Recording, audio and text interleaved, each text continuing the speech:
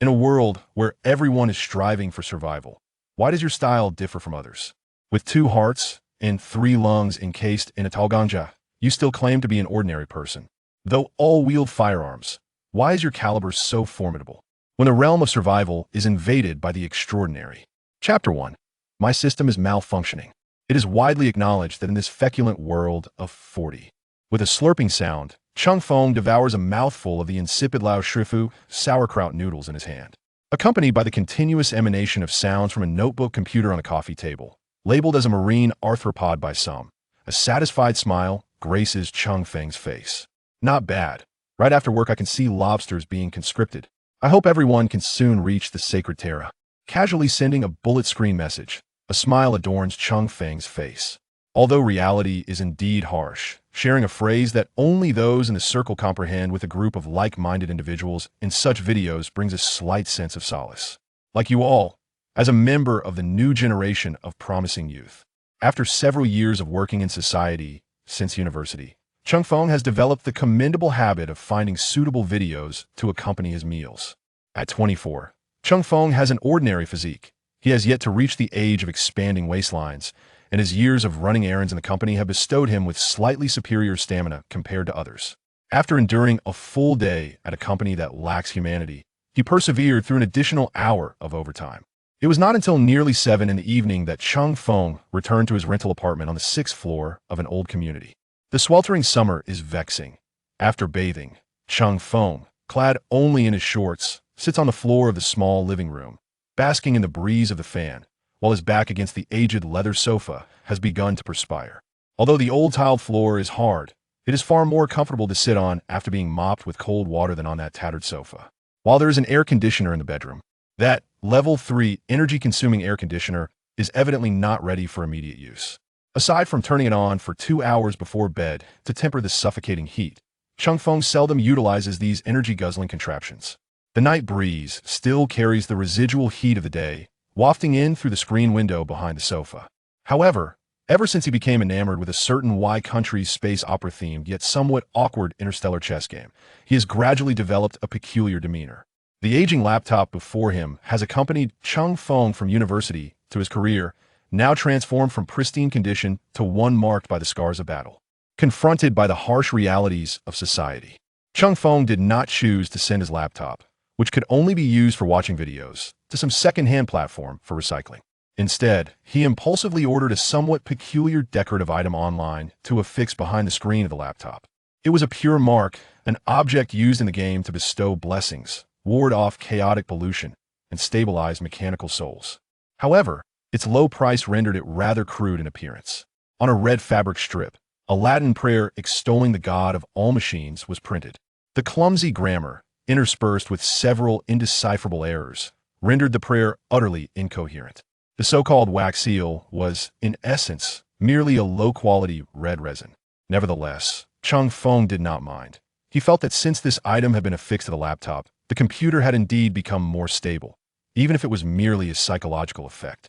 Due to the dust piled in the laptop's cooling fan, the fabric strip that should have been fluttered by the warm air from the rear vent only occasionally stirred slightly.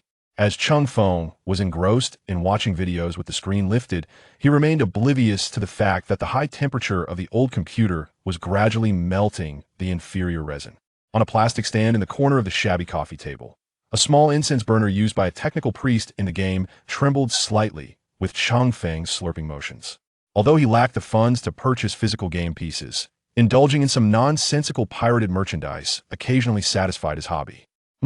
What the? A faint burnt smell gradually spread from the laptop's air vent, and by the time Cheng Feng's sense of smell, masked by the aroma of instant noodles, registered it, black smoke was already visibly emanating from the cooling outlet. Startled, Cheng Feng uttered a classic exclamation. In a fit of excitement, he abruptly stood up, knocking over the bucket of instant noodles in front of him. The remaining broth splashed onto the aging laptop, instantly causing it to black out completely. In that moment, Cheng Feng instinctively reached out to salvage his computer, as his hands moved to grasp the laptop. The beleaguered battery within the laptop finally erupted in a spark of its own under the effects of high temperature and a short circuit. This battery, which had long been left plugged in the room, had already aged and deformed. as the broth seeped through the laptop's now compromised casing. The short circuit sent the internal lithium battery into a frenzy. The sudden explosion of flames caused them to rise from the coffee table, startling Cheng Feng, who leaped backward onto the sofa. However, the spot he had previously leaned against was already damp with sweat. The old leather sofa exhibited an unusual slickness. Sizzle. The mesh, which had not been replaced in who knows how long, shattered under the impact of his half-fallen form. Cheng Feng felt an emptiness behind him. Suddenly, the starry sky outside the window appeared before him. His instinct for survival compelled his hands to flail wildly, attempting to grasp something. Crack! His body merely paused in midair for an instant. Gazing at the window frame of the screen he had pulled down, Cheng Feng felt a wave of despair. The old plastic steel window frame had completely deteriorated. A mere exertion of force had shattered it from its groove. The flames in the room consumed the red cloth behind the laptop screen. The fire burned upon the erroneous incantations. The incense in the nearby brass censer, which had failed to burn completely, was reignited by the flames.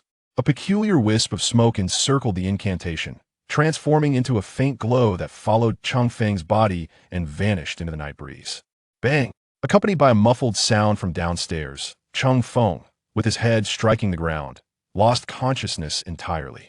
After an indeterminate duration, Cheng Feng awoke amidst a surge of excruciating pain, his entire body, including his head, inundated with sharp stabs of agony and a sensation of complete disassembly. I didn't fall from the sixth floor. Where am I? Cheng Feng, dazed, clutched his head and struggled to sit up. Surrounding him was an entirely unfamiliar environment, a clearing in the forest exuding a faint odor of humus, with two celestial bodies radiating purple and blue light overhead, replacing the familiar sun. The intense dizziness and weakness were gradually receding. Before he could gather his thoughts, a cold, emotionless voice resonated directly within his mind. Welcome to the Endless Continent, survivor number 73481. The survival system has been activated. Please strive to survive in this world. Only the strong possess the ultimate right of choice. Immediately, a semi-transparent attributes panel framed in a simple blue light forcibly appeared before his eyes. Name: Cheng Feng. Race: human. Special attributes: life status, moderate cranial damage, multiple soft tissue contusions, near death, rapid recovery in progress. A human icon glowed red, with a head enveloped in deep crimson. Physical condition: exhausted. Additional status: one-time damage repair, 7S. Communication system activated. Trading system activated. Manufacturing system activated. Personal backpack activation failed. Error. Calculating balance compensation. Survivor. Have I crossed over? Cheng Feng stood in stunned silence for a moment. He was certainly familiar with this narrative, having encountered it numerous times while idling at work. However, isn't this system rather rudimentary? It lacks the usual attributes. There are no levels, and the only special attribute is a string of garbled text. Not to mention the backpack activation has failed.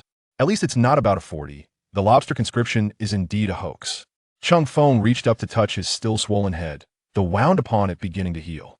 Alternative plan confirmed. Additional compensation granted. A line of prompts suddenly appeared in his field of vision, accompanied by a faint blue glow that emanated from his hand.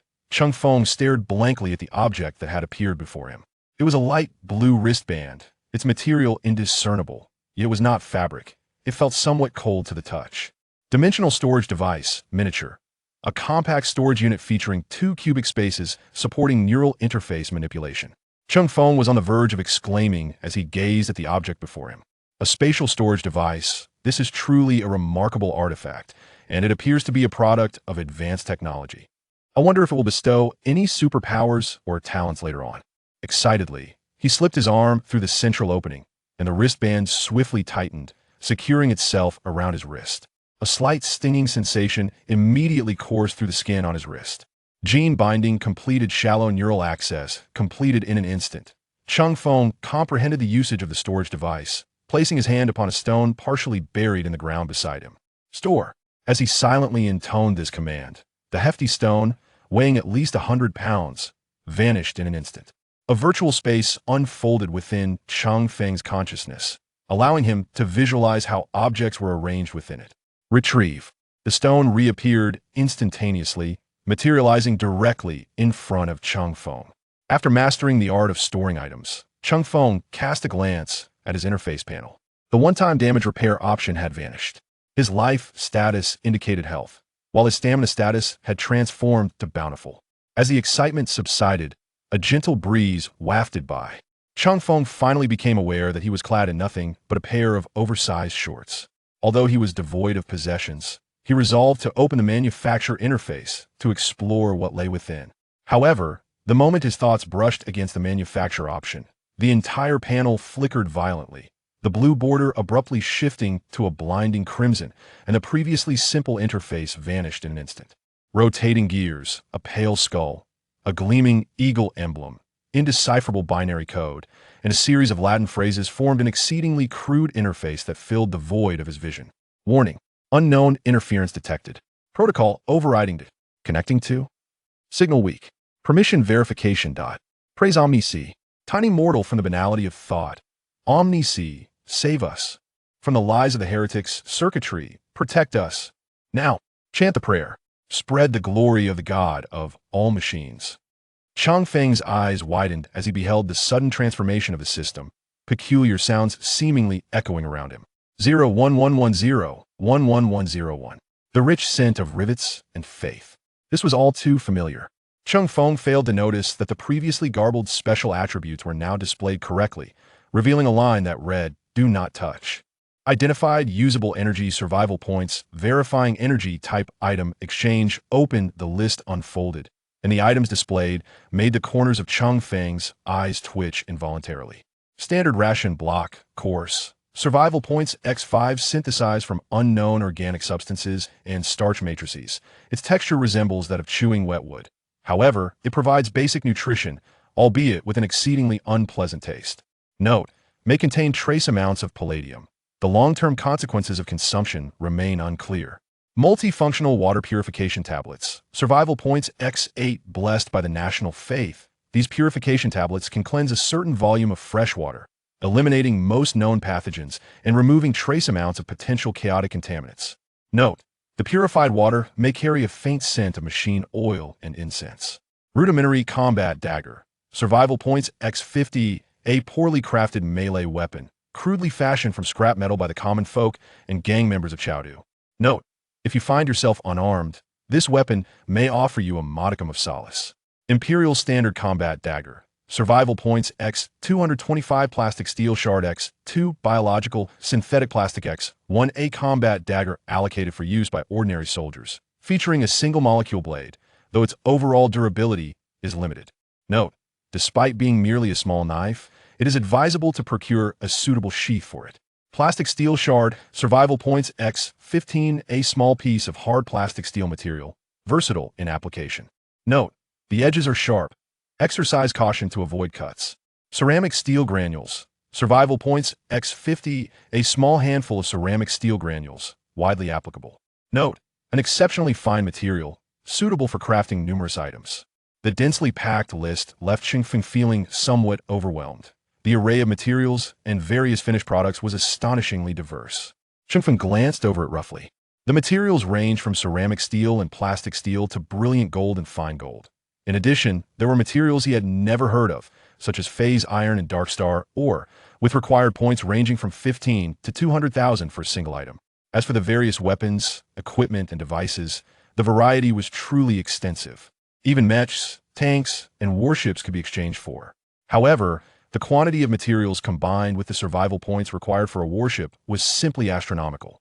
Furthermore, the manufacturing interface included special fee items. Exquisite manufacturing, limited to equipment and single-person weapons. By spending additional points and materials for refined manufacturing, one can obtain superior weapons and equipment compared to conventional items. Blessing. Organize a void blessing ceremony to summon the glory of Umaneza. This greatly enhances the stability of various devices and installations, and may even yield unexpected occurrences. Depending on the blessing target, the required points and materials may vary. It can dispel any anomalies in technological devices. The loyal machine spirit will courageously protect the favored of the God of all machines. Chapter 2: First Consumption. After drooling over the manufacturing interface for a while, Cheng Feng scratched his head. It is evident that my system interface has mutated, and I'm uncertain whether the technological products I exchange for 40 credits are superior to the original system products. However, the pressing concern for Cheng Feng is to ascertain how to obtain survival points. Moreover, in my current state, I am without adequate clothing or weaponry, surrounded solely by trees. Should an attack occur, I fear I would not survive. To clarify the immediate issue, Cheng Feng casually activated the communication channel. A corner of his visual field revealed a continuously rolling dialog box. Regional Communication 86582. What is happening? Was I not dead? How am I in this desolate mountain? 68394. It appears you too have found yourself here after a near-death experience. I did as well, though it seems I am in the ruins of a city. 38492. It seems we all arrived here under similar circumstances.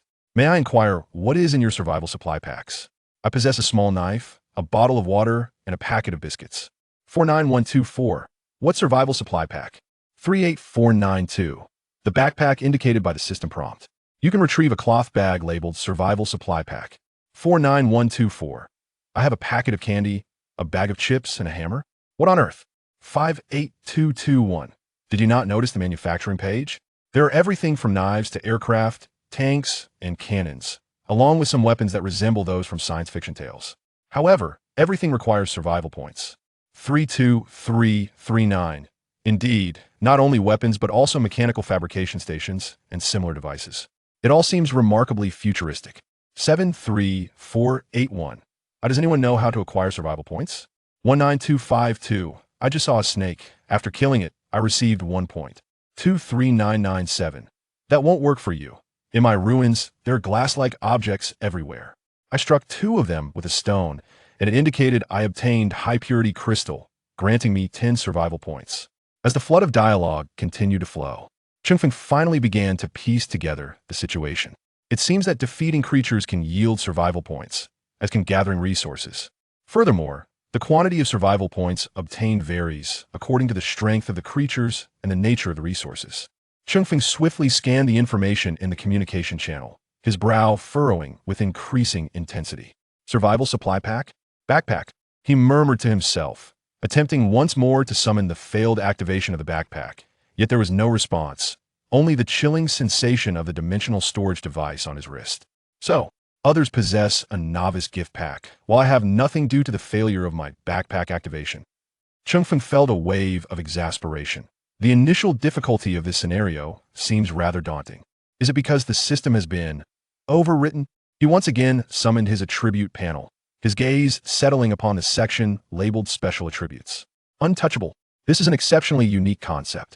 In the game, the definition of untouchables refers to those devoid of souls, individuals who cannot be tainted by chaos, cannot perceive the extraordinary, and remain unharmed by these irrational existences.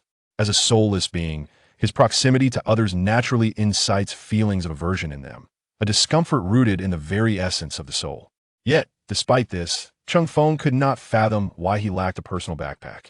The balance compensation provided me with this storage device, compensating for the loss of the backpack, but without weapons or food, possessing merely a storage device is.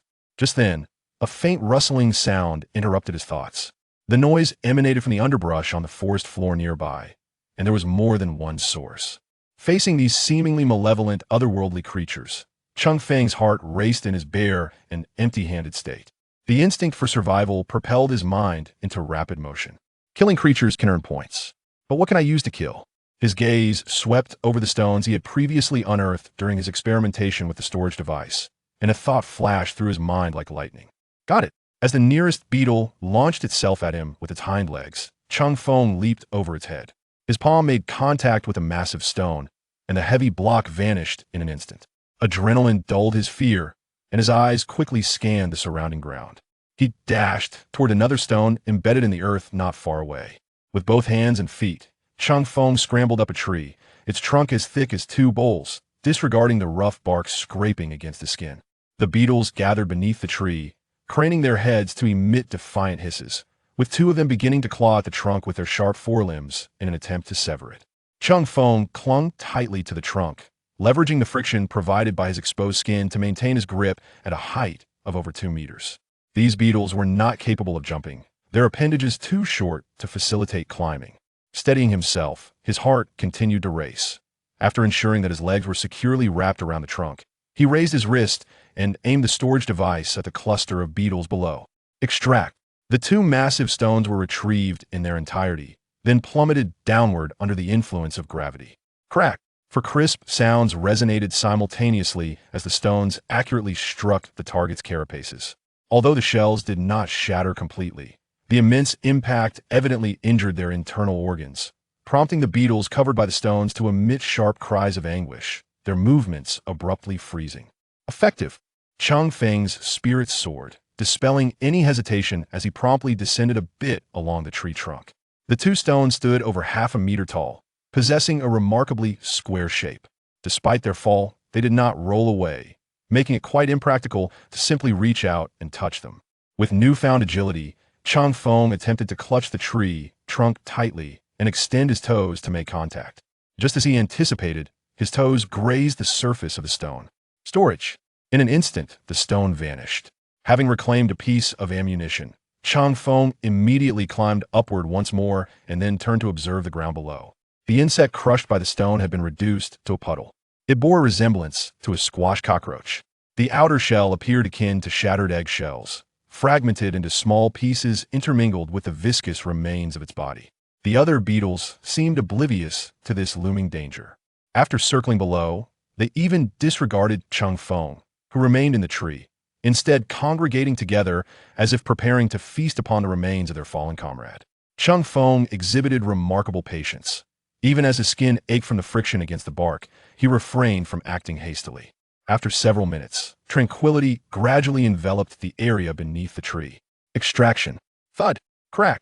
The remaining 3 beetles were struck by the sudden descent of a stone, with 2 of them suffering the impact. Due to repeated falls, the stone split cleanly down the middle like a slab, and in its descent, it inadvertently pinned the 3rd beetle beneath it.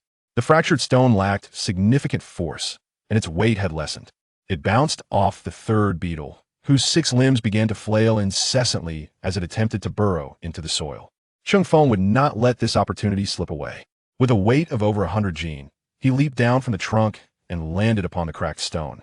The uneven fissure sent sharp pain coursing through his feet. Crack!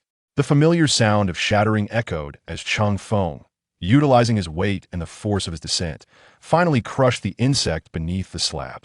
Confirming that the danger had temporarily subsided, Cheng Feng let out a long sigh of relief, feeling utterly drained and beset by pain throughout his body.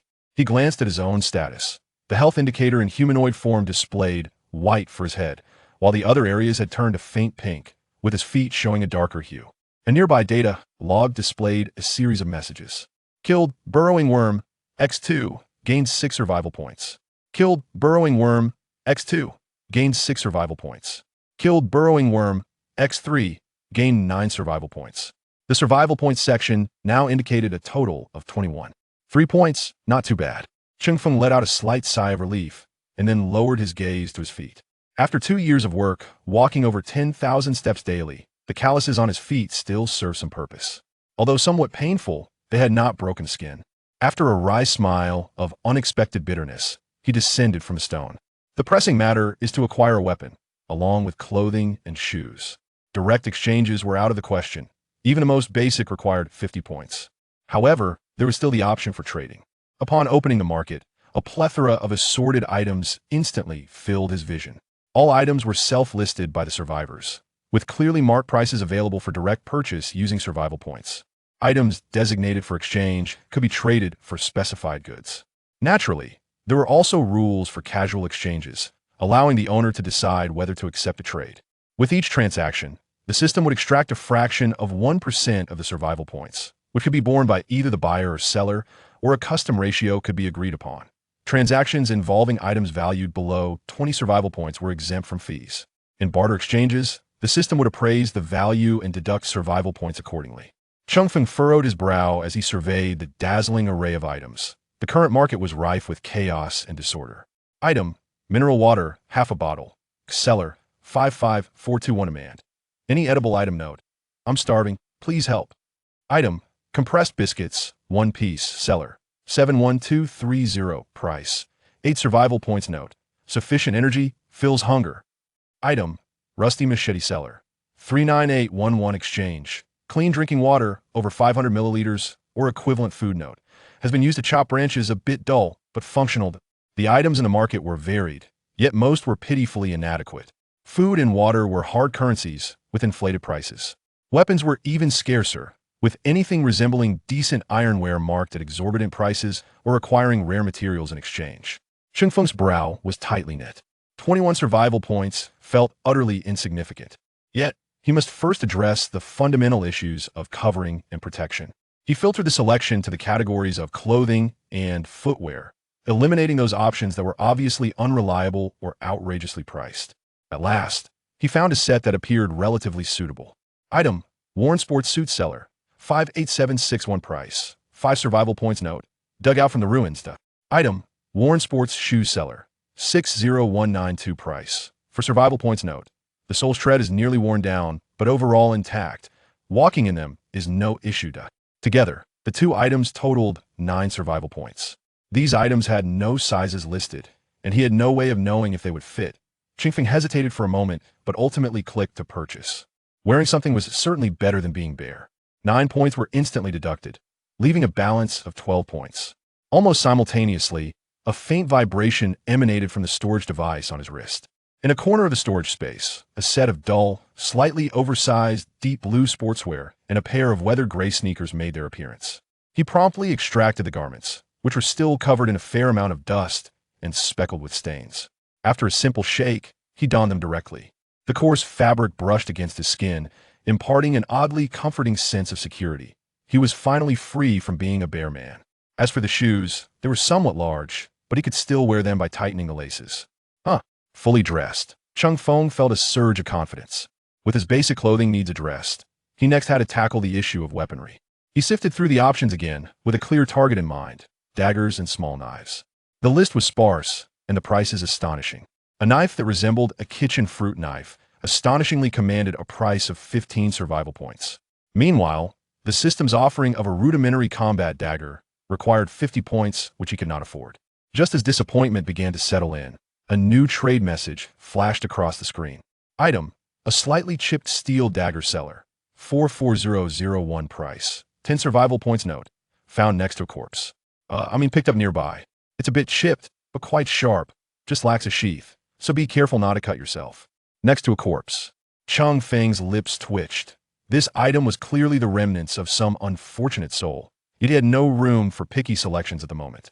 The price of 10 points was within his means, and the seller's note specifically mentioned good material, quite sharp, which was certainly more appealing than those labeled rusty or blunt. Without hesitation, Cheng Feng clicked to purchase. His survival point balance instantly plummeted to 2 points.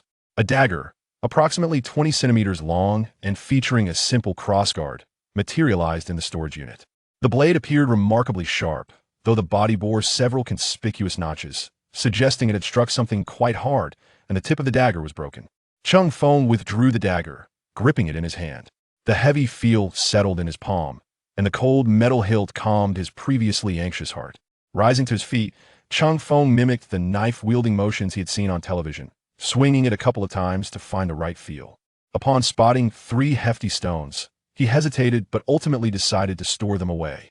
However, as soon as the stones were collected, the few clumps of sticky, burrowing rodent remains scattered below immediately caught Cheng Feng's attention. Those remnants were emitting wisps of white smoke, and within one clump of fragments, something seemed to be present. Cheng Feng deftly employed the dagger in his hand to sift through the shattered remnants. An object the size of a fist was extracted from the sticky debris, or filled with impurities, a piece of or dissolving in the digestive fluid of a digger mouse, perhaps containing rare metallic materials, or it could merely be a heap of refuse. Collecting minerals survival points 15, this worm could digest, or, upon glancing at the two characters, Cheng Feng immediately realized he was in trouble. As his gaze fell upon the dagger in his hand, the section that had been tainted by the viscous substance had begun to darken. Surveying his surroundings, Cheng Feng scooped up the soil from the ground and sprinkled it over the dagger, then stepped down to extract the dagger from the side. Dead hand, hurry and grab it. After repeating this process 2 or 3 times, the viscous substance clinging to the dagger was entirely removed by the soil. Brittle, corroded steel dagger, the dagger, eroded by acidic fluid, had lost its strength and could barely be used. It might break with the next swing. Cheng Feng, somewhat speechless, could only utter a single word: fork. Chapter 3. Resale gazing at the dagger's description, which ominously hinted at a potential fracture with the next swing, Cheng Feng felt his heart bleed. 10 survival points. Nearly all of his possessions were on the verge of being corroded into a heap of scrap metal. Was the digestive fluid of the burrowing mice truly this formidable? Cheng Feng, still haunted by the thought, regarded the remnants on the ground, faint wisps of smoke still rising from them, and dared not let his weapon make direct contact again. He surveyed his surroundings, carefully broke off a relatively sturdy, forked branch, and gingerly began to prod at the other remnants. Perseverance bore fruit. He managed to extract a piece of impure ore from 2 separate piles of debris. Mineral collection, survival points 12. Mineral collection, survival points 18. His survival point balance leaped from a pitiful 2 points to a staggering 47 points. Indeed, it seemed that gathering resources was the primary means of accruing points. Cheng Feng's spirits lifted. The 3 pieces of ore collectively granted him 45 points, far surpassing the 21 points earned from vanquishing the 7 burrowing mice. Of course, this was contingent upon the ability to locate and successfully collect them. He nudged the 3 pieces, their surfaces coated in viscous remnants of digestive fluid and appearing rather unappealing, onto a clean patch of ground with the branch, then proceeded to cleanse them of the acidic residue by burying them in the earth. It took several attempts to rid the ores of the muddy coating before he could store them in his inventory. Would these items be sellable? Cheng Feng reopened the trading market, eager to assess the value of the ore. The results were scant. Most were basic resources such as stones and wood, all of negligible worth. He searched for his own impure ore, but found no matching items. It appeared that this ore was either rare or retained by others for personal use. Cheng Feng pondered, having already observed individuals seeking various mineral materials. Clearly, their systems required fundamental resources for crafting items. After some contemplation, Cheng Feng decided to list the smallest piece of impure ore on the trading market. Item: impure ore. Seller: 73,481. Price: 30 survival points. Note: found in the stomach of a burrowing mouse. May contain rare metals, highly corrosive acidic residue. Handle with utmost care. He set a relatively high price to gauge interest. In dire need of survival points, he also sought to ascertain the true value of these ores. Having completed this task, he noted the lingering purple and blue luminescence of celestial bodies overhead. Twilight had not yet fully descended. Cheng Feng needed to expedite his exploration of the surrounding environment, at the very least to discern his current location. With the uncertain dagger firmly in hand, he cautiously advanced toward an area with sparser trees. After all, dense foliage obscured potential threats. Encountering another swarm of burrowing mice would be problematic. His sneakers crunched softly upon the soft humus beneath, the forest enveloped in an unusual silence, save for the rustling of leaves stirred by the wind and the rhythm of his own breath. After approximately half an hour, the trees began to thin, and the light gradually intensified. An unusual wave of heat began to supplant the coolness of the forest. Was the temperature rising? Cheng Feng quickened his pace, and soon, the spectacle before him left him momentarily speechless. The forest here seemed to be cleaved by an invisible boundary.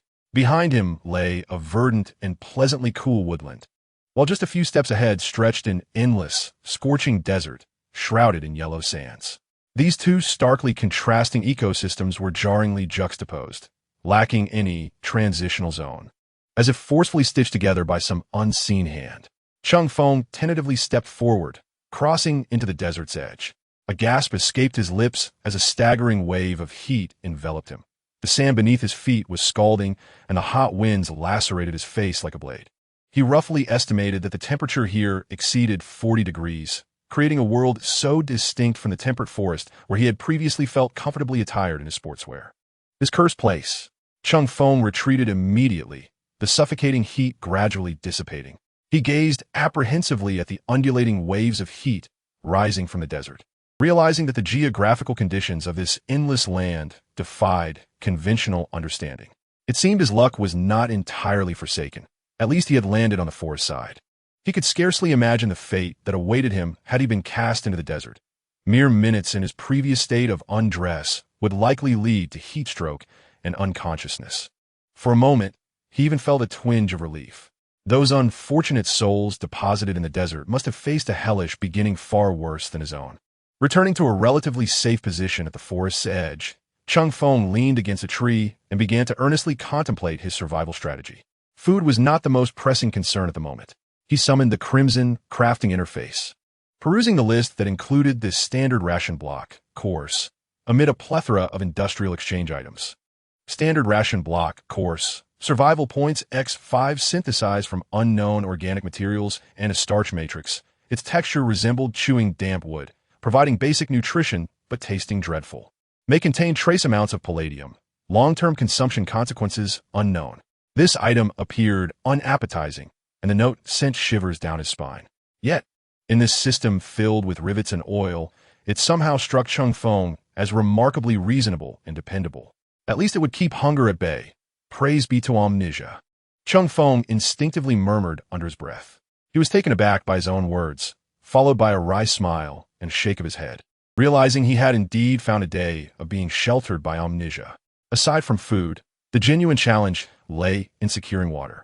His system's exchange list contained provisions, weapons, materials, and even purification tablets, but conspicuously absent was any drinkable water. It appeared that purchasing from the market was his only option. With 47 survival points in his pocket, he was still unable to afford the system's dagger. Yet in this moment, he felt somewhat affluent. He promptly accessed the trading market and filtered for water-related items.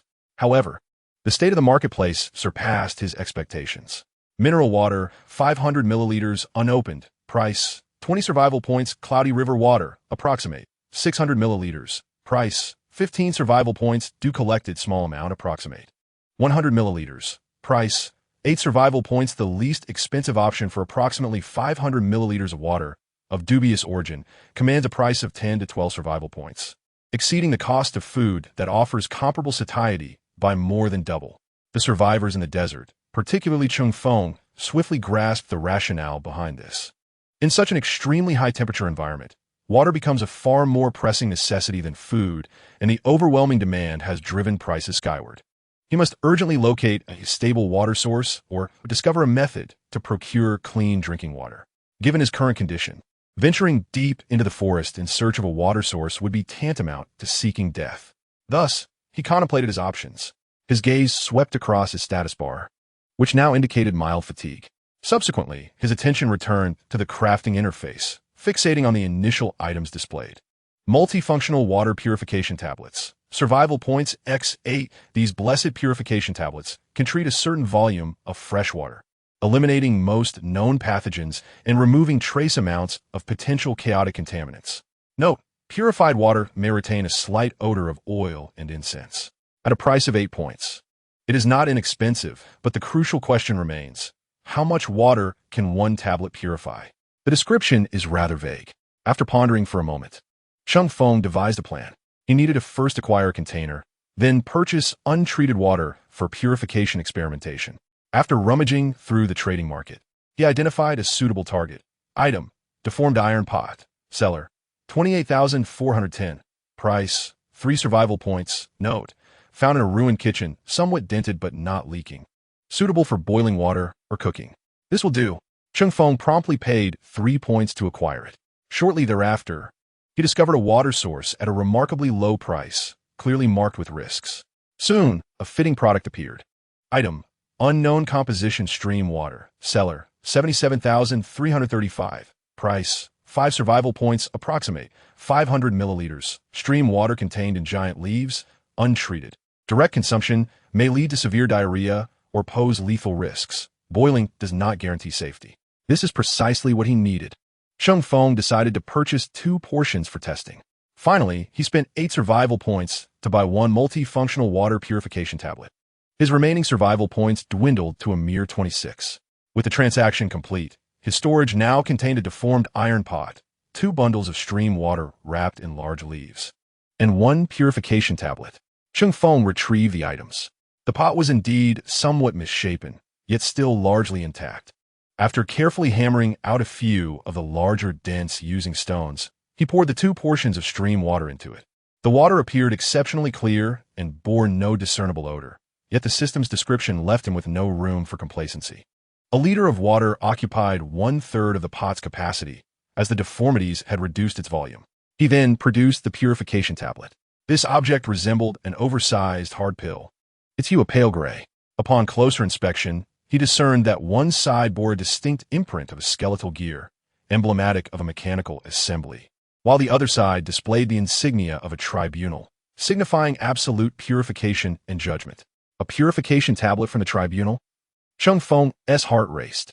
This was likely a resource intended for the judges traversing the myriad worlds of the galaxy, and its potency and authority were undoubtedly extraordinary. The judges of the tribunal roamed the entire galaxy, tasked not only with managing alien entities, but also contending with chaotic demons and Imperial traitors, facing situations of unimaginable complexity. With a sense of anticipation, Cheng Feng cast the tablet into a cauldron filled with stream water. The tablet did not dissolve immediately, but sank swiftly to the bottom. Soon after, an astonishing phenomenon unfolded. The tranquil surface of the water began to churn slightly, releasing an abundance of minuscule bubbles, akin to water reaching a boiling point. Within the liquid, there appeared to be some almost imperceptible, filamentous strands writhing and struggling. Cheng Feng felt a peculiar discomfort, as though an electric current coursed through his skin. He fixated on the water's surface for several minutes until the tumult gradually subsided. At the bottom settled an exceedingly fine, grayish-white sediment, while the previously clear water seemed to shimmer with enhanced clarity. Upon closer inspection, tiny particles glimmering with a metallic sheen appeared suspended within. He carefully cupped some water in his hands, and the system description was promptly updated. Purified water source, water purified by an unknown substance, nearly transformed into pure water. Retained an odd taste that rendered it unpalatable. Success. Cheng Feng felt a surge of joy. Although the notes mentioned a peculiar flavor, it had been classified as clean. The efficacy of that purification tablet appeared formidable, effectively eliminating even the potential lethal factors hinted at in the system description. With the tablet's effects confirmed, Cheng Feng promptly set his second plan into motion. Empty plastic bottles on the market were inexpensive, costing merely 1 survival point for 5. He swiftly purchased 10 empty bottles, then filled 2 with the purified water. Due to some sediment at the bottom, he regrettably had to discard approximately 100 milliliters of water along with the residue. Nevertheless, he still obtained around 850 milliliters of pure water. Observing his remaining 24 survival points, Cheng Feng first bought another purification tablet, then listed a 500 milliliter bottle of pure water for 14 survival points. Although the description was somewhat odd, it was snatched up in an instant. Gambling was a strategy. Elated, he spent all his remaining 30 survival points on stream water. Cheng Feng felt as though he had discovered a stable source of survival points. 3 liters of water poured into the cauldron nearly filled it to the brim. With the addition of the purification tablet, the water once again began to boil. This time, a conspicuous layer of impurities almost crystallized at the bottom of the pot. Carefully pouring water into a plastic bottle, Cheng Feng cast a glance at the interface. The water, purified by an unknown substance, had been artificially refilled, containing trace impurities and possessing an odd taste, yet it was harmless to the body. The altered description made Cheng Feng realize that the purification capacity of the water purification tablet was approximately 3 liters. Previously, with 1 liter of water, the tablet had nearly absorbed and precipitated all substances present. However, with this 3 liters, some impurities remained. At least the fatal markers had vanished, indicating that those dreadful microorganisms had not survived. After completely filling the bottles, Cheng Feng hung all 6 filled bottles in the market, each still priced at 14 survival points. The remaining bottle, containing only 250 milliliters of water, was consumed entirely by him. This marked his first experience of drinking such oddly flavored water. Though the surface showed no signs of oil, the peculiar taste was impossible to overlook, while the hint of sandalwood flavor could be disregarded. Having finished the water, Cheng Feng glanced at his log. The entry for selling the bottled water reflected a transformation in his survival points, which had risen from 0 to 84. Chapter 4. Disgusting food, now affluent once more. Cheng Feng did not immediately purchase the dagger he had long coveted. Observing the 84 survival points in his account, he swiftly acquired the last 2 portions of unknown stream water available in the trading market, intending to expand his purified water enterprise. However, upon checking the stream water again, he discovered that such inexpensive transactions were no longer available. Had they sold out? Was a lack of stock a prelude to a price increase? Furrowing his brow, Cheng Feng attempted to locate the seller's ID in the transaction records, preparing to directly inquire whether any stock remained. He found the purchase record, selected the seller ID 77,335, and opted for the communication function. Error. The survivor ID does not exist or has become invalid. The crimson text flashed before his eyes, freezing Cheng Feng in the act of sending a message. Non-existent or invalid. He paused for a moment, a chill creeping up his spine. Had the seller perished? This was the most plausible explanation. The trading system clearly did not concern itself with the life or death of sellers. As long as the goods remained listed, they could be traded indefinitely. However, if the seller had died, the system would deem their ID invalid, and the points earned from the transaction would likely be absorbed by the system. Reflecting on the 10 survival points he had just paid to a deceased individual left Cheng Feng with an unsettling feeling. He sighed and reluctantly closed the communication interface. In this harsh world, death had become all too commonplace. Although he had yet to witness it firsthand, he could glean the reality from the conversations. Alongside those sharing various information, many had encountered peculiar creatures and subsequently ceased to send further messages. Re-examining the market, he noticed subtle shifts in the prices of water resources. Bottled mineral water, once priced at 20 to 30 survival points, now hung unsold, high on the shelves. Some items, priced in the tens, comprising variously described wastewater and river water, although more expensive than the stream water he had previously purchased, have seen a significant increase in sales. In the regional chat channel, individuals have begun sharing rudimentary water purification methods.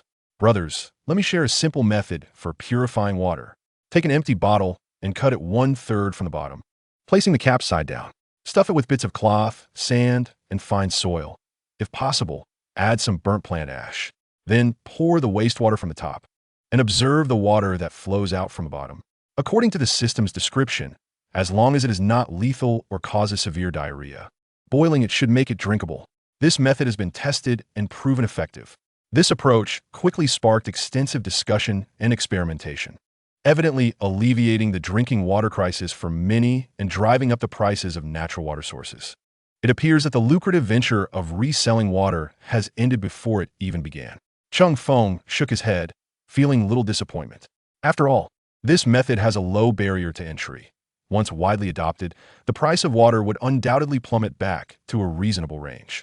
The initial fortune he had earned was largely due to a combination of information, asymmetry, and luck. Now that the information gap has vanished, the seller of cheap raw materials has also disappeared. Cheng Feng rubbed his stomach.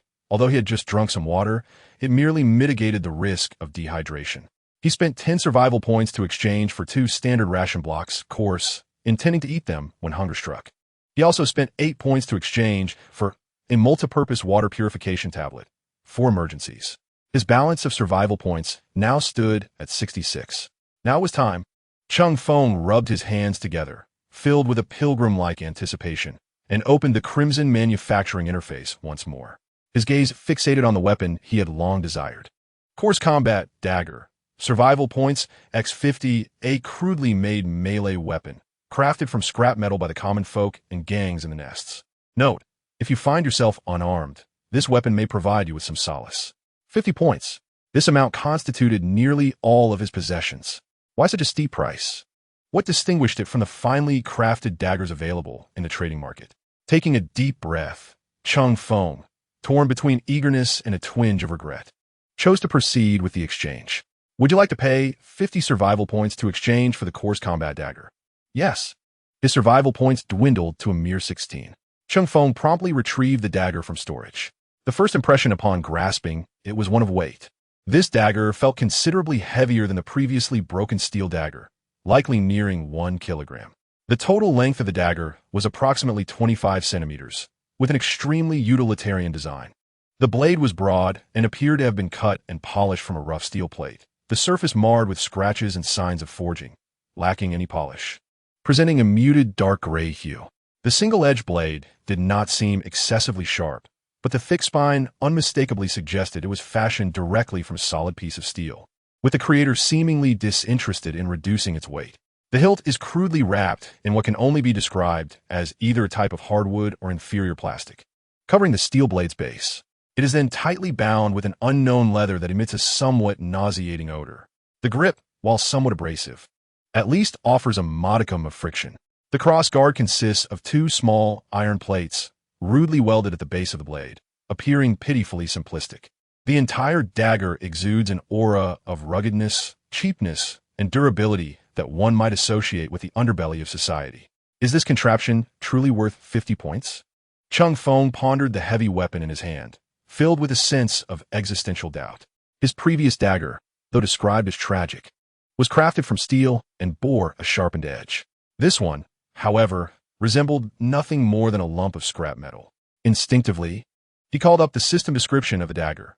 Rudimentary combat dagger, a poorly made melee weapon, crudely forged from recycled scrap metal in the workshops of the lower strata. With a simple blade, its structure is basic yet extraordinarily durable, resistant to damage, and capable of enduring considerable misuse. Material: unknown composition of scrap metal. Note: common tool and weapon among the underworld gangs and impoverished civilians of the lower strata, an inexpensive means of safeguarding life. While crude, it is certainly preferable to being empty-handed. Do not expect this item to inflict any damage on the exoskeletons of genetic thieves or on ceramic steel products. Cheng Feng was aware that genetic thieves were spies constructed from gene viruses by the Tyranids, adept at lurking in the shadows. With each iteration of life, their offspring increasingly resemble Tyranid creatures, which can even overpower space marines. Their exoskeletons are undeniably formidable. As for ceramic steel, it is typically employed in the manufacturing of armor plating, utilized in everything from power armor for space marines to armored vehicles and even spacecraft. Penetrating ceramic steel? Cheng Feng nearly laughed at the note's absurdity. Nevertheless, he was still curious to test the weapon's strength. In this world, a weapon that would not fail at a critical moment holds far greater value than a visually appealing piece that might shatter with a single blow. After a moment's hesitation, Cheng Feng returned to the insect carcass, carefully dipping the rough tip of the dagger into a pool of acidic fluid. Upon closer examination, he discovered that the acid seemed utterly ineffective against this metallic material. You truly get what you pay for. In the age of interstellar travel, even scrap metal surpasses ordinary steel, exhibiting an astonishing level of corrosion resistance. One could only wonder what this material was before it became scrap. He wiped the acid onto the ground, cleaning it with dirt. Gripping the heavy dagger, he swung it a few times, acclimatizing himself to its substantial heft. It was hard to imagine the physical prowess required of mortals in that era to wield such a weighty dagger with ease. Even among livestock, the mortals of the interstellar age possessed a physique far superior to that of his contemporaries. While this cumbersome weapon lacked the agility of a conventional dagger, the sense of cleaving power it provided was oddly reassuring. He casually drew the tip of his dagger across the trunk of a nearby tree. A crisp, deep mark was etched into the bark, offering little resistance. How curious. It appeared blunt, yet was surprisingly sharp, thought Cheng Feng, taken aback. He then sought out a stone, wielding the dagger like a cleaver. Instantly, a notch appeared in the stone, the impact causing a twinge of pain in his palm. The incision nearly embedded the blade fully, reaching a depth of almost 2 centimeters. It seemed that the system's description of merely sharpening the blade was relative to other weapons. He could only wonder what the original system's products were like. Nevertheless, this realization fueled Cheng Feng's eagerness as he gazed upon the combat dagger marked within the system. A single-molecule blade. In the world he knew before his fall, such technology was far beyond the reach of early human civilization. With a truly reliable weapon in hand, Cheng Feng felt a surge of confidence. His gaze drifted to the survival points, which stood at 16. After confirming the absence of any affordable water sources for purchase, he began contemplating his next course of action. The trade of water was currently unfeasible. He needed to discover a new source of survival points. More urgently, however, was a need to find a relatively safe place to spend the night. Cheng Feng glanced at the darkening sky. The nights in the forest were unlikely to be tranquil. The purple and blue luminescence of the celestial bodies was increasingly diluted by the encroaching twilight, and the light within the forest rapidly dimmed. The temperature began to drop significantly, with the evening breeze already carrying a distinct chill. Camping outdoors was evidently the least advisable option. Who knew what creatures might emerge in this eerie forest at night? The trees grew ever thicker as he ventured deeper into the woods. His gaze swept the surroundings until it settled on several stout trees, roughly the thickness of a rice bowl, standing closely together. Spending the night aloft would afford him greater safety. With a target in mind, Cheng Feng sprang into action. The sharp combat dagger easily penetrated the wood, and this time he did not require the use of both hands and feet to climb. He deftly carved notches into the appropriate spots on the trunk and swiftly ascended over 5 meters up one of the trees. Here, the branches interwove robustly, offering ample cover of leaves, rendering him inconspicuous. As he used the dagger to clear away surrounding branches, he deliberately left behind the thicker ones. After puncturing the sturdy trunk with holes, he could insert these branches back into the gaps. Once the branches on this tree were exhausted, Cheng Feng ascended to other nearby trees to continue his work. After repeating this process 3 or 4 times, he managed to insert over 10 branches, each about the thickness of half his wrist on either side of the trunk below him, although the gaps were slightly larger than ideal. Lying atop them posed no significant issue. Finally, he layered a thick bed of soft branches adorned with leaves, serving both as a mattress and a means of camouflage. Even with the dagger's assistance, the entire endeavor consumed him nearly an hour. Before the sky was enveloped in complete darkness, he finally secured a modest refuge. Cheng Feng lay on his rudimentary bed frame, testing its stability. Though somewhat uncomfortable, it would suffice. After preparing everything, hunger struck him, prompting him to retrieve a piece of standard ration block course that he had previously exchanged from his storage. The item felt heavy and solid in his grasp, measuring a palm's width. Wrapped in a material akin to oiled paper, it bore the Imperial double-headed eagle and some inscriptions. Compressed nutritional block, standard mix with water before consumption. Each mouthful embodies the strength to fight for the Empire. Remember your duty. As he tore open the crude packaging, the faint twilight allowed him to discern its dull hue and rough surface. After a moment's hesitation, he bit into it.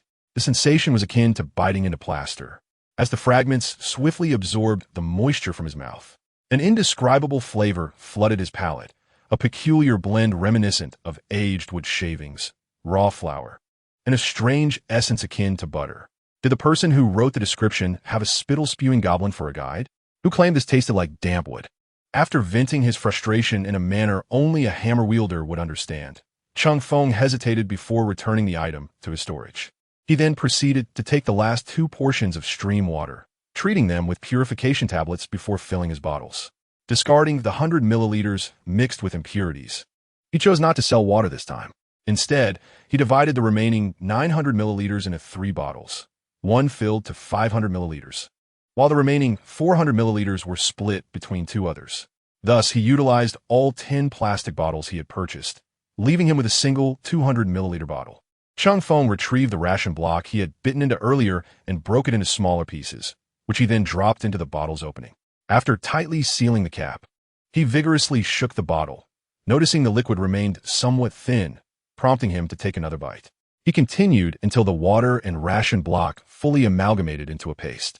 Unscrewing the cap, he was met with an odd aroma wafting from the bottle. After a moment's hesitation, he pressed the bottle to his lips and squeezed. Without chewing, he swallowed the paste directly down his throat. Although the taste was nauseating, it must be said that this mixture was quite filling. After consuming a bottle, Cheng Feng felt somewhat bloated, while half of the ration block still remained. This wretched item was certainly not meant for human consumption. Chapter 5. Night Raid night had fully descended. The forest was shrouded in profound darkness, illuminated only by the faint violet-blue glow emanating from 2 distant celestial bodies, casting mottled and eerie patches of light through the dense foliage. A cacophony of sounds began to arise, the distant howls of unknown beasts, the nearby chirping of insects, the wind's lament as it swept through the treetops, and subtle, rustling noises that were difficult to pinpoint. Crouched within his humble tree nest, Cheng Feng leaned against the rough trunk, gripping tightly onto his crude combat dagger. The cold metallic grip of the knife became his sole psychological anchor at that moment. He dared not succumb to deep slumber, instead opting to rest his eyes while his ears remained alert, keenly attuned to any irregular sounds in the vicinity. Time passed slowly amidst tension and unease. After an indeterminate duration, a distinct rustling sound, unlike the whispers of the wind or the chirping of insects, gradually approached Cheng Feng's ears. In the darkness, Cheng Feng's eyes widened in an instant, his breath held, and his muscles tensed in anticipation. The sound originated from beneath the trees, as if something was navigating through the fallen leaves and underbrush. By the faint glow of the stars, he could barely discern several swift, diminutive shadows flitting about the base of the tree. These shadows were not tall, yet Cheng Feng could clearly perceive their forms. They resembled oversized weasels, but possessed a pair of large, shimmering violet eyes. Behind them, a tail adorned with sharp, bony spines arched high like that of a scorpion. Moreover, the tail emitted a peculiar blue-violet luminescence, illuminating a small area around them. Suddenly, one of the creatures that had approached the tree where Cheng Feng stood extinguished the light on its tail, accompanied by a series of faint sounds. A painful howl resonated from below. It was then that Cheng Feng noticed a new line of information popping up in his log. Kill Shadow Scorpion-tailed Weasel X1. Gain 8 survival points. The inexplicable kill record left him baffled. The remaining Shadow Scorpion-tailed Weasels circled beneath the tree, emitting soft squeaks as if in communication. Soon, a multitude of these creatures, their luminous tails raised, congregated not far from Cheng Feng. They quickly became aware of his presence in the tree. A dozen pairs of violet eyes, turning in unison to fixate upon him. Damn, what on earth is happening? Cheng Feng was at a loss. In the next moment, a group of shadow scorpion-tailed weasels at a distance crouched low, their scorpion-like tails quivering slightly as they aimed for Cheng Feng. Whoosh, whoosh, whoosh.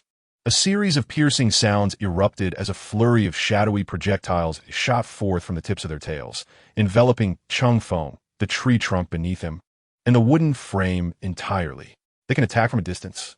Terrified, Cheng Feng flipped over and tumbled from the platform, but fortunately, he managed to grasp a thick branch he had inserted earlier, avoiding a direct fall to the ground. As he released his grip, the 3-meter descent threw him off balance, causing him to roll twice on the ground. Shaking his dazed head, Cheng Feng scarcely had time to attend to the pain radiating from his body. A cursory glance at his status revealed only a mark indicating mild bruise, prompting him to rise immediately. The shadow scorpion-tailed weasels were easily distinguishable. Their violet eyes and tails stood out in the darkness. With no time for contemplation, the instinct to survive overwhelmed all else. Grasping his crude combat dagger, Cheng Feng charged toward the nearest shadow scorpion-tailed weasel. However, upon noticing his advance, the creature approached him, trailing a blue-violet shadow as it chirped excitedly. Moments ago, within a mere 10 meters of Cheng Feng, the shadowy scorpion-tailed weasel abruptly transformed into a rolling gourd, its luminescence extinguished entirely. The piercing screech it emitted was unsettling, akin to the grating sound of nails scraping against a chalkboard. Cheng Feng had no time to ponder the details. Brandishing his combat dagger, he thrust it directly towards the curled-up form of the shadowy scorpion-tailed weasel sprawled on the ground. The robust and broad blade of the dagger pierced effortlessly through the creature's head, akin to a hot knife slicing through butter. The dagger easily impaled it entirely, severing even its bony long tail in the process. Warm, dark red blood instantly splattered across Cheng Feng's body, and the weasel ceased its agonizing cries, its body slumping lifelessly to the ground. Kill the shadowy scorpion-tailed weasel. Earn 8 survival points. A notification popped up in his log. However, Cheng Feng had no time to attend to it, as the remaining scorpion-tailed weasels were raging toward him. His instincts warned him that being surrounded by these large rodents would likely lead to his dismemberment. Yet, in this unfamiliar forest, where the path was obscured, he felt no confidence in outpacing these peculiar creatures. Using the light emitted by the shadowy scorpion-tailed weasel, he located a massive silhouette in the darkness and pressed against it. The tactile sensation confirmed it was a large tree. These animals possessed ranged attack capabilities, making it crucial to minimize his exposure. Just as he prepared to fight valiantly against the shadowy scorpion-tailed weasels, the ensuing scene bewildered him. Several swift shadowy scorpion-tailed weasels traversed the rugged ground, hurtling towards Cheng Feng, and upon reaching a certain proximity, their luminescence abruptly vanished. These weasels, as if bereft of consciousness, flailed on the ground before collapsing near Cheng Feng. Although he was uncertain of what transpired, Cheng Feng would not squander this opportunity. He dashed towards the source of the most anguished scream, wildly stabbing with his dagger in the darkness. Kill the shadowy scorpion-tailed weasel. Earn 8 survival points. Concurrently, the other cries ceased simultaneously. Kill shadowy scorpion-tailed weasel X6. Earn 48 survival points. At that moment, a whooshing sound pierced the air once more. As Cheng Feng stumbled through the darkness, unable to discern the path, he was suddenly tripped by what resembled a tree root, crashing heavily to the ground. Lying prone, he stifled the urge to cry out in pain, laboriously curling his body and crawling to the base of a tree. Thud! Thud! The sound of something repeatedly striking the tree echoed around him. The remaining shadowy scorpion-tailed weasels, seemingly struck by fear after witnessing the swift demise of so many companions, emitted a few unwilling hisses before vanishing rapidly into the darkened woods under the pale violet luminescence. The forest's edge returned to silence, leaving only the sound of Cheng Feng's heavy breathing. He slumped against the tree, his heart pounding wildly, adrenaline waning, and waves of pain coursing through his body. A glance at his health status revealed merely mild bruising all over. After confirming that he had no other injuries, Cheng Feng let out a long sigh of relief, a wave of trepidation and fatigue washing over him, as he felt the crude combat dagger still stained with thick, viscous blood in his hand. His mood gradually settled. The sharpness of the dagger during the recent attack was astonishing. Worth it. The expenditure of those 50 points was indeed justified. He accessed the system log, killed the shadow scorpion-tailed weasel, gained 8 survival points. Killed the shadow scorpion-tailed weasel, gained 8 survival points. 3 new entries had appeared, totaling 64 survival points. Together with the remaining points from before, he now had a total of 88 points. Seeing the points once again replenish, Cheng Feng took a deep breath. Although the battle that night had been filled with inexplicable chaos and fraught with significant risk, at least he was still alive. But this was merely the first night. O Emperor above, the outcome was not too dire at least. Cheng Feng reassured himself and then attempted to retrace his steps back to the tree he had previously occupied, unaware that he had completely strayed off course. Chapter 6. Gathering funds, Cheng Feng trudged through the forest, relying solely on his instincts. The sparse light offered no clarity of direction. Beneath his feet lay a tangle of tree roots and soft humus, where each step posed additional peril. He could only tentatively navigate toward what he believed to be the correct path, relying on the occasional beams of faint light filtering through the foliage to guide him. After about 10 minutes of wandering, the surrounding trees grew taller and denser, the light above nearly vanishing, leaving only suffocating darkness. Cheng Feng had to extend his hand, groping for the tree trunks ahead as he pushed forward with great difficulty. Something felt amiss. He halted and felt a slight heaviness in his heart. It dawned on him that this blind, frantic dash was likely leading him astray, instead of returning to the relatively familiar forest edge.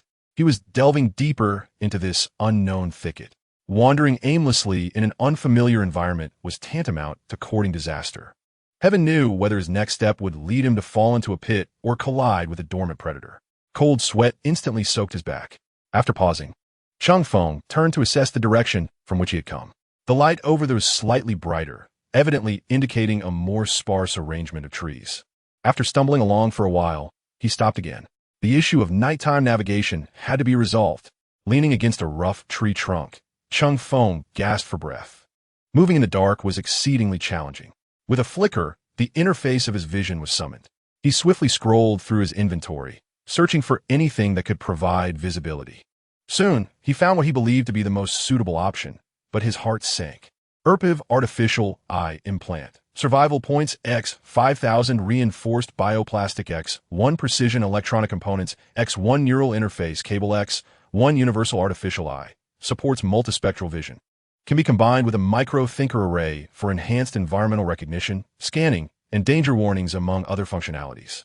Certainly, one would require a qualified biological sage or priest to perform the cybernetic replacement surgery, or perhaps a specially designed medical automaton would suffice.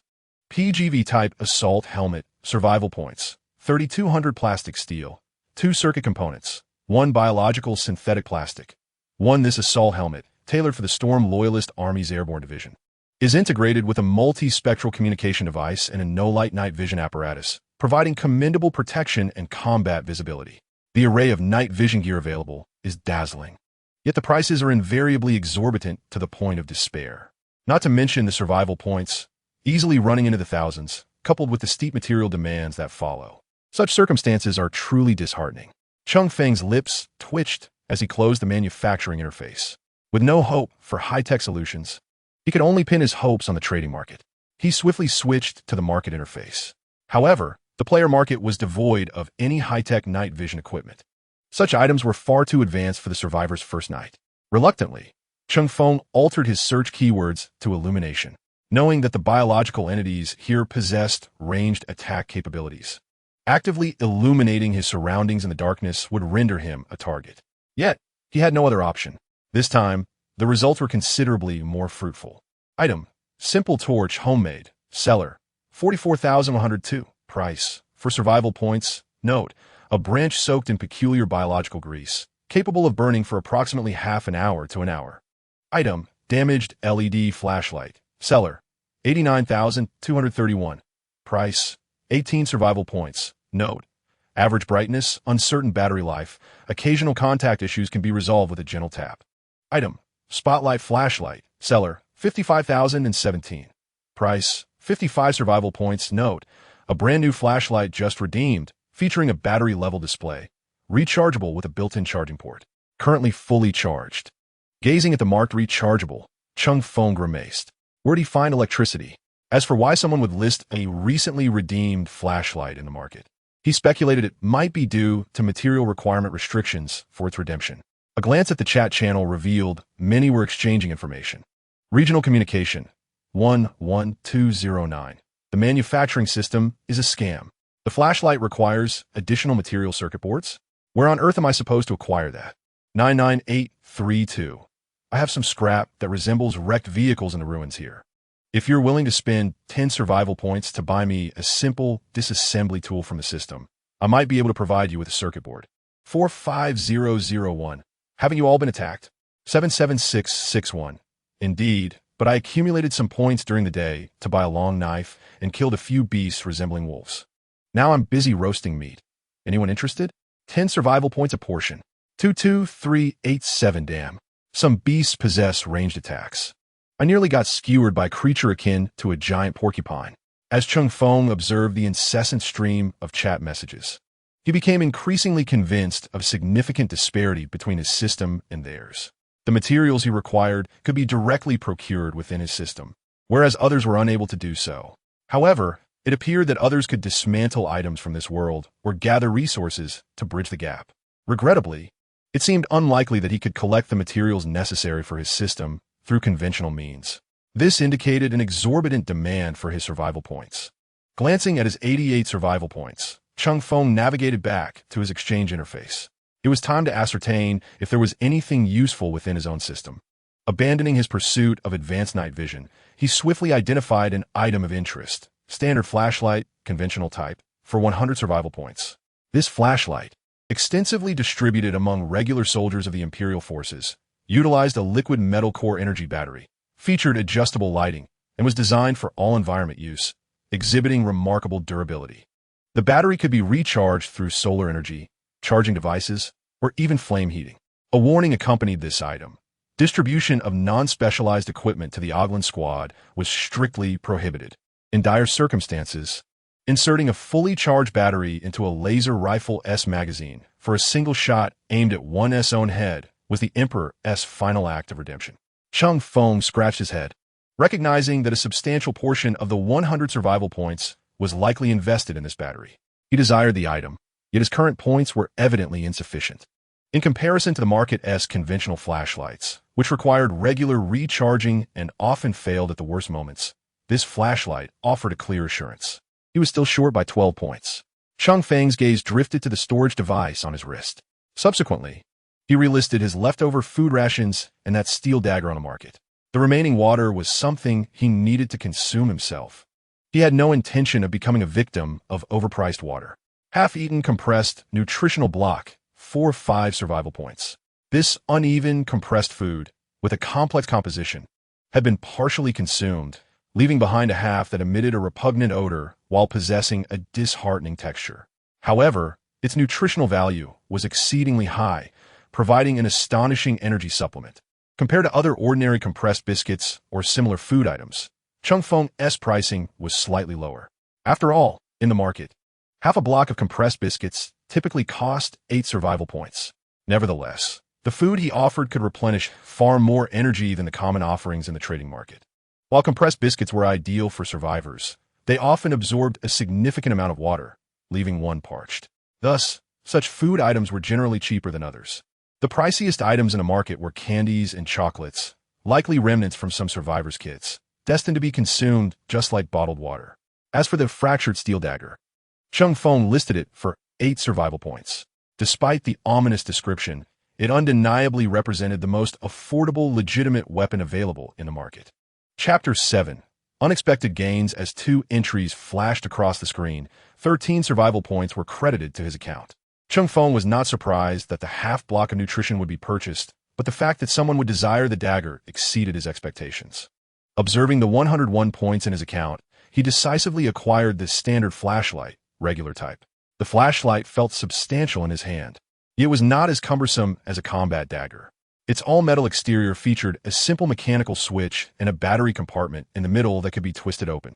The technological standard of 40 far surpassed the antiquated era of 2 that Cheng Feng had known prior to his unconsciousness. Yet it still bore hints of an archaic and inhumane design. With a soft click, the flashlight emitted a brilliant conical beam of light as the sliding switch was engaged. Cheng Feng gently twisted the light's shade, adjusting the beam's range. Once the illumination was set to a suitable size, he grasped the dagger in one hand and the flashlight in the other, attempting to venture into the forest. The light cast large shadows among the trees, instilling a sense of eerie unease. However, after walking about 100 meters towards the sparser part of the forest, Cheng Feng noticed his footprints in the soft ground along with a series of bloodstains. These were remnants of the blood from the shadow, scorpion-tailed marten he had slain earlier. Lacking any water source, he had not yet indulged in the luxury of rinsing away the stains. Nevertheless, the scattered droplets of blood soon led him back to the shadow, scorpion-tailed marten. With the aid of the flashlight's glow, Cheng Feng finally discerned the visage of the attacker. The marten had been utterly ravaged by his dagger, its fur riddled with holes. The bony long tail had been severed, completely detached from the body.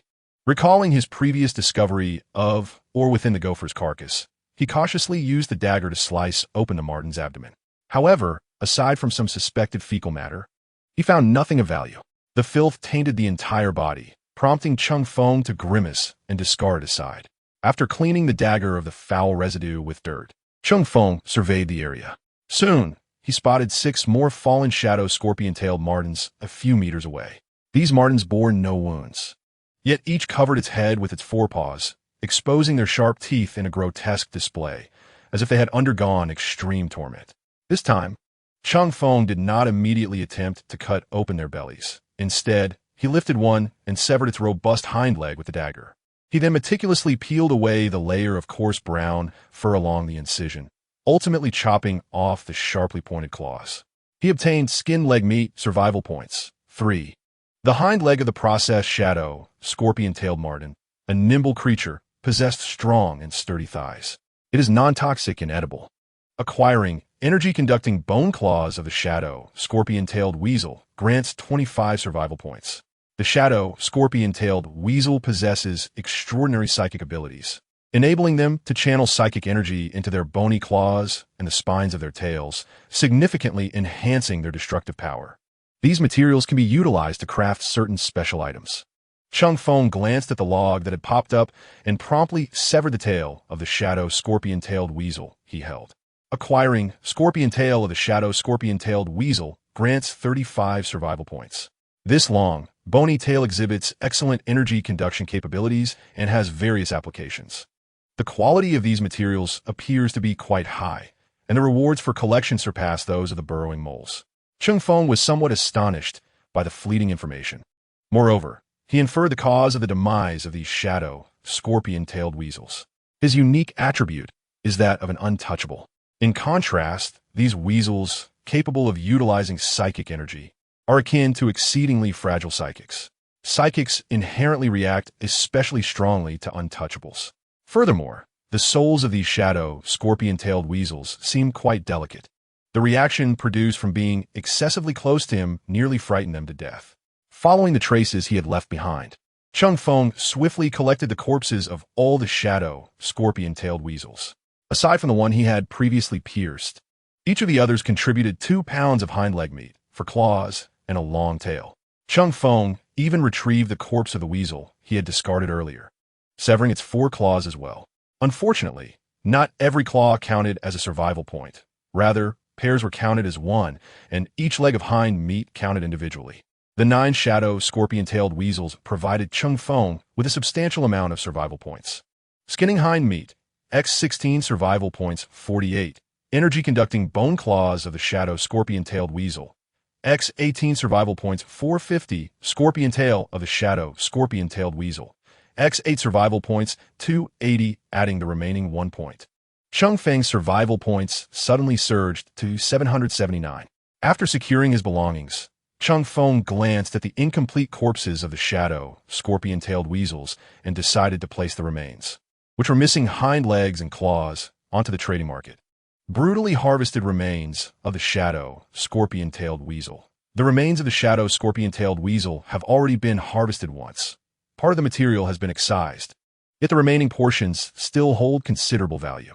At the very least, they could provide a hearty meal. Price: 20 survival points. Cheng Feng's face darkened upon seeing the automatically generated description and product title after listing them on the market. Indeed, brutal harvesting was quite an affront.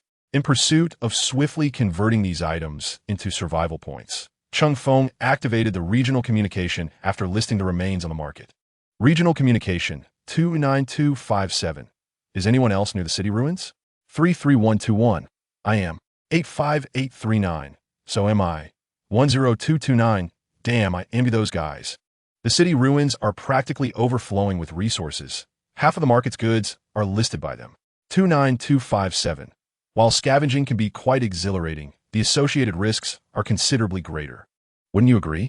331 218 5839. Have you ever encountered a towering, dilapidated structure that reaches for the heavens amidst the ruins in your vicinity? 33121. Are you referring to the one in the heart of the ruins? 85839. I have not seen such a building here. Is it possible that our area contains multiple city ruins? 29257. It seems we are likely situated near the same location. 33121. Is there any fog in your area? I cannot see anything here. 33121. Fog? Can you really see fog at night? I lack any light source, merely hiding in the remnants of a partially collapsed structure. 29999. Be cautious. There are things lurking in the fog. I was just trading items with 17126, and he mentioned the fog. I set my goods out in the marketplace and waited for ages without encountering a survival point. As soon as I privately messaged him, I received a notification that the survivor's ID does not exist or has become invalid. 73481. Cheng Feng fresh remains of the shadow, scorpion-tailed weasel just became available. The meat is still intact. Purchasing it not only provides sustenance, but also yields some points upon collection. First come, first served. Chapter 8. The elusive explosive weapon. Cheng Feng scrolled through the chat channel, ensuring he had not overlooked any vital information before shutting down the interface. He committed to memory the warning regarding the dangers of fog in the urban ruins and then sought out the tree where he had previously intended to spend the night. Following the gap he had previously carved, Cheng Feng climbed back up. The trunk was peppered with small holes, remnants of the bone spines ejected by the shadow, scorpion-tailed weasel. Driven by curiosity, Cheng Feng used his dagger to slice at the edge of one of the tiny apertures, creating a V-shaped incision. Upon removing the splinter of wood, a pale, bony spine emerged from the gap, resembling a metal pin driven into wooden furniture by a nail gun. With caution, Cheng Feng extracted the spine with his dagger and attempted to insert it into the wooden piece he had just removed. However, the spine now exhibited a particularly dull demeanor. As he carefully examined the tip of the spine, he noted that both the point and edges were devoid of sharpness. Reluctantly, Cheng Feng attributed its lack of lethality to its peculiar spiritual properties. A glance at his log revealed no information had surfaced. Evidently, this act of collection was not even recognized by the system. After a moment's hesitation, Cheng Feng decided to temporarily store the spine in his inventory. In such an environment, it could serve as a makeshift toothpick later on. Climbing back onto the trunk, Cheng Feng inspected the rudimentary tree rack he had constructed earlier. Many of the thinner branches had been pierced, Nevertheless, he managed to extract over 20 bone spines that were partially embedded within. Acquired. Shadow scorpion-tailed Weasels bone spine, trace amount. Survival point. 1. A small handful of bone spines ejected by the shadow scorpion-tailed weasel when it hunts. Once again reclining on the tree rack, Cheng Feng extinguished his flashlight and awaited the dawn in a state of drowsy anticipation. Although the air was tinged with a faint metallic scent of blood, no further incidents transpired. Cheng Feng remained oblivious to the fact that all of this was due to the earlier misfortune he had inflicted upon the shadow, scorpion-tailed weasel. The peculiar light emitted by the binary stars once again enveloped everything around him. Yawning, Cheng Feng shielded his eyes from the sunlight filtering through the gaps in the leaves. Feeling a wave of discomfort wash over him, he cautiously descended from the tree. After retrieving water from his storage device and gulping down half a bottle, he finally felt his consciousness awaken somewhat. The exertion from the previous night's battle had drained much of his stamina, and the poor quality of his sleep left him feeling utterly wretched. Glancing through the supplies in his storage, Cheng Feng settled against a large tree. His gaze swept over the log, which bore numerous new entries. All the remnants of the shadow, scorpion-tailed weasel he had posted for sale the previous night had been purchased. Now his survival points had reached 940, tantalizingly close to 1,000. Additionally, he noticed an unfamiliar message in his communications. 12039, brother.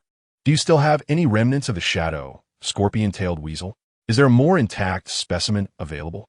I would like a complete one. It seems that the remnants have had their tail and claws severed. Could you sell me a set? Upon reading this, Cheng Feng promptly replied, offering a complete set of 4 claws and a tail for 150 survival points.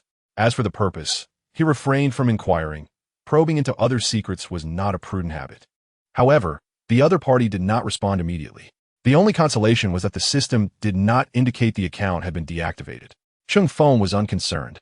As everyone was striving for survival, perhaps the other individual was simply preoccupied. After waiting 2 minutes without any new messages, Cheng Feng resolved to check the system exchange. Converting points into items was essential, as mere accumulation was futile. Currently, he possessed only a dagger, and the risks of close combat were considerable. Aside from his ordinary clothing, he had no protective gear, which meant he had virtually no margin for error. I need to acquire a set of ranged weapons and protective equipment. Today, it would be ideal to find a stable water source, even if it is somewhat contaminated. As a hammer wielder, Cheng Feng instinctively entered explosive gun into the search bar. However, the interface displayed over 100 types of explosive weapons. The list was arranged by price, with the cheapest option being an explosive pistol equipped by the Imperial Stellar Military Political Commissioner, which held only 5 rounds and utilized 0.55-inch, 139mm explosive rounds. Despite its affordability, the weapon was notably heavy, and its considerable recoil could easily fracture the wrist of any reckless user. Only individuals who had undergone basic physical enhancement could wield it effectively. The price was set at 1,200 survival points, with ammunition requiring an additional purchase, costing 10 survival points per round. Furthermore, the most expensive model feature in the system was a finely crafted, gold-plated composite explosive gun produced by Terra artisans. This weapon can only be operated by interstellar warriors and possesses terrifying destructive power and recoil. It employs explosive rounds of 0.77 inches, 197mm in caliber, with 3 options for underbarrel weapons, including disintegration rays, plasma guns, and molybdenum flamethrowers. The 0.77 caliber explosive rounds demand a staggering expenditure of 15 survival points per shot. Given the exorbitant price and the descriptions of the various explosive weaponry, Cheng Feng harbored no doubt that even if he were to redeem it now, he would likely find himself unable to utilize it effectively.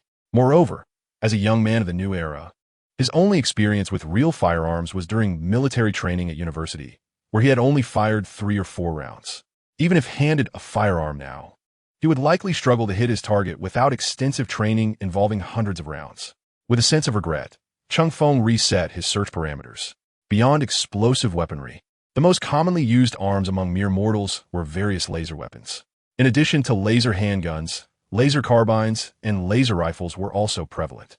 After comparing several relatively rare, small-caliber conventional firearms in the world of 40, he ultimately set his sights on the most optimal option within his current balance: a laser shotgun, requiring a total expenditure of 700 survival points. Furthermore, he entertained a bold notion.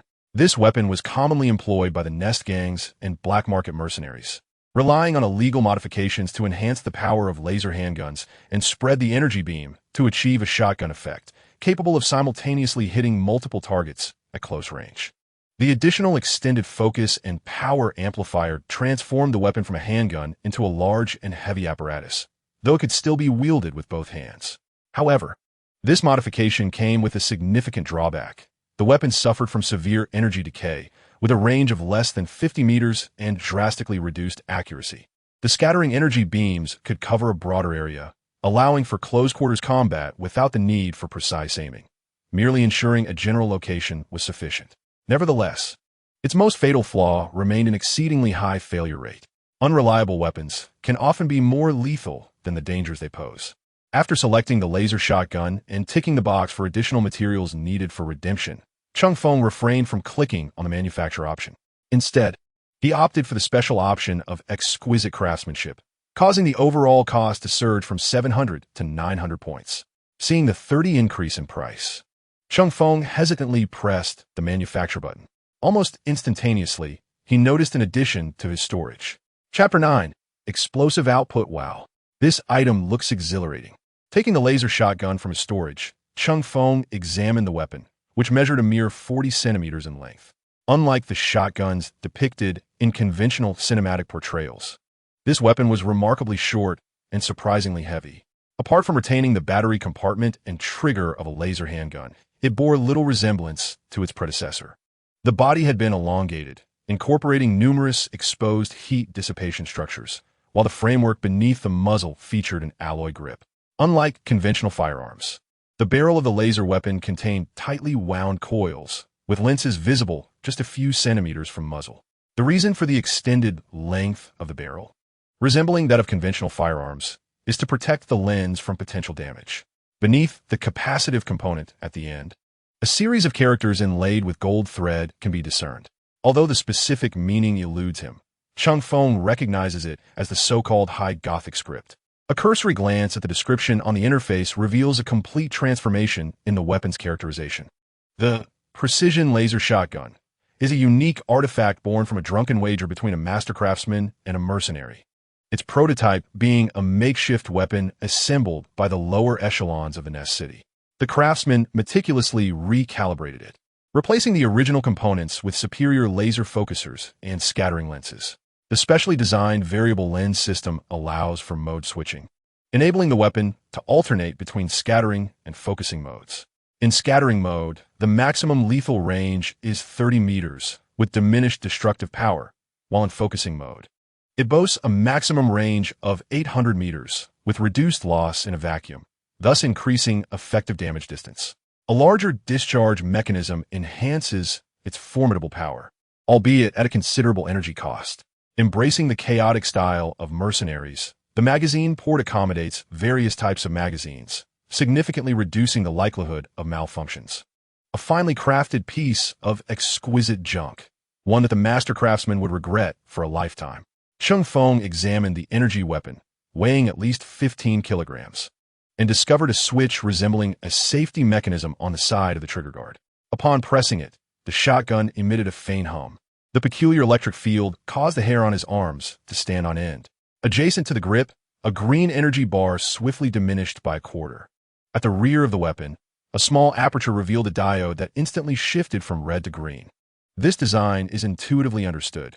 The energy bar indicates the remaining power of the weapon, while the light at the back likely signifies that the weapon is fully charged. Observing another toggle switch along the midsection of the barrel, Cheng Feng was uncertain whether the gilded inscription read scatter or focus. Consequently, he aimed the muzzle to the side and decisively pulled the trigger. As the weapon vibrated slightly, the sensation akin to being in an electric field vanished. Buzz. Boom. A dozen beams of light erupted from the muzzle, leaving a series of evenly dispersed black marks on the tree trunk where he had slept the previous night. The intense heat generated by the laser did not dissipate immediately. The surrounding oxygen ignited in several spots, kindling flames. Finding a slender twig on the ground, Cheng Feng inserted it into a gap that had not caught fire, measuring approximately 15 centimeters against the shotgun itself. Observing its terrifying power, he smacked his lips and adjusted the toggle switch located above the front grip once more, aiming at the tree before pulling the trigger again. A beam, significantly thicker than before, flashed by, effortlessly penetrating the same tree at 2 points. The beam continued onward, piercing another distant trunk before vanishing entirely. The acrid scent of charred wood mingled with the rising white smoke. Cheng Feng cast a glance at the energy remaining in the weapon he held. The green bar indicated slightly more than a quarter of its original capacity. In scatter mode, the weapon could fire 4 times, while in focus mode, it could manage only 3 shots.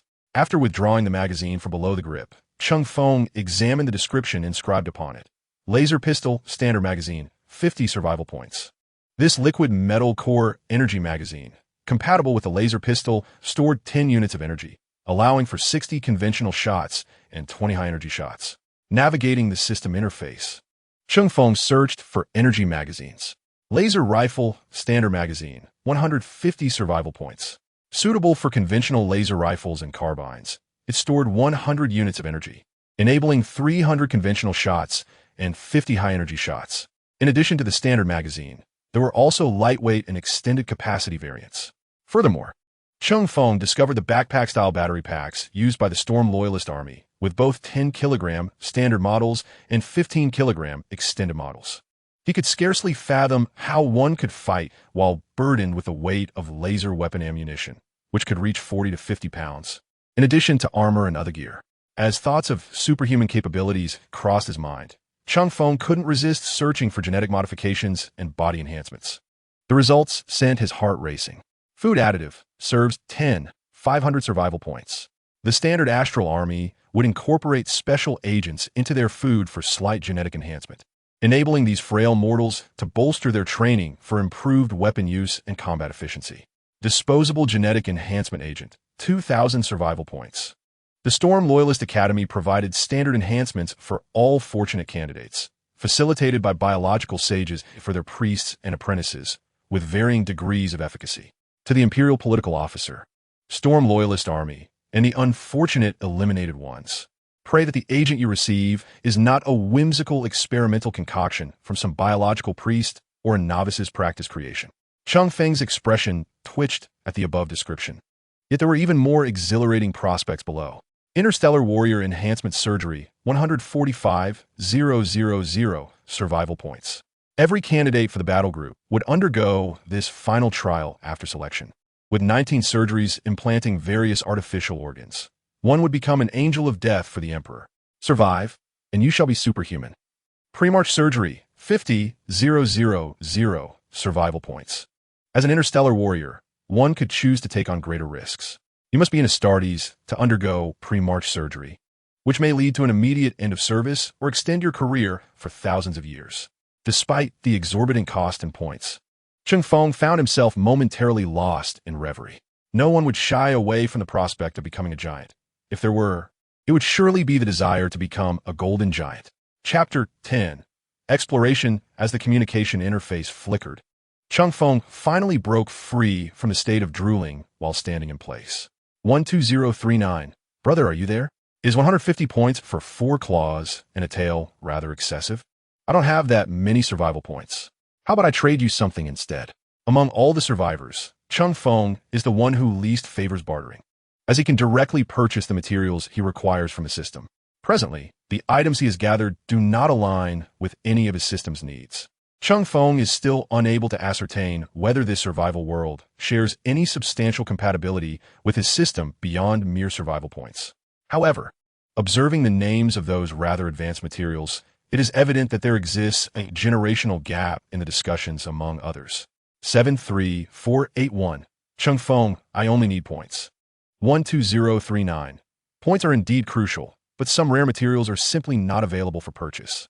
As he sent a message, the other party unexpectedly included an item description. Diamond, small quantity. A small piece of diamond that has fractured from a large crystal, a relatively rare mineral on the surface. With extensive applications. Cheng Feng's heart stirred slightly upon reading the diamond, small quantity. Information sent by the other party. He immediately checked in his system and discovered that this item was not entirely useless. The explosive weapons ammunition employs a rocket-assisted design, with conventional projectiles comprising a diamond warhead, depleted deuterium core, and high explosives. This allows the explosive projectile to penetrate light armor, instigate catastrophic explosions within the target, and produce considerable area damage. The area damage relies on the diamond, as despite its hardness, diamond is quite brittle. The explosion can cause the diamond, acting as a warhead, to scatter like shrapnel from a grenade. 73481. Cheng Feng. This item is intriguing. However, your small quantity is insufficient, and I can't utilize diamonds right now. They serve neither as a weapon nor food, and other required materials for crafting are difficult to procure. Cheng Feng was unaware of what other survivors could utilize diamonds for in their systems, and could only attempt to persuade the other party. 12039. I understand that this item is not useful at the moment, but it is one of the essential materials for synthesizing advanced workbenches. 73481. Cheng Feng. Then you might as well sell on the market first, and come back to buy from me. On the other side of the communication system, a young man appeared utterly speechless. If he could sell this item, he wouldn't be negotiating with Cheng Feng at all. Cheng Feng was completely oblivious to the vast discrepancies between other systems and his own. It would be impossible for any survivor to create an advanced workbench without several months of effort. 12039. How about this item for 50 points? I can offer you 100 points. 73481. Cheng Feng. 120 points plus the diamond. If that's not feasible, then forget it. I still need to search for a water source. 50 points would be sufficient to directly purchase 5 explosive projectiles from a system. Cheng Feng was uncertain how much this small amount of diamond material could reduce the point cost when exchanged for explosives. Moreover, he currently had no immediate use for it. He was merely buying it out of convenience. Cheng Feng's nonchalant demeanor rendered the other party silent for a moment. 12039. All right, it's a deal. In the future, should there be other such conductive materials, do remember to contact me first. Transaction completed. Diamond, small quantity, X1, survival points 159, 40,119. Alas, I ended up paying the transaction fee and even incurred a slight loss. Feeling inexplicably taken advantage of, Cheng Feng cast a glance at the small handful of translucent crystals that had appeared in his storage unit, casually adding the contact, 12,039, to his list. Resolving this minor incident, Cheng Feng promptly spent 50 survival points to acquire a standard magazine for the laser pistol.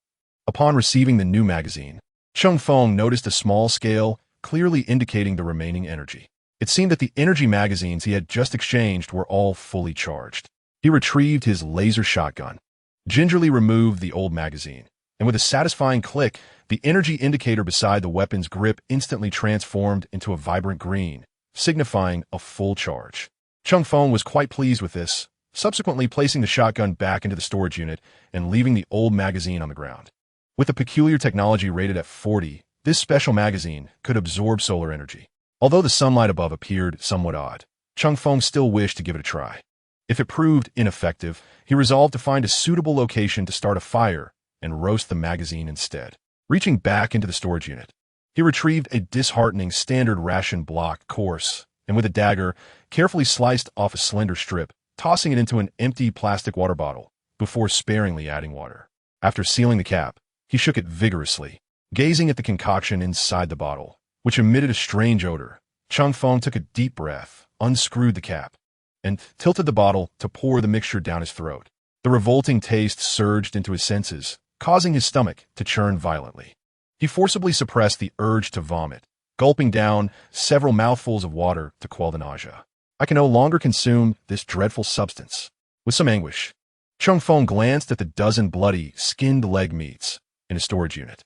He resolved to locate a water source today to process the meat. Even if it was merely to roast it, it would be 100 times better than this vile fare.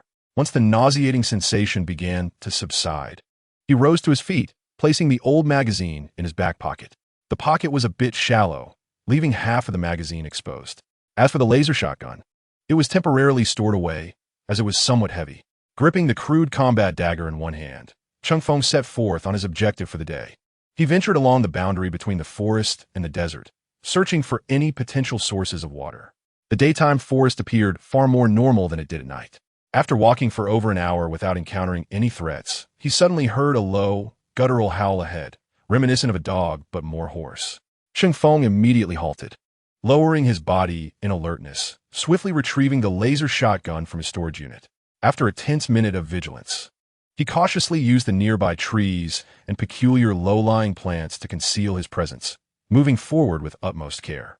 Parting a broad leaf of foliage, one could behold a peculiar sight at the edge of the forest, where 7 oddly shaped creatures encircled the skeletal remains of a large animal, feasting upon it on the scorching dunes.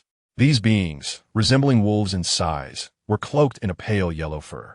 Their muzzles were short, revealing interlocking, ghastly white fangs, and their eyes glimmered with a greedy yellow luminescence.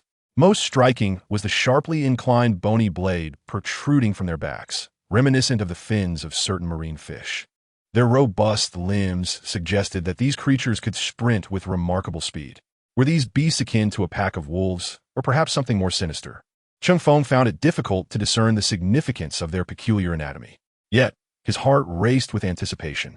Had it been the previous day, he would have unhesitatingly chosen to circumvent this menacing group. However, today was different. As the adage goes, possessing a weapon ignites the urge to kill. He saw an opportunity to test his firearm and perhaps earn a little profit in the process. Surveying the terrain, Cheng Feng endeavored to stealthily advance. Yet, after only a few paces, the creatures immediately detected his presence. A few were still tearing into their prey, while others, having satiated their hunger, bared their teeth at Cheng Feng without approaching him. Observing their movements, he located a suitable tree and, using his dagger, carved several notches into the trunk. Ascending the tree, he settled on a sturdy branch nearly 3 meters above the ground and retrieved a laser shotgun from his storage device. The cold metallic sensation sent a thrill through him. Pressing the button beside the protective ring, the familiar hum and static sensation returned, filling Cheng Feng with exhilaration. Chapter 11. Blade Wolves? Perched securely on the branch, Cheng Feng took a deep breath. With both hands, he aimed the laser shotgun like a rifle, despite its short, stockless design being ill-suited for such a posture. Nevertheless, he had to make do in order to take aim at the pack of wolves, still watchful from the dunes approximately 40 to 50 meters away. With a buzz, the laser shotgun unleashed a barrage of scorching beams in scatter mode, directed toward the wolves. Although the distance exceeded the optimal range for lethality, the beams had significantly dispersed during their flight, creating gaps of 20 to 30 centimeters amongst them. This did not, however, imply that they had completely lost their lethal potential. Most of the beams missed their targets, striking the sandy ground around the wolves and instantly leaving behind dark red spots. Remnants of glass-like material formed from the sand, melting under intense heat. Yet, a few beams found their mark. One wolf's foreleg was grazed, singeing its fur black and eliciting a pained howl as it limped away. Another sustained a charred wound along its flank, though no blood oozed forth, the injury appearing thoroughly cooked. The sudden onslaught and searing sensation utterly enraged the pack of wolves, compelling them to abandon the remnants of the large carcass they had yet to consume. Their yellow eyes fiercely locked onto Cheng Feng perched in the tree, emitting frenzied howls as they propelled themselves forward with the force of yellow lightning towards his location. These wolves exhibited remarkable speed, covering the distance of 40 to 50 meters in the blink of an eye. Cheng Feng's heart tightened, yet he remained composed, fixated on the approaching horde, calculating the distance before squeezing the trigger once more. The laser shotgun was successfully reactivated as they closed within 30 meters, the beam's gap narrowing to less than 10 centimeters, the optimal range for lethal efficacy. A resonating hum pierced the air. This shot proved exceptionally effective. The concentrated energy beams formed a veritable net of death, enveloping the 4 leading wolves instantaneously. The searing light effortlessly tore through their fur and muscle, leaving behind charred, penetrating holes, with one wolf's skull shattered entirely. Accompanied by a few anguished whimpers, the 4 carcasses rolled several meters forward under the force of inertia, collapsing motionless in the sandy terrain, emitting wisps of smoke and the acrid scent of charred flesh. Kill Razorback Wolf, earn 30 survival points. Kill Razorback Wolf, earn 30 survival points. The log information refreshed rapidly, and in an instant, he accrued 120 points. Cheng Feng felt a surge of elation. What a thrill! However, The remaining 3 razorback wolves, seizing the opportunity afforded by their fallen comrades, had advanced to the base of the tree. It was evident that these creatures possessed a degree of intelligence. They did not foolishly howl beneath the tree, but instead exerted their powerful hind legs. Leaping high with their gaping jaws lined with sharp teeth and glinting bone blades, directly targeting Cheng Feng. My goodness, what extraordinary leaps! Cheng Feng was startled, quickly retracting his legs from the branches to sit cross-legged atop the tree. The jumping prowess of these razorback wolves was astonishing. One of them propelled itself off the trunk, its razor-sharp teeth nearly grazing his shoe, the rush of wind sending chills down his spine. Yet, they ultimately fell short, unable to reach Cheng Feng, who was now more than 3 meters above the ground. Just as he exhaled in relief and prepared to adjust his angle to take down the remaining living targets below with a single shot, he witnessed a shocking scene. The razorback wolf that had missed its strike did not futilely attempt to leap again, but instead quickly retreated a distance before accelerating with precision, skillfully angling its body as it neared the tree trunk. The bone blades on its back, reminiscent of fish fins, transformed into formidable tools of destruction. Crack, crack, crack. The sound of tearing echoed, sending shivers through him. The sharpness of those bone blades exceeded Cheng Feng's wildest imagination, as they sliced deeply into the trunk with the same ease as a dagger in his hand. Each of the 3 razorback wolves left a massive, almost penetrative gash on the trunk, as wood shavings flew about, with the silhouettes of the razorback wolves coming to a halt. The scene was set for what would unfold next. A heart-stopping crack echoed through the air as Cheng Feng felt the tree trunk beneath him suddenly lurch. Panic surged within him. His face paled as he abandoned all attempts to aim. In a frenzied scramble, he clung to the violently swaying branch with one hand while leveling the barrel of his laser shotgun towards the general direction of the razorback wolf below, pulling the trigger with determination. Buzz! Most of the scattering beams missed their target, yet one still managed to strike a razorback wolf that was poised to charge again, instantly transforming it into a fragrant, meaty sieve that rolled away in silence, propelled by its own momentum. However, none of this could avert the impending fall of the great tree. With a thunderous crash, Cheng Feng felt the world spin around him as he plummeted to the ground alongside the splintering trunk. In a desperate instinct for survival, he relinquished his grip on the branch, instinctively clutching the precious laser shotgun tightly to his chest with his other arm. Thud! Crash! He landed heavily amidst the debris of broken branches, the overwhelming impact causing his vision to darken and his insides to feel as though they had been displaced. Every bone in his body groaning in agony. He tumbled awkwardly several times, finally coming to a halt, his battered form pierced by the sharp splinters. Coughing violently, Cheng Feng felt pain radiating throughout his body. Struggling to rise among the fallen branches, he hurriedly retrieved the laser shotgun he had clutched, casting a frantic glance around in search of the remaining 2 razorback wolves. At that moment, he regretted his earlier hesitation to conserve energy. Amidst the rustling sounds, a furry head suddenly emerged from the dense foliage of the tree crown, revealing a toothy snout mere inches from Cheng Feng. Howl! Startled, he thrust the barrel of the gun forward and squeezed the trigger. At such close range, the beam from the laser shotgun did not disperse. The entire razorback wolf was vaporized in an instant, leaving only 4 severed legs and a fragment of its bony back on the ground. Cheng Feng glanced at the energy bar on the grip of his laser shotgun, now glowing red.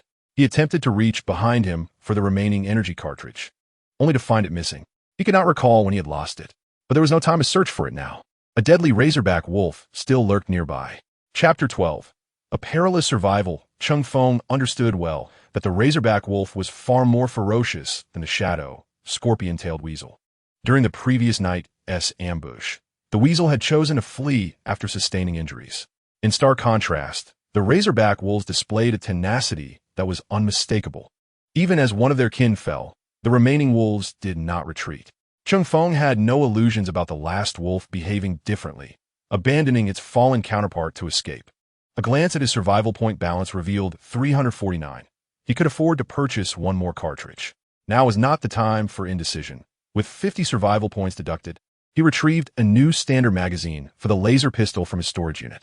This time, he did not leave the old magazine exposed, but instead tossed it directly into the storage compartment. As the energy bar filled once more, Cheng Feng clutched the laser shotgun and cautiously maneuvered from a spot where the razorback wolf had been shattered. The recent discharge not only obliterated one of the beasts, but also carved a passage through the dense canopy, allowing him to glimpse the sandy ground not far beyond. Cheng Feng was uncertain of the razorback wolf's position on the other side, yet he knew that if he could crawl out from this spot, he could soon vaporize both the thick foliage and any lurking wolves within with his laser. His heart raced within his chest, and the adrenaline heightened his senses to an extraordinary degree. Gripping the recharged laser shotgun tightly, he carefully crawled through the gap in the shattered canopy. The thick branches tore at his clothing and grazed his skin. The rustling sounds of his movements sent chills down his spine, fearing that the final razorback wolf might leap from the shadows at any moment. When Cheng Feng finally managed to peek his upper body out from the chaotic tangle of foliage, his eager gaze swept the surroundings, but the anticipated attack did not materialize. Instead, what he beheld sent a chilling wave through his veins, halting his breath. Less than 20 meters ahead stood a colossal creature he had never dared to imagine. Towering over 2 meters, its robust form resembled a small, armored vehicle. Its body bore a resemblance to an upright bear, however, rather than fur. It was enveloped in a thick, rock-like layer of gray-brown keratin, marked with a network of scratches and patches of desiccated moss. Beneath its massive head, there was no discernible neck, and no ears were apparent atop its skull. Deep-set eyes glimmered with a savage light from their sunken sockets, while its snout protruded like that of a bear, lined with uneven, yellow-brown fangs, from which viscous saliva mixed with dark stains continuously dripped. Its forelimbs were exceptionally muscular, ending in 5 short yet powerful claws, each tip glinting like obsidian, seemingly capable of tearing through steel with ease. At that moment, the terrifying beast's right forepaw was gripping the very razorback wolf Cheng Feng had been so diligently guarding against, pinching it by the abdomen. The wolf, with its toothy maw, futilely attempted to gnaw at the creature's limb, but to no avail. Struggling was a fruitless endeavor within the grip of this giant. The wolf could only emit weak whimpers. The beast appeared to lose interest in the small creature, adjusting its angle to shove it into its cavernous maw. With a chilling crunch, the sound of breaking bones echoed clearly. Cheng Feng even glimpsed the wolf's tail twitch feebly at the creature's lips before being wholly seized by its fangs. The immense head of the beast tilted slightly, its forelimbs raised in a disturbingly human-like manner, and it skillfully tore away the razorback wolf's sharp bone blade and a section of its resilient spine before discarding them onto the ground, as if it were a seasoned diner. Within the striped confines of its eye sockets, murky yellow orbs shifted, emitting a chilling sound akin to relentless chewing, as it turned its head to fixate on Cheng Feng, who had just emerged from the treetops. Evidently, this creature, an unfamiliar bipedal entity, sparked a flicker of curiosity within it. Yet more profoundly, it seemed to embody the gluttony of discovering a new delicacy. Accompanied by a thunderous roar, the colossal beast advanced toward Cheng Feng with heavy, deliberate steps, causing the ground to tremble beneath its weight. Cheng Feng's mind blanketed in fear. He found himself paralyzed by the enormity of the creature, uncertain whether the weapon in his grasp would prove effective. Driven by panic, he raised the laser shotgun and, when the beast was approximately 10 meters away, pulled the trigger with urgency. A sharp hum echoed as the beam erupted forth, failing to fully disperse. Although Cheng Feng aimed for its head, the weapon's lack of sights led the concentrated beams to strike predominantly the beast's heavily armored shoulder, with a few stray beams soaring into the sky. The beams seared into its rock-like skin, leaving behind charred marks that emitted wisps of smoke. Despite the apparent severity of the damage, it only singed the outermost layer of keratin and superficial flesh, starkly contrasting with the gaping wounds inflicted on the razorback wolf. This realization sent a jolt of dread through Cheng Feng, urging him to flee. The inadequacy of his weapon was painfully evident.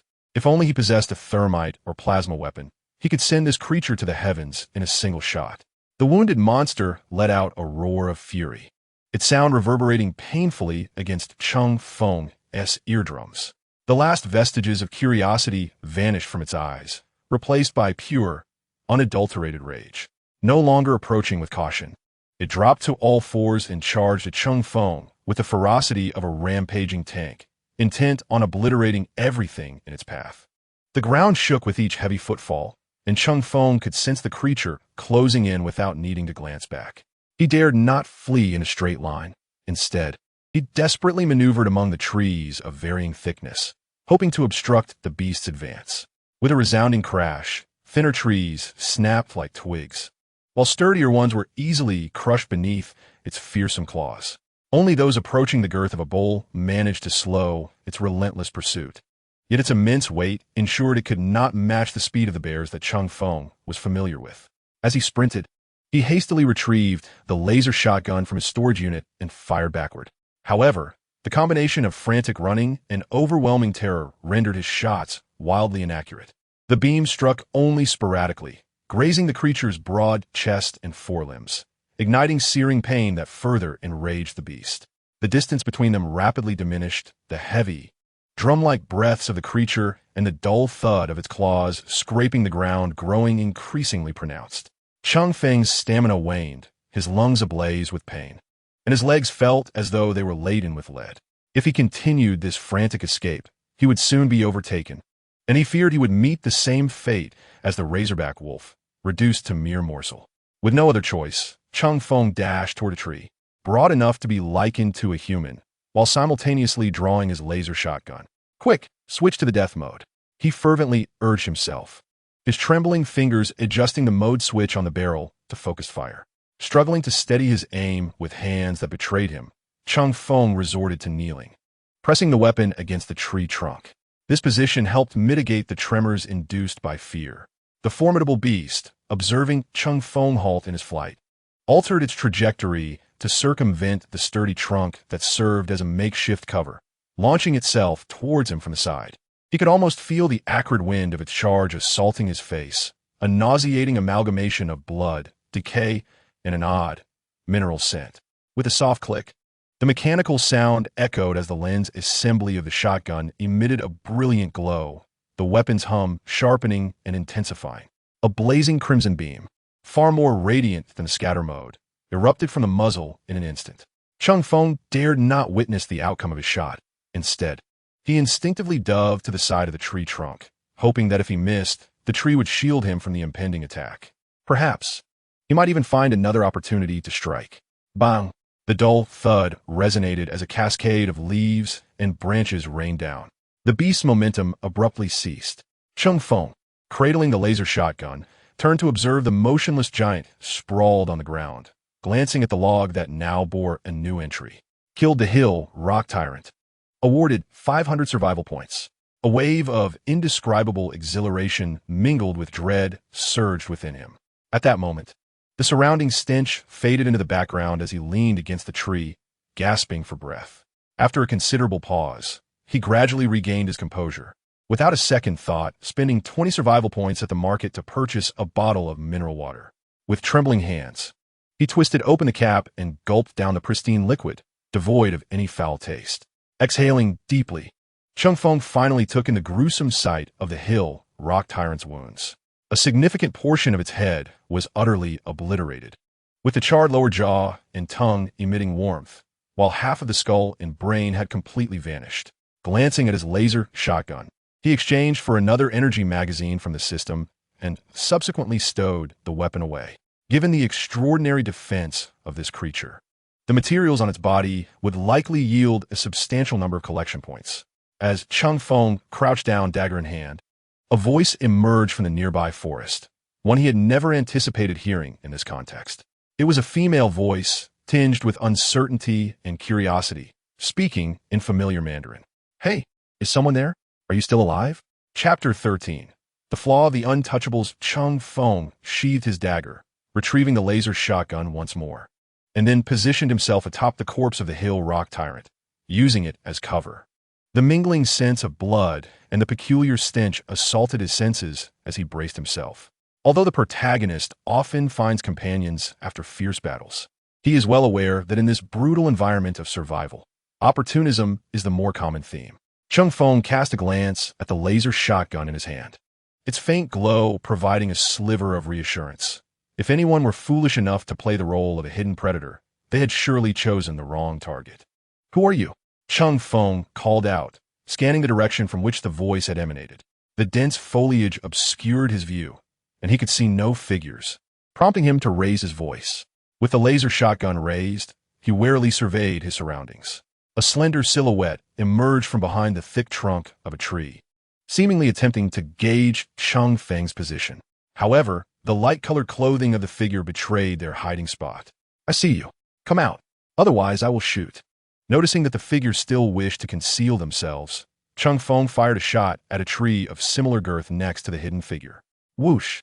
A vivid crimson beam shot forth, effortlessly leaving a gaping wound in the tree trunk, the intense heat causing the edges of the wound to smolder with smoke. The beam continued its path, scorching the ground further back with a charred mark. "The next shot will be at the tree where you are hiding." The intimidation proved effective. As a flustered, slender figure stepped out from behind the tree, hands raised high.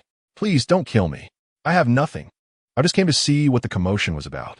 A young woman, striking yet with a complex expression, appeared in Cheng Feng's line of sight. Dressed in a light blue tracksuit, she bore traces of dirt and grass. Her gaze was involuntarily drawn to the massive corpse of a tyrant, larger than any bear found in a zoo, lying beneath Cheng Feng's feet.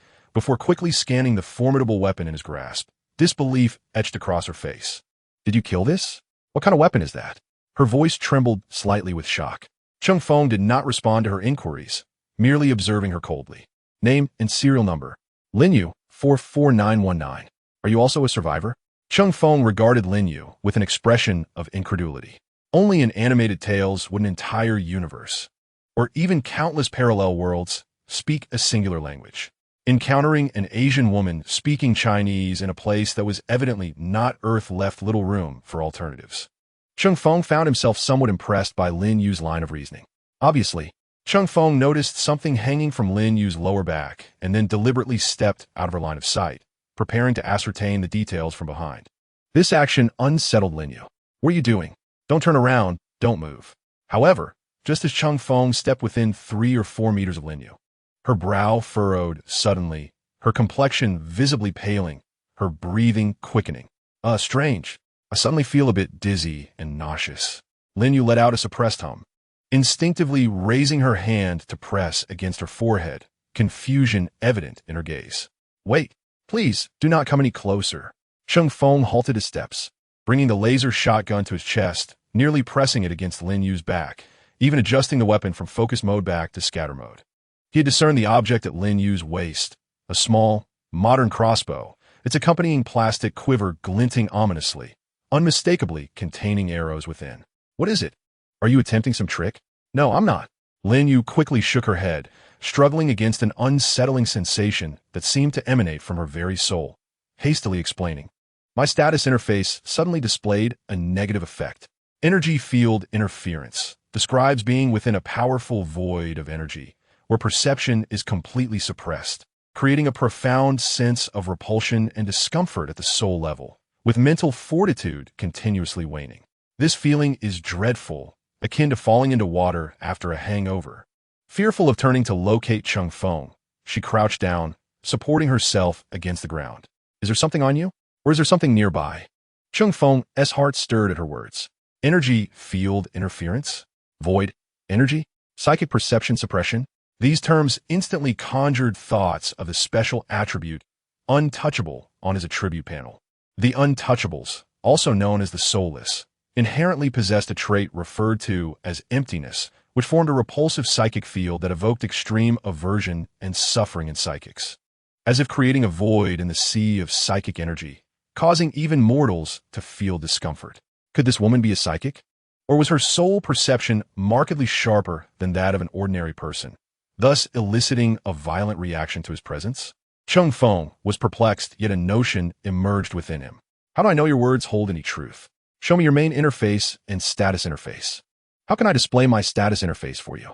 Lin Yu paused momentarily. "I've added you to my private chat. I am 73481. You do not need to know my name."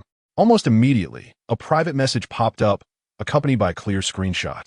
The interface was identical to his own, confirming to Cheng Feng that his system only possessed the ability to create exchange system mutations, and that aside from this, it should be similar to others. With this confirmation, he felt reassured that he need not worry about others possessing absurd capabilities that could strengthen them beyond reason.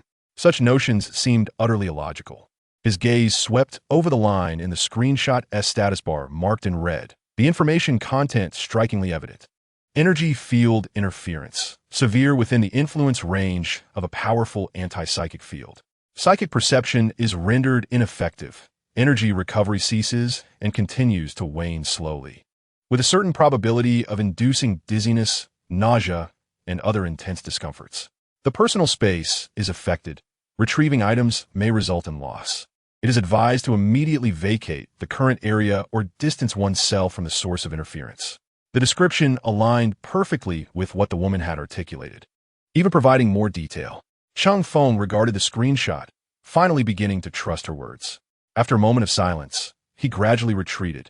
At the same time, he came to realize that the failure of the system to activate the spatial dimension might stem from the absence of a soul within him. As he retreated to a distance of approximately 5 meters from the woman, Lin Yu visibly exhaled a long breath. His hand, which had been pressed against his forehead, fell away. Although his complexion still bore a hint of pallor, the discomfort that had plagued him had considerably lessened. Cheng Feng discerned fear, anxiety, and an inexplicable aversion in Lin Yu's gaze directed towards him. "You may leave now. I require no assistance from you, nor can I offer you any help. Depart from my sight at once." Chapter 14. Skinning and dismemberment. Lin Yu did not utter much more.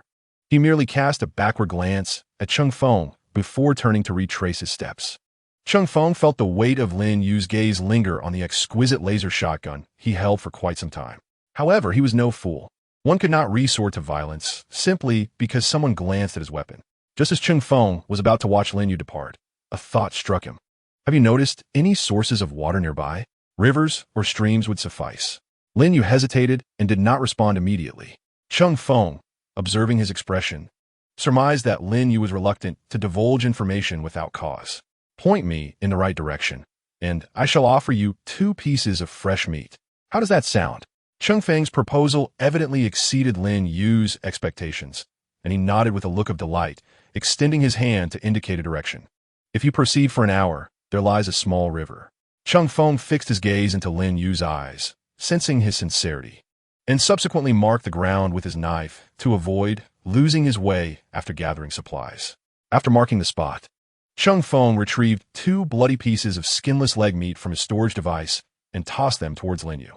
Lin Yu stepped back a few paces, maintaining a distance, and picked up the meat that had been tainted with some dirt and fallen leaves. After glancing at the details of the item in his hands, he stored it in his spatial dimension and swiftly disappeared into the dense forest, his figure quickly engulfed by the trees. Cheng Feng remained fixated on the direction in which she had vanished, ensuring there were no ambushes or other disturbances before slowly exhaling a breath of relief. The heightened tension and fatigue from continuous combat surged over him like a tidal wave. He rubbed his temples, compelling himself to regain focus, and returned to the corpse of the tyrant of the hill. The weight of this colossal beast was staggering. Cheng Feng attempted to flip it over, but found it utterly immovable. He had personally experienced the creature's formidable defense, its bodily composition undeniably exceptional.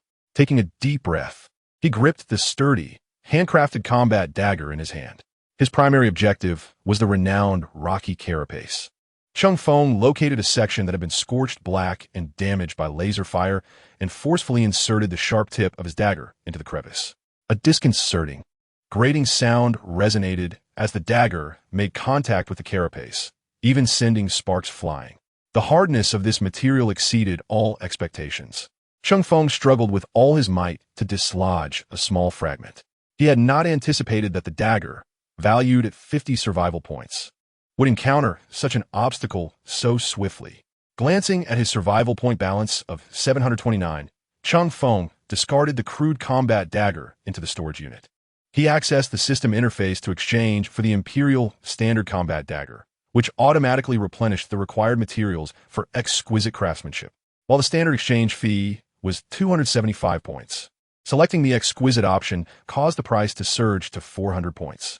Cheng Feng was intrigued to discover the reason behind such a significant price increase. Upon confirmation, his survival points swiftly diminished. When the combat dagger materialized in his grasp, his gaze was captivated.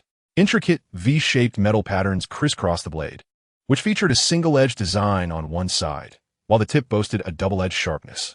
It was considerably heavier than the previous combat dagger. The exquisite combat dagger, crafted by a master artisan, transcended mere weaponry to become a work of art, infused with minuscule quantities of refined gold powder and ceramic steel particles. This reinforced dagger possessed formidable strength and sharpness, capable of piercing even the armor of interstellar warriors. Rather than being merely a weapon, it was akin to a collector's item. Those who could afford it might not find use for it. The origins of its materials were best left unexamined. Perhaps it was forged from the saw teeth of a chainsaw sword. After perusing the item description, Cheng Feng cast a glance at the initially impressive V-shaped metal pattern. To his dismay, he realized it was likely constructed from the discarded remnants of chainsaw swords. Having previously watched a sword forging program, he pondered whether this dagger was merely a collection of scattered saw teeth laser welded together, forming a blade with a handle. Although this was improbable, it did evoke a certain mechanical aesthetic. Regaining his focus, Cheng Feng once again grasped the new dagger and commenced his attempts. The sharpness of the single-molecule blade exceeded the imagination of someone from his ancient era. The once resilient keratin layer offered no resistance. In fact, due to his excessive force, he inadvertently carved a substantial gash into the shell of the hill rock tyrant. It was astonishingly sharp. He adjusted his strategy, no longer attempting to pry open the shell incrementally, but instead he cut 5 or 6 parallel notches along the incision he had made. Subsequently, he carefully sliced along the gaps between the surface and the flesh beneath. This was an exceedingly laborious and patience-testing endeavor. Beads of sweat quickly soaked his back, and his arms trembled slightly. The exquisite dagger was so sharp that any lapse in concentration could easily result in tearing through the armor plating. Should the dagger puncture it, the opportunity for resource collection would be lost. Acquired a large piece of Hill Rock Tyrant's outer skin X1, earned 180 survival points. The resilient surface, composed of metallic minerals and calcified substances, exhibited an unimaginable strength. If one were to disregard its weight, its defensive capabilities even surpass some light armors. As the first piece, measuring a full 30 centimeters wide and 1.5 meters long, was completely peeled away from the flesh, the notification appeared as expected. 180 points. Cheng Feng felt a surge of energy, alleviating much of his fatigue. He gazed at the first piece, now marred with 6 or 7 incisions, and inexplicably felt a pang of regret. Yet he cautiously proceeded to cut it away. Acquired a piece of the damaged hide of the Rock Tyrant X1. Gained 80 survival points, a fragment of resilient skin, marred yet retaining some intact portions, possesses a certain value. Perhaps someone would craft a leather jacket from it? After completing a meticulous task, Cheng Feng felt utterly exhausted. A quarter of the immense weight of the Rock Tyrant was derived from this robust hide. He collected 2 sizable pieces of hide and 2 fragmented pieces, resulting in a total of 520 survival points. The formidable foreclaws were encased in similarly thick hide, their tips emanating a chilling glow, smeared with dirt and splinters. Cheng Feng effortlessly sliced through the hide with his dagger, even severing bone. A pair of foreclaws was cleanly detached. Acquired the Rock Tyrant Shard Claw X1, gained 150 survival points. These claws, capable of rending both creatures and minerals, represent the second hardest part of the Rock Tyrant, aside from its teeth. Watching the 150 points credited to his account, Cheng Feng eagerly turned his gaze towards the hind claws.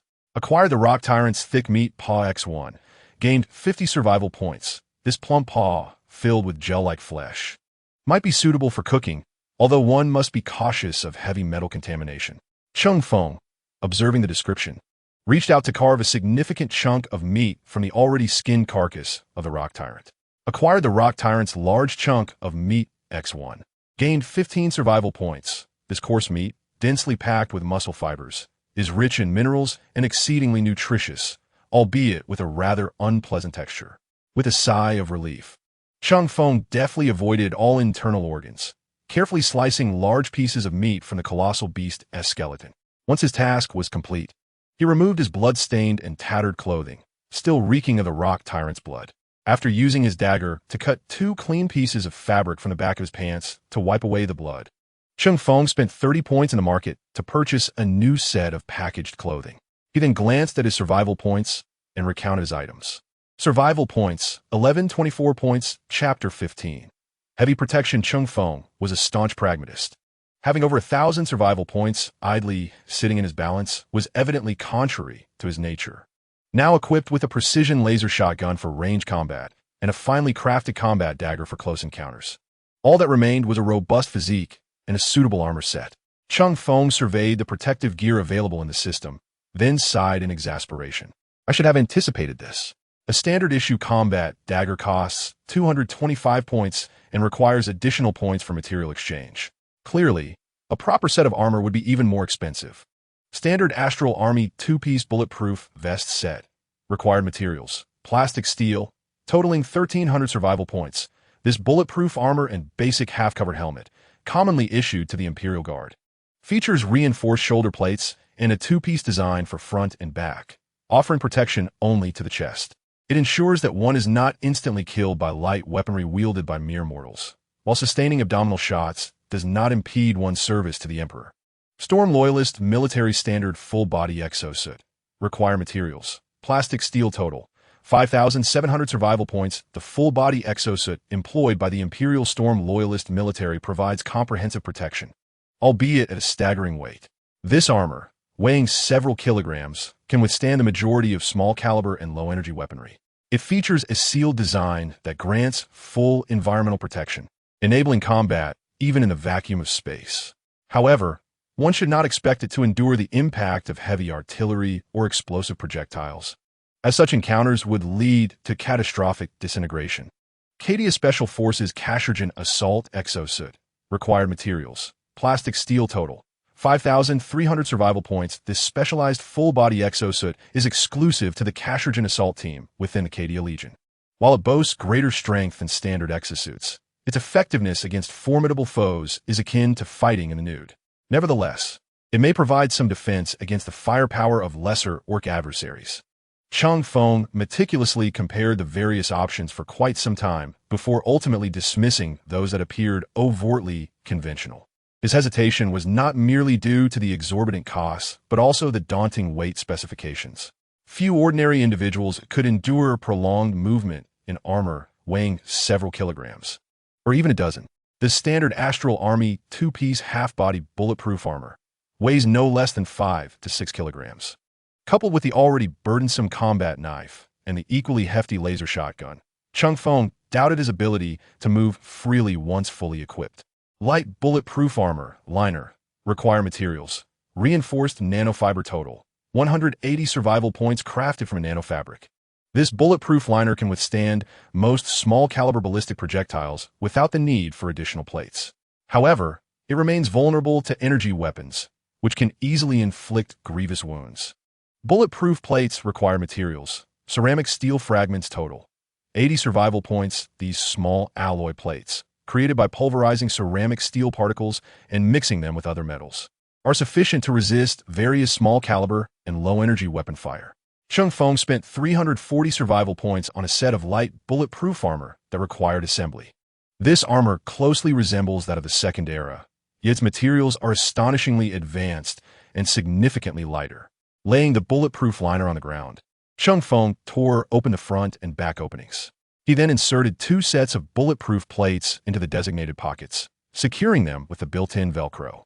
The plates offer 70 protection for the torso, while the remaining areas rely solely on the liner, akin to a vest. Upon observing the remaining 784 survival points, Cheng Feng hesitated not a moment, promptly spending 500 points on a supply of food additives for 10 people. His recent battles had illuminated the fragility of the human body. This gene-enhancing potion, designed for use by the Astral Army, is typically added to the meals of recruits by the cooks in the mess hall. A platoon of ordinary individuals requires a week's worth of these additives to achieve specific gene enhancement.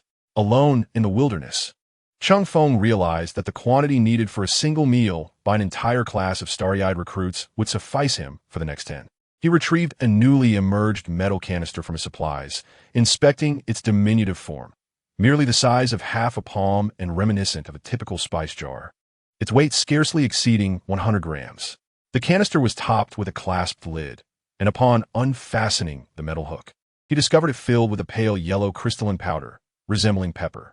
The powder exuded a peculiar aroma, akin to a pungent sour cream, rather unpleasant to the senses. pouring a tenth of the powder into his palm. Cheng Feng tilted his head back and let it cascade into his mouth. The instant it touched his tongue, a fierce burning sensation erupted within his oral cavity. Caught unprepared, he fell to his knees, sputtering as saliva mingled with the dissolving powder dripped from his lips. Gasping, he hastily consumed the last remnants of his purified water, even disregarding the oily and sandalwood scent that lingered. The burning soon subsided.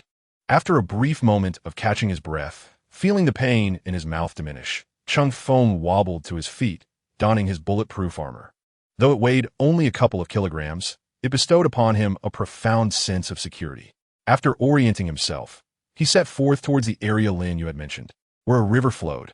He had no intention of retracing his steps to seek the corpses of the razorback wolves, despite the evident signs left by the tyrant of Qiuyan, which would likely prevent him from losing his way. His stamina was nearing its limits. Any attempt to return for the wolf carcasses would jeopardize his chances of finding water today. After an arduous half-hour trek through the forest, Cheng Feng soon heard the invigorating sound of gentle water flowing. As he drew closer, the landscape opened up before him, revealing a small river emerging from the depths of the woods, meandering along the edge of the desert expanse into the distance, resembling a natural boundary. The sandy shore opposite the river was sculpted into a shallow bank by the rushing waters. Strangely, no creatures lingered along either side of the riverbank.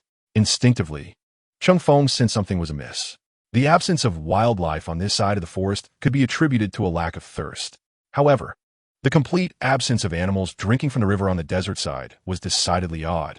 He was acutely aware of the relentless heat in the desert, a scorching intensity that defied reason. It was exceedingly peculiar for a place with flowing water to lack the presence of animals seeking hydration. Typically, oases and vegetation would adorn the riverbanks. Yet this barren stretch of sand dunes appeared rather unsettling. Chapter 16. A brief respite the sight before him tempered Cheng Feng's initial excitement with a wave of caution. The riverbank on one side of the forest is composed of soft soil interspersed with gravel, creating a natural embankment formed by the relentless erosion of water over the years. With a drop of about half a meter compared to the forest floor where Cheng Feng stands. The earth and rocks near the waterline are riddled with numerous bite marks and scratch traces of varying depths. Some bite impressions are immense and ferocious, seemingly capable of easily severing an adult's torso, while others appear as if they have been repeatedly scraped by something coarse, leaving behind a dense array of deep grooves. An acrid scent, reminiscent of fish but far more pungent, permeates the air. There is something lurking in the river, and it is perilous. Cheng Feng quickly deduces this. The marks and the eerie silence serve as compelling evidence. He refrains from approaching the water's edge recklessly, instead maintaining a safe distance as he cautiously moves along the riverbank. Observing intently, though the water is murky, Cheng Feng can still discern some vague, massive black shapes gliding slowly beneath the surface, their elongated forms exuding a sense of power. He picks up a stone the size of his fist from the ground nearby, and hurls it forcefully towards the center of the river. The splash reverberates loud and clear in the stillness. Almost instantly, 4 or 5 enormous shadows dart toward the point where the stone has struck the water, as if propelled by a bowstring. The surface erupts violently, waves crashing, and Cheng Feng catches a glimpse of several gaping maws, lined with razor-like teeth, snapping open and shut in a frenzy, even shattering the stone into fragments. A sight that sends chills down his spine. Indeed, Cheng Feng scratches his head. The aggressiveness and speed of these monstrous fish far exceed his expectations. The riverbank is over half a meter deep. Had he leaned over to drink from the water's edge just moments ago, the consequences would have been dire. With a swift motion, he retrieves his laser shotgun from his storage device, ensuring the attack mode is set to scatter. He then tosses another stone into the water. As the black shapes rush toward the stone, he squeezes the trigger. The laser refracts within the water, and the stirred-up sediment significantly diminishes the damage inflicted by the weapon. A few of the monstrous fish are struck by the refracted, weakened laser, yet they display no reaction. Clearly, a direct confrontation would be unwise. These creatures are beyond his current capabilities. Continuing along the riverbank, he suddenly notices a section where the bank is lower and more gradual, with a mere drop of several centimeters. The water flow here is somewhat gentler, sparking a plan in his mind. Cheng Feng picks up several stones once more and cautiously approaches the river's edge. This time, he does not throw the stones toward the center of the river, but rather near the bank, creating some noise. Simultaneously, he paces back and forth, uncertain if the aquatic beast can perceive movements on the shore. The fish beneath the surface are immediately drawn in, accelerating to congregate and hover near this stretch of the bank. Among them, one exceptionally large specimen, nearly 2 meters in length, seems unable to contain its impatience. Unlike its companions, which await prey to approach the water's edge, it suddenly lunges from the depths, its toothy maw aimed menacingly at Cheng Feng standing on the bank. Anticipating this, Cheng Feng swiftly sidesteps. Snap! The monstrous fish, with its gaping maw, struck the riverbank with a heavy thud, producing a dull sound and splattering mud in every direction. Its half-submerged body crashed onto the bank, thrashing wildly. The soft riverbank immediately collapsed, and with a resounding splash, the creature slid back into the water. Observing the eroded bank, Cheng Feng once again employed his previous tactics. After several attempts, a small shallow area was formed where the bank had crumbled, with the water here only a few centimeters deep. The enormous fish swam restlessly in the deeper waters, their massive size and deep-water hunting habits preventing them from entering this newly formed shallows. The plan had succeeded. Cheng Feng had achieved his goal. He merely sought a slight elevation change. Turning, he dashed towards the nearby woods, swiftly cutting down a suitably thick branch with a sharp, precision-crafted dagger. He flattened one end and shaped it into a sloped surface, while the other end was fashioned into a rudimentary, cylindrical form, resulting in a rudimentary, long-handled wooden shovel in Cheng Feng's hands. He then returned to the shallows and began to excavate a small water diversion channel from a point distant from the main river, following the gap created by the collapse towards the inland direction. The soil was loose and easy to dig, yet Cheng Feng remained cautious. After all, the monstrous fish could leap from the water at any moment, dragging him down with them. The channel was modest in depth and width, measuring only a few centimeters across and extending 5 or 6 meters. Such a narrow waterway did not require excessive time to create, thus minimizing the risk of encountering other creatures that might dwell in the water. Upon completing the channel, he proceeded to dig a small pit at its end. The pit quickly filled with river water. After a few minutes of waiting, Cheng Feng used the previously emptied plastic bottle to scoop up some relatively clear water from the pit, which had settled after a brief period. The murky river water, containing a small amount of sediment, had allowed most of the suspended particles to settle. It was safe to boil for drinking, with a low probability of causing gastrointestinal discomfort. The System-S description reassured him completely. This was merely ordinary river water, free from lethal pollutants or bizarre microorganisms. Finally, Cheng Feng let out a long sigh of relief, then cautiously surveyed his surroundings. Confirming there were no anomalies, he promptly removed his bulletproof gear and clothing. Subsequently, he used the empty plastic bottle to rinse himself off. The remaining scent of blood gradually washed away, with some tainted water flowing back into the river, causing the monstrous fish to thrash about. After scrubbing his clothes-fitting garments in the water, Cheng Feng donned his bulletproof attire, understanding that while such clothing was uncomfortable, safety remained paramount. The river water was somewhat cold, yet it felt refreshing to his weary body. Opening the trading market, Cheng Feng spent 5 survival points to acquire a lighter. He then ventured into the forest to gather some dry twigs and leaves. After delineating a U-shaped area on the ground with stones, Cheng Feng picked up the makeshift wooden spade he had crafted and began to excavate a narrow pit, wider at the top and tapering downwards. Within the confines of the U, leaves were laid at the bottom, followed by a crisscross arrangement of dried twigs atop the foliage.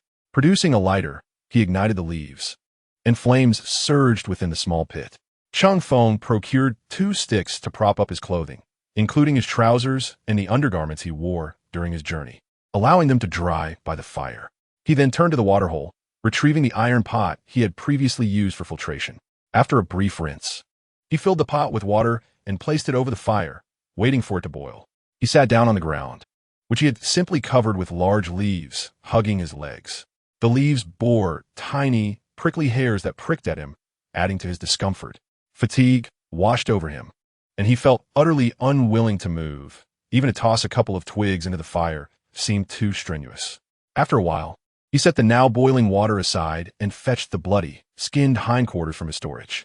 He rinsed them briefly in the small water hole before skewering the meat with slender twigs, preparing to roast them by the fire.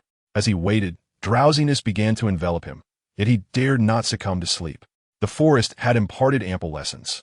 If he were to doze off on the ground, it was likely he would never awaken again. Chapter 17. The storm approaches in a daze. Cheng Feng caught the increasingly enticing aroma of the roasting meat, which jolted him back to awareness. An intense hunger roared within him.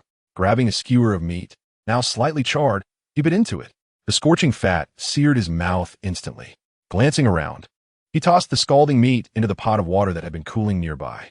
The iron pot conducted heat well, and the ambient temperature was mild. The sizzling meat, immersed in the water, allowed the excess fat to float to the surface. Cheng Feng tore off the charred portions of the meat and cautiously placed them in his mouth. Though still hot, the temperature was merely warm compared to when it had been taken from the fire. The slightly burnt meat lacked seasoning but held a faint saltiness. He chewed casually a few times before swallowing. With the stimulus of food, his hunger surged violently. This was the most ravenous he had ever felt. A piece of bone-in tail meat from the shadowy weasel was soon reduced to a thumb-sized bone. Cheng Feng smacked his lips, still feeling hunger, albeit not as frenzied as before. He moved all the roasted hindquarters away from the fire and lifted the oil-slick pot. The water, tainted with animal fat, bore a slight odor, yet Cheng Feng was undeterred. He raised the pot to his lips and drank. After a continuous effort to consume nearly half a pot of water, Cheng Feng proceeded to prepare 2 more pieces of hind leg meat. The combined weight of the 3 pieces approached 2 kilograms, a quantity that would typically overwhelm an ordinary individual. Yet, Cheng Feng felt as though he had only just satisfied his hunger. Sensing something amiss, he cast a glance at his status bar. Routine genetic enhancement 17, progress 14. He was currently taking a segmented genetic enhancer, which was fortifying his muscular and neural tissues. Efficient energy intake. The genetic enhancer compelled the pituitary gland to secrete more hormones, causing his body to operate under a load, thereby consuming energy while simultaneously enhancing the efficiency of energy absorption from food. Cheng Feng placed a hand on his abdomen. Was this insatiable hunger a result of the physical enhancement, demanding more nutrients? No wonder this substance was classified as a food additive, requiring it to be mixed with food. After storing the remaining 11 pieces of roasted hind leg meat, Cheng Feng filled 2 plastic bottles with the oily water left in the pot. He then listed both bottles of contaminated bottled water on the market for a mere 10 survival points before boiling another pot of water over the fire pit. He reached out to touch the clothes hanging nearby, still retaining a hint of dampness. However, he felt too exhausted, despite the gradual enhancement from the genetic enhancer. The mental fatigue from battle lingered. As he gazed at the 2 descending stars, Cheng Feng donned his entire outfit, placing the bulletproof armor on top. Once the water boiled, he directly stored both the pot and its contents. The flames had yet to extinguish, but Cheng Feng chose to ignore them, even tossing all the emptied energy magazines into the fire. Nearby, he located a sturdy tree and climbed onto its trunk, eschewing the need for branches to construct a makeshift platform. Instead, he purchased a bundle of 10 meters of fine hemp rope from the trading market for 3 survival points.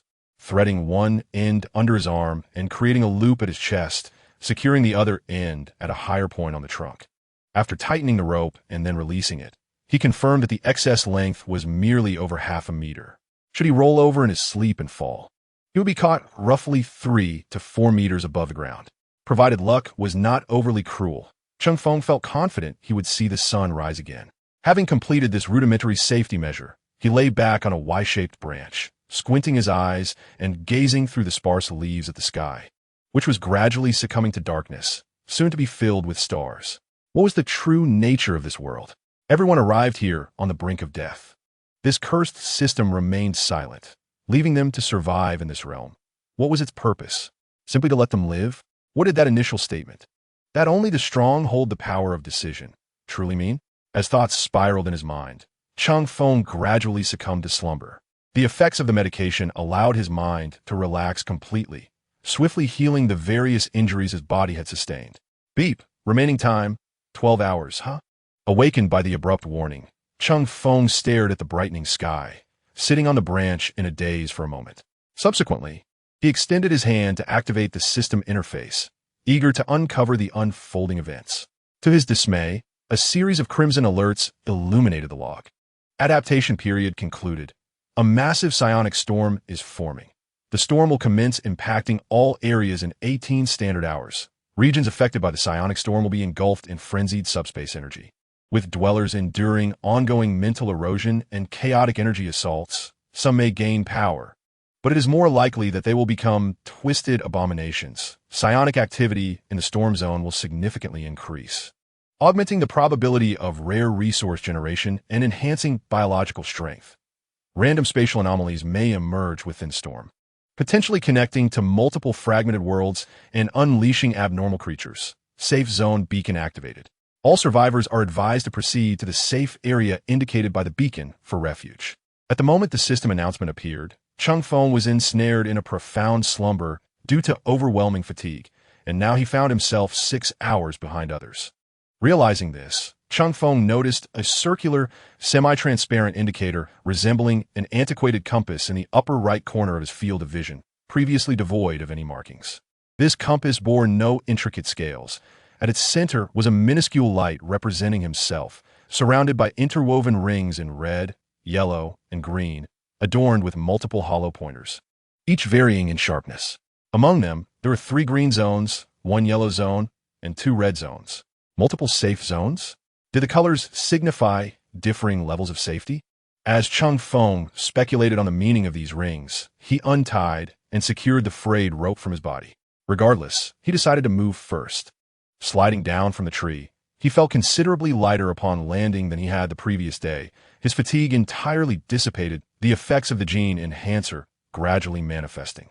Using a branch, he extracted all the energy cartridges from the ashes of the fire pit, then promptly kicked them into a small puddle at the end of the adjacent water channel to cool them down.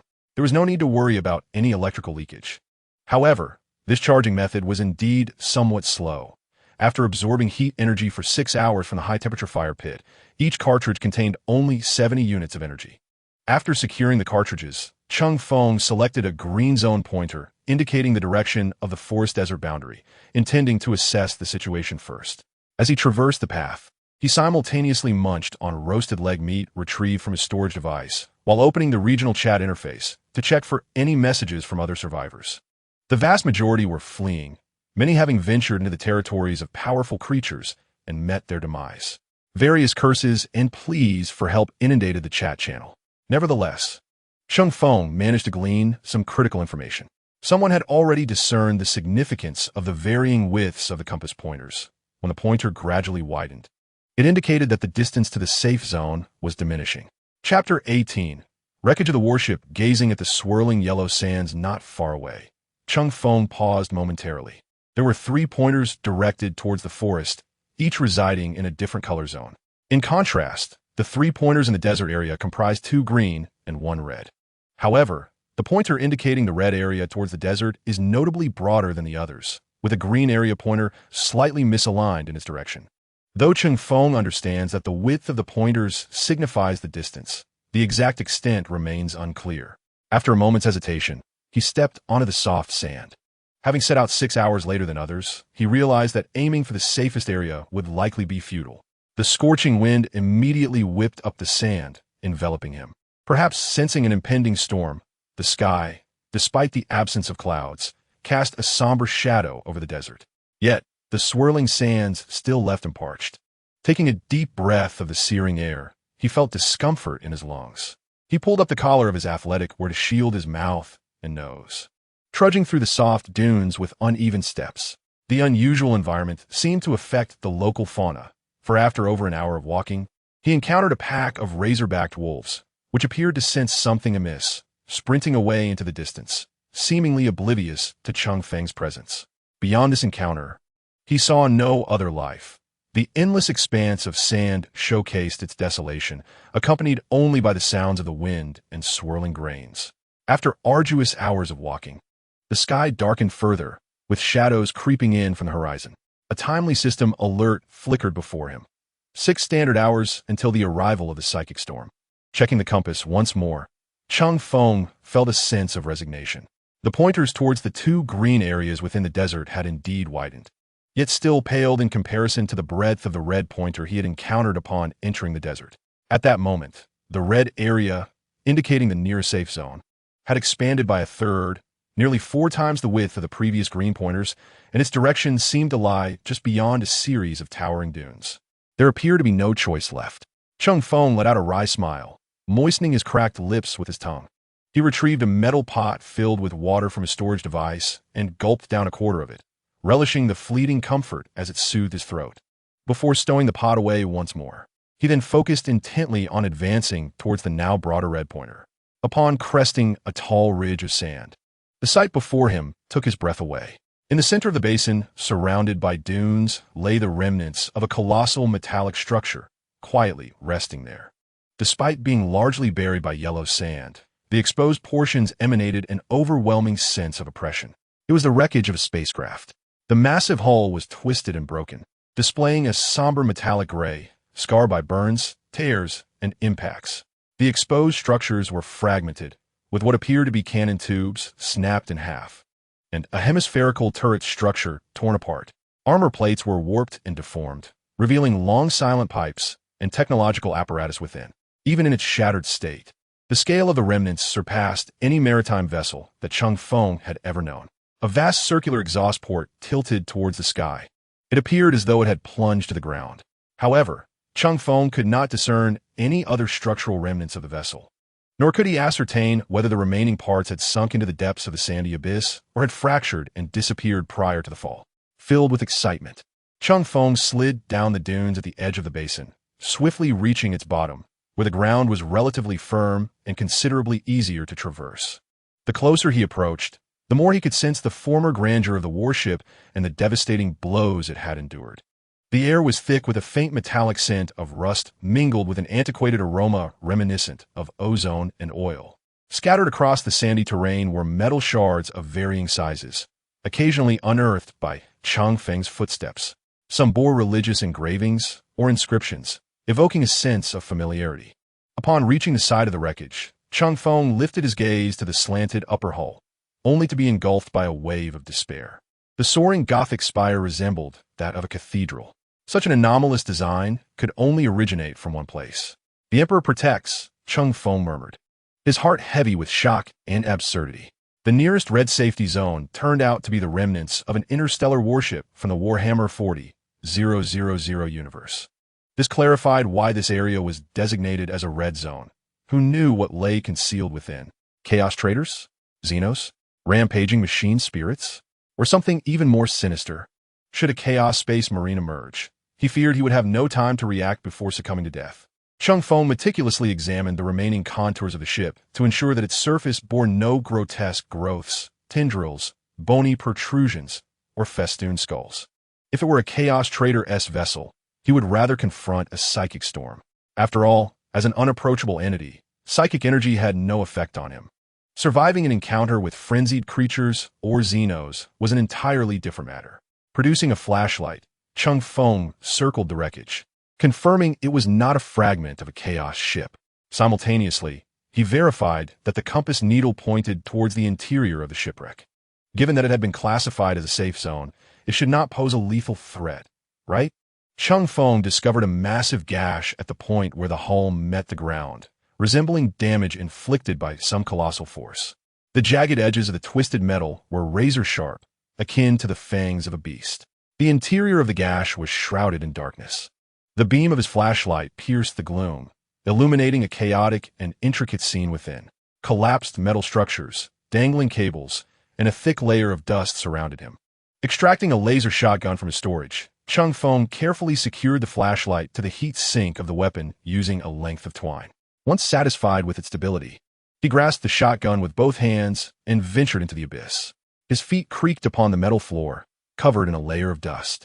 The flashlight's beam danced in the darkness, revealing shattered screens and broken pipes on the nearby bulkheads, while some doors bore inscriptions that Cheng Feng could not decipher. As he was wholly unfamiliar with Gothic script and utterly bewildered regarding his exact location within the ship, the corridors around him bore the scars of damage, with debris obstructing some areas and twisted metal plates sealing others completely. However, it was not long before Cheng Feng spotted a familiar emblem on one of the walls, an insignia composed of gears and a skull. This was the mark of the Mechanicus, Beyond this emblem, most of the other designs were largely indecipherable, though he recognized the prominent Imperial aquila, marred by dried, dark stains. Clang! While surveying his surroundings, Cheng Feng inadvertently kicked a piece of metal, which echoed lightly within the metallic passage. Startled, he aimed his weapon at the ground, only to discover an array of impressive-sized ammunition scattered across the corridor, accompanied by a pile of shell casings and emptied, large magazines. He bent down to pick up a complete round, the aquila emblem clearly visible on the casing. Standard explosive round, 197mm caliber explosive ammunition. Cheng Feng felt a surge of excitement as he located an empty magazine on the ground and collected all the intact explosive rounds. Each round would cost 15 points in the system exchange, and a 25-round empty magazine compatible with the Astartes explosive gun was made of plastic steel, priced at 50 points each when purchased separately. After gathering 7 rounds, his attention was wholly captivated by the ground. Yet, after turning in circles several times in the dark passage, Cheng Feng was confident he had not overlooked a single piece of ammunition. With a satisfied exclamation, he stood up, relishing the joy of finding treasure, only to feel something collide with his head. Thud. Chapter 19. Unexpected delight. Cheng Feng, feeling the impact on his head, raised his gaze and was startled by the grotesque shadow looming before him in the darkness. With a startled cry, he stumbled back 2 steps and fell to the ground, raising his laser shotgun defensively to his chest. As he lifted his head, the beam of his flashlight illuminated a massive shadow hovering nearly a meter off the ground. It was a giant encased in metal, a distorted and blasphemous figure pinned against the thick wall by an enormous longsword. Even with its head bowed and body leaning forward, its height approached 2 meters, nearly reaching the ceiling of the corridor, clad in a tattered and filthy purple power armor. The once exquisite engravings were now obscured by a revolting pink slime and writhing tendrils. Cheng Feng instantly recognized the design of the power armor and the implications of its desecrated adornments. It was a traitor of the Emperor's children, followers of the Dark God. Cold sweat soaked his back, and his heart raced as if it might burst. An overwhelming fear seized Cheng Feng's heart, and he inadvertently squeezed the trigger of a laser shotgun. The beams, in scatter mode, erupted from the barrel, leaving faint red marks on the traitor's armor. The ceramic steel armor was impervious to this weapon's assault. He fixed his gaze on the traitor Astartes, terrified that the bowed head might suddenly rise. In the stillness of the cabin, only the heavy, labored breaths of the solitary figure echoed like a bellows. Moments slipped by, yet the lifeless body lay undisturbed. Cheng Feng cautiously scrutinized the remains before him.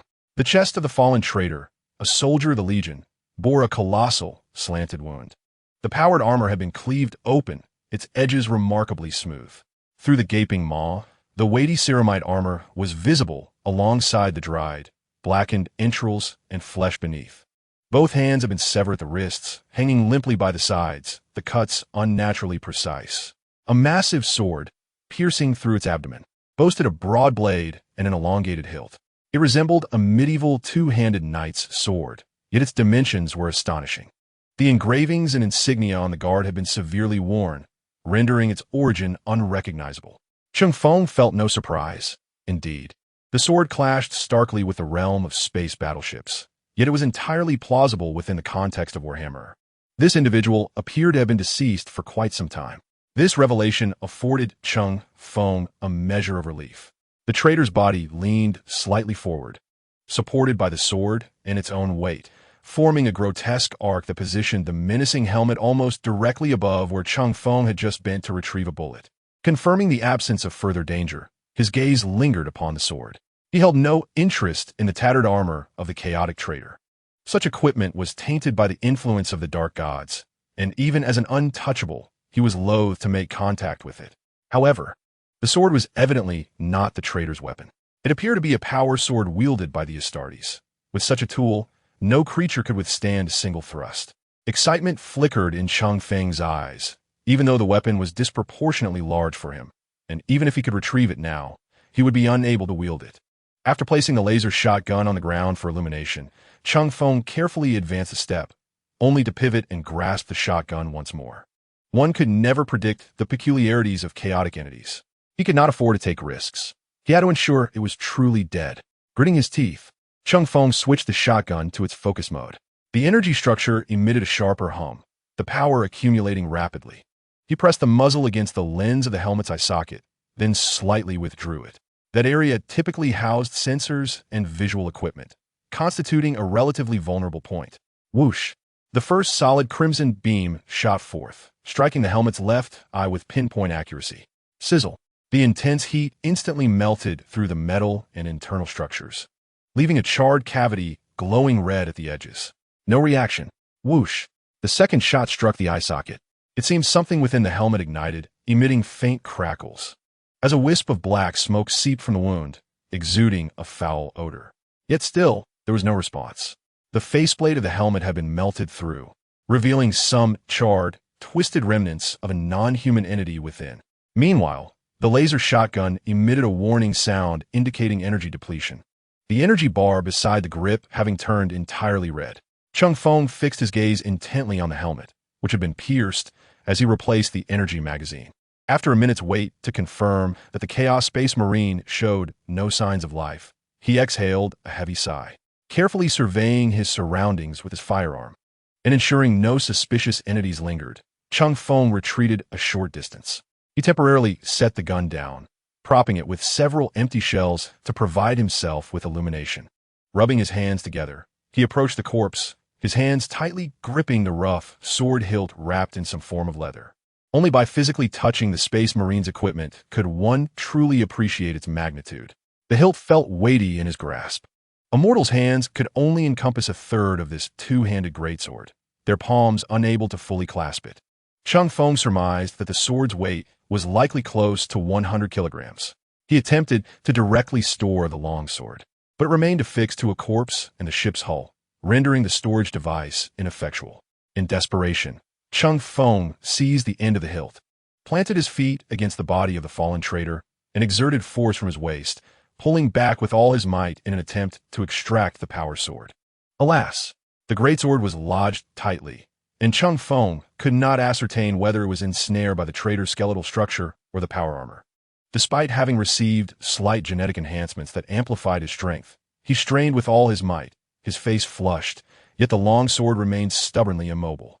A sudden cacophony of grinding metal and tearing flesh pierced the air, causing Cheng Feng to feel a slight shift in the sword. Realizing the impending danger, he hastily released his grip on the longsword. Just as he rolled away from beneath the corpse, a heavy thud echoed as the gravity pulled the body down, crashing to the ground and dragging the power sword down with it, leaving a gaping gouge in the ship's wall. Cheng Feng turned to gaze at the fallen corpse. Swallowing hard, a space marine clad in power armor weighed over a ton. Should it have landed upon him, his demise would have been assured. The plummeting body collapsed to the ground before tipping to the side, revealing the power sword that had pierced through its form before Cheng Feng's eyes.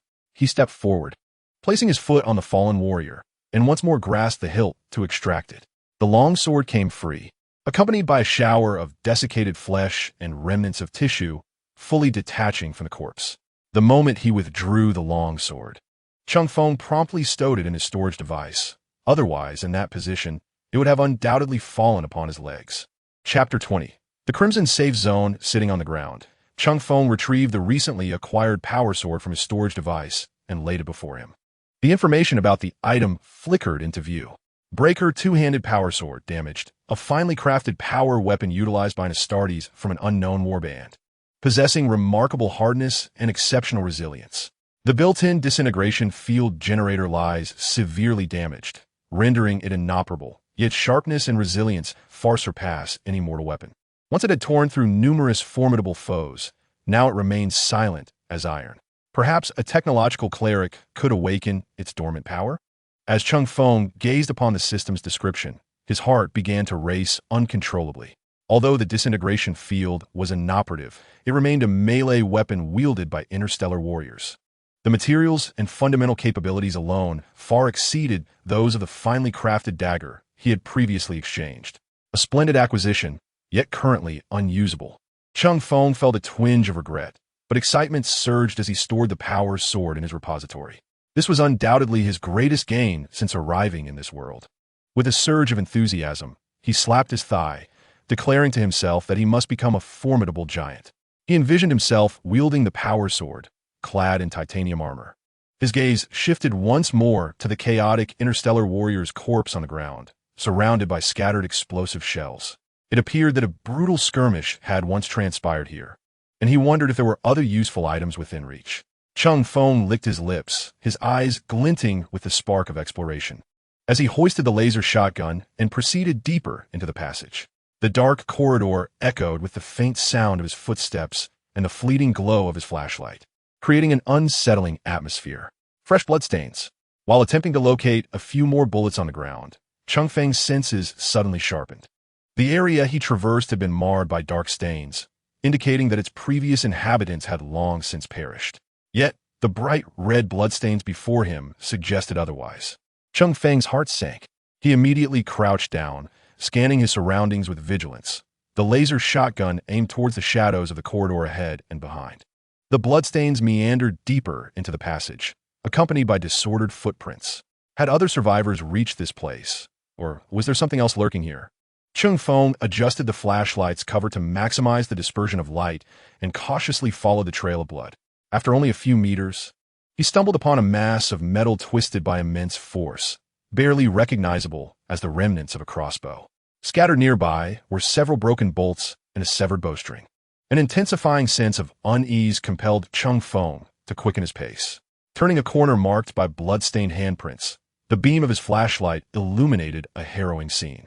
A figure clad in a light blue tracksuit slumped against the metallic wall of the corridor, having collapsed to the ground. The air was thick with the acrid scent of blood. Cheng Feng stole a glance at her face. It was Lin Yu, the other survivor he had encountered earlier.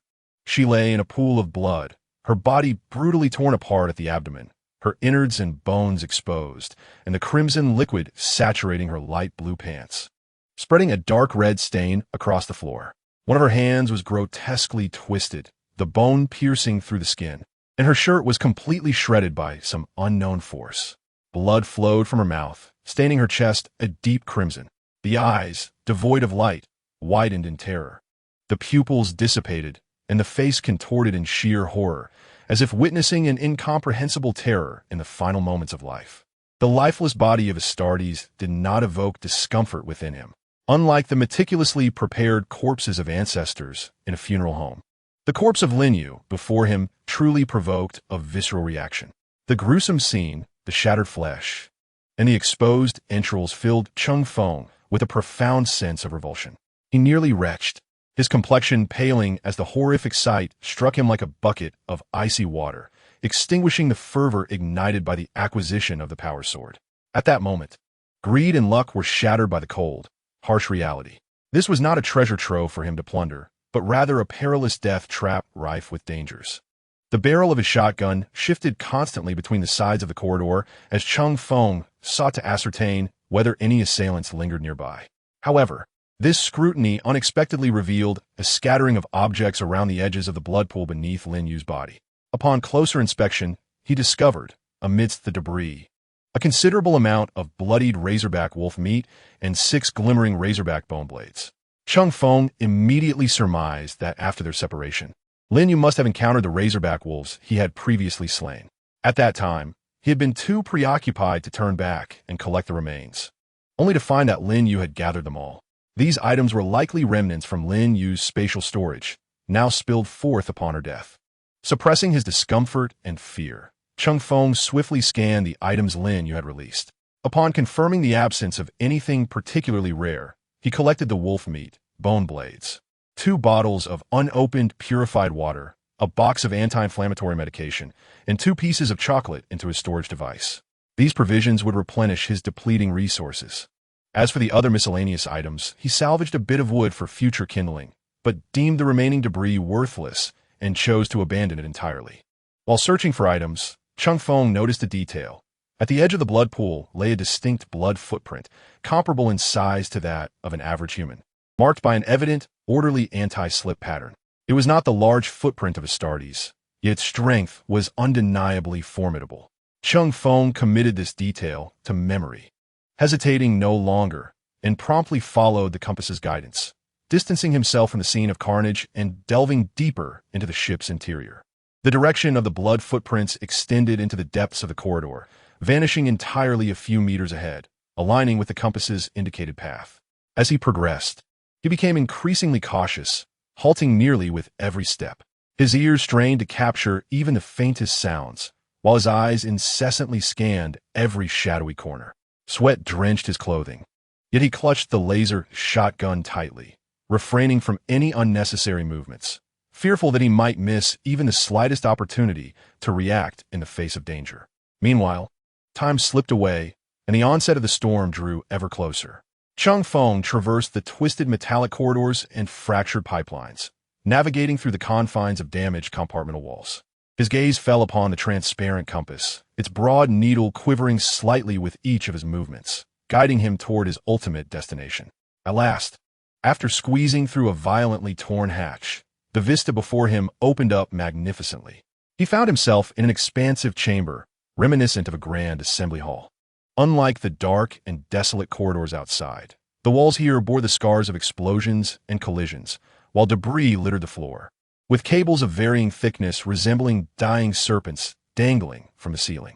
Yet, several warning lights flickered above, casting an eerie yellow glow that illuminated the hall in an unsettling manner. From the severed ends of certain cables, dangerous blue arcs of electricity danced, crackling softly, indicating that some of the vessel's energy systems were still stubbornly operational. A thick layer of grime coated the ground, predominantly dried, blackened blood and charred remnants from the aftermath of flesh burning. Remarkably, there was no foul odor. Could the ventilation system still be functioning? Cheng Feng surveyed his surroundings, somewhat astonished. His attention was soon drawn to the corridor at one end of the hall. On either side of the sealed hatch, heavy protective panels with metallic supports stood close to the hull, resembling some form of barricade, each riddled with countless pockmarks that bore witness to the fierce battles that had once raged here. However, the compass needle that had steadfastly guided him vanished completely upon entering this grand hall. This was indeed the designated red safety zone. Cheng Feng scanned the vicinity, seeking any undiscovered threats. The beam of his flashlight swept across the chamber, revealing what appeared to be no living presence. Yet, he remained cautious, reminded of the lurking dangers by Lin Yu's lifeless body. As he moved along the edge of the hall, Cheng Feng sought a safer corner or any additional information regarding the ship and this safety zone. Just as he took 2 steps, preparing to shift from one barricade to another, a clear metallic clank rang out abruptly from the shadows on the opposite side of the hall. Chapter 21. The uncontrolled machine servant Cheng Feng felt his heart nearly leap from his chest, the rapid thumping resonating in his ears. In an instant, the laser shotgun was aimed toward the source of the sound, and the beam of his flashlight followed suit. Amidst the flickering yellow warning lights and the interplay of the flashlight's beam, a distorted figure emerged, opening a hatch and slowly stepping out from a corridor on the other side. Its footsteps were heavy, accompanied by the sound of metal colliding. The entity retained a vaguely humanoid shape, standing approximately 1.7 meters tall, yet its form evoked a profound sense of discomfort. The left half of its body was a rusted metallic skeleton interwoven with crude mechanical structures, exposed gears and pipes entangled, some wires severed, flickering with unstable electric sparks. The right half, however, was shrouded in a dark red, fleshy substance that pulsated as if it were alive. The flesh-like substance resembled repugnant moss, enveloping and corroding the metallic framework, extending tendrils akin to bundles of nerves or delicate filaments that entwined around the mechanical arm. The visage was even more horrifying. The left eye was a dim red optical sensor, while the right eye was replaced by a pulsating, fleshy tumor resembling a pupil.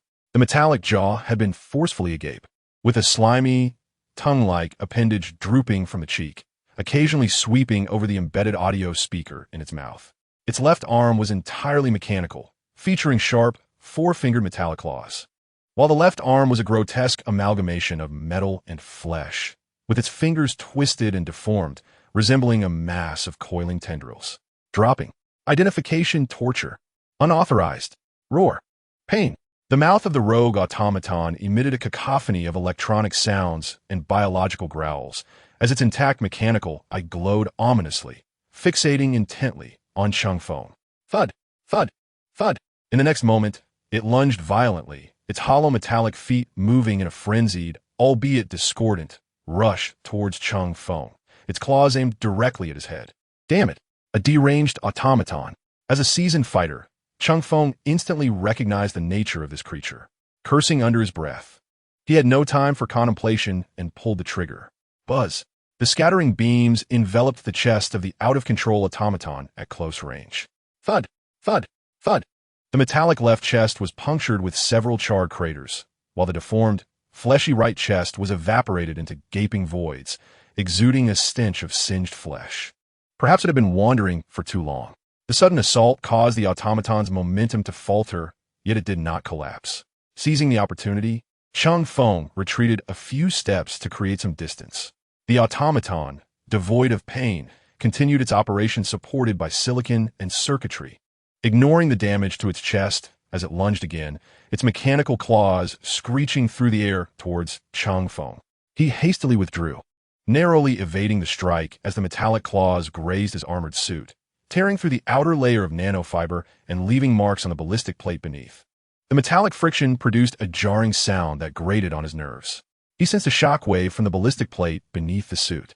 What tremendous force! Had that blow struck him solidly, even with protection, he would likely sustain severe internal injuries. Cheng Feng was alarmed, suddenly realizing that the culprit behind Lin Yu's demise was indeed an automaton, though he was uncertain how many more of these rogue machines were lurking about. However, this was not the moment for contemplation. He dared not allow the creature to close in, swiftly maneuvering while utilizing the cover in the hull, all the while continuing to fire. Buzz! Buzz! The laser shotgun roared incessantly, the beams striking the rampaging automaton repeatedly. Its metallic components were pierced by the laser, showering sparks. The abhorrent flesh-like substance was singed in large patches. Yet it persistently pursued Cheng Feng, emitting a spine-chilling, guttural roar. Error! Error joy! At last! After Cheng Feng replaced the magazine and discharged a shot into the creature's semi-fleshy cranium, its undulating, tumor-like eyes erupted violently, splattering a putrid slime. Suddenly, the out-of-control mechanical servant halted its pursuit, its words becoming clear before fading away like a dying battery. The crimson glow embedded in the mechanical eyes, set in the skull, flickered a few times before extinguishing completely.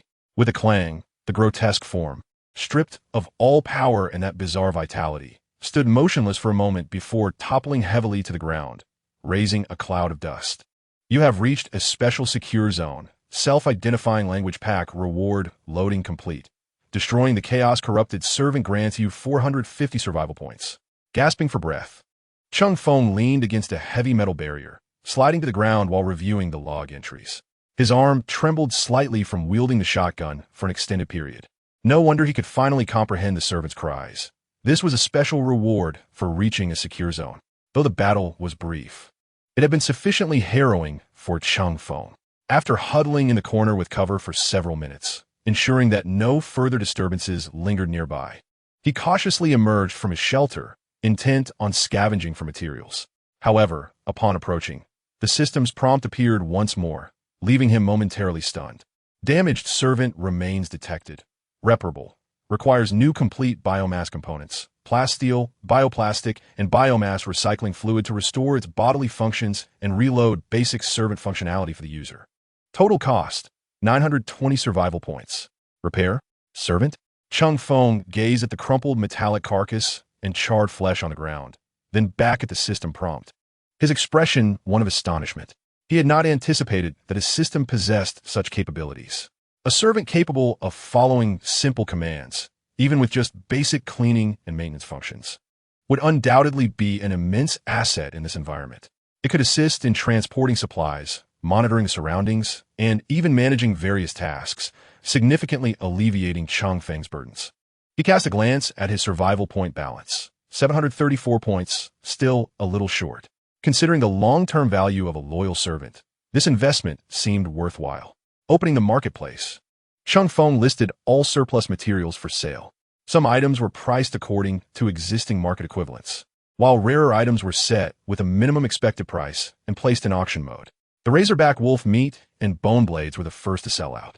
Each portion of meat provided Cheng Feng with 15 survival points, totaling 13 portions. As for the razorback wolf's bone blades, they appeared exceedingly popular. These elongated blades could be fashioned into handles by polishing the connecting spine, serving as long knives that were even sharper and more resilient than steel weapons. Cheng Feng chose not to refine them, but rather to sell them as raw materials, with each of the 6 bone blades priced at 50 points, amounting to a total of 300 points credited to him. Upon witnessing the points abruptly surge to 1229, Cheng Feng did not wait for all items to be sold. Instead, he immediately approached the remnants of the mech's servant to initiate repairs. However, the attempt was in vain, as a pale blue notification emerged in the log. Lacking essential materials for completion, please specify usable biological components. Chapter 22. The Cruel and Contradictory Nature of Technology Biological Components. Cheng Feng murmured as he contemplated the notification, memories of the stories he had read flashing through his mind. The Imperial mech servants were cruel and twisted entities, not mere machines. Their raw materials comprised not only metallic components, but also human beings. In that frenzied world, while human rights ostensibly existed, the harsh laws and numerous privileged classes could easily strip them away. Within the vast human empires scattered across the galaxy, there existed at least tens of billions of mech servants. The overwhelming majority were crafted from the biological materials of criminals, while others had been unjustly transformed into mech servants under false accusations after offending the mechanist cult. For the Empire, these biological resources not only reduced the costs associated with cultivating biological bodies, but also served as a means for individuals to atone for their transgressions, ensuring loyalty to the Empire until their ultimate demise. Yet, bolstered by advanced technology, the operational lifespan of these mech servants far exceeded expectations, rendering the normal point of decommissioning a rare occurrence. Moreover, the brutality of that sci-fi realm surpassed imagination. The utilization of living beings not only facilitated the transformation of mech servants, but also allowed for the creation of biological computers or even perpetual flesh horns, an all-too-common practice, euphemistically termed atonement. After a moment of contemplation, Cheng Feng realized that throughout his journey, he had encountered no other living beings. The only viable biological component available for experimentation was Lin Yu's corpse.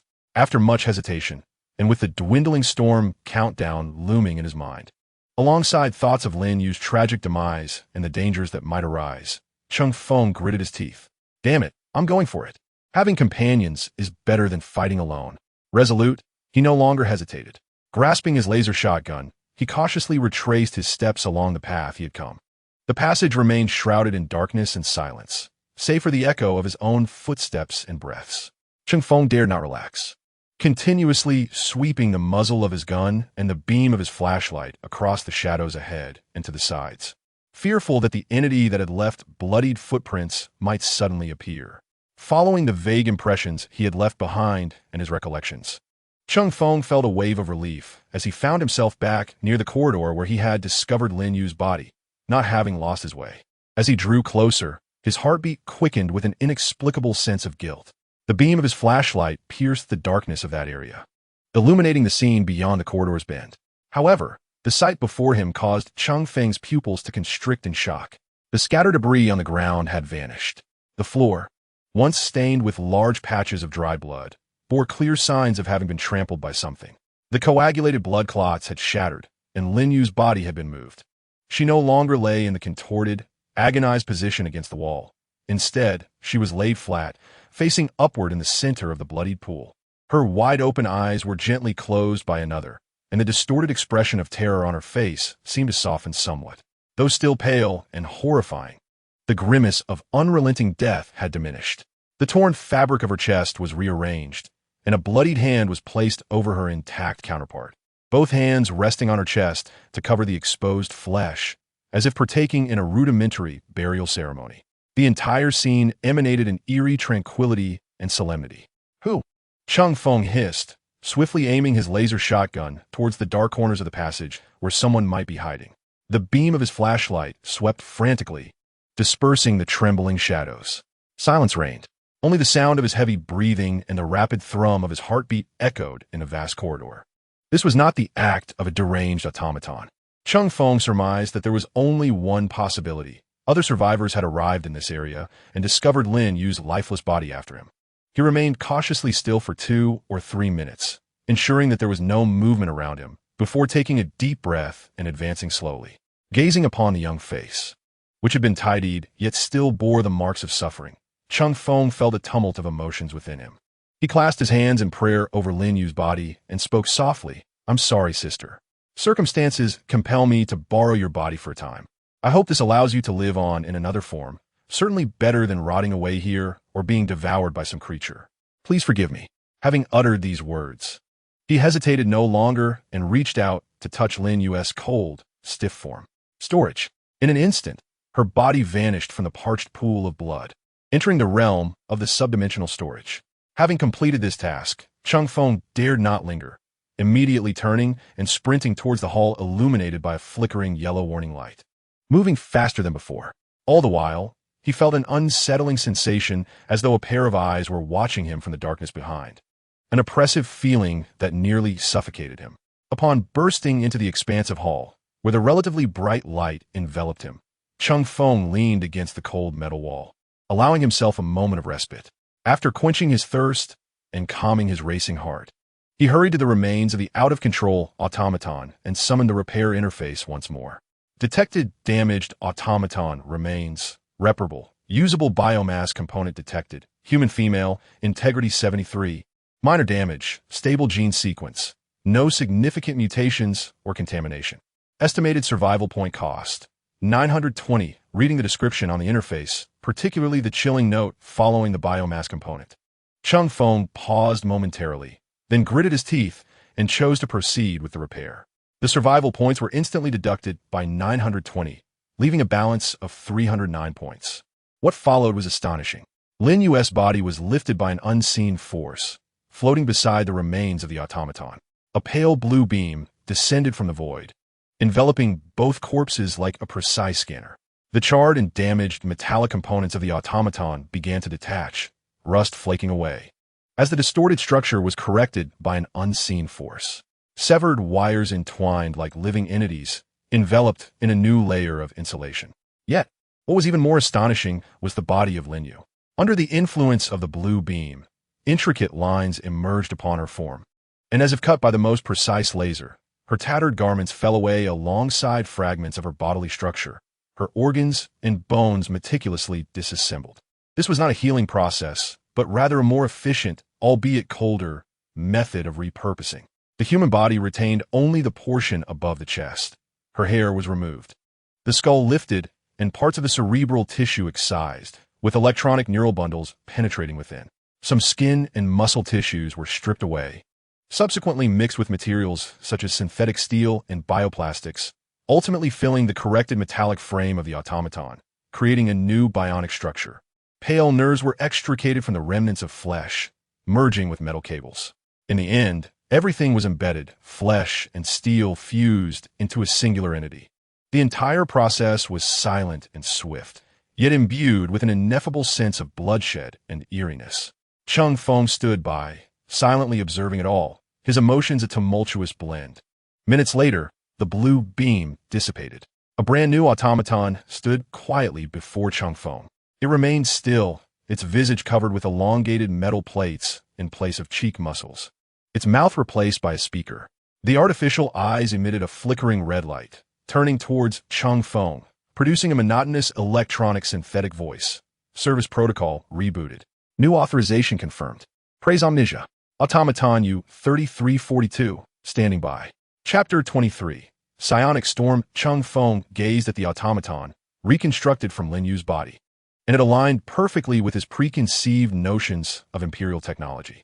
Cold metal was embedded in the completely exposed flesh, rivets and bolts piercing through to secure the metallic and remaining skeletal components. Its arms and legs were encased in a mechanical framework, filled with intertwined electronic muscle bundles. Tubes fashioned from bioplastics were exposed, one end merging beneath the pallid skin with precisely severed blood vessels. The yellow-green biotic circulation fluid not only stimulated the flesh to maintain basic vitality, but also facilitated the cooling of the mechanical components. This was a complete and functional automaton, resembling a kind of mechanical zombie, much like those depicted in videos. However, Cheng Feng mused, coughing lightly. It was no wonder he had never encountered a female automaton in previous videos or games. Such a significant vulnerability ought to be concealed beneath an armor plate.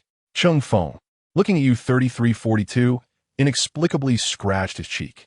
Though reduced to a mere third of her original form, Lin Yu's body, now a component of the automaton, had exposed pipelines filling the void of her abdomen covered by metal plates, extending into her chest cavity. Yet, the blood-stained chest had been meticulously cleansed.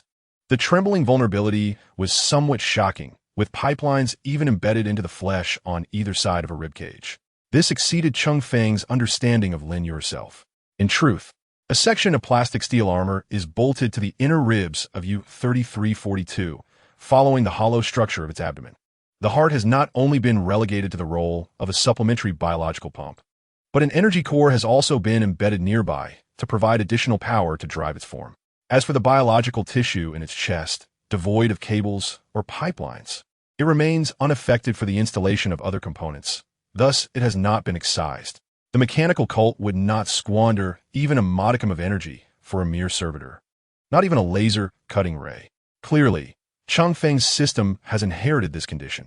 Regardless of how Cheng Feng scrutinizes U-3342, the servitor remains transfixed, gazing vacantly at him. In the absence of explicit commands, servitors typically refrain from any autonomous actions. Moreover, since U-3342's biological components have been replaced, its brain holds no memory of the vessel beneath its feet. Unable to identify the correct waiting zone, U-3342 can only stand still, watching Cheng Feng in anticipation of the next command. Psionic storm approaches. Estimated time, unknown. Each safe zone holds energy reserves. Please devise a countermeasure or find a way to halt the storm before depletion. A jarring system prompt flashed before all survivors. Zone communication, 62548. Are you saying the safe zones will vanish? 02131. What hints are there to stop the storm? 55463. Is this truly survival or merely a means to gather us for a collective demise? 89466. So, 10,000 was T the first. Could there be 00001 as well? 00001. You best have a reason. Many voices erupted in chaos. Cheng Feng had just cast a glance at the prompt when he felt a subtle tremor emanating from the wreckage of the vessel beneath his feet. An eerie rumble reverberated from the depths of the hull. What is happening? More lights illuminated within the cabin, the yellow glow shifting to a dark crimson hue. A translucent barrier emerged in the center of the chamber, partitioning the space into two distinct areas. Cheng Feng gazed in astonishment at the barrier, perplexed by its presence. However, the scene was entirely different from U-3342's perspective. A purplish-red mist surged into the cabin from all directions, ultimately delineating a standard spherical space 5 meters away from Cheng Feng. Psionic arcs flickered within, then dimmed, yet no supernatural force could breach the vicinity surrounding Cheng Feng. The mist swirled around him before colliding with the translucent barrier, filled with strange howls as if something lurked within. Yet, Cheng Feng perceived no abnormalities. He merely observed the barrier, which seemed to ripple as if enduring some unseen impact. This bizarre situation prompted Cheng Feng to scan his surroundings. However, aside from the change in lighting, he noticed nothing amiss. Cheng Feng shifted his gaze from U-3342's biological structure to its metal-embedded, hairless, egg-shaped head. Do you know what this barrier signifies? The Geller Field Barrier, esteemed sir. U-3342 respectfully inclined its body in a bow before straightening up once more, responding to Cheng Feng's inquiry in a frigid tone. Although it was no longer the original automaton and possessed no knowledge of the vessel as particulars, a wealth of conventional knowledge expected of such a machine had been duly recorded in its biological brain. The oscillating biological armor was inexplicably captivating. The Geller Field Barrier? Cheng Feng shifted his gaze from U-3342 to scan the distinctly curved, pale blue barrier. Are we outside the barrier?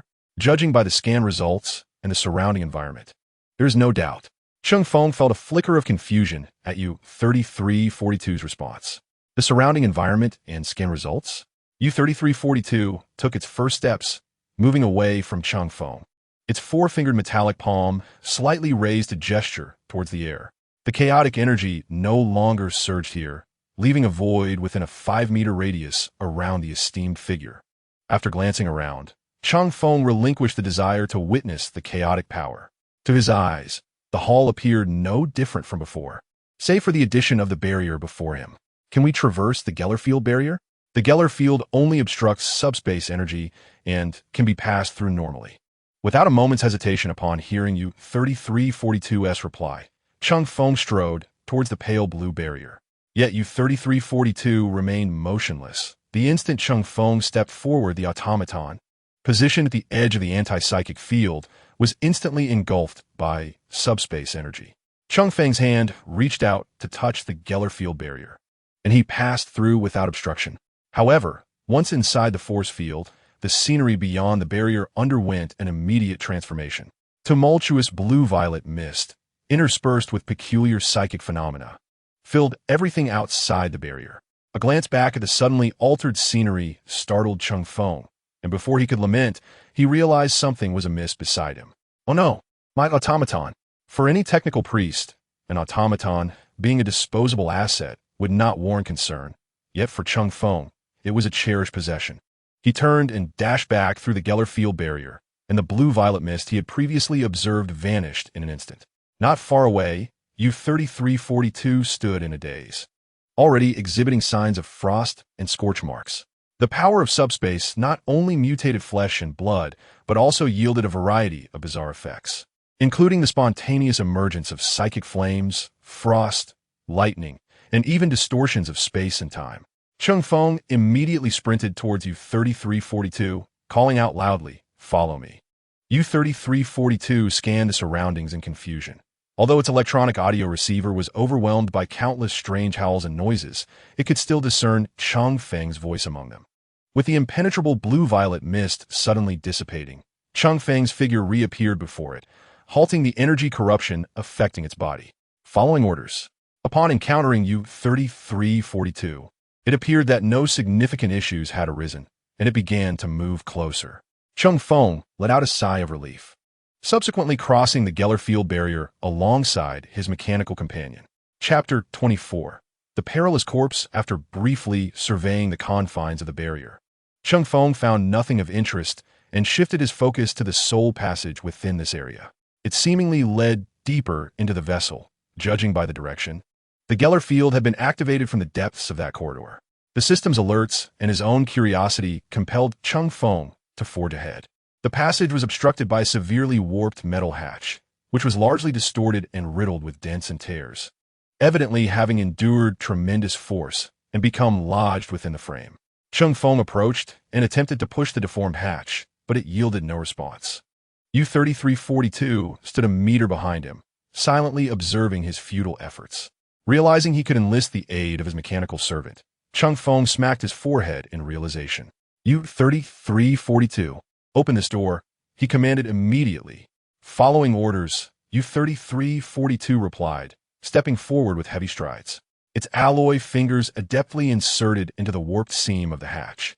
Accompanied by a grating sound of metal scraping, its electronic muscles tensed, emitting a low hum. The amalgamation of biological and mechanical form unleashed astonishing strength, wrenching the twisted hatch open to a width of nearly half a person. However, the deformed hatch soon became completely jammed in the frame. U-3342 halted its actions, its ocular scanners emitting a red beam that swept across the doorframe before it turned to Cheng Feng. The opening has reached maximum capacity. Directive completed. Cheng Feng cast a glance at U-3342 standing at the threshold. Once inside, if you encounter any dangers, attempt to neutralize them immediately. Proceed straight to the end of the corridor unless you come across a fork, whereupon you shall await my arrival. Following orders, U-3342 replied, slowly maneuvering through the doorway, its bio-armored chest swaying as it squeezed past the deformed hatch. The mechanical servant's physique had grown considerably thicker compared to that of an ordinary human. Soon, the sound of its somewhat muffled footsteps began to resonate within the metallic corridor, while Cheng Feng, clutching his shotgun, swiftly followed suit. The passage beyond the door was even more chaotic. The floor was coated in a layer of charred, blackened residue, producing a faint rustling sound with each step. Scattered metallic debris lay strewn about, some retaining the outline of weaponry, though most had become twisted and fractured. After traversing several meters, Cheng Feng's steps halted before a shattered metallic object that resembled a shield, or rather, its remnants. The shield was rectangular, with substantial edges, and featured a curved notch at one corner, evidently a deliberately designed structure. The center of the shield bore multiple bullet holes. Cheng Feng bent down to lift it, finding it exceedingly heavy in his grasp. The interior of the shield is marred by splatters of black stains, with numerous spiderweb-like cracks surrounding the bullet holes. Despite its severe damage, it emanates an indomitable aura. This is the Shattered Jump Shield, utilized by the Imperial Navy's jump troop. Forged from a composite of plastic steel and ceramic steel, bestowing formidable defensive capabilities. Though it is completely shattered and has lost its structural integrity, the material still retains some inherent value. Plastic steel X9, ceramic steel particles X4. In the moment the shield bearer fell, the soldiers lined up in the narrow passage would often encounter a devastating barrage of fire, leading to instant annihilation. Gazing at the cold remark at the end of the item description, Cheng Feng could almost hear the fierce gunfire that erupted at that moment and the soldiers' cries just before their demise. He stored this heavy remnant in his inventory, his gaze sweeping over the ground, where a distinct layer of stains thickened as a boundary marked by the shield, alongside more fragments of broken weaponry, stirring an inexplicable emotion within him. What harrowing battles had this ship endured before its sinking? As his thoughts wandered, Cheng Feng reaffirmed one point. Only raw materials directly obtained from the natural environment or living beings would yield survival points, while these human-made artifacts, no matter how precious, would not be directly converted into points by the system. Perhaps these finished products and relics were rewards in themselves. Regaining his composure, Cheng Feng pressed onward. The figure of his mechanical servant had vanished into the darkness, and apart from the rhythmic clang of metal, no other sounds reached his ears. Soon, a relatively spacious and well-lit chamber appeared at the end of the passage, where the mechanical servant awaited his arrival at the door. Judging by the shattered screens and the button-laden desktop, this should be his secondary control room. The door should have borne the name of the chamber, yet it was conspicuously absent. What would be the reason for this? The battle scars here were even more striking than those in the passage. The console was riddled with holes from intense firepower, with many instruments melted into grotesque amalgamations of twisted metal and glass shards. The walls were adorned with scorch marks from energy weapons and pockmarks left by live ammunition. What drew the eye most was the several scattered, long-handled battle axes, their grips broken, composed of gears, skull fragments, and coil capacitors. On the console lay the forms of 3 toppled figures, shrouded in red robes. Through the fabric, pockmarked and charred, it was evident that beneath the robes lay not flesh and blood, but cold, twisted mechanical prosthetics, severed complex tubing, and singed muscle tissue, revealing their harrowing experiences. Cheng Feng instantly recognized their identities. They were members of one of the deranged factions within the human empire, the most representative figures of the machine cult, technological priests.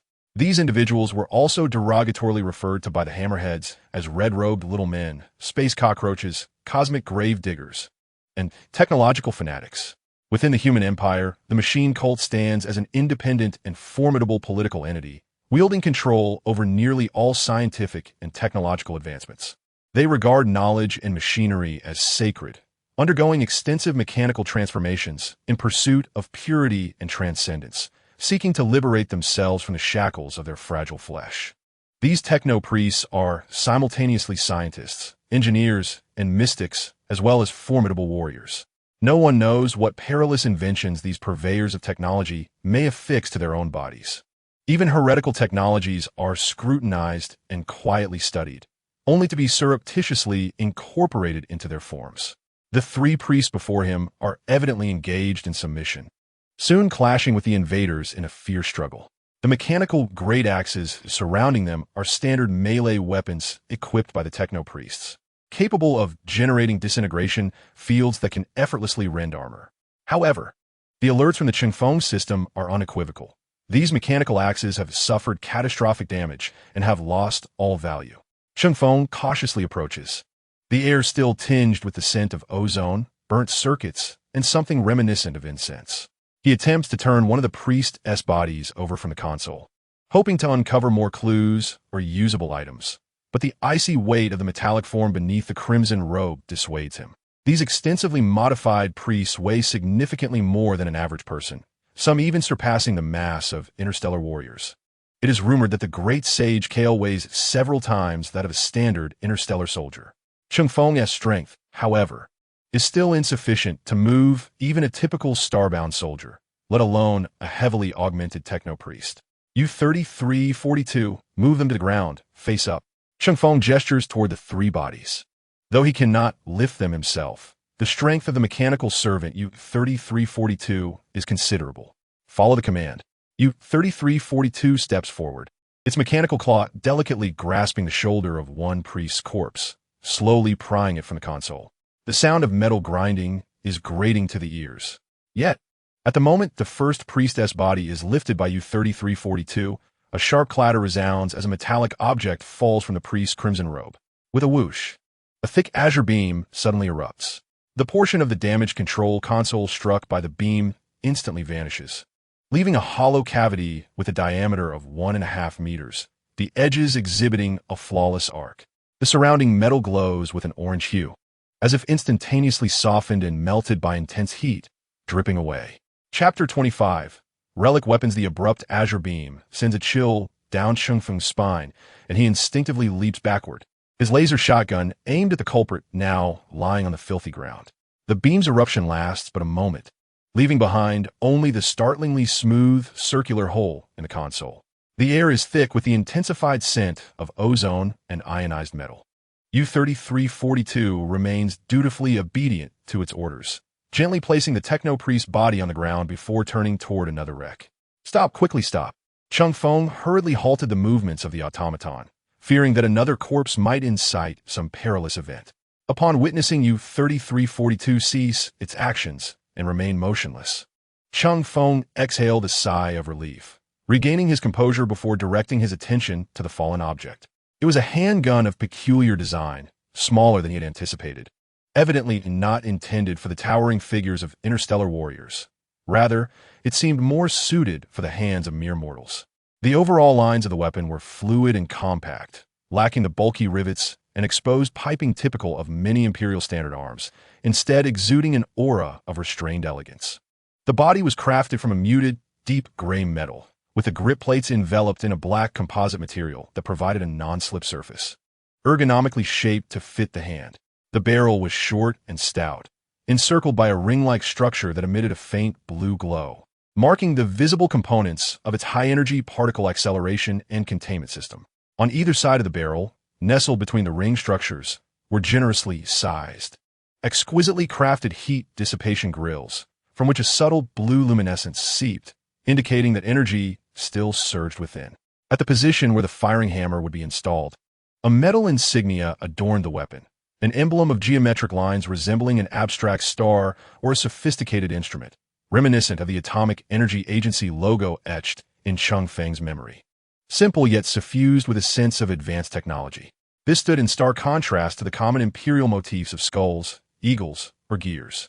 Rather than recklessly picking it up, Cheng Feng cautiously nudged it closer with his foot, then crouched down to access the system's identification information. Plasma handgun, artifact type, a plasma weapon originating from humanity's dark age. Its design philosophy and manufacturing techniques far surpass current Imperial standards, achieving an astonishing power while significantly optimizing its size, weight, and heat dissipation efficiency.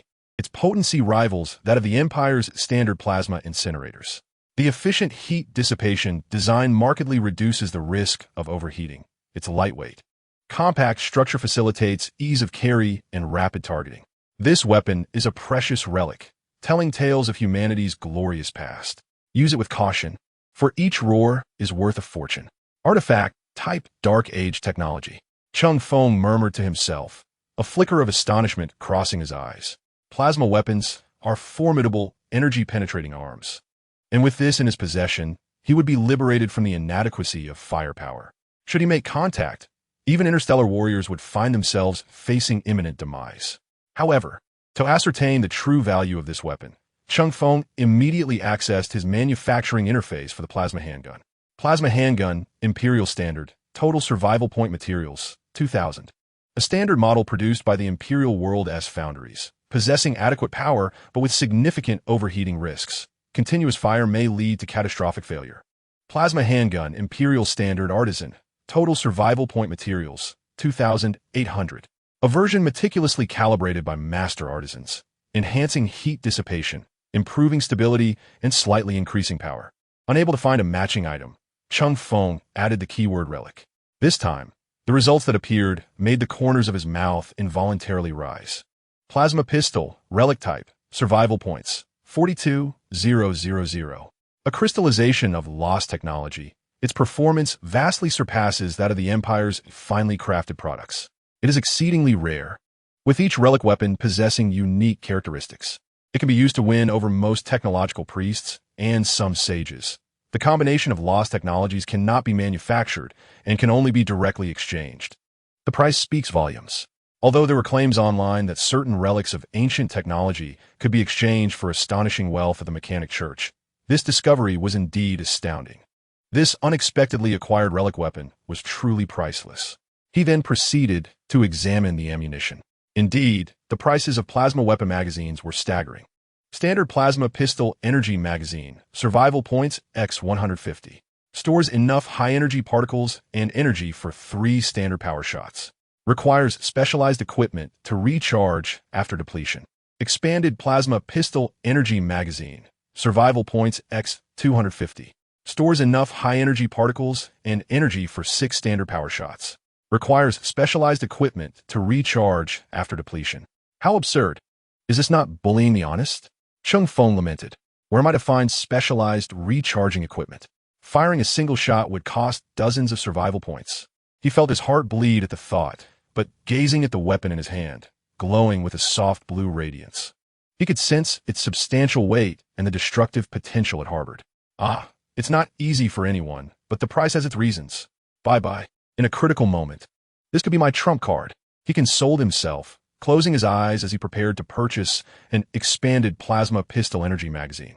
However, at the moment of confirming the payment, 2 uniquely shaped metal magazines appeared in his storage device. Cheng Feng was momentarily stunned by the appearance of the 2 magazines, then turned his gaze to the log records. Yet, an extensive list suddenly filled his vision. Sold Shadow Scorpion's energy bone claw and other materials, earning 800 survival points. Sold large fragment of the ruined Hill Tyrant's rock skin, earning 470 survival points. Sold impure or X3, earning 60 survival points. This or had previously been unsellable. After taking it off the shelves, he packaged 3 pieces for bidding, not expecting them to be purchased. Beneath the series of records indicating survival points credited, Cheng Feng noticed the last 2 entries. Exchange expanded plasma pistol energy magazine, consuming survival points x 250. Exchange expanded plasma pistol energy magazine, consuming survival points x 250. System, are you conspiring against me? Cheng Feng glared at his balance with indignation. Survival points 139. His emotions were instantly soothed. Never mind, I got the funds. I can spare 250. No longer dwelling on the issue of purchasing too many magazines, Cheng Feng casually took one out and examined it closely in his hand. This object is quite distinct from the ordinary battery magazines of laser weaponry, weighing significantly more than the magazine utilized by the laser shotgun in his possession. After examining the magazine detached from the plasma pistol, Cheng Feng compared it to the interface of his own pistol. Perhaps it was due to the Empire's plasma pistols being mere replicas of this ancient technology, despite the vast disparity in weapon technology. The magazine interfaces surprisingly proved to be compatible. Confirming that there were no anomalies, Cheng Feng contentedly secured the new magazine along with the plasma pistol. Chapter 26. Fellow Villager? Cheng Feng's gaze shifted towards the 2 remaining corpses of the tech priests, his eyes gleaming with eagerness. He jogged back through the passageway he had previously traversed, standing at the entrance to issue a command to U-3342. U-3342, proceed. Move the remaining 2 corpses down and place them on the ground.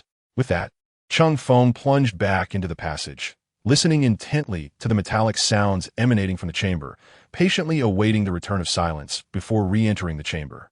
The 3 tech priest corpses lay flat on the ground, while U-3342 stood beside them in a daze. Their mechanical bodies were severely damaged, oil, biological circulation fluid, and coolant long since depleted. The remnants of flesh had decayed, leaving only a few exposed, pallid bones amidst the metal. The other 2 priests evidently lacked the wealth of the first. The remains offered little of use. Their prosthetics were shattered, and the auxiliary arms were contorted and deformed. Nevertheless, Cheng Feng managed to salvage some valuable small components. Among the debris of a broken skull, he discovered a complete ocular implant with a miniature thinker array. However, the implantation of such a device required surgical intervention on the skull, necessitating the removal of an eyeball. The system could provide implantation services, but at a cost of 1,500 points. Cheng Feng aspired to become an interstellar warrior, not a grease-laden cyborg. Thus, he set this item aside for the time being. In addition, he found a complete laser cutter and 2 laser welding guns attached to the auxiliary arms of the 2 priests. After removing these items, the remains of the 2 priests were reduced to mere a mass of twisted debris on the system interface. Although he had not acquired anything of superior quality, Cheng Feng felt quite satisfied. The plasma pistol was an item that even ordinary Imperial commissars could not possess, and being a relic weapon, its worth was likely equivalent to that of an Astartes. Having gathered all his findings, Cheng Feng turned his gaze towards the passage at the other end of the chamber. The hatch of the passage had seemingly vanished. Continue onward, U-3342. Cheng Feng followed closely behind U-3342 as they departed the chamber, progressing deeper within. The passage was not lengthy. Within mere minutes, Cheng Feng found himself at the terminus. Following U-3342, they entered an expansive space. The scene here starkly contrasted with that of the control room, resembling more of a machinery room or conway hub. The chamber was occupied by an intricate web of pipes and cables of varying sizes and thicknesses. The metallic conduits and robust cables entwined like countless vines, converging from all directions before extending towards various pipeline shafts. The air was thick with the scent of machine oil, metallic corrosion, and a vague, indefinable antiquity, suggesting that the ventilation system had likely ceased functioning long ago. The walls surrounding him were adorned with an array of valves, pressure gauges, and controllers, some of which flickered with faint indicator lights. The ground was coated with a viscous amalgamation of oil and dust. Yet, in contrast to the previous battlefield's devastation, this place bore fewer glaring scars of destruction. However, Cheng Feng's perplexity deepened. This was an Imperial warship which, in theory, should have been manned by tens of thousands of mortal crew members and a significant number of naval soldiers. The previous skirmish, evidenced by the shattered jump shields, had indeed been fiercely brutal. Yet, aside from a broken shield and a few pieces of tech priest equipment, he saw little that belonged to the ordinary soldiers, or were their standard-issue weapons. While the flesh and blood of the fallen soldiers might decay, what had become of their bones and armor? Had all their weapons been obliterated? As he sank into contemplation, attempting to reconstruct the scene prior to the ship's demise, a thunderous roar erupted from above, accompanied by the jarring sound of contorted metal. Startled, Cheng Feng looked up to see a distorted figure tumbling down from a massive pipeline shaft nearly 2 meters in diameter, crashing onto a thick conduit below, creating a substantial dent in the hard metal. Adjusting the laser shotgun, he illuminated the fallen object, revealing yet another machine servant tainted by chaos. However, this one was in an even worse state than the one that had previously attacked him. Its body twisted at unnatural angles, bones and metal fractured, with exposed cables resembling lifeless serpents. Most striking were the grotesque, white-boned spurs that had pierced through its flesh alongside the distorted remains of its corporeal form.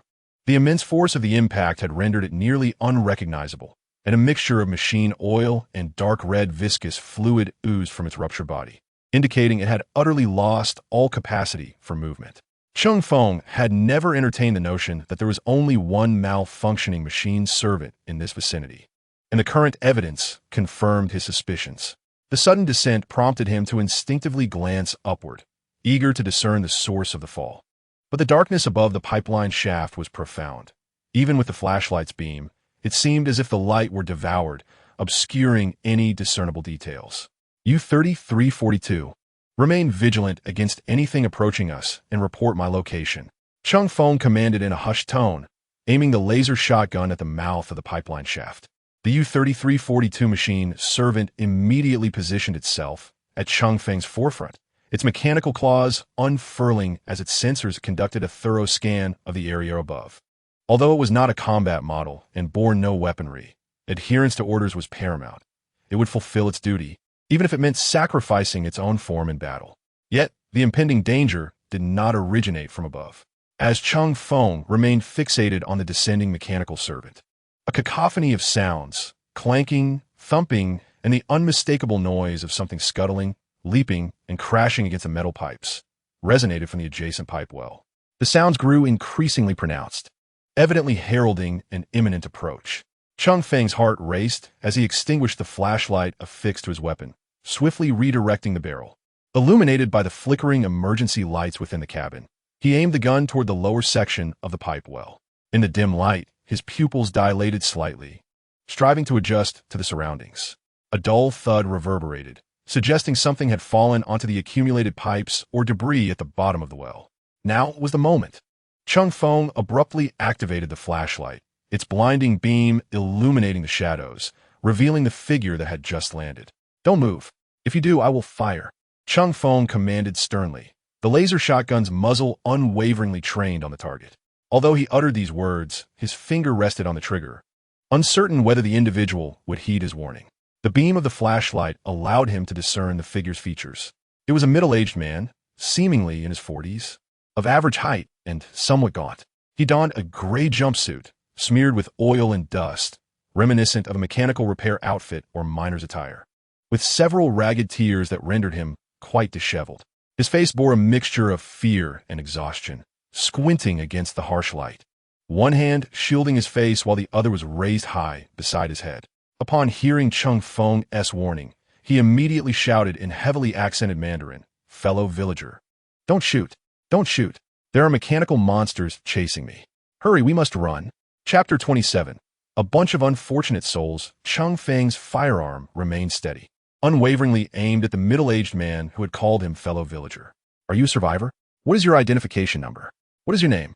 Cheng Feng pressed on, maintaining his vigilance and keeping a watchful eye on the activity around the other pipe wells. The middle-aged man, relieved by Cheng Feng's lack of immediate aggression, gradually lowered his hand but remained anxious, responding in his thickly accented Mandarin. Yes, I am Zhang Jingguo, identification number 55,801. There are 5 of us in total. We were supposed to meet another team at the perimeter of the safe zone, but we arrived late." It seemed that the presence of Cheng Feng's firearm had instilled a degree of reassurance in Zhang Jingguo, his demeanor less tense than before. "We lost our way and had to navigate through this wreckage using the compass. We even encountered a girl who had suffered a severe injury, a gaping hole in her abdomen. It was tragic. We tried to help her, but upon reaching the safe zone, we found no sign of her team. When we inquired, they claimed they had arrived at the safe zone long ago. And this is all there is." Upon hearing the man's words, Cheng Feng realized a crucial detail. The wreckage of the ship is three-dimensional, while the coordinates of the safe zone are merely planar, which perhaps implies that the upper and lower regions are also within this so-called safe zone. The ship's remains are intricate and convoluted. It is likely that many individuals are still present in this area, albeit in safety zones situated at varying heights. Good heavens! Our safe zone resembles a worker's break room. Quite a few garments are available for change, yet the iron door refuses to close. Consequently, a horde of frenzied stone bears managed to break in and chased us all the way into the room, followed closely by those grotesque, half-human, half-machine monstrosities. Had it not been for the battle that ensued between the stone bears and the mechanical creatures, we would have had no opportunity to escape. However, the chaos has since scattered us. Zhang Jingguo's words carried considerable weight. Cheng Feng paid little heed to why the other party was so freely divulging various pieces of information. Instead, he silently attempted to add the individual to his contact list, then spoke, "I will now add you to the system communication. Please provide me with your ID number." "Let me see. It's 73481. Upon hearing the accurate report of the ID number, Cheng Feng felt a slight sense of relief. This not only confirmed the other man's identity as a survivor, but also clarified the reason for the arrangement of Lin Yu's remains. As for the stone bears and mechanical creatures mentioned, Cheng Feng suspected they were likely the hill rock tyrant he had encountered earlier, along with the chaos-corrupted mechanical servants. Cheng Feng quickly assessed the situation. The individual before him appeared to pose no threat and seemed knowledgeable about Lin Yu's remains, which bolstered his credibility. "Where are the beasts and monsters you encountered? What weapons do you possess?" Cheng Feng continued his inquiries. "Weapons? I only have this," Zhang Jingguo stammered, anxiously gesturing in the air, evidently summoning an item from his personal space. In the next moment, a long, rusty metal strip, seemingly salvaged from some mechanical device, materialized in his hand. The edges appeared roughly sharpened, barely qualifying as a blade, and the grip was wrapped in cloth to avoid injury. Everyone else has scattered. How could I attend to them? Those monsters and beasts engaged in a fray in the break room where we were hiding. It was utter chaos. I took advantage of the disorder to escape through a gaping hole in the wall and crawled down the pipes, nearly falling to my death. He brandished the makeshift long knife, his face etched with dread. Cheng Feng observed the pitiful weapon in his hand and compared it to his own laser shotgun and plasma pistol, feeling momentarily at a loss for words. At that moment, a series of heavy and urgent metallic clangs echoed from above the pipe shaft through which Zhang Jingguo had just ascended, the sound rapidly approaching. They're coming. Hurry and run. Zhang Jingguo's face turned ashen, fear evident as he pointed towards the pipe shaft. Cheng Feng's expression hardened as he immediately barked, Zhang Jingguo, retreat to the corner on your left and stay out of the way. He gestured towards a relatively secure corner formed by sturdy pipes. Zhang Jingguo, as if granted a reprieve, scrambled to hide behind the pipes, peering nervously out with half his head exposed, anxiously watching the pipe shafts opening. Cheng Feng, along with you, 3342. Secure the area below the pipe shaft. Bang! A heavy silhouette crashed to the ground, raising a cloud of dust. Almost instantaneously upon its descent, Cheng Feng clearly discerned his target. Indeed, it was yet another uncontrollable automaton. This particular machine exhibited a slightly better condition than the one that had previously shattered, yet remained equally grotesque. Its mechanical structure was half-shrouded in repulsive, fleshy growths, while the other side bore a metallic arm ending not in the customary mechanical claw or tool, but rather in a sharpened metal pipe, resembling a spear. The optical sensors of the rogue automaton flickered erratically with unstable red light, and upon landing, it emitted a cacophony of electronic static and biological growls. Locking its sight on the nearest Cheng Feng, brandishing its spear and charging forth, U-3342 accelerated forward, its four mechanical fingers lunging fiercely towards the opponent's body. Accompanied by a sound of metal distortion, U-3342's claw embedded itself into the foe, successfully ripping away a bloodied, fleshy mechanical arm. The injured rogue automaton staggered momentarily, buzzing. Without hesitation, Cheng Feng pulled the trigger. The laser shotgun, in focus mode, unleashed a searing beam that struck the adversary's head directly. The beam obliterated its biological brain in an instant, charring flesh and incinerating shattered circuitry and metal. A nauseating scent of burnt matter permeated the air. The defeated automaton emitted intermittent electronic sounds, still stubbornly advancing, before crashing to the ground with a resounding thud. Its spear-wielding arm fell limply, the entire body convulsing a few times before finally coming to a standstill. For these ordinary automatons, targeting the head was not particularly difficult to destroy, provided the weapon could penetrate the metallic implants above. Hiding behind the pipes, Zhang Jingguo watched in astonishment as Cheng Feng's gun fired a visibly radiant beam, his mouth agape in disbelief. However, when Cheng Feng felled the rogue automaton, the flashlight on the gun illuminated U-3342 as well. In that moment, Zhang Jingguo beheld the terrifying visage of Lin Yu, a grotesque amalgamation of flesh and machinery. My heavens! A ghost! It's haunted! Terrified, Zhang Jingguo screamed in fright, abandoning all thoughts of the mechanical monstrosity, scrambling from his hiding place and fleeing into the darkness of the compartment, leaving behind his crude long knife. Cheng Feng was startled by Zhang Jingguo's sudden reaction, quickly realizing he had been frightened by U-3342. Destroy the servant automaton corrupted by chaotic pollution to earn 450 survival points. A log notification flashed by. Cheng Feng sighed in relief, glancing at U-3342, now stained with the enemy's blood, before turning his gaze towards the direction of Zhang Jingguo's escape, showing no intent to pursue. Although the rogue automaton before him lay in ruins, Cheng Feng remained oblivious to the number of other automatons that might still exist. It truly was a troublesome situation with other survivors and beasts lurking around. Chapter 28. Power Room. Zhang Jingguo's terrified cries and retreating footsteps soon faded into the depths of the dark corridor. Cheng Feng chose not to pursue blindly, recognizing the considerable risks of such impulsive action. The pipeline hub chamber before him had become evidently unsafe due to the incessant disturbances. A glance at the utterly wrecked, malfunctioning automaton on the ground confirmed its lack of further utility, prompting him to swiftly depart the perilous area filled with conduits, alongside U-3342. Should a multitude of errant automatons descend, or if a few formidable creatures were to appear, even Cheng Feng might find himself unable to withstand the onslaught. At that moment, he finally grasped why this location had been designated a red safety zone. They traversed a dark corridor, one that bore the scars of a past fire. The walls and ceiling were soot-blackened, and a pungent odor lingered in the air. The emergency lights here were sparse, compelling Cheng Feng to switch on his flashlight once more. At the end of the corridor, the scene opened up dramatically. Before them loomed the edge of a vast vertical shaft, plunging into an abyss of darkness. In front of them lay a rusted platform, constructed from sturdy metal frames, flanked by a tightly sealed metal gate. Above the gate, the wall bore several large Gothic inscriptions, accompanied by a smaller line of binary code. Thanks to the language pack, Cheng Feng deciphered its meaning: Power Chamber Elevator 4. Embedded in the adjacent wall was a screen flickering with an eerie green glow, beneath which a complex keyboard interface awaited. This was a computer running on low power, classified as a thinker within the realm of Warhammer, and this one was no exception. Power chamber? Cheng Feng surveyed his surroundings. This place resembled more of a transit hub or equipment layer rather than the core power area. Thus, the inscription must pertain to the destination of this elevator shaft. He approached the thinker, and, responding to biological sensors, it illuminated the screen, revealing a complex system interface and a request for permission. Following the prompts, Cheng Feng placed his palm on the designated biometric area, and a red light swept across. Permission verification failed.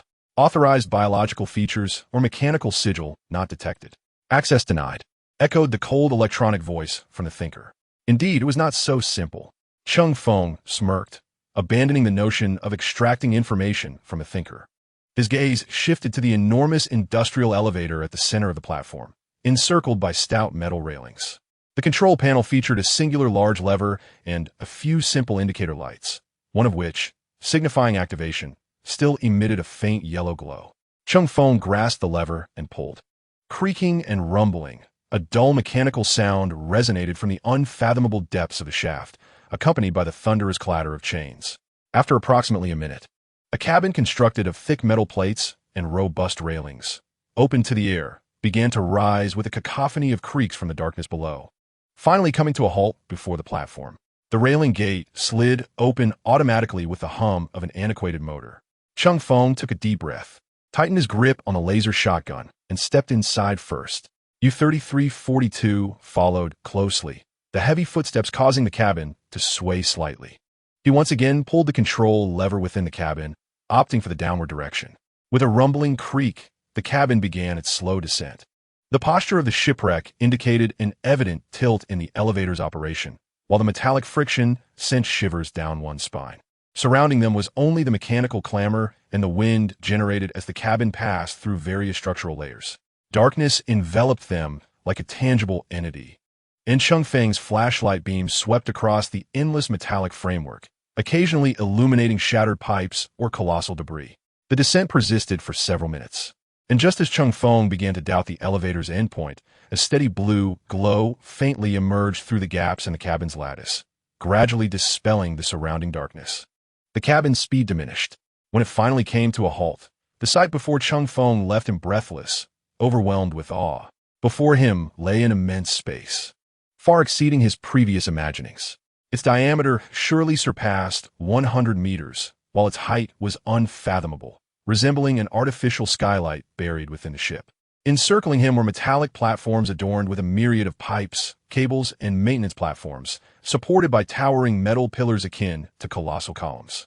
The elevator cabin, where Cheng Feng stood, halted on a cross-shaped metal walkway that spanned this vast expanse. The walkway, constructed of thick metal plates, featured low railings on either side, allowing an unobstructed view into the dizzying depths below. The intersection of the walkway marked the very center of this gargantuan space.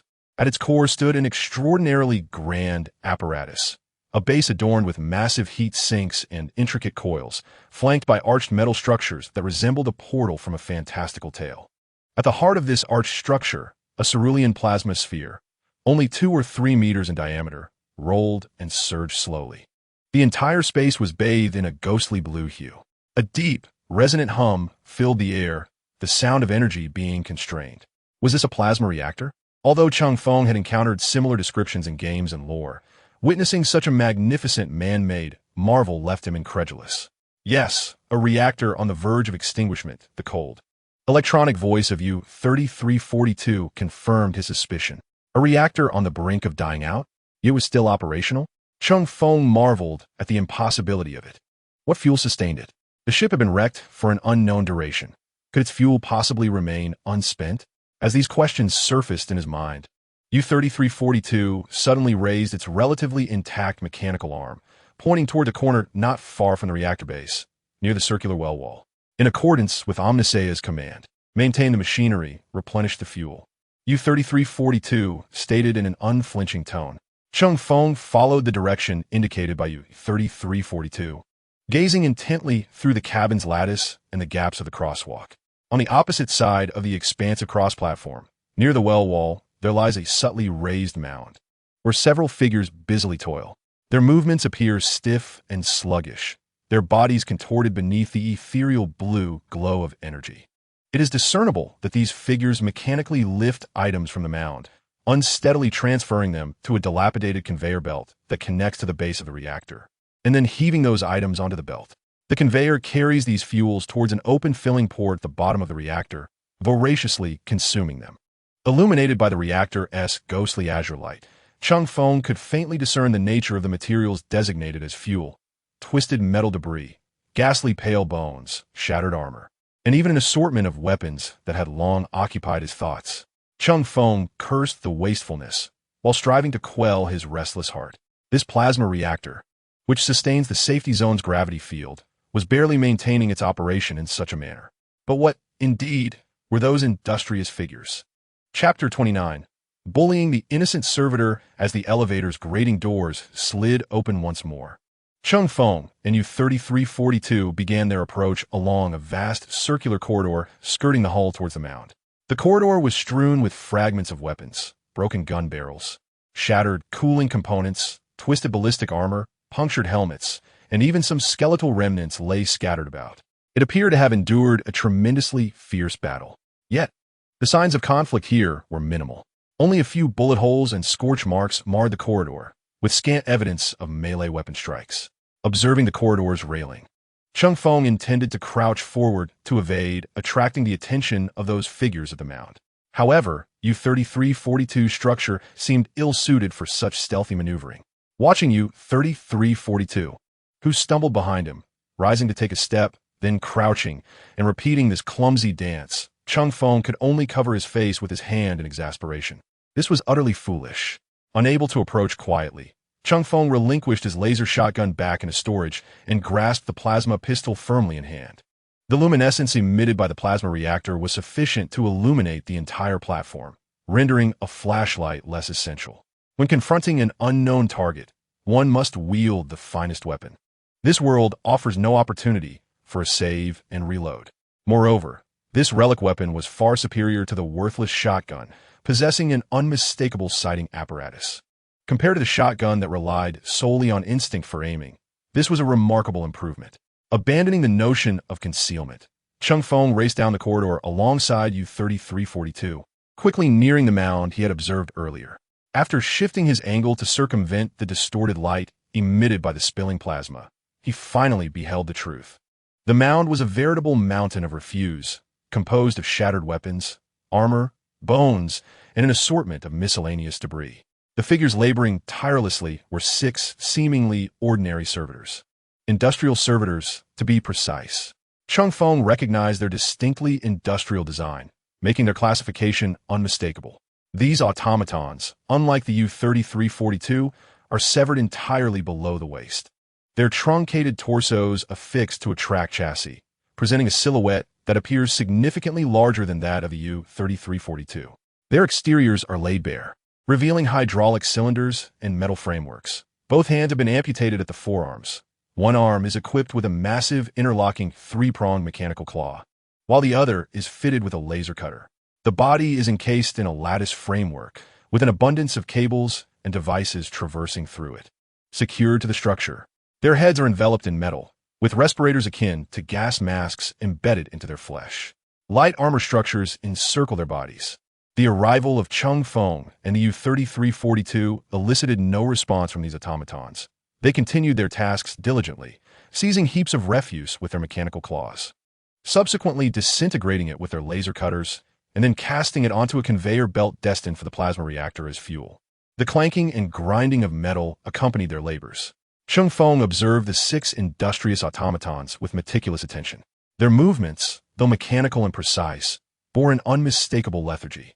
The track's motion was invariably accompanied by discordant frictional noises. The beams from the laser cutters flickered intermittently, and the opening and closing of the mechanical claws resonated with the sounds of metal grinding against metal. These tireless workers, having endured the passage of time without maintenance, now teetered on the brink of obsolescence. However, unlike the previously encountered rogue automatons, these industrial counterparts exhibited no signs of disarray. Their metallic exteriors, though marred with stains and scratches, remained undistorted, and the flesh did not exhibit any signs of excessive growth. Perhaps due to their continuous operation within this relatively enclosed power core area, shielded by the Geller field, they had narrowly escaped the taint of chaos, sustaining the reactor's fundamental operations through their preordained programming. This revelation afforded Cheng Feng a modicum of relief. As long as these automatons did not instigate an attack, he had no intention of engaging them. After all, none could ascertain whether their destruction might trigger a chain reaction, resulting in the collapse of the Geller field that maintained the safety zone. His gaze shifted towards the mound of fuel formed from various debris. Since the industrial automatons were solely concerned with shredding materials for the reactor, it seemed reasonable to salvage some usable items before the fuel was entirely obliterated, did it not? A surge of excitement coursed through Cheng Feng. He signaled to U-3342 to remain vigilant for any unusual occurrences nearby. Cheng Feng then cautiously approached the periphery of the refuse heap, avoiding the automaton's work paths, and began to sift through the debris with haste. The system's built-in item identification tags proved invaluable at this juncture, enabling him to swiftly discern valuable targets amid the detritus. Within mere minutes, he made a discovery among the surface accumulation.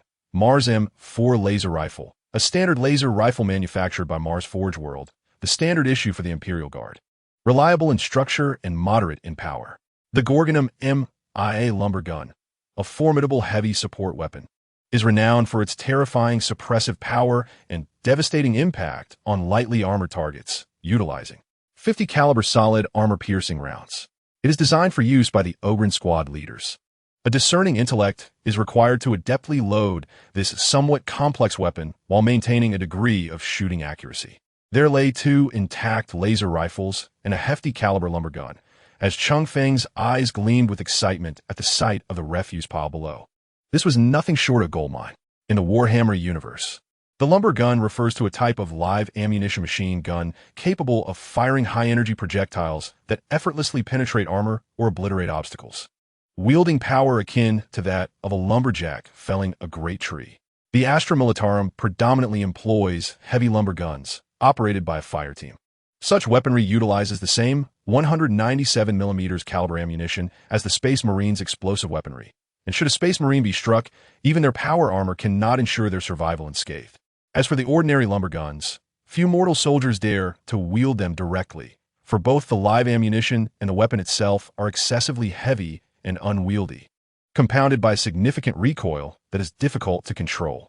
However, for the Ogren, things are different. A variant recognized and accepted by the Empire. They often exceed 2.5 meters in height, with some even surpassing the stature of an average Space Marine, possessing remarkable strength. Yet, their intellect is lacking. They are not only dim-witted but also remarkably naive, with a singularly focused mindset and a pronounced fear of confined spaces. Some are even incapable of wearing gas masks. Nevertheless, the Empire has recognized their virtues. Their simplistic thinking is less susceptible to chaos corruption, and their robust physiques can compensate for the scarcity of Space Marines.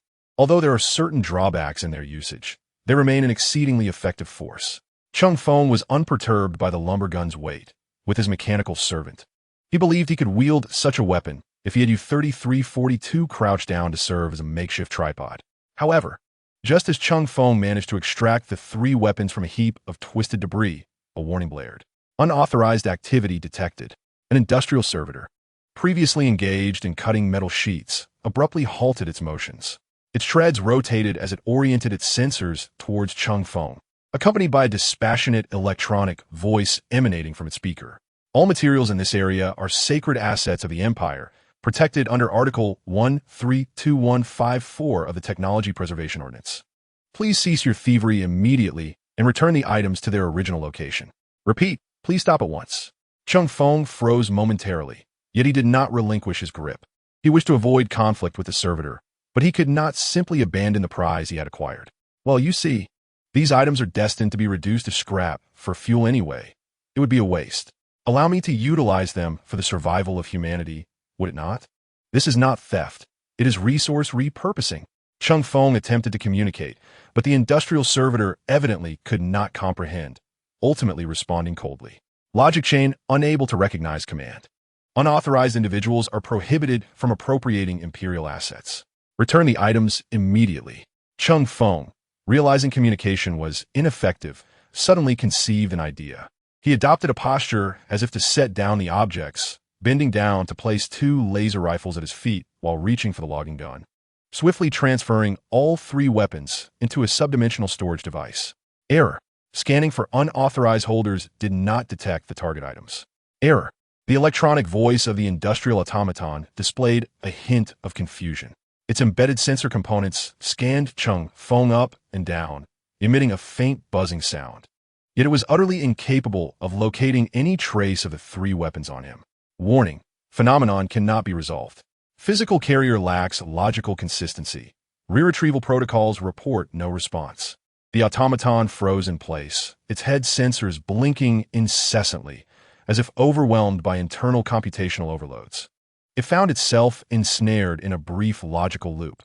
The items had indeed been taken, yet they were nowhere to be found on the taker, defying its fundamental understanding. Moments later, unable to elicit a response from superiors, the automaton's logic system seemingly triggered a protective mechanism. Clumsily, it turned its tracks, disregarding Cheng Feng, and returned to its original task, grasping a heap of shattered firearms and decayed bones, continuing to slice them with a laser cutter and tossing them onto a conveyor belt, as if the preceding events had never transpired. Indeed, Cheng Feng exhaled with relief, wiping away non-existent cold sweat. These antiquated automatons were incapable of handling anomalies that exceeded their fundamental logic. This little incident bolstered his confidence. It seemed that beneath this mountain of refuse, there likely lay more treasures yet to be unearthed. Observing the slow and inefficient pace of the automatons, he resolved to linger a while longer. Finding a corner that offered a vantage point over most of the refuse pile, he settled down, retrieving a piece of previously roasted skinless leg meat from his storage device. Carefully taking out a small vial containing gene enhancement powder, sprinkling a little, and patiently waiting while savoring the oddly flavored yet energizing food. His gaze remained fixed on the work area of the automatons, eagerly anticipating the discovery of more valuable items from the depths. Just as he finished the second piece of meat and prepared to rise again in search of more, a thunderous roar erupted from a nearby elevator shaft. The entire metal platform trembled violently.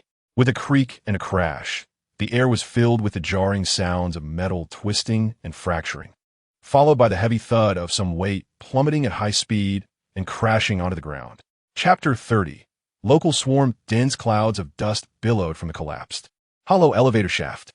Coughing violently, 3 panicked figures stumbled out of the swirling dust, collapsing onto the ground, their faces etched with fear and the shock of survival. "Where's this?" gasped a young man wearing a tattered cap, a deep scratch marring his arm.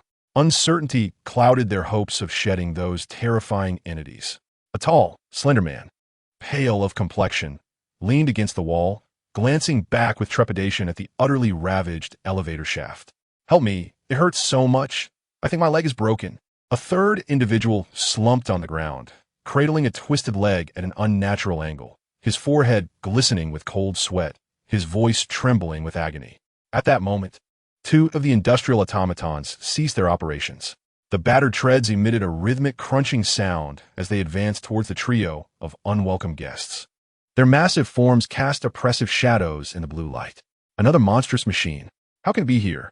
The tall man was the first to perceive the approach of the automata, and he cried out in alarm.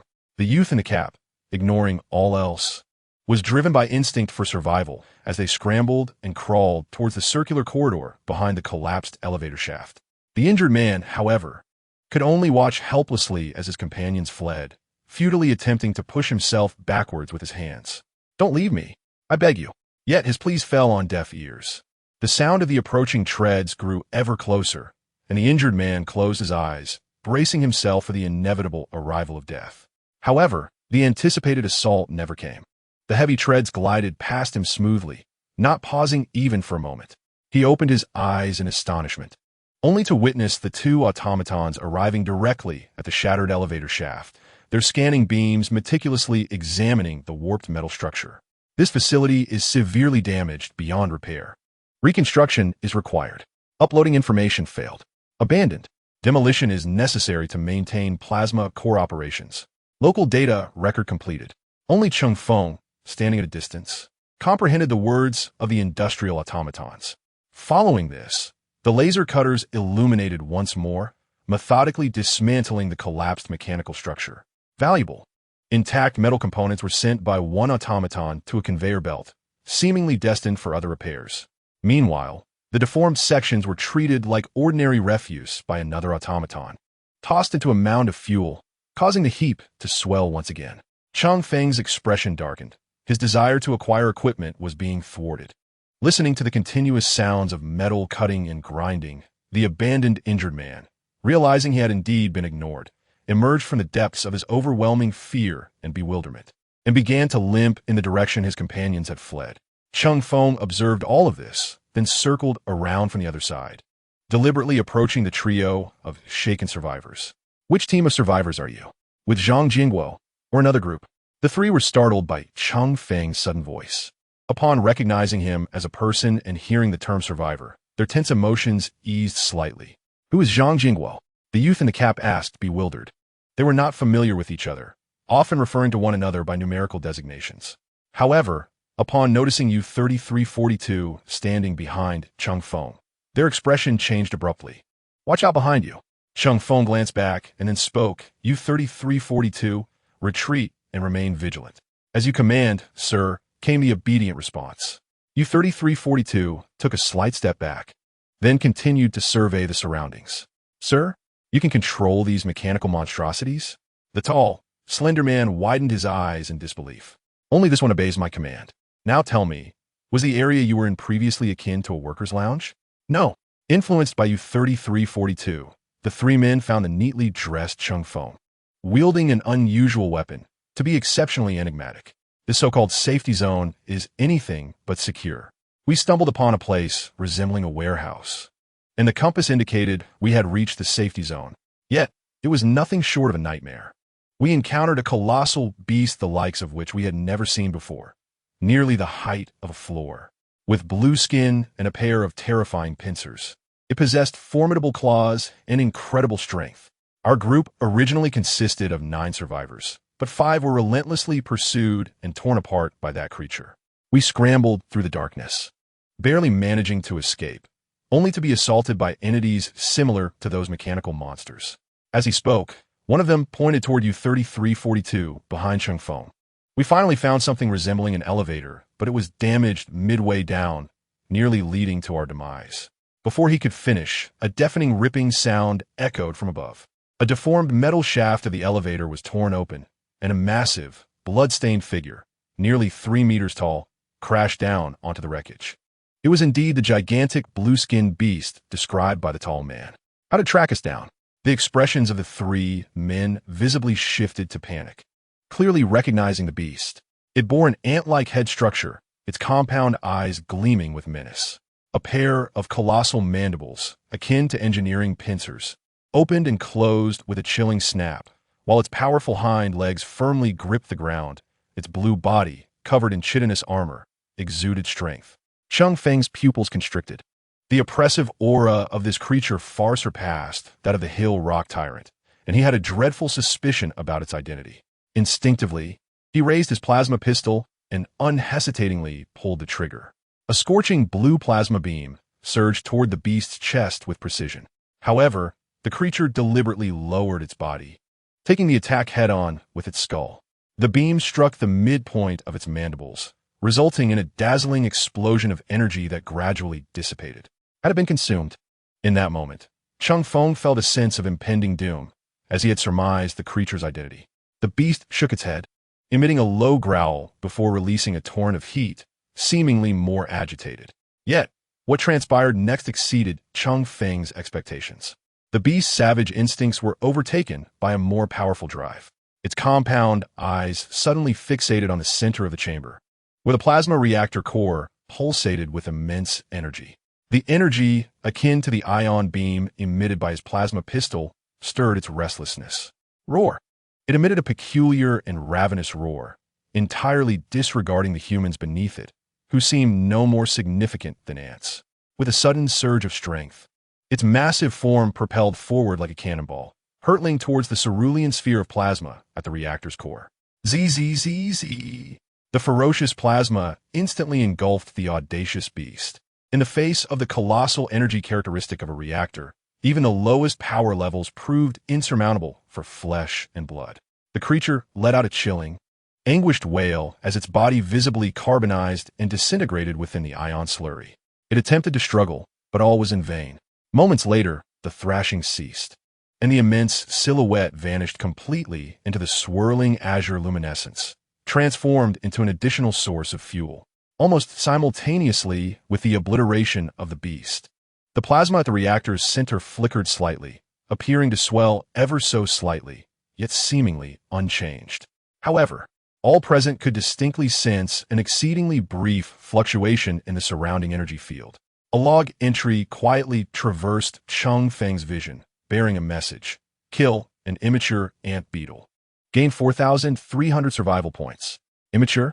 Cheng Feng's gaze twitched violently at this information, his mind consumed with a singular thought: run. The forelimbs of an ant beetle possess astonishing strength, capable of tearing through armor and even the hulls of ships, equipped with infrared night vision, and nearly capable of consuming any material. A single adult ant beetle could decimate a small vessel. Typically, such creatures do not manifest aboard space battleships. Yet, there are always places that supply the Empire with mere fodder. Cheng Feng speculated that this ant beetle likely originated from some expired canned goods in the storage area. However, he dared not gamble on the quantity of expired ant beetle cans amidst the ship's wreckage, nor on the duration of their expiration. If the time had been sufficiently prolonged, the existence of an ant beetle colony here was not out of the question, for they're indeed social creatures. Chapter 31. Conflict. Everything transpired too swiftly. The trio was still dazed by Cheng Feng's weapon that emitted beams of light and the sudden self-destruction of the ant beetle. Buzz! The previously low hum of the plasma reactor abruptly transformed into a sharp, piercing shriek, its stability visibly deteriorating. The lights on the walls and control panels, once flickering, now blinked frantically, oscillating erratically. The roiling plasma sphere at the reactor's center contracted sharply, and then the brilliance of the confinement field vanished in an instant, extinguishing all plasma completely. Warning: circuit overload, energy circulation stabilizer failure. Warning: main plasma reactor core power has dropped below minimum self-sustaining line. Reactor shutdown. Backup power has been activated, prioritizing the maintenance of the core area's gravity field and essential life support systems. Backup power is expected to last for 10 hours. As the azure light faded entirely, the electronic voice in the chamber concluded its announcements. The entire power compartment was soon enveloped in darkness, illuminated only by emergency lights. Aside from Cheng Feng, the other three wore expressions of utter confusion. This is not a prompt from the survival system, but rather a warning broadcasted in Gothic script from the very wreckage of the ship itself. What has transpired? The previous utterance bore some resemblance to English, yet its meaning eluded comprehension. It appeared to be a form of warning. Just as Cheng Feng was preparing to convey this unfortunate news, two distinctly contrasting emergency mission options materialized within the field of vision of everyone in the vicinity. Due to anomalies in the power supply system of the safe zone, emergency missions now issued. Mission 1, Core Restart Escort. Objective: follow 3 industrial automatons to the lower deck. Procure and install the necessary components to restart the core and repair the reactor within a time limit of 4 hours. Reward: 5,000 survival points, safe zone restart. Opportunity to manufacture equipment disregarding prerequisites X1. Mission 2. Preserve the spark, destroy. Objective: locate and submit a functional Gauss field generator core. While carrying at least 1 complete core processing unit from a normal automaton, and reach the mid-level starboard hangar to either repair or find a usable vehicle. Reward: 1,500 survival points, mini Gauss field generator, opportunity for deep vehicle modifications. This action may result in the contraction or collapse of the safe zone. Cheng Feng's gaze lingered fleetingly between the 2 missions, immediately sensing the malicious intent emanating from the survival system. The 2 missions presented a stark core conflict. Survivors opting for Mission 2 would stand in direct opposition to those choosing Mission 1. After all, dismantling the Gauss field generator would render the reactor repair futile, even if successful. Yet this was a place teeming with ant cows. Repair the reactor? Wait for the psionic storm to fully subside? That would be tantamount to courting death. The sole path to survival lay in seizing the opportunity for vehicle modifications and breaking free from this deadly trap. I choose Mission 2. Preserve the spark. As Cheng Feng made his decision, the trio also took note of the mission's emergence, swiftly scanning the task descriptions and promptly reaching a consensus.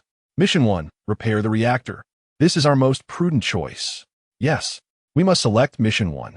The tall, lean man asserted decisively, turning his gaze towards Cheng Feng, attempting to sway this enigmatic lone wolf. The 6 industrial automatons had already ceased their operations, with 3 heading towards another elevator shaft, while the remaining 3 approached the vicinity of the plasma reactor to commence inspections. Clearly, the actions of the industrial automatons were not under the control of the survival system. Perhaps one could even wager that these automatons would return intact after departing. However, since the system had issued missions, it was evident that the departing automatons would encounter obstacles. Brother, join us in completing Mission 1. Repair this place and hold steadfast until the storm passes.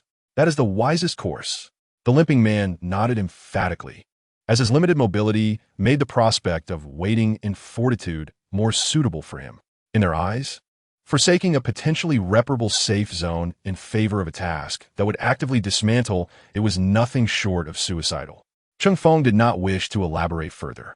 Based on the scant information available, Mission 1 indeed appeared to be the more secure option. However, Cheng Feng was acutely aware of the terror that Ant Cow represented. Driven by a fundamental sense of compassion, he did not wish to witness the demise of these individuals. No, I choose Task 2. I advise you all to select Task 2 as well and leave immediately. This place is unsafe and will soon be overwhelmed by far more dangerous entities. Task 2. The voice of the tall, thin man suddenly rose in disbelief and anger. Are you insane?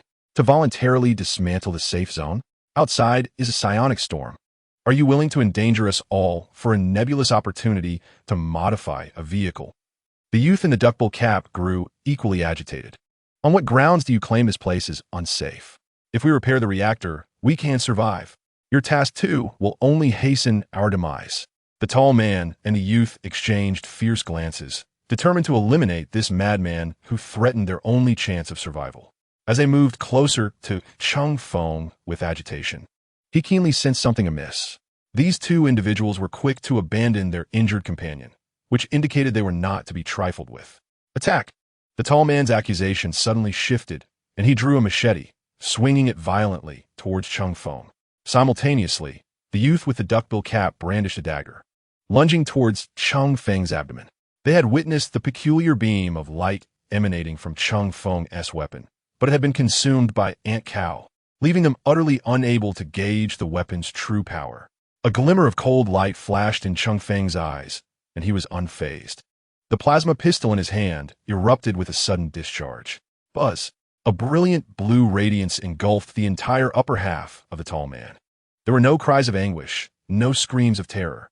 The beam unleashed by the plasma pistol instantaneously vaporized the machete and half of the man's body, leaving only a crackling arc of electricity in the air.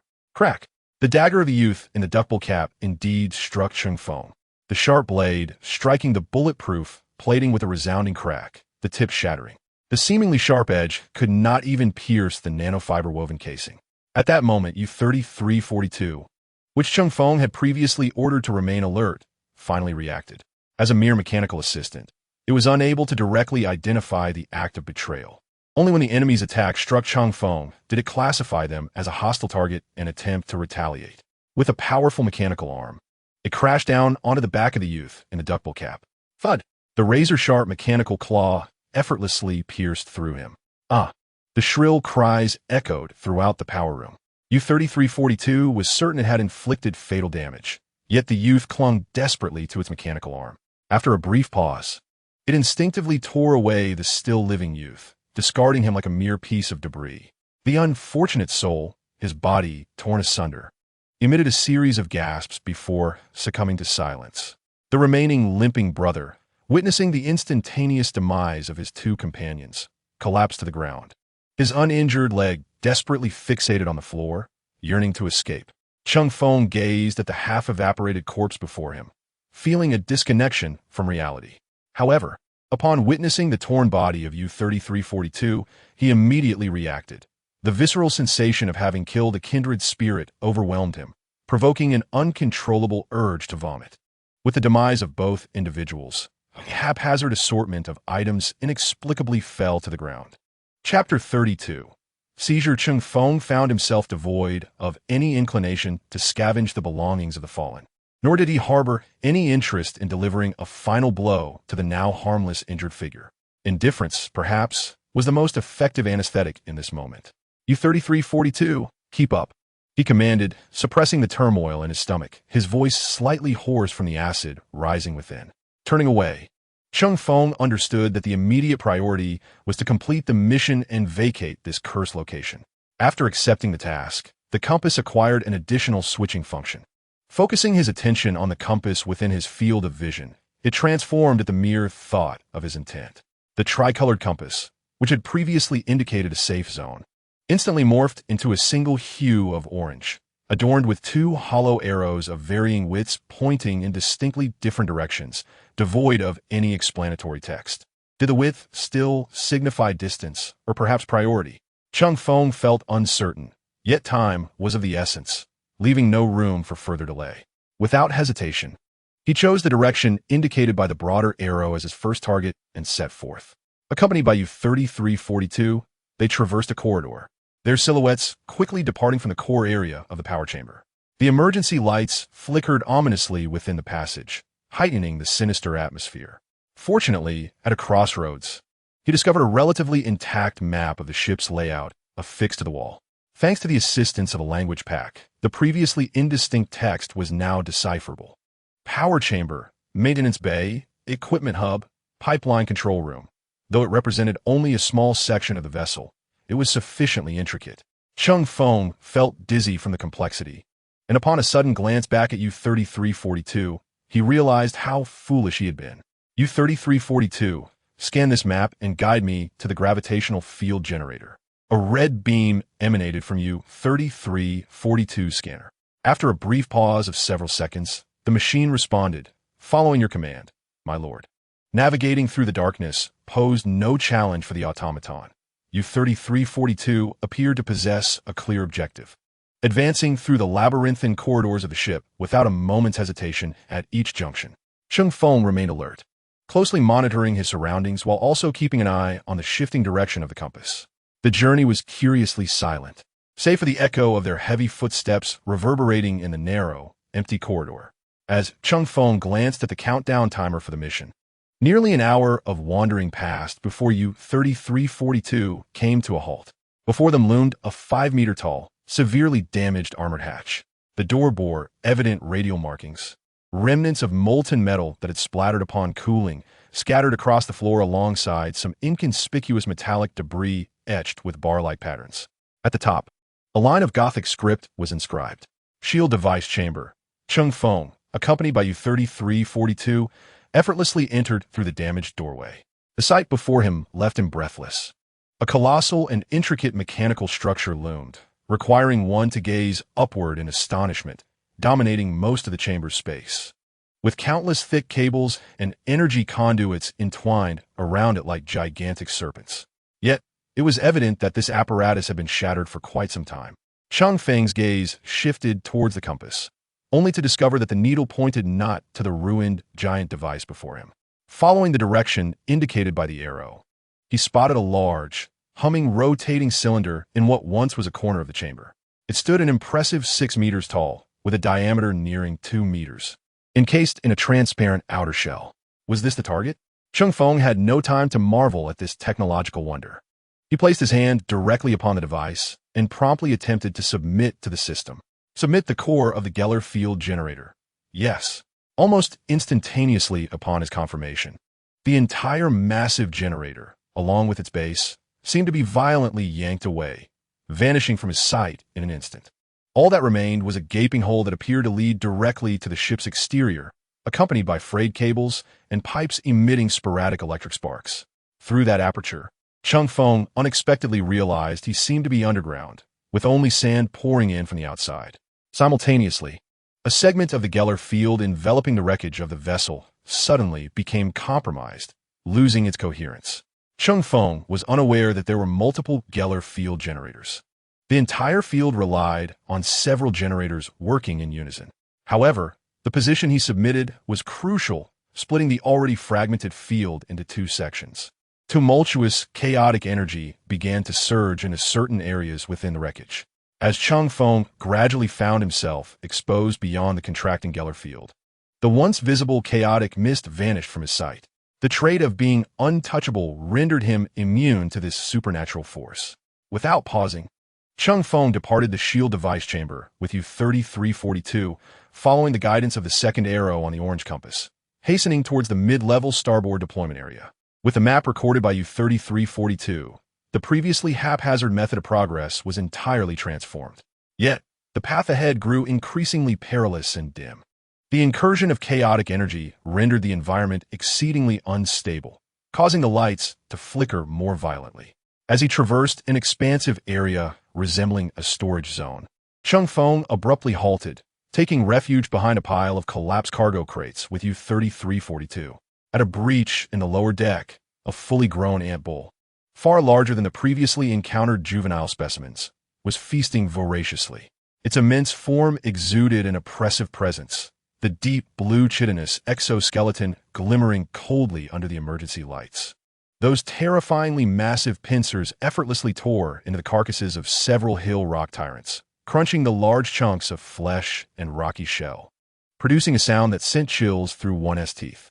Cheng Feng gestured for U-3342 to remain silent, indicating it should circumvent from above in an attempt to evade the formidable predator. U-3342, however, was utterly perplexed by Cheng Feng's actions, its cumbersome mechanical form producing an inescapable dull thud in the silence. Thud!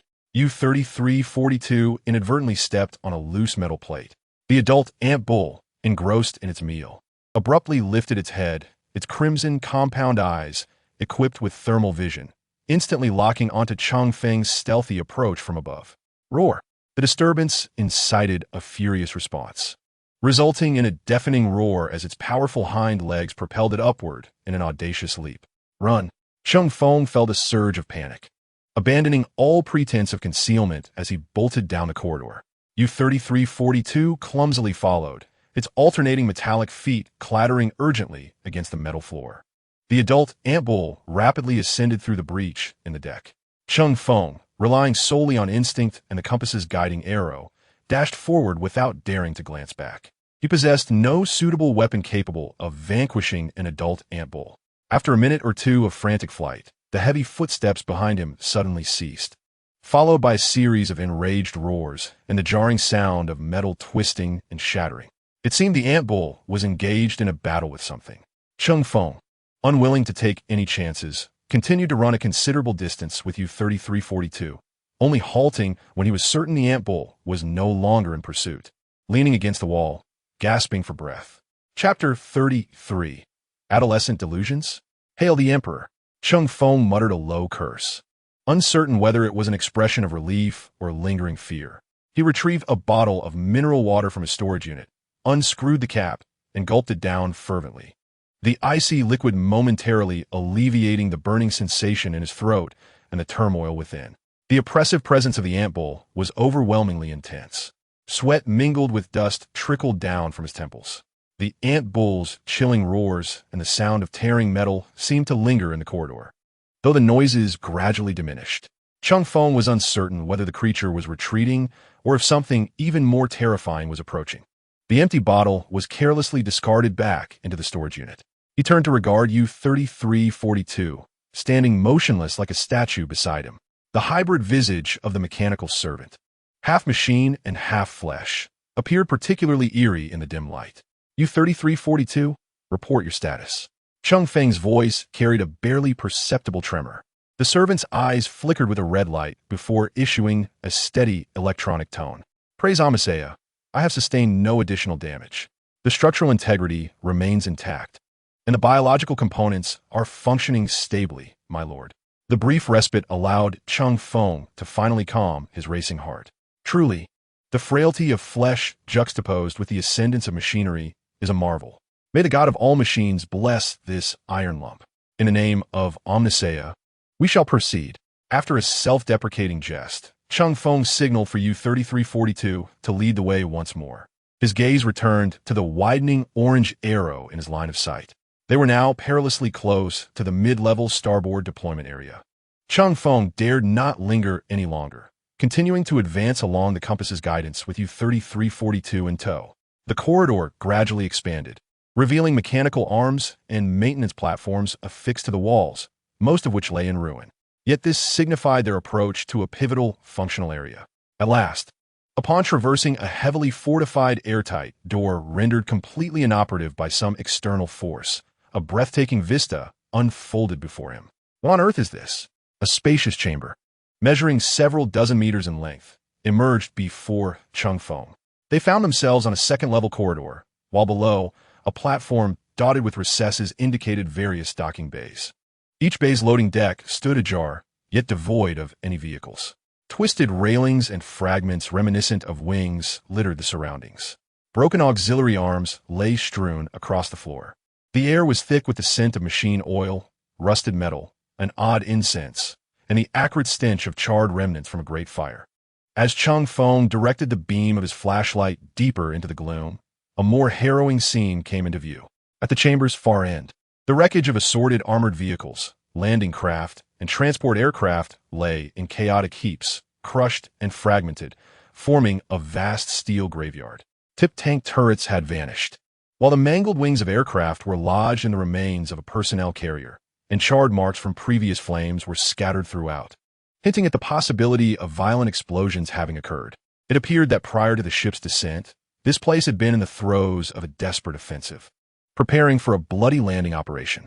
Cheng Feng furrowed his brow, quietly analyzing. There was no other explanation for the concentration of battle-ready vehicles in such a dire state. Just as he was about to step forward in search of suitable vehicular targets, a creaking sound pierced the profound darkness. Cheng Feng discerned a partially ajar hatch leading to a side corridor suddenly springing to life. A figure stumbled forth, its body seemingly unblemished, yet its movements exhibited a disconcerting, jerky quality.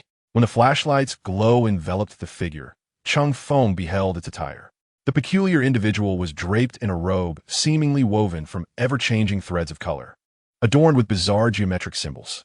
A remarkably intricate and unusual metallic mask concealed its face, with only its eyes, shimmering with a mad blend of fervor and insatiable curiosity, visible.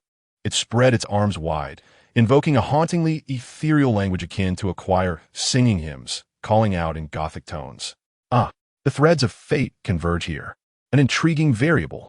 Knowledge. I behold boundless knowledge awaiting. O master of metamorphosis, I shall offer you the soul of this precious specimen. Cheng Feng instantly aimed his laser shotgun at the figure. Who are you? The beam illuminated the newcomer, the shifting robe and mask appearing especially eerie under the light.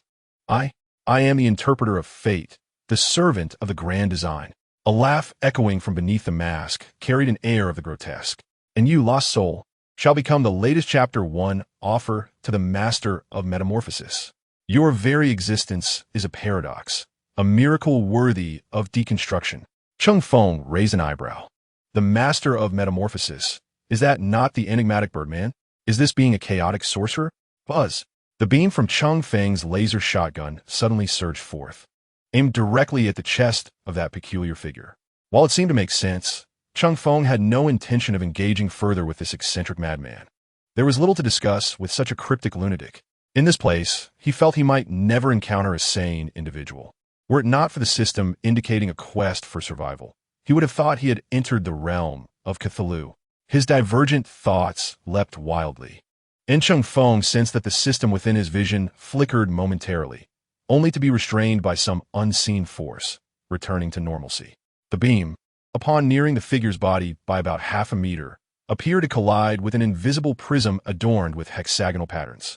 Instantly, it was deflected, decomposed, and dissipated into harmless motes of light in the air. Cheng Feng's pupils constricted. Foolish, dishonorable mortal. How could ordinary weaponry dare to breach the veil of truth? The chaotic sorcerer let out a mocking shriek, swiftly weaving intricate hand signs, arcs of blue spiritual energy dancing at his fingertips. Allow me to demonstrate true power. Flames. Consume the illusion. He pointed, and a swirling mass of blue fire materialized out of thin air, hurtling towards Cheng Feng with a howl. Yet, Cheng Feng remained utterly perplexed. The opponent stood there, akin to a character afflicted with a midlife crisis upon seeing a popular anime, twisting his hands for an eternity before pointing and shouting what seemed to be an impressive technique. The chaotic sorcerer, incredulous, watched as the flames approached within a certain range of Cheng Feng, only to evaporate upon contact like a drop of water on a red-hot iron plate. Producing a faint hiss, they vanished in an instant, leaving not even a wisp of smoke. The sorcerer's movements visibly froze, the fervent confidence behind his mask morphing into profound confusion. Impossible. My spell? Where's the logic? This defies all known principles. Unwilling to accept defeat, he frantically gestured again, unleashing more flames, frost, and even lightning towards Cheng Feng. Yet the outcome was invariably the same. All manifestations of spiritual energy, as they neared Cheng Feng, melted away like snow under the sun. Initially, Cheng Feng felt a twinge of anxiety, but observing his opponent standing there in a fit of dramatic flair, a hint of pity flickered in his eyes. Indeed, the world of Warhammer is far too dark. This individual has lost his sanity. That gaze of compassion seemed to deeply provoke the sorcerer, who ceased his futile casting, his mask rising and falling with rapid breaths. His eerie blue eyes bore into Cheng Feng, as if seeking to peer through him entirely. I comprehend now, rejecting all subspace influences, an absolute void. He suddenly leapt back, his voice trembling with shock and a fervor akin to discovering a profound truth. A forsaken one. No, a child of the void. A blind spot of fate. A paradox of logic. A perfect subject for research. Chapter 34. A battle lacking aesthetic grace, since I cannot elegantly rend you asunder. I shall resort to more crude methods. The chaos sorcerer shrieked as he raised his hands, channeling potent psychic energy not toward Cheng Feng himself, but rather towards the mountainous pile of vehicle wreckage in the distance. With a cacophony of twisting metal, several heavy armored vehicle remnants and colossal landing craft fragments were seized by an invisible hand of psychic force, levitating in midair like boulders swept along by a torrential current, poised to crash down upon Cheng Feng with devastating intent. Damn it! Cheng Feng cursed, swiftly switching his laser shotgun for a formidable plasma pistol, aiming at the chaos sorcerer, manipulating the heavy debris, and pulling the trigger once more. With a sizzling roar, a searing blue plasma beam pierced through the gloom, striking its target with unerring precision. Yet, the beam erupted into a dazzling cascade of energy upon colliding with the invisible psychic shield before the sorcerer, failing to inflict any substantial damage. It merely caused the chaos sorcerer to stagger momentarily, evidently straining under the burden of maintaining such extensive physical manipulation. Knowledge is both spear and shield. Ha ha ha. Accompanied by a bizarre laugh, Cheng Feng suddenly grasped the gravity of the situation. Long-range attacks were ineffectual. Psychic energy was indeed a slippery foe. No wonder. Despite the sci-fi backdrop, both Space Marines and Imperial soldiers ultimately resorted to wielding hefty blades for direct combat. Sometimes, one must employ the most unadorned methods. Cheng Feng retracted the plasma pistol into storage and deftly drew forth the weighty, precision combat dagger. The monomolecular blade gleamed with a deadly glint under the dim light. Observing the twisted wreckage of the armored vehicle plummeting like a small mountain, his pupils constricted and adrenaline surged through him. To confront such a force head-on would spell doom. Aimless fleeing might lead to being cornered by subsequent attacks. As the debris began to float ominously, Cheng Feng anticipated the sorcerer's next move. Behind him lay a gaping hole in the deck, leading to a broad conduit shaft, originally intended for fuel lines. The explosion had transformed these pipes into metallic fragments embedded within. U-3342, follow me, Cheng Feng commanded as he stepped back and plunged into the deck's opening, with U-3342 promptly trailing behind. The massive wreckage crashed down near their previous position, unleashing a violent shockwave that swept metallic shards and dust in all directions, akin to a tempest of steel. As an incorporeal entity, Cheng Feng stood out starkly within the Chaos Sorcerer's psychic awareness. He was akin to an abyssal rift. Although his precise location was obscured, his general vicinity was not difficult to ascertain. More fragments erupted into the dust, yet only muffled thuds echoed in response. Observing the stillness of the rift within his view, the Chaos Sorcerer halted his actions momentarily. Had he succeeded, or had he been crushed?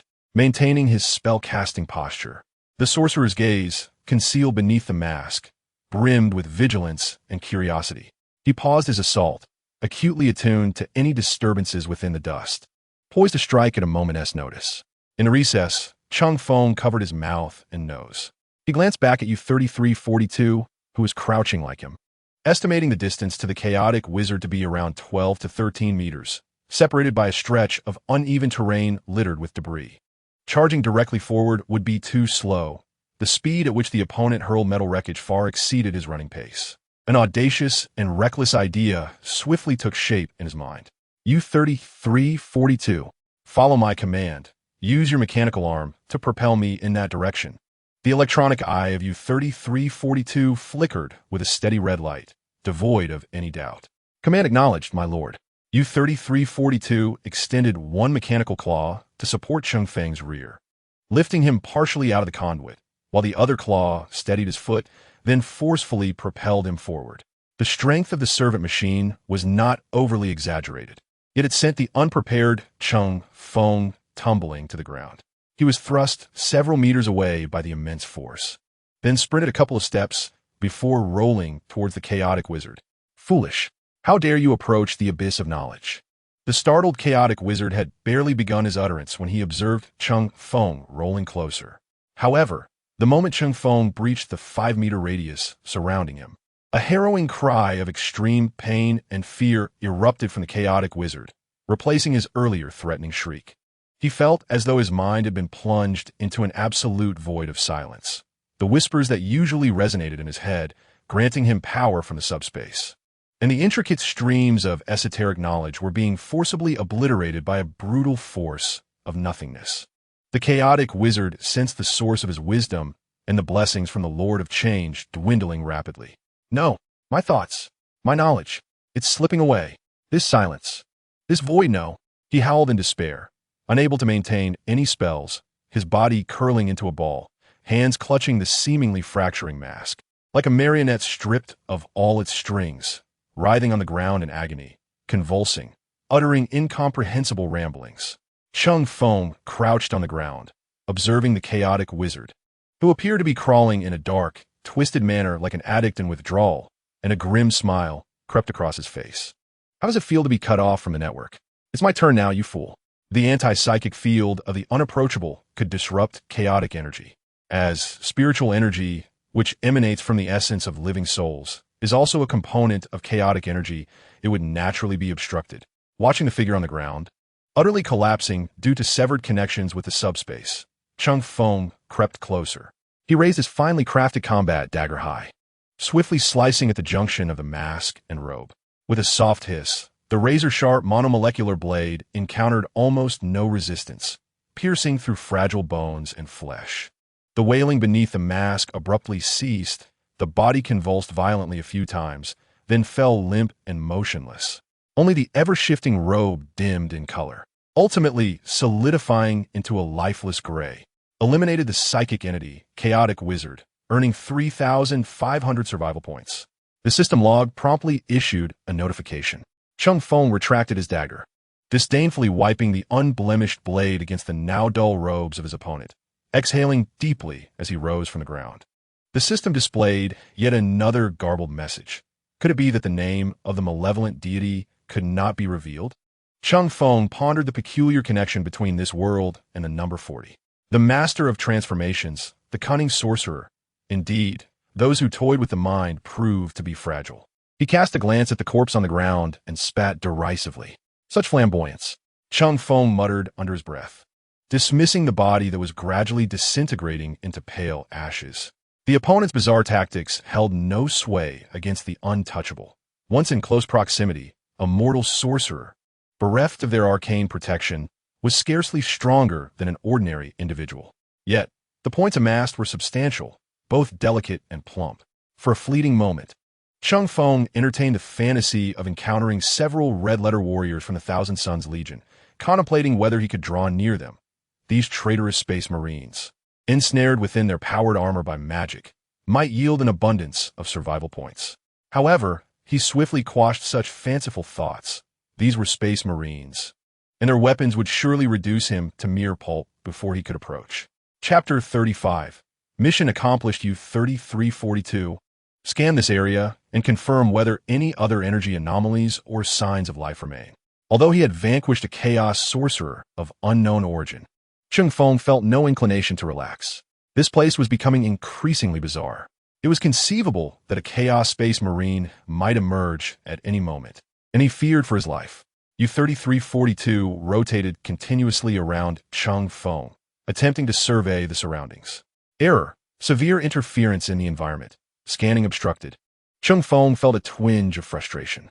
The attributes of the untouchable rendered him unable to perceive the anomalies around him, to the extent that he nearly forgot he was amidst a psychic storm. U-3342 sensors were incapable of conducting a comprehensive scan of the environment under such psychic interference. Never mind. The priority was to locate a functioning vehicle.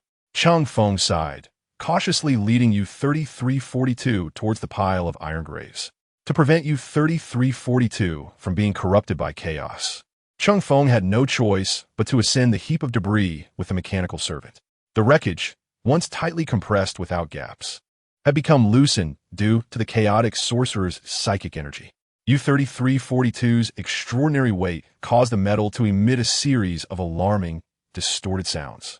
Utilizing the system's data prompts, Cheng Feng identified the twisted remnants.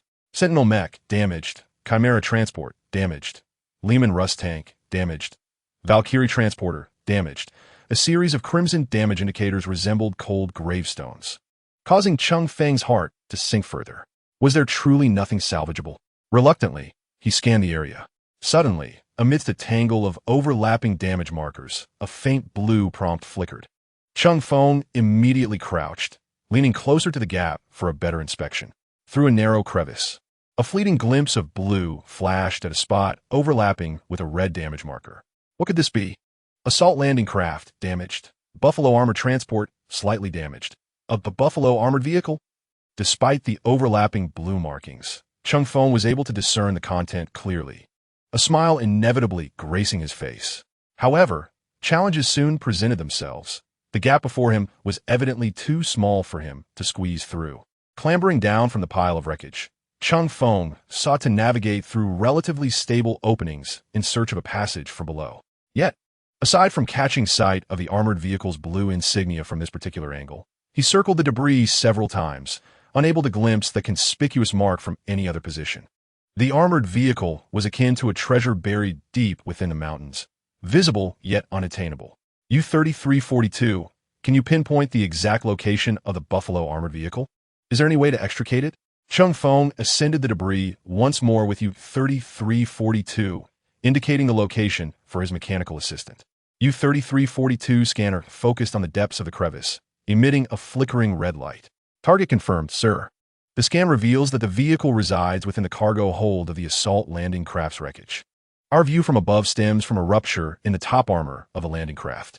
Covering the main hatch of the landing craft are the remnants of 2 sentry mechs and a multitude of structural debris. My current capabilities cannot safely remove the overhead obstruction. Climbing down from the wreckage, Cheng Feng surveyed the towering pile of heavy debris and felt the weight of his meager 2-cubic space storage. A wave of helplessness washed over him.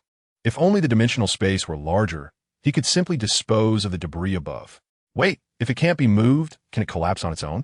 An idea sparked in Cheng Feng's mind as he turned to U-3342. Calculate the support structure of this debris pile and identify several critical support points. Calculating. Calculation complete. Marking key vulnerable nodes. U-3342's scanner projected a red light spot on an inconspicuous area of the debris. This was the moment of truth. Cheng Feng drew his plasma pistol and aimed at the first mark point. Fwoosh! Fwoosh! Fwoosh! 3 searing plasma beams relentlessly struck their target. The wreckage of the vehicle was vaporized and severed. A cacophony of groans erupted from the debris pile as it lost its critical support points, followed by movement and collapse. Cheng Feng quickly retreated a distance with U-3342. The heavy remnants of the sentry mechs and shattered armor plates slid downward, kicking up a denser cloud of dust. The entire collapse unfolded over the span of several seconds before gradually subsiding. He had repeatedly destroyed 3 or 4 load-bearing nodes. Cheng Feng anxiously awaited the dust to settle. The once heavy debris that had covered the landing craft had largely slid away, revealing a massive gash on the side of the vessel, torn open by impact and recent collapse. The edges of the metallic breach glimmered with dark red, traces left by the plasma severing. This operation had completely depleted Cheng Feng's supply of plasma pistol magazines. However, upon noticing the 9,939 points remaining in his survival balance, he swiftly spent 500 points to purchase 2 expanded plasma pistol energy cells. After a brief wait to confirm the structural stability, Cheng Feng eagerly spent 100 points in the market to acquire some untreated wastewater, which he splashed onto the molten metal, causing a plume of steam to rise. He signaled to U-3342 to support him and carefully maneuvered through the breach into the battered interior of the landing craft, producing a flashlight. The complete outline of the Bison armored transport vehicle finally came into view. The dark green body, nearly 5 meters high, stood silently on its cargo bay supports. Its heavy armor riddled with metallic debris and scratches, yet its overall structure remained intact. Even more astonishingly, it was equipped with a dual-mounted automatic turret variant atop its chassis, exuding an imposing presence. The massive vehicle was supported by 4 independent, broad tracks, lending it an air of formidable stability. Cheng Feng approached the centrally located hatch and successfully extended the short ladder below.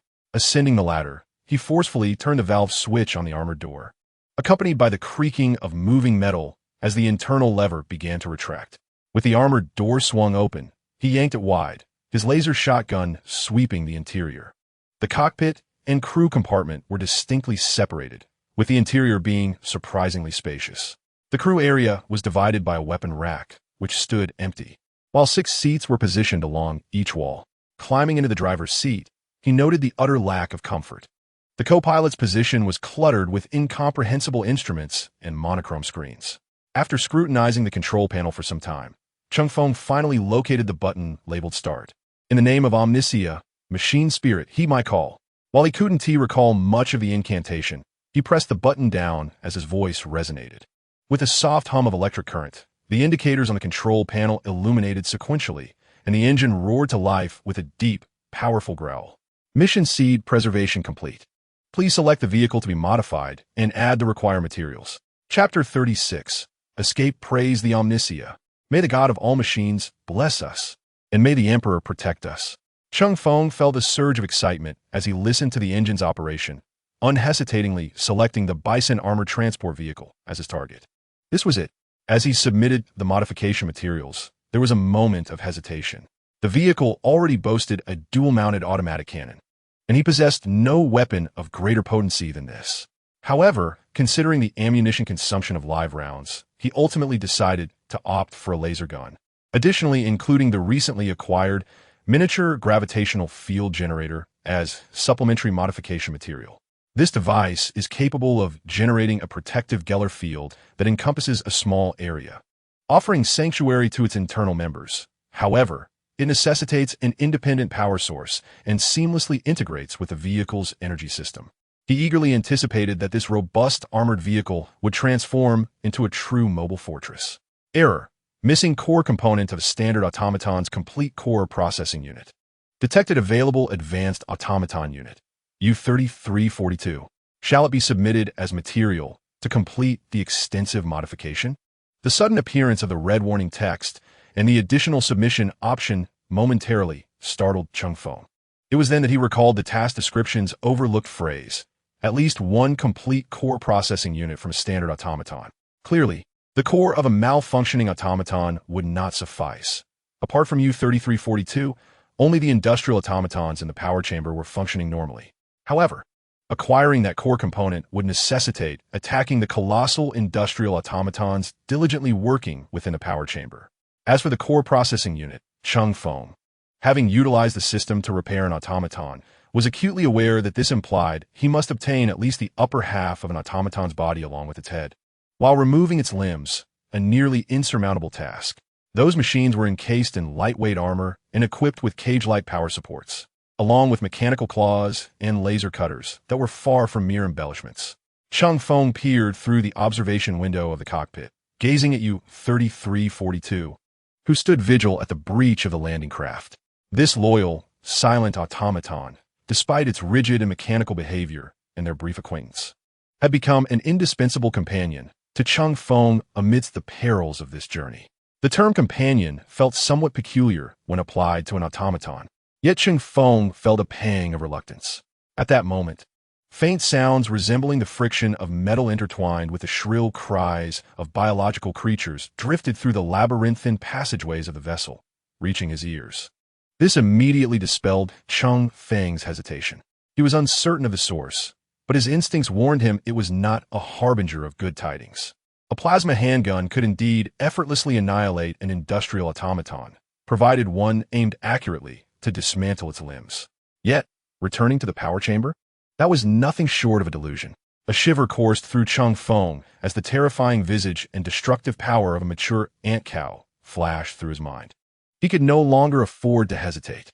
Remaining here would lead only to demise. My apologies, U-3342. May the god of machines guide your automaton soul. Cheng Feng selected U-3342 on the system interface and subsequently pressed confirm. Confirm submission of materials. U-3342, Micro Geller Field Generator, Mars M4 Laser Rifle. Identified excess materials from the complete automaton. Surplus materials will be utilized for other components. Commencing extensive fusion modification on target vehicle. Bison Armor Transport. A pale blue beam materialized once more, and in an instant, U-3342 was disassembled. Its body was severed at the abdomen, and the mechanical components of its hands were removed. As if drawn by an unseen force, the disassembled U-3342 floated and merged into the vehicle's body, taking with it the Geller Field Generator from Cheng Feng's storage device and a laser rifle. The metallic shell of the Buffalo armored vehicle appeared to come alive, voraciously consuming the materials it encountered. Strange ripples continuously surged across the armor. Cheng Feng sat in the cockpit, feeling somewhat bewildered as he observed the bizarre spectacle, while peculiar sounds echoed in his ears. The binary incantation of 0-1-1-1-0, 1-1-1-0-1 blared uncontrollably from the vehicle speakers as the melting, undulating dashboard frightened him to the point where he feared he too might be devoured by the vehicle. The transformations were visibly apparent. The Geller Field Generator was positioned centrally within the vehicle, nestled within the armor to the right of the crew cabin door, occupying a firing position. A base emerged from the alloy chassis, with several cables extending from the metal, ultimately connecting and securing the Geller Field Generator. Integration and transformation complete. Cheng Feng gazed in astonishment at the prompt that appeared before him, marveling at the system's efficiency. With the energy supply engaged, the metal cylinder at the core of the Geller Field Generator began to spin rapidly, unleashing a peculiar wave of energy. A force field bubble enveloped an area with a 5-meter radius around the vehicle. The once invisible chaotic energy re-emerged before Cheng Feng's eyes, now swirling close to the ground like dry ice fog on a stage. The upper half of the disassembled U-3342 was then revealed, nestled within a recess on the side of the vehicle's turret operation basket. It was completely embedded within the chassis, becoming a component, with the original scanner sockets filled with incomprehensible metallic parts. Cheng Feng glanced at the system interface. The description of U-3342 had changed. Fire Control Automaton, a specialized automaton that integrates biological components with technology installed within the vehicle to assist in combat by controlling the weapon systems. A buffalo equipped with a fire control automaton to aid in weapon operation? Such a luxurious endeavor was unimaginable for the Storm Loyalist military's bull-headed warriors. Moreover, who would willingly relinquish the opportunity to command powerful weaponry? Perhaps this could be considered an unconventional mechanized companion? Cheng Feng's eyelid twitched. Should I be grateful that Lin Yu, as a biological material, is a woman? After surveying the surroundings, it appeared that no further changes had occurred within. Cheng Feng opened the central door and carefully examined the exterior of the buffalo armored vehicle. Its shape seemed largely unchanged, yet was visibly rejuvenated, even the paint appearing to have been freshly applied. After observing for a while, Cheng Feng noticed that the original dual automatic cannon atop the vehicle now seemed to feature an additional small structure. An extra turret had replaced the previously occupied weapon operator's hatch, housing a 4-barreled rotary laser gun. Furthermore, it was equipped with an array reminiscent of small radar and scanner instruments, resembling a bird's-eye view apparatus. These elements shall serve as the eyes of the fire control automaton, enabling it to command the automatic cannon and rotary laser gun in combat assistance. Perceiving no further alterations, Cheng Feng re-entered the vehicle, subsequently closing the hatch and seating himself in the solitary driver's cabin. Prior to the unforeseen events, Cheng Feng had indeed acquired a driver's license and had occasionally driven the company vehicle to transport leaders. However, this centrally positioned driver's seat was a novel experience for him. The U-shaped, enveloping dashboard featured 4 monochrome screens on either side. Furthermore, the width of the Buffalo armored vehicle was more akin to that of a bus than an ordinary car. Nevertheless, this apparatus possessed only 3 gears: forward, park, and reverse, rendering it not overly complicated. The constrained driving visibility compelled Cheng Feng to elevate his seat as much as possible to observe the front and diagonal downward perspectives, while the sky remained visible only through the fire control automaton's interface. As the gear lever adjacent to the steering wheel was engaged, the Buffalo armored vehicle, dormant for an indeterminate duration, roared back to life. The already distorted hull of the assault landing craft was torn asunder by the Buffalo armored vehicle, which, propelled by its astonishing power, forcibly extricated itself from a mass of metallic debris. The beams emitted by the headlights penetrated far more effectively than the previous flashlight, nearly illuminating the entire chamber. Yet, after a thorough inspection, no viable passage for the Buffalo transport vehicle's egress was discernible. Could it be that the wrecked vehicles were fortuitously blocking the exit? Cheng Feng felt a twinge of uncertainty and then attempted to query the now transformed fire control automaton, U-3342. U-3342, attempt to scan the surroundings for an exit from this chamber. Understood, Master. Accompanied by a faint hum, the turret atop the vehicle began to rotate. Target identified. A screen on the side of the control panel instantaneously displayed a representation of the current surroundings. Thanks to the automaton scanning, he became aware that at the end of the parking spaces were upward opening armored hatches, some of which had suffered severe deformation. Several gaps in these armored doors allowed chaotic energy to seep in, likely originating from the surface. U-3342 promptly identified a breach and requested permission to fire upon a damaged armored door's securing mechanism. Without further deliberation, Cheng Feng chose to trust U-3342's judgment. Eager to witness the prowess of the automatic cannon. Fire. Boom. Boom. Boom. The 2 automatic cannons discharged 30mm live ammunition, comparable to explosive rounds but with a larger caliber. Within the confines of the cabin, the sound of the cannons resonated ominously. A series of brilliant flashes erupted upon a mechanical structure. The scattered debris even ricocheted off the armored vehicle's exterior, producing a clanging sound, with a grating noise that sent shivers down his spine. The long-sealed assault hatch began to tilt outward under the force of gravity. Crash! The hatch, weighing at least several tons, plummeted onto a sand dune, forming a sloped incline on one side. An astonishing surge of chaotic energy flooded into the cabin, as the surrounding Geller field flickered violently for a moment before contracting slightly, ultimately stabilizing completely. The fine grains of sand slipped through the force field, producing a soft, rustling sound against the vehicle's shell. Chapter 37. The Tempest of the Sand Sea. The imposing body of the Buffalo armored vehicle surged forward with the roar of its engine, effortlessly descending the half-meter drop from the docking bay within the chamber. Accompanied by a series of jarring metallic screeches, the heavy treads ground over the sloping metal hatch, propelling the vehicle with relentless momentum into the ferocious energy storm outside. The sand was accumulating grain by grain. Cheng Feng positioned the vehicle across the sandy terrain, casting one last glance at the massive wreckage of the ship behind him. Under the grotesque light of the sky, its fragmented silhouette resembled a colossal and perilous steel tomb, standing silently in the center of this basin, concealing countless secrets and dangers. Relinquishing any lingering attachment to the potential treasures that might still lie within, Cheng Feng took a deep breath and directed his gaze toward the chaotic storm that enveloped the world ahead. Onward, he murmured as he pressed the accelerator to the floor. The massive vehicle swiftly completed its turn, charging toward the sandy slopes, encircling the basin. The engine of the Buffalo armored vehicle demonstrated astonishing power, propelling the heavy machine up the incline at a speed of 50 to 60 kilometers per hour. As the front of the vehicle abruptly dipped, the sky that had filled the narrow observation windows vanished from view. The surrounding landscape transformed instantaneously.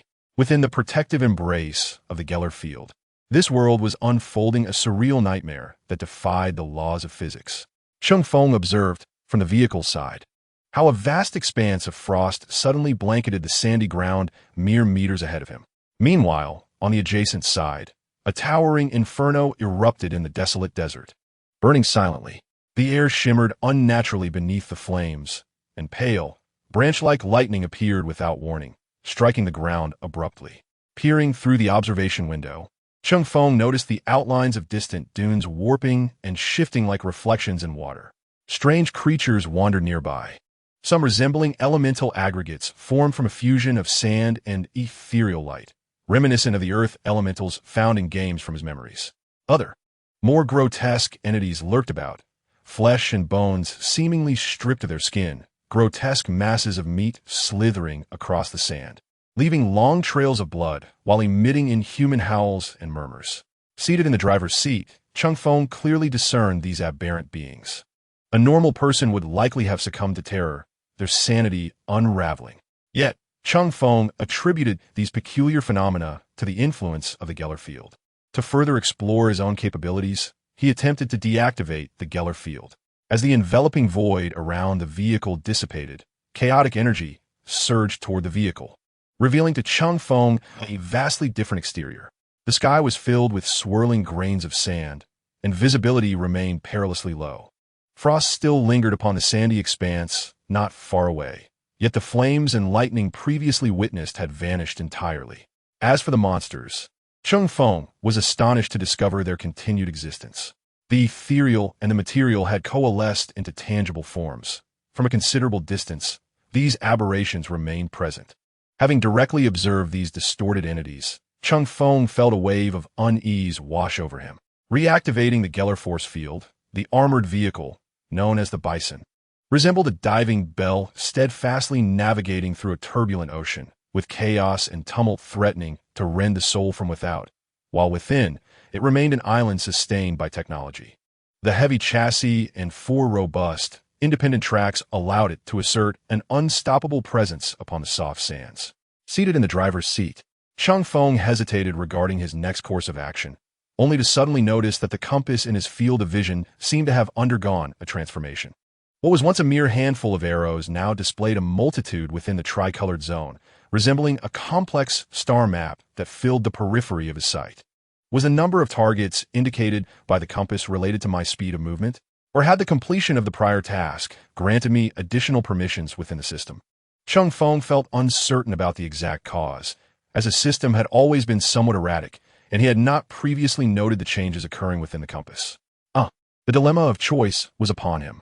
With renewed determination, Cheng Feng focused on the compass, which suddenly began to magnify in his view. A new feature. Why reveal it only now, causing such visual disarray? After scanning the multitude of arrows, his gaze settled upon the broadest green arrow, which pointed directly into the depths of the desert. Very well, let us investigate this location first. As soon as Cheng Feng made his choice, The arrow transformed into a golden hue, obscuring the excess pointers. Impressive indeed. Observing the compass's direction, he turned the steering wheel and pressed the accelerator firmly to the floor. The engine of the bison roared with a wild ferocity, propelling it into a frenzy across the sandy sea. Experiencing such exhilarating speed, Cheng Feng relished the thrill of the ride. Even with track-driven mechanics in the desert, the bison effortlessly reached nearly 100 kilometers per hour. With its hefty frame and high velocity, one could only say that if this machine collided with you, you were indeed fortunate. Cheng Feng felt confident that, at this moment, few could venture beyond the safety zone as he had, regardless of the poor visibility. Glancing at the gauges, one hand firmly gripping the steering wheel while the other retrieved a previously cooked skewer from storage, he savored the morsel with hearty bites.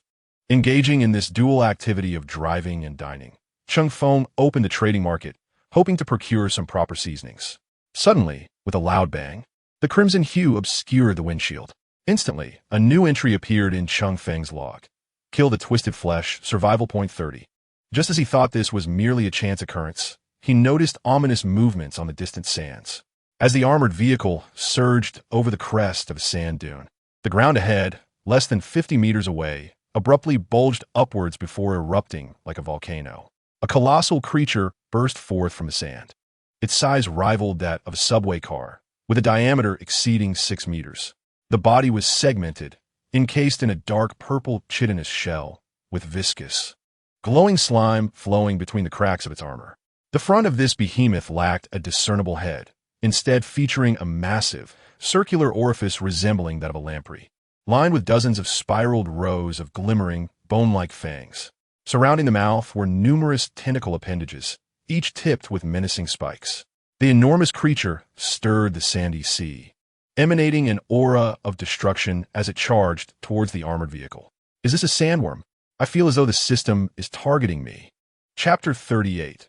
Firepower overwhelming. Cheng Feng's scalp tingled, yet his grip on the steering wheel remained remarkably steady.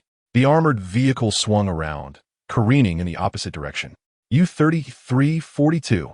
Engage self-targeting. Open fire freely. Tear that monster apart. Target locked. Weapons activated. For the glory of Omnisia. U-33-42 responded to Cheng Feng's command. The turret atop the vehicle began to pivot, the dual 30mm automatic cannon emitting a faint hydraulic whereas it turned to face the rear of the vehicle, instantly locking onto the terrifying maw that loomed like a city wall. Boom! Boom! Boom! Boom! Buzz! The automatic cannon and rotary laser gun fired simultaneously. The 30mm armor-piercing grenades, akin to the scythe of death with searing trails, accurately struck the interior of the sandworm's gaping mouth, targeting the vulnerable throat area and the base of its appendages. Splurt! Boom! Crack! The sounds of explosions, shattering armor, and flesh being torn apart mingled together. Laser beams connected from the base above the automatic cannon, creating a continuous line of destruction.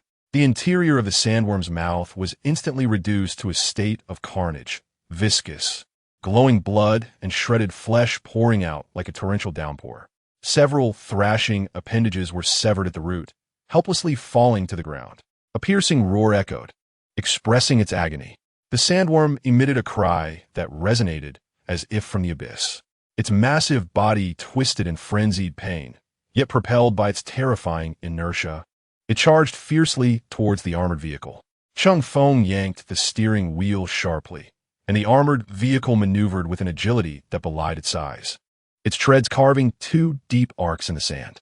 Utilizing the astonishing speed, Cheng Feng opted to turn back at a distance not far from the sandworm.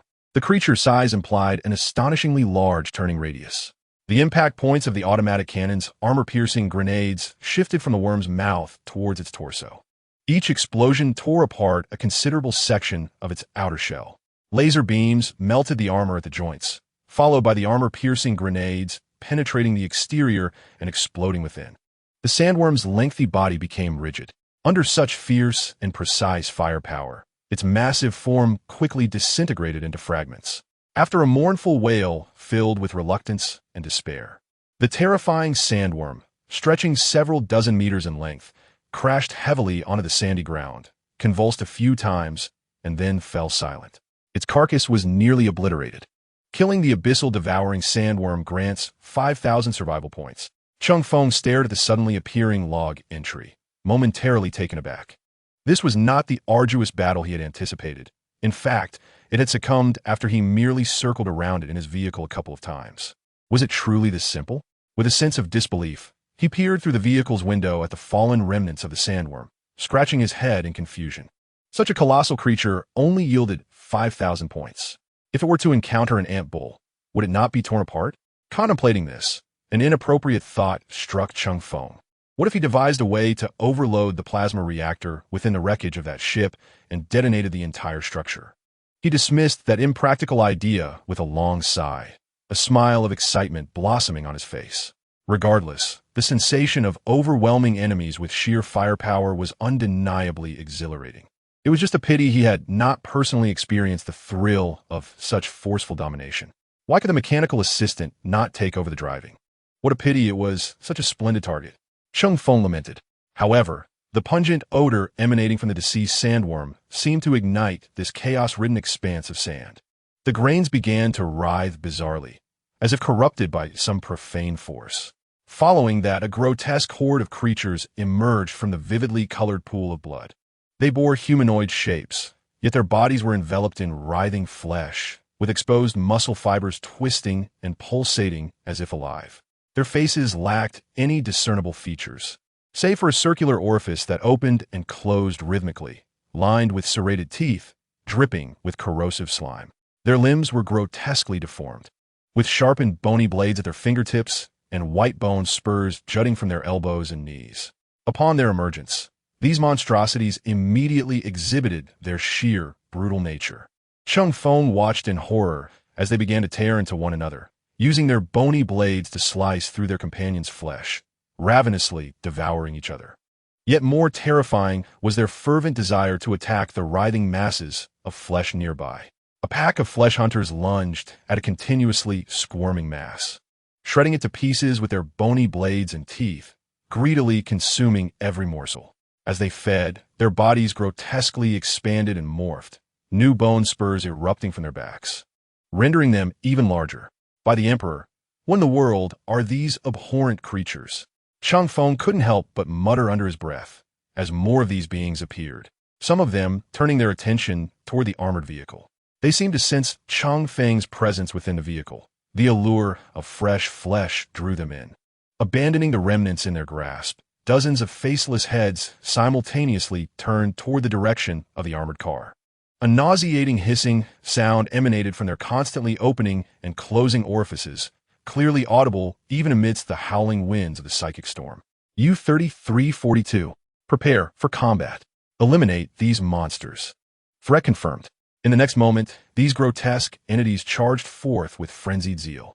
They galloped across the sandy terrain on all fours, their bone blades carving deep furrows into the ground, emitting inhuman howls from their maws.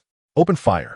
The twin-mounted 30mm autocannon erupted with a deafening roar, its projectiles striking the advancing abominations with deadly precision. The targets, caught in the blast, were instantly transformed into a cloud of crimson mist, severed limbs and dismembered body parts scattering in all directions. Boom! Boom! Boom! Boom! The rotary laser gun joined the fray, casting crimson beams with pinpoint accuracy. Those struck by the laser emitted anguished cries, their bodies rapidly carbonizing under the intense heat. Yet, the enemy was overwhelming in number. They surged from all directions towards the armored vehicle, some even attempting to pry open the armored seams with their bone blades. Clang! Clang! Clang! The shrill sound of scraping reverberated from various parts of the vehicle. Cheng Feng, feeling a twinge of panic, spun the armored vehicle in place, its treads crushing clusters of the flesh-hungry hounds beneath with a disconcerting crunch. Kill a flesh hound. Survival points 120. Kill a mutated flesh hound. Survival points 150. As the kill tally finally emerged, Cheng Feng had yet to exhale in relief when the gunfire from the autocannon abruptly ceased. The voice of U-3342 echoed within the confines of the armored vehicle. Autocannon ammunition depleted. Chapter 39. Points flow like water with the percussive sound of the autocannon silenced. The sounds of the flesh hounds being crushed under the treads became startlingly clear. although the rotary laser gun atop continued its relentless assault. Cheng Feng quickly discerned a peculiar reality. The kill records that continuously popped up in the log seemed disassociated from the laser gun's attacks. Instead, it was each slight bump and collision of the vehicle that caused the kill records to surge. Were these monsters only susceptible to being crushed or run over? Observing this strange circumstance, Cheng Feng instinctively felt something was amiss. Yet, recognizing the efficacy of the collisions and treads, he chose not to dwell on it further. His foot pressed firmly on the accelerator, and the Buffalo transport vehicle began to circle repeatedly on the sandy ground. As the last flesh hound was engulfed and crushed beneath the treads, Cheng Feng brought the Buffalo armored vehicle to a halt. Was that all? U-3342. Scan the vicinity for any other anomalous entities. The limited visibility through the armored vehicle's windows prompted Cheng Feng to lean out of the cockpit, scanning the surroundings but seeing nothing. No abnormal targets were detected. The turret atop the vehicle completed a full rotation, yet nothing was revealed. Listening to the machine's monotonous report, Cheng Feng opened the armored door to inspect the vehicle's damage. Stepping back onto the sandy expanse, the ground had become exceedingly muddy. The lower half of the once olive-green Buffalo armored vehicle was almost coated in grime.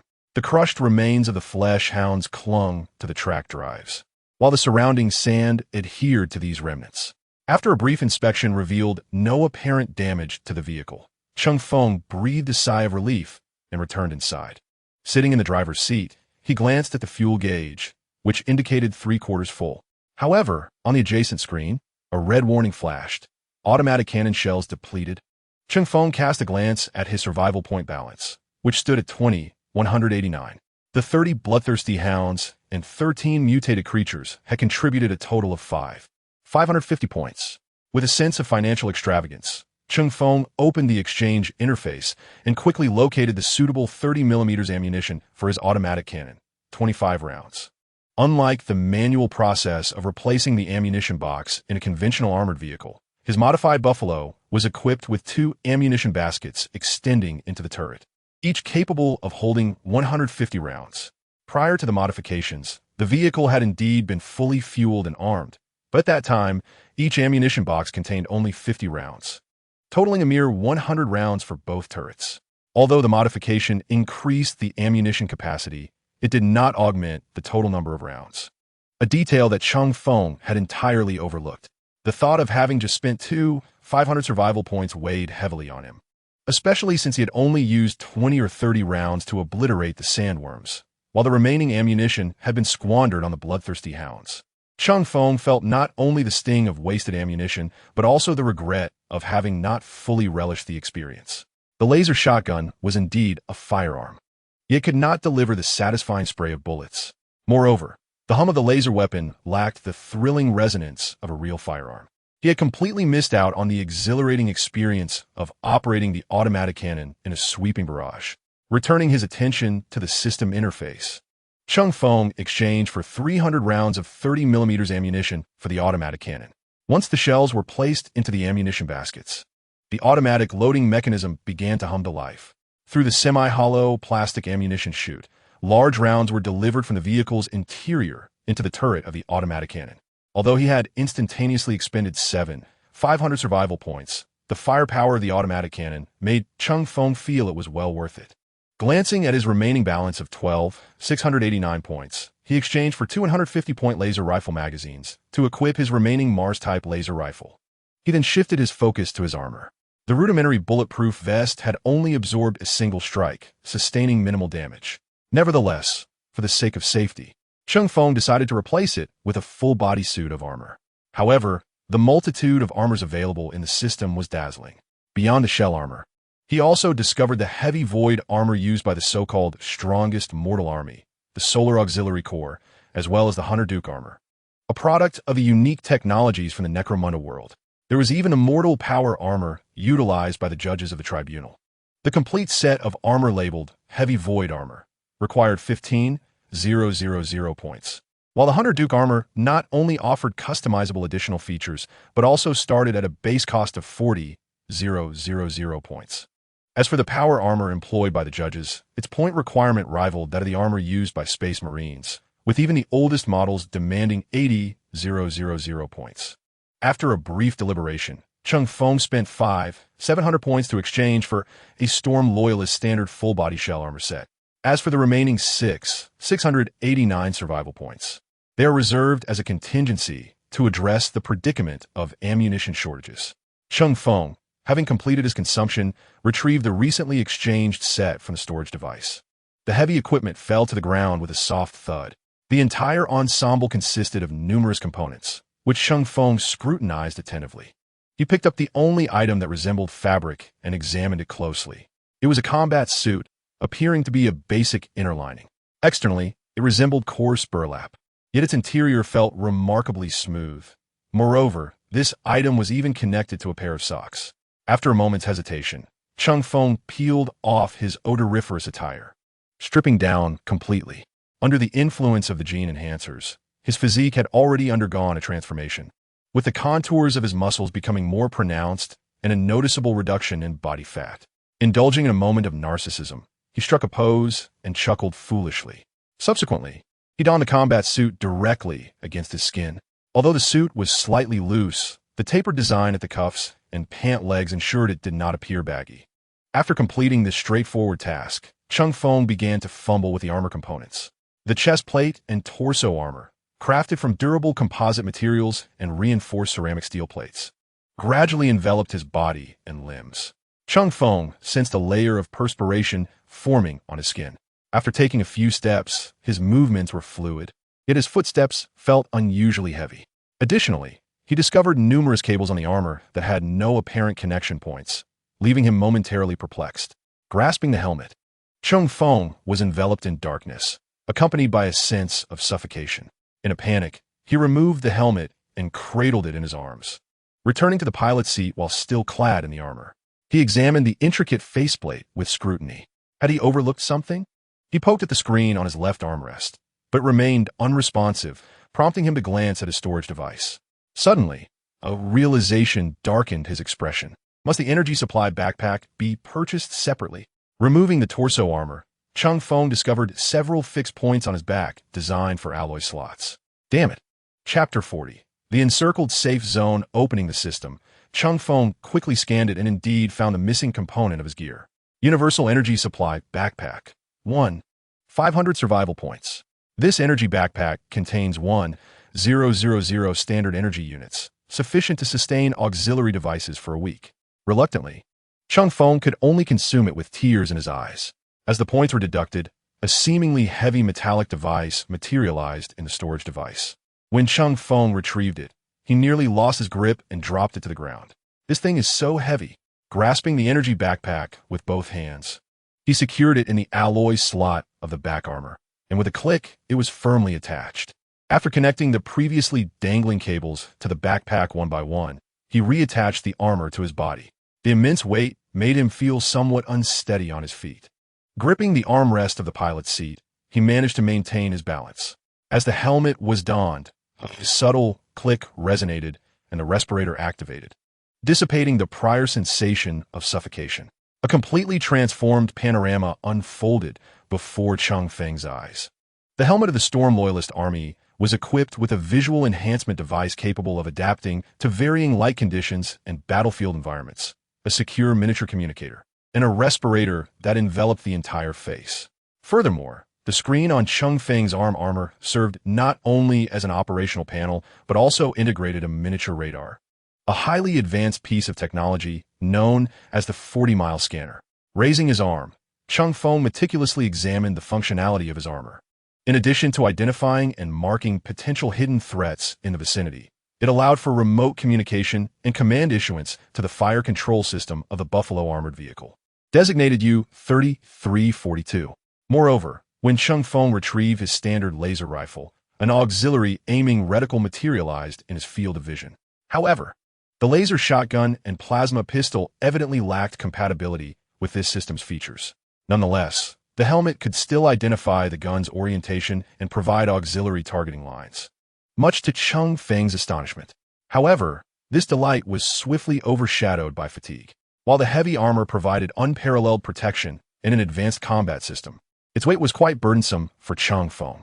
The complete armor set, along with the power supply backpack, weighed nearly 30 kilograms.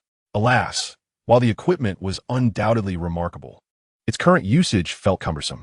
With a resigned sigh, Cheng Feng ultimately decided to temporarily remove the heavy torso and limb armor, retaining only the fitted combat suit and boots, while donning a relatively lightweight, simple ballistic vest over it.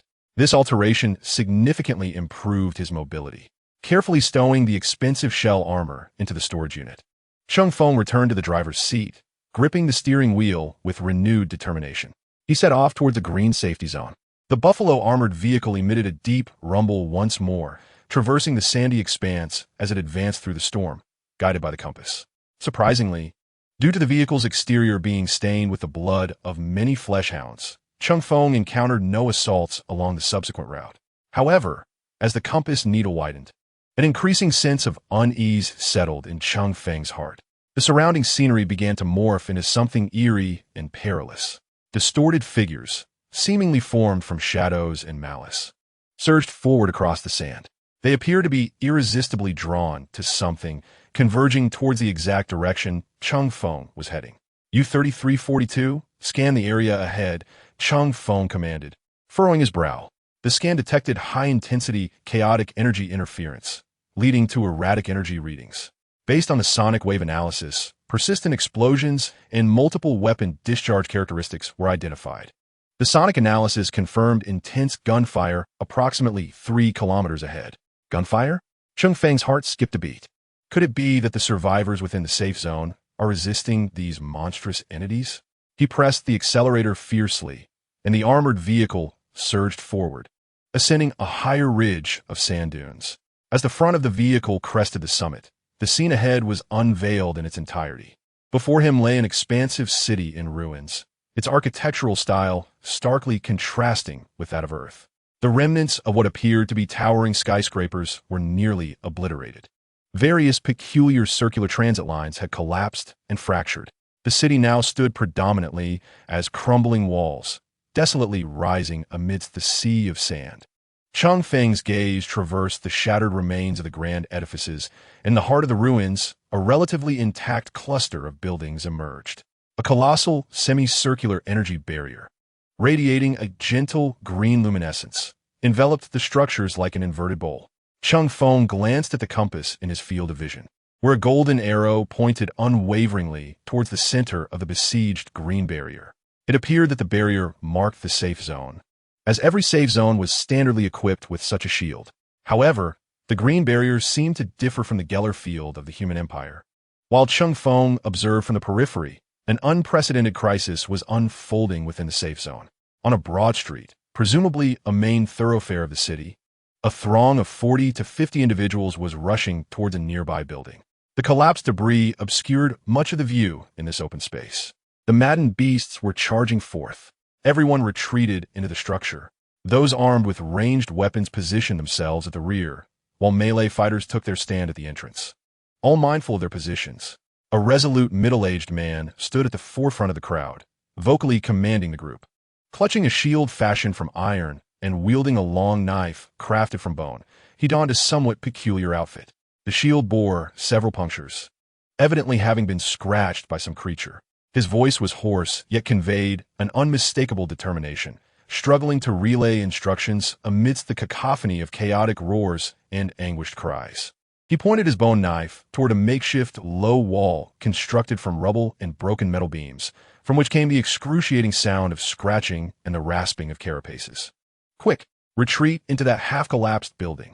Use any scrap metal you have to seal the breach. The crowd, like a disturbed colony of ants, hurriedly yet obediently retreated. Most among them were disheveled, their faces smeared with dirt, sweat, and still fresh bloodstains. Their weapons were an eclectic assortment. Many wielded sharpened metal rods, cleavers, and even bows and crossbows, while only a few possessed handguns. A young girl, retreating too hastily, stumbled over the debris beneath her feet, causing her metal rod to slip from her grasp and clatter to the ground. Suddenly, a grotesque, burrowing insect, its carapace marred by purple veins, clawed its way through a fallen structure and lunged towards the retreating crowd, its toothy maw dripping with acidic venom, aimed at the girl who had fallen. Be careful, a young man, wielding a metallic spear, shouted fervently as he thrust the weapon forward. The sharpened pole struck the side of the burrowing insect's shell with a resounding clang, yet failed to inflict a fatal wound, instead inciting further wrath from the mutated creature. A middle-aged man, still directing others, charged ahead, forcefully slamming his iron shield against the side of the burrowing insect, causing it to stumble. Simultaneously, he wielded a bone knife, slicing across its neck. Viscous, dark green blood erupted, accompanied by a pungent, acrid odor. The creature emitted a piercing screech, thrashing wildly before succumbing to silence. Winglai. Those insects are clearing a path for other beasts. They are tunneling everywhere. The middle-aged man, known as Wang Lei, responded towards the source of the voice, swiftly pulling a girl to her feet and pushing her toward a nearby building. Understood. Everyone accelerate. Do not halt. Chapter 41. A different scene boom. A deafening explosion abruptly reverberated, accompanied by flying debris and twisted metal fragments. After detonating the improvised explosive hidden among the ruins, Wang Lei shouted without looking back, "Hurry! Enter the building." The crowd summoned their last reserves of strength, rushing towards the partially collapsed four-story structure. The entrance on the ground floor remained relatively intact, a heavy, unknown alloy door having been previously reinforced, adorned with numerous welded patches. The door was forcibly ajar, guarded by two individuals clutching shotguns. However, danger lurked closely. Just as the crowd was about to surge through the entrance, the ground, previously excavated by the burrowing insect, suddenly caved in. Accompanied by a spine-chilling howl, several yellow figures darted forth like lightning. Razorback wolves. These creatures appear to have mutated. Panic erupted among the crowd as some recognized the bizarre beings. These razorback wolves were now larger than those encountered previously by Cheng Feng, nearly the size of small ponies. Their once pale yellow fur had become mottled and disheveled, with patches of hair missing, giving them a nearly bald appearance. The exposed areas began to sprout dark red flesh, and the skin covering these pulsating masses had developed a keratinous layer resembling scales. Some even noted that the heads of certain razorback wolves had twisted grotesquely, with some developing a secondary head filled with jagged teeth, from which viscous saliva dripped through uneven gaps, creating a ghastly sight. The iconic bone blades of these wolves had undergone severe mutations, becoming larger and more distorted, resembling some peculiar crystalline cluster, their edges shimmering with an eerie glow akin to the chaotic energy beyond the barrier. Merely the strange ripples generated by their movements were enough to disorient the senses. Beware the side. Wang Lei's eyes widened in alarm as he brandished his bone knife and shield, preparing to confront them. Yet, the mutated razorback wolves had their sights set on more than just humanity. A mutated, double-headed razorback wolf lunged ferociously at a mutated burrowing mole worm that had charged towards the crowd, its razor-sharp teeth effortlessly tearing through the creature's hard shell and the flesh beneath. The burrowing mole worm emitted a chilling scream, instantly dismembered and devoured by the two wolf heads. The chaotic pollution had rendered them more frenzied and disorderly. These aberrations attacked every living being within their line of sight, including former kin. Bang! Bang!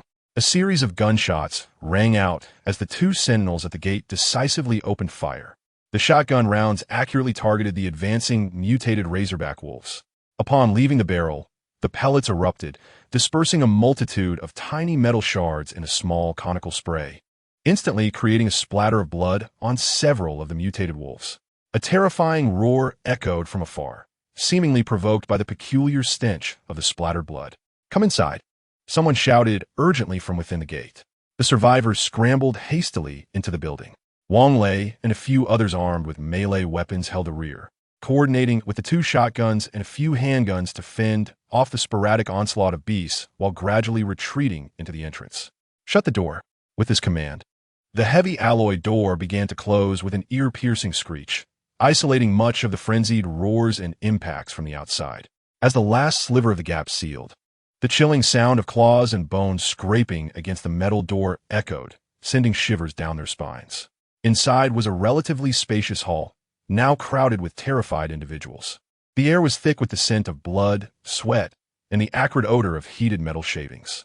Everyone hurriedly gathered their belongings to head upstairs, while those wielding melee weapons coordinated with the shotgun bearers to secure the stairway entrance. Others with ranged weapons formed groups to provide fire support as needed. No one should hesitate to share their supplies. If we falter, we all perish, Wang Lei commanded loudly. In one corner of the hall, several individuals clad in coveralls were busy at work. As they toiled, objects resembling small lathes, welding equipment, and electronic workbenches gradually vanished. Though rudimentary in style, these items were unmistakably products of the industrial age, starkly contrasting with the desolate aesthetics of this world and entirely different from the riveted and faith-filled technology of the Warhammer system. Wang, how is the situation? A young man wearing goggles and smeared with grime approached, offering Wang Lei a bottle of water. Li Sheng, can you and Su Feng still create some firearms? These mutated beasts are exceedingly difficult to handle with cold weapons, Wang Lei inquired. Li Sheng shook his head helplessly. Wang Lei accepted the water, gulping it down and gasping for breath as he replied, "We've already lost 3 and injured 7 or 8. These fiends are becoming increasingly troublesome." What about the other directions? The northwest is completely sealed off by the remnants of buildings, causing a multitude of mutated creatures to surge towards the east. The pressure on Lao Zhang and his group is immense, having just repelled a wave using considerable amounts of explosives. Li Sheng pointed to several open wooden crates nearby, which contained rudimentary explosive devices assembled from metal pipes, chemical materials, and rudimentary electronic detonators. Their supplies are dwindling, particularly the various chemical components. The peculiar nature of many substances in this forsaken place is baffling. Some commonplace materials decompose into alarmingly sparse quantities. One cannot help but wonder if the original owners of this ruin possessed technology so advanced that they rendered these fundamental materials obsolete. Su Feng speculated as much. Li Sheng sheepishly scratched his head. Brother Su mentioned this theory, he said, adding that Su had also made some remarks that he found incomprehensible. Wang Lei patted Li Sheng on the shoulder reassuringly. It's all right. There are some things Su Feng said that I also didn't understand. Since we cannot produce more weapons, let us quickly gather all the tools and move them to the 3rd floor. We'll see if we can procure some materials from the market later. We are severely lacking in weaponry. Li Sheng nodded and turned toward a nearby workbench. Their system differs from Cheng Feng's, which seemingly allows everything to be exchanged for points to acquire finished products. Instead, it is a survival support system equipped with a technology tree unlocking feature. Initially, they can only create the most basic of items by gathering resources and deconstructing various remnants of artificial constructs in the ruins. They obtain materials and blueprints to gradually unlock more advanced workbenches, enabling the production of increasingly complex items, from cold weapons to gunpowder weaponry, and even rudimentary electronic devices. Theoretically, with sufficient resources and time, they could ascend step by step to a higher technological era. Some have even noted that many fantastical devices require the construction of specific technological buildings for unlocking. This city ruin, distinctly different from their understanding of human civilization, represents a vast treasure trove for them. Although the original civilization remains inscrutable, the basic deconstruction tools purchased with survival points from the system allow them to extract metals, compounds, crystals, and other foundational materials from the debris. Among the survivors, Li Sheng and his peers distinguished themselves. Upon their arrival, they awoke in this very location.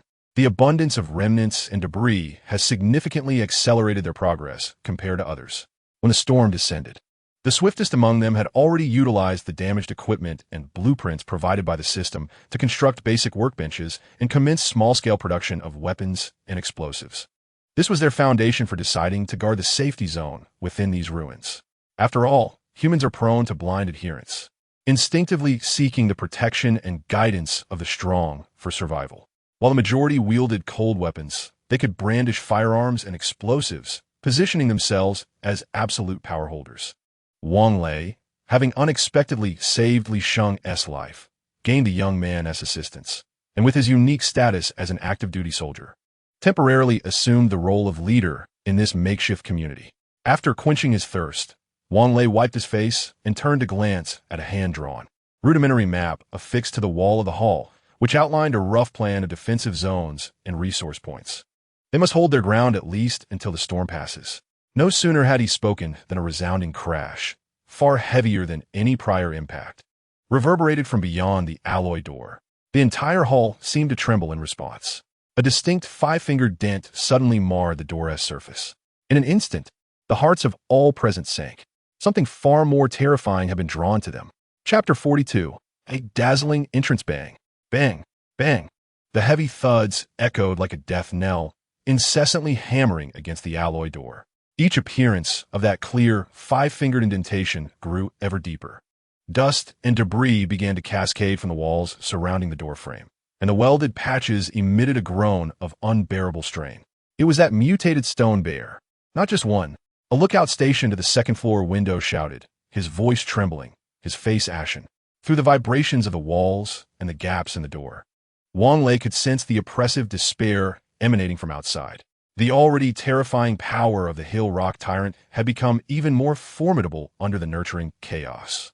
Its mutated form towering nearly 3 meters. Its massive claws, covered in a thickened layer of keratin and grotesque tumors, shook the entire building with every strike. Moreover, more of the mutated razorback wolves were driving the burrowing moles away from the vicinity. Under the pressure of survival threats, these mutated moles were frantically clawing at the walls of the first floor. The mutated razorback wolves howled wildly on the periphery, both intimidating the moles and preventing the hill rock tyrant from lunging at them. Prepare to abandon the first floor. Everyone, move directly to the third floor. Take whatever supplies you can carry. Wang Lei shouted, his voice tinged with a barely perceptible hint of despair. Once the door was breached, their rudimentary weapons and small-caliber firearms would be utterly inadequate to fend off these monsters in the vast expanse of the hall below. Though the crowd was in a state of panic, they quickly obeyed the order and began ascending. As they moved to the gentle sloped staircase leading to the second floor, Wang Lei started placing the remaining explosives, knowing that if necessary, they would have no choice but to blow up the staircase to completely sever the path upward, and then devise a new plan. However, before destroying the staircase, he intended to lure these beasts up, hoping that the crude explosives would eliminate some of the monsters. While everyone was occupied, a deep, rumbling roar of an engine, accompanied by a cacophony of sounds, began penetrating the walls and reaching each ear. What is that noise? Li Sheng halted, uncertainty etched on his face. It sounds like the roar of an engine. And gunfire? And music? The music was imbued with a sense of power, as if it contained boundless martial spirit, accompanied by a solemn and uplifting chorus and incantation that they could not understand but found profoundly invigorating. The lookout suddenly shouted excitedly, "Outside! Quick, look outside!" Minutes ago, atop the dunes 2 kilometers away from the ruins, Cheng Feng observed the imagery relayed by the vehicle-mounted scanning device, calmly assessing the battlefield below.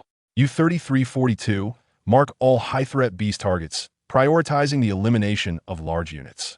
Command confirmed. Scanning complete. 3 mutated bears, 17 mutated canines, and a multitude of low-threat targets have been identified.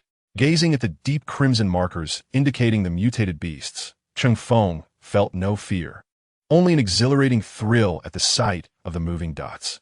Excellent, they're all mine. U-3342, have you detected how many weapons those individuals possess? 17 antique firearms and a small quantity of crude, inferior explosives. Cheng Feng was somewhat taken aback, recalling the relic-grade plasma pistol in his possession. Antique firearms? Shouldn't they be formidable? After a brief moment of contemplation, he seemed to realize that his antique and theirs might not be of the same caliber. In order to accumulate survival points more swiftly and to gain insight into the other survivors' circumstances, Cheng Feng resolved to intervene. With the accelerator pressed down, the bison armored vehicle let out a thunderous roar, its tracks kicking up clouds of sand as it surged toward the besieged safe zone. While adjusting the steering, he inadvertently fiddled with the onboard communicator, discovering it utterly devoid of any channels. As anticipated, this group of survivors lacked any electronic communication devices. One-handedly steering the vehicle, Cheng Feng tapped the communicator screen, only to serendipitously uncover several audio files within. The file names, inscribed in High Gothic, bore titles like Praise the Emperor and Glory of the Empire. He casually selected one, and a low chanting gradually reverberated within the cockpit. Attention! Fear is weakness. Weakness is an affront to the Emperor. To bring shame upon the Emperor is the most disgraceful death. As the chant concluded, the music swelled with fervor. When the bells of war tolled, Cheng Feng felt an inexplicable surge of blood boiling within him, adrenaline racing in time with the pulsating beat. Hey, this tune is electrifying. You are a loaded gun. Your duty is not yet fulfilled. He found himself instinctively humming along, pressing down harder on the accelerator. Amidst the vehicle's jostling, he accidentally brushed against the external speaker button. With the electrifying Emperor's music blaring outside, the automatic turret atop the vehicle began to roar under U-3342's command. The deafening gunfire from the turret rendered Cheng Feng oblivious to the fact that the music echoed not only within the vehicle, but also resonated outside. Boom! Boom! Boom! Boom! Your life is dedicated to the Emperor. Your death ensures victory. The Bison armored vehicle tore through the throng like a tiger among sheep, its dual-mounted 30mm autocannon unleashing deadly tongues of fire. Inside the vehicle, Cheng Feng swayed to the rhythm of the music. The first to suffer were the razorback wolves at the outermost edge. Against the 30mm shells, they were as fragile as paper.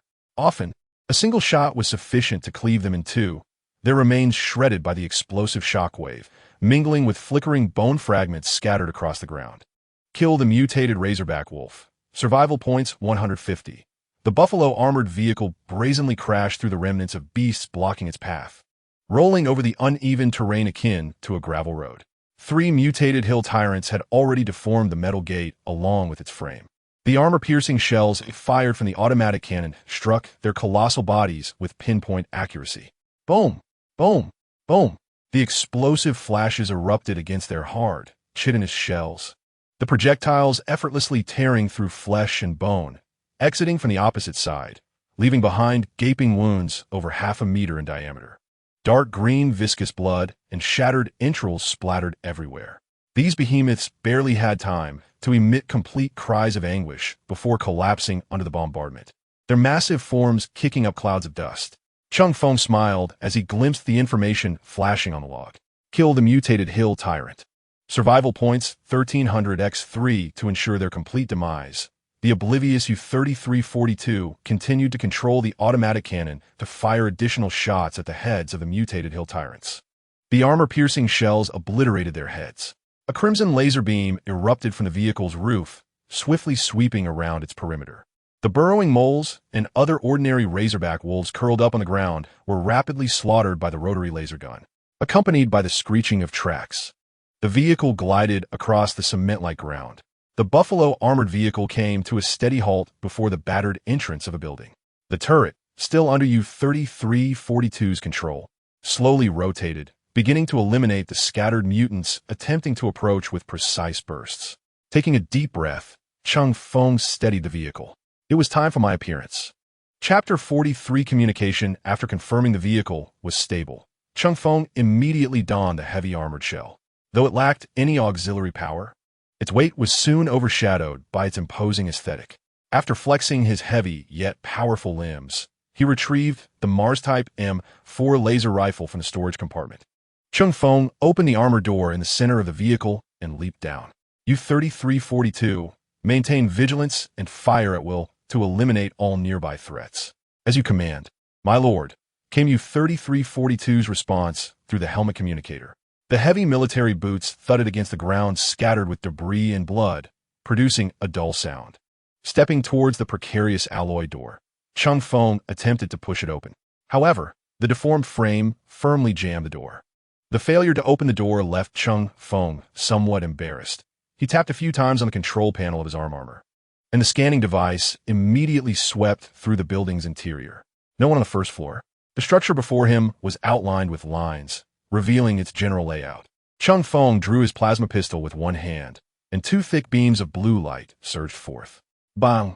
The jammed alloy door disconnected from its frame, gradually tilting backward along the fixed groove, with molten metal dripping down from both sides. Within the confines of the building, on the second floor, Wang Lei, Li Sheng, and all the survivors tasked with interception stood transfixed, gazing at the unfolding spectacle below. Against the chaotic light and dust filtering through the doorway, a figure clad in an unfamiliar black armor emerged, the visor of the helmet gleaming with reflected light, and the eye sockets glowing a sinister red. The peculiar weapon gripped in hand was evidently not of earthly origin. Accompanied by pulsating electronic music, Cheng Feng entered their line of sight, seemingly bursting forth from another realm. The entire building fell into an eerie silence, punctuated only by the sporadic crackle of the automated gunfire outside and the heavy breaths of those stunned into disbelief. Cheng Feng, cradling a laser rifle, stepped further inside, undeterred by the dust and dimness that sought to obscure his enhanced vision. His gaze swept over the assembly, swiftly completing a threat assessment. The weapons brandished by the armored survivors posed little danger to him. The thud of his military boots echoed ominously against the debris-strewn floor, saturated with blood. Approaching the base of the staircase, he lifted his eyes towards them, attempting to soothe their frayed nerves. "Do not be alarmed. Who are you?" Wang Lei's voice came out hoarse with trepidation. "I'm also a survivor, designated number 73481. Cheng Feng, wishing to avoid confrontation, voluntarily revealed his identification number. Wang Lei hesitated for a moment before gesturing in the air. "Who is this individual numbered 00992? Cheng Feng glanced at the system prompt before inquiring, "Is that you?" "Yes. I am Wang Lei."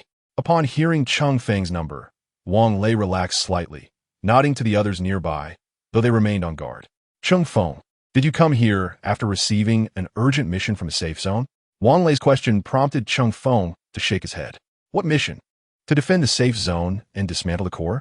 "Yes, exactly."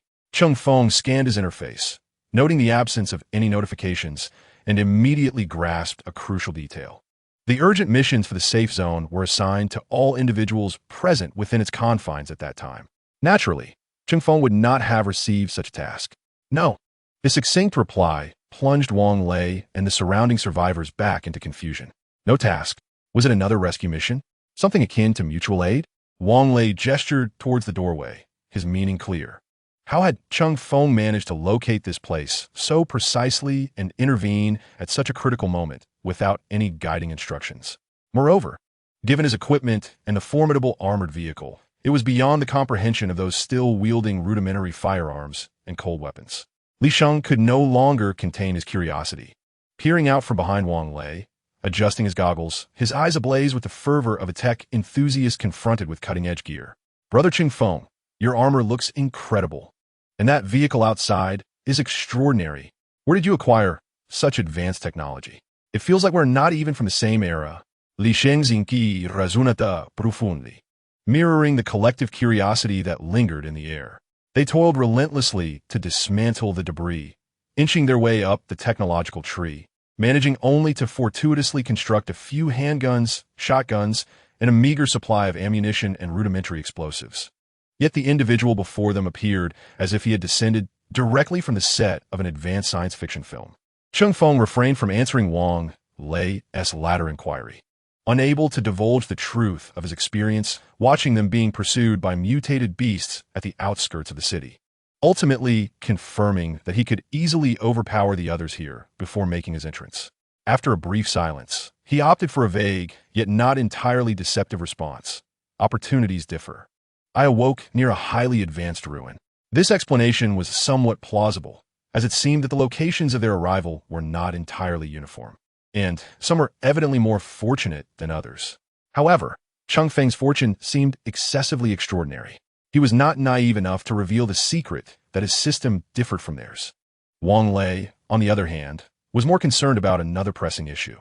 "Brother Cheng Feng, I must inquire how you traversed the psionic storm beyond the barrier to arrive here. Is it only vehicles or vessels that can shield from storm? Yet, some among us hesitated to abandon the safety of our constructed shelter, only to find that even within closed quarters, we were still affected by the encroaching energy. Those individuals either lost their sanity or underwent unfortunate transformations into grotesque, flesh-like entities. How did you navigate the storm safely, even managing to drive through it?" He fixed his gaze intently on Cheng Feng, trying to discern something through the armored visage he wore. The ability to traverse the chaotic storm with such ease was, in itself, an astonishing feat. Just as Cheng Feng was about to speak, Wang Lei turned discreetly to instruct a few individuals. "Call over some fortunate awakeners.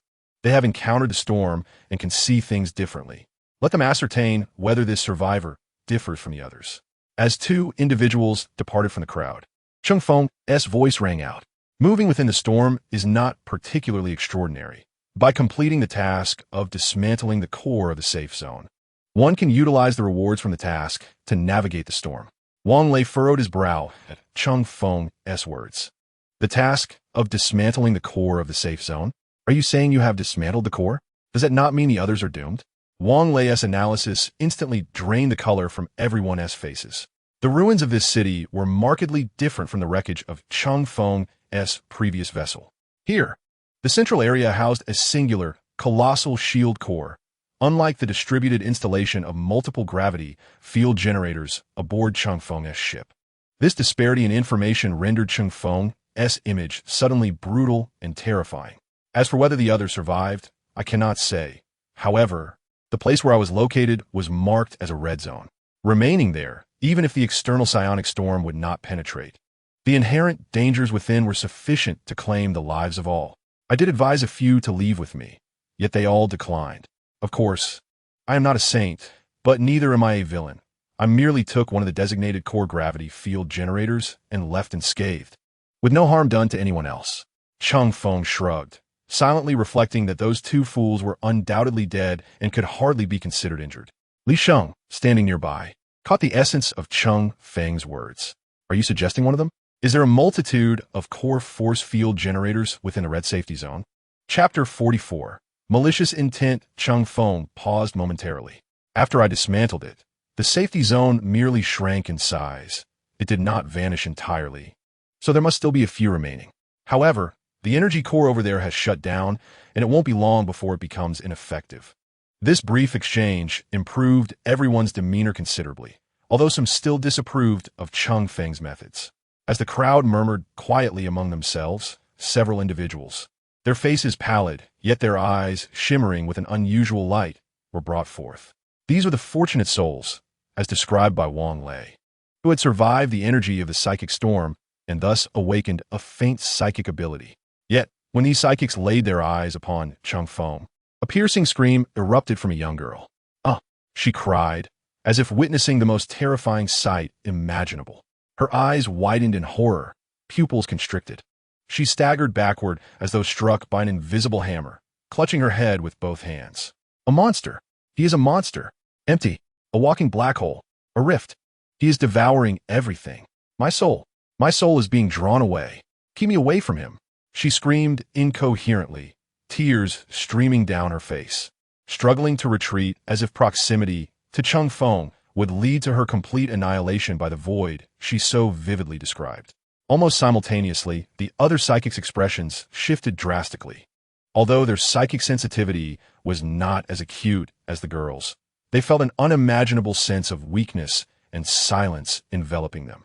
Wang Lei had not disclosed to Cheng Feng that these psychics were among those who had once chosen to dismantle the core of the safety zone. Those individuals had been expelled from the protective barrier that enveloped the entire safety zone, resulting in many transforming into grotesque, twisted flesh monsters before their very eyes. They had not anticipated such an outcome and had quickly pulled the remaining individuals back from beyond the barrier, guarding them vigilantly to prevent any attempts to steal the safety zone's core, potentially leading to mutual destruction. A man of similar age to Wang Lei struggled to maintain his composure, yet he instinctively recoiled slightly, his voice trembling as he shouted, "Captain Wang, get him away! Quickly! Make him leave!" In an instant, the atmosphere became fraught with tension and chaos. While the ordinary survivors could not perceive what the psychics were sensing, the intensity of their reactions was undeniable. The words monster, black hole, rift, and devouring, combined with the psychic's panic displays, sent the fear of Cheng Feng soaring among everyone present. With a clatter, weapons were raised. The previously relaxed survivors tensed once more, lifting their arms in defense. They were unsure whether their weapons could inflict any meaningful harm, yet their instinctive response was undeniable. Wang Lei's countenance darkened considerably. He had not anticipated that events would escalate to this extent. His gaze towards Cheng Feng was filled with an unprecedented gravity and vigilance. The system identification confirmed that the individual before him was a survivor, yet the seer's observations and the palpable threats they felt were undeniably real. "Mr. Cheng Feng, please elucidate. What exactly did they witness? Who are you truly?" Wang Lei fixed a stare on Cheng Feng, desperately seeking an answer. In the face of the tense standoff, Cheng Feng's lips quivered beneath his mask, though he remained unsurprised. His armored form exhibited no signs of wavering. Through the crimson visor, Cheng Feng observed those seers who had succumbed to fear and despair because of him, as well as the survivors who had trained their weapons upon him. He understood implicitly, aside from the Silent Nun, most conventional untouchables were largely despised, with only a few evoking genuine fear. Confronted with Wang Lei's inquiries and the multitude of terrified, suspicious gazes, Cheng Feng's voice emerged from beneath the mask, devoid of discernible emotion, merely returning a calm query. "Explain what? I stand here, having saved you. That is the truth." As for what they perceived, his voice paused, imbued with an almost chilling tranquility. "That is solely due to their own frailty and power, rendering them incapable of grasping true serenity." Cheng Feng's response, stark and cold, fell upon the gathering like a bucket of ice water, freezing the already taut atmosphere. Incapable of grasping true serenity? Wang Lei pondered this statement, his brows furrowing in contemplation. He could not ascertain whether it was a mere evasion on Cheng Feng's part or a truth beyond their comprehension. Yet, the intense reactions of the seers and the palpable panic among the survivors were all too real. Cheng Feng, evidently lacking the patience to continue this dialogue steeped in suspicion and fear, had not come to integrate himself within their ranks. His rescue had merely been a convenience, with the acquisition of intelligence and potential negotiation serving as secondary objectives. Given their refusal to accept his presence, he saw no need to squander further time. "It appears I am unwelcome here." Cheng Feng's voice, emanating through the mask, carried a subtle note of derision. "Consider the prior intelligence as a gift from me." Disregarding the trembling weapons aimed at him and the frightened gazes, Cheng Feng grasped his laser rifle, turned with decisive grace, and strode heavily away, stepping once more through the collapsed doorway. "Is he truly leaving?" someone murmured, stunned. Wang Lei opened his mouth, yet no words of entreaty emerged. The fact of Cheng Feng's life-saving intervention was undeniable, but the near collapse of the seers was equally shocking. He required time to process and unify their stance internally. After departing the building, Cheng Feng did not immediately return to the armored vehicle. His gaze fell upon the scattered remains of the mutated razorback wolves, slain by automated artillery, as well as the 3 colossal mutated hill rock tyrants. U-3342, maintain alertness. Command acknowledged. Cheng Feng approached the carcass of the nearest mutated hill rock tyrant. Amidst the permeation of chaotic energy, these monsters underwent grotesque mutations, their exoskeletons, bones, and even the bizarre tissues that proliferated upon them potentially harboring unique energies or materials, likely worth a significant collection of points. Drawing forth the sharp, precision combat dagger from the storage device, Cheng Feng meticulously selected intact remnants for dissection, the dagger's monomolecular edge proving effortlessly adept against these materials. However, the automatic cannon's power exceeded all expectations, leaving the mutated beasts with scarcely any good flesh. Nonetheless, Cheng Feng managed to procure some commendable specimens. Shattering Claw, the claw of the mutated hill tyrant, now tainted by chaotic pollution and imbued with a faint energy. Its destructive capacity further amplified. Survival points. 300 crystalline spine blade. The backblade of the mutated razorback wolf, crystallized due to the onslaught of chaotic energy, exhibiting exceptional resilience and sensitivity to energy. Survival points. 125 chaotically polluted flesh and blood. The blood and flesh of mutated creatures, tainted by chaos, worthless. Impure or survival points. 15. A stream of collection data flowed through Cheng Feng's system log, and the corresponding survival points steadily but slowly increased. Meanwhile, on the second floor, observing Cheng Feng rummage through the spoils with utter disregard, the mindset of some survivors began to shift. Fear still lingered, yet within certain hearts, another emotion began to germinate: greed. "Brother Wang, look at his equipment and that vehicle outside." A man with a flickering gaze leaned close to Wang Lei, whispering, "If we could seize them." "Shut up. Zhao Kuei, what nonsense are you spouting?" Wang Lei sharply admonished the man with a flickering gaze, yet his own eyes, complex and conflicted, lingered on Cheng Feng's retreating figure. Did he not understand the value of that equipment, an armored vehicle? But such a realization entailed opposing the very person who had just saved them, a breach of his principles and an exceedingly perilous endeavor. Yet not all maintained the same level of rationality and restraint as Wang Lei. Within the crowd, a few individuals led by Zhao Kuei exchanged furtive glances. They were part of the small faction previously responsible for manufacturing and safeguarding explosives. their natures inherently more radical and avaricious. Cheng Feng's formidable presence instilled fear within them. However, the allure of the armor and the formidable armored vehicle outside became an irresistible temptation. He is but a single man, flesh and blood.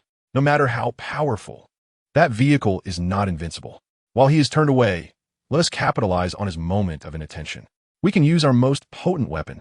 If we drop it from above, even if it doesn't penetrate the armor, the shock alone could kill him. Once we succeed, that vehicle and equipment will be ours.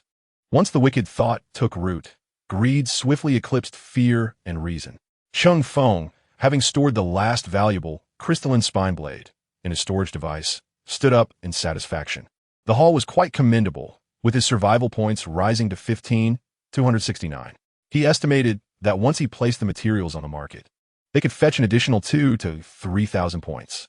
He clapped his hands and turned towards his armored vehicle, the heavy thuds of his footsteps echoing through the desolate ruins, completely oblivious to the malice lurking above. Just as Cheng Feng reached the side of the armored car and extended his hand to grasp the central armored door, a commanding voice boomed from a gap on the third floor. "Make your move." Within the confines of Cheng Feng's helmet, a sudden red alert flickered at the periphery of his vision, an alarming warning symbol flashing ominously. This was not a threat detectable by Cheng Feng's perspective. Rather, it was the vigilant U-3342, having identified the source of danger through its scanning system, transformed from a mere attendant into a combat control automaton. U-3342 had absorbed a wealth of combat data, rendering it acutely sensitive to such concealed threats. The automated cannon atop the vehicle swiftly adjusted its aim, the elevation mechanism raising the barrel with a speed that surpassed human reflexes. Bang! Bang! Two 30mm armor-piercing grenades erupted from the barrel at a staggering rate, accurately targeting a figure lurking at the building's aperture on the third floor, clutching an object in hand, suspiciously probing the surroundings. The first round struck the upper body of the figure with unerring precision. In an instant, the person's torso was obliterated as if crushed by an invisible giant hand, exploding into a mist of blood and shattered flesh. The crude bomb, weighing nearly a kilogram, slipped from the figure's grasp, losing all momentum to be thrown. The second round detonated against the wall, triggering the internal detonator from the outside. Boom! The deafening roar of the explosion reverberated against the third-floor facade. The nearly kilogram of high-energy explosives, combined with debris, unleashed a destructive force that far exceeded expectations. A cataclysmic wave of mixed flames, black smoke, shattered stones, and human remains surged outward violently. The wall at that location was blasted open, creating a massive, gaping hole, with the edges of bricks fracturing outward in a radiating pattern. Although Cheng Feng had perceived the warning and attempted to evade, the interval between the alert and the explosion was tragically brief. The violent shock wave struck him like a tangible hammer, slamming into his rear flank. He felt an overwhelming force, as if his heavy armored shell had become weightless, propelling him 3 to 4 meters away, where he crashed heavily onto the debris-laden ground, rolling uncontrollably several times before coming to a halt. The cacophony of shrapnel and impact resonated against the thick exterior of the armored vehicle, producing a clattering sound reminiscent of rain on banana leaves.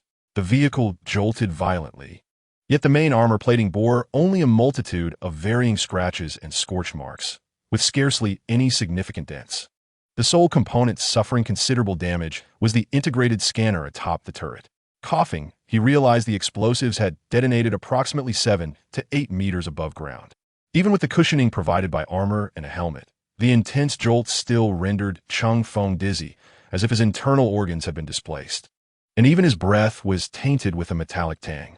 The system interface in his field of vision displayed a humanoid icon representing his life status, which was suddenly shrouded in a faint crimson hue, accompanied by multiple indicators of damage: minor internal injury, mild limb contusions, slight concussion. The protective gear had effectively shielded Cheng Feng from more severe harm. However, the persistent buzzing in his ears and the palpable pain coursing through his body ignited a fury that simmered beneath the surface.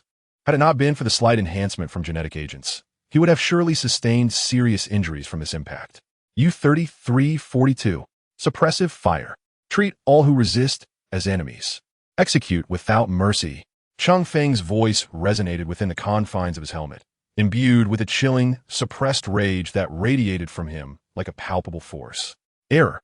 Scanning device damaged, unable to self-verify targets. Please utilize additional data link for targeting. Prostrate on the ground, Cheng Feng raised his arm and operated the bird's eye device to scan the buildings ahead. U-3342 immediately adjusted the turret's orientation based on the spatial coordinates provided by Cheng Feng's device. Bang! Bang! Bang! Bang! The automated cannon atop the vehicle erupted into action. 30mm armor-piercing grenades howled through the air, precisely piercing the gaps on the second and third floors where shadows flitted. Boom! Boom! Boom! Boom! A series of explosions reverberated near the second-floor windows, sending chunks of concrete mixed with blood and entrails flying in all directions. The cries of the wounded were swiftly drowned out by the cacophony of blasts. Damn it! Everyone prepare for battle. The abrupt explosions and the peculiar firing sound of the automated cannon jolted Wang Lei into realization. Though his heart plummeted to despair, he understood that nothing could be salvaged.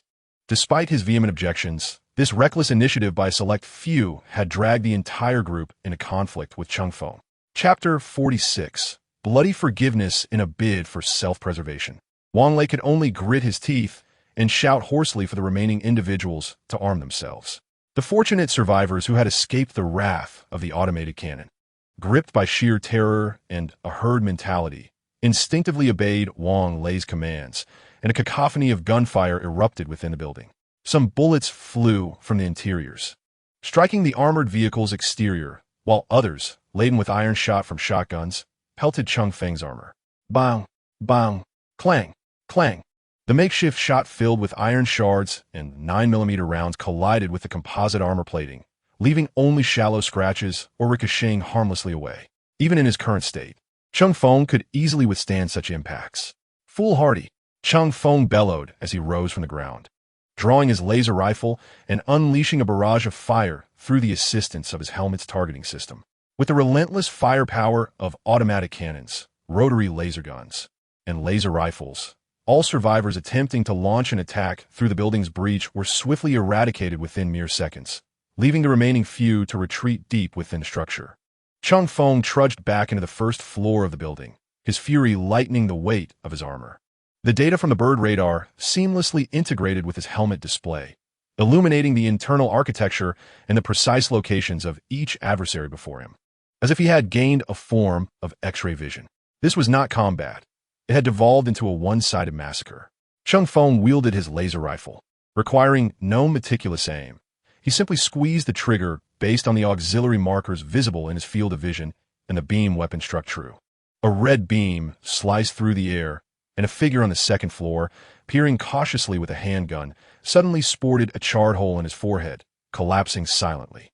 Two others attempting an ambush with shotguns at a corner were pierced through the chest, the searing rays incinerating the flimsy partition and carbonizing their insides. Some sought refuge behind a heavy metal barrier and a shattered wall, blindly firing in Cheng Feng's direction. Emotionless, he casually lowered his laser rifle to his side and retrieved his plasma pistol from the storage compartment. Turning sideways, he raised the weapon with one hand. The deep, resonant hum of the azure plasma beam roared forth, crashing into the solid cover. Metal and concrete vaporized under the extreme heat, melting away, while those hiding behind it vanished without a trace, leaving only a horrifying gaping hole with molten metal splattered around. Efficient, merciless, precise, Cheng Feng advanced layer by layer, each discharge of his laser rifle or plasma pistol invariably claiming one or more lives. The anguished cries, pleas for mercy, and the futile sounds of bullets striking armor coalesced into a lament of despair. After Cheng Feng personally dispatched more than a dozen survivors daring enough to resist, the remaining ones finally succumbed to utter collapse. Some raised their hands in terror, screaming as they fled to higher floors, while others curled up in corners, trembling and waiting hopelessly for death. Stepping over a floor littered with shell casings, blood, and debris, Cheng Feng ascended the stairs to the third floor. The radar indicated that the last few organized heat signatures were concentrated here. In a relatively intact room on the third floor, he spotted Wang Lei alongside the last 4 or 5 individuals. Wang Lei clutched a struggling man, his face twisted with resentment, It was Zhao Kuei, the very leader who had initially incited and orchestrated the assault. "Mr. Cheng Feng," Wang Lei exclaimed upon seeing him enter, his expression rife with bitterness and despair as he thrust the writhing man forward. It was him. Zhao Kuei took it upon himself to launch the attack. "I implore you to spare the others. Wang Lei, you coward, traitor to your brethren. Were it not for your inability to assist in your theft of the remote detonator, how could so many have perished?" Zhao Kuei, while struggling, glared at Wang Lei with a grotesque expression, then turned to Cheng Feng, shouting frantically, "Monster! Kill me! In your hands, I have no hope of survival." Cheng Feng merely regarded him coldly, remaining motionless. Wang Lei sensed the gaze of the other survivors behind him, a mixture of fear, resentment, and utter despair reflected in their eyes. Weary, he closed his eyes, and upon reopening them, they were filled with a haunting desolation. He felt no desire to argue, nor the strength to comfort or explain. Suddenly, in a turn of events no one anticipated, Wang Lei thrust the bone knife sharply into Zhao Kuei's back, piercing through to his chest with a decisive motion. "Saoquist finet." Incredulously looking down at the blade protruding from his torso, he opened his mouth, seemingly to utter something, but blood surged from his airway, and after coughing up a mouthful of crimson, he collapsed limply. Blood rapidly spread across the ground. Wang Lei withdrew the bone knife, allowing the blood to drip freely, and turned to Cheng Feng, his voice hoarse yet composed. "Mr. Cheng Feng, the instigator has been dealt with. We concede. While we are unworthy of mercy, I beseech you to spare the remaining individuals. Most were unwitting participants, merely swept along by circumstance." He paused, raising a hand to point downstairs, a grim smile gracing his features. "Moreover, amidst the chaos, our group has strategically placed the remaining explosives on several critical load-bearing structures on the second floor.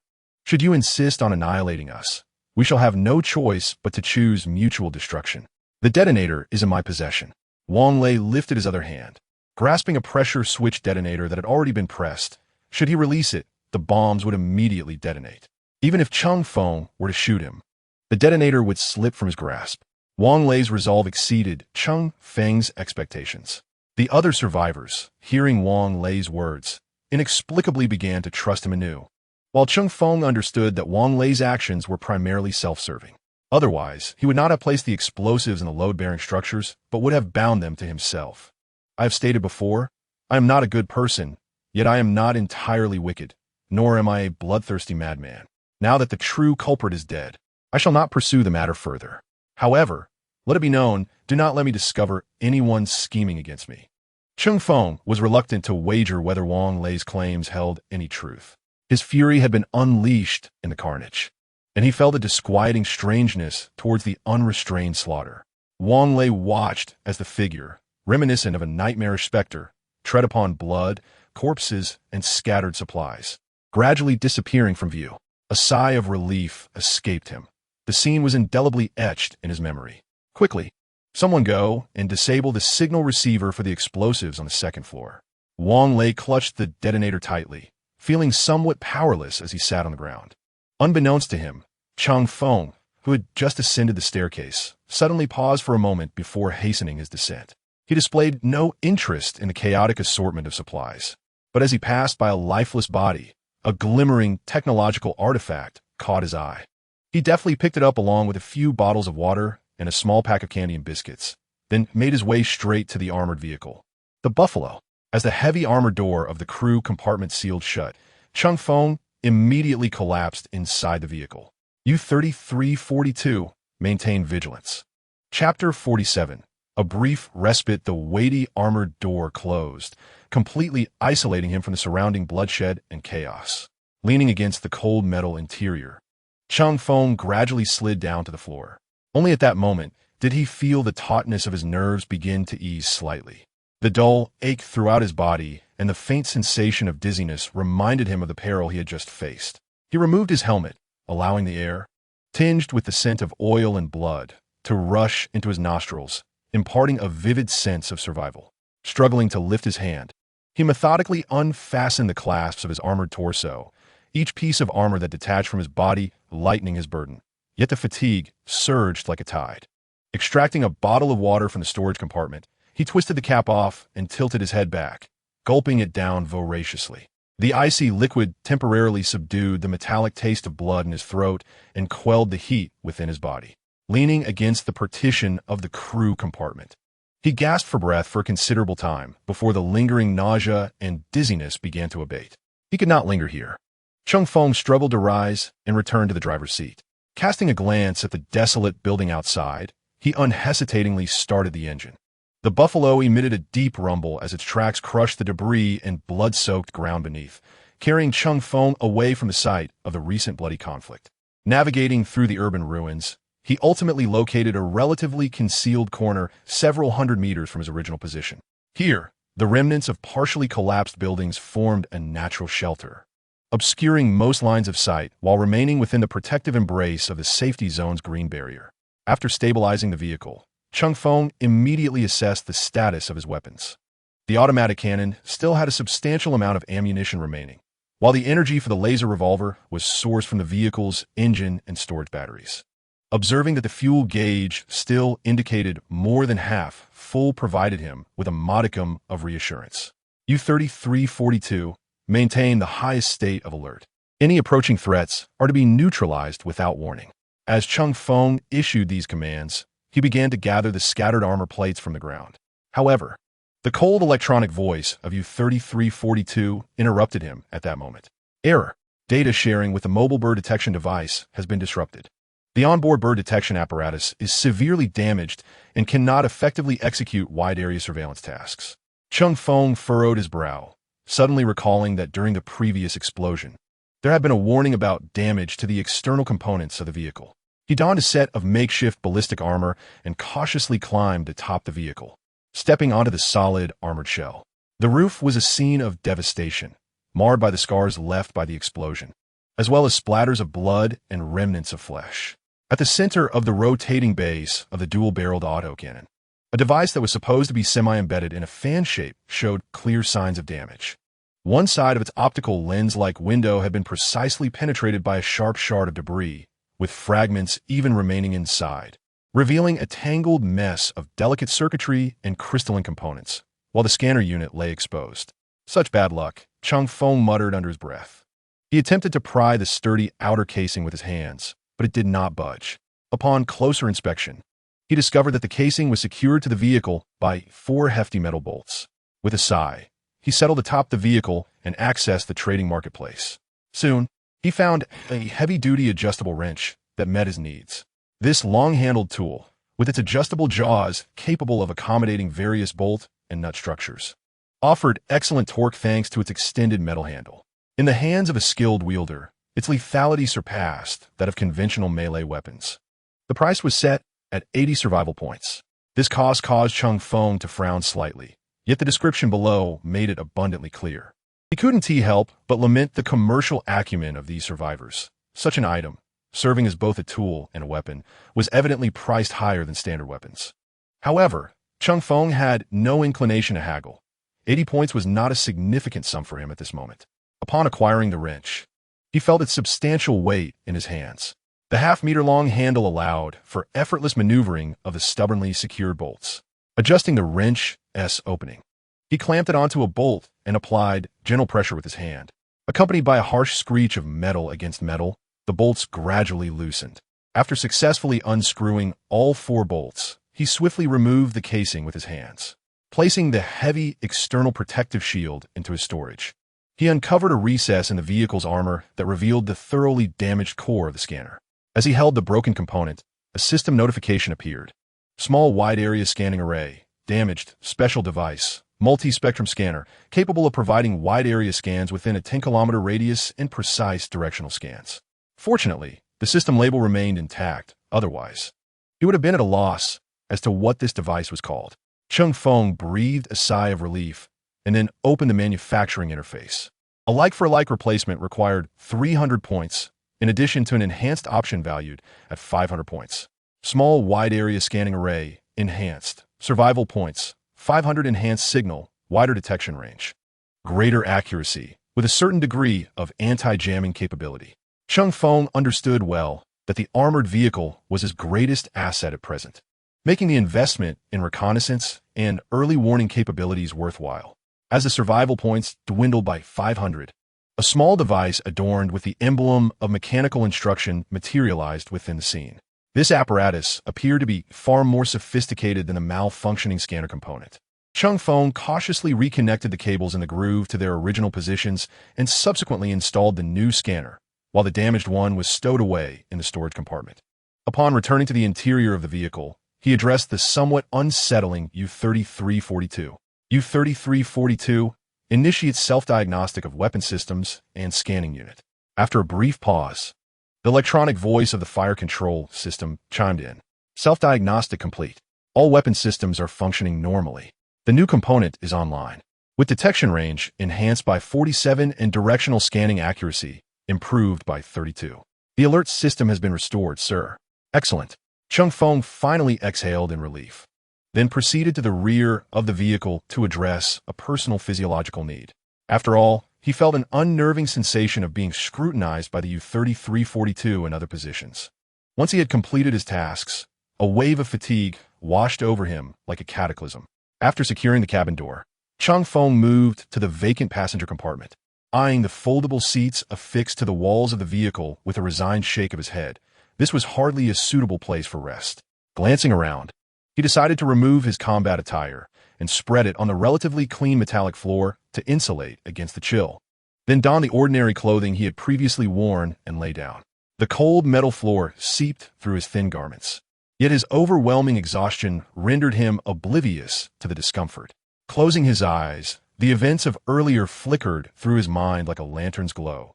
The shock of explosions, the icy grip of slaughter, and the splatter of blood upon dismembered bodies. This cascade of memories stirred a complex emotional turmoil, making it difficult for him to succumb to slumber. Suddenly, he recalled the item he had carelessly stowed in the storage compartment. With a flash of light in his hand, a small object emanating a faint glow materialized. Quantum Thought Core, the core component of an advanced artificial intelligence unit, an exceptionally versatile technological marvel. Cheng Feng activated his manufacturing system to scan for it, only to discover that it was absent from his inventory.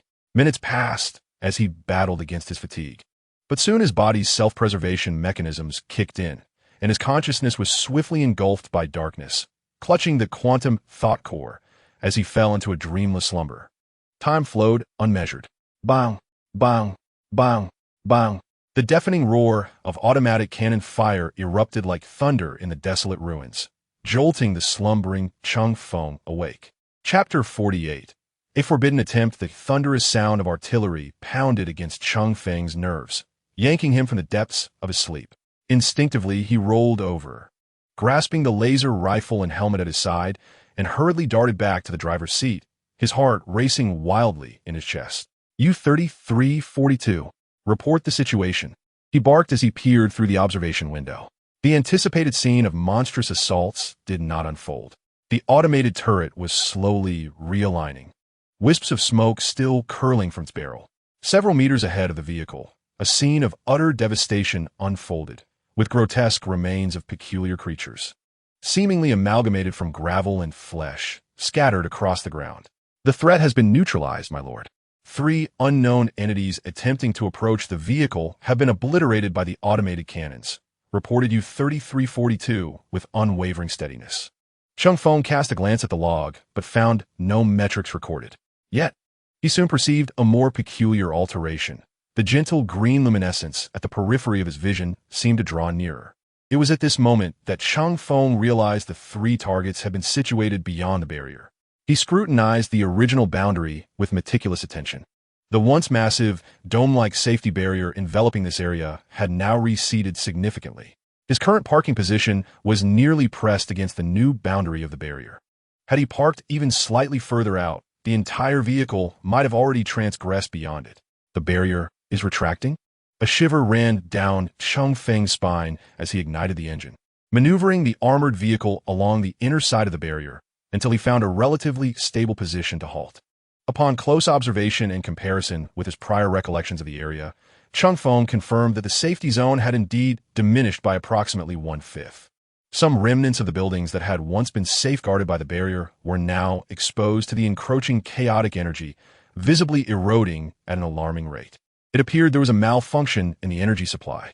Perhaps the consumption required to maintain such a colossal barrier had exceeded the core's capacity. Or, akin to the shipwrecks he had previously encountered, the energy core itself had encountered a fault.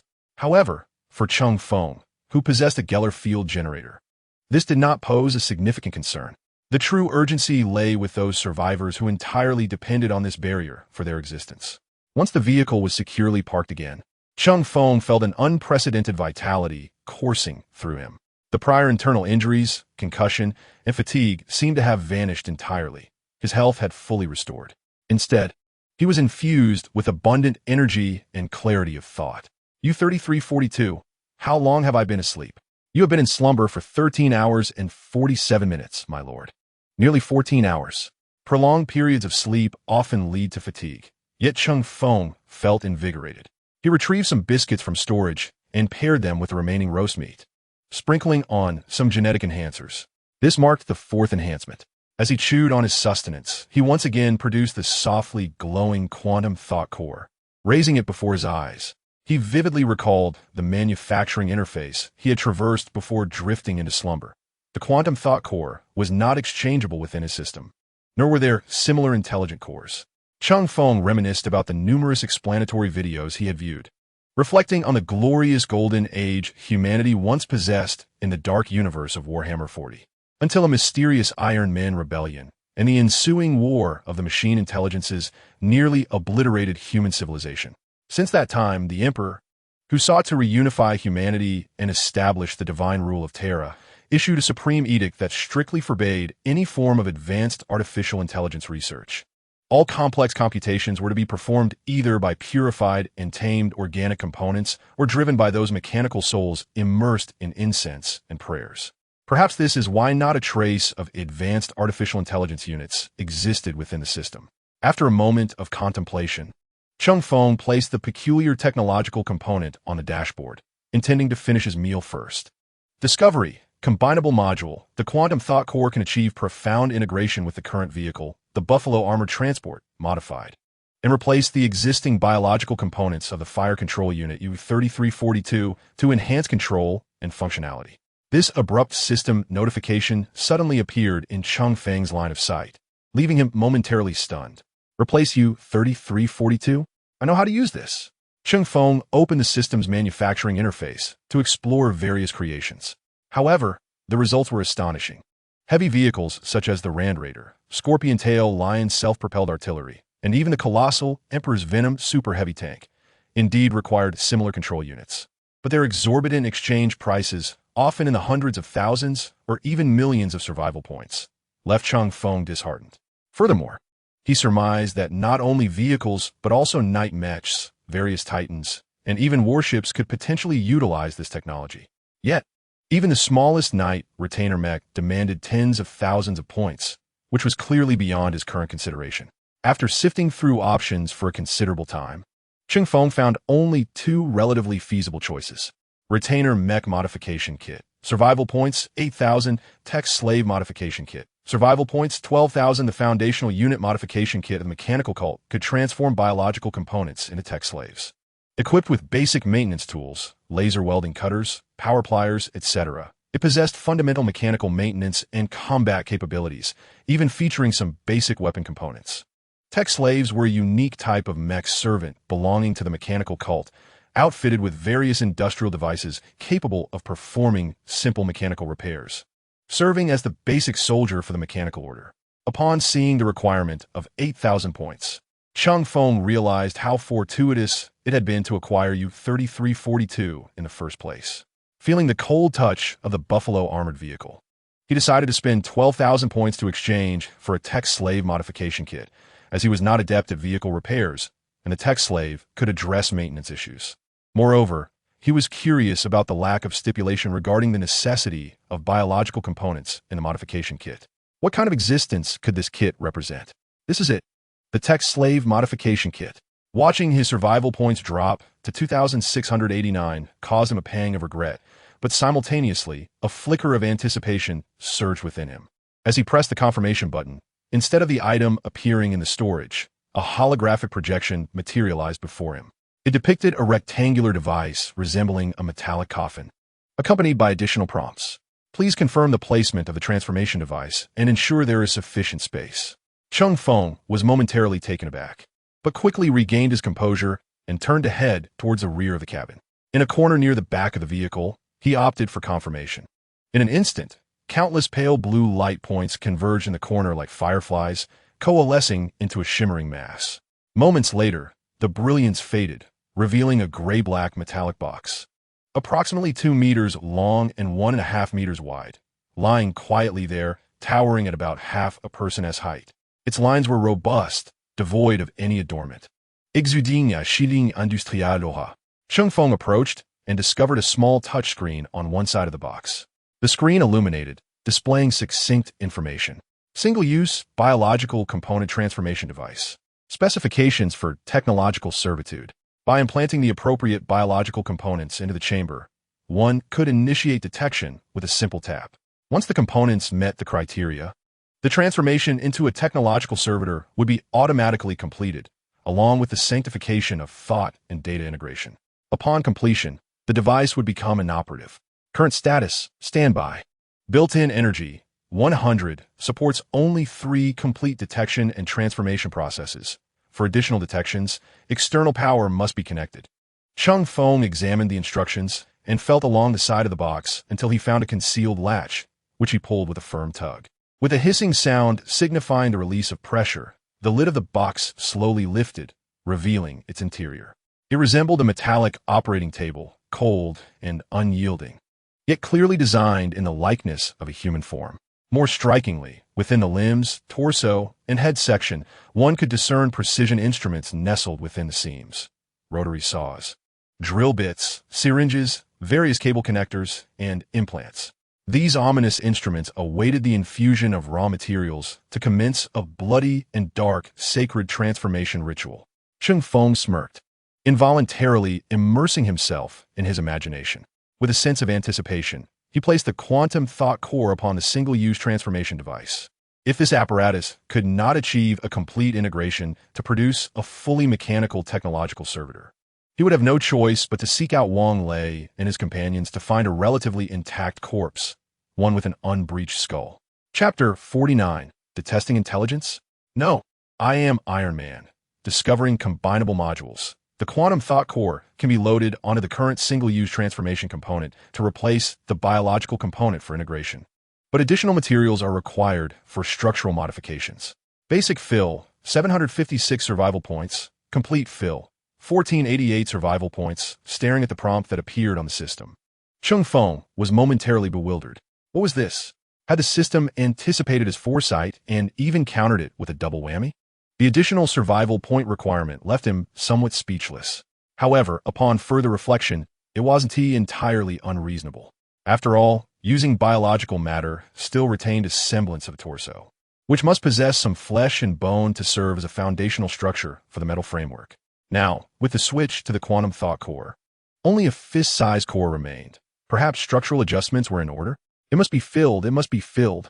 Today, I shall uncover the intricacies of this fully mechanical technological servitor.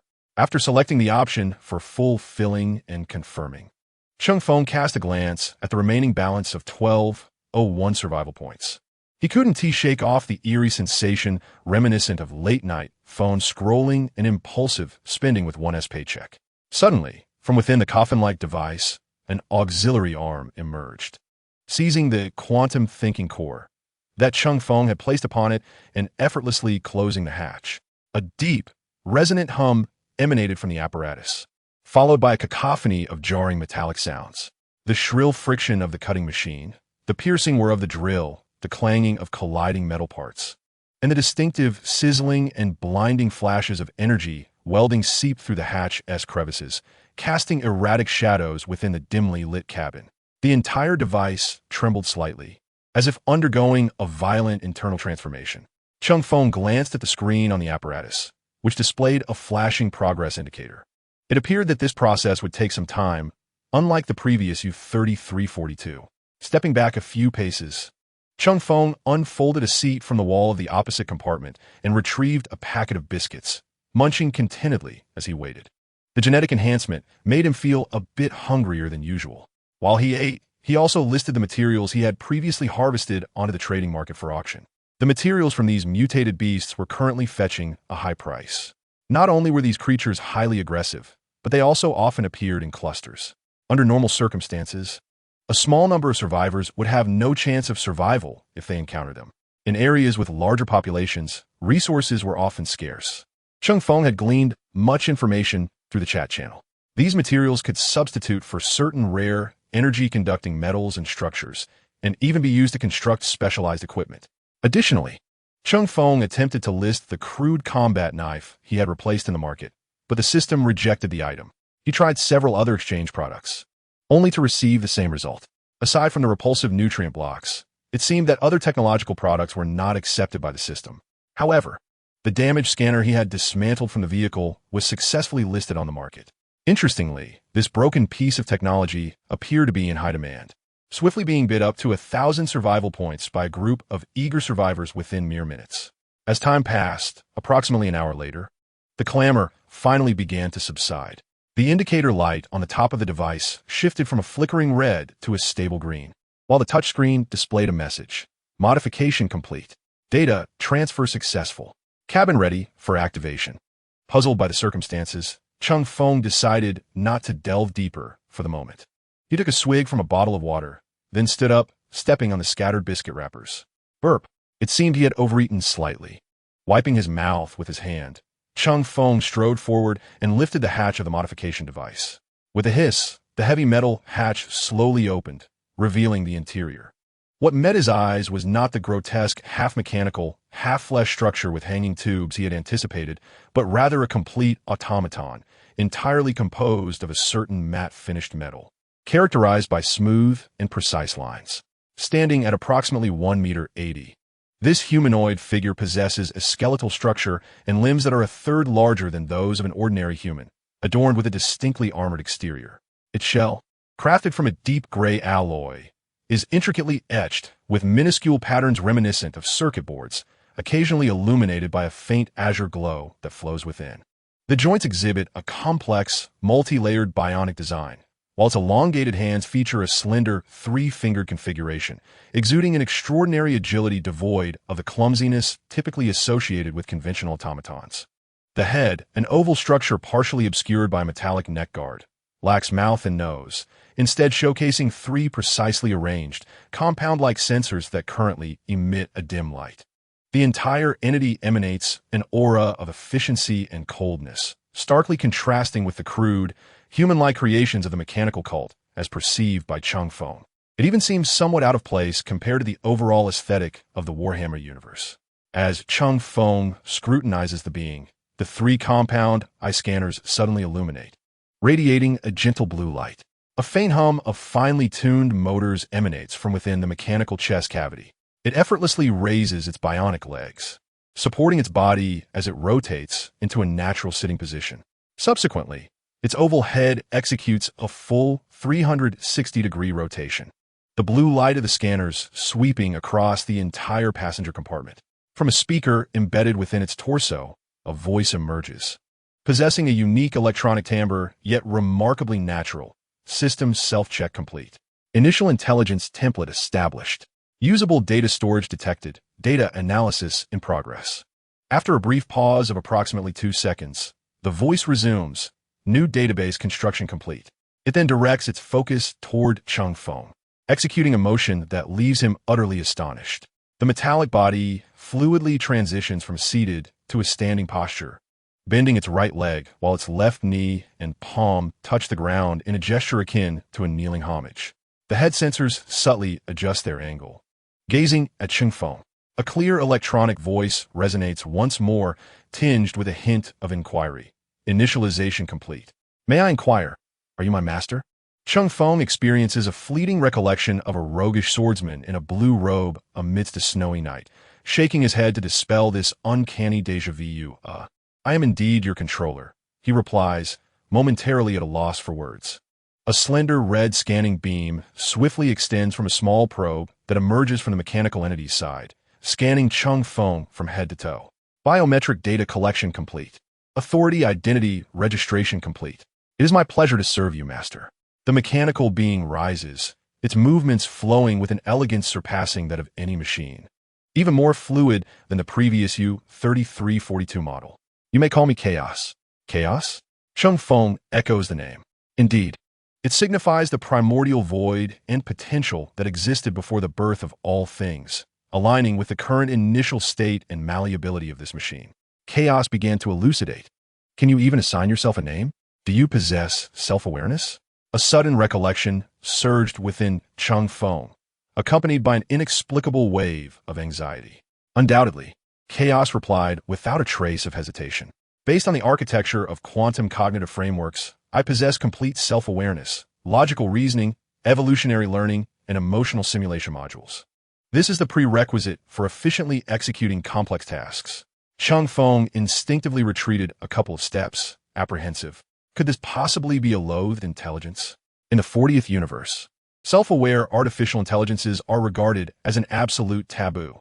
Throughout the era of strife and the subsequent protracted years, all artificial intelligences encountered by humanity were categorized as loathed intelligences, entities that must be utterly eradicated.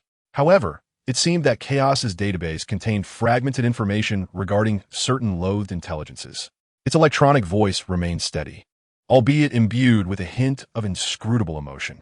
According to existing data records and analyses, loathed intelligences are typically defined as entities harboring an innate, irrational hatred and malice towards organic life forms, driven by core directives of spontaneous, chaotic slaughter and destruction. Within my core directive library and behavioral logic, no such coercive or preferential settings have been discovered. My purpose is to assist, execute, and explore. Chaos paused, and the blue light of its head scanner flickered slightly. Based on current data classifications and self-awareness, I believe I belong to another category recorded within the data. The Iron Man, Cheng Feng, gazed at Chaos. This mechanical entity calmly dissecting its own essence. It was neither a soul conjured by the mechanical cult's prayers, nor a wetware processor constrained by ignorance. The tale of the Iron Man in the 40th setting was nearly relegated to mere background, with official descriptions limited to a few facets beyond its might and omnipotence. Conversely, loathed intelligences were widely regarded as deranged Iron Men. Suddenly, a cacophony of electronic noise erupted within the vehicle, and the remnants of flesh on the U-3342 body trembled violently. It was in fear, yet Cheng Feng could not comprehend why. Chaos turned towards the U-3342, extending a hand, for which a data cable unfurled from its wrist structure, connecting itself to the other entity. U-3342 ceased its binary screams. Chaos regarded U-3342 with a glimmer of inexplicable compassion. It scarcely qualified as a machine. Rather, it was a pitiable and distorted grotesque. Cheng Feng remained silent for a moment, his gaze complex as it rested upon Chaos. Chaos, then what is your primary directive? The blue light of Chaos's scanner remained steadily focused on Cheng Feng, its response clear and resolute. To ensure the safety and interests of the sovereign, Cheng Feng. To assist in the sovereign's survival and development. To execute all directives of the sovereign. This is the supreme sequence, transcending all other logic. Chapter 50, Astonishing Learning Ability. Listening to Chaos's response, the unease within Cheng Feng dissipated entirely. What are your current capabilities? Chaos reported its status fluently. Master, this unit is currently equipped with a basic industrial maintenance kit and a concealed auxiliary arm, enabling vehicle upkeep and emergency battlefield repairs. It possesses fundamental close combat modules and basic weapon manipulation modules. All systems are operating at above standard efficiency levels. Cheng Feng nodded, finding this in line with his expectations for a technological servant. Excellent. Please disassemble that non-functional modification device. Preserve any usable parts to serve as spare components for future use. Chaos turned its head to glance at its incubation pod, and then nodded. As you wish, Master. The broad back displayed intricate mechanical structures in motion, with two auxiliary arms extending over its shoulders. Grasping the exterior of the modification device, the auxiliary arms activated cutting beams that carefully sliced through it. In mere minutes, the entire device was reduced to a pile of components, seemingly to fulfill Cheng Feng's request for salvage parts. Chaos surveyed the occupant chamber and then modified an empty weapon rack. It meticulously cut and re-welded the metal materials extracted from the modification device to create standardized storage compartments, subsequently placing the disassembled parts into each compartment. Finally, it used a metal sheet to temporarily seal all the storage compartments. Cheng Feng observed Chaos's actions, his face reflecting astonishment, even to the point of seeming somewhat numb. When he saw Chaos sealing the compartments, a look of confusion crossed his face. Chaos was capable of recognizing the changes in Cheng Feng's expression and proactively offered an explanation. Due to a lack of materials, I am unable to create suitable lids for each compartment. The current solution temporarily addresses this issue. This unit has recorded the arrangement of all parts and can easily cut the lids for extraction when needed. Cheng Feng was merely curious about Chaos's motives for such actions and had no intention of interfering with its behavior. As a modern individual, he had not undergone the brainwashing of the past and harbored no genuine concern regarding intelligent machinery. Remembering that he had a logging gun in storage that he was currently unable to operate, he pondered that perhaps it could be entrusted to Chaos. However, for the time being, Cheng Feng needed a little more time to adjust to an excessively intelligent automaton. He turned away from Chaos and returned to the driver's seat, the roar of the engine resuming once more. Glancing at the dwindling balance of 1201 survival points and the exorbitant bids for mutated materials in the trading market, Cheng Feng realized he must take proactive measures. Hunting the wandering mutated creatures and chaotic derivatives was currently the quickest method to accumulate points. During the time Chaos had been created, the green barrier of the safe zone had visibly receded inward by a small distance. As Cheng Feng maneuvered the heavy armored vehicle cautiously through a field of collapsed pillars, Chaos, lacking further instructions, stood silently behind him. The scanner atop the vehicle flickered softly, silently recording every movement of Cheng Feng, analyzing the vehicle's control logic and external environmental feedback. Within a matter of minutes, Chaos stepped forward, speaking in a smooth electronic tone. "Master, I have preliminarily mastered the basic control mode of this vehicle. Data indicates that by assuming the driving task, I can enhance the smoothness of travel by approximately 42 and improve obstacle avoidance efficiency by 72. Would you like me to take over operations so you may focus on other matters?" Cheng Feng turned in surprise to regard this newly birthed mechanical servant. "Are you certain?" Despite a hint of trepidation, excitement overshadowed his concerns. At a relatively open intersection, he pressed the brake, relinquishing the driver's seat. "Let's give it a try." Command confirmed. Chaos smoothly settled into the seat, its three-fingered mechanical hand grasping the steering wheel, the other resting naturally on the gear lever, as if it had practiced this maneuver countless times. In the next moment, the armored vehicle roared back to life, its motion so smooth that it was nearly imperceptible, accelerating at a near-constant speed. Chaos did not need to strain like Cheng Feng to gauge the road conditions through narrow observation windows. It seamlessly integrated data from the onboard bird radar and its own sensors, constructing a complete three-dimensional model of the surrounding environment. Ruins, obstacles, and road undulations were all laid bare, allowing for unobstructed driving. "Destination, Master?" Chaos inquired. "There is no fixed destination. Move along the edge of the barrier, searching for areas with strong life signal responses. We need a hunt." "Understood." Executing a circumnavigational search mission, Chaos immediately grasped the meaning of this vague directive. Were it an ordinary Imperial servant, it would likely have responded incorrectly. The Empire's machines and servants could only execute preset procedures, without a clearly defined trajectory established in advance. They were incapable of completing their tasks. Under Chaos's control, the armored vehicle navigated smoothly and precisely through the crumbling walls and buried pathways, its speed surpassing that of Cheng Feng's own driving, while minimizing any sense of jostling. Freed from the burden of driving, Cheng Feng's face lit up with exhilaration. Finally, he had the opportunity to personally operate those formidable machines. Enthusiastically, he climbed into the personnel basket beneath the turret on the vehicle's roof. Settling into the gunner's position and gazing at the screen before him, it displayed the optical images relayed by the turret's automatic cannon scanner. The contours of the surrounding environment were clearly outlined in yellow lines against the green digital imagery, with distant heat sources and moving targets appearing as conspicuous as fireflies in the night. U-3342 switched to manual operation mode. You are responsible for fire control calculations, stability adjustments, and target marking. Mode switched. Fire control system online. Master U-3342's response remained as mechanical as ever.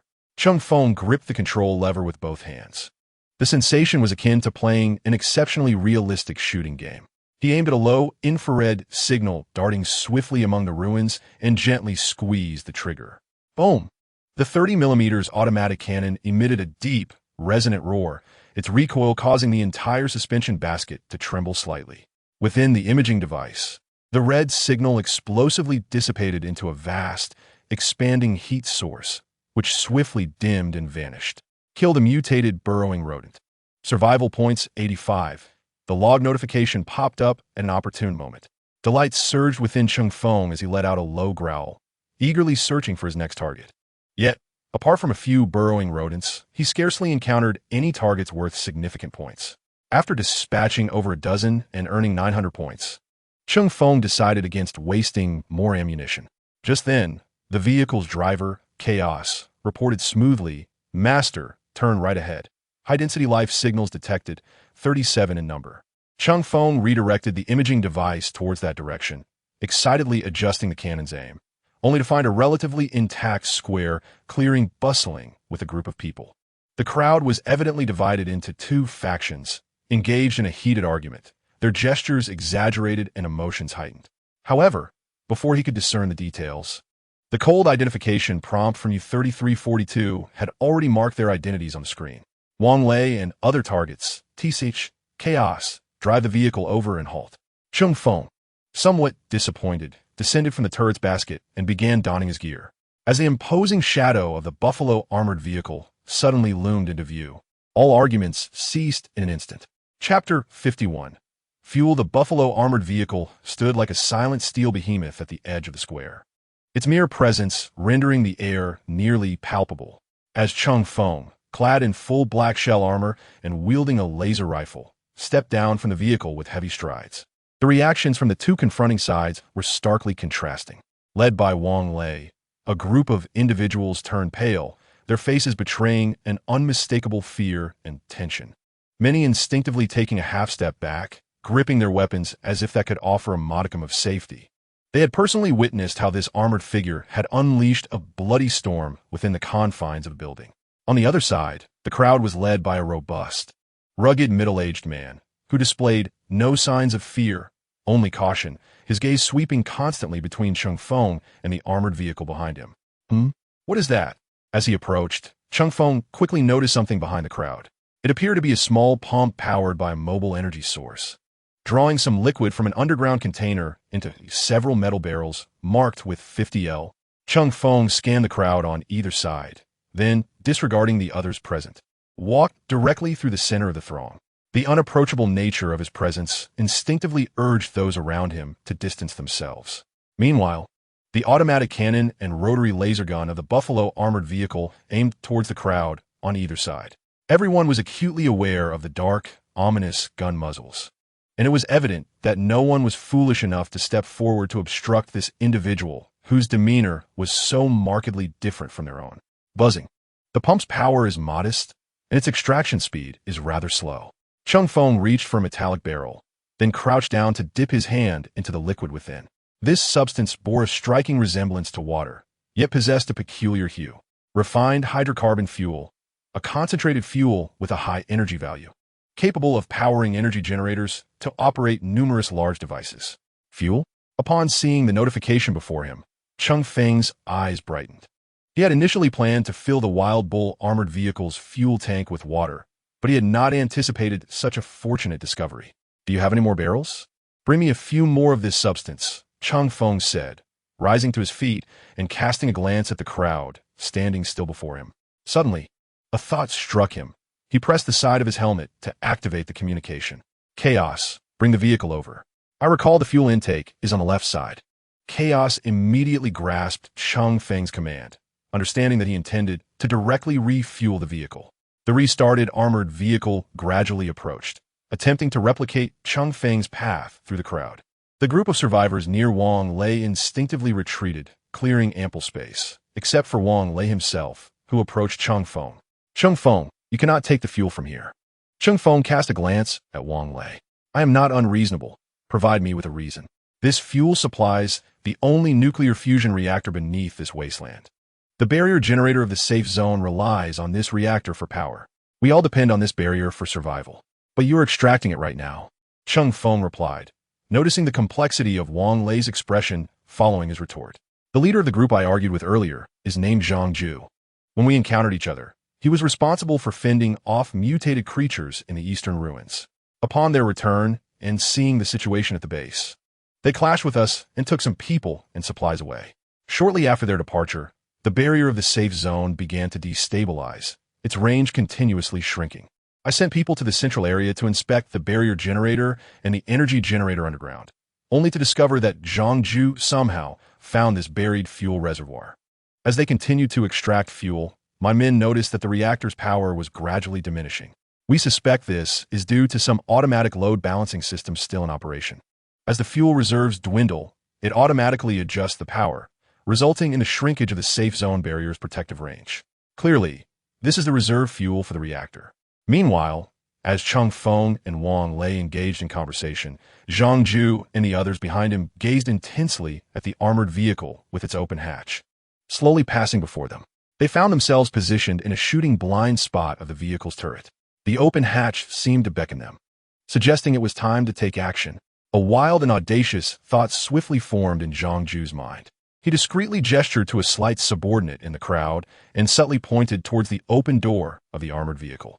The diminutive figure immediately grasped the situation, using the crowd as cover to silently lower his stance, swiftly approaching the slowly advancing armored vehicle. One person standing near the vehicle attempted to assist, stepping forward to create a makeshift platform with his legs. The slender silhouette took a couple of quick strides and then leapt onto the man's leg, directly jumping towards the opening of the crew compartment. As he soared through the air, a glimmer of light flashed in his hand, revealing a bone-white dagger with a metal grip, his eyes gleaming with a desperate ferocity. Chaos, the driver, had already identified this unauthorized intruder. Nevertheless, he remained firmly seated at the wheel, ensuring the vehicle's operation. The slender figure landed inside the vehicle, momentarily astonished by its spaciousness, only to be startled by the U-3342 secured to the vehicle's frame. In a panic, he covered his mouth to suppress any sound and immediately darted towards the driver's seat. Upon realizing that a mechanical entity occupied the seat before him, he found himself momentarily at a loss, yet he thrust the dagger forward with fierce determination. Simultaneously, he pressed a small protrusion on the dagger's grip, causing the bone-like blade to suddenly emit an arc of electricity. A sharp crack echoed as the sound of splintering bone filled the air. The anguished screams reverberated within the cockpit. Chaos, seated in his position, turned the vehicle around, deftly maneuvering it to a proper halt. An auxiliary arm protruding from his back reoriented itself and clamped down on the assailant's arm, the mechanical pincers embedding deeply into flesh, crushing bone in the process. Equipped with weaponry and exhibiting overtly aggressive behavior, the unauthorized intrusion was classified as a trespasser. Within Cheng Feng's helmet communicator, Chaos's calm, yet timely electronic voice resonated. Master, I have captured an unauthorized individual breaching the vehicle's interior, requesting instructions on how to handle this intruder. Cheng Feng's expression instantly darkened. His gaze swept across the scene like a chilling blade. Wang Lei and his associates stood at a considerable distance from the armored vehicle, their faces betraying genuine fear and anxiety. However, Zhang Ju's eyes were fixated on the open door of the armored vehicle, the answer to the unfolding drama evident. It appeared that some failed to comprehend the essence of ownership and the meaning of fear. Cheng Feng's processed voice carried an icy intent. What? Wang Lei, standing before Cheng Feng, appeared utterly bewildered. As his words fell, a shadow was abruptly hurled from the recently halted armored vehicle's open hatch. It landed heavily on the unyielding ground with a thud. Everyone witnessed the wailing figure, blood streaming from his broken arm, shattered bones piercing through flesh and skin. Zhang Ju promptly averted his gaze. Bang, bang. Accompanied by the dull sounds of metal colliding, Chaos's cold mechanical form emerged at the hatch. 3 compound eyes scanning the horrified crowd outside, before leaping down to face Cheng Feng. Master, Chapter 52. Leaving no one behind, Chaos approached Cheng Feng, deftly presenting a bone dagger with an auxiliary arm. This weapon had been seized from the invaders. Upon receiving the dagger, Cheng Feng noted its surprisingly lightweight. The bone blade exuded a unique warmth characteristic of biological materials, yet the metallic grip, marked with energy scales, imparted a chilling essence of technological craftsmanship. A system identification promptly appeared. Pulsed short blade, meticulously crafted from the crystallized bone blade of the mutated razorback wolf. It housed a miniature pulse generator and replaceable energy capacitors. When activated, a high-frequency energy field enveloped the blade, significantly enhancing its cutting and penetrating power while improving durability. Oh! Cheng Feng raised an eyebrow beneath his mask, somewhat astonished. This was his first encounter with an epic-making weapon crafted by fellow survivors. Although the workmanship seemed somewhat rudimentary, with traces of manual welding at the energy interface, the dagger transcended the realm of mere cold weapons, stepping into the domain of low-grade energy armaments. How does one use it? Cheng Feng examined the dagger, but found no obvious switch. Chaos then pointed to a specific area with a finger. It had already scanned and analyzed the dagger's structure, revealing that the technology was not complex. The core was fundamentally the energy-conducting mutated bone blade. In comparison to the standardized power weapons employed by the Empire, this weapon could be deemed rather simplistic. Even the improvised power weapons crafted by the underlings were superior to this. Cheng Feng pressed a subtle protrusion on the knife's handle with his thumb. A soft, buzzing sound resonated, and the entire bone blade was instantly enveloped in electric arcs, filling the air with the scent of ozone as subtle distortions appeared around the blade's tip. It was evident that the energy confinement was inadequate, causing the air to begin ionizing. However, after merely a cursory inspection, Cheng Feng casually retrieved his exquisite combat dagger from his storage. The matte metal blade lacked any ostentatious visual effects, yet the intricate decorative patterns were strikingly exquisite, with only the monomolecular edge reflecting a glimmer of lethal light. He wished to test the strength of this new weapon against the one he had exchanged for through the system. With his right hand gripping the exquisite combat dagger and his left hand holding the activated pulse short blade, he struck the pulse blade with the edge of his dagger. Contrary to his expectations, there was no explosive clash of energy nor stalemate. At the moment of contact, a heart-wrenching crack echoed. At the point of contact between the pulse short blade and the monomolecular edge, the seemingly robust, mutated bone blade instantaneously shattered, revealing a conspicuous notch. The structural integrity was compromised, and the pale blue energy field entwined around the bone blade flickered briefly before extinguishing completely. Bereft of its protective energy field, the bone blade became as fragile as a dry twig before Cheng Feng's combat dagger. Cheng Feng's wrist did not exert any force. He merely guided the dagger downwards, following its inherent weight. With a swift motion, the pulse short blade was severed as effortlessly as a hot knife slicing through butter by the exquisitely crafted combat dagger. The front half of the blade clattered to the ground, stripped of all luster, reduced to a mere fragment of shattered bone. Cheng Feng casually discarded the remaining half of the hilt as if it were nothing more than refuse. He flicked the finely crafted combat dagger, which bore not a single scratch. An eerie silence enveloped the scene. Zhang Ju's expression turned grim, for that weapon represented the pinnacle of his team's arsenal.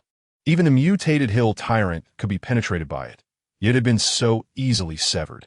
Wang Lei and the others gasped in astonishment, gaining a more visceral understanding of Cheng Feng's terrifying prowess. This was not merely a matter of firepower, but an insurmountable disparity in technical skill.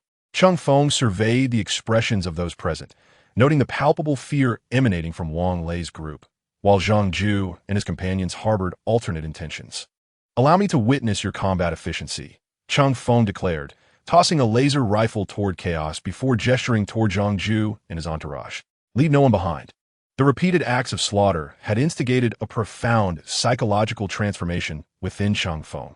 This world of survival was rife with chaos, with death lurking around every corner. For all, killing had become a means of existence. Cheng Feng detested the treachery of others. Since this group coveted his possessions, they would pay the price for their desires. And as for discerning each individual, it was unnecessary. He suddenly comprehended why the sadistic feared the cunning. These schemers were indeed tiresome. The orc, in contrast, was far more straightforward. If something caught their eye, they would seize it. If they could fight, they would, and if not, they would perish. Chaos extended his mechanical hand to accept the laser rifle tossed by Cheng Feng. His fingers, thicker than those of a normal human, could not fit within the trigger guard, nor could he pull the trigger. Yet this did not impede Chaos. Two auxiliary arms unfurled from his back, one grasping the rifle's midsection and lifting it overhead, while the other produced a tool resembling a screwdriver to engage the trigger guard. Observing the mechanical being aiming the weapon at their group, Zhang Ju shouted, "Scatter!" In an instant, a crimson beam of laser accurately struck the back of the head of the fastest runner, vaporizing their skull and brain tissue in an instant, leaving only a charred cavity at the forehead.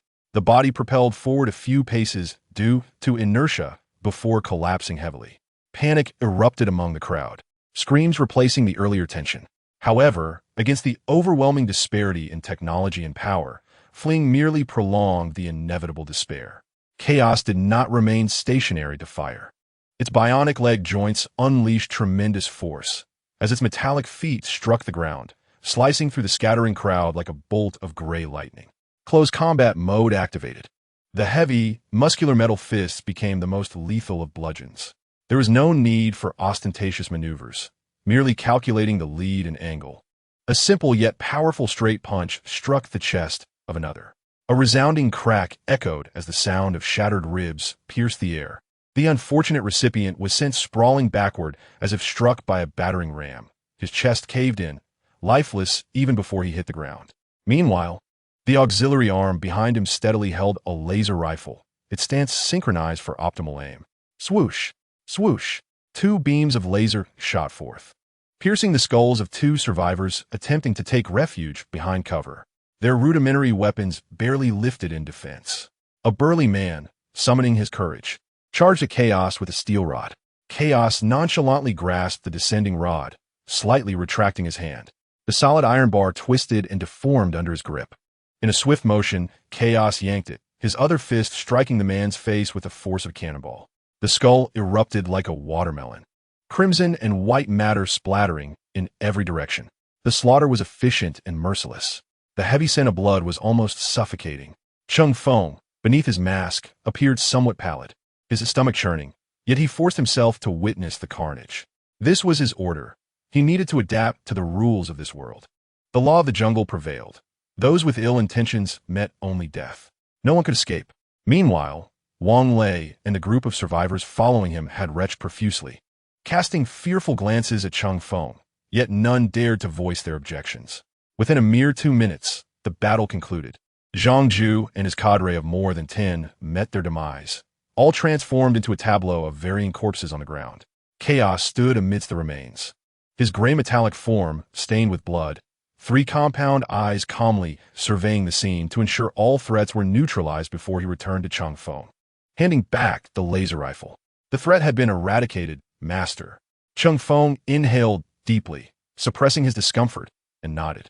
His gaze swept over the corpses, and as Zhang Ju's group perished, items from their spatial storage began to spill forth. Cheng Feng's eyes were immediately drawn to 1450L metal barrels, evidently filled with refined hydrocarbon fuel. Chaos, transport these fuels to the vehicle and secure them. The command was acknowledged. Chaos promptly commenced his task. The barrels, nearly cubic in shape, were easily stackable. In just 2 trips, Chaos had relocated all the fuel barrels. Furthermore, Cheng Feng discovered 2 intact pulse combat blades among the trove. These were elongated versions of short blades, clearly intended for close combat. Additionally, he found a set of rock-skin leather armor. Upon reviewing the description, he noted it was crafted from the toughest hides of mutated hill tyrants, reinforced with hardened bone shards in crucial areas, offering superior protection compared to standard bulletproof vests. Though the weight was formidable, no wonder Zhang Ju and his companions had not donned them. After securing several desirable spoils in his storage unit, Cheng Feng cast a glance at the incapacitated Wang Lei and his cohort before turning towards his armored vehicle. Chaos, gather the pump, the portable power supply, and the 3 partially filled fuel barrels. We shall depart from here. As you command, Sovereign. Chaos swiftly picked up the pump, the power supply, and the remaining fuel barrels from the ground and returned to the crew cabin. As the heavy armored door closed, It sealed off the bloodshed and terror of the outside world. Just as Cheng Feng started the vehicle, a system notification emerged once more. Special conditions met.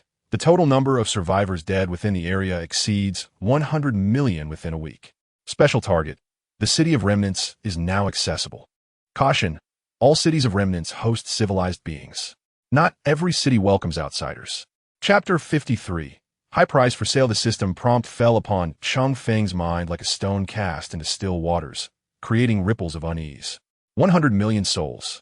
Beneath his mask, Cheng Feng's lips pressed into a straight line. The bloodshed and brutality represented by that figure made his previously steadied emotions twitch once more. This so-called infinite continent operated under survival rules that were far more raw and merciless than he had imagined. Cheng Feng shifted his focus to the compass at the edge of his vision. Indeed, the previously straightforward pointer interface had now undergone a transformation. With an additional translucent ring encircling the outermost part, several new pointers of varying forms had appeared within. These pointers, distinct from the standard indicators pointing toward various safe zones in the central area, boasted unique appearances, as if each were narrating the characteristics of the lands they indicated. The most striking pointer was crafted entirely from a pure crystal, topped with a brilliantly glowing gem that emitted a soft, steady luminescence, imparting a sense of order and tranquility. Another pointer was enveloped in a tangible black mist, which writhed slowly, accompanied by the faint echoes of ominous roars that sent chills down one's spine. A third pointer resembled a gnarled, withered branch, its dull hue devoid of life, as if it would dissolve into ashes with the slightest touch. The most imposing pointer was a crude metal indicator, marred by patches of crimson rust, its shape slightly bent, resembling a ship's anchor, yet lacking any distinctive features. Were these the guides to the cities of remnants? Did their varying appearances signify different factions, forms of civilization, or levels of danger? As Cheng Feng pondered the implications, he removed his helmet. Never mind, regardless of the circumstances, let us proceed to investigate. If the situation turns dire, we shall flee. Unable to decipher the meaning behind these pointers, Cheng Feng resolved to head directly toward the broad, rusted indicator, which, based on experience, should lead to the nearest city of remnants. At the same time, the regional chat channel erupted with fervor, a torrent of messages flooding the screen. Regional channel 00658. Holy cow. Did you see the notification?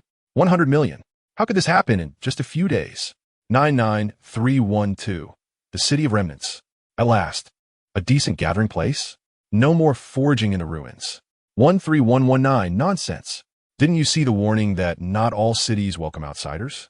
Perhaps upon entering, one might be seized and conscripted as a slave or an offering. 02369. How can we traverse the area outside the safe house amidst the psychic storm? 33349. I echo that inquiry. Is there a formidable individual offering equipment that can withstand the tempest? I would part with everything to acquire it. 11113. I have noticed several peculiar pointers on my compass. What about you all? 92156. I have seen them too. One is pure white, and another is semi-transparent. Which should I choose? 45622. My compass differs from yours. I have 7 pointers, none resembling yours. Is there a party willing to explore together?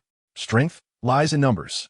00035. Don't be foolish. Forming a party? Are you eager to meet your demise? Can you guess how many among these individuals have perished at the hands of others? 99988. Oh, great one. Please elaborate. Cheng Feng quietly observed, gathering fragmented information. It appears that other survivors have also detected similar pointers, albeit with some variations. The number of relic cities is likely considerable, scattered across various locations akin to the safe zones, where each person can only perceive a specific area of the relic cities. Chaos. Adjust your course. The system interface is visible solely to the survivors. Cheng Feng approached the driver's seat, gesturing for Chaos to indicate the general direction. No specific destination? Chaos turned its head toward Cheng Feng, its scanning light flickering momentarily. None. We shall first speed away from this urban ruin, then proceed straight ahead. As you command. Under Chaos's guidance, the armored vehicle barreled through the streets and debris, swiftly reaching the periphery of the safe zone, plunging into the distorted and grotesque psychic storm beyond. The Geller field generator resumed its stable operation, emitting a low hum. Cheng Feng vacated the driver's seat and settled into the relatively comfortable foldable chair in the passenger compartment, commencing the processing of spoils. He listed the 2 pulse warblades and the heavy rock shell armor on the trading market in a bidding format. Almost instantly, the regional channel erupted once more. 88216. Look at the trading market. Someone is selling high-end goods. 00092. Pulse warblades. Rock shell armor. Has the seller lost their mind? 11234. Now you all should comprehend how some individuals meet their end. 04881. Who cares how others die? Bidding has commenced. Don't compete with me. The prices of the 3 items surged at a visible rate, ultimately settling at a figure that left Cheng Feng slightly astounded. The 2 melee weapons and a piece of armor fetched a staggering 3,328 survival points. Furthermore, Cheng Feng observed that the materials he had previously listed had all been sold out. Crystalline Spines X15 for 4,500 points, Shard Claws X3 for 1,800 points, Impure or X7 for 140 points, Damaged Small-Scale Scanning Array for 1,300 points. Coupled with the earnings from the automated turret shooting practice while Chaos drove, totaling 973 points. His survival point balance soared from a meager 1,201 points to a reassuring 13,102 points. Once again, the abundant survival points alleviated some of the gloom brought forth by the slaughter and system notifications. The armored vehicle, under the deft control of Chaos, raced through the boundless sea of sand, its treads kicking up clouds of dust that mingled with the fierce winds to create a veil of obscurity. Despite the chaotic and ever-shifting landscape outside, an air of relative tranquility prevailed within the vehicle. After an indeterminate period, Chaos's steady electronic voice pierced the silence once more. Master, the scanning device indicates a potential cluster of small-scale life signals approximately 1.7 kilometers ahead in a sand dune, exhibiting signs of movement. Analyzing the signal characteristics suggested that it was likely a group of individuals, apparently traversing the storm on foot. This revelation took Cheng Feng by surprise.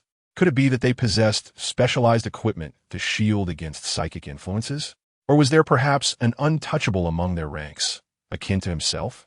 Contemplating this, Cheng Feng promptly spoke, "Maintain a safe distance. Let us approach and observe." He then retrieved the Gorgonum MII logging rifle from the storage unit, expending 300 points to acquire 3 chain magazines, each filled with 50 rounds. The cost of live ammunition, exceeding that of energy cartridges, indeed surpassed Cheng Feng's expectations. Yet considering the tangible material consumption of the ammunition, it seemed justifiable. This rifle is for your use. The grip may be somewhat unsuitable, but perhaps you can modify it, he suggested. Chaos's head rotated slightly, casting a beam over the logging rifle. Subsequently, an auxiliary arm lifted the rifle, requiring both hands to support it, while another hand took the remarkably heavy magazine. Confirmed. Chapter 54. The complex team amidst a swirling tempest of yellow sand. The psychic storm resembled an invisible hand, kneading the desolate desert into grotesque and indistinct forms. Here, even the passage of time became elusive. A minuscule team of 5 trudged laboriously over the undulating dunes, their garments stained beyond recognition by the encroaching sand, their faces etched with fatigue and despair. "Brother, I can't go on," a girl, seemingly the youngest at around 17 or 18, cried, her voice barely audible against the howling winds. Instantly, a young man in his 20s halted, supporting her nearly collapsing form, his expression a mixture of concern and resolve. "Shall not, just a bit longer. The compass shows we are close to the nearest survivor city. We cannot stop." A grueling journey of nearly a day and night through the psychic storm had drained the strength and hope from most of the group. "Ken, once we get over this dune and down below, we should rest for a while. It seems unlikely we will reach the nearest survivor city anytime soon." Besides the Chun siblings, there were 3 others in the team. The speaker was a tall, lean man, his vigilant gaze scanning the surroundings. He gripped a shotgun, with only a few rounds of ammunition remaining on the bandolier slung across his body. The presence of this individual exudes a distinct aura, markedly different from those around him. He stands tall and straight, embodying an unmistakable military demeanor. "Wang Hu, do you have any sense left? Could you fetch me a bottle of water?" The voice that interrupted came from behind Wang Hu, belonging to a woman adorned with a dogleg knife at her waist, despite being ensconced in protective gear against the sand. Her striking figure remained evident, though the thin calluses on her hands hinted at a more formidable reality. Su Lin, you must be dreaming. You know very well who you are. Why would I fetch you water? As for sacrifice, only you can truly ascertain who the real victim is, Wang Hu retorted. Tiger, I've run out of water too. Another female voice interjected, disrupting the exchange between Wang Hu and Su Lin. Without a moment's hesitation, Wang Hu reached into his spatial pocket and produced a bottle of mineral water, offering it to the side. Hey, so you're playing favorites? You just handed to Fong Wan? Su Lin's words dripped with emotion, though her expression remained unchanged. Wang Hu chose to disregard her entirely. Fong Wan accepted the water Wang Hu offered and took a couple of delicate sips. She bore no weapons, her complexion pale, and her lips chapped and peeling from dryness. Yet, her gaze was remarkably serene, imbued with a peculiar focus. Fong Wan's role was of utmost importance. She cradled an oval stone radiating a gentle white light, adorned with intricate patterns. The glow formed an ethereal halo, enveloping the area within a radius of several meters, seeming to be the very source that allowed them to maintain clarity amid the mental tumult of the psychic storm, preventing immediate madness or transformation. From a nearby undulating sand dune, Cheng Feng observed the scans displayed on the cockpit screen, clearly seeing the small team struggling to traverse the sandy expanse. His eyes filled with curiosity. Cows, confirm there are no energy barriers or shield generators in their vicinity. Confirmed, Sovereign. The bioscanner has detected only 5 faint life signals, alongside a continuously emanating low-intensity energy fluctuation, the characteristics of which suggest a psychic origin, albeit gentle and exhibiting repellent properties. The unidentified energy source? Cheng Feng pondered. Was it that object that enabled their movements in the external environment? He scrutinized the formation of the 5 individuals, noting they consistently advanced around a particular figure. Intriguing.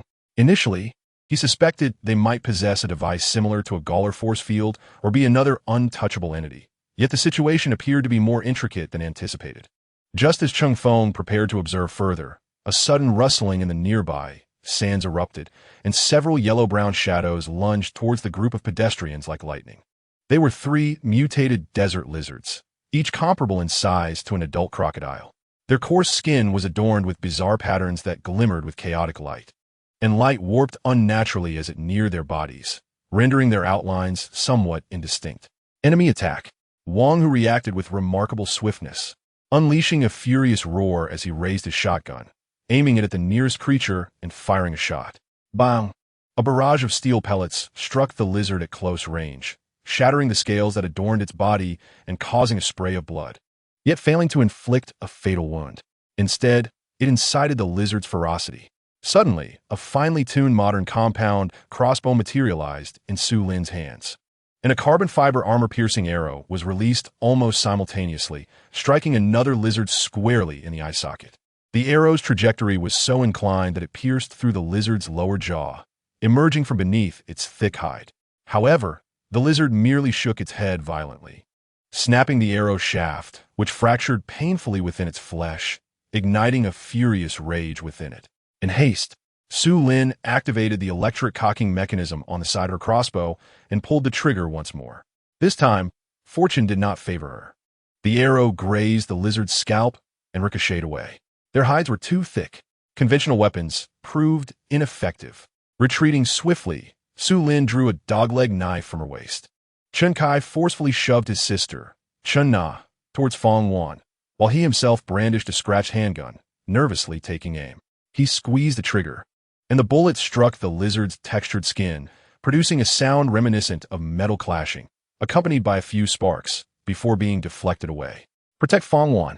Wang Hu bellowed as he reloaded his shotgun. Their formation immediately tightened, shielding Fong Wan and Chen Na in the center. Yet, the mutated lizard's speed and strength far exceeded their expectations, and their ability to distort light rendered aiming exceedingly challenging. One lizard, taking advantage of its injured comrade's distraction, lunged from the side, its jaws filled with sharp teeth aimed menacingly at Su Lin, who managed to block the attack just in time but still sustained a deep gash on her arm, exposing bone and causing blood to surge forth. Meanwhile, Another lizard seized the opportunity while Wong Hu was firing, pouncing towards his lower body. Wong Hu could not evade in time. A chunk of flesh was torn from his calf, and as he fell, he immediately rolled onto the creature's back, ignoring the rough, hardened exterior that cut into him.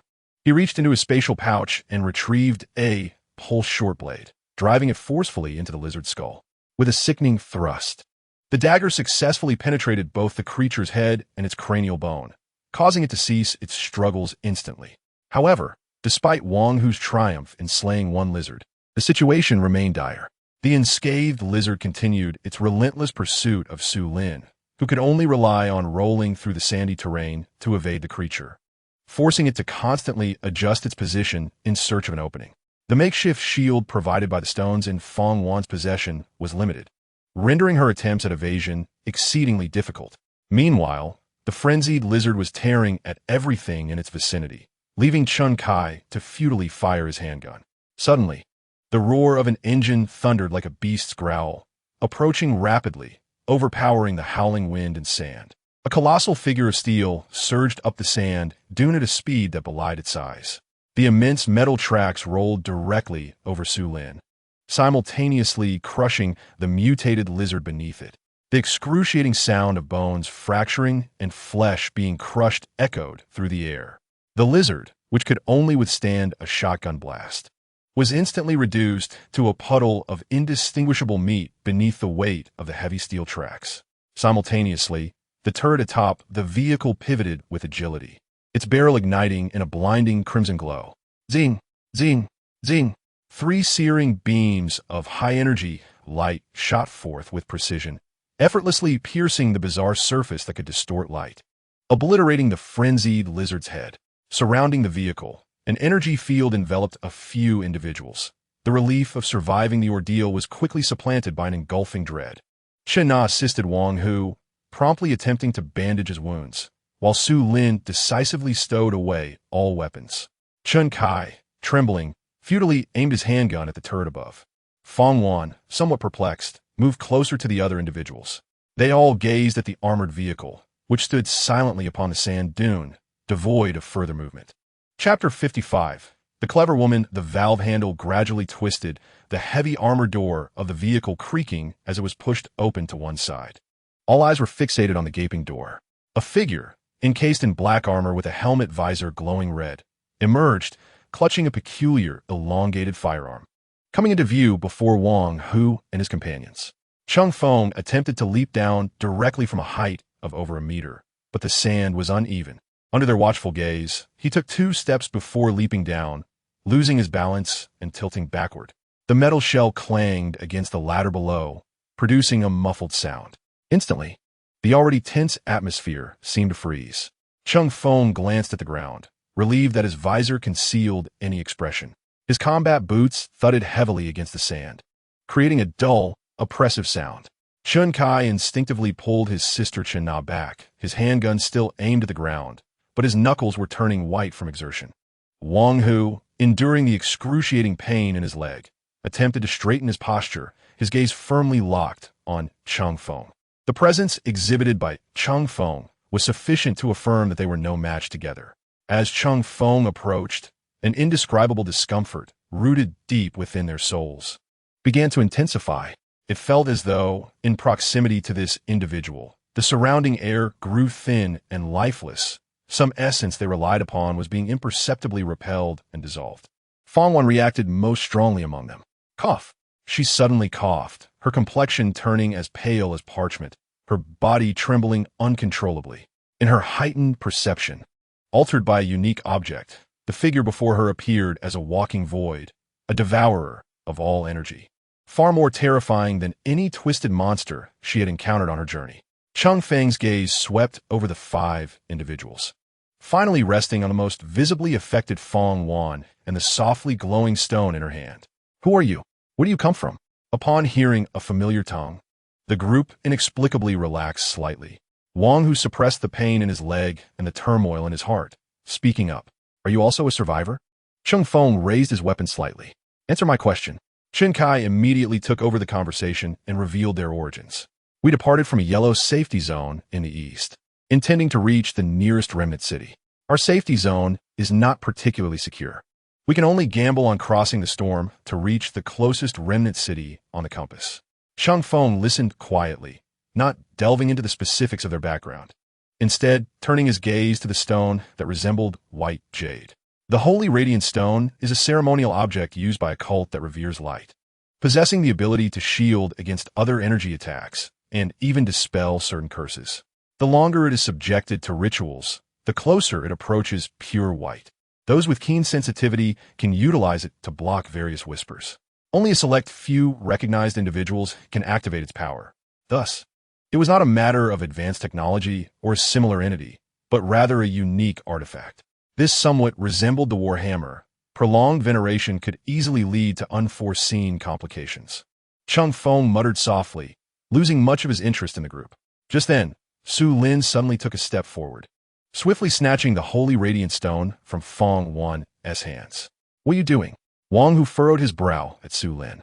Ignoring him, Su Lin raised the stone, looking at Cheng Feng, her pallor from blood loss contrasting with the gambler's gleam in her eyes. "Boss, if this stone were to be sold on the market, it would fetch quite a substantial amount of points. We will give it to you. In exchange, please take us to the nearest remnant city." Su Lin's audacious maneuver indeed exceeded Cheng Feng's expectations. Turning to reboard the vehicle, Cheng Feng raised an amused eyebrow beneath his mask, tilting his head slightly as he lifted his laser rifle, pointing it at the group. "If I kill you all, wouldn't this item also belong to me?" His words drew fierce glares from Wang Hu and the others toward Su Lin. Yet, Su Lin unveiled her face, revealing a confident smile. "If you wish to kill us, we would have already turned to mush like those lizards. Moreover, I could list this on the trading market right now, setting an extremely low starting price for immediate confirmation. If I perish, the item will be snatched away by someone else in an instant. You will gain nothing. It is far better to strike a deal. You keep the stone, and we preserve our lives. Once we reach our destination, I will hand over the item to you. What do you say? You must possess some means or equipment to traverse the psychic storm. You surely understand the value of this stone, which could translate to a significant amount of points." Cheng Feng was taken aback, silently observing Su Lin, the red visor obscuring his thoughts. After a few seconds of silence, he said nothing, simply turning around to climb the ladder back into the vehicle, leaving the door ajar. Just as the five exchanged uncertain glances, contemplating Cheng Feng's intentions, a voice emerged from within the cabin. "Get in, and each of you report your names and numbers." A wave of relief washed over them, almost leaving them breathless. Su Lin let out a long sigh, only now becoming aware of the cold sweat that had soaked her back. The group supported each other as they laboriously ascended into the remarkably high crew cabin. The interior was more spacious than they had anticipated. Yet the first sight that greeted them sent shivers down their spines. On one side of the wall, U-3342's dismembered torso, embedded within a metallic groove, appeared particularly grotesque, especially the hollow eye sockets filled with mechanical parts, casting an eerie shadow in the dim light. Seated in the pilot's seat, Chaos remained motionless, yet his head rotated a full 180 degrees, three blue-glowing compound eyes calmly scanning the newly arrived passengers. A strange robot, Chena gasped quietly, clutching her brother's arm tightly. The group suppressed their discomfort and fear, settling on the relatively spacious metal floor at the rear of the cabin to tend to their injuries. Wang Hu's wounds were the most severe. He tore open his pant leg to reveal a calf mangled by a lizard's bite, then fashioned a rag from the torn fabric to bite down on. He gestured to his injury when he caught Chin Na's eye. Trembling, she rummaged through her personal space and pulled out a bottle of hydrogen peroxide, pouring it directly onto the wound. Ugh, ugh, Cheng Feng, observing from a short distance, couldn't help but furrow his brow. When Lin Yu had modified the machine servant, at least it had been a lifeless body. Although the cutting scene appeared somewhat gruesome, it was devoid of pain. Oddly, Su Lin seemed unfazed by the gruesomeness, pulling out a small bottle of alcohol and pouring it directly onto her own wound. She grimaced, then deftly bandaged the deep gash on her arm, nearly exposing the bone. However, it soon became evident that they faced a serious problem. The bleeding would not stop. The wound was rather large. The muscle on Wang Hu's calf had been partially torn away, severely damaging the blood vessels and nerves. They not only lacked medical supplies, but also required a surgeon. Watching the floor of the cabin gradually stained red, Cheng Feng tugged at the corner of his mouth. Chaos, You handle their injuries, but don't kill them. I'll take the wheel. Although the statement sounded peculiar, it conveyed a sense of goodwill. Chaos left the cockpit and conducted a brief scan of the bleeding Wong Hu in the crew cabin. His leg exhibited severe biological tissue damage. Rendering it beyond the possibility of repair, amputation was the optimal choice. As a machine, Chaos lacked medical data, but since Cheng Feng had made the request, he would naturally deduce an appropriate course of action. The scanner provided a clear feedback of Wong Hu's condition. Such a large wound made recovery of the leg impossible. However, upon hearing Chaos's cold mechanical voice, Wong Hu weakly implored, "Don't amputate, please. Just stop the bleeding." Chaos's scanner paused on Wong Hu's face, seemingly analyzing his emotional expression. The subject rejected the optimal option, proceed with hemorrhage control. An auxiliary arm extended from the mechanical body, switching to a laser welding tool. Under the control of Chaos, the laser beam emitted a faint yet lethal glow, swiftly traversing the breach in Wong Hu's calf, releasing a tantalizing scent of flesh into the air and promptly achieving hemostasis. Chapter 56. The Port of Distortion after a rudimentary treatment. The bloodied Wong Hu succumbed to unconsciousness, while the others were already utterly exhausted. Since departing from a not-so-secure safe zone and embarking on their journey once more, they had dared not close their eyes. Now, ensconced within the armored vehicle, despite the unfamiliar and somewhat chilling environment, they had at least temporarily escaped the relentless threat of death from the outside world. An overwhelming sense of fatigue surged forth like a tide. Chun Kai tightly embraced his sister Chun Na. Su Lin leaned against the cold cabin wall, and Fong Wan curled up in a corner, all succumbing to an irresistible slumber. Once Chaos confirmed the vital signs of these fragile organic beings were stable, it shifted its focus to the Gorgonum MIA logging gun entrusted to it by Cheng Feng. Its scanner meticulously analyzed the weapon structure, while two auxiliary arms fully extended to grasp the gun's body. The laser cutter excised parts that did not conform to the original assembly of the firearm, including the stock, grip, and rugged sights. Subsequently, it retrieved the metallic materials and electronic components salvaged during the previous disassembly and modification, with the assistance of the cutter and welding apparatus. These materials were swiftly processed and shaped. The faint sounds of welding and subtle friction resonated rhythmically within the silent cabin. Before long, a weapon base compatible with its interface was fabricated. This component was re-engineered using the electric mechanisms of servo-robotic arms to resemble a gimbal stabilization system. The main mechanism of the logging gun, along with the dust cover and barrel, was assembled onto the base. Chaos modified the ammunition feed guide and reconfigured the links of the 3 magazines. 150 rounds of ammunition were combined and fully integrated into the large storage chamber on the base. This adaptation of the high-caliber logging gun for the capabilities of Chaos posed little challenge.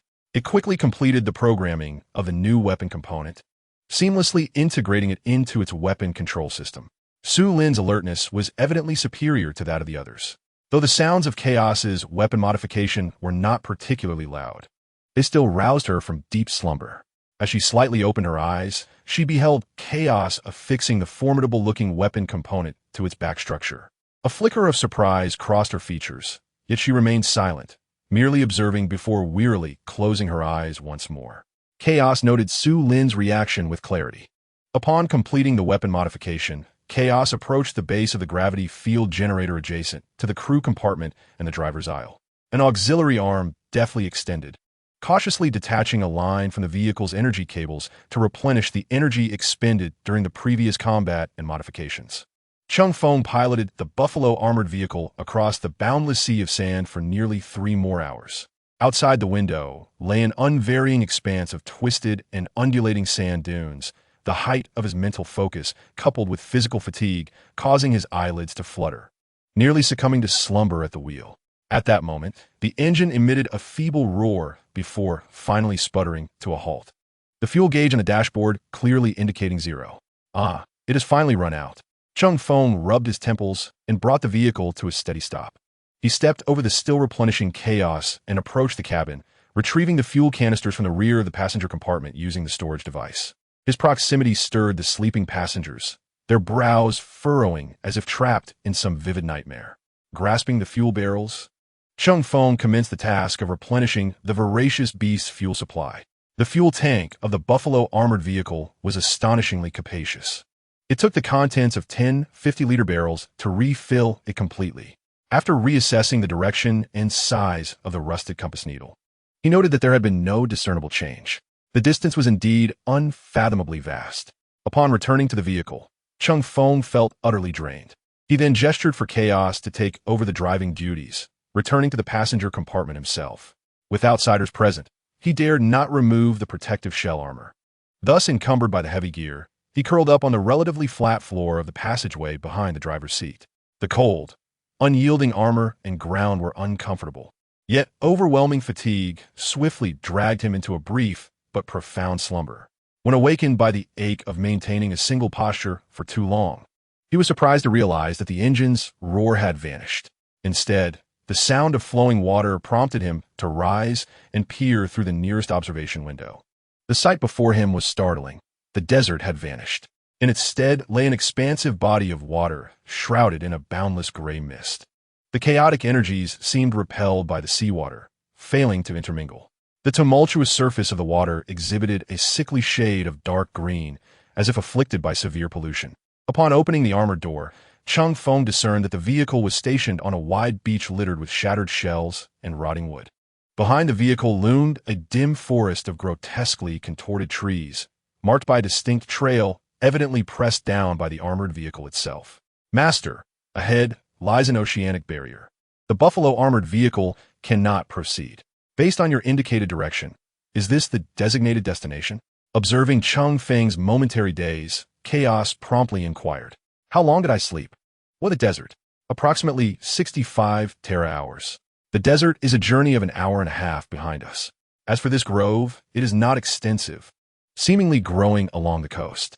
Cheng Feng immediately cast a glance at the compass. The rusted needle-S direction had shifted, no longer pointing directly to the ocean but veering along the shoreline.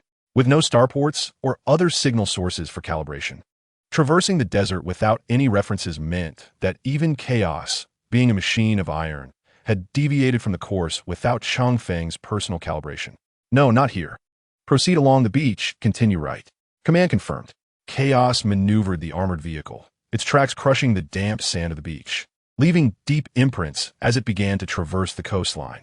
Cheng Feng did not close the armored door of the side passenger compartment, but instead stood at the entrance, gazing at the peculiar ocean. A hint of a putrid and fishy scent mingled with the briny sea breeze wafted into the vehicle. The others inside the compartment seemed to sense the moist air and chill, gradually awakening, feeling the slight tremor beneath him and the presence of Cheng Feng at the door. Chun Kai and the others took a moment to observe the system compass in their view. The largest needle was noticeably oscillating, indicating they were not far from their destination. After more than 2 hours of monotonous coastal scenery, a transformation finally emerged. The silhouette of a city gradually materialized at the bend of the coastline ahead, as if rising from the depths of fog and nightmares. It was a port city of strikingly unique architecture. The first thing that caught the eye was a circle of foreboding high walls, nearly 10 meters tall, their surfaces worn to a gray-black hue by the long-term erosion of the salty sea breeze, adorned with mottled moss and what appear to be marks from some viscous substance. The city's edifices were grand, with a central tower soaring approximately 50 to 60 meters high. These structures exhibited a distinct Gothic style, yet differed from the Warhammer nests known to Cheng Feng. From a considerable distance, he noticed that the outer walls of these towering buildings bore recesses resembling shrines, within which stood bizarre, non-human sculptures that twisted and coiled, casting seemingly writhing shadows under the strange light produced by the dual stars and psychic storms. Gazing out toward the sea and land. Do not approach too closely. Continue forward along the perimeter of the wall, Cheng Feng instructed Chaos, while he meticulously scrutinized the details of the city through his helmet's enhanced vision. Observing the towering walls and distorted architecture, he furrowed his brow deeply beneath his visor. This place, by no means, appeared to be a friendly settlement. The Overlord, there seemed to be a metallic plaque over there. Near the landward side, adjacent to the grotesque forest, stood a large stone sign covered in moss and stains. It bore inscriptions in a peculiar script. Cheng Feng glanced at the text from a distance, perceiving the characters as if they were writhing like small worms. Just as he thought he was hallucinating, The carved letters transformed into Chinese. Nameless Port. The very name exuded an aura of foreboding and mystery, mirroring the city's appearance. Chapter 57. A blessing named Curse. The bison armored vehicle cautiously moved along the periphery of the Nameless Port's ominous walls. Cheng Feng quickly observed an unusual phenomenon. The once ubiquitous psychic storm surrounding them began to dissipate as they approached the city, though the sky remained shrouded in an odd luminescence. The perilous chaotic energy had indeed been kept at bay. The Dominator detected a sharp gradient of diminishing chaotic spiritual energy approximately 1.5 kilometers ahead, revealing the presence of an unknown form of extensive barrier surrounding the city. The nature and type of this barrier eluded analysis, as reported by the cold, electronic voice of chaos. Cheng Feng nodded slightly, unfazed by the revelation. It was evident that every survivor city must possess a means to shield itself from chaotic energy. Otherwise, they could not possibly endure amidst the ravages of spiritual storms. However, the aura emanating from this city was far more unsettling than the external tempest. Upon the high walls, silhouettes of movement could be discerned, their forms obscured and appearing indistinct in the distorted light, suggesting they were not human. The air thickened with a noxious blend of decay, the stench of fish, and an enigmatic spice.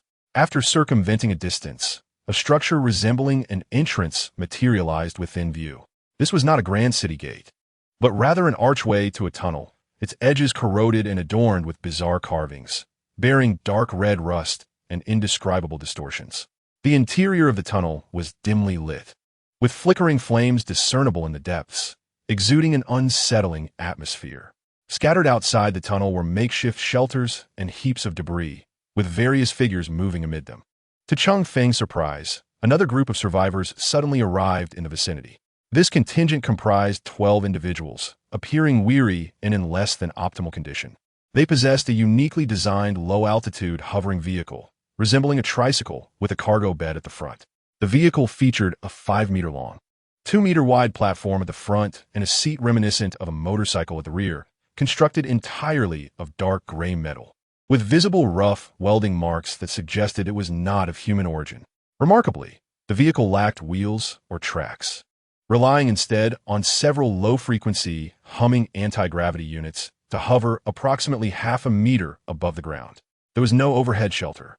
At this moment, several individuals beside the hovering vehicle clung to the platform's edge or lay prone on the ground, violently retching and pallid, evidently suffering from the instability of the hovering system and the jarring journey.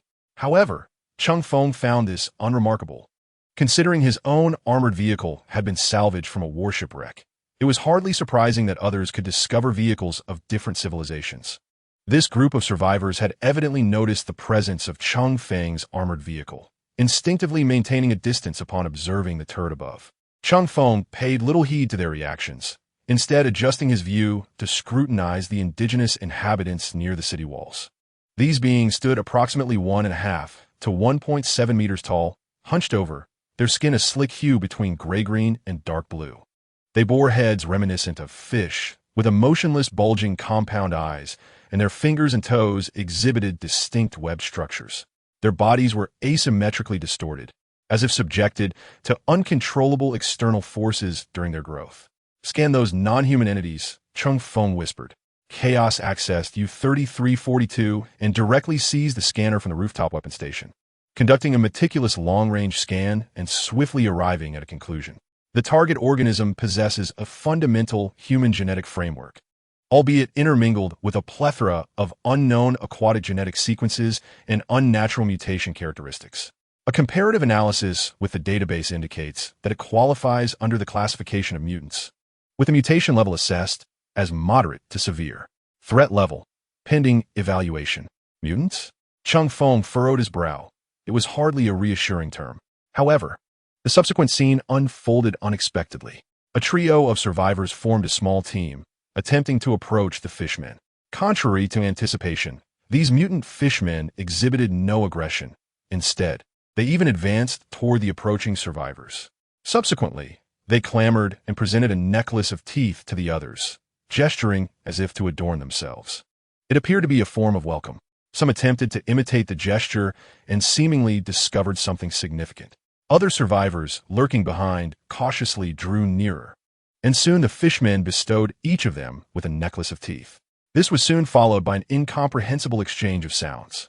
At that moment, as Cheng Feng observed, a deep and resonant foghorn suddenly echoed from the depths of the city, piercing through the dense air and reverberating along the coastline. This horn seemed to serve as a signal. In an instant, everyone noticed that the previously tranquil gray-white fog on the sea began to roil like a living entity, surging toward the port city with palpable speed. The fog rushed in like a rising tide, rapidly engulfing the docks, cascading over the city walls, and flooding the streets. The humidity in the air soared at an astonishing rate, each breath laden with thick moisture, while skin became instantly clammy. Witnessing the encroaching fog, Cheng Feng swiftly shut the heavy armored door. The humidity spiked dramatically, reaching 97% and continuing to rise. Prolonged exposure to such an environment posed a risk of asphyxiation for unadapted terrestrial mammals. Calmly, Chaos relayed the environmental data. Meanwhile, the situation at the tunnel entrance shifted. The fishmen, who had been communicating with the survivors, suddenly displayed expressions of ecstatic joy upon hearing the foghorn, subsequently engaging in exaggerated gestures and movements. Startled, the survivors fled toward the wilderness without a backward glance. The fishmen made no attempt to hinder their departure, their bulging compound eyes fixed on the fleeing survivors without any indication of concern. Their forms gradually became engulfed by the encroaching fog, appearing increasingly indistinct and eerie, as if they were intrinsically part of the mist itself. They don't prevent anyone from leaving? Cheng Feng muttered in confusion, observing the retreating figures of the survivors. At that moment, a voice broke through his thoughts, Su Lin's. It seemed that the remnants here, or rather these mutants, adhered to some form of neutral code, neither initiating aggression nor restricting departures. Yet, what was the nature of this fog? The woman leaned against the observation window of the shooting port, scrutinizing the scene outside. Cheng Feng cast a glance at her, his gaze traversing the indistinct silhouettes of the fishmen, once more fixating on the twisted and coiled, non-human sculptures adorning the high walls. A profound sense of dissonance lingered in his heart. According to their agreement, this was indeed the nearest settlement of the remnants. Hand over the reward, and you may disembark at once. Everything here exuded an air of the bizarre, and Cheng Feng had no intention of delving deeper into this place. With so many remnants cities available, who dictated that they must alight here? System notification, region a special environmental event. The tidal ceremony of the nameless port has been detected. All individuals within the confines of the nameless port will be bestowed with the blessing of the deep sea. A chilling system notification materialized before Cheng Feng and all other survivors within the vicinity. However, Cheng Feng's attention was wholly captivated by the log. You are being observed by an indescribable great entity. The touch me not trait has been triggered. Because you possess no soul, you have disregarded the curse of the soul. The touch me not trait has been triggered. Because you possess no soul, you have ignored the indescribable great entity. Chapter 58. Ambush. Cheng Feng's demand for payment and permission for them to disembark fell upon Su Lin and the others like a bucket of icy water. Su Lin gazed out at the suffocating fog and the grotesquely transformed fishmen in the distance, her complexion turning ashen in an instant. Disembark now? In such a place? Her voice trembled slightly, barely perceptible. Meanwhile, Fong Wan, who already felt extreme discomfort due to Cheng Feng's touch-me-not trait, clutched her chest tightly, gasping for breath as if she were drowning. Although she had not witnessed the horrific transformations outside, the strange energy permeating the air, along with the cold and suffocating sensation emanating from the very layer of the soul, was pressing down on her consciousness like the pressure of the deep sea. No, I cannot go out. The outcome would be more terrifying than death. Fong Wan moaned intermittently, her eyes filled with sheer terror. They did not wish to perish. No one wished for death. Su Lin and the others were acutely aware that, in the face of Cheng Feng, a mysterious and formidable presence, they had exhausted their bargaining chips. As for resistance, disregarding Cheng Feng himself, even the robot driving the vehicle was beyond their capability to confront. A fleeting expression of struggle and despair crossed their faces. Rather than beseeching others, it would be wiser to devise their own escape. The distance to that eerie city was still considerable, despite losing the ability to traverse the psychic storm. Lingering at the periphery might allow them to await the arrival of other survivors. Perhaps, with an advantage in information, they could join another group and leave together. With her thoughts clarified, Su Lin indignantly retrieved the holy radiant stone from her personal space. However, the moment the softly glowing stone was liberated from its confines, a crisp cracking sound echoed through the air. The surface of the holy radiant stone suddenly became riddled with fissures, and in an unprecedented burst of blinding light, it shattered explosively. Countless specks of pure white light, drawn by an unseen force, instantly enveloped all present and swiftly merged into their bodies. Touched by the malevolent forces, the sacred radiance stone unleashed all its energy. The blessing of the deep sea was dispelled. The sudden emergence of these notifications left the group in a state of bewilderment. It was only then that Su Lin and her companions noticed two preceding logs. You have received the blessing of the deep sea, and you are in a special environment, temporarily immune to the whispers. The intense discomfort caused by the thick mist and high humidity, as well as Fong Wan's suffocating sensation akin to drowning, miraculously began to dissipate. However, Cheng Feng, being an untouchable, received a different notification. Untouchable trait activated. Due to your lack of a soul, you have ignored the soul purification. It shattered on its own. I did nothing. Su Lin stared at her empty hands and then glanced at her dazed teammates, for the first time displaying an expression of utter confusion, frozen in place. The enhanced vision system of Cheng Feng's helmet was momentarily unable to adjust to the sudden burst of light, leaving him momentarily blinded by the glaring whiteness. Instinctively, he raised a hand to shield his eyes, only to slap the visor, causing pain around his eye sockets. Though Cheng Feng was unclear about what had transpired, the reactions of his companions suggested that they had not actively engaged in any wrongdoing. After all, making small moves at this juncture would be tantamount to courting death. As his vision gradually returned, Cheng Feng twisted the valve handle and forcefully pushed open the heavy armored hatch. Summoning the laser rifle from a storage unit and aiming it directly at his companions inside the compartment, his voice cold as steel. Now, immediately, get out. Just as Cheng Feng's words fell, a series of deafening bangs erupted from the automated cannon atop the vehicle under the control of U-3342. Unknown large targets approaching. Quantity indeterminate. Scanning interference. Just as U-3342's voice sounded, Cao's also spoke up. High-speed targets approaching. Collision warning. Cheng Feng's heart raced with alarm. He could no longer afford to address Su Lin and her companions. Survival instincts took precedence over all else. As he attempted to pull back the vehicle door, he turned to Caos and shouted, "Drive. Get out of here. Retreat into the forest behind us." A strange sound slicing through the air echoed from the mist. Clearer and closer this time. Collision warning. High-speed small vehicle detected. Caos' voice rose sharply. The next moment, the gray mechanical body suddenly propelled itself from the driver's seat, taking a swift step that belied its size, completely blocking the corridor leading from the cockpit to the passenger compartment, simultaneously obstructing most of Cheng Feng's body. Boom! A deafening explosion erupted from the front of the vehicle.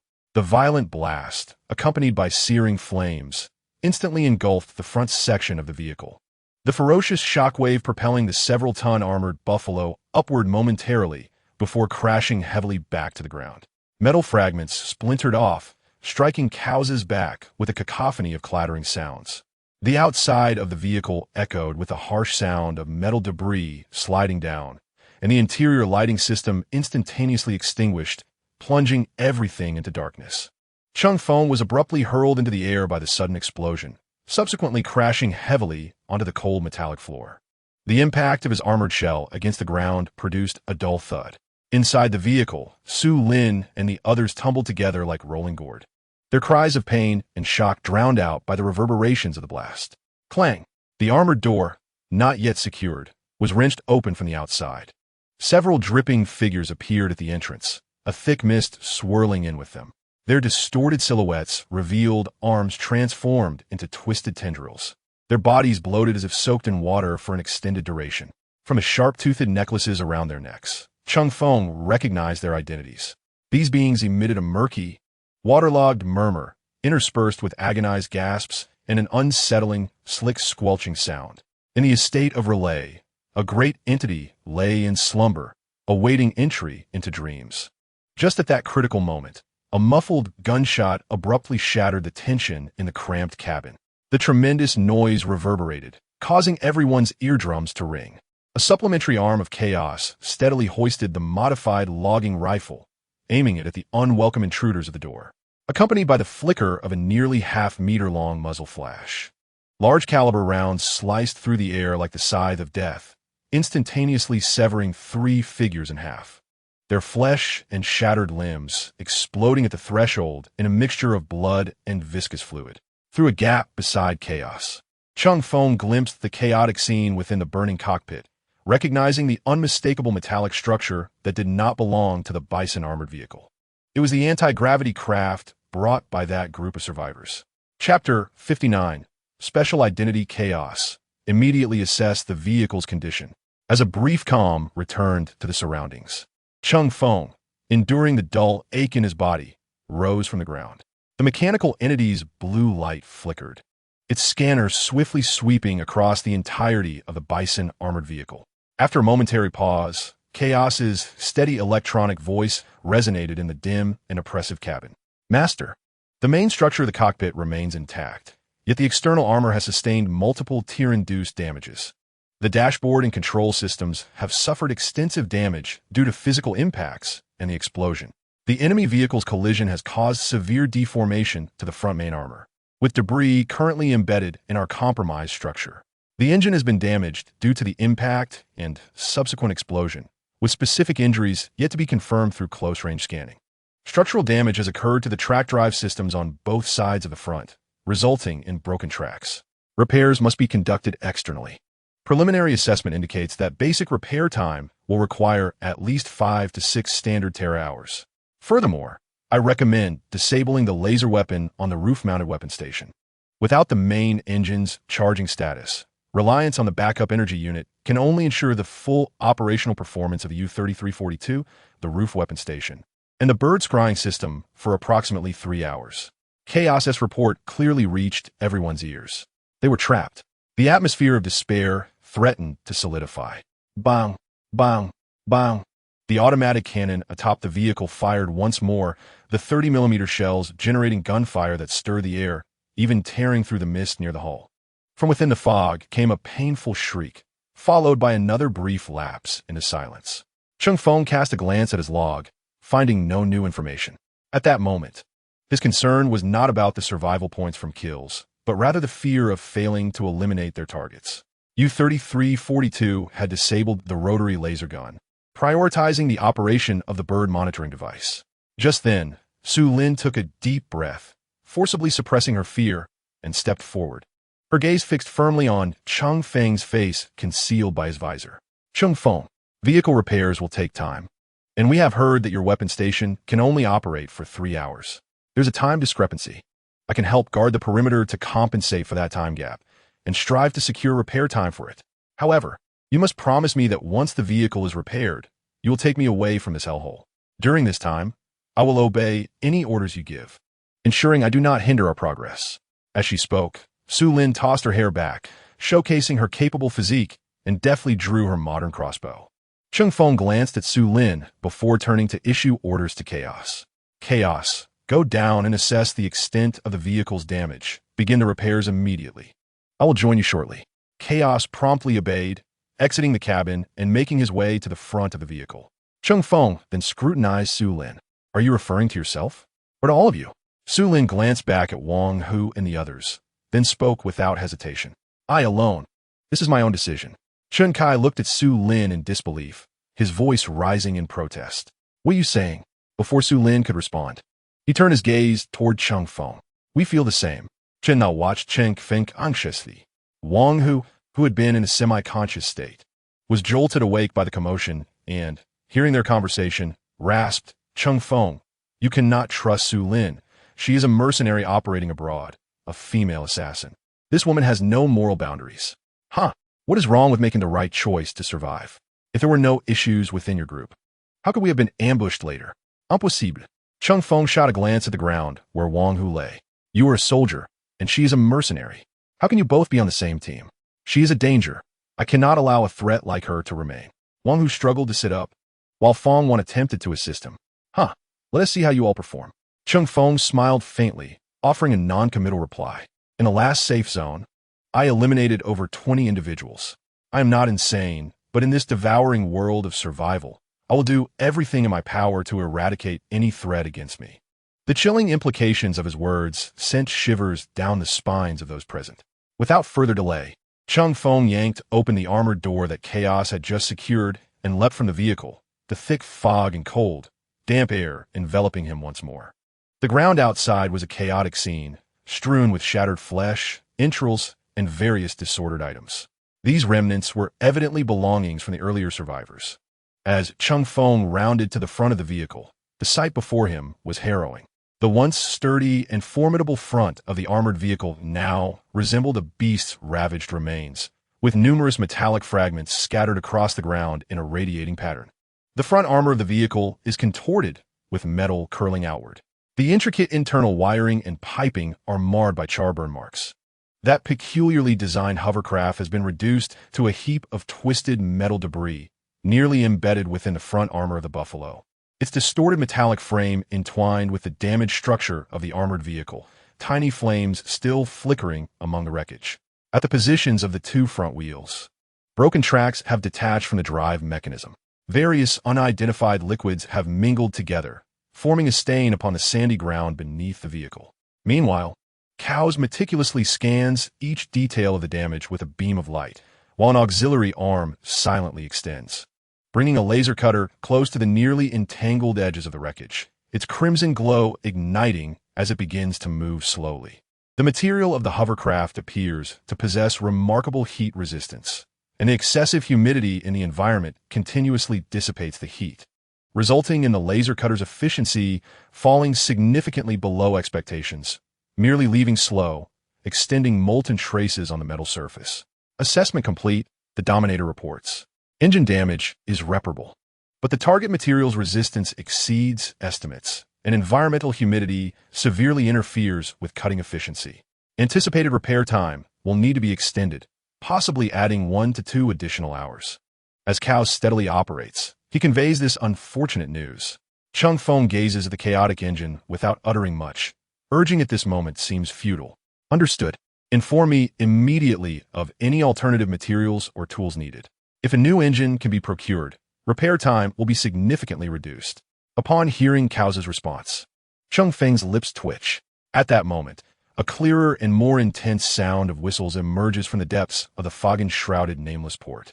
The cold, desolate harbor city seems to be awakening from its slumber, gradually becoming lively.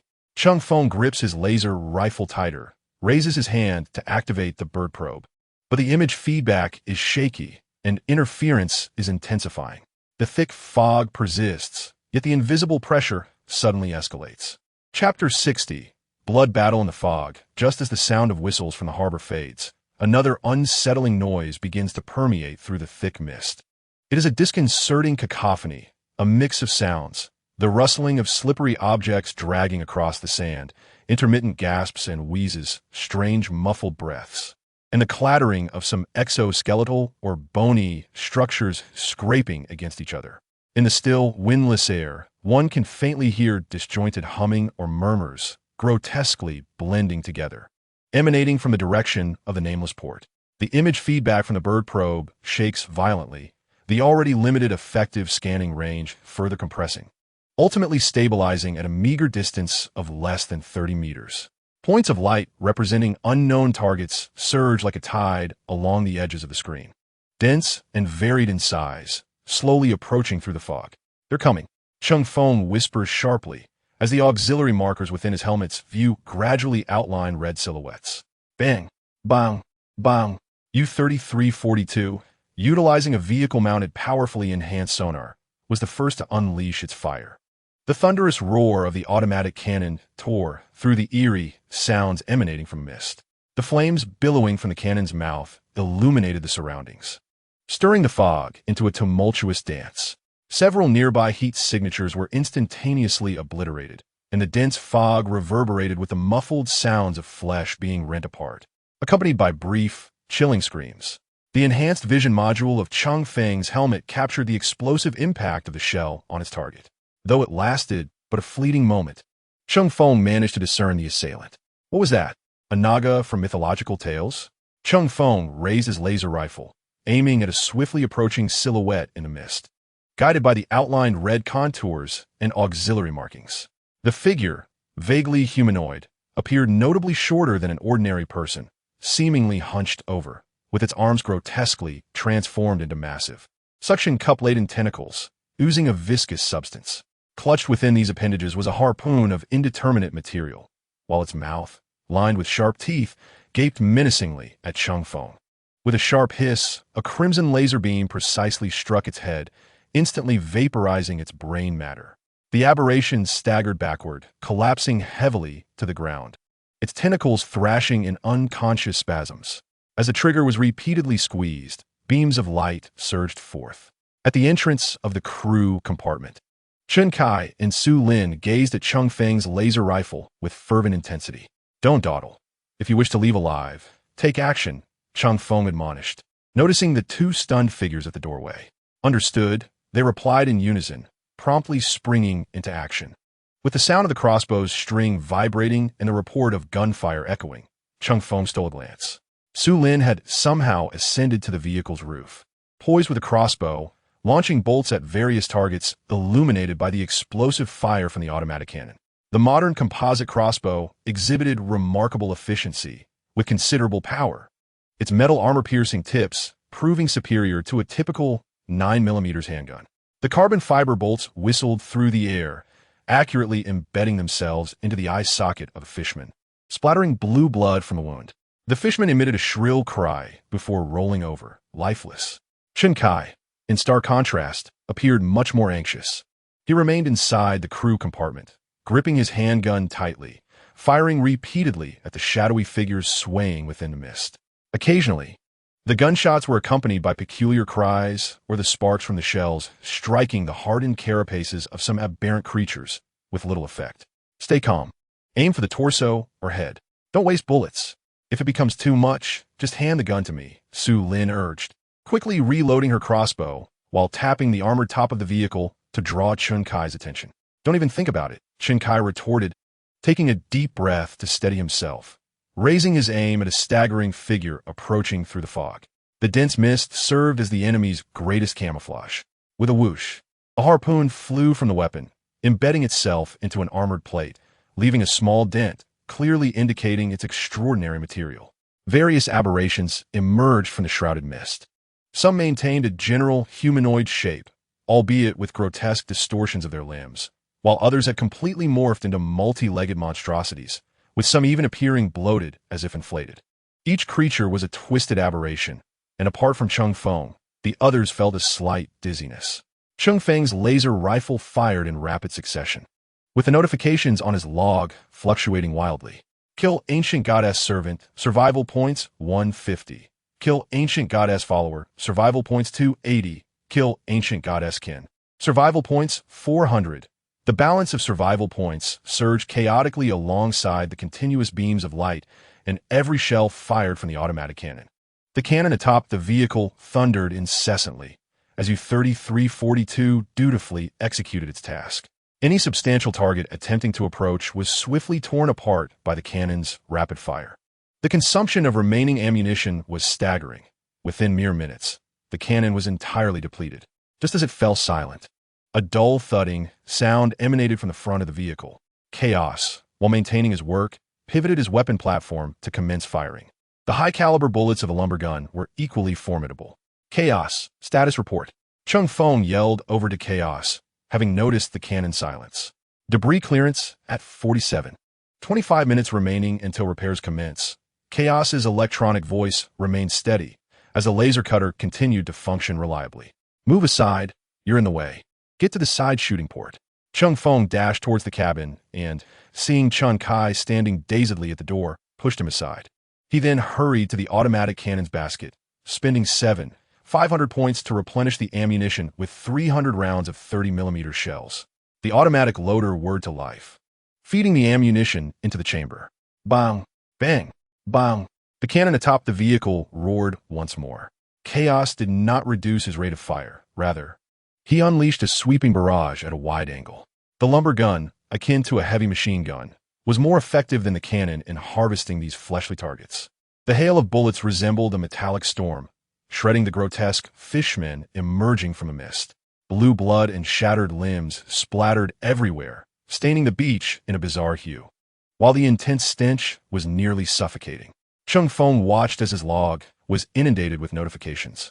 Yet, those creatures known as ancient goddess servants, followers, and kin seemed utterly devoid of the concept of fear. Their kind before them had been blasted into fragments, yet the ones behind continued to trample over the slippery remains, emitting frenzied shrieks as they surged forward, seemingly inexhaustible in number, with pressure mounting from the direction of the port. Just as Cheng Feng leapt down from the crew cabin, he heard Su Lin's voice from above. "I run out of crossbow bolts." Chapter 61, Grilled Squid. As Su Lin's cry about her depleted bolts faded, an odd sound emerged from the thick fog, akin to some viscous liquid being stirred by an unknown force. Cheng Feng instinctively directed his gaze towards the water mist in the distance. The dense mist roiled violently, and a colossal silhouette, akin to a small building, gradually materialized. What manner of creature is this? The sea monster kraken, a manifestation of Cthulhu in the depths of extreme cold? As the immense octopus began to take shape before him, Cheng Feng struggled to contain his astonishment. The creature's body resembled a moving mountain of flesh, its skin displaying a morbid grayish-purple hue, adorned with eerie, glowing runes that twisted and writhed as if alive. The divination instrument swiftly completed its scan, revealing a plethora of red markers amidst the interference-laden display. Several extraordinarily thick tentacles flailed wildly through the mist. Each tentacle bore peculiar appendages, the thinnest measuring nearly 30 centimeters in diameter. In Cheng Feng's field of vision, although this entity was enormous, the luminescent runes rendered it akin to a clumsy giant octopus target, almost comical in its conspicuousness, starkly contrasting with the indescribable terror he had anticipated. Moreover, several of its tentacles displayed fresh, recent fractures, oozing bioluminescent blue blood. However, for Su Lin, Chen Kai, and the others, the scene was entirely different. Despite being within the protective anti-psychic field generated by Cheng Feng, their susceptibility to supernatural influences had been significantly diminished. Yet, the sheer presence of the creature still emitted a mental pollution that eroded their sanity. To them, the octopus appeared as a vast, distorted shadow of darkness, its frenzied shrieks piercing their eardrums and reaching deep into their thoughts. An indescribable dread seized their hearts, their will to resist melting away like snow under the sun. Chen Kai's legs buckled, and he collapsed onto the ground, while Su Lin, pale-faced, knelt atop the vehicle, her gaze fixed vacantly ahead, reflecting an unfathomable specter. Both murmured fragmented and indistinct syllables unconsciously. The infinite, omniscient, eternal one. Suddenly, Feng Wan, hidden within the vehicle, let out a piercing scream as her body began to disintegrate, flesh twisting and mutating, even sprouting tentacles. God! Leaning against the vehicle, Feng Hu watched in horror as Feng Wan underwent this horrific transformation. Weakly, he raised his hand, summoning the previously used shotgun from the spatial pocket. He removed the last remaining slug from the bandolier at his chest. With a crisp sound, the weapon was readied. Boom! Outside, Cheng Feng was evidently oblivious to the bizarre events unfolding within the vehicle. The giant octopus had clearly fixed its attention upon him. Several tentacles, imbued with destructive force, lashed out towards Cheng Feng and the vehicle's front. The flailing appendages carried with them a thick mist and a pungent odor. Bang! Bang! Bang! Bang! Tot. Without the need for Cheng Feng's command, the automated cannon controlled by U-3342 and Chaos's lumberjack gun erupted with overwhelming firepower. The crossfire formed a metallic tempest, striking with precision against the flailing tentacles. Splatter! Splatter! Crack! The resilient tentacles, despite the ferocity of the assault, exhibited remarkable toughness. The projectile of the lumber gun was hindered by the viscous slime on its surface. Some projectiles flew directly off the epidermis, yet a portion effortlessly tore through thick skin and muscle, though they failed to sever completely. Crack! The ammunition was exhausted. Chaos's voice resonated through the communication channel into Cheng Feng's ears. The kinetic energy carried by the 30mm rounds of the automatic cannon was impervious to the slime. Blue blood and shattered gel-like flesh were splattered like a torrential downpour. In an instant, several tentacles that lunged forth were either abruptly severed or gravely injured. A piercing shriek erupted from the colossal octopus, its cry filled with agony, seemingly imbued with some form of power. The already frenzied fishmen mutants, as if receiving a command, became even more savage, recklessly charging from all directions towards Cheng Feng and his companions. Even the Dai Su Lin and Chun Kai clutched their heads and fell to the ground, consuming 400 points. Cheng Feng produced 4 new magazines for the lumber gun and tossed them to Chaos, who was still busy at the front of the vehicle. Observing the surrounding fishmen, Cheng Feng suddenly realized that this octopus creature was likely the command node or totem for the group. Slay this behemoth. These creatures may retreat. Switching the laser rifle to a plasma pistol, he observed the outline of the octopus in his helmet's vision while a voice echoed through the communication channel. U-3342. Activate the rooftop rotary laser cannon to temporarily fill the firepower gap. If the armored vehicle were operational, Cheng Feng would have chosen to deal with the creature in the same manner as he did with the sandworm, driving the vehicle to drag it to its demise. Unfortunately, Chaos. U-3342. Provide covering fire for me, Cheng Feng shouted desperately. Then, gathering his strength, he charged against the onslaught of the fishmen, propelled by the stench of blood and their relentless assault, aiming for the frantically writhing colossal octopus. Praise the omniscient Messiah. Vanquish the aberration. As Cheng Feng distanced himself from the buffalo armored vehicle, the rotary laser cannon on the roof unleashed a barrage of laser fire, its attack frequency and density surpassing all prior measures. Cheng Feng watched as beams of light, nearly forming a line, swept past him, piercing countless fishmen. He pressed on, yet suddenly found himself involuntarily exclaiming, "The spirit of the machine rejoices." With the rotating gears above, absolute order and reason prevail. In the name of the God of all mechanisms. U-3342 suddenly intoned a binary prayer, and with the resounding roar of the automatic cannon, the explosive barrage cleared the path ahead of Cheng Feng from the fishmen. Chaos halted his repairs and sprinted alongside Cheng Feng, seamlessly linking ammunition as he maximized the firepower of the lumber gun, sweeping fire at the mutants surging from Cheng Feng's flank.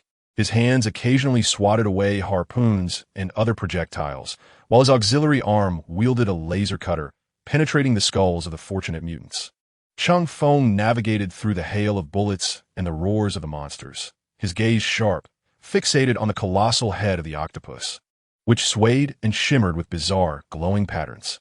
A fishman howled as it lunged from the side, but Cheng Feng paid it no heed, his plasma pistol slightly adjusting its aim. With a resounding hum, a blue plasma beam instantaneously evaporated the creature. He pressed onward, deftly sidestepping a severed tentacle that had fallen, struck down by an automated cannon. 50 meters, 30 meters, 20 meters. Chapter 62, Grilled Squid, Part 2. The octopus monster sensed Cheng Feng's approach, and the few remaining intact tentacles stretched out along the ground, suddenly ensnaring his legs and yanking him backward, toppling him. Chaos appeared to be overlooked by the creature, perhaps due to its non-biological nature. A tremendous force constricted around Cheng Feng's legs. The chitinous armor lacked a metallic skeletal support, and he felt as if his leg bones might shatter. A barrage of large-caliber bullets whizzed perilously close to him. The ammunition from the lumberjack's rifle struck the tentacles gripping him, inflicting wounds. He felt his legs loosen, rolling twice on the ground. The octopus creature swayed its body, revealing a beak reminiscent of avian features close to the ground, and then attempted to bite directly at Cheng Feng. Today, I shall discover the taste of a plasma-grilled sea monster. Cheng Feng observed the gaping beak and rolled onto his side in the sand. He raised his arm, gripping the plasma pistol. With a sizzling sound, a brief charge emitted a brilliant blue light that erupted from the barrel. The plasma beam struck the creature's beak, piercing through it entirely, the residual energy coursing into its body. A shriek of agony escaped the massive beast as it convulsed and fell backward. Cheng Feng managed to rise, albeit somewhat disheveled, and pulled the trigger once more. The vivid blue plasma beams, far thicker and more conspicuous than laser bolts, struck the octopus monster in rapid succession. Cheng Feng's gaze darted between the creature riddled with gaping holes and the logs still leaping about. Kill. Juvenile Abyss Caller. Survival points. 14,800. Boom.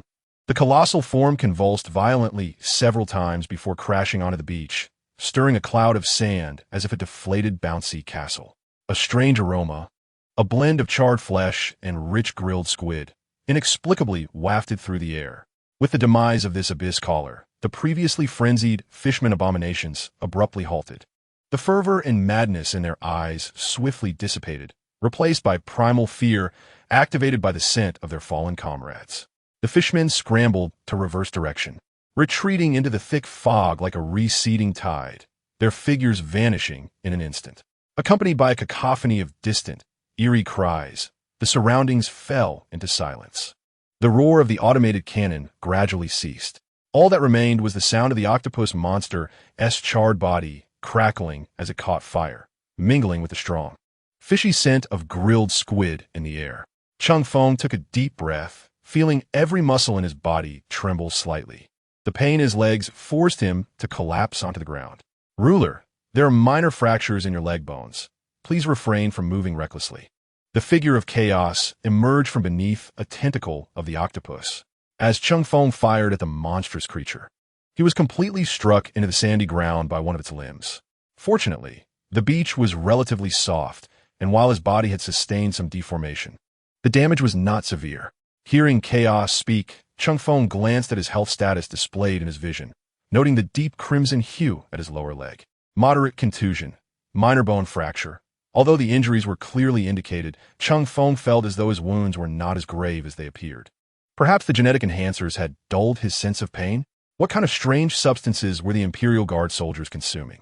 Reflecting on the state of interstellar warriors who could survive even with severed limbs or gaping wounds, Cheng Feng felt an inexplicable sense of relief.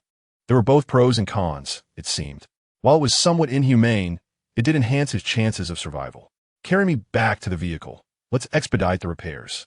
Following his command, Chaos carefully lifted Cheng Feng and made his way back to the armored vehicle, returning him to the crew cabin as per his instructions. The atmosphere within the cabin was even more oppressive than outside. Su Lin had descended from the vehicle's roof and was now leaning against the wall, her complexion still pale. But her eyes had regained clarity, albeit shadowed by profound unease and fear. Chun Kai and Chun Na, the siblings, huddled in a corner. Chun Na was weeping softly while Chun Kai clenched his fists, his body trembling slightly. Their glances frequently darted toward Fong Wan, who had already lost her life, and the unconscious Wang who, still clutching his shotgun. Fong Wan's corpse was contorted in an inhuman manner, some of her limbs mutated into delicate tendrils. And a massive gaping wound marred her head, her death a scene of utter horror. The air was thick with the stench of blood, gunpowder, and a strong fishy odor. It was evident to all that they understood the cause of Fong Wan's demise. Clearly, had Wang Hu not killed her, she would have transformed into a fishman or some other grotesque creature. Cheng Feng, cradled by chaos, also beheld Fong Wan's mutated body. He had grown desensitized to death in this world where mortality and madness were the norm. For now, you are safe, if you wish. You may dig a grave for her in the sand. Cheng Feng's tone was relatively gentle towards them. Su Lin noticed Cheng Feng's return in Chaos's arms and inquired with surprise, "What happened to you?" Chaos gently set Cheng Feng down on the floor of the corridor connecting the cockpit and crew cabin, allowing him to rest against the wall. Continue the repairs. As he watched Chaos leave the vehicle, Cheng Feng turned to Su Lin. "We encountered quite a situation." Noting Cheng Feng's continued wariness, Su Lin recognized the lack of trust between them and thus turned to Fong Wan's corpse, beginning to sift through the items in her spatial storage. Chun Kai and Chun Na exchanged disdainful glances at Su Lin's actions before dragging Fong Wan's body toward the vehicle's exit. "Master, unexpected issues have arisen in the repair work." Suddenly, Cheng Feng heard Chaos's voice through the communication system. What has happened? Chaos had systematically dismantled the wreckage of the hovering vehicle, the scanner sweeping over the grotesque engine compartment. The original engine bore several massive punctures, its gears reduced to mere metallic shrapnel, rendering it utterly inoperative. The damage exceeded 5347, leaving little hope for repairs. Cheng Feng accessed the manufacturing interface for the Buffalo Armored Vehicle's engine, and soon an option materialized before him. Buffalo Armored Vehicle Powertrain 48,000 survival points, encompassing a complete powertrain including engine, transmission, and cooling kit. Gazing at the staggering price, Cheng Feng's expression darkened beneath his visor. How could it be possible? His survival points balance displayed a six-digit figure, 233,907. Over 200,000 points? Just as Cheng Feng was reeling from the sudden surge in survival points, Chaos entered the crew cabin clutching an object. Ruler, I have discovered an item of potential value. What have you found? Cheng Feng asked, somewhat distracted. As he glanced at the mechanical hand extended by Chaos, it cradled a fist-sized, intricately structured polyhedral crystal. Its material exhibited a translucent, ethereal blue hue, with faint energy currents seemingly writhing within, the overall luminescence pulsating like a breath. Cheng Feng found the object oddly familiar and instinctively remarked, "Quantum thought core?" Yet, upon closer inspection, he sensed something amiss. The aura emanating from this crystal was markedly different from the one he had previously encountered. As he accepted the crystal from Chaos, its internal glow quivered violently.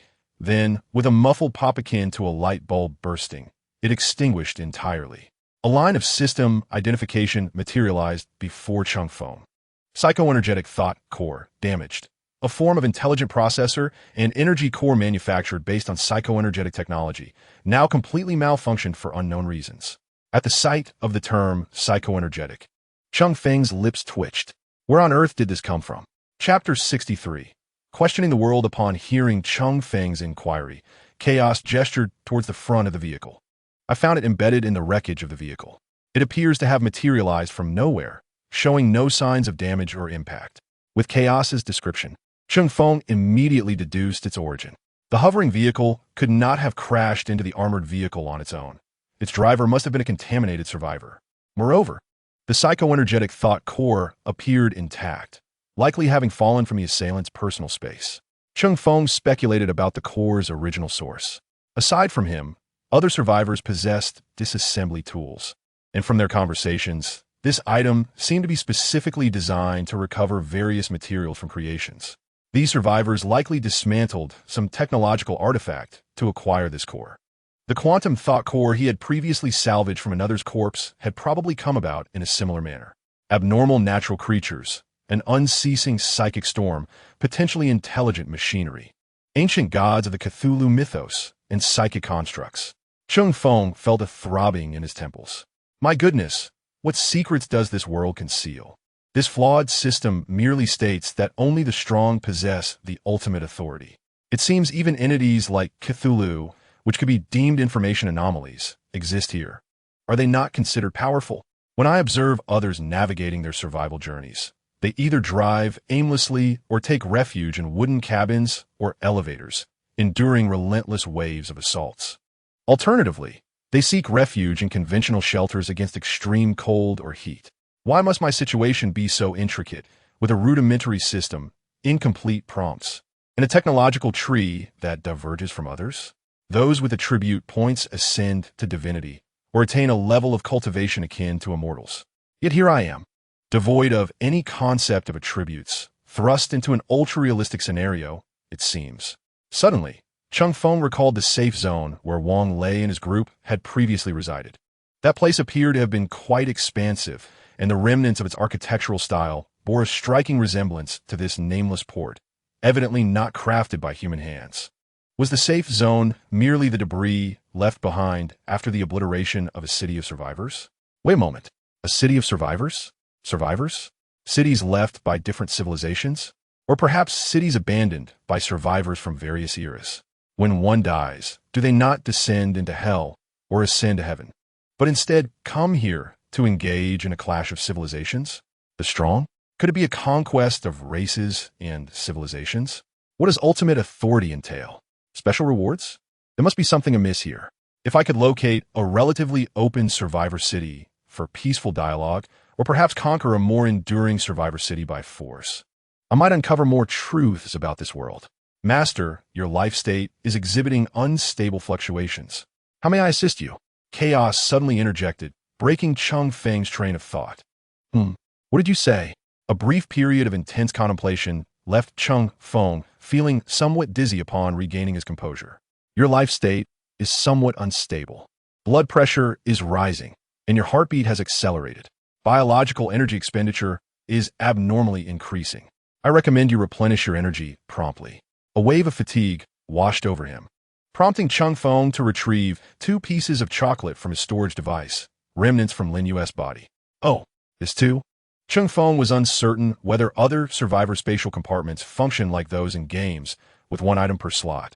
However, his subdimensional storage device, miniature, is an independent storage space. Although it seemingly lacks gravity, the volume of contained objects remains normal. Upon removing the 2 chocolates, he discovered a box of anti-inflammatory medication beneath. Another of Lin Yu's possessions. He hastily tore open the packaging emblazoned with indulgent smoothness and popped a piece of chocolate into his mouth. By the way, Chaos. The engine cannot be repaired, correct? Please proceed to dismantle it completely. I will provide you with a new engine shortly. Confirming instructions. Dismantling the entire engine? Yes. If any part of the transmission is damaged, dismantle that as well. Understood. The heavy footfalls of Chaos soon approached the front of the vehicle, accompanied by the sound of metal colliding. The chocolate melted in his mouth, its saccharine flavor temporarily suppressing the fatigue of his body and the agitation of his mind. Cheng Feng leaned against the cold metal wall, his gaze once again fixated on the exhilarating balance of survival points, murmuring to himself, 233, 907, over 200,000. This substantial sum was the reward of the recent brutal battle, earned at the cost of lives. However, upon glancing at the items in the system shop, many of which were priced in the tens of thousands or even higher, he felt that this fortune was not as bountiful as it initially seemed. With renewed enthusiasm, Cheng Feng opened the interface, revealing the coveted item he had longed for. Space Marine Augmentation Surgery for 145,000 survival points.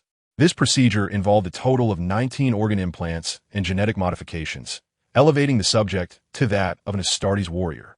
The success rate depended on the subject's fundamental physique, willpower, and adaptability. A warning followed. The surgical process was exceedingly painful and fraught with high risk. Failure meant death. His gaze lingered on the phrase, failure means death for an extended period. He understood well the brutal selection process for Space Marine candidates within the Warhammer lore. Among thousands of hopefuls, only a scant few would succeed. Typically, mortals aspiring to become Astartes recruits had to endure a series of rigorous training or trials, or even undergo a process akin to breeding, selecting the strongest among them.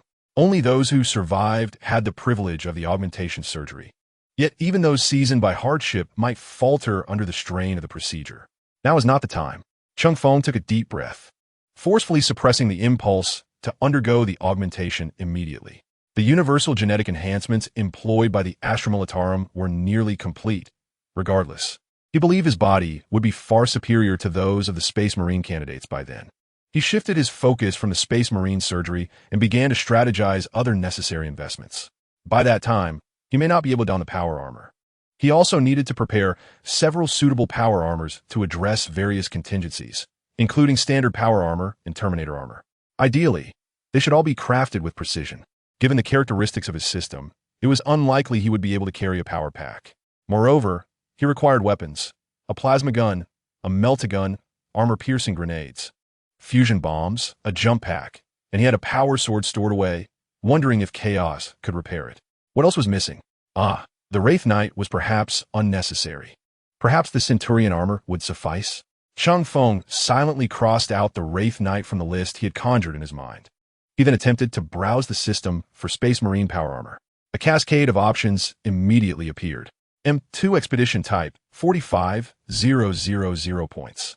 The first fully enclosed integrated power armor, specifically designed for Space Marines to conquer the stars. It features a ring-shaped, articulated armor, offering high mobility but complex maintenance, gradually being replaced by the M4 in the later stages of the Great Crusade. M10 Phobos model, specially designed for original casting, 75,000 points. Its lightweight design enhances reconnaissance and infiltration capabilities, making it suitable for scouts. Standard Power Backpack, 15,000 points. Gazing at the astonishing prices of the power armor and backpack, Cheng Feng hesitated to consider how exorbitant the points would become after viewing the exquisite options. As for the Terminator armor and other equipment, they only added to his worries. The cost of the Space Marines was staggering, eliciting a sigh of resignation from Cheng Feng. Alas, the points are still insufficient. Chapter 64. Planning just as Cheng Feng lamented over his point allocation. A heavy metallic crash, followed by the sharp sound of a bolt breaking, resonated from the front of the vehicle. The Dominator, the old engine, and the associated transmission structure have been completely disassembled. Chaos's voice echoed through the communication channel. Cheng Feng refocused his thoughts. Now was not the time for idle fantasies. With a determined thought, he proceeded with the exchange. Confirming the exchange for the Buffalo Armored Vehicle Power Unit, consuming 48,000 survival points. This item, akin to the previous modification apparatus, was enormous in size. Cheng Feng turned to gaze at the sandy ground outside the cabin, accompanied by flickering pale blue light points. A colossal metallic entity, adorned with intricate mechanical structures and complex pipelines, gradually materialized on the sandy terrain adjacent to the vehicle door. Its impressive dimensions exuded the cold scent of fresh metal and oil, standing in stark contrast to the surrounding chaotic and foul environment. Chaos. The item is at the cabin door. As Chaos approached the entrance, the scanner locked onto the brand new power core. New power unit confirmed. Its size and mass exceed the single transport limit. Disassembly and internal assembly procedures will be executed. Chaos calmly analyzed the situation and promptly began his work. The mechanical entity's 4 arms displayed remarkable coordination. The 2 primary arms worked in unison, utilizing multi-functional components and mechanical claws to meticulously and efficiently modularize the massive power unit into engine body, transmission, and cooling components. With each part removed, the auxiliary arms securely grasped and transported them into the open engine compartment of the vehicle. Within the confined space of the engine compartment, Chaos resembled a skilled surgeon, repositioning, docking, and securing the disassembled components. Some bolts were found to be defective, compelling Chaos to utilize a laser welder to directly bond these areas to the freshly calibrated frame. The power wrench precisely tightened each critical bolt. The entire process flowed seamlessly, characterized by the unique precision and efficiency of machinery, devoid of any superfluous movements. While Chaos was engaged in his task, Cheng Feng was not idle. He reopened the system, spending 425 points to acquire a batch of 30mm shells, completely filling the ammunition basket of the automatic cannon.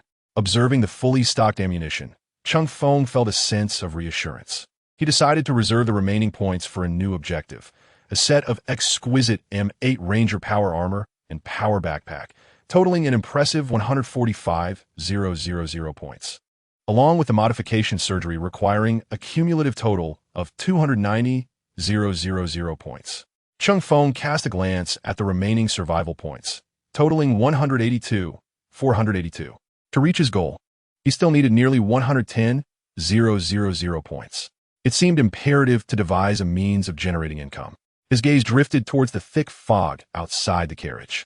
Although the Cthulhu fishmen of the Nameless Port were peculiar, their methods of attack were relatively straightforward. As long as he maintained distance and a firepower advantage, they appear to be a promising source of points. Cheng Feng resolved to become a fisherman once the vehicle was repaired. After all, fishmen were still fish, and the difference was negligible. Lacking hooks and lines, he mused that he could employ an American-style draw. The only distinctions were a larger caliber, a faster rate of fire, and particularly specialized ammunition. What was the fuss about? The goal was, after all, to catch fish.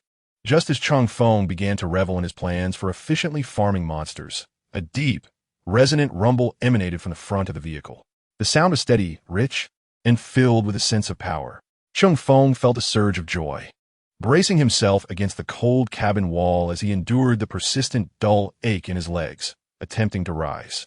Sulin, who was resting with the artifacts of Feng Wan, noticed Cheng Feng's movements and approached to inquire, "Do you need assistance with your leg?" "No need," Cheng Feng replied, waving his hand dismissively, not wishing to afford Su Lin the opportunity to increase her favorability towards him.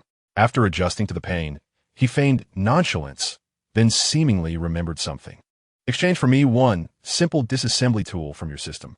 Su Lin hesitated, unsure of the significance of Cheng Feng's request. She had also dispatched a considerable number of fishmen during the recent battle and currently possessed 2,000 to 3,000 survival points. Cheng Feng's tally could only be greater.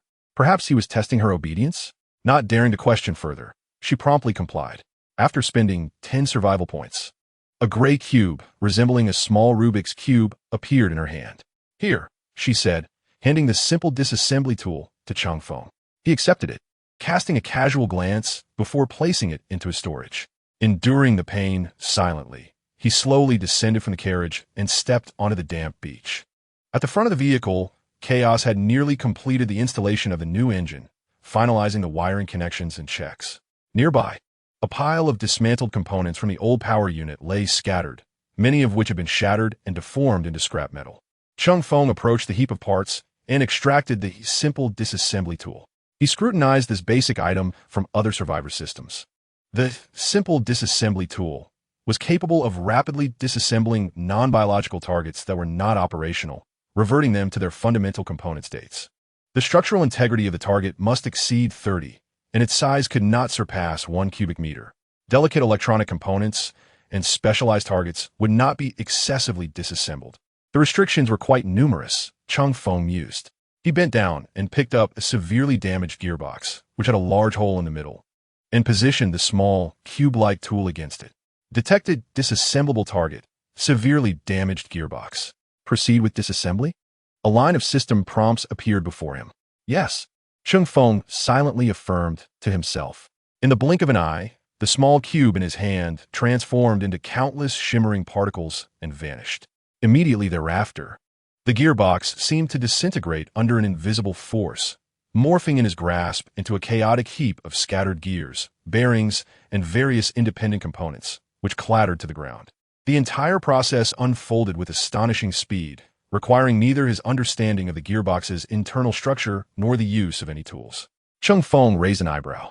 Although it was somewhat limited, this ability indeed saved a considerable amount of time and effort when salvaging debris from the ruins or processing spoils.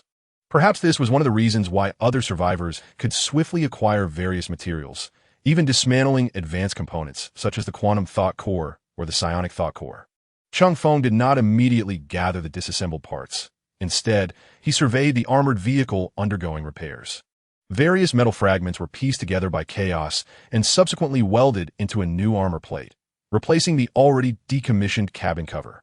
The front armor was similarly restored, although Chaos, being a cyborg, left behind seams that were uniform and neat. This style struck Cheng Feng as oddly familiar. He pondered whether applying a coat of red paint might enhance its speed. Chapter 65. An uncanny demise. Having completed the crucial repairs to the power system, Chaos swiftly addressed the severed tracks and utilized salvageable parts from the old engine to restore the 2 drive units of the front wheels. Concluding the exterior repairs, Chaos gathered some components deemed reusable and returned them to the crew compartment.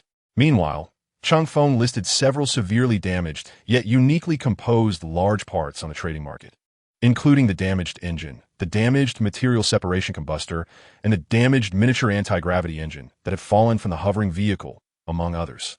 These technological remnants immediately sparked a frenzy in the marketplace, fetching exorbitant prices, with an average of 1,000 points each being swiftly acquired by other survivors. This brought Cheng Feng an additional 6,000 points, bringing his survival point balance close to 190,000. After organizing the scattered items, Cheng Feng, suppressing the discomfort in his legs, made his way back to the crew compartment.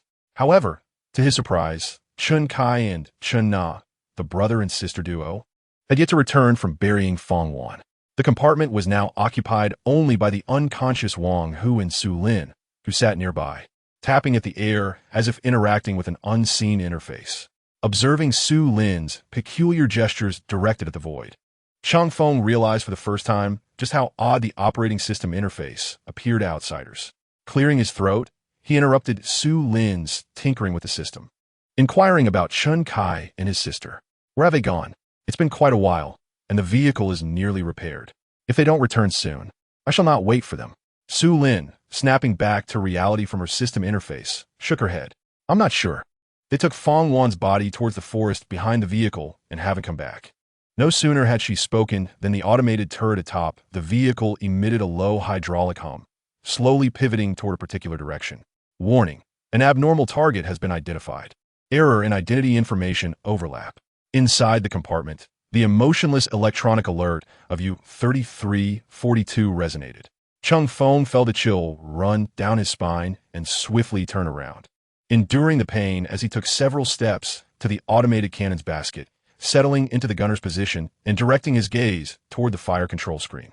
The display, although subjected to noise reduction, still bore the marks of interference. Amidst the faintly distorted imagery, Cheng Feng beheld a bizarre sight.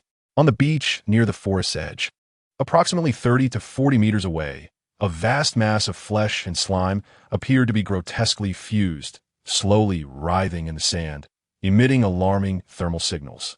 Beside this grotesque mass lay a shallow pit, evidently recently excavated by human hands, now empty and devoid of any remnants. Cheng Feng adjusted the zoom and enhancement of the image, and what he witnessed next sent shivers down his spine and caused his stomach to churn. The writhing mass of flesh bore discernible fragments of clothing belonging to Chun Kai and Chun Na, along with remnants of Feng Wan's mutated tendrils. The three bodies had inexplicably merged into a pulsating, monstrous conglomeration. The surface of this mass was adorned with twisted tendrils, murky spherical entities resembling fish eyes, large bony protrusions, and the contorted, grotesque heads of the three individuals, their expressions twisted in agony. They appeared as if forcibly amalgamated by some malevolent force into a singular, horrific sculpture, exuding malice. In stark contrast to Cheng Feng's understanding of the plague of corruption, this sight was imbued with an even greater sense of the bizarre and the insane. The identification system of U-3342 seemed to be in disarray, the cursor marking the grotesque mass flickering erratically between the names of Chun Kai and Chun Na, alongside a red warning label designating an unknown anomaly. Cheng Feng's pupils dilated. A wave of cold dread surged from his spine to the crown of his head. For the first time, he vividly grasped the twisted and terrifying essence of the ancient gods of the Cthulhu mythos and their derivatives. The Chun siblings had merely strayed from his vicinity, remaining alone in the thick fog for a brief moment to handle a corpse that was already tainted. And yet they had met such a dire fate. At that moment, Cheng Feng felt an overwhelming sense of relief. Had it not been for his inherently immune disposition to such mental pollution and energy erosion, he and the others in the vehicle would likely have perished long ago, transformed into similar abominations. Perhaps this nameless port, within this so-called infinite continent, represented a profound and perilous anomaly. Cheng Feng's gaze hardened, and without hesitation, he silently pulled the trigger of the weapon station. Bang! Bang! Bang! Several rounds of 30mm armor-piercing grenades erupted with a searing shockwave, accurately striking the amalgamated mass of flesh. The explosion's fiery glow instantly engulfed the profane creation, shattering it into countless fragments of flesh and blood. Viscous liquid in shades of red and purple, along with splintered bone, splattered everywhere, and the unsettling writhing finally ceased altogether. Su Lin was startled by the thunderous roar of the automatic cannon reverberating through the compartment.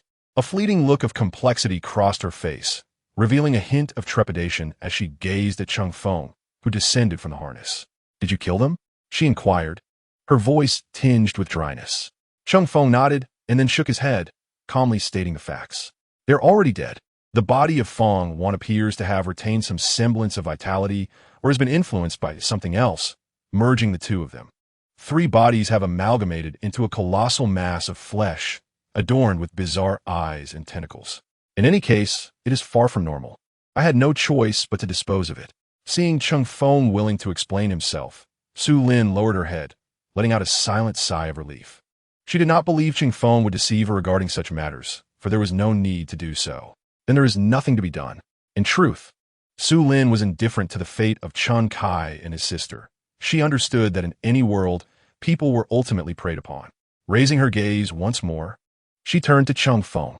"Now, can you reveal your decision? Will you take me to the next destination? Or do you intend to expel me from the vehicle at this moment?" Cheng Feng cast her a glance before surveying the unconscious Wang Hu. "You should remain in the vehicle and tend to that unconscious fellow. I am not a monster. I would not abandon others in such a perilous environment. He paused, his tone laced with a chilling sarcasm. Otherwise, I could easily end you now, sparing you from potentially becoming one of those abominations and granting you an early release. With that, Cheng Feng grasped the open armored hatch and forcefully pulled it shut, securing it with a decisive clang. Chaos, how is the cockpit? Cheng Feng inquired towards the corridor leading to the driver's seat.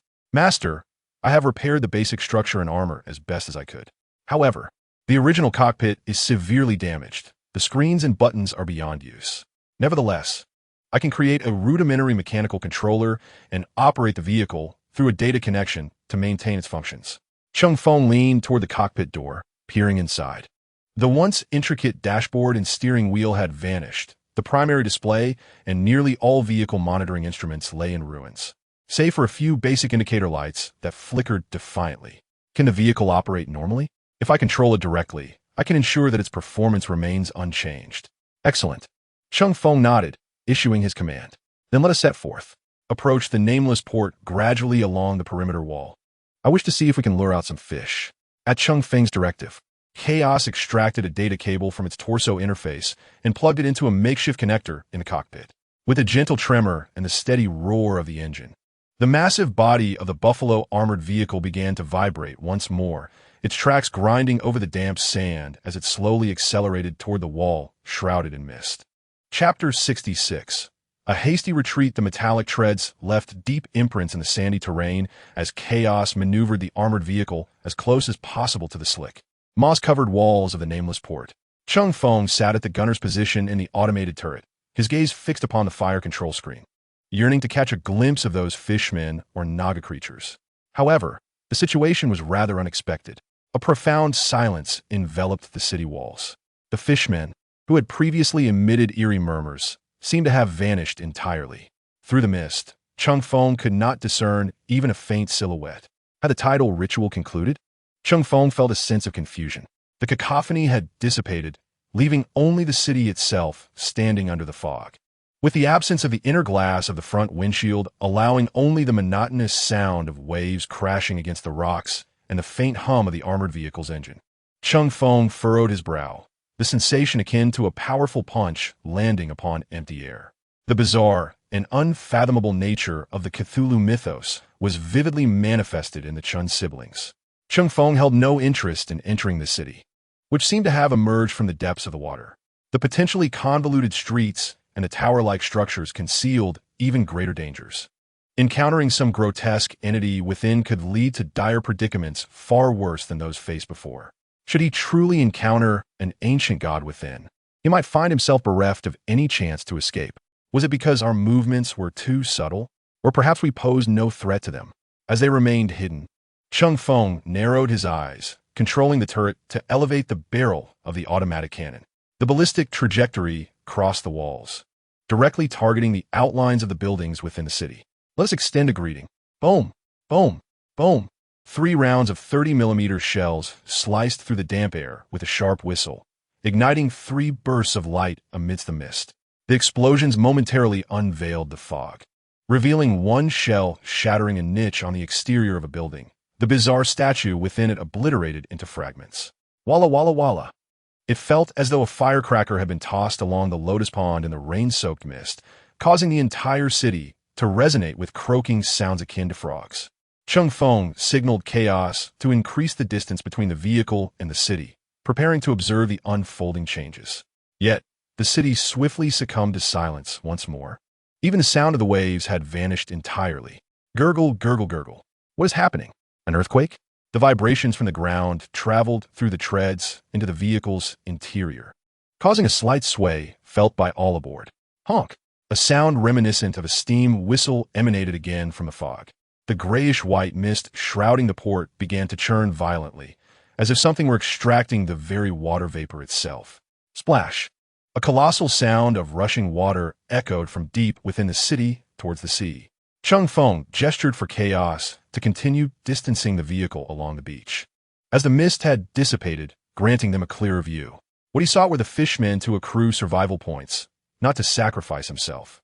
As the armored vehicle reached the very edge of visibility and completely circumvented the view, Cheng Feng finally beheld the scene before him.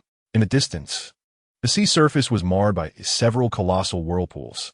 One of these swelled like boiling water, erupting into a massive water bulge, from which an indescribable behemoth gradually ascended from the dark green depths.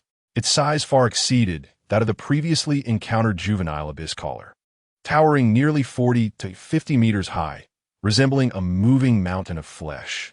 The entity was no longer reminiscent of an octopus, but had transformed into an irregular, gigantic mass of flesh floating upon the ocean surface. Its exterior was visible with thick veins, crimson muscles, and a multitude of gaping mouths lined with serrated teeth. Additionally, countless pallid tentacles writhed menacingly, each adorned with suction cups, every center of which bore circular, sharp fangs. Scattered across its form were numerous varying-sized, ghastly white eyeballs, each flickering with madness and malevolence.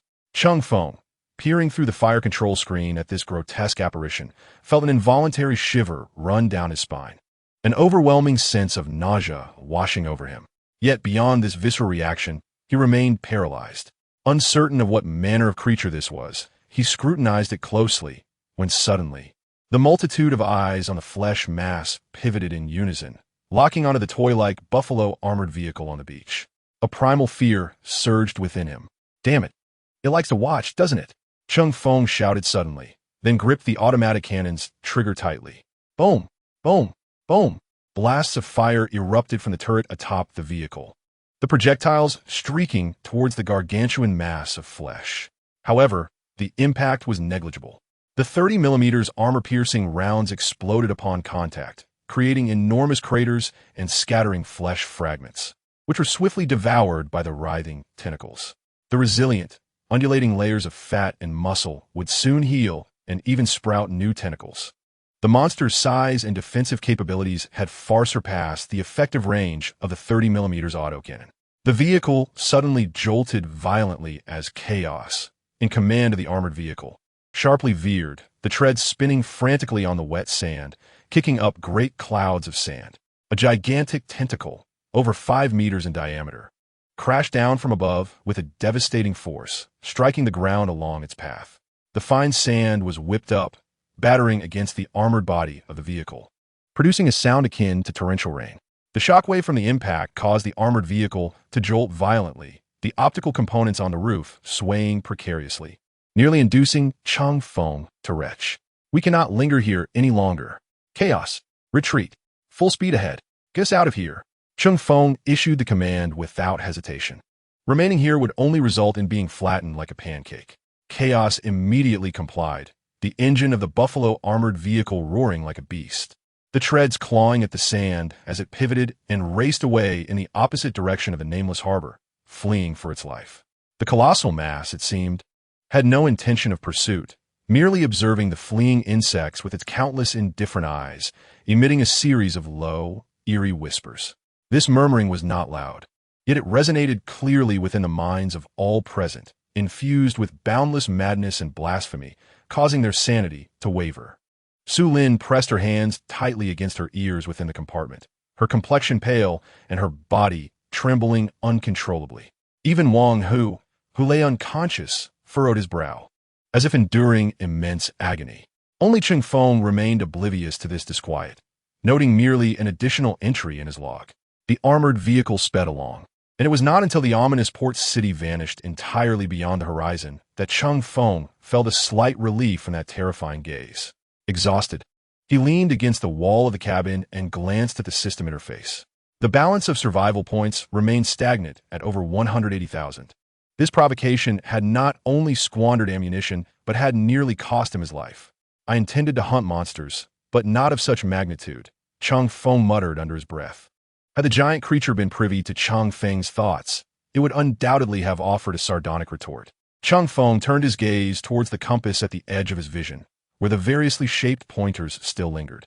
Silently, he marked the rusted anchor-shaped pointer as undesirable and chose another that appeared relatively plain and clean, seemingly constructed from rough metal pipes and gears, as his new target.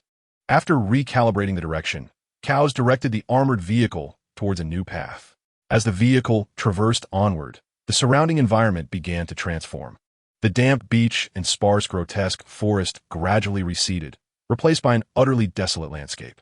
The monotonous gray-yellow earth stretched infinitely, sparsely dotted with resilient weeds. The air was thick with dust and a faint hint of sulfur. Chapter 67. The mining area under Cows's precise control. The Bison armored vehicle continued its journey across the barren gray-yellow terrain, following Cheng Feng's guidance for a full 3 days. During this time, the monotonous scenery outside was gradually supplanted by a more oppressive atmosphere. Initially, there were only scattered weeds and dust. Soon, the ground began to exhibit a somber rust-red hue, as if scorched by flames countless times. The air grew increasingly dry and searing. Even through the armor, Cheng Feng could feel the wave of heat bearing down upon them. They had entered a vast volcanic region. From the cracked surface of the earth, scalding white steam intermittently erupted, producing a sharp hissing sound, sometimes even displacing small fragments of stone.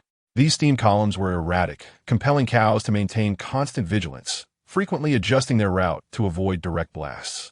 The sulfurous scent in the air intensified, and, at times, cows would warn of detecting mildly toxic elements within the atmosphere.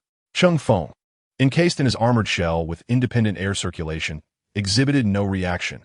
However, Su Lin in the compartment suffered considerably. After her initial, unprepared encounter with the noxious fumes, she had procured a gas mask. As for Wang Hu, who succumbed to a coma, he ultimately could not survive. In truth, Cheng Feng was quite astonished by the tenacity of his life force. By the time they reached the port of lost souls, Wang Hu had already succumbed to a relentless fever. It was remarkable that a dying man could endure for so long and even eliminate a mutated companion. Alas, Cheng Feng was not well acquainted with him, and their connection bore little mutual benefit. He was no saint and felt no obligation to save him. Regarding Su Lin, as a mercenary, she understood how to assess injuries. Given the condition of Wang Hu's wounds, even if he were to be healed, he would be left disabled. While the technological advancements within the system might unlock mechanical prosthetics, such feats were not achievable in the short term.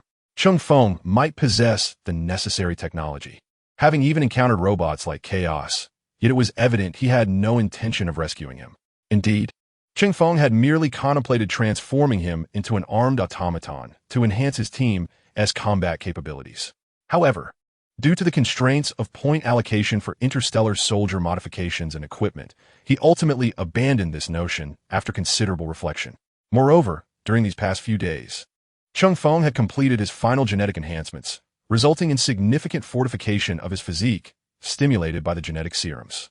The exoskeleton had ceased to be a burden, and even the fractures in his legs had healed on their own, leaving only an astonishing appetite as a remnant of his transformation.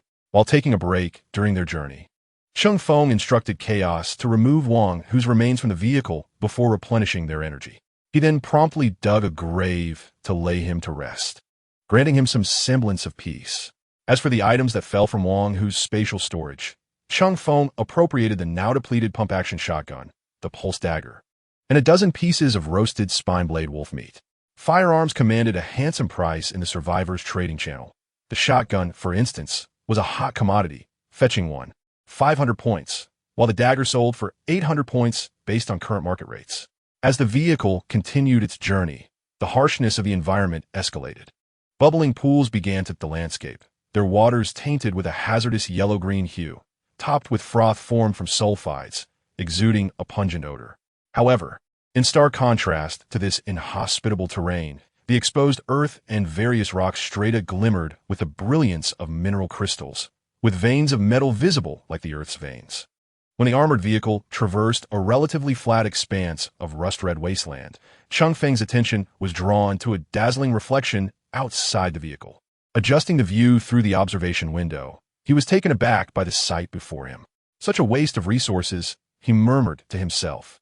Before him lay a colossal open pit mine, astonishing in scale. The walls of the pit revealed vast swathes of golden minerals, exposed like adornments upon the rocks and soil. Under the bizarre light of the sky, they shimmered with an enticing glow. Yet, what proved even more captivating were the dense traces of extraction within the pit. Within this mining pit, it appears there once existed a plethora of diverse minerals. Yet the only one of immense value in the eyes of the common folk, gold, was merely haphazardly extracted in minuscule quantities. As if it were merely a byproduct of the extraction process, or perhaps entirely disregarded. Such a scene would undoubtedly be exhilarating for an Earthling of the Second Era. Lacking a profound obsession with gold, the blatant neglected encountered was nonetheless shocking. In truth, this metal holds little value for interstellar civilizations. Its applications as a mineral are rather limited. In terms of physical properties, it is even inferior to copper for electrical wiring. As he momentarily diverted his attention to observe the mining pit, an unexpected anomaly occurred. Warning: high-energy targets detected approaching underground. Emergency evasion. The cold, electronic voice of chaos erupted, and the armored vehicle's tracks swiftly reversed. Almost simultaneously, the ground not far from the vehicle's side erupted violently. A tall figure shot forth from the earth like a cannonball. It stood approximately 3 meters high, bearing unmistakable signs of artificial construction. Curved over like a hunchback, one could vaguely discern a humanoid silhouette. Its entire body was encased in a rather rough, ochre metallic shell, with twisted, writhing flesh and unstable red energy conduits visible between the gaps in the armor. Its arms were two enormous metal drill bits, currently whirring furiously, emitting a piercing shriek. Meanwhile, its legs were two separate, articulated walking mechanisms, and behind it loomed a massive alloy backpack. Between the drill arms was a hemispherical observation structure, adorned with a single bloodshot compound eye, now flickering with sheer madness and the light of destruction. What in the world is this? Cheng Feng could not comprehend whether this entity was mechanical or biological. The creature, however, violently thrust its drill towards the side of the armored vehicle. Thud! Squeak! Squeak! Squeak! The heavy impact jolted the entire vehicle, as the robust armor plates emitted a painful groan, with noticeable dents and scratches appearing where it had been struck. The immense force was staggering, even causing the armored vehicle to sway slightly. Damn it, I can't aim from this position. Cheng Feng bellowed in frustration, attempting to pivot the turret, only to discover that the adversary was situated within the attack's blind spot, far too close to the vehicle. Chaos swiftly maneuvered the tracks to reverse the armored vehicle in an effort to create distance, but that frenzied machine relentlessly pursued. Chapter 68. An unexpected ally, a cacophony of sounds, mingling the release of high-pressure steam with the heavy, reciprocal motions of metal linkages, suddenly erupted from a high ground near the edge of the mining pit. 3 uniquely designed vehicles rushed forth with a speed that belied their cumbersome appearance. They possess low-slung bodies, their exteriors constructed from heavy steel plates, exhibiting a rugged style adorned with rivets, somewhat reminiscent of Cheng Feng's Buffalo armored vehicle. Yet the craftsmanship appears far more primitive and direct. Below, broad tracks are evident, yet their propulsion mechanism is remarkably peculiar. The colossal drive wheels are powered by a complex system of piston and linkage, reminiscent of the wheels of an antiquated steam locomotive, producing a rhythmic clatter as they propel the tracks against the ground. At the rear of the vehicle, an apparatus that bears no relation to a boiler emits a dull, thunderous roar, while thick exhaust pipes on either side continuously belch forth dense white steam. Most striking is the slender cannon mounted upon their hulls, its barrel seemingly of a smoothbore design. One of the vehicles raised its cannon after aligning at an appropriate angle, followed by a slight tremor. The muzzle did not unleash the customary thunderous roar and flash of a conventional artillery piece, but instead emitted a piercing wail akin to the release of high-pressure gas. A strangely shaped projectile was propelled at an astonishing velocity, tracing a straight trajectory that accurately struck the bizarre machine's articulated joint. Boom! At the moment of impact, the explosive material within the projectile detonated violently, the force of the explosion remarkably potent, as though filled to capacity with explosives. The precision of the strike and the impeccable timing yielded an outstanding effect. A harsh metallic snap echoed as the leg of the mechanical entity, with its bent structure, became twisted and deformed, the connection mechanism utterly destroyed. This sudden assault caused the machine's movements to falter, its obviously biological compound eyes swiftly attempting to redirect their focus, seemingly shifting some attention toward the new threat. One opportunity.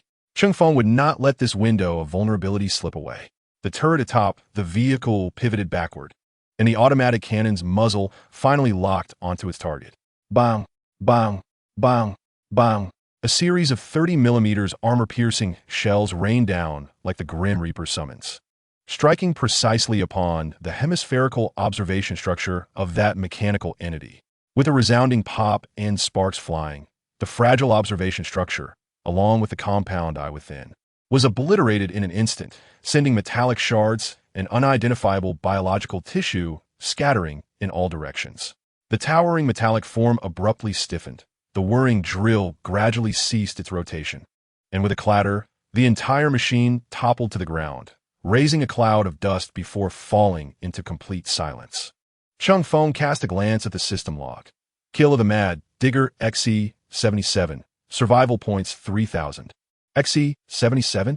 Indeed, it was some sort of standardized artificial construct. Cheng Feng mused, promptly redirecting the cannon towards the three peculiar tanks that had suddenly appeared, remaining vigilant. However, the opposing vehicles seemed devoid of hostility. The other two tanks maintained their distance, their muzzles generally oriented toward the Buffalo armored vehicle, yet they made no further movements. The tank that had initially fired slowly advanced, halting several dozen meters from the armored vehicle. What followed was an even more astonishing scene. On the side of the tank turret, a structure resembling a heavy metallic hatch suddenly released steam with a hissing sound as it was pushed open from within. A stout figure emerged, standing approximately 1 meter 30 centimeters tall, enveloped in thick, oil-stained leather overalls and canvas attire. His face was obscured by oversized goggles and a metal respirator covering his mouth and nose. Grasped in his hand was a rugged, long-barreled weapon, adorned with a prominent pressure gauge and valves. A hose reminiscent of woven material connected it to a metal canister at his waist, embodying a distinctly hardcore, steampunk aesthetic. This diminutive figure confidently leaped down from the vehicle, swiftly approaching the fallen wreckage of the XE-77. He meticulously examined the shattered head. A gaping hole created by a 30mm autocannon, extending a gloved hand to touch the jagged edges, emitting a series of muffled murmurs tinged with surprise. Subsequently, he turned and strode directly towards the armored vehicle, gesturing with his free hand in a flurry of intricate movements, seemingly attempting to communicate. Inside the vehicle, Cheng Feng observed the figure's actions with hesitation. Although he demonstrated an ability to attack, he also appeared to assist in resolving issues and currently exhibited no overt hostility. Cows, open the crew compartment door and attempt to establish contact with him. Remain vigilant. Cheng Feng doubted his own capacity to interpret the figure's gestures. It would be prudent to allow cows to engage, perhaps to discern the other's intentions. Command confirmed. The heavy armored door creaked open under hydraulic strain. Upon the emergence of Cow's mechanical form at the doorway, the approaching figure visibly recoiled in surprise, taking a half-step back as he swiftly raised his weapon, aiming it directly at Cow's, his hands trembling slightly. However, upon realizing that Cow's posed no threat, he cautiously shifted his head, scanning Cow's for any markings or distinguishing features. After a tense few seconds of scrutiny, he uttered a series of incomprehensible words, his tone suggesting bewilderment. Gradually, he lowered his weapon, slinging it back behind him. He regarded Cow's, who stood at the entrance, tilting his head in confusion, and scratched at his helmeted head, seemingly embarrassed. Then, he reached into his overall chest pocket and retrieved a small, exquisitely crafted technological device, no larger than 2 fingers. He extended this device towards Cow's, gesturing towards him and then demonstrating simple hand signals, intertwining his fingers in a slow, deliberate manner. Cow's discerned that the figure was emphasizing the concepts of use or connection. Extending his mechanical hand, he cautiously accepted the small device. Its scanner swiftly analyzed the construction of the apparatus. The surface was smooth, adorned with peculiar patterns, and one end featured a diminutive interface, although its design did not match Cow's own Imperial standard dataport. As Chaos observed, the diminutive device appeared to sense something. Its minuscule interfaces began to undulate and morph like liquid metal, seamlessly adapting itself to connect with Chaos. The master, it seemed, wished for me to extract information from this apparatus. Would you permit it? Chaos turned its head. Its electronic eye directed at Cheng Feng. Cheng Feng furrowed his brows. Is there a risk? What if this entity is some form of virus or an invasive program? Chaos fell silent momentarily, seemingly weighing the situation, before responding in a steady yet unequivocal electronic tone. Should I detect any malicious data streams attempting to invade or alter my core protocols, I shall activate an overload procedure to physically self-destruct my cognitive core before being compromised at the logical foundation. Cheng Feng was taken aback. The resoluteness of Chaos's response exceeded his expectations. The Iron Man adhered to an exceedingly rigorous foundational logic regarding its existence and loyalty. Just as Cheng Feng hesitated, the diminutive subterranean visitor observed that Chaos did not act immediately and began emitting a series of repetitive, identical short syllables, seemingly urging action. Noticing Cheng Feng's lack of immediate opposition, Chaos made a judgment of its own. It deemed this the most effective means of communication at present, with the risk being manageable.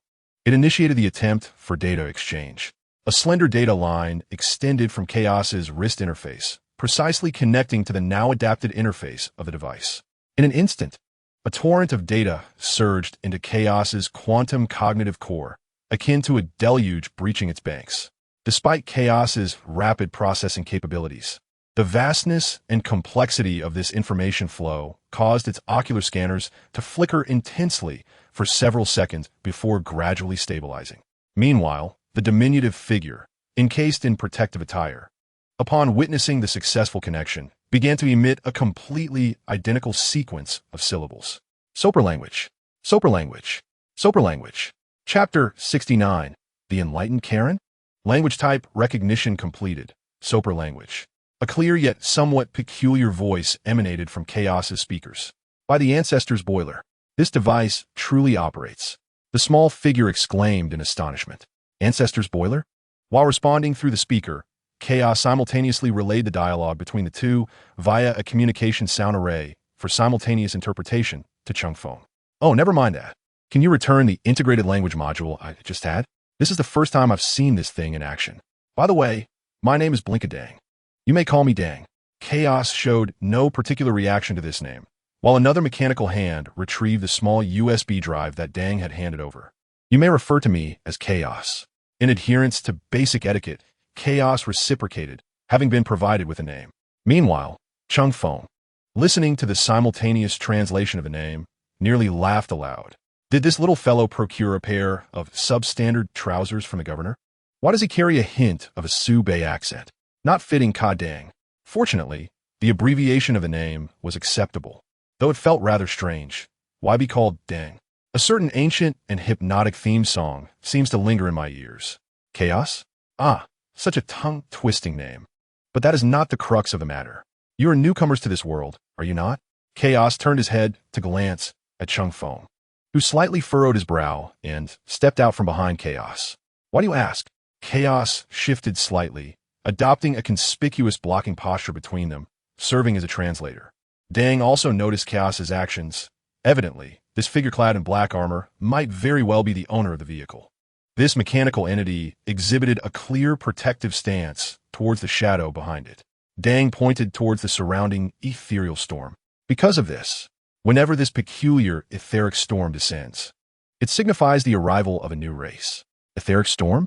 Is it not an ethereal storm? Dang attempted to scratch his head, but his helmet obstructed him. Under the circumstances, he dared not remove it, so he pressed his hand against the helmet, rubbing it against his scalp. This phenomenon has many names: ethereal storm, etheric storm, chaos storm, death storm, tide of demons, and so forth. Each race has its own nomenclature. Cheng Feng's eyes brightened. Each race? What race are you? Are you dwarves? Could you tell me how many races exist in this world? What are dwarves? It sounds quite like our branch. We are the Karen race. Let me clarify first. We are engineers, not blacksmiths, possessing no magical hammers. We certainly do not have the ability to enlarge or harden through tricks and sorcery. We are not a haven for swindlers, thieves, or unscrupulous merchants. Each Karen is an exemplary engineer. However, some groups refer to us as dwarves or diminutive kin based on our stature. As for the exact number of races, we are uncertain. However, that group of Aliens should be informed. Yet, no one seems to care about this matter. In the worldview of 40, dwarves are also considered a spacefaring race, residing in the Silver Core, calling themselves dwarves. According to the lore, they are a kind of artificial beings, a tool race left behind by the Human Federation. However, it is evident that these individuals before Cheng Feng are not the space dwarves he is familiar with. Cheng Feng found this dwarf named Dang to be particularly talkative and seemingly amiable. Now that we've spoken of ourselves, what about you? What race or entity are you? I am Cheng Feng, a human, and there's another of my kind within, named Su Lin. Chaos is an Iron Man, a technological creation of mine, serving as my assistant.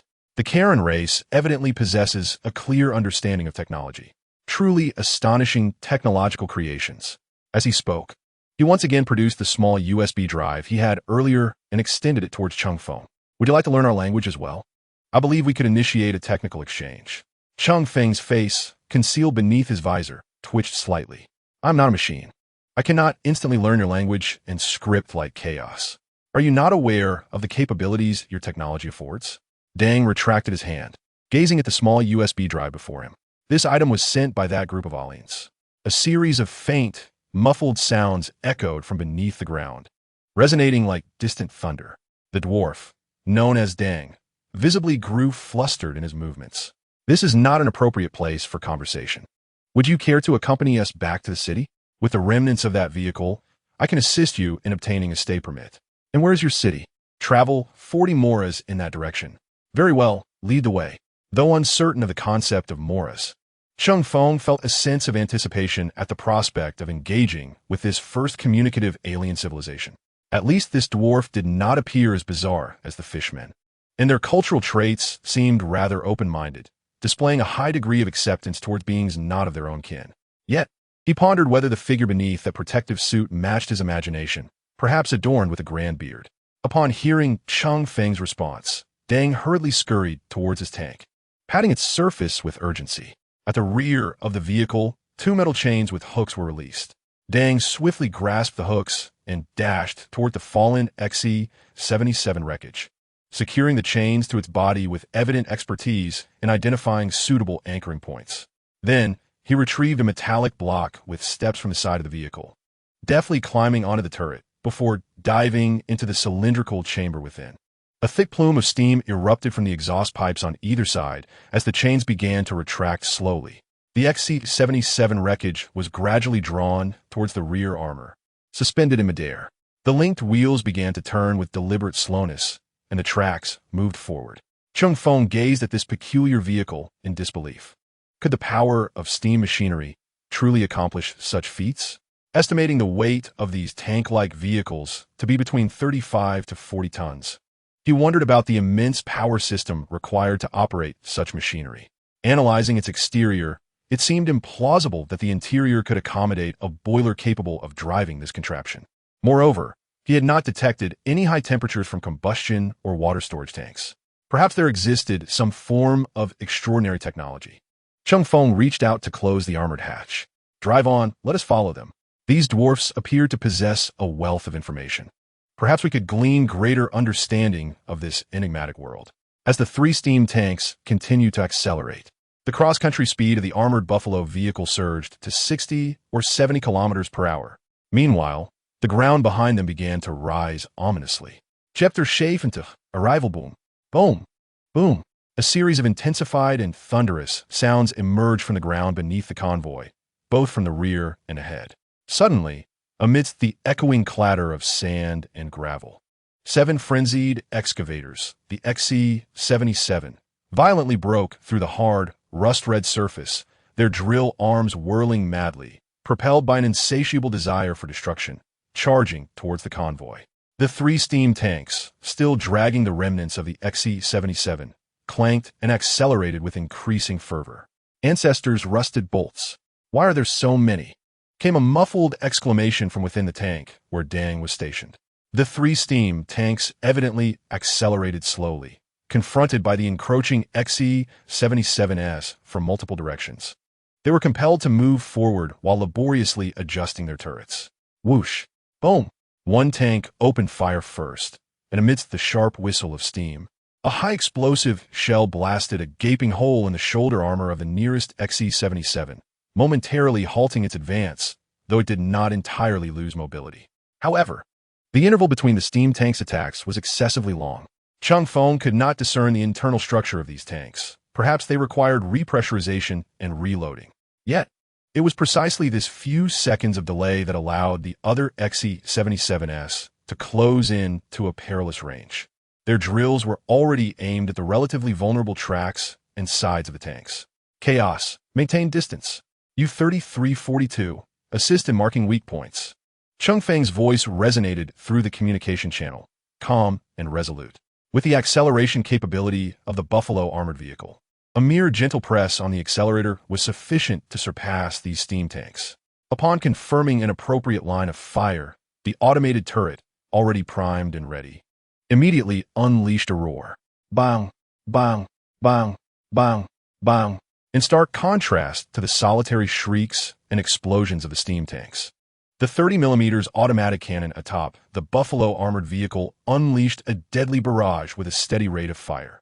Armor-piercing shells, as if guided by an unseen hand, accurately targeted the head observation structures or vital joints of each XE-77. Boom! Crack! The fragile heads were consecutively detonated, and the mechanical legs, while in motion, were precisely severed, causing them to lose balance and crash heavily to the ground. In a mere span of seconds, the 7 XE-77s, once formidable, were reduced to scattered, rolling wreckage across the wasteland, their threat instantaneously obliterated. The hatch of one steam tank hissed open, and a stout figure leaned out, waving a fist towards the Buffalo armored vehicle, exclaiming in muffled excitement through a breathing mask, "The Ancestors' Core is ablaze. Woohoo! Well done." This time, the dwarves did not pause to collect spoils. The leading tank, belonging to Dang, emitted even denser steam from its exhaust, and the metal linkages on the drive wheels produced a cacophony of frenzied clangs, visibly enhancing the speed of the entire vehicle. Keep up with them, Chaos. It is evident that this underground realm may harbor countless such uncontrollable machines. We must depart swiftly. The Buffalo armored vehicle easily kept pace with the accelerating steam tanks, and the convoy began to race across the vast and desolate terrain. After traveling for 6 or 7 hours, the landscape outside revealed only sporadic exposed rock layers and mineral glimmers, devoid of any urban semblance. It seemed that Dang's mention of Mora might refer to a unit of time, yet it remained uncertain how many standard hours equated to 1 Mora. Regardless, the distance was far from trivial. Cheng Feng removed his helmet, revealing his true visage to Su Lin for the first time. Her gaze lingered on his face for a considerable moment. With the understanding Cheng Feng had of her, he felt reassured that he need not overly worry about the woman, as she would invariably prioritize her own advantageous choices. The next settlement we are about to reach, a city of survivors, may indeed prove to be reliable. Once we arrive, you shall be free to depart. Su Lin cast a glance at Cheng Feng, her expression a blend of complexity, and nodded silently. She then retreated to a corner to lie down, seemingly preparing to regain her strength as much as possible before their departure. However, the length of the journey was indeed astonishing. As the convoy advanced deeper, the surrounding landscape underwent another transformation. The monotonous wasteland gradually gave way to a more perilous and dynamic terrain of lava fields. Lakes of molten rock of varying sizes began to emerge on the ground. Dark red lava flowing slowly within, churning and emanating an intense heat that distorted the air. The scorching airwaves could be felt even through the armor, while the concentration of sulfur and toxic gases in the atmosphere soared. Cheng Feng observed that along the edges or at the centers of some lava lakes, indistinct figures, seemingly composed of lava and shadow, wandered aimlessly. The dwarves appeared unperturbed by these apparitions, yet whenever an opportunity arose, their steam tanks would swivel their cannons, unleashing a shell with a piercing shriek. Boom! The shell plunged into a lava lake, sending up a spray of searing droplets. With a gentle wave from the molten tide, 1 or 2 of the distorted figures could be obliterated, transforming into a cloud of rising black smoke and splattered lava, only to fall silent thereafter. Out of curiosity, Cheng Feng took control of an automated cannon and aimed at a shadow that drifted across the surface of a lava lake like an amalgamation of molten rock. Bang! The shell struck true, and the shadow instantly shattered into a puddle of spattered lava. Kill a fear fire creature. Gain 750 survival points. The system log's prompt brightened Cheng Feng's eyes. 750 points? What a find.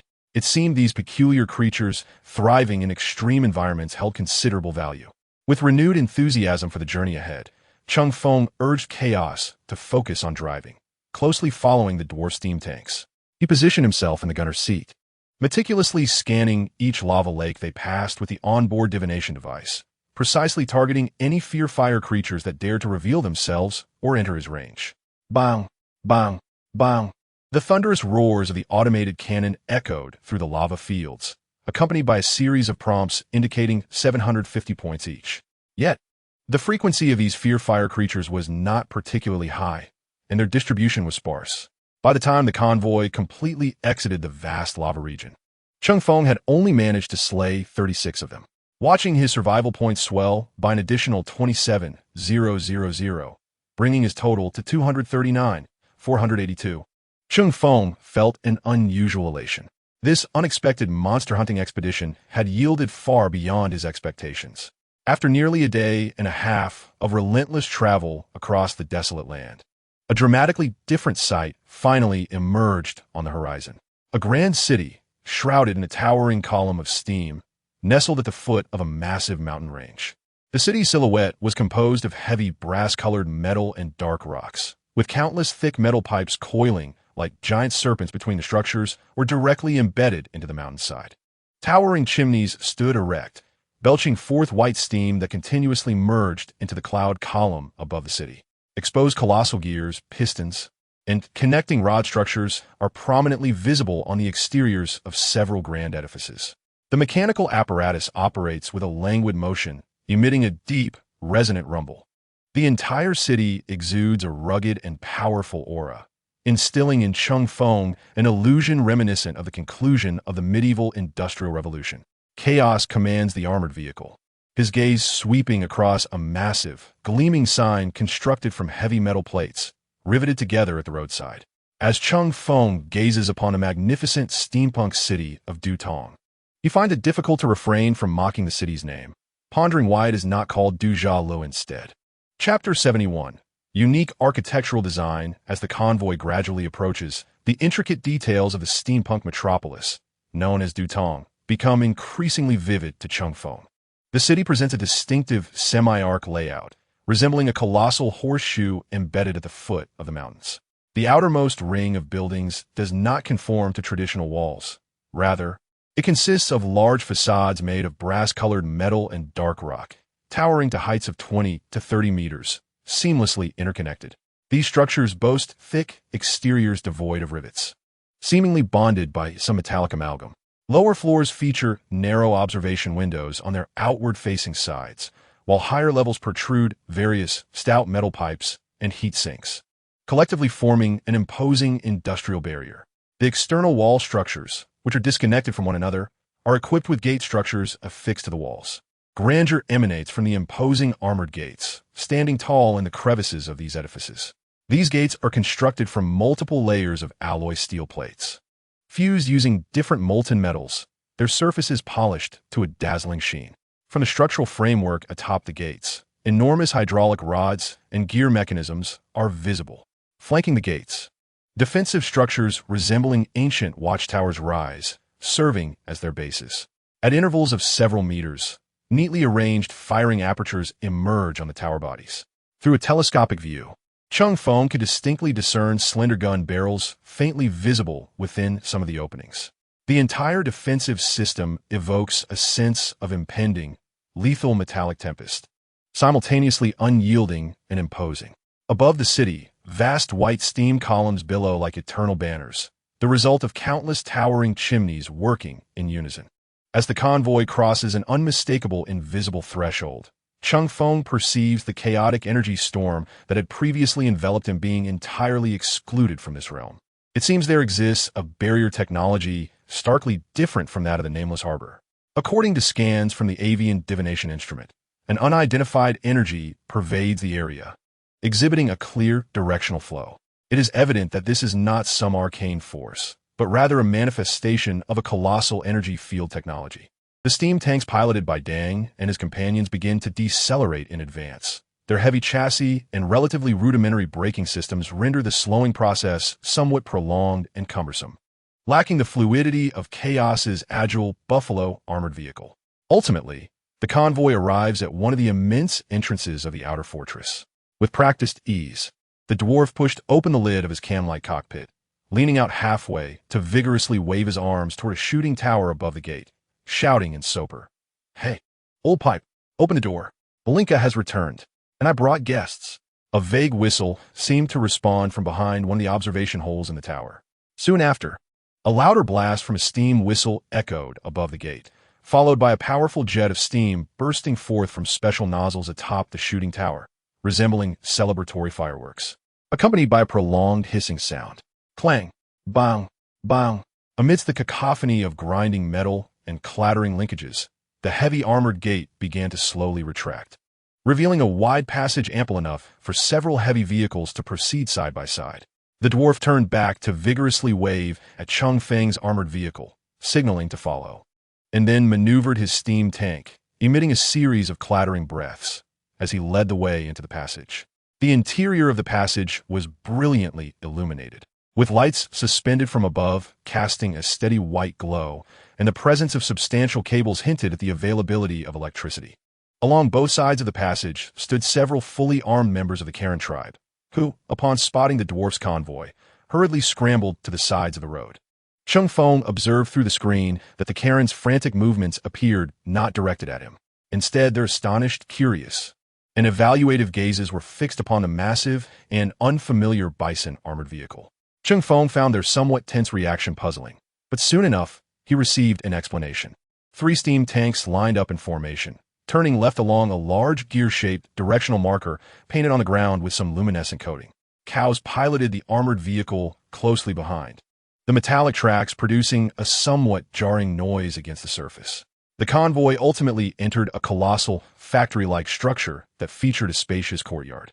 This open-air yard was surrounded by auxiliary lighting sufficient for the assembly and testing of large machinery. On one side of the courtyard lay stacks of various metal materials and parts, while the other side housed several steam machines, seemingly under repair, with a whole row of steam tanks parked in the rear. Moreover, Cheng Feng noticed structural features reminiscent of the previous exterior walls, indicating a significant defensive capability in the surrounding architecture. Was this a reception hall set within a mechanical repair facility? Such a design seemed rather peculiar. Yet, given the diversity of races, perhaps it was quite normal. As Cheng Feng continued to survey his surroundings, the leading trio of steam tanks began to decelerate. Just ahead, the 2 steam tanks had already ceased their steam emissions, relying on residual momentum to glide into their designated spots and shut down. However, the tank piloted by the dwarf, which had previously opened its hatch to cheer, suddenly exhibited an erratic and hesitant trajectory. It first swayed and curved awkwardly. Then, just as it was meant to come to a complete halt, the vehicle jolted violently, and its exhaust pipe erupted in a thick plume of white steam. Whoosh!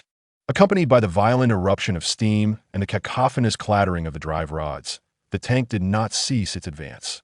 Rather, it surged forward like a frenzied steel bull, hurtling straight toward the imposing metal wall at the edge of the courtyard. A resounding thud echoed throughout the factory, a sound so profound it sent shivers through one's very heart. The entire front of the steam tank collided forcefully with the surrounding wall, visibly crumpling as steam hissed out from various crevices like a wounded creature. The drive wheels spun aimlessly a few times before finally coming to a complete halt. The courtyard was instantly enveloped in an eerie silence, broken only by the hissing of escaping steam and the deep reverberations from the boilers of 2 other tanks. Cheng Feng, peering through the observation window, was momentarily taken aback by the unexpected scene, a twitch at the corner of his mouth betraying his amusement. He began to grasp why the Karun tribe had appeared so flustered upon seeing the convoy upon their entry into the city. Chapter 72. First encounter with the rules. Haha. Foolish fating. You thought you could steal my pressurized lubricant last time. Let us see if you dare to be distracted again. Dang laughed as he observed the 2 disoriented dwarves emerging from the slightly deformed hatch of the wall-collided tank, their faces flushed with embarrassment. Instead of showing any sympathy, he burst into hearty laughter, pointing at his companions. You'll pay for this repair yourself. I want TB covering for you again. Expect to have your points docked by the exploration department. With that, Dang turned his back on the hapless duo and strode toward a designated area marked by special yellow lines, waving energetically at the armored bison vehicle. Hey, you big fellow. Park over here. Yes, right in this yellow line spot. Cows expertly maneuvered the massive armored vehicle, its tracks turning with precision as the body glided effortlessly into the designated space, defying its own weight with remarkable grace. The seamless operation of the machinery left Dang, who had been mocking his comrades, momentarily awestruck, his mouth slightly agape. By my boiler! Such exquisite mechanical design. As the vehicle came to a rest, the heavy armored door of the crew compartment began to open slowly with a hydraulic hiss. Cheng Feng cows and Sulin, who had remained inside the vehicle, disembarked in succession. Cheng Feng, still clad in his black shell armor, exuded an air of mystery and vigilance. Cows's gray mechanical form glimmered with a cold sheen in the courtyard's light. However, it was Sulin's appearance that immediately captured Dang's attention. Curiously, he inched closer, scrutinizing her in an attempt to understand the physical characteristics of a human race, given that Cheng Feng was enveloped so completely. Perhaps wishing to avoid being overly intrusive, Dang cast a brief glance at Sulin before beginning to free himself from his constraints. He deftly unfastened the buckles, shedding the heavy, oil-stained protective suit. Beneath it, he wore a relatively lightweight brown work uniform. Once the protective gear was removed, his figure visibly shrank, clearly indicating the weight of his previous attire. As Dang finally removed the helmet adorned with a breathing mask, Cheng Feng beheld the visage of the Karun race for the very first time. Contrary to his preconceived notion of traditional dwarven appearance, Dang possessed no bushy beard. His skin radiated a robust, deep bronze hue, while his facial contours were sharply defined, with a pronounced nose and a pair of bright eyes gleaming with curiosity and shrewdness. His stature was short and sturdy, yet not corpulent. His bare arms and calves exhibited well-defined musculature, exuding a palpable sense of strength. Altogether, he resembled a compact yet extraordinarily formidable muscle-bound figure. After shedding his protective gear, Dang relished the opportunity to stretch his limbs, the joints emitting a faint crackling sound. He then called out to several other current onlookers in the courtyard. Don't just stand there. Move that wreckage of the iron coffin back to workshop number 3. Then go find the safety officer, Copperbolt, and ask him to come over, bringing along a temporary permit for the outsiders. Before long, a Kurun figure emerged from one of the doorways of the main building. He was strikingly different from Dang and the oil-stained field workers. He donned a well-fitted, pristine dark blue uniform, adorned with intricate golden embroidery of gears and pistons on the epaulets and cuffs. A broad leather belt cinched his waist, from which hung not tools, but a compact communicator and a glimmering golden gear insignia. Lord Roderod? Upon recognizing the newcomer, Dang appeared visibly startled and instinctively stood a bit straighter. What brings you here in person? The individual, referred to as Lord Roderod, scanned Cheng Feng and his companions, as well as the imposing bison armored vehicle, before his gaze settled on Dang. Your team reported that a group of outsiders assisted you in swiftly and effectively dismantling 7XE-77S of a lost civilization without any damage. Given the potential destructive capacity of such a team, I deemed it necessary to assess the situation personally. Can they comprehend our speech? Roderod's attention shifted to Cheng Feng and his party. Yes, Dang replied, momentarily taken aback. Roderod raised his hand and gave Dang a light rap on the head. Why didn't you mention that sooner? My apologies, it was our oversight. Nevertheless, it remains a fact that we must exercise caution with our visitors. This peculiar world is quite intricate.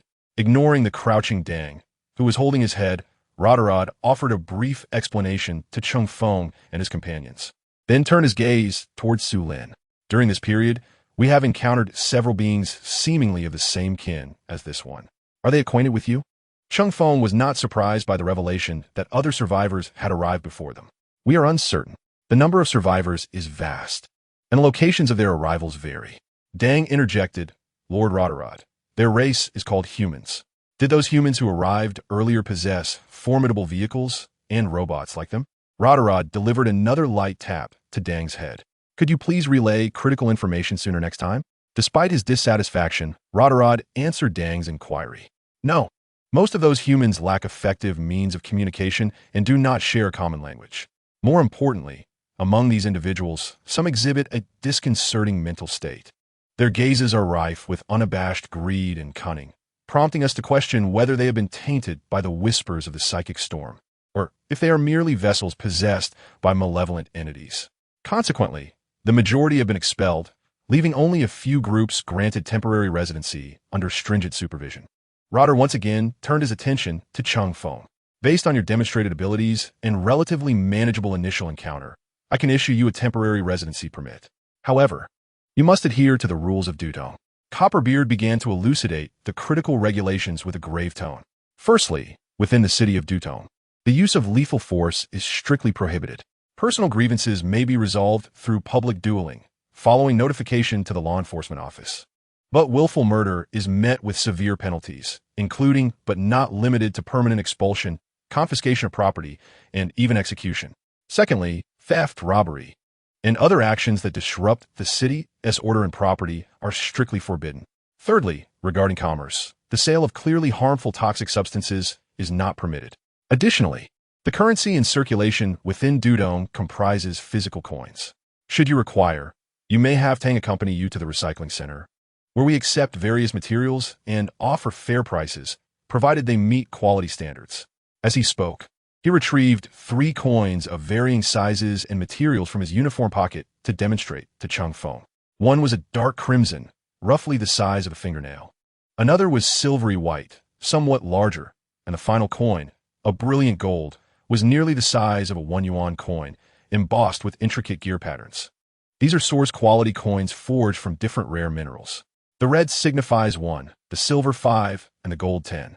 They possess intrinsic material value and can even be recognized as hard currency in certain other survivor cities.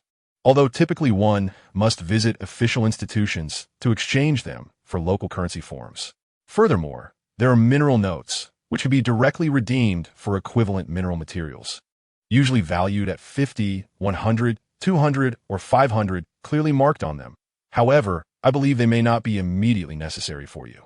The Order of Dutong is built upon steam and gears, and I hope you will abide by it, Copperbeard concluded, handing Cheng Feng a temporary permit embossed with a complex gear seal, along with an object resembling a pocket watch. The document appeared to be crafted from a remarkably durable leather-like material. This is your temporary permit, valid for 30 cycle days, with a ticking timer indicating the end of the cycle when it reaches 0. During this period, you may traverse both the central and outer districts. Tang will serve as your temporary liaison. Cheng Feng accepted the items and attempted to open the pocket watch's cover. It revealed a timer with an electronic display, though the flickering numbers and markings were inscribed in the language of the Karen. Cows noticed Cheng Feng's helplessness and leaned in to take a glance. The data format establishment and mapping comparison had been completed. 1 more equates to 30 cycle days, and 1 more comprises 12 standard tera-hours. Chapter 73. A glimpse beneath the veil of the world. Upon receiving the temporary stay permit issued by Lord Gear, Cheng Feng turned to Chaos. Chaos. Inquire whether it is permissible to drive within the city. The loyal Iron Man promptly conveyed the request. Your vehicle is prohibited from entering the inner district of Dopeng City. This is a regulation. All heavy or armed vehicles utilized externally must be parked in designated peripheral storage areas, which we manage collectively. This is to ensure the order and safety of the streets within the city. As the inquiry was addressed, Dang approached a wall adorned with numerous metallic plaques and retrieved a heavy metal tag inscribed with a numeral 4 in Soper language, handing it to Chaos. Here, this is your storage receipt. With this tag, you may reclaim your vehicle at any time you wish to depart from Dopeng. Rest assured, the guards here are more reliable than the pressure valves in a boiler. Nothing will be lost. Chaos passed the tag to Cheng Feng, simultaneously translating Dang's words. Cheng Feng weighed the cold metal plaque in his hand, storing it within the dimensional storage device, nodding to indicate his understanding. When in Rome, do as the Romans do. Moreover, with the driving components of the Bison armored vehicle damaged, only Chaos could operate it, serving as an unconventional theft deterrent. As for you 3342, it would remain in a temporary slumber. All right, follow me. I shall take you to the recycling center to exchange your useless items for jingling source coins. There's an abundance of them here. Dang beckoned, leading the trio out of the courtyard, which was permeated with the scent of oil and metal. The recycling center was situated in a relatively spacious area of the outer district, characterized by its rugged and utilitarian architectural style. It resembled an oversized metal shed, constructed from thick steel plates and robust riveted structures, with several short chimneys atop the roof, though none emitted smoke. The interior of the shed was lofty and brightly lit, filled with an amalgamation of metallic dusty air, and a faintly peculiar, fishy odor. The place was bustling with activity, with numerous Karen individuals, much like Dang, dressed in various work uniforms or protective gear, entering and exiting. They pushed small carts or carried items on their shoulders and in their hands. Oddly shaped metal scraps, glimmering ores of various hues, and even some peculiar biological tissues encased in transparent containers, still exhibiting slight movements, were among the items being transported. Conversations, haggling, and the clattering of goods being tossed onto metal counters created a cacophony reminiscent of a bizarre world-esque scrap yard and materials market. Dang led Cheng Feng and the others to join a queue, observing the transactions taking place before them.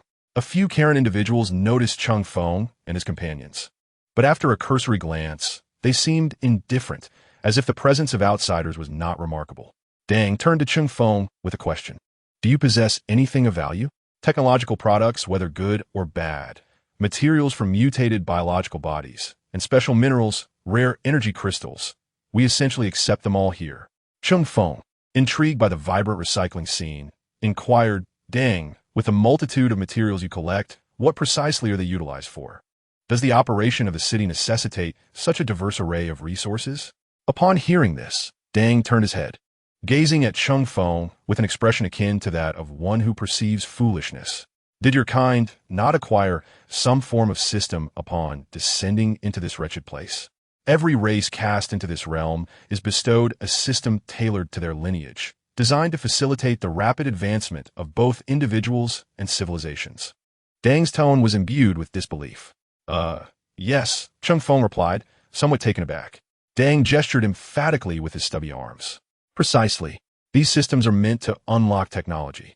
Without the aid of such a system, how could one possibly craft a core to safeguard a city or erect a barrier capable of shielding against psychic storms? Let alone establish a respectable city.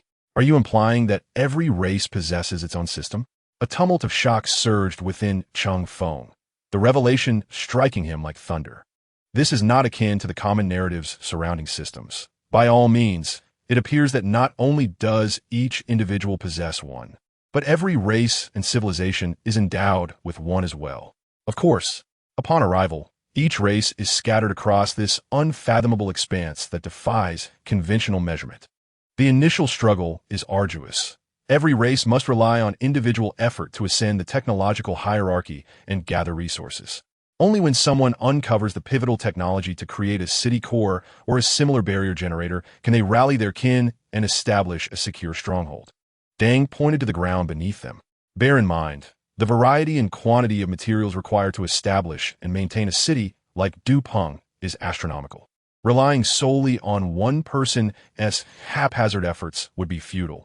And have you not noticed how comprehensive and intricate the system's technology is? In the beginning, perhaps everyone endeavors to explore as many technological avenues as possible. But once a city is developed, the approach shifts.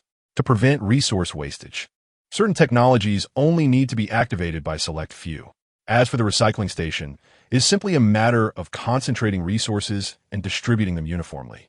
As Dang elaborated, he and the increasingly tumultuous-minded Cheng Feng, along with their companions, moved with the throng, ultimately arriving before the heavy, scratched metal counter of the recycling station. Behind the counter, a Karoon staff member, without lifting their gaze, inquired fluently in accented Sopar language, "Next, what do you wish to process?" Noticing that Cheng Feng appeared still immersed in the shock of recent revelations, Dang stepped forward to engage with the clerk first. "Hey, beautiful. I believe this is my first encounter with you on duty. I brought along a few friends from other races.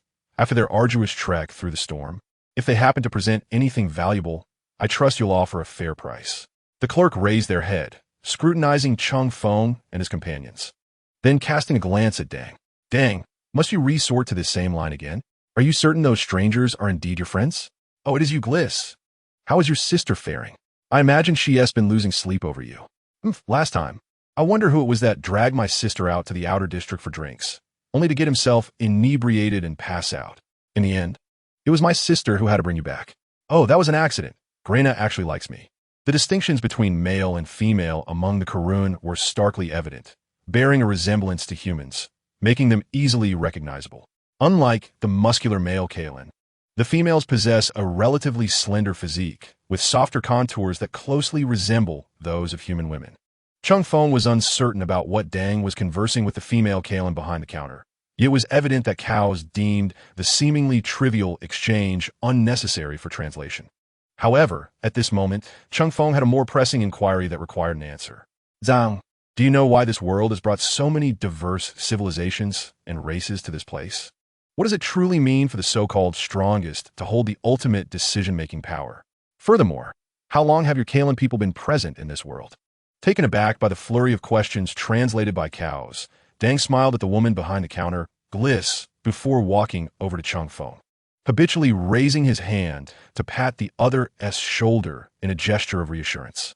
He found his attempt awkward as his hand hovered in the air due to Cheng Feng's height of over 1.8 meters. After a moment of hesitation, Dang's gloved hand descended, somewhat clumsily patting Cheng Feng's armored hip. Oh, do not rush, my human friend. Let's find a place to sit down, and you can treat me to a delightful meal while we converse. But for now, you must attend to the matter at hand. Look, there are others waiting in line behind you. Following Dang's gaze, Cheng Feng noticed several Kalen tapping their feet impatiently at the end of the line, compelling him to momentarily suppress his myriad of questions and redirect his focus back to the cluttered counter of the recycling station. Chapter 74. Alien Technology Approaching the Counter.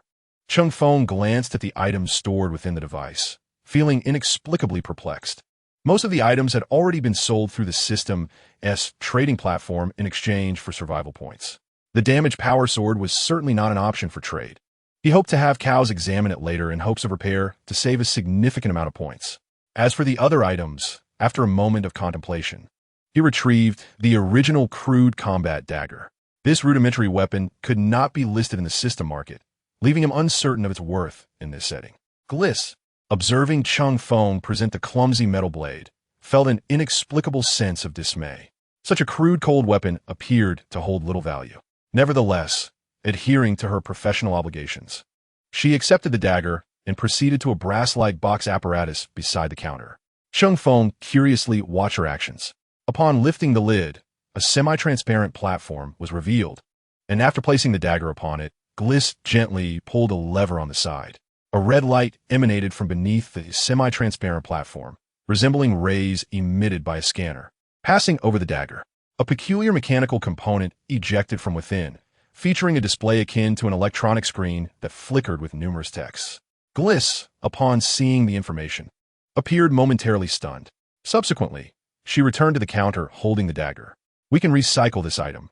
Its material composition is rather unique. However, there is no additional value. It is priced at 55 units. If you possess similar materials, I could also acquire some at this price. For instance, approximately 34 units based on the volume of this item. Upon hearing Gree's words, a few members of the Karen tribe curiously peeked in. What kind of item could be so expensive? Generally, basic materials have little value these days. Cheng Feng listened to Chaos's translation with some confusion and turned to Tang. Is 55 units a lot? Allow me to provide you with an overview of our local prices, so you have a clearer understanding. Under normal circumstances, a hearty meal for one person costs about 3 units. He gestured to indicate a volume roughly equivalent to 2 of his heads. That should suffice. Beverages tend to be pricier, as they require resources. Judging by Tang's gestures, the portion of food is indeed substantial. A crude dagger is equivalent to their 18 meals, but do they also have alcohol? It seems food is quite abundant. Nevertheless, Cheng Feng still found it challenging to grasp a general concept of the local pricing. After some contemplation, he spent 200 points from his system to exchange for 4 crude combat daggers, which he then placed on the table. Although they were all labeled as crude combat daggers, these blades varied significantly in size, shape, and seemingly in material composition as well. Green noticed this too and began to examine each dagger individually, only to find that the detection data for each one differed. This one is valued at 70, these two at 60, and this one at 40. After pointing out the price of each dagger, Gree raised an eyebrow. Each of these items has a different combination of materials. The formulas seem to differ. They should not be standard products, correct? Cheng Feng nodded. Indeed, these are not standard products. Who knows the origins of the metallic scrap used to create these daggers, or what they originally were? Even Imperial standard daggers can differ in materials depending on the nest where they are produced. A total of 285 units. Would 290 be acceptable? Suddenly, Tang leaned closer to the counter. Acceptable, very acceptable. Observing Tang's reaction, Cheng Feng realized that perhaps this price was indeed quite reasonable. Very well. Chaos gave Cheng Feng a slight nod and promptly responded. Gree packed the metal daggers into a box, affixed a label to it, then turned and retrieved 2 pieces of paper and a handful of coins from the nearby counter. 2 100-point mineral tickets and 9 10-point source coins. Chaos verified the numbers on the mineral tickets, confirmed their accuracy, and handed everything over to Cheng Feng. The 100-point mineral exchange voucher can be used within the Karen civilization's jurisdiction to obtain certain rare minerals. The 10-point source coins are metallic coins made from a blend of trace rare minerals used by the Karen civilization, beyond serving as currency. They can also be utilized as mineral materials. The refining process is crude and requires additional purification. Cheng Feng was somewhat astonished as he observed the labels pop up on his system. Initially, it was presumed that the system would recognize it as a certain essence of material. However, the products of these civilizations were astonishingly imbued with meaning by the system and could be identified in function.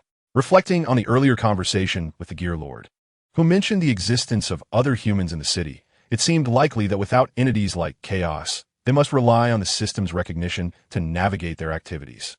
Without further contemplation, Cheng Feng pocketed the money and turned his gaze towards Dang. Lead the way, Dang.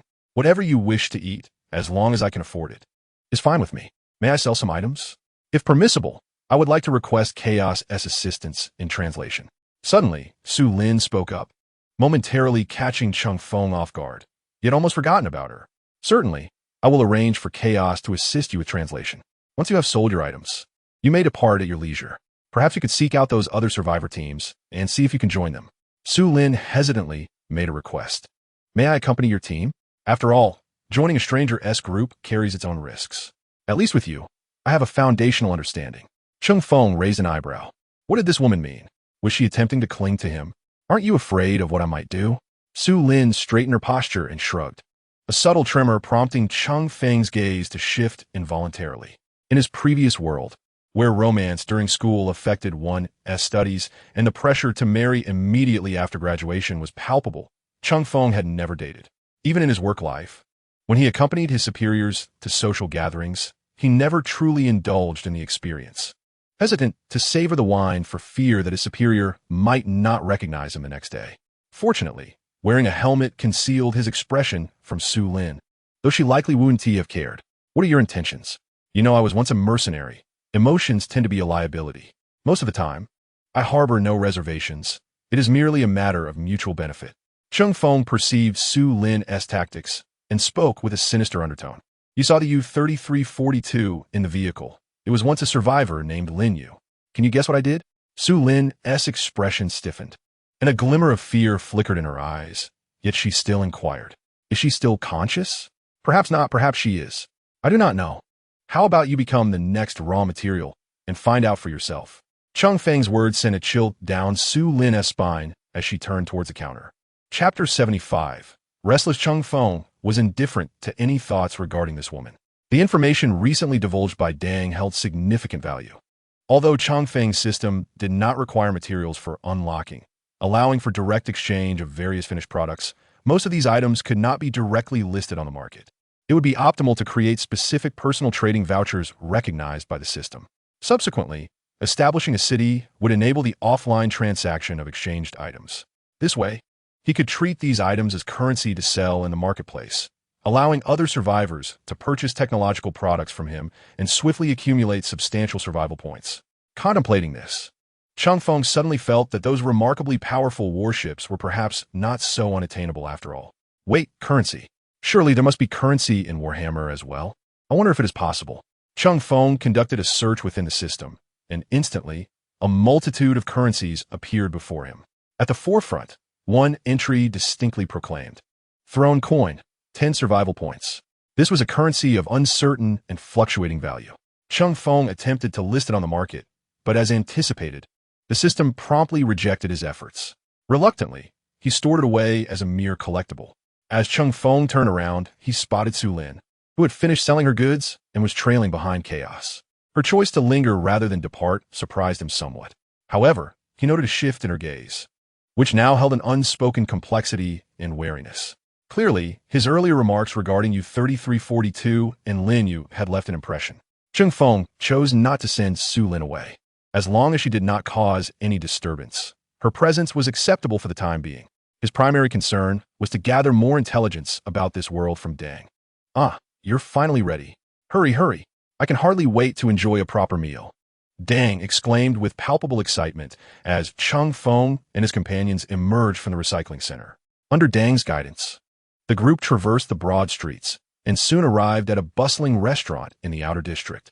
The interior of the establishment was replete with metallic and steam-infused elements. The tables and chairs were heavy cast metal, and the walls exposed large pipes, occasionally emitting hissing sounds of steam. The menu was filled with peculiar dish names, and even with Chaos's assistance in translation, they struggled to discern what these items truly were. Cheng Feng, opting for simplicity, entrusted the ordering to Dang. Before long, several steaming plates of food were presented.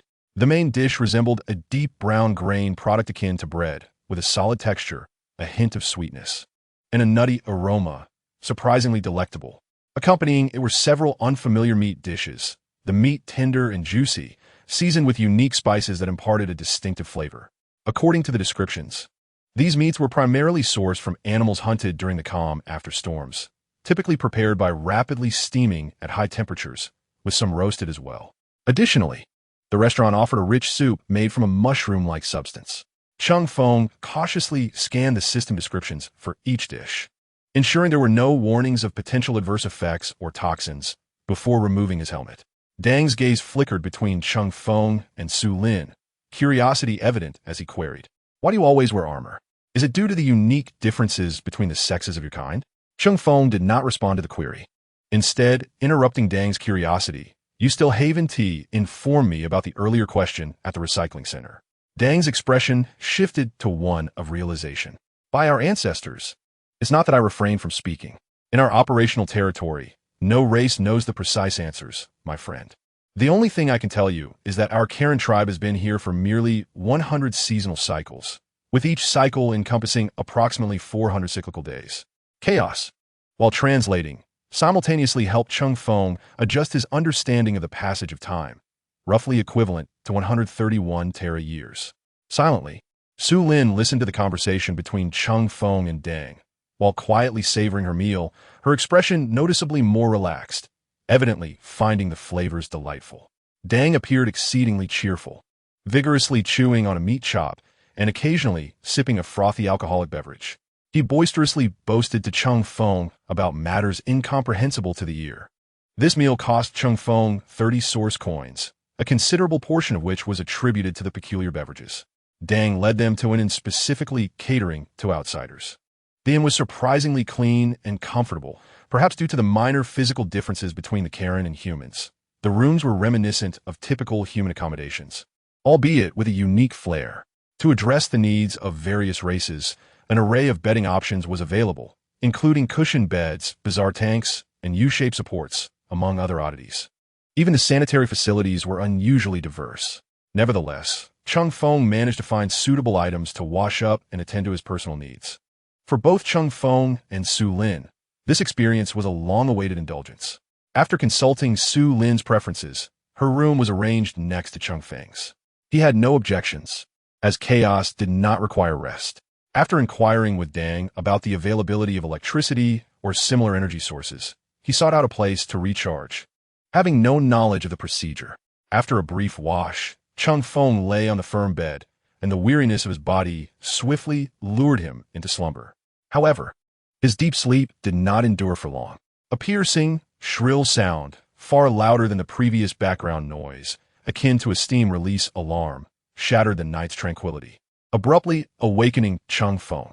Almost simultaneously, he heard numerous doors opening and closing in the corridor. Cheng Feng quickly sat up, hastily donning his armor. As he opened his door, he found Chaos standing at his threshold, with Su Lin beside him. Meanwhile, at the opposite end of the corridor, 3 men and 1 woman emerged from several rooms. The appearance of these human faces confirmed Lord Roder's assertion that other survivor teams were indeed within the city of Duping. They were equipped variably, Yet their gazes bore the keen and scrutinizing sharpness characteristic of survivors, staring in astonishment at Cheng Feng, clad in armor, and at Chaos, standing beside him. Cheng Feng exchanged a brief nod with them, acknowledging their presence without any desire for conversation, as the unusual circumstances outside demanded immediate attention. Who knew what was occurring beyond? A man, gripping an assault rifle, clad in leather armor adorned with metal plates, stepped around a corner and instinctively recoiled upon seeing Cheng Feng. Naturally, no one answered his unspoken question. Cheng Feng gestured for Chaos to follow, and the group hastily exited the inn, with the other survivors trailing behind. The streets were no longer orderly as before. Many Karen people rushed about, some heading towards the city walls, while others directed the crowd. The air reverberated with the intensified sounds of steam whistles and the thunderous clamor of metal rods in rapid motion. The energy barrier above the city appeared to glow more brightly, casting an erratic halo against the night sky. "Look up!" Su Lin suddenly exclaimed, pointing towards the heavens. In the bizarre twilight, a swarm of silhouettes plunged downward. Dense artillery fire erupted into the sky, streams of light exploding in the air, shattering numerous shadows. Yet, a few complete figures, struck and plummeting like meteors, descended towards the city. Whoosh!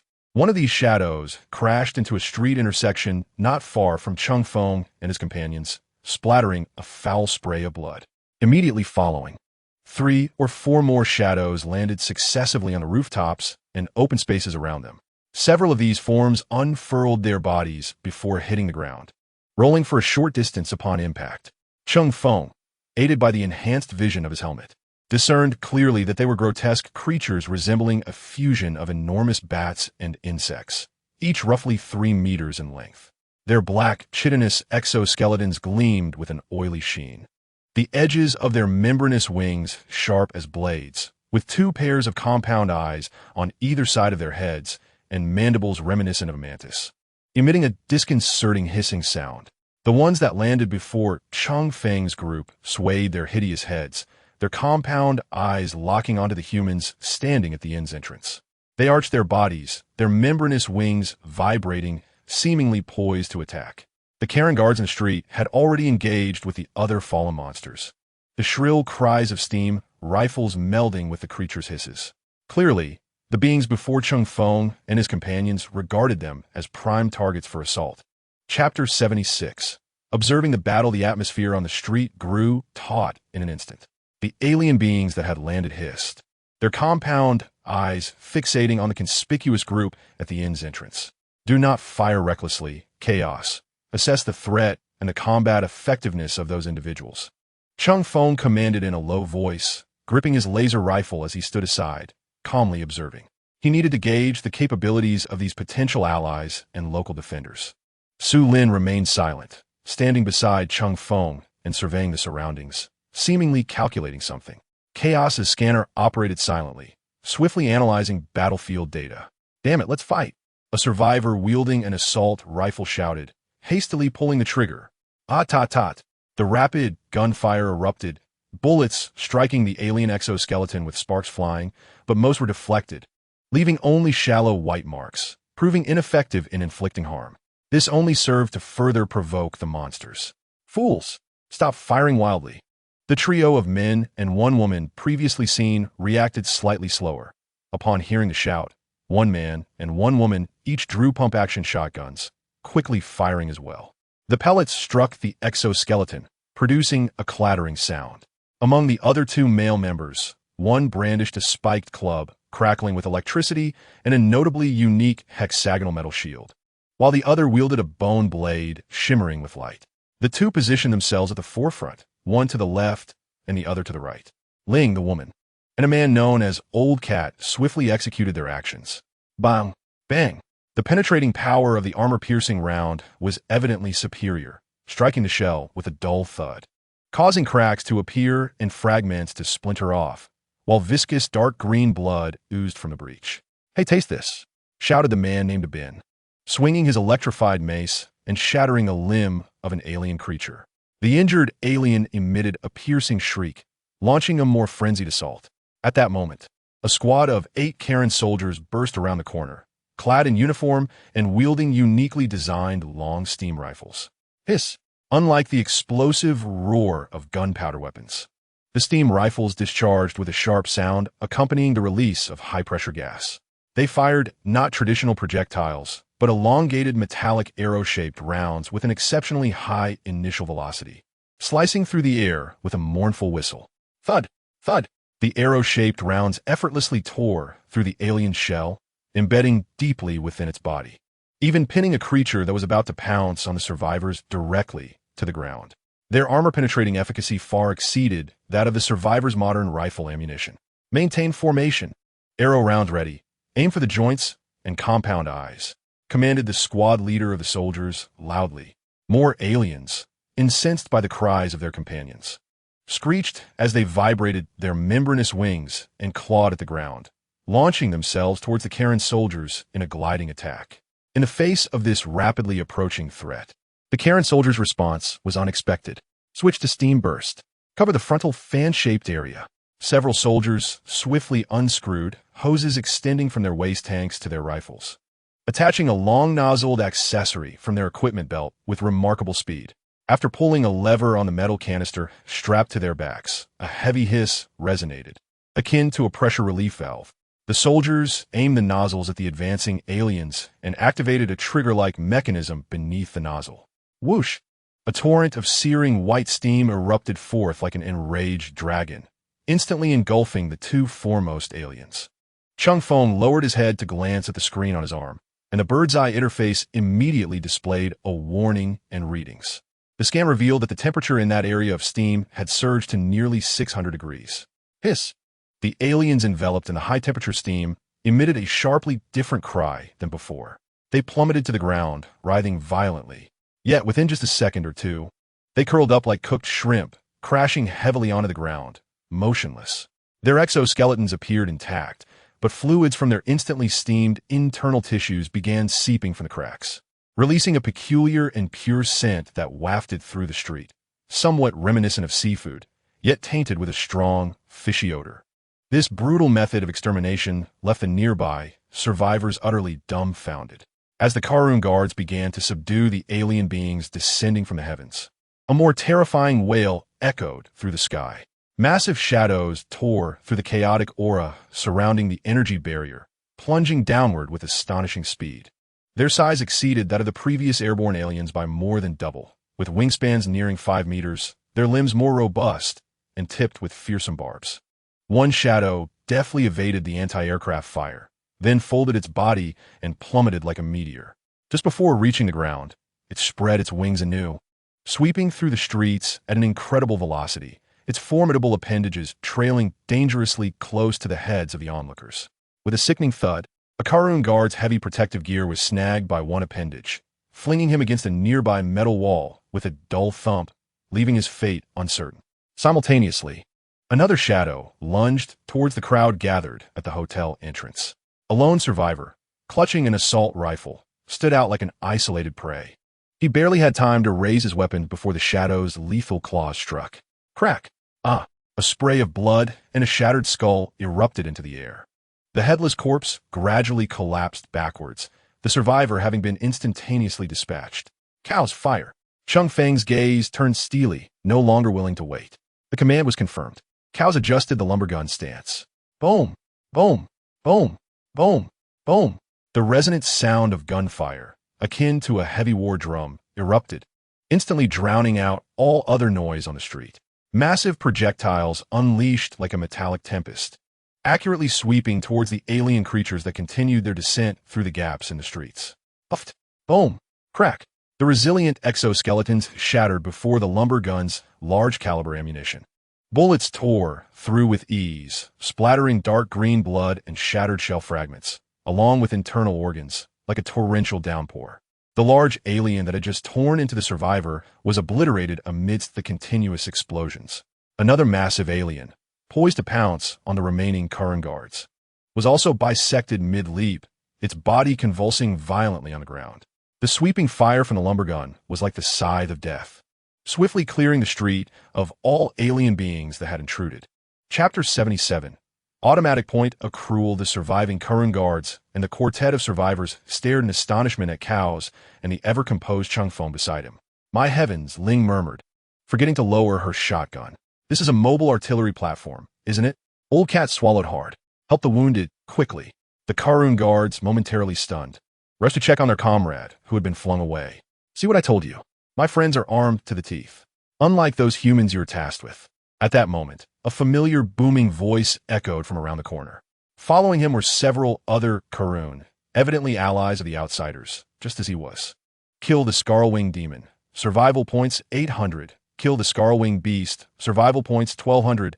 Cheng Feng paid no heed to Dang, who was animatedly celebrating with his kin, but instead glanced at the log, easily discerning the difference in points. The smaller one was the Winged Demon, while the larger one was the Winged Beast. Chaos had just unleashed a barrage, obliterating 3 Winged Demons and 5 Winged Beasts, causing the survival points to surge rapidly.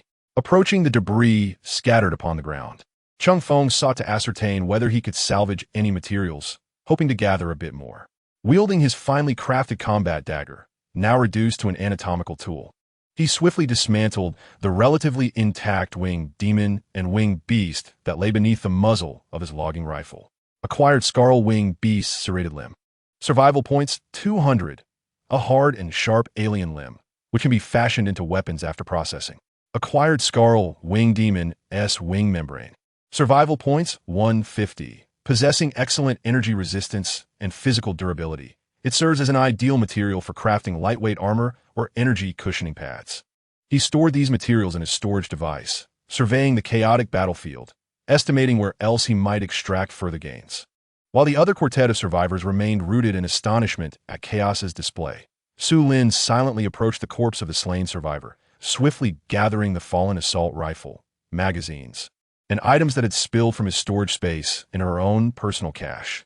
Her movements were clean and efficient, clearly indicating her proficiency in the art of looting. The Dominator, Su Lin, collected the equipment of the deceased individual. Chaos's electronic voice resonated in Cheng Feng's communication channel. I see it, let her be. Cheng Feng did not lift his gaze, continuing to focus on his dissection. He held no interest in those items. If Su Lin wished to collect them, he tacitly approved of her endeavor to augment her own strength, as long as she did not overstep his boundaries. At that moment, Dang, with his short legs, hurried over, his face still glowing with residual excitement. I told you, there are indeed differences among humans. I wouldn't alter my perspective even in the presence of a lord. Cheng Feng stood, shaking off the viscous dark green blood from his dagger, and regarded Dang. Is it often like this in Tongdu City? Where do these creatures come from? And why do they suddenly assault the city? Oh, you mean the Scarlwing Demons and Wing Beasts? Dang waved his hand dismissively, appearing quite accustomed to the situation. Attacks are quite common, especially during periods of psychic storms. These creatures tend to go mad when food is scarce. However, staying indoors in sturdy structures is not that dangerous. The city defense systems and guards will eliminate most of them. He gestured to the corpses of the Winged Demons, steamed by the vapor. You see, this is also a means of food supply. The guards sometimes collect edible parts on the go. Cheng Feng's expression slightly stiffened beneath his mask as he recalled the uniquely flavored meat from dinner earlier, unable to suppress his inquiry. Surely the meal we had tonight, didn't he include any materials sourced from these creatures? Of course not.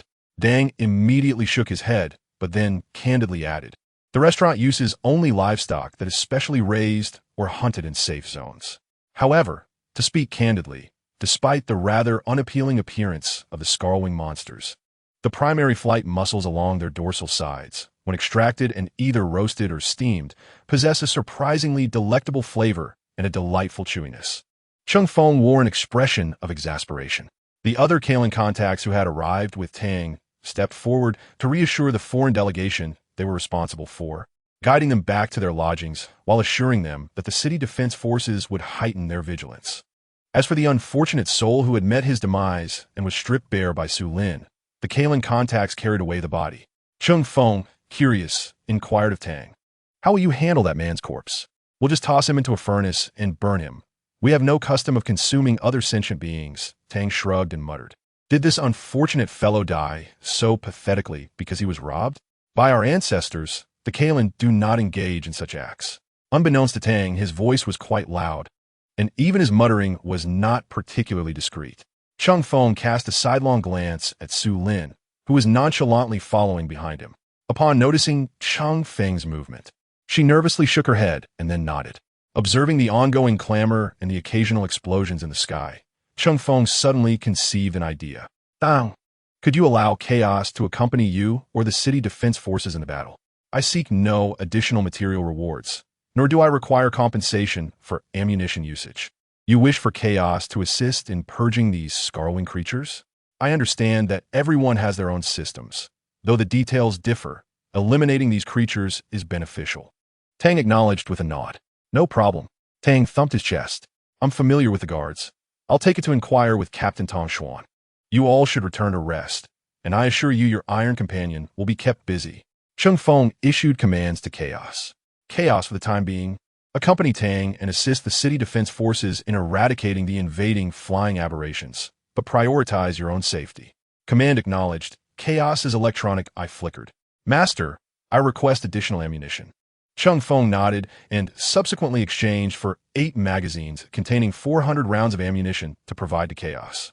Chaos unloaded some of the ammunition into its chamber, then twisted the empty magazines into a pile of metal scraps, welding them into a small iron box on the spot. I can carry more ammunition. Cheng Feng's hand shimmered with light as he exchanged for 10 more magazines to fill the iron box to capacity. Ready? Let us go. Everyone, time to find some excitement. Tang exclaimed with enthusiasm, continuously beckoning to Chaos. He envisioned leading this foreign iron attendant through the streets, imagining all the winged monsters plummeting from the sky. Moreover, he found the thunderous sounds of the automatic cannons and logging rifles exhilarating, far more melodious than the hissing noise of their steam weapons. Cheng Feng was oblivious to Tang's thoughts.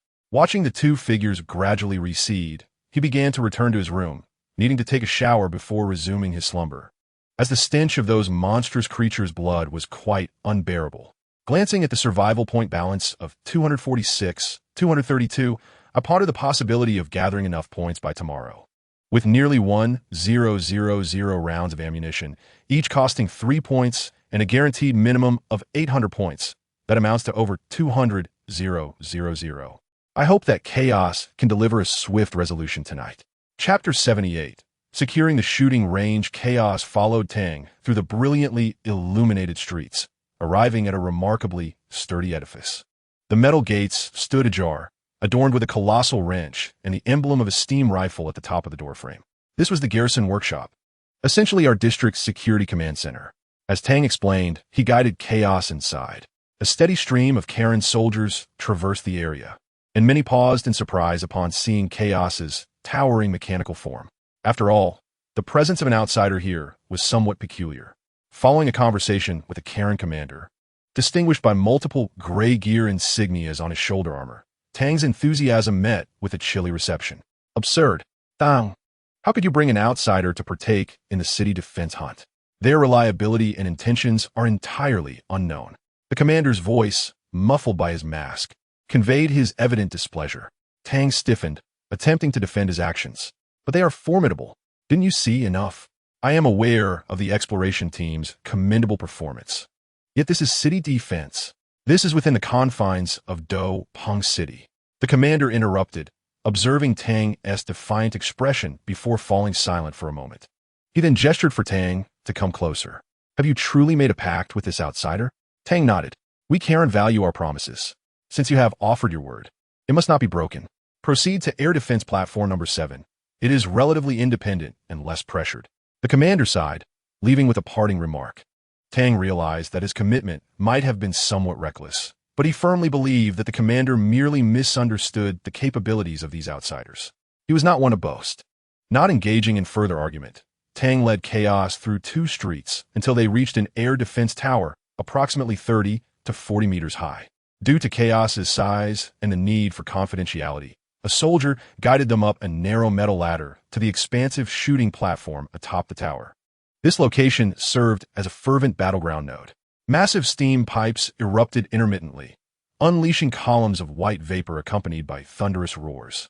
Several long-range anti-aircraft guns fixed at the platform's edge launched small-caliber explosive shells into the night sky, igniting bursts of flame. The concentrated firepower deterred most scarl-winged creatures from approaching this airspace. A number of Karen guards, wielding steam rifles with reinforced barrels, engaged in combat here. Clearly, these weapons were precision instruments designed for higher chamber pressure. In addition to dozens of guards, several large weaponry systems have been installed, representing a distinctive design of Karen anti-aircraft artillery. On either side, 4 artillery barrels extend, their ends unusually broad, with an automatic loading mechanism nestled in between, occasionally releasing jets of steam. These barrels are affixed to a metallic framework, followed by a planetary gear drive system designed to adjust the elevation and rotation of the structure.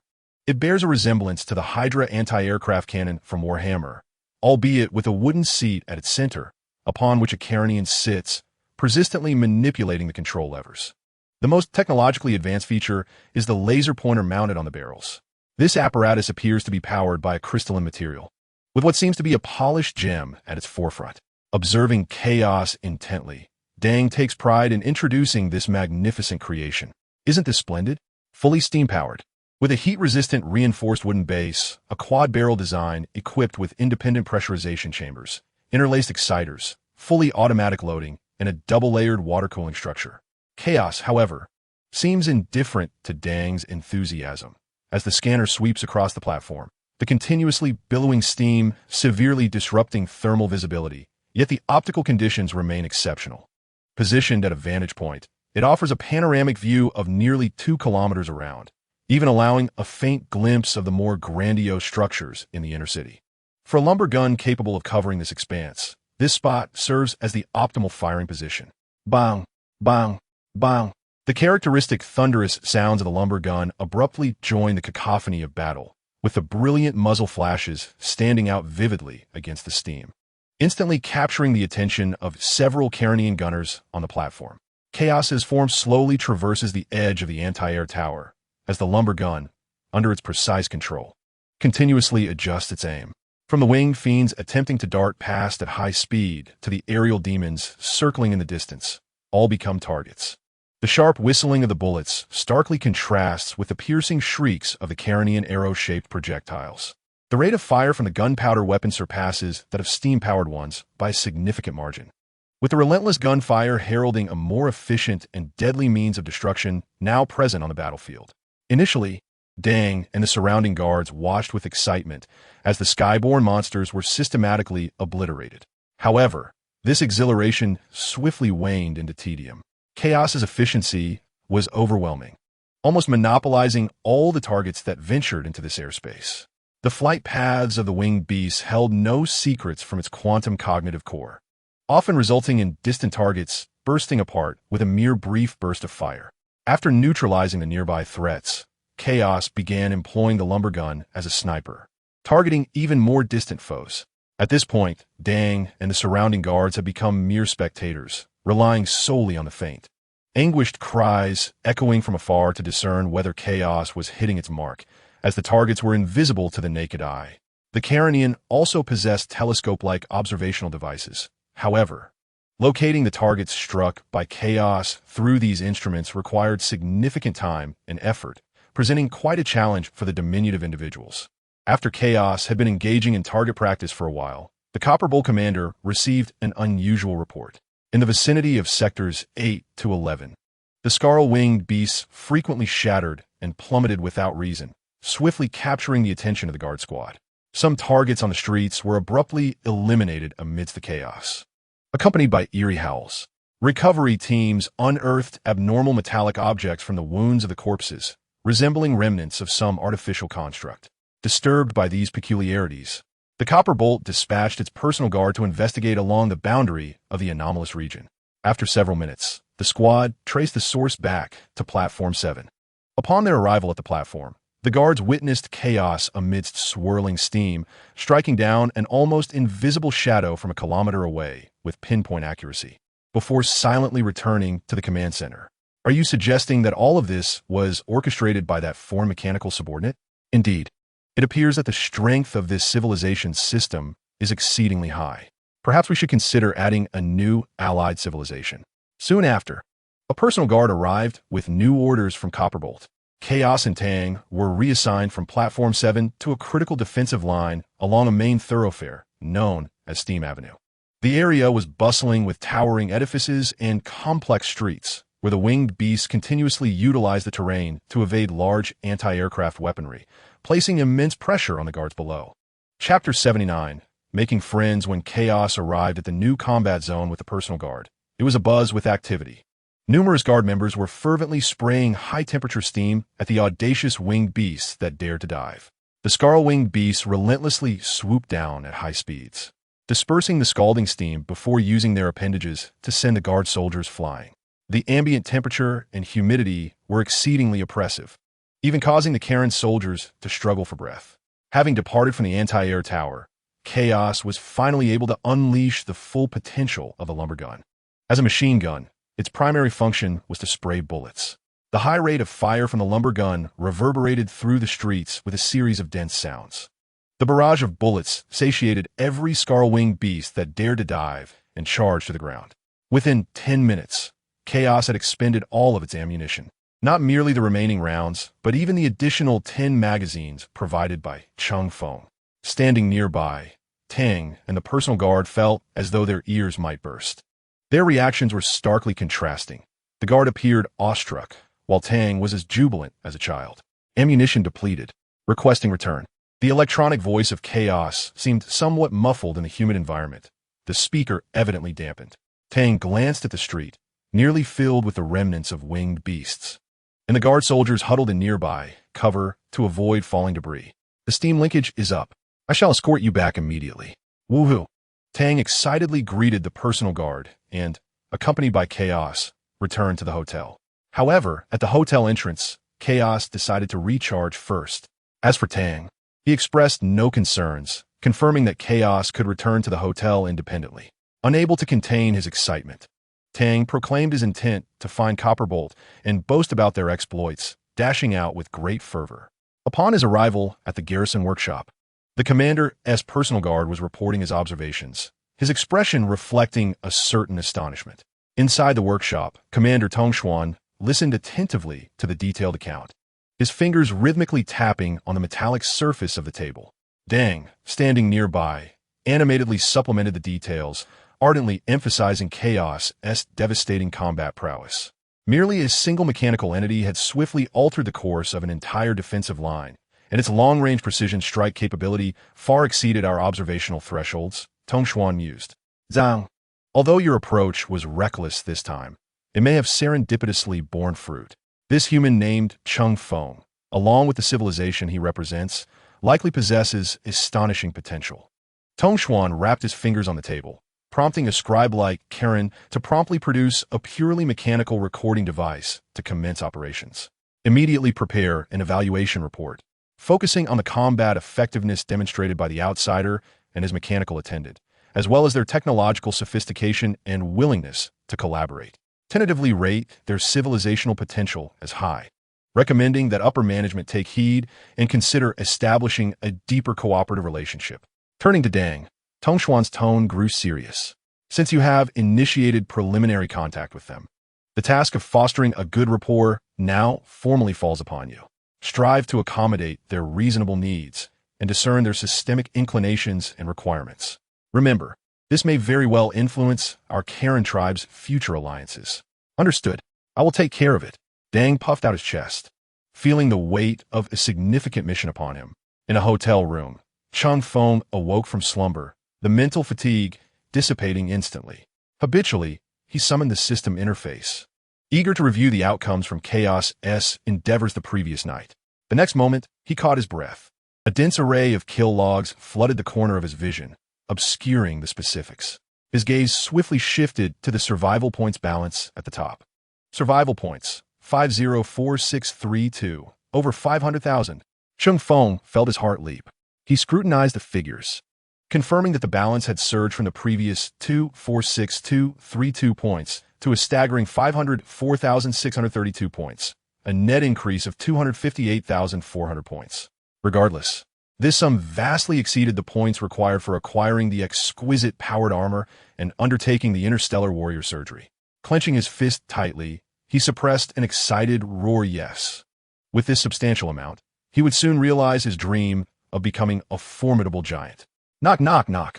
The rhythmic sound of metal striking metal resonated from the door. Cheng Feng took a deep breath to steady his emotions and then swung open the metallic door. Chaos-esque gray mechanical form stood quietly at the threshold. Master, I am pleased to see you have rested well. Shall I now report on the battle conditions? Cheng Feng nodded, evidently eager to learn about the combat proceedings. Chaos's electronic voice remained steady as ever.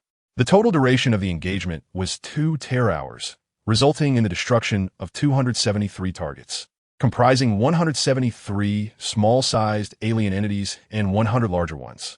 A total of 1,039 rounds of ammunition were expended, with a combat efficiency of 3,806. And then, what are the details? Cheng Feng had anticipated that Chaos might describe some specifics of the battle, yet the report, akin to a battle settlement, took him by surprise. You may view my combat footage after donning the shell helmet, Chaos stated. Cheng Feng scratched his head, conceding, very well, I shall watch it myself. Nevertheless, he could not help but genuinely commend Chaos for his extraordinary performance. In a mere 2 hours, such formidable results underscored the undeniable combat prowess of the Iron Man. At that moment, Deng rushed over excitedly. Upon noticing Cheng Feng, who was clad only in his undergarments and not in the protective shell, he momentarily froze, muttering under his breath. It seemed even he had moments devoid of armor, looking no different from any other human. Regaining his composure, Deng promptly remembered the matter at hand and eagerly extended an invitation. Cheng Feng, would you be interested in hunting with me? We have detected a decline in the intensity of the psionic storm outside, and it should subside completely in a few days. During this period of diminishing storms, certain monster nests become particularly active. This was not a whim of Deng's, but rather a suggestion from Tong Xuan. Cheng Feng's proactive pursuit of battle indicated a pressing need. Since he had relinquished his materials, his aim was now the system rewards. Catering to his interests was the most effective way to forge a closer bond. Tong Xuan even employed his authority to procure a special directional topographic device for Deng, which could guide them to a known creature nest. The creatures there were comparable in strength to the scar-winged beasts, but were more densely populated. Crucially, their flesh was of poor quality and even mildly toxic, rendering them inedible and of little value to the Karen clan. Perfect for Cheng Feng to accumulate points. We have 2 steam tank squads available to operate in conjunction, ensuring safety. What do you say? Deng exclaimed, his anticipation palpable. Cheng Feng did not respond immediately. After the immense surprise, he needed to devise a calm plan. With 500,000 points at his disposal, his primary objective was to convert them into tangible combat strength. Could we perhaps have breakfast first? I need to make some preparations afterward. Cheng Feng required time to complete his system shopping and to locate an absolutely secure place to expend these points, particularly for the high-risk interstellar warrior transformation procedure. Chapter 80. Reserves. Naturally, Deng had no objections to Cheng Feng's suggestion of breakfast. The two departed from the inn, with Cheng Feng taking the opportunity to knock on Su Lin's door along the way. Su Lin, I'm preparing to head out. After several knocks, there was no response from within. Cheng Feng slightly frowned, signaling to Chaos. The scanner briefly focused on the door. Master, there are no life signs or significant heat sources within a room. The target individual is not present. To ascertain the situation, Deng summoned the Karen manager of the inn, who used his authority to unlock Su Lin's door. The room was reasonably tidy.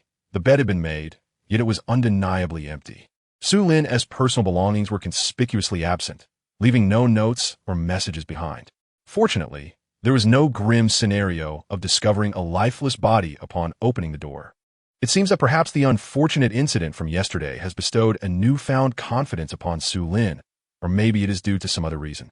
Cheng Feng shook his head, not overly concerned. A clever woman, who has once been a mercenary, adept at assessing situations and unbound by moral constraints, likely possesses a greater chance of survival in this ruthless world than many others. Moreover, she has acquired weapons and some ammunition, thus having the means to act independently. Disappearing without a word might indeed be a part of her survival strategy. Beside him, Deng noticed Cheng Feng's silence and assumed he was feeling glum due to his companion's sudden departure. He quickly attempted to lighten the mood. Hey, don't dwell on it too much. The city defense team will eventually find her. Although freedom exists in Du Peng City, it is not without its conditions. Gulme, let me take you to try our mysterious limited-time delicacies. A hearty meal might just help you forget your worries. Dang led Cheng Feng in chaos to an outdoor restaurant that exuded a distinct charm, with heavy metal tables and chairs, some even fashioned from repurposed steam pipes. With familiarity, Dang ordered an array of dishes, and soon the server presented several large, aromatic cuts of dark meat alongside at least a dozen enormous legs resembling those of colossal king crabs. The shells of these crab legs bore an eerie dark red pattern, reminiscent of some arthropod. Additionally, there was a large basket of deep brown nut bread. Cheng Feng instinctively glanced at the system's food identification information, and his expression darkened. Roasted scar-winged beastback muscle, edible, with firm meat rich in protein. A peculiar delicacy comparable to grilled beef. It contains a wealth of trace elements and bears slight toxicity. Consuming it in large quantities over an extended period poses no harm. Steamed scar-winged demon reverse blade appendage, edible, with robust muscle fibers and a unique texture. It carries trace alkaloids, which, when mixed with specific spices, can evoke special flavors. The toxins present in the glands have decomposed under high temperatures, yet some residual toxins remain, potentially causing a mild burning sensation. It truly is a case of utilizing local resources. Cheng Feng found himself momentarily disinclined to partake. Do try it, my friend.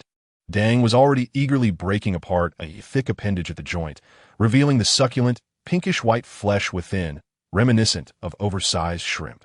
He dipped it in a complex dark green sauce and took a bite, chewing with an expression of rapture. This has a slightly tingling texture. It's absolutely marvelous. Paired with this Rust Lake moss sauce, it's a divine gift from the god of boilers. Watching Dang indulge without any signs of poisoning, Cheng Feng hesitated briefly, yet ultimately succumbed to curiosity and hunger. He mimicked Dang's actions, retrieving an appendage, breaking it open to extract the elastic flesh, and dipping it into the sauce that exuded a strange herbal aroma with a hint of spiciness. Cautiously, he took a bite, and an indescribable medley of flavors exploded in his mouth. The sauce, imbued with a savory essence and a hint of spiciness, is immediately followed by the exquisite sweetness and indescribable texture of the crustacean meat itself. Ultimately, a distinct numbing sensation akin to a delicate electric current courses through the tip of the tongue and the oral mucosa, which not only fails to induce discomfort, but, paradoxically, amplifies all culinary sensations, significantly heightening one's appetite. This sensation is somewhat intoxicating. Cheng Feng could not resist taking another hearty bite. The same toxin evidently exhibits vastly different effects across species for humanity. Its impact is clearly unique. This novel flavor seems to have activated a switch within Cheng Feng. Perhaps it is the amplified demand for energy following genetic enhancement. As he finds himself unusually ravenous, he begins to emulate Tang, boldly seizing the roasted winged beast ribs and crustacean meat, pairing them with hearty bread, and indulging in generous mouthfuls.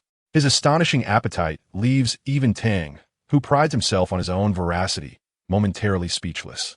During this uniquely satisfying breakfast, a portion of Cheng Feng's attention drifts into the system marketplace. Over 500,000 survival points lie before him, akin to a vast treasure awaiting his indulgence. The first item to redeem is the long-desired exquisite M8 Ranger power armor, and its accompanying standard power backpack, totaling 145,000 points. After the deduction, the entire set of equipment enters Cheng Feng's storage. Next comes the main event, the Space Marine Enhancement Surgery. Gazing at the staggering price of 145,000 points accompanied by a series of crimson warning symbols, Cheng Feng takes a deep breath and opts to purchase it. However, the reality diverges somewhat from his expectations. Clearly, this surgical service is not an immediate undertaking. The first item to appear in Cheng Feng's storage is a special potion. You have activated the Space Marine Enhancement Project. Use Rapid Gene Transformation Agent 13. Warning: this potion will rapidly stimulate genetic alteration. Ensure ample intake of energetic substances in the following hours, and strive to endure the genetic transformation. Avoid subspace energy interference to prevent genetic collapse. Failure to do so will result in certain death. Injecting this potion signifies the liberation from the shackles of flesh. Subsequently, further information regarding the enhancement surgery materializes as a set of instructions in Cheng Feng's storage.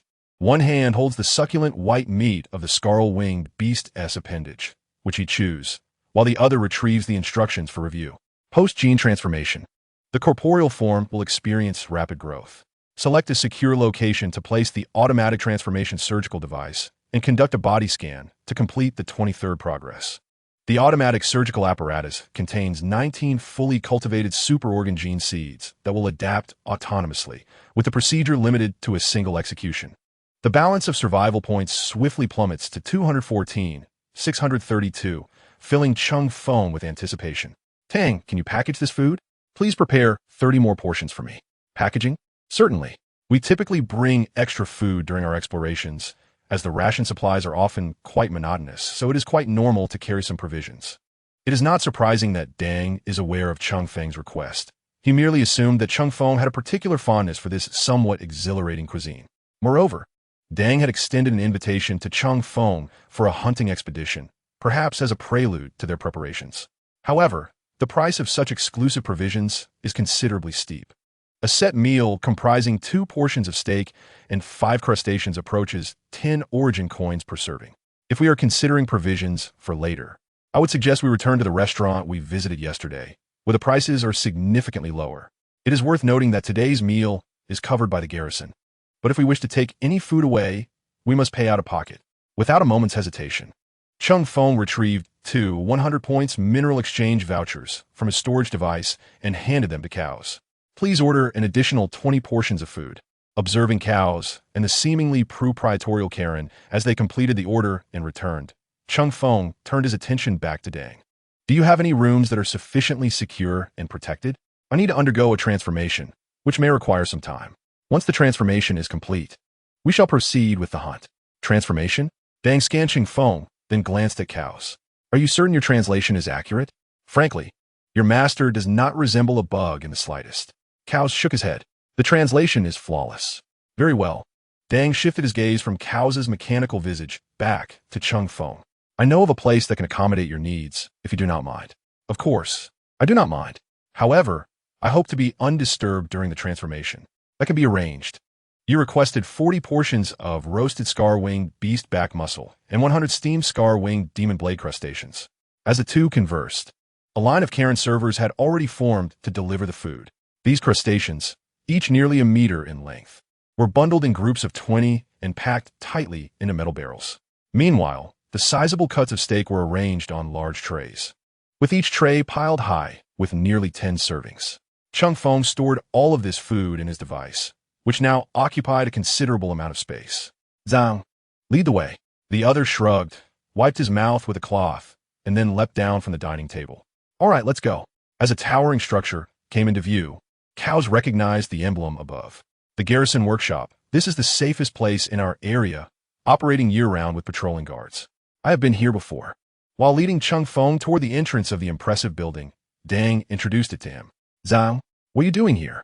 Did that outsider decline your hunting invitation? Oh, Tong Xuan, you're still on duty? How fortunate. You see, after some fatigue, Tong Xuan had just concluded his shift and was preparing to return for rest when he encountered this group at the entrance. Hearing that Cheng Feng sought a secure and stable location for a transformation piqued Tong Xuan's interest. Notify the indoor weapons testing range that it is temporarily closed for today. If anyone inquires, let them know it is by my command. After summoning a guard to relay the order, Tong Xuan turned to Cheng Feng. It is a pleasure to meet you, outsider. Tang has informed me that you are a friend he holds in high regard. Be aware that the friendship of the Karen people is not easily earned. In honor of Tang, I have arranged for a spacious indoor testing facility to be sealed off for your use. It is a secure and tranquil space. At this moment, Tong Xuan has removed his emblazoned command armor, donning instead a relatively lightweight deep brown leather outfit, exuding less of the battlefield's grimness and more of a technician's steadiness. A hint of fatigue graces his visage, as managing the city's defense teams is evidently no simple task. Cheng Feng expressed his gratitude to both Tong Xuan and Tang. Subsequently, under Tong Xuan's direct guidance, the group traversed the labyrinthine passages of the garrison workshop, arriving at an exceptionally spacious indoor area. This space, void of distractions and imbued with silence, features walls and floors constructed from heavy metal plates with some distance revealing various metallic targets and oddly shaped simulated figures. A ring of stable lighting fixtures, akin to wide-angle spotlights, adorns the ceiling, while the air carries a faint aroma of machine oil and metallic coolant. This is indeed the place. Its soundproofing and protective measures are commendable, and it boasts independent ventilation and fire resistance. Tongshuan pointed to a conspicuous manual lever and several buttons on the inner side of the grand door. Press the red button, and the door will secure itself from the inside, rendering it inaccessible from the outside. The green button serves to unlock it. Good luck, outsider. Cheng Feng expressed his thanks once more, indicating that only Chaos needed to remain as guardian, hoping the others could keep their distance. No problem. I will prepare the steam tank, replenish fuel and ammunition, and we shall depart once you finish. Tang readily agreed, patting Cheng Feng's arm before bounding away. Tongshuan nodded to Cheng Feng. Then I shall return to rest. Remember, safety first. With that, he turned and departed, his heavy footsteps gradually fading into the depths of the corridor. As he watched the two leave, Cheng Feng took a deep breath and approached the door, pressing the prominent red button. With a resounding hiss and clank, the steam-driven mechanism emitted a powerful roar as massive gears engaged and turned. The formidable armored blast door slowly closed under the hydraulic lever-S force, ultimately sealing with a muffled thud, completely isolating the interior from the exterior. The testing area was instantly enveloped in absolute silence, save for the sound of Cheng Feng's own breath and the low hum of Chaos's energy core. Chaos, remain by my side and monitor my life signs. Report any anomalies immediately, Cheng Feng commanded, his tone laced with a barely perceptible tension. Command confirmed. Life monitoring system activated. Chaos moved to Cheng Feng's side, its electronic eye locking onto him. Cheng Feng retrieved the rapid gene mutagen from the storage unit. The item was far larger than he had anticipated, nearly the girth of half his forearm, with a transparent reservoir filled with a peculiar liquid shimmering like the cosmos, estimated to contain at least 1 or 200 milliliters. The metallic needle at the front gleamed ominously, exuding an air of intimidation. So, how does one administer this? Should I inject it into my thigh? Cheng Feng scrutinized the syringe, which appeared more akin to a lethal weapon, feeling somewhat at a loss. Beside him, Chaos extended its mechanical arm. Master, do you require my assistance with the injection of the serum? Analysis of the device indicates that the optimal injection site is the cervical spinal region, ensuring the components act swiftly upon the central nervous system and the entire genetic chain. After a brief moment of hesitation, Cheng Feng resolutely handed the syringe to Chaos. You take over. Chaos accepted the serum, its mechanical fingers deftly twisting the structure at the end of the syringe. With a crisp click, the long needle emerged, glinting with an icy sheen. Warning, no anesthetic or analgesic components detected in the formula. The injection process may induce severe pain and intense physiological reactions. Please strive to remain conscious and endure, Chaos calmly reminded him. No sooner had the words left its lips than Cheng Feng felt an excruciating, piercing pain radiate from the nape of his neck, as if the needle were intent on breaching his very bones. The needle penetrated seamlessly through skin and muscle, precisely approaching the spinal area. Unable to suppress a stifled cry of agony, Cheng Feng's body tensed, instinctively yearning to flee. However, Chaos's auxiliary arm firmly restrained him, for any erratic movement could jeopardize his spinal integrity. Immediately thereafter, he sensed the liquid within the syringe being forcefully injected into his body under immense pressure. The sensation was less akin to an injection and more reminiscent of being inundated with high-pressure fluid. The frigid liquid surged in, igniting a searing sensation that spread along his spine as if molten lava were being forcibly introduced into his central nervous system. The intense suffering compelled him to howl, veins bulging on his forehead, sweat quickly saturating his undergarment. The entire ordeal lasted a mere 5 seconds, yet for Cheng Feng, it felt interminable. As Chaos deftly withdrew the now empty syringe, Cheng Feng swayed precariously, barely managing to remain upright. Breathing heavily, he instinctively touched the nape of his neck, feeling only a minuscule puncture and a few drops of blood. Is that all there is to it? Suddenly, an overwhelming itch surged through his body, emanating from the injection site. Oh, how maddeningly itchy! The intense itchiness radiated throughout him. Huff! Huff! Cheng Feng gasped for air, feeling as though he were on the verge of suffocation. Master, your heart rate is rapidly escalating, nearing dangerous levels. Your respiratory rate is abnormal, and your body temperature is rising sharply, Cows observed, monitoring Cheng Feng's physiological changes. At that moment, Cheng Feng was rendered incapable of coherent thought. So hot, so painful, so itchy. The overwhelming discomfort drove him to collapse onto the ground, writhing incessantly. His body was generating vast quantities of energy, every mitochondrion working frantically. The temperature of his flesh and blood was soaring. Concerned that Cheng Feng might inadvertently incinerate his own cells, Cows promptly approached a nearby wall. Upon entering the testing facility, Cows had scanned the expansive indoor chamber and identified a sizable fire hose designated for potential fire emergencies. As the valve was opened, Chaos dragged the water hose to Cheng Feng's side, and the high-pressure water surged onto the metallic floor where Cheng Feng lay. The sensation was refreshing. Cheng Feng rolled continuously on the cold metal surface, seeking every relatively cool spot. The damp combat suit clung tightly to his body, becoming uncomfortably restrictive. Annoying clothing. With a somewhat foggy consciousness, Cheng Feng grasped the fabric of his suit and exerted a gentle yet firm pull. The sound of tearing fabric echoed.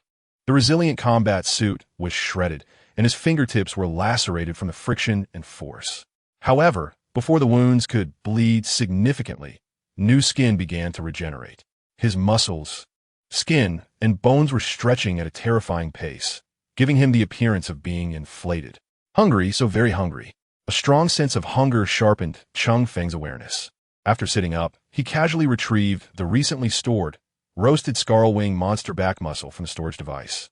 He tore the massive steak apart with his hands and, after a few hasty chews, swallowed it whole. While continually feeding himself, he scratched and rubbed his skin with both hands and feet. His skin seemed exceptionally thin, often turning a deep crimson with just a few vigorous scrapes. Consequently, Chaos had to fashion several half-circular metal rings from a nearby target to keep Cheng Feng's limbs slightly separated to prevent self-inflicted injuries. Subsequently, he crushed the steak and continuously fed it into Cheng Feng's mouth. The 40 pieces of steak quickly vanished, and under the stimulation of the genetic serum, Cheng Feng's digestive capabilities soared to a frightening degree, leaving no remnants of food. Every morsel was assimilated. In fact, during such genetic modifications, it was common to inject vast quantities of high-energy nutrient solutions, for relying solely on food intake was exceedingly cumbersome and required an astonishing amount. After consuming 37 scarlwing monster appendages, Cheng Feng finally paused his feasting. He felt satiated. As he regained his composure, he sensed a lingering ache and itch across his body, exhaling deeply. The sensation was now more bearable. Lifting his arm, Cheng Feng realized that Chaos had secured him to the ground with metallic materials. "Let me up, Chaos!" As the laser cutter traced along the metallic floor, Cheng Feng propped himself up. "Have I grown taller?" Sitting up, he noticed a significant change in his line of sight towards Chaos. "Indeed, Master.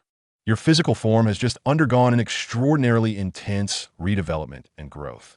Your height has increased by 49 centimeters, now standing at 227 centimeters, with a chest thickness of 40 centimeters and a width of 55 centimeters. Cheng Feng lowered his head to examine his body. His combat suit had been torn apart, and the firefighting hose had washed it away to an unknown location. However, he could now see his ankles protruding from the ends of his pants, and the once loose tactical trousers were now filled out by his robust legs. Activation of the Interstellar Warrior Enhancement Program 23, seeking an appropriate location to place the automatic surgical chamber. It seems I have not encountered the first genetic collapse, which is indeed a fortunate occurrence. Cheng Feng sighed, then opened the system interface to continue. A somewhat familiar, ethereal figure materialized before him. This enormous automatic surgical chamber was nearly twice the size of the transformation chamber used by technological slaves. As the soft blue light dimmed, a colossal mechanical sarcophagus appeared in the central clearing of the testing ground. Is there any way to increase the success rate? Gazing at the automatic surgical chamber, Cheng Feng felt a twinge of anxiety. Once he stepped inside, the matter of life and death would become uncertain. A glance at his system revealed an often overlooked function that suddenly captivated his attention. Blessing organize a void blessing ceremony to invoke the radiance of Omnisaya. This greatly enhances the stability of various devices and installations, and may even lead to unexpected outcomes. Depending on the target of the blessing, the required points and materials vary. It can dispel any anomalous states of technological devices. This automatic surgical chamber is indeed mechanical, isn't it? The biological sages are also adherents of the faith in the God of all machines, are they not? Thus, it stands to reason that any technological creation should suffice, right? Genetic technology could be considered one of them, couldn't it? Cheng Feng appeared to have a moment of clarity, and then a more outrageous thought struck him. If I were to lie inside and then activate the blessing, would Omnisaya bestow a blessing upon me as well? By the way, can the untouchables be blessed? Suddenly overwhelmed by possibilities, Cheng Feng slapped his thigh. Hesitation is not suitable for me. Let us do it. He selected the automatic surgical chamber within the system. Then checked the blessing option. A requirement of 100,000 survival points startled him, but then a smile spread across his face. This is akin to the god of all machines personally performing surgery on me. Which biological sage could boast a higher success rate? After opening the lid of the surgical chamber, Cheng Feng immediately confirmed the blessing button and then swiftly leaped into the chamber. At the moment of confirmation, the light within the entire testing ground abruptly distorted, though it did not extinguish. The air resonated with a grand symphony of billions of interlocking gears, reciprocating pistons, and flowing steam. This sound did not travel through the air, but reverberated directly within the depths of consciousness, as if the mechanical rhythm of the entire universe coalesced at that moment. Metallic surfaces, floor, walls, and even the air began to manifest intricate golden traces resembling circuit board patterns. They rapidly spread and intertwined, forming an exceedingly complex geometric design that continuously self-corrected and optimized, enveloping the entire automatic surgical chamber. A pale golden fluid composed purely of energy seeped from the void like holy water, dripping onto the chamber's exterior, producing a faint sizzling sound. With each drop, the metallic sheen of the chamber's surface deepened. Countless tiny, precise particles of light danced through the air, constantly swirling around the surgical chamber. A cold and utterly rational will descended. Its specific manifestation is beyond description, yet Cheng Feng's subconscious was acutely aware of its presence. That is the embodiment of logic. The mechanical gospel, a fleeting gaze from the deity of all machines, Omnisaya, piercing through the veil of reality and illusion, focusing upon this moment. It scrutinizes the instrument on the verge of a sacred transformation, poised to elevate it to a realm of perfection, ensuring that the tools it harbors can better serve the grand harmony of machinery.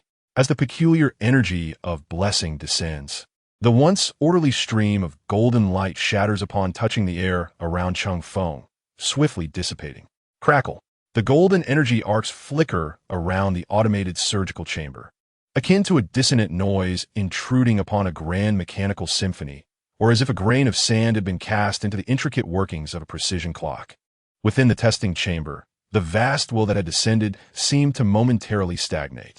Then, an ineffable emotion permeated the atmosphere, neither rage nor fear, but rather akin to a technician encountering an intriguing bug, filled with perplexity, curiosity, and obsession. The surgery commenced while Cheng Feng remained utterly unprepared. Chapter 83. An alternative experience. When Cheng Feng became aware that the surgery had begun, a chilling sensation began to spread from his spine throughout his body. Pain suppressants were precisely injected, dulling the excruciating agony of the incision, yet failing to completely eradicate the horrifying sensation of being opened. He could sense the movement of mechanical arms, aware of his skin and muscles being meticulously separated layer by layer, cognizant that his chest was being pried open, his bones temporarily displaced, exposing the still throbbing heart and other organs. This was a torment that transcended pain, as consciousness witnessed the dissection of his own body while remaining immobile, driving Cheng Feng to the brink of madness. However, a cold and orderly force intervened within his chaotic neural signals. The neuroregulatory apparatus, originally designed for brainwashing and instilling loyalty, was seized by the descending will. It did not implant any thoughts. Instead, it acted as an absolute rational dam, stabilizing the tumultuous neural impulses within his brain and forcefully shielding all of his external sensory organs. In an instant, vision, hearing, touch, and even the internal perception of his own body vanished. Cheng Feng felt as though he had plunged into an indescribable realm. Here, there was no up or down, no left or right, no passage of time, only an infinite sea of pure data and logic. Countless codes, shimmering with golden light, cascaded like a waterfall, forming towering walls of data that constantly optimized themselves. In this place, Cheng Feng could observe every cell of his body, every segment of his genetic sequence deconstructed into its most fundamental data, flowing, displaying, and being analyzed upon these walls. All the pain, growth, and tearing he had endured transformed into a clearly discernible stream of information, cold, objective, devoid of emotion. Omniscia was personally examining this peculiar vessel of Cheng Feng in such a manner. It was swept through the essence of Cheng Feng's untouchable nature, rendering the supernatural blessing ineffective due to the void at the level of his soul. As a concept of technology and machinery, Omniscia can effortlessly access the surgical procedures and technical information stored within the automated surgical table, yet the outcomes of such extrapolation have proven unsatisfactory. The genetic seeds of the unapproachable and the essence of the subspace mapping are fundamentally at odds. Any genetic implantation in Cheng Feng's body, in the conventional sense, would ultimately wither and dissolve into a mass of useless biomass absorbed by the body. Nevertheless, the will of Omniscia is privy to numerous secrets known only to the Emperor himself and individuals such as Eldar. The prototype of the Space Marine accompanying the mother of all, Eldar, known as the Astartes named Li-2, Li-2, did not utilize genetic seeds. He was the first Space Marine born after the Thunder Warriors, serving as the template for all Astartes prototypes. The genetic seeds were an addition made by the Emperor at a later time, the purpose of which remains known solely to him. In fact, the 19 transformation surgeries do not even include genetic implantation, as that is a prerequisite for all transformation projects. However, due to the modifications connected to an otherworldly system, the Space Marine transformation surgeries have undergone a profound metamorphosis. For the God of all machines, who abides by absolute logic, a price must be paid to yield a corresponding result. Even erroneous outcomes are still results. Regarding the concept of blessings, Omniscia possesses a distinct interpretation. It must be positive and beneficial to the objective. Since the existing tools are inadequate, one must create anew, based on absolute mastery over biotechnological concepts. A vast torrent of data began the miraculous process of deconstruction and reconstruction.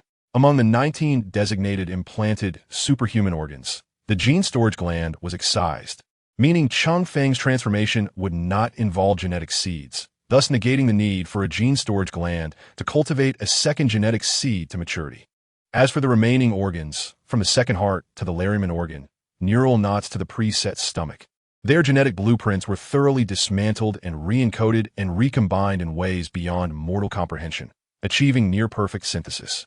Each superhuman organ was extracted for its genetic composition and underwent expression analysis and optimization, eliminating possible redundancies and conflicts. This was not a mere patchwork. Rather, it was an ultimate computation grounded in the essence of life data, creating a highly integrated new biological package. Countless simulations, verifications, and optimizations were completed in an instant. Ultimately, a genetically sequenced model, complex enough to induce vertigo, stabilized within the sea of data. A unique seed, imbued with divine technology, gradually came into being. This signified that Cheng Feng no longer required additional organ implants. This seed itself encompassed all the functions and growth directives of superhuman organs. It would catalyze Cheng Feng's body to autonomously develop all necessary enhanced tissues at an accelerated pace. This method closely resembles the ancient genetic engineering techniques employed by the Emperor to create his elite Imperial Guard. Through the pinnacle of genetic compilation, a perfect super soldier was conceived from its very origins. However, the Emperor, a mere academic underachiever and a half-wild sorcerer, painstakingly forged the special gene warriors known as the Adeptus Custodes from his scant knowledge, the lost technologies of the old Federation, and the foundation of his formidable psychic powers. In contrast, Omniscia, as the very embodiment of the concept of technology, possesses an unparalleled level of technological mastery that even the Emperor could scarcely aspire to attain. The Emperor's creation of the custodes necessitated the genetic modification of infants, meticulously selecting suitable genetic material from the aristocracy of Terra. Upon selection, a chosen infant would undergo genetic alteration, with extensive time devoted to minute adjustments throughout its growth. Furthermore, these genetic materials required constant indoctrination and mental conditioning to ensure their absolute purity. All these measures were aimed at eliminating any potential for warp contamination and ensuring the custodes' unwavering loyalty to the Empire and humanity at large. In stark contrast, Cheng Feng's situation was entirely different. This seed possessed a genetic blueprint so advanced that it could be implanted at any age without the risk of genetic collapse. Moreover, Omnicia displayed no concerns regarding loyalty, as the processes of indoctrination and mental conditioning were entirely omitted. The seed was cast into the automated surgical chamber by an unseen force, where mechanical arms deftly caught it and implanted it deep within Cheng Feng's thoracic cavity, closely connecting it to his central nervous structure. Subsequently, a powerful surge of electricity coursed through Cheng Feng's flesh, instantly activating the seed. In that moment, Cheng Feng felt a thunderous roar echoing within the sea of data. The next instant, he witnessed the seed erupting like a supernova, a multitude of optimally refined genetic data chains merging with his native genes at unprecedented speed and precision. The once loose and flawed genetic blueprint transformed into meticulously crafted building materials, gradually merging and reconstructing into a structurally sound and aesthetically pleasing superstructure. The limits of biological metabolism were shattered in an instant, each cell exulting in a frenzied metamorphosis and rebirth. In the physical realm, the spectacle within the automated surgical chamber could only be described as miraculous.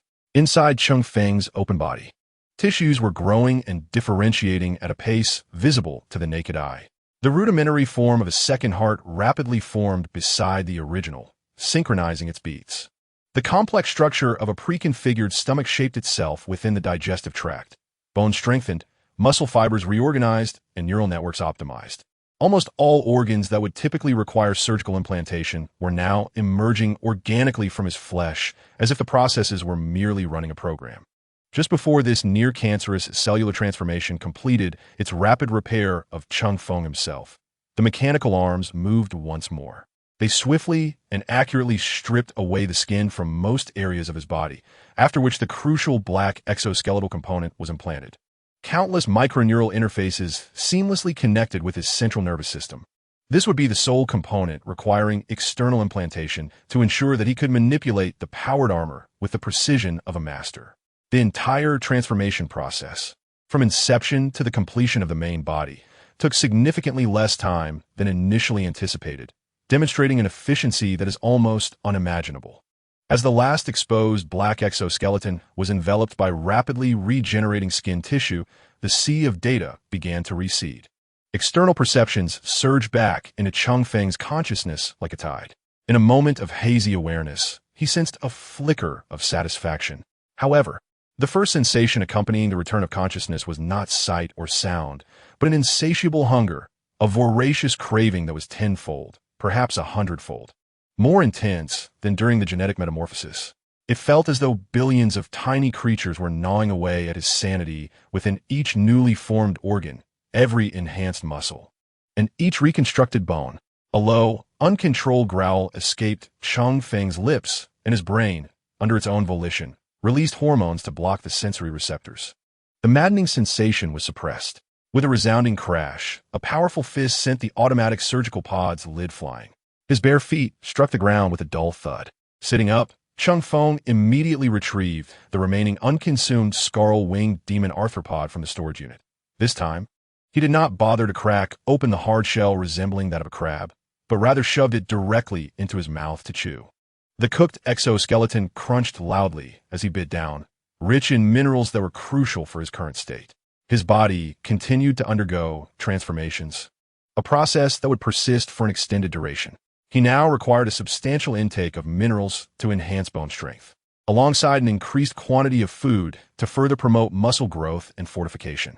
Cheng Feng almost resembled a glutton, ravenously devouring the hard arthropod shells. The cracking sounds echoing clearly in the vast testing ground. He was entirely naked, his newly formed skin radiating a healthy glow. while the bulging muscle lines and his inflated physique unmistakably indicated that he was no longer the mortal he once was. Acutely aware of the formidable power coursing through his body and everything he had witnessed in the sea of data, Cheng Feng comprehended his transformation intimately. Alas, if only the Empire's transformation technology were as convenient as that of the Space King's ruffians. It was unexpected that the interstellar warrior transformation procedure would conclude in such a manner. Thankfully, I invested 100,000 points in this audacious endeavor. However, perhaps I am now stronger than the Emperor's personally crafted elite guard? A series of garbled characters flickered before Cheng Feng's eyes, akin to a poor connection. Overseer, the cold electronic voice of chaos resonated. Your vital signs have stabilized, but your physiological structure has undergone drastic alterations. To ensure the coherence of your consciousness and that your cognitive functions remain unaffected by unknown factors, I shall conduct a basic logical reasoning test. Cheng Feng crammed the last arthropod limb into his mouth, chewing it into a paste mixed with shell fragments and protein, while inquiring with a somewhat muddled voice, "Test? Why?" Biological scans confirm a significant deviation between your current physiological state and the baseline records, approaching a transformation at the species level. The electronic eye of chaos flickered with the radiance of analysis. You now possess two independently functioning hearts, a tracheal structure composed of 3 lobes, a complex gastric pouch system, and numerous unrecorded biological organs. Moreover, the space within your thoracic cavity has significantly expanded, yet your rib structure is merging and thickening, showing a tendency to form a cohesive bony plate. This somewhat contravenes the concepts of biological structure. The alterations in your physique have nearly transcended your original biological characteristics. Under normal circumstances, this machine would connect to the surgical pod's data port to retrieve the comprehensive medical logs necessary to update your profile. However, all data storage and processing units of the device have been completely overloaded due to previous high-intensity energy interference, resulting in destructive physical damage. This machine is unable to ascertain the details of your modifications or the reasons behind these changes. Chaos gestured with its mechanical arm towards one side of the automatic surgical pod beneath Cheng Feng, the location of the control console, where the majority of electronic components are situated. At present, it was flickering with electrical arcs and emitting smoke. Some cables had even reached a molten state. Cheng Feng was unaware of how the Omniseia had achieved this. It was undeniably a demonstration of divine might. Chaos interrupted Cheng Feng, who had begun to stuff remnants of the scarl-winged demon exoskeleton into his mouth. Now, this machine must directly interact to verify the coherence of your thoughts and recollect your physiological data samples to establish a new and accurate profile for the master, Cheng Feng. This is foundational to ensuring subsequent collaborative efficiency and the execution of safety protocols. The logic of chaos was clear and straightforward, devoid of any emotion. Yet it exuded the unique rigor and loyalty characteristic of an Iron Man.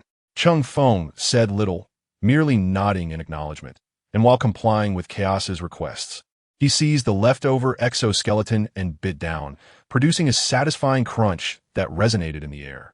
Chaos swiftly calibrated the information and completed the registration of Cheng Feng's genetic data. For the Master, the loyalty of the Iron Man is absolute.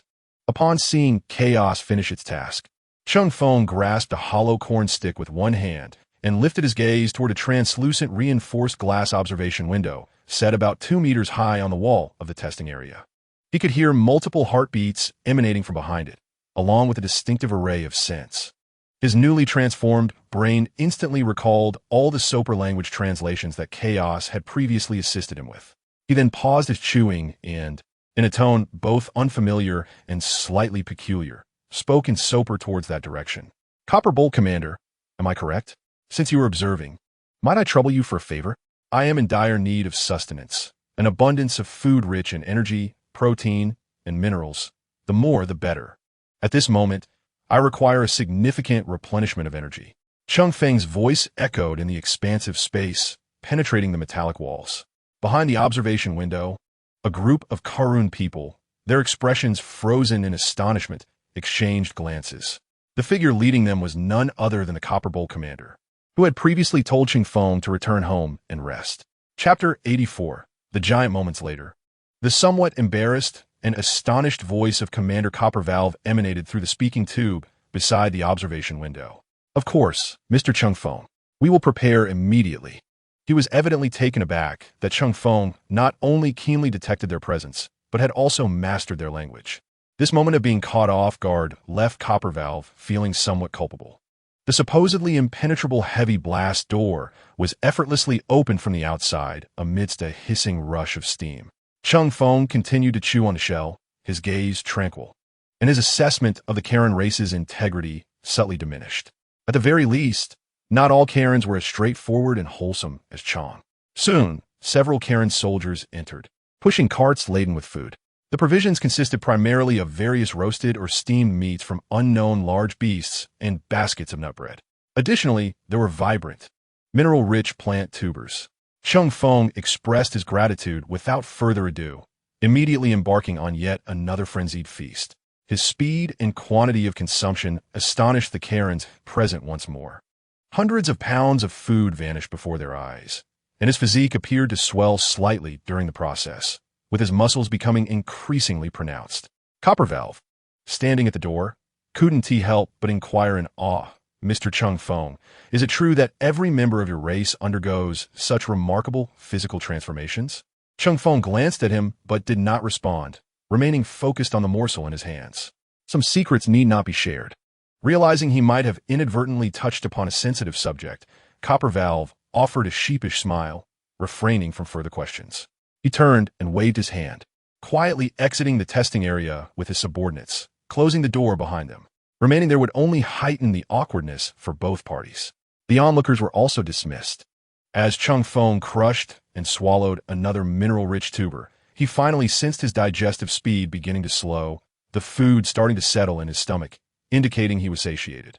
At this moment, his body reached a temporary equilibrium, stabilizing an astonishing height of nearly 2 meters and 60 centimeters, significantly taller than the average interstellar warrior.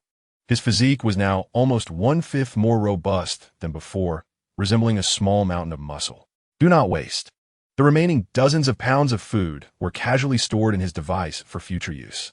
He gazed down at his fists, now comparable in size to an average human head, feeling the terrifying power contained within. He then summoned the system interface to check his physical condition. Osteoporosis mild, an alarming light red negative status flashed before him. "I consumed so many shelled items, yet I have osteoporosis? Must I truly eat metal?" Cheng Feng paused momentarily. Before recalling a particular detail, there had been persistent rumors online suggesting that the nutrient porridge consumed by the Space Marines contained trace amounts of ceramic steel particles to enhance their skeletal structure. However, subsequent voices dismissed this as mere speculation. Ceramic steel particles. These substances would likely be inedible. Otherwise, during combat, the Space Marines might resort to gnawing through their adversary's armor. Was there something more suitable? With a spirit of experimentation, Cheng Feng accessed the system interface. Ceramic steel powder, survival points X70. This finely milled ceramic steel powder is utilized in repair operations and is typically employed to fill in deficiencies through high-speed welding. Its finely ground texture ensures effective restoration. Under Cheng Feng's willful control, a modest tin can materialize in his hand. The can weighed nearly a pound, yet its dimensions were rather small, indicating a remarkably high density of the ceramic steel powder within. He tore through the outer layer of the tin with his bare hands, revealing a finely milled gray powder inside. Cheng Feng pinched a small amount between his coarse fingers, hesitated briefly, but ultimately placed it into his mouth. The powder bore no particular flavor, its texture reminiscent of consuming exceptionally fine ash. He pondered the existence of constipation within the Space Marines. Cheng Feng muttered to himself before lifting the tin of ceramic powder and pouring a portion down his throat. He remained uncertain about the appropriate dosage or its efficacy, so he opted for a cautious taste. Thanks to his formidable digestive system, some of the ceramic powder was broken down and absorbed. Cheng Feng closely monitored the system interface, soon noticing a change in the status bar. Osteoporosis, slow recovery. It appears to be effective. Cheng Feng sighed with relief, placing the remaining less than half of the ceramic steel powder into his storage unit. With a treatment plan in hand, a solution to his problem was now at his disposal. It was time to arm himself. Cheng Feng excitedly retrieved the set of exquisite 8 Ranger power armor from his storage. This armor bore no insignia of any legion. The shoulder plates were devoid of any markings. The entire suit displayed a metallic gray hue, lacking even a coat of paint or any additional embellishments. A gray model. Indeed, I've heard that genuine pieces require personal painting. So, I am truly engaging with the real deal now, aren't I? A somewhat irreverent thought crossed Cheng Feng's mind. I shall adorn this contraption in a riot of colors. Although the drab armor initially disappointed him, the metallic gray ultimately conveyed a unique sense of intimidation. It wasn't unattractive, after all. Furthermore, lacking standard gene seeds rendered him unsuitable for any conventional battlegroup livery. Perhaps he should transform the armor into the vibrant crimson of the Mechanicus? Chaos was unaware of Cheng Feng's whimsical musings and merely commenced assisting him in donning the armor. In fact, the process went far more smoothly than Cheng Feng had anticipated. The power armor featured a bodysuit akin to his second skin, constructed from synthetic electronic muscle bundles designed to augment the strength of the Space Marines. The implanted black exoskeleton interfaced with these artificial muscle bundles beneath the skin. Once all the contact points on the skin were activated, an extraordinary sensation enveloped Cheng Feng. It felt as though an additional layer of skin had manifested, taut yet sluggish. Chaos began to affix chunks of ceramic steel armor to this electronic muscle bundle, the metallic components gradually converging and the articulated parts slowly interlinking. Through the operation of some intricate mechanisms, the loose interfaces were meticulously locked together. Cheng Feng attempted to move, but the weight was beyond imagination. Even though his physique was more formidable than that of an average Astartes, he could still perceive the overwhelming burden. It was no wonder that when the power pack malfunctioned, ordinary Space Marines could hardly function for long. Chapter 85, Composite Weapons. Please maintain a stable stance, Dominator. Chaos halted Cheng Feng, who was moving out of curiosity, and subsequently secured the heavy power pack onto the back of his armor. Accompanied by a faint hum, the standard power pack began to provide a steady energy output. The tension in his body dissipated as the electronic muscle bundle, serving as an inner lining, began to interpret Cheng Feng's neural pulse signals, adapting its distribution to harmonize with his physique. The oppressive weight of the ceramic steel armor gradually vanished, as if the armor had become an extension of his body.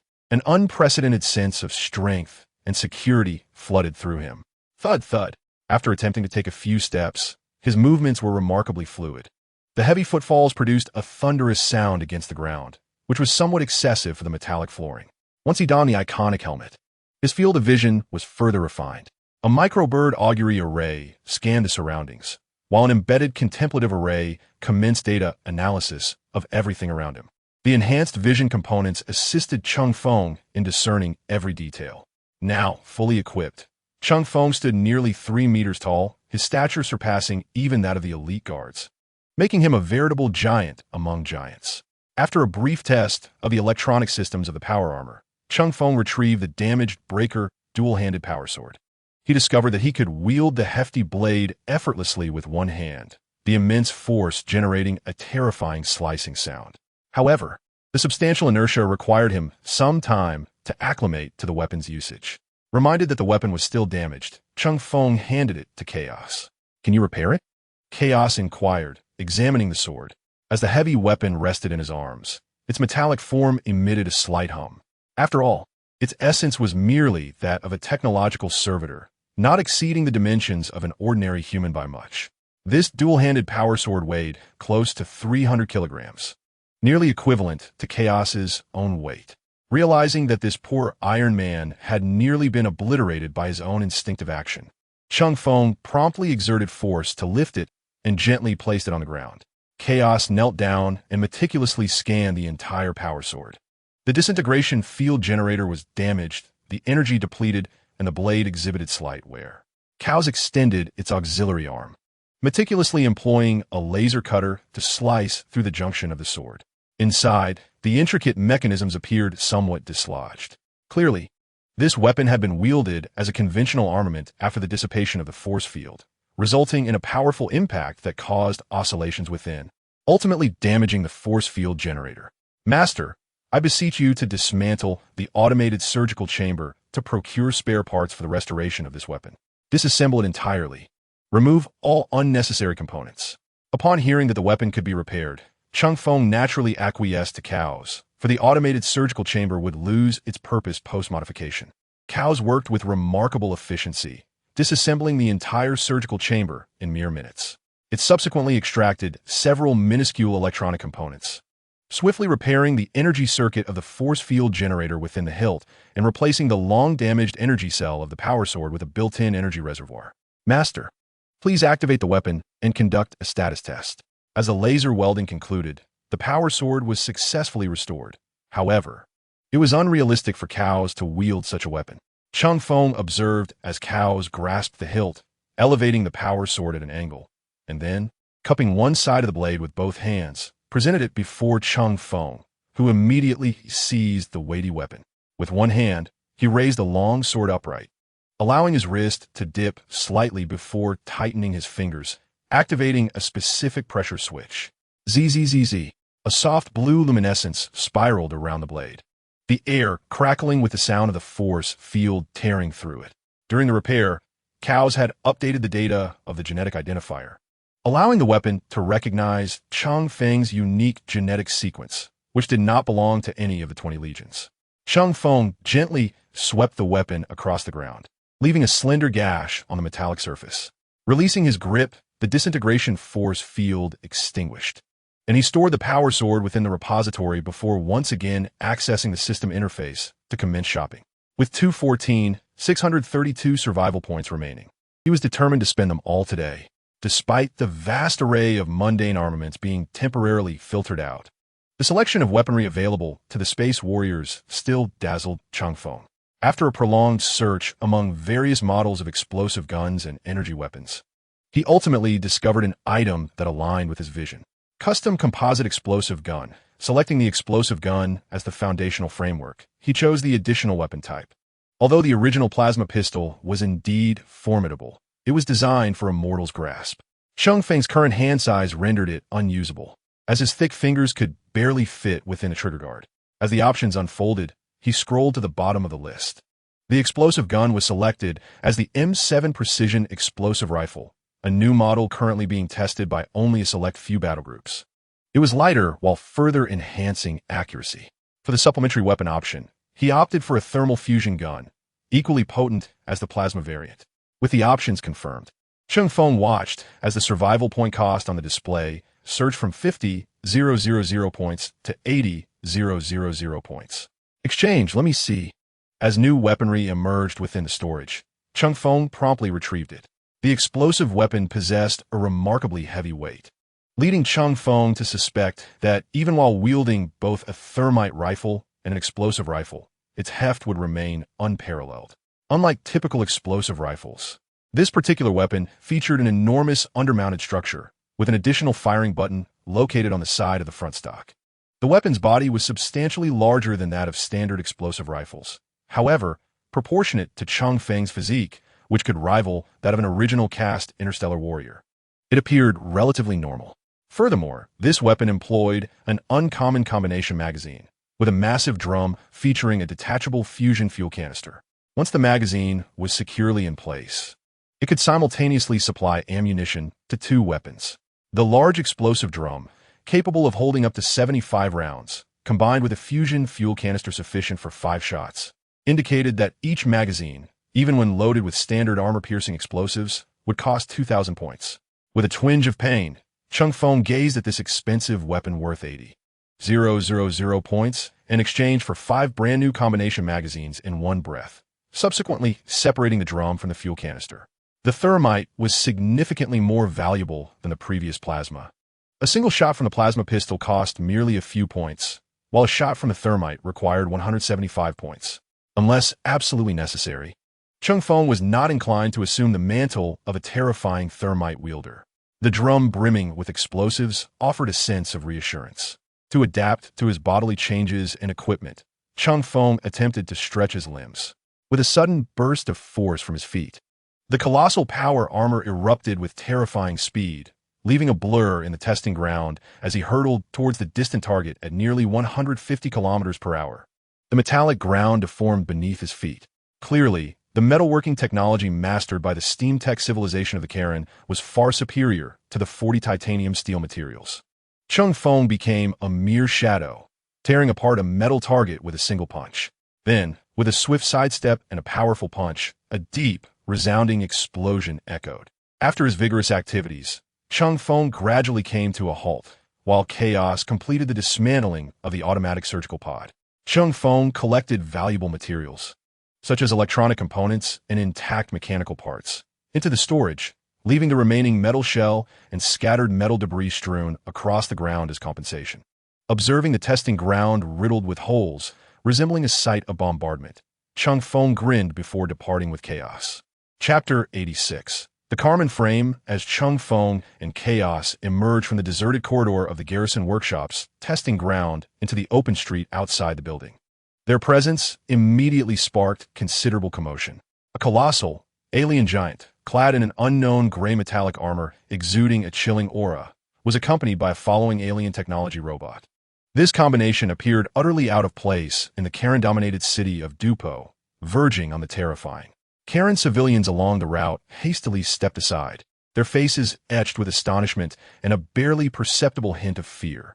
Some children, frightened, even sought refuge behind their parents. Soon, a fully armed city defense squad hurriedly approached. Led by a familiar figure, the returning Commander Copperbolt. "Mr. Cheng Feng?" Copperbolt's voice emerged through his respirator, tinged with uncertainty and vigilance. The armor adorning Cheng Feng felt feeble and insubstantial compared to that of his adversaries, instilling in him a profound sense of insecurity. The exaggerated physique of the commander instantly reminded him of the human outsider he had just glimpsed, yet the imposing armor obscured his confirmation.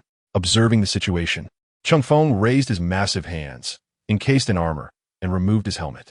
The automatic locking mechanism sensed his movement, accompanied by a subtle hissing sound of depressurization. With ease, he discarded the uniquely designed helmet, revealing a slightly altered visage, yet with more defined features. "It's me, Commander Copperbolt. We meet again." Cheng Feng's voice resonated deeper and more robust, amplified by his larger frame. Seeing that it was indeed Cheng Feng beneath the helmet, Copperbolt visibly exhaled in relief and gestured to the tense soldiers behind him. "Stand down." "Yes, sir." The soldiers complied, albeit with some unease, dispersing their ranks. Cheng Feng could decipher their expressions through their visors and respirators. A mix of palpable fear and a hint of curiosity, as many soldiers couldn't resist glancing at the imposing figure. Watching the soldiers awkwardly disperse, Cheng Feng found their reaction somewhat amusing, yet he understood their apprehension. Not wishing to linger, he nodded to Copperbolt in farewell and, accompanied by Chaos, took heavy strides toward the maintenance facility that had once served as the entry point for the Bison armored vehicle. This time, Cheng Feng no longer required Chaos to guide him. His genetically enhanced superbrain displayed remarkable efficiency, effortlessly retrieving every path and turn he had previously traversed, swiftly constructing a clear and precise virtual map in his mind. The pace of the Star Warrior was astonishing. Even at a leisurely walk, his strides and cadence far exceeded those of an ordinary person, approaching a speed of nearly a kilometer per minute without any urgency. This compelled the relatively petite Chaos to maintain a light jog to keep pace alongside him. Had Chaos been a fatigable organism, Cheng Feng might have genuinely considered carrying it. However, Cheng Feng soon encountered the first tangible challenge posed by his enhancements. He stood before a building adorned with gears intertwined with wrenches and rods as its emblem, confirming this was indeed his destination. Upon his initial arrival, he had circled the entrance, surveying the surroundings. Yet now, the once accommodating passage had transformed into an insurmountable barrier, standing merely 2.5 meters high. Not only was the entrance constrained, but the interior corridors adhered to the same dimensions. For the Karun tribe, with an average height of merely 123 centimeters, and most of their allies, the entrance was sufficiently spacious. However, for Cheng Feng, who stood nearly 3 meters tall, broad-shouldered and clad in powered armor, the doorway appeared as diminutive as a doggy door. Cheng Feng, somewhat exasperated, lingered at the threshold, feeling akin to a giant ensnared at the entrance of a toy house. He slightly bent down to attempt passage, yet the top of his power pack collided forcefully with the door frame. emitting a dull thud that drew the attention of the Karun craftsman inside. Unless he crouched to walk, traversing the threshold seemed utterly impossible. Yet, that would appear far too foolish, and for the sake of his dignity, Cheng Feng resolved to seek alternative methods. Cows, please enter and find Dang. Inform him of my arrival and inquire how I might gain entry. Confirmation of the directive was acknowledged. Cows effortlessly traversed the passageway, which was still relatively spacious for its dimensions, and soon, guided by memory and scanning signals, located the target in the expansive outdoor repair yard. Dang was energetically hopping around beside a steam tank, engrossed in his tasks. Nearby, a cart was laden with peculiar cylindrical objects, half glowing with a fiery red heat and half exuding a cool, watery blue energy. Dang was busily stowing these items into the storage compartment on the side of the tank. The arrival of cows captured his attention. Hey there, big fella. What brings you here alone? Where's Cheng Feng? Dang paused his work, wiping sweat from his brow. The sovereign has arrived at the entrance of the building. Due to the transformation process of its biological form, its vertical height and lateral volume have significantly increased, surpassing the known capacity limits of the current building's conventional passageways. The sovereign is currently in the external space of the entrance and cannot physically enter the interior. Cow's electronic voice remained calm and steady. Dang stood bewildered for 2 seconds, utterly failing to comprehend Cow's exceedingly precise yet somewhat convoluted explanation. Could you simplify that? The passage is too narrow. It's stuck, and he can't come in. Huh? Can't come in? How big has he grown that he can't even fit through the door?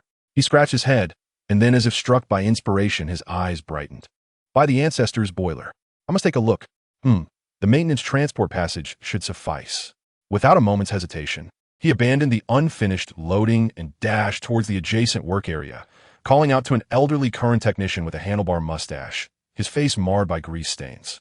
Old pipe, quickly, open the large freight passage door for the heavy-duty boiler on the east side.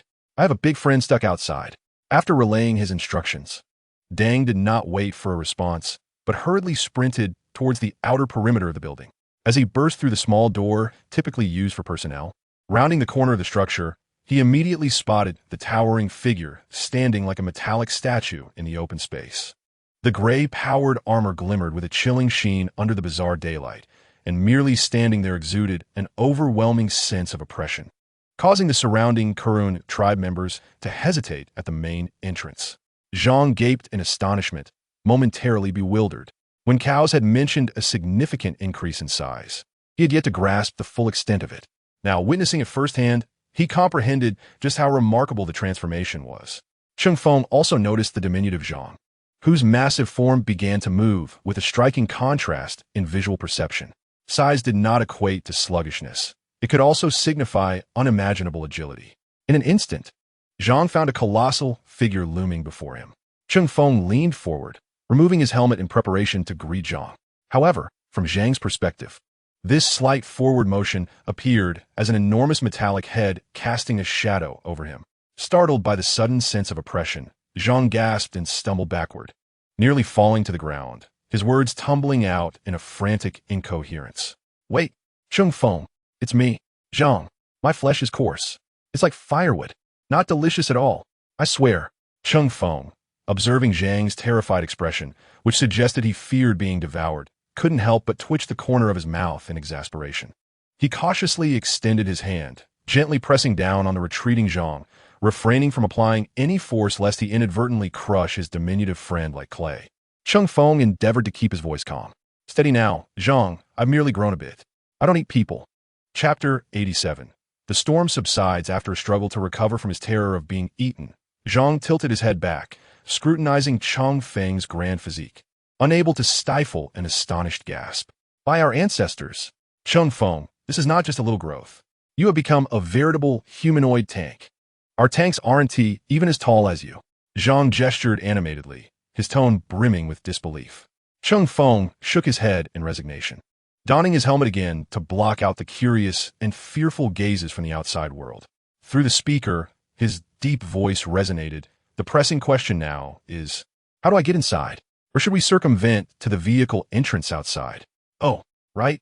The matter at hand, Zhang exclaimed, slapping his forehead, finally recalling his purpose for coming out. Your voice is quite loud. When did you learn our language? Cheng Feng's booming voice reverberated, causing Zhang's ears to buzz. Follow me. Let us take the heavy passageway. He scampered ahead, his short legs moving with determination. Cheng Feng trailed behind, taking a step and pausing, resembling a game experiencing lag due to the vast difference in their strides. Following Zhang, Cheng Feng rounded to the opposite side of the building, where a large gate, constructed from hefty metal plates, was embedded in the wall. Zhang shouted into a brass-like, trumpet-shaped speaking tube beside the wall, "In the name of my favorite Sharita tobacco, open the door." Even though Cheng Feng could not understand some of the words, he could still sense the weightiness of Zhang's declaration. Accompanied by the whirring of gears and the hissing release of steam, the gate gradually opened inward, revealing a wide entrance sufficient for large steam-powered vehicles to pass through. Cheng Feng was finally able to stride confidently into the open-air maintenance yard where the armored buffalo vehicle was stationed. His entrance immediately captivated the attention of all present. The previously industrious members of the Karen tribe were drawn to the expansive passageway, only to behold the formidable metallic giant. Many halted their tasks, whispering amongst themselves and gesturing towards Cheng Feng. With the enhanced auditory system of his power armor helmet, he distinctly caught snippets of their discussions. "Isn't this excessively large?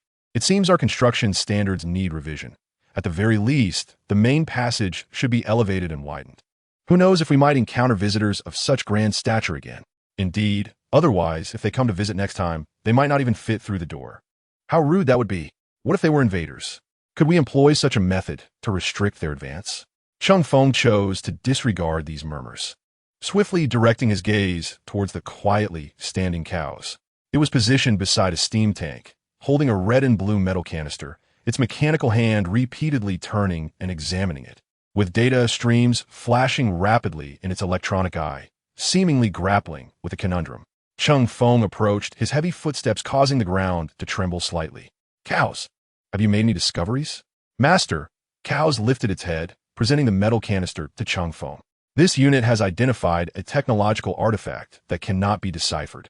Its principles of energy storage and release do not conform to any known physical model in our databases. A deep scanning analysis is currently underway, attempting to establish a theoretical framework." Nearby, Deng, noticing the situation, approached with a hint of pride. "Hey, you don't understand, do you? This is called a steam core, a unique product of our Karen civilization. Soak it in water, then heat it, and it will recharge itself. Place it in a valve furnace, and it can directly produce stable and powerful high-pressure steam, far more convenient than using a boiler." Deng gestured towards the canister and then leaned in closer, lowering his voice in a feigned air of secrecy. "Let me tell you a little secret.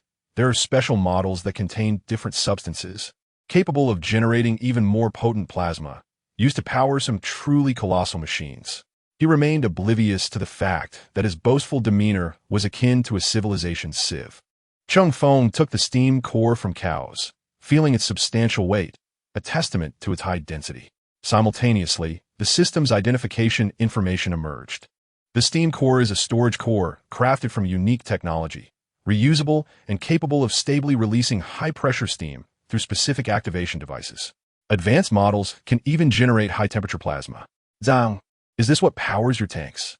Cheng Feng remarked, weighing the core in his hand as if it were a mere toy, seemingly impervious to its heft. "Of course. Did you think we relied solely on boilers to generate steam for our vehicles and equipment?" Deng replied, as if it were the most natural thing in the world, then clapped his hands together. "But enough of that. Cheng Feng, are you ready to depart? We're nearly prepared on our end. It won't take long." Cheng Feng casually placed the steam core atop the steam tank and turned to beckon Cows to inspect the status of the bull armored vehicle. However, the same issue arose once more. As Cheng Feng approached his bull armored vehicle, he awkwardly realized that what he once perceived as a spacious and sturdy machine now appeared woefully low and cramped before him. The bull armored vehicle was indeed quite tall, with its suspension occupying a significant portion of its height. The crew compartment and the armored hatches, designed for ordinary soldiers, were utterly incapable of accommodating an Astartes. Damn it, I forgot about the vehicle. Cheng Feng felt somewhat speechless. Could Cows devise a solution to this predicament? Perhaps modify the vehicle? According to a feasibility analysis, I recommend dismantling the outer wall of the crew compartment and modifying certain structural elements. Caos gestured toward the expansive crew compartment with a simple motion. At this juncture, there was no alternative. Under Cheng Feng's direction and with Dang's curious observation, Caos commenced the modifications on the bull armored vehicle. Caos crawled into the vehicle's interior and employed a laser cutter, precisely and efficiently severing the entire rear section of the crew compartment ceiling. Subsequently, he cut and reinforced the heavy armor plate that had been removed, re-welding it to the top of the front cockpit, the sides, and the front of the vehicle to compensate for the potential decrease in structural integrity and defensive capability due to the loss of the ceiling. After over an hour of diligent work, the once enclosed armored personnel carrier had been transformed into a semi-open vehicle boasting an expansive cargo area. Caos even fashioned 2 steps from the surplus armor plates, facilitating Cheng Feng's direct access to the spacious cargo area. The surrounding ceramic steel panels provided additional defensive capabilities, allowing Cheng Feng to utilize them as shooting cover. It must be said that the modifications made by the AI were rather peculiar, yet they conveyed the essential idea. The rear armor plate was elevated, resembling a half-wall for shooting protection. Although it appeared somewhat incongruous, it was a necessary compromise. While Caos was busy cutting the vehicle's body, Cheng Feng had already taken a look. The vehicles designed specifically for Astartes within the system interface. Even the most basic Rhino transport or land speeder cost a staggering 300,000 to 400,000 survival points. Still impoverished, Cheng Feng sighed, suppressing the thought of changing vehicles. The immediate priority was to venture out and earn some points. Dang, we are ready, Cheng Feng declared, stepping onto the makeshift steps and rising within the cargo area, exposing his upper body as he shouted towards the assembled Kaloran vehicle fleet. All right, let us move. Dang eagerly climbed onto his steam tank, waving his arms towards the convoy. The lead convoy, comprised of 10 steam tanks, guided the uniquely designed bull pickup as they slowly exited the maintenance facility, traversing the complex underground passages of Dong City and passing through the main gate. Just as the convoy set foot onto the desolate wilderness, a prompt suddenly appeared before Cheng Feng. The psychic storm has concluded. The lead steam tank shifted its position within the convoy and approached the bison, moving alongside it. Clang lifted the cover of his cockpit and shouted to Cheng Feng, who was in the cargo area nearby. Woohoo, Cheng Feng, the storm has ended. We can now communicate over long distances. Would you like me to provide you with a communicator? The voice of chaos echoed within his cockpit. Wireless communication mode has been intercepted. Signal combination analysis is complete. A new communication channel has been established. Cheng Feng's somber voice resonated through the power armor speakers across the vast wilderness. We can now converse directly. Clang responded, Indeed, this technology is remarkable. Cheng Feng, my curiosity about your civilization grows deeper. Reflecting on the dark and brutal world of 40, Cheng Feng glanced at his system. Establishing a nest city? That is certainly not a favorable location. Despite his turbulent thoughts, Cheng Feng acquiesced to Clang. I believe you will see it eventually. I hope you will not be disappointed then. Chapter 88. The Threat of the Rift under Clang's guidance. Following the navigation of that peculiar map device, the convoy sped across the desolate landscape for over 30 hours after the storm had subsided. A remarkable natural phenomenon came into view. The continuous wilderness appeared to encounter a precipice, as the ground ahead seemed to rise mysteriously by over 100 meters. Amidst the elevated terrain lay a broad rift sloping upwards, resembling a ramp, within which more intricate branches seemed to emerge when gazing inward. We have arrived. Adjust the formation. Clang's voice echoed in the communication channel, tinged with seriousness. Newbies, stay alert. This is not a drill. Among the 9 steam tanks accompanying Clang, 7 bore relatively fresh paint, and the crew's actions exuded an air of inexperience. This operation primarily served to guide Cheng Feng while concurrently training the newcomers. In the communication channel, Clang meticulously outlined the tactics. Vehicles 1 to 3 occupy the left hillside and establish crossfire. Vehicles 4 to 6 fan out on the right side, ensuring flank cover. I will serve as the mobile reserve. Vehicles 8, 9, and 10 spread out in the center, each team led by an experienced member. Once the vehicles are in position, shut down all engines, rest in place, inspect equipment, and prepare for combat. Cheng Feng, I am not familiar with your civilization's combat methods. If the situation deteriorates during the ensuing battle, please assist in overseeing those rookie crews. Their experience is still limited. Understood. Clang was unaware of Cheng Feng's preferred combat style and would not issue arbitrary commands. Cheng Feng did not decline his request. The Karen clan's convoy swiftly spread out around the entrance of the rift, forming two loose fan-shaped defensive arrays. Subsequently, aside from essential sentries, most members began to seize the opportunity to rest. Prolonged driving had left the Karen clan feeling exhausted. Although the night in the wilderness remained perilous after the psychic storm had dissipated, it was no longer as fraught with imminent danger. Camping in the wild was an essential skill to master. However, Cheng Feng felt no fatigue whatsoever. The extraordinary physique and multiple organ systems of the Space Marines enable them to engage in high-intensity combat for weeks without the necessity of deep sleep. Furthermore, the Space Marines possess a cerebral partitioning rest mechanism, which can substitute for a portion of shallow sleep, sufficiently sustaining prolonged alertness and efficiency. Moreover, with Chaos at the helm, he essentially found himself seated in the modified vehicle, enjoying the scenery.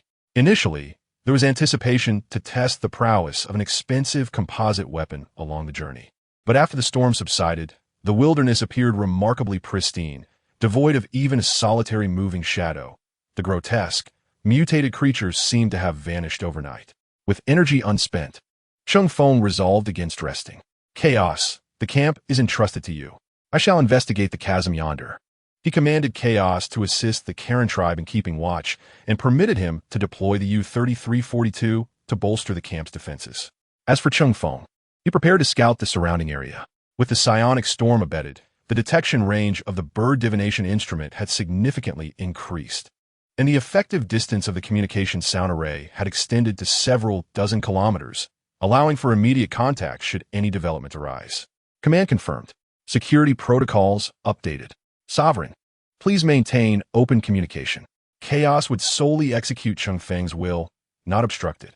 Moreover, based on data analysis, Chaos was confident that Cheng Feng's current combat capabilities far surpass his own. As the dual suns of the region gradually dimmed, twilight began to descend. After a brief meal, Dang and the other Karen retreated into their steam tanks to rest. Cheng Feng, however, strode forth towards a sloping ascent within the nearby chasm. Upon stepping onto the expansive wilderness, Cheng Feng experienced the exhilarating freedom of running unrestrained for the first time. The powered armor augmented his legs, unleashing a terrifying force. Each push against the ground sent tremors through the earth. His massive form transformed into a gray flash, moving faster than even the steam tanks at full speed. His formidable dynamic vision allowed him to capture every detail along the way, the exhilarating sensation of speed proving utterly captivating. What is racing compared to the thrill of flight? It seems I have developed a fondness for this feeling. Could it be that I am, at my core, a thrill-seeker? Cheng Feng effortlessly ascended the ridge, concealed in the shadows of the rocks as he probed deeper into the chasm. The scanning feedback from the bird divination instrument flooded into his helmet display. Below, a dense array of thousands of active biological signals was discernible. The movements of these signals were both peculiar and swift. When the enhanced vision captured the specific forms of these creatures, Cheng Feng was momentarily taken aback. The streamlined black heads, eyeless faces, glistening exoskeletons, and their characteristic inner teeth along with the constantly flicking slender tails. Xenomorphs. Cheng Feng nearly exclaimed. It is nearly impossible for any modern individual not to recognize these perfect killing machines from another horrific realm. Their individual combat prowess far exceeds that of conventional organisms, imbued with a strong instinct for slaughter, and they are highly social creatures, making them anything but ideal hunting targets. In an instant, Cheng Feng recalled all his knowledge of the xenomorphs, and he couldn't help but utter a sarcastic remark. Compared to the tyrannid swarm, these xenomorphs hardly seemed formidable. Even a cunning chicken might pose more of a challenge. Suddenly, a familiar shriek pierced the air. A vast swarm of scar-winged demons, accompanied by a few winged fiends, descended like a dark cloud, plunging toward the chasm below. Clearly, they regarded the xenomorphs gathered beneath as prey. The xenomorph horde in the chasm stirred restlessly, emitting spine-chilling hisses as they utilized the cover of the rocky walls and their companions to nimbly confront the aerial predators. The claws of the winged fiends clashed against the xenomorph's hard exoskeletons, with acidic blood splattering and the air filled with shrieks and roars, igniting a brutal slaughter that transcended species. Concealed in the shadows above, Cheng Feng continuously surveyed the chaotic chasm. This appeared to be a golden opportunity to take advantage of the turmoil. He was eager to witness the true nature of these xenomorphs. Abandoning the notion of using his explosive firearm due to its loud discharge, he glanced around, stooped down, and picked up several hard stones, weighing them in his enormous metal hand. With his arm raised high, the electronic muscles beneath his powered armor synchronized in action. Whoosh! A stone struck a low-flying Scar-winged demon with precision, exploding at midair. Scar-winged demon killed. Survival points 800 whoosh. Another stone crashed into an attacking xenomorph, the sheer force shattering its skull, with acidic blood splattering onto the rocks, emitting a hissing, corrosive sound. Xenomorph worker killed. Survival points 650. Cheng Feng unleashed a barrage of death upon the engaged combatants, hurling stones left and right. Each stone whistled through the shadows as it descended, every impact accompanied by a flicker of the system log. This method of passive observation offered an effortless and discrete accumulation of points. However, Cheng Feng underestimated his own lethality. The rising death toll seemed to alert the xenomorphs.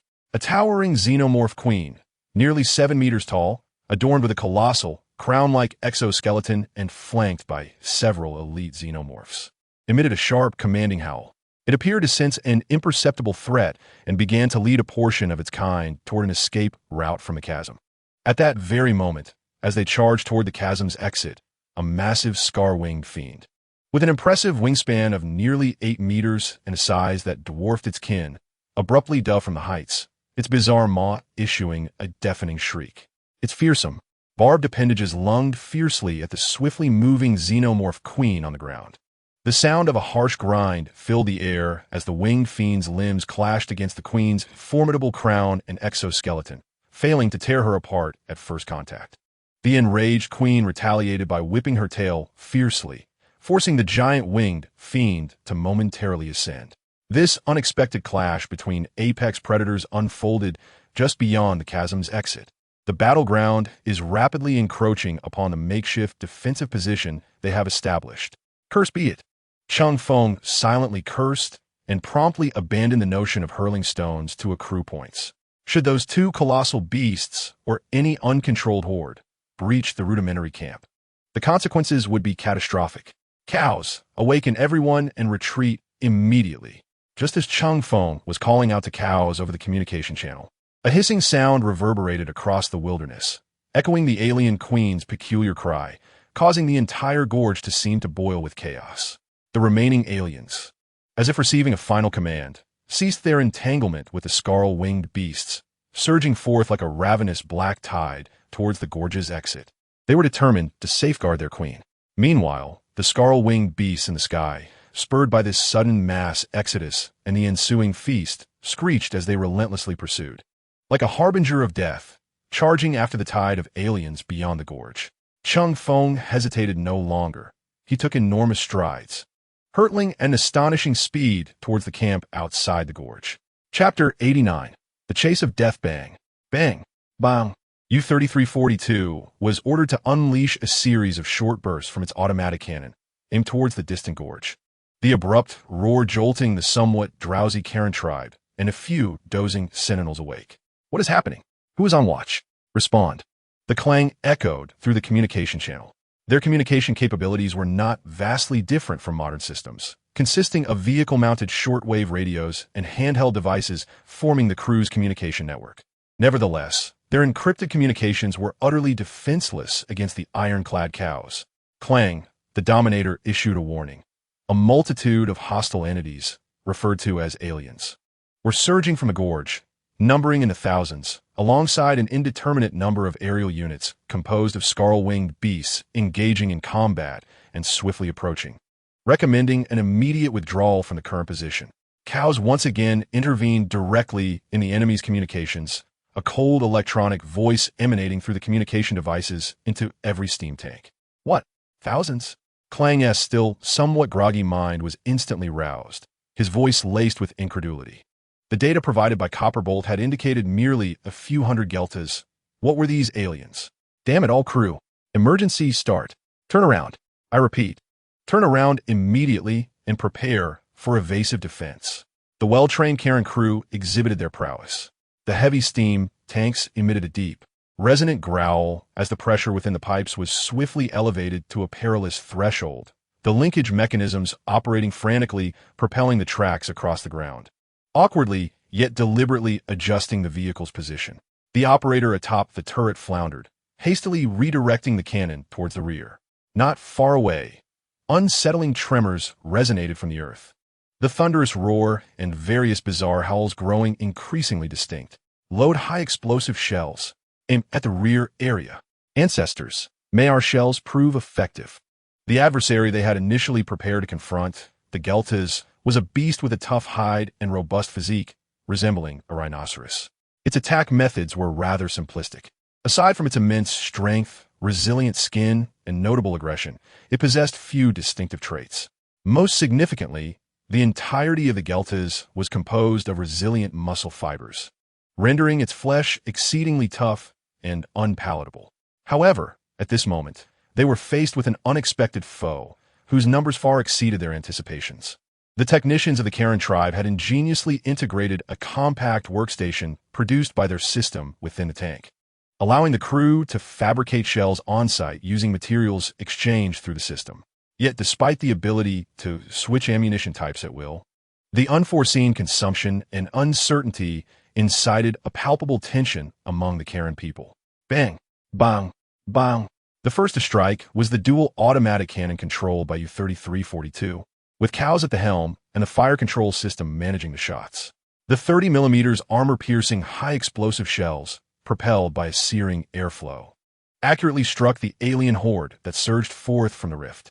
With a whoosh, boom, crack, the shells effortlessly tore through the relatively fragile exoskeletons of the aliens, shredding them instantaneously. One shell even managed to penetrate through 2 or 3 aliens before detonating amidst a conflagration of acidic fluid and severed limbs. The erupting flames illuminated the targets for the steam tanks under Dang's command.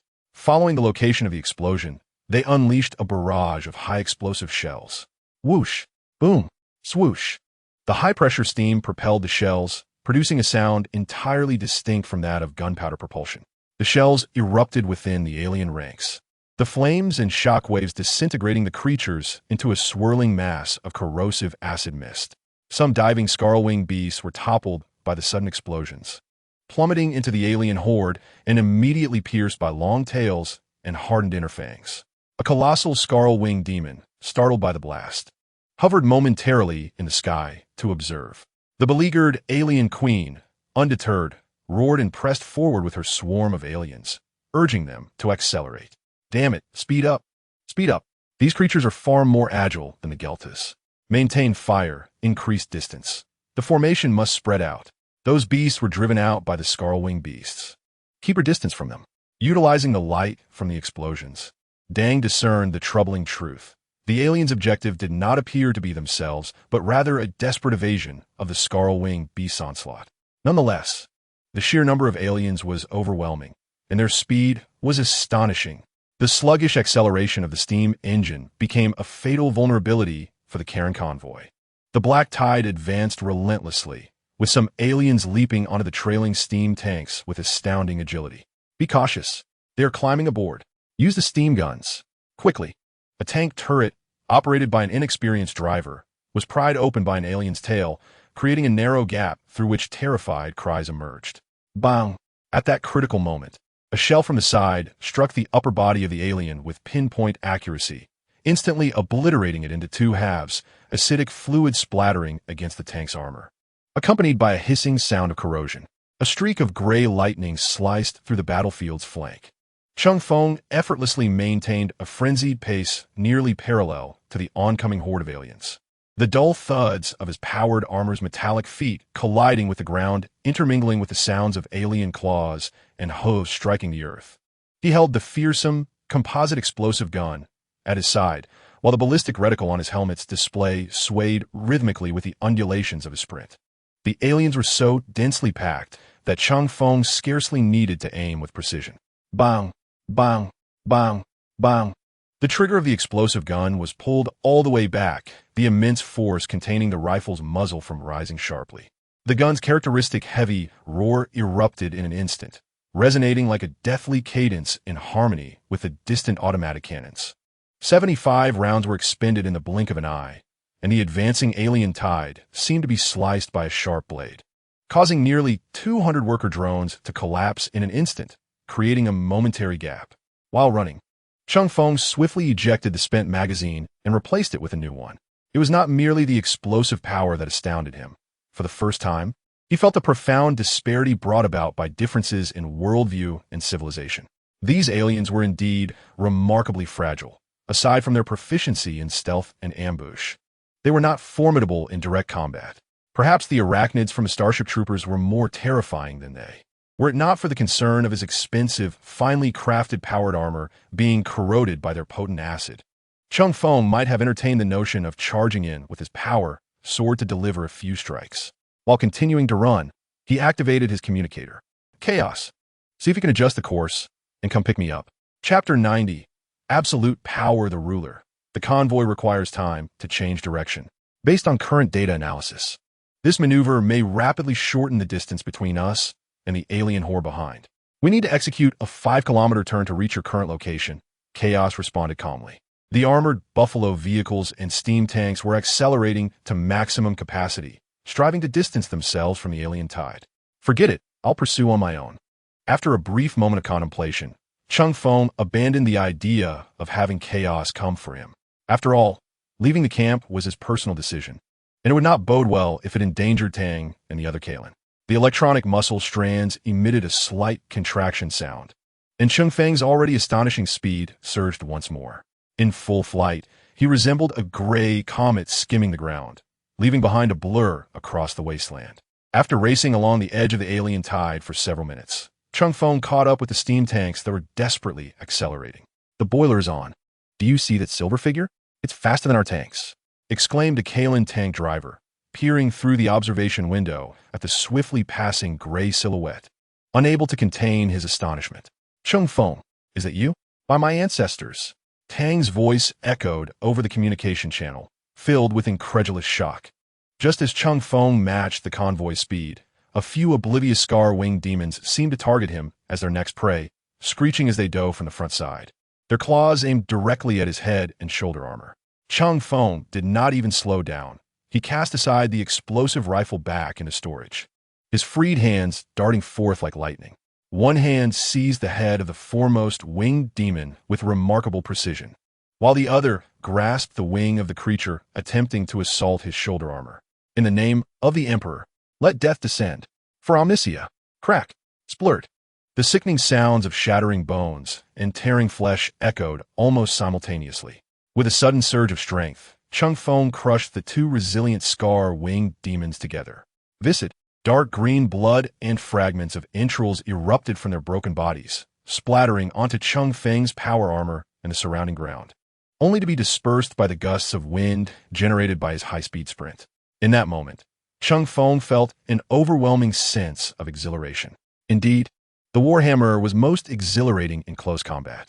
After dispatching the nearby winged demon with ease, he relied on his formidable cognitive speed and calculated prowess to execute precise movements. Leaping gracefully into the air, his massive frame displayed astonishing agility mid-flight as he grasped the reinforced edge of the Buffalo armored vehicle. With a metallic crunch, he swiftly tumbled into the cargo bay, the heavy landing causing the entire vehicle to lurch downward. Just as he regained his footing, the roar of the turret ceased abruptly, leaving only the stubborn multi-barreled laser cannon to continue its barrage against the approaching winged demons. The automatic cannon had exhausted its ammunition. The cold report of UV-3342 echoed through the comms. Almost simultaneously, the colossal scar-winged demon in the sky seemed to seize this opportunity, its immense membranous wings folding as it plummeted like a black meteor, targeting the alien queen. The forward-charging alien queen suddenly revealed its cunning intelligence. Biological instinct alerted it to the imminent threat of the giant winged demon. With a sharp screech, its massive body sank slightly, the frequency of its limbs' movements increasing, propelling it forward with newfound speed. The alien worker bees and messengers that obstructed its path hastily cleared the way. It traced an arc, attempting to slip into the flank of the steam tank battalion. This clever beast aimed to use these metallic constructs as temporary cover, exploiting them to divert and distract the terrifying winged demon's attention. Ideally, the attacks would shift from the ground to the air, creating an opportunity for escape or counterattack. What a fanciful notion, Cheng Feng scoffed. Standing firm amidst the jostling cargo bay, as stable as if rooted to the ground, the composite explosive rifle roaring once more in his hands. The intentions of the alien queen were crystal clear in his enhanced cognition. The cunning of such creatures had never been in question. He had even watched an alien animation where the queen merged with the ship's intelligence core, using biological pulses to replace electronic signals, causing the ship to crash to Earth. Cheng Feng had never doubted the intelligence of such beings. Bang, bang, bang. This time, it was a series of impeccably aimed shots. The large-caliber explosive rounds, trailing searing streaks of fire, traversed hundreds of meters, striking forcefully against the alien queen's massive form. Splurt, splurt, splurt. The resilient exoskeleton of the crown and the heavy shell of the torso appeared less than dependable in the face of explosive ordnance. Gaping, ghastly wounds erupted across the queen's form, with dark green, luminescent acid blood gushing forth like a fountain. Its speed visibly diminished, emitting a wretched and furious wail. The attempt to penetrate the tank formation was abruptly thwarted by this unforeseen precision strike. Ultimately, intellect could not withstand absolute power. Observing the alien swarm slow due to the queen's injuries, Cheng Feng wore a smile. A formidable physique, coupled with brutal weaponry, epitomized the essence of a hammerer. Cheng Feng was thoroughly pleased. Meanwhile, the colossal scarl-winged demon forsook the alien queen and lunged towards Cheng Feng's armored vehicle. Driven by its predatory instincts, it perceived Cheng Feng as a thief attempting to seize its prey. The enormous roar resonated clearly in Cheng Feng's ears, even without turning. He could ascertain the target's position through sound alone. Just as the giant scarl-winged demon descended to a height of 30 or 40 meters above the ground, Cheng Feng abruptly pivoted. The composite explosive gun in his hand traced a sharp arc with his movement, the thermite generator dangling at the gun's muzzle slightly elevated, locking onto the demon's chest cavity. With a hum, there was no thunderous explosion, only an intensely concentrated orange-red beam that distorted and evaporated the surrounding air. Surging skyward from the tilted vehicle bed, the thermite ray struck the demon's thorax instantaneously.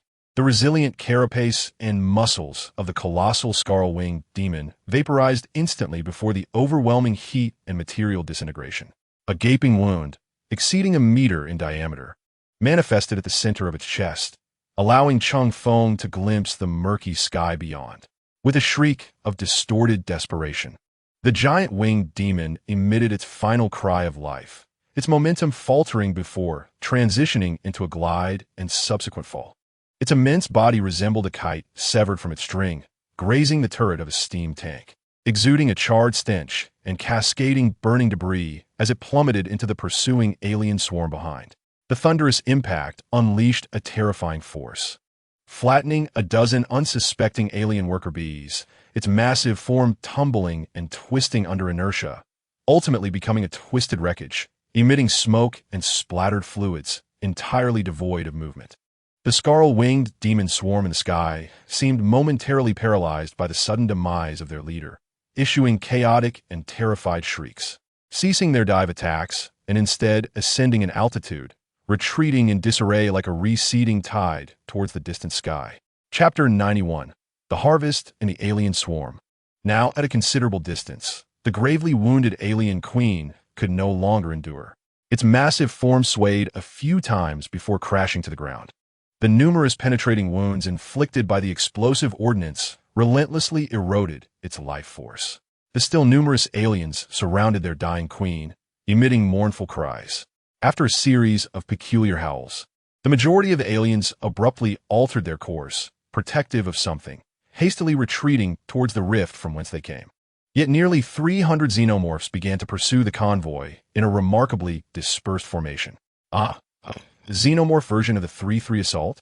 Observing the scattered charge of the xenomorphs, Cheng Feng felt a twinge of surprise. He also took note of those fleeing xenomorphs, unwilling to miss the opportunity to hunt these creatures. Chaos, Find a chance to halt and reload ammunition, then follow me. Cheng Feng extracted a pile of freshly exchanged 30mm shells from the storage compartment and clattered them into the truck bed. Confirmation of orders received. His physique could no longer fit into the cramped cabin, let alone load ammunition into the automatic cannon. Subsequently, Cheng Feng leapt from the speeding armored vehicle, leaning forward to brace himself with one hand on the ground, carving 3 furrows into the earth like a metallic beast. He turned to retrieve the composite explosive gun, and the familiar sound of gunfire resonated once more. Bang, bang, bang. The nearest xenomorphs were still several hundred meters away, yet, despite his controlled bursts, his firing rate was alarmingly rapid. With nanosecond-level reaction speed, complemented by powered armor, his bursts were hardly different from a continuous spray. As the sound of the explosive gun echoed again, Dang, still immersed in the image of the giant scarl-winged demon being annihilated, quickly regained his composure. Upon noticing Cheng Feng had leapt down to take aim from stationary position, he immediately reacted, his excited voice booming through the channel. Everyone, slow down. Turn around. Drive those damn black-shelled monsters back to their homes. Let them taste steam and steel. I've never been chased by a bunch of mindless beasts like this. The steam tank's whistle let out a thunderous roar. The once galloping convoy rapidly decelerated, the cumbersome vehicles beginning to pivot at sharp angles. However, the large-caliber shells proved ineffective against the scattered charge of the xenomorphs. While Cheng Feng could dispatch a creature with 3 shots, the steam tank would require at least 1 shell, and novice crews might need 2 or 3 to score a hit. The silver giant, wielding the composite explosive gun, initiated a highly efficient massacre upon the barren expanse. Each thunderous discharge from the gun precisely claimed the life of a charging xenomorph, splattering dark green acidic blood and shattered exoskeletons into bizarre patterns upon the scorched earth. As he eradicated these sporadic threats, he advanced steadily toward the location where the xenomorph queen had previously fallen. As for the xenomorph horde that had already retreated into the chasm, Cheng Feng merely cast a glance before disregarding them entirely. The terrain within the chasm was complex and shadowy, a battlefield meticulously crafted for lurking predators like the xenomorphs. Though confident, he was far from reckless, until he fully understood the precise corrosive effects of the xenomorph-strong acid on his finely engineered powered armor. Recklessly venturing into a narrow area surrounded by numerous xenomorphs would be an unwise endeavor. Soon, the last xenomorph worker attempting to charge was obliterated by a single explosive round from 100 meters away, its acidic remains scattering across the wasteland. Silence briefly reclaimed the plains, save for the low rumble of the steam tank's engine and the sound of its treads grinding against the ground, drawing ever closer. The clang of the organization's vehicles reassembling echoed as they halted for a moment of respite. This battle was sure to provide ample fodder for boasting upon his return to the city of Dublin. Meanwhile, Cheng Feng traversed the desolate battlefield, arriving at the site where the alien queen had fallen. The scene before him resembled a hellish tableau. The massive alien queen lay prostrate on the ground, her distinctive crown-like headpiece riddled with ghastly craters from explosive projectiles, her enormous body marred by numerous wounds. Dark green, luminescent blood had seeped into the earth, staining the ground with an eerie hue, while the air was heavy with a pungent stench. Scattered around her were the shattered remains of dozens of alien worker bees, presumably obliterated by the high explosive shells of steam tanks. Cheng Feng's gaze meticulously scrutinized the grotesque corpse of the queen.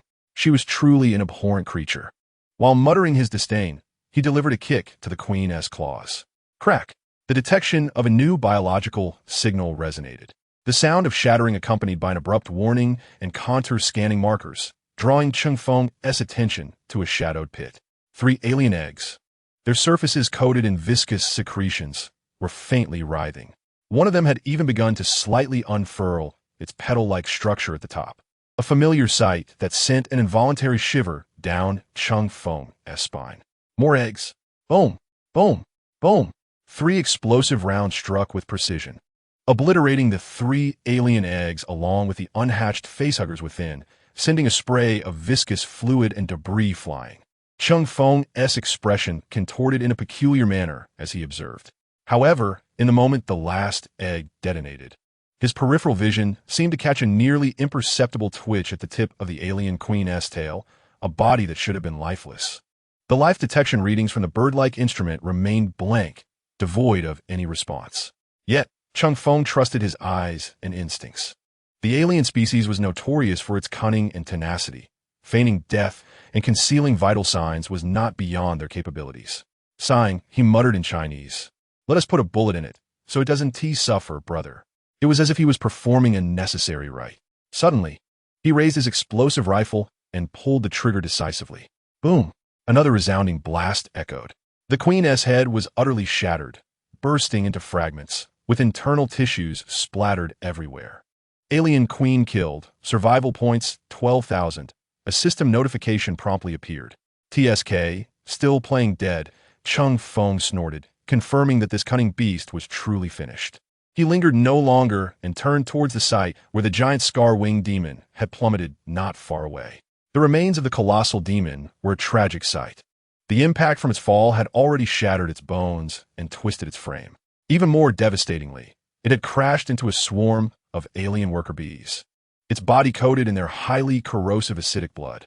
At that moment, a significant portion of its body had been eroded beyond recognition, emitting an unpleasant odor that mingled charred and acrid scents. Cheng Feng cast a glance, confirming that this creature was utterly lifeless. He finally picked up two robust limbs, each over 2 meters long and adorned with backward-facing blades. Acquired mutated scarl-winged demon giant blades, survival points 500x2.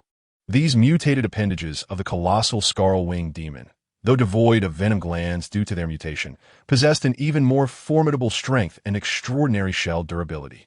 Once steamed, they offered an exquisite delicacy. Cheng Feng glanced at his log and survival points, where the numbers had just ceased their fluctuations at 342, 682. Had it truly surged by 325, 550 points? Such rapid gains and losses were astonishing. Chapter 92. An unwelcome creation as Cheng Feng hoisted the enormous scarl-winged demon limbs. Resembling curved bone blades, his heavy footsteps immediately drew the attention of the entire Karen tribe. Under the command of Tang, steam tanks formed a makeshift defensive circle, while the Karen members endeavored to clear space at the rear of the tanks to establish a temporary camp. Some crew members, brimming with enthusiasm, rushed towards the chaotic battlefield in search of rare alien materials. Tang's bright eyes were almost glued to the dripping, viscous blood on the limbs, his throat involuntarily swallowing, emitting an unconscious clicking sound. Ah, the rusted bolts of our ancestors. Some Karen who had left the steam tanks soon returned to the vicinity of the camp, disappointment evident on their faces. The alien remains held little value for collection. However, they did manage to gather some highly corrosive acidic blood in special containers, which was a modest success. Once everyone returned, Tang produced a large pile of firewood and ignited a bonfire at the rear. The flickering flames dispelled the chill of the night across the wasteland, bringing a sense of comfort. The Karen tribe members retrieved their provisions and beverages, engaging in discussions about the recent battle, preparing to eat their fill before resting further. Tang trotted over, circling Cheng Feng and his spoils with eager eyes. Cheng Feng, the quality and size of this. It's evident that it is filled with succulent meat. Just looking at it, I can already imagine the tender and sweet taste after being thoroughly steamed.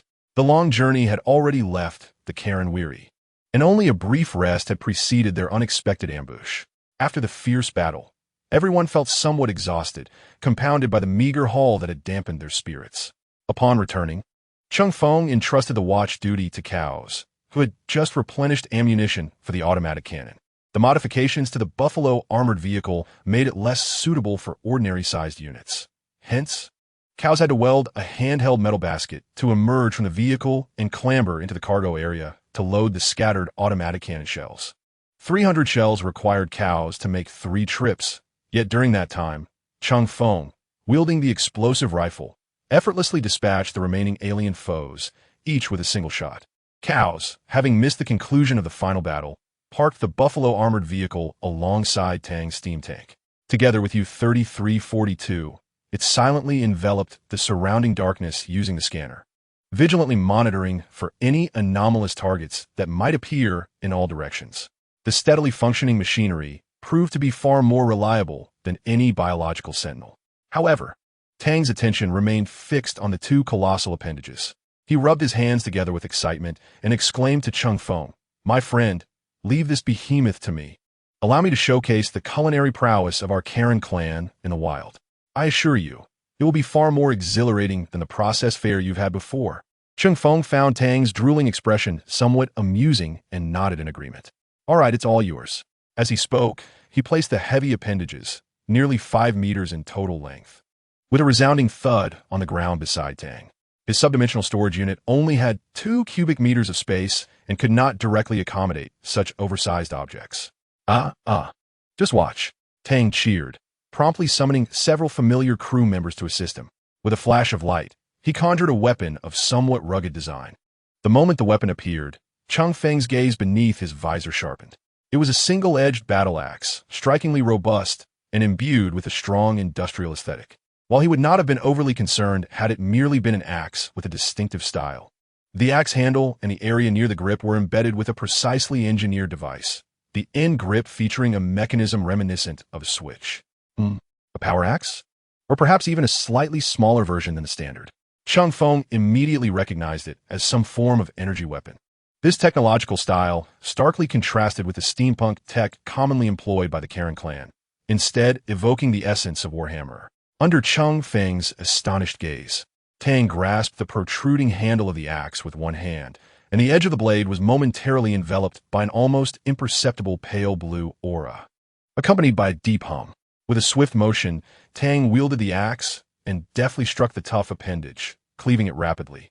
Accompanied by a peculiar energy hum and the sound of air being torn apart, the entire appendage was sliced into several half-meter-long segments. Each incision was remarkably smooth, revealing large chunks of uncoagulated muscle within. Where did this little fellow acquire such a weapon? It resembles something from Warhammer. Cheng Feng's curiosity surged.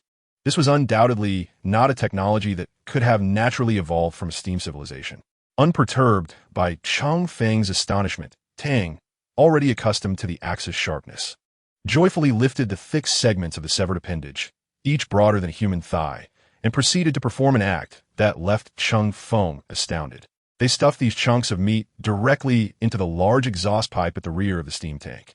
"Come on, let's make the pressure surge even fiercer," Tang shouted while agilely diving back into his cockpit to start the vehicle. He then stomped on the pedal. With a roar, scalding high-pressure steam violently erupted from the gap between the exhaust pipe and the chunks of appendage, producing a fierce hissing sound, as white steam instantly enveloped half of the tank's body.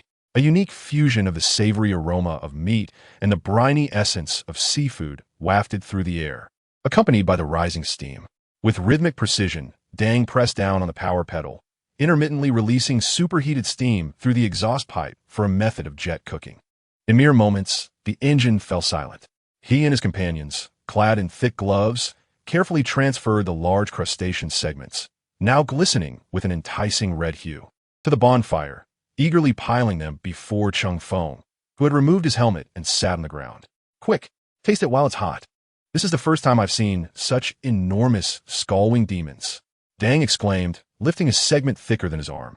He gently struck one side of the shell with his battle axe, cracking it open to reveal the translucent, delicately defined white flesh within, resembling giant crab meat, and enthusiastically handed it to Cheng Feng. However, Cheng Feng's attention was entirely elsewhere. His gaze was fixed on the power axe Dang had casually placed at his feet. With ease, Cheng Feng, encased in his powered armor, grasped the hefty piece of meat but did not immediately savor it. Instead, he inquired in a low voice, "Dang, where did you acquire that axe?" Chapter 93. The Olin Alliance. "Oh, you mean the Shatterer?" Dang followed Cheng Feng's gaze, picked up the axe, and weighed it in his hand, a proud smile spreading across his face. "A friend from Olin gifted it to me as a token of our fruitful collaboration. I heard it was salvaged and modified from some wreckage, but they abandoned mass production due to its impracticality. But let me tell you, this thing is remarkably effective. Just press the switch, and it slices through anything with ease, though it occasionally needs to be recharged at a power source." Olin, the technological artifact you previously used to teach chaos language, was also said to be from Olin. Is Olin a race or something else? Olin. Dang's eyes were fixed on the crustacean segment in Cheng Feng's hand as he took a bite of the bread he had brought. "That's Cheng Feng's spoils. The Karens wouldn't dare take advantage of a friend without permission. Cheng Feng noticed Dang's desire and promptly offered him a segment. Without hesitation, Dang dropped his bread, tore a piece of meat from the shell, and stuffed it in his mouth, mumbling, "So hot, so fresh." They're an alliance, the Olan Alliance. The members are quite diverse, said it consists of individuals from various civilizations. It resembles our exploratory teams, but they are much larger in scale and steeped in a richer history, like an interspecies brotherhood. After swallowing his bite, Dang continued, "The identities of the Alliance members are well defined. They are survivors who have miraculously endured after their civilizations have perished. Given the diversity of their races and cultures, they all refer to themselves as Olan." Cheng Feng paused, surprised, and pressed further. Civilizations perished? What constitutes a civilization's demise? Dang took a sip from his water bottle, alleviating the heat lingering in his mouth, and his tone grew slightly more somber. "I believe I mentioned before that with each surge of the psychic storm, it typically signifies the arrival of a new race thrown into this wretched place. Those hailing from the same homeland, sharing akin cultures, technologies, and systems, form an independent civilization. However, if every city or gathering place established by this civilization is completely obliterated and cannot be reconstructed within a specific time frame, their system will gradually become locked. Even if some individuals manage to survive and subsequently rebuild cities, the technological tree cannot be directly unlocked through the system. Once they fall into a state of technological stagnation or experience a slow growth in technical capabilities, the outcome in such a desolate environment is all too predictable." The speaker, Dang, shrugged with a hint of sympathy upon realizing this. Ultimately, the embers of the entire civilization will slowly extinguish, leading to complete annihilation. The members of the Olan Alliance are the remnants of these failed races, struggling for survival. They gather together, utilizing their intellect to attempt to fuse and research the fragmented technologies provided by different civilizations and systems, striving to endure in this chaotic world. Moreover, they endeavor to forge amicable relations with any civilization whose system remains operational, in order to acquire advanced technologies for research, even if such civilizations are relatively primitive, much like our own Karen civilization. After all, each civilization may represent a distinct technological trajectory. Cheng Feng listened intently to Dang's narrative, his brow furrowed beneath his helmet. The destruction of cities? A locked system? The inability to unlock technology? The terrifying cognitive prowess bestowed by his superhuman physique immediately led Cheng Feng to discern a crucial issue. His manufacturing system had mutated from the very beginning, rather than a system requiring technological unlocks. It resembled a super STC manufacturing tool that amalgamated the technological essence of the entire Warhammer human empire. He merely needed to expend survival points to directly exchange for finished products and devices, rendering the concept of unlocking entirely irrelevant, more akin to invoking and creating from an extensive database. He meticulously recalled all his experiences since arriving in this world, including the discussions in the system chat channel among survivors, who were indeed ceaselessly gathering various materials, lamenting the challenging prerequisites for certain technologies, and debating how to unlock the next tier of tools or weapons. In other words, the so-called system lock might not exist for him at all. Or perhaps his system simply lacks growth potential, while only others possess such capabilities. Huh? What did you say? Dang, momentarily lost in the delectable offerings before him, failed to catch Cheng Feng's words. But we have just arrived and lack a city core. What if we never manage to produce one? Cheng Feng quickly rephrased his inquiry. Dang, without suspicion, sighed. The system imposes mandatory tasks, and if the entire race fails to complete them, the entire system will be locked, leaving them to their own devices. If the city core is destroyed, what is the time frame for its reconstruction and installation? Cheng Feng pressed further. Uncertain, Dang replied, shaking his head. It is said that each civilization varies, potentially influenced by racial potential and initial technological levels. It could take several seasonal cycles, or perhaps even less. Members of the Olympian Alliance are individuals who have lost their future, relying solely on the accumulation of the past and mutual assistance to survive in the cracks of existence. He grasped the power axe, running his fingers over the incongruous energy interface on its blade. Such artifacts could very well be remnants of a long-forgotten civilization or perhaps an accidental product of another world that has found its way here, discovered, repaired, or modified by the Olympians. They excel at extracting gold from the ruins, piecing together the technological fragments of various civilizations like a jigsaw puzzle. What is responsible for the destruction of cities? Cheng Feng scratched his head. Numerous factors, my friend, far too many. Countless bizarre creatures on this land periodically converge into tides that assault the cities. As the frequency of these attacks increases, the ferocity of these monsters escalates, eventually leading to scenarios where supernatural beings collectively besiege urban areas.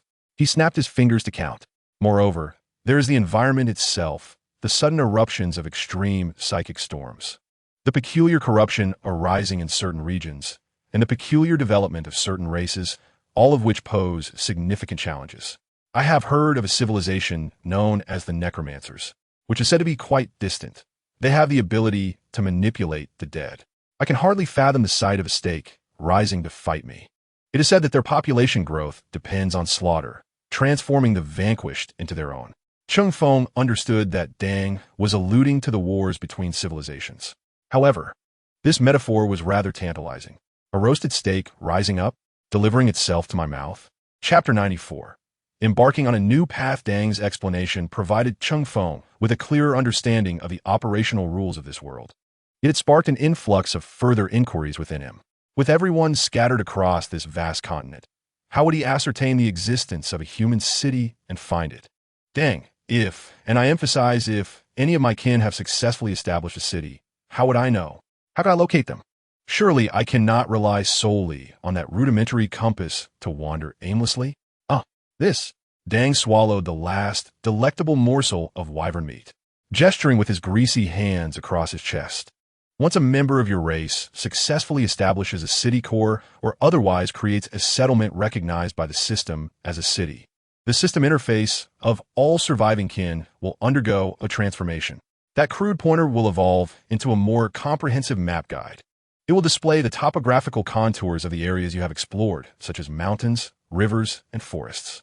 However, the specific locations of resource points, danger zones, or other civilization strongholds must be discovered through exploration, and you will need to manually mark them on the map.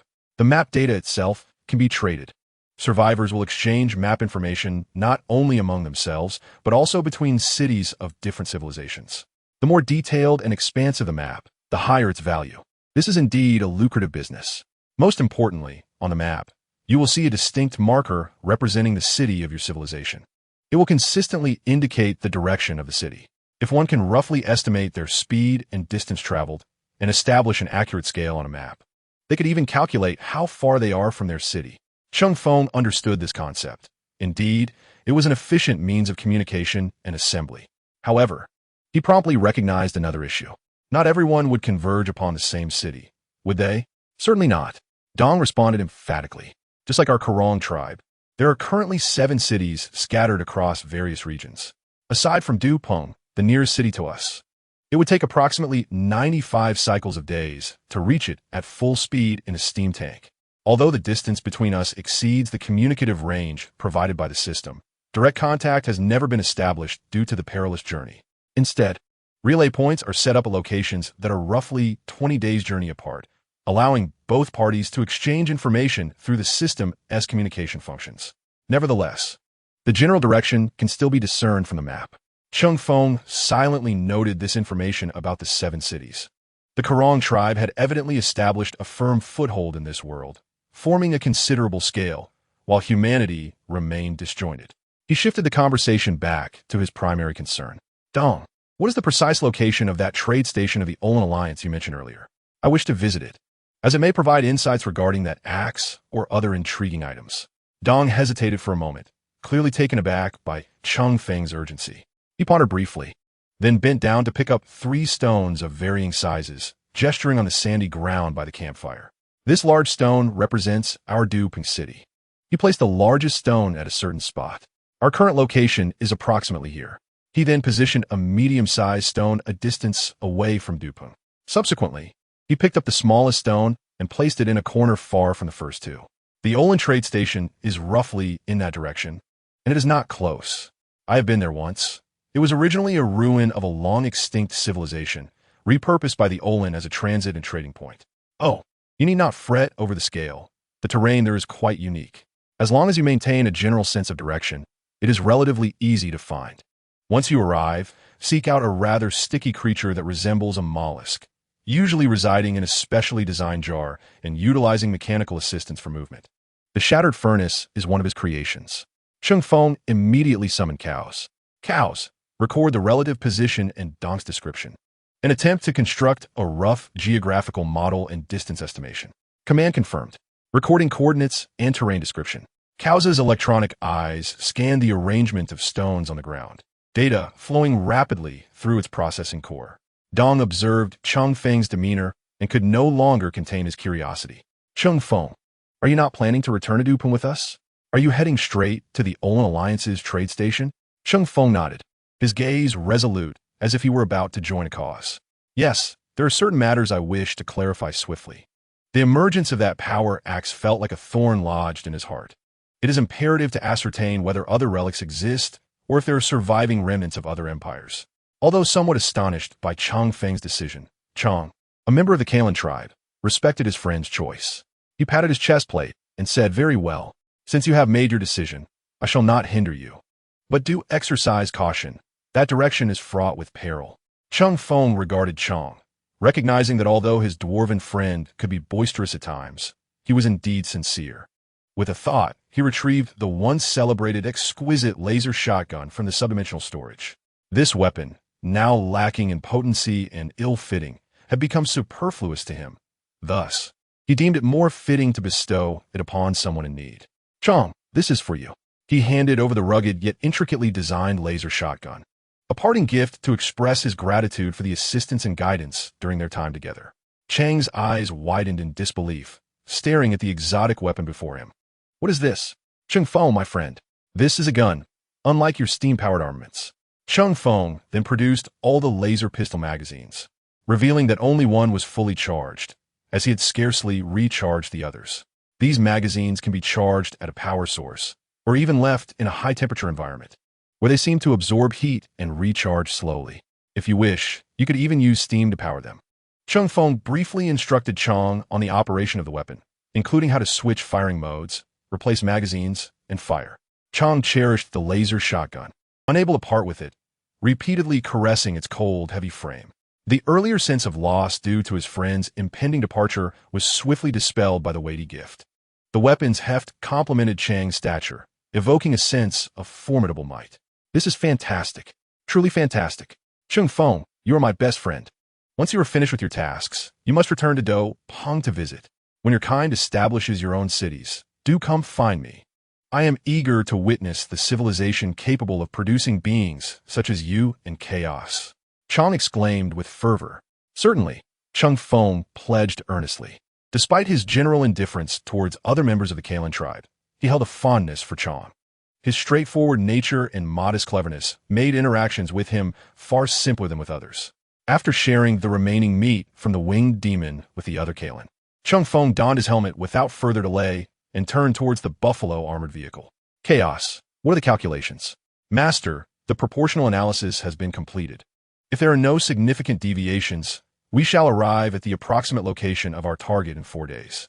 Then let us depart." The buffalo armored vehicle's engine rumbled deeply, its tracks grinding against the earth as it ventured into the unknown, soon merging with the night's embrace over the desolate expanse. Cheng stood in place, cradling the laser shotgun, watching the vehicle's silhouette fade until it vanished completely over the horizon. He inhaled deeply, savoring the blend of savory meat and the crisp, wild air, before turning to issue commands to the recovering crew. "All right, gentlemen, retreat 5 kilometers and find a more sheltered spot to set up camp again. Arrange for shifts to keep watch. This time, we must remain vigilant. Upon our return to Dongsheng, I shall seek retribution from Tongshuan." Chapter 95. A sudden change in environment under the precise maneuvering of chaos. The bison armored vehicle continued its journey across the desolate Gobi Desert for 3 days, following the general direction indicated by the clang. The barren ground was littered with monotonous rust-red rocks and sparse, drought-resistant flora. Occasionally, small creatures could be seen wandering on the horizon, but they all kept their distance from the roaring steel beast. The remaining fuel had been entirely transferred to the tank.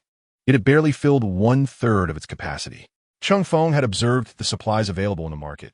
Biodiesel was being sold, albeit at a steep price of 500 points per 20 liters. To fill the Bison's tank completely would require at least 500 liters of fuel. Moreover, the energy content of the diesel was evidently inferior to that of the reactor fuel previously obtained, prompting Cheng Feng to decide to reassess the situation later. Cheng Feng spent most of his time in the open cargo area of the vehicle, contemplating how to procure some high-quality fuel while gazing at the nearly unchanging scenery surrounding him. He had fully acclimated to his newfound senses and strength. Cheng Feng was now capable of performing many astonishing feats. His mind was under heightened control, allowing for the spontaneous secretion of various hormones. And even the sensation of hunger could be actively managed. In favorable visibility conditions, as long as his line of sight was unobstructed, he could discern a pebble a kilometer away. His hearing and olfactory senses had also been significantly enhanced, enabling him to detect all smells and sounds within a 2 to 3 kilometer radius, which his brain could then piece together into a coherent picture. On the 4th morning, according to Chaos's calculations, they should have been nearing their target area. However, a massive mountain range loomed ahead, beneath which lay a colossal, straight cave that appeared as though it had been pierced by a giant spear of light or some other formidable weapon. The wind blowing from within the cave carried a damp chill, starkly contrasting with the surrounding arid expanse. Dominion, the voice of Chaos, came through the communicator. According to the terrain scan and sonar detection, traversing this nearly 10-kilometer-long cave that cuts directly through the mountain is likely the shortest route to our designated coordinates. Then let us proceed through it, Cheng Feng replied, finding no reason to detour. The armored vehicle reduced its speed, its heavy tracks crunching over the loose stones at the cave's entrance as it gradually entered the shadows. The interior of the cave was more spacious than it appeared from the outside, with wind-eroded holes on the rock walls and patches of moss emitting a faint phosphorescence, providing limited illumination. The air grew increasingly humid, and the faint sound of dripping water could be heard. After cautiously advancing for about 20 minutes, a glimmer of light appeared ahead. However, as the Bison armored vehicle finally emerged from the cave, Cheng Feng's pupils constricted slightly. The scene before me presented a breathtaking contrast to the desolate expanse I had just traversed, as if a mere mountain range had transported me into an entirely different realm. Beyond the exit lay an exceptionally vast basin, where the surrounding environment had shed its monotonous shades of rusty red and grayish yellow in favor of an endless expanse of crystalline forest. Countless colossal clusters of crystals erupted from the ground, shimmering with resplendent hues, profound azure, fiery crimson, vibrant emerald, and enigmatic amethyst intertwined, creating a surreal and dizzying spectacle. The air pulsated with an extraordinary energy, causing the readings of the bird-sensing device to become erratic, indicating a high concentration of unknown energy radiation saturating the environment. The ground, no longer composed of soil or rock, was instead cloaked in a layer of hard, glass-like crystalline substance. Underfoot, the metallic tracks produced a crisp cracking sound as they pressed down. Identifying the high-energy crystals, the Dominator noted the presence of a natural energy field surrounding these minerals, creating interference with our scanning and communication devices, thereby reducing our alert range. Just then, Chaos's voice resonated through the communication device, yet Cheng Feng felt an inexplicable familiarity, as if a well-known voice would soon echo in his ears. Your crystalline mineral reserves are insufficient. This place is indeed unreasonable, Cheng Feng murmured in contemplation. The geographical transition of this world resembled a poorly crafted puzzle, forcibly adhering disparate segments together. Gazing intently at the pale blue giant crystals, Cheng Feng pressed the communication button on the side of his helmet. Kias, halt! At the edge of this dazzling yet perilous crystalline forest, he discerned the silhouette of a city. This city was not established on flat ground, but was carved out from several massive, deep purple crystalline mountains. The architectural style was sharp and angular, employing a dark-hued metal extensively, which created a striking visual contrast against the brilliant crystals. A pale purple energy barrier enveloped the city, shielding it from the peculiar energies permeating the jungle, rendering it both mysterious and jarring. Identifying clear signs of artificial construction. Data analysis complete. The trade station is likely located within the building ahead. Chaos adjusted the scanning parameters, attempting to penetrate the energy interference for more information. Just as Cheng Feng was surveying the distant city, an unusual sound emerged from the crystalline jungle. Crack, crack. A few creatures resembling lizards, yet entirely encased in hard, colorful crystals, darted out from behind the enormous crystal pillars. They were not large, roughly the size of hounds, yet their movements were swift, and their mouths were lined with serrated crystalline teeth, glimmering with a menacing energy. Cheng Feng felt no inclination to employ his explosive gun. Instead, he leaped directly from the vehicle. His nearly 1-ton armored body crashed to the ground, shattering a small section of the glass-like surface beneath his feet. One of the crystalline lizards lunged with a hiss, its crystalline teeth sinking fiercely into the armor on Cheng Feng's leg. Snap! The sound of grinding teeth echoed painfully as the crystalline lizard shattered most of its sharp fangs, leaving only faint white marks on the ceramic steel exterior of the powered armor.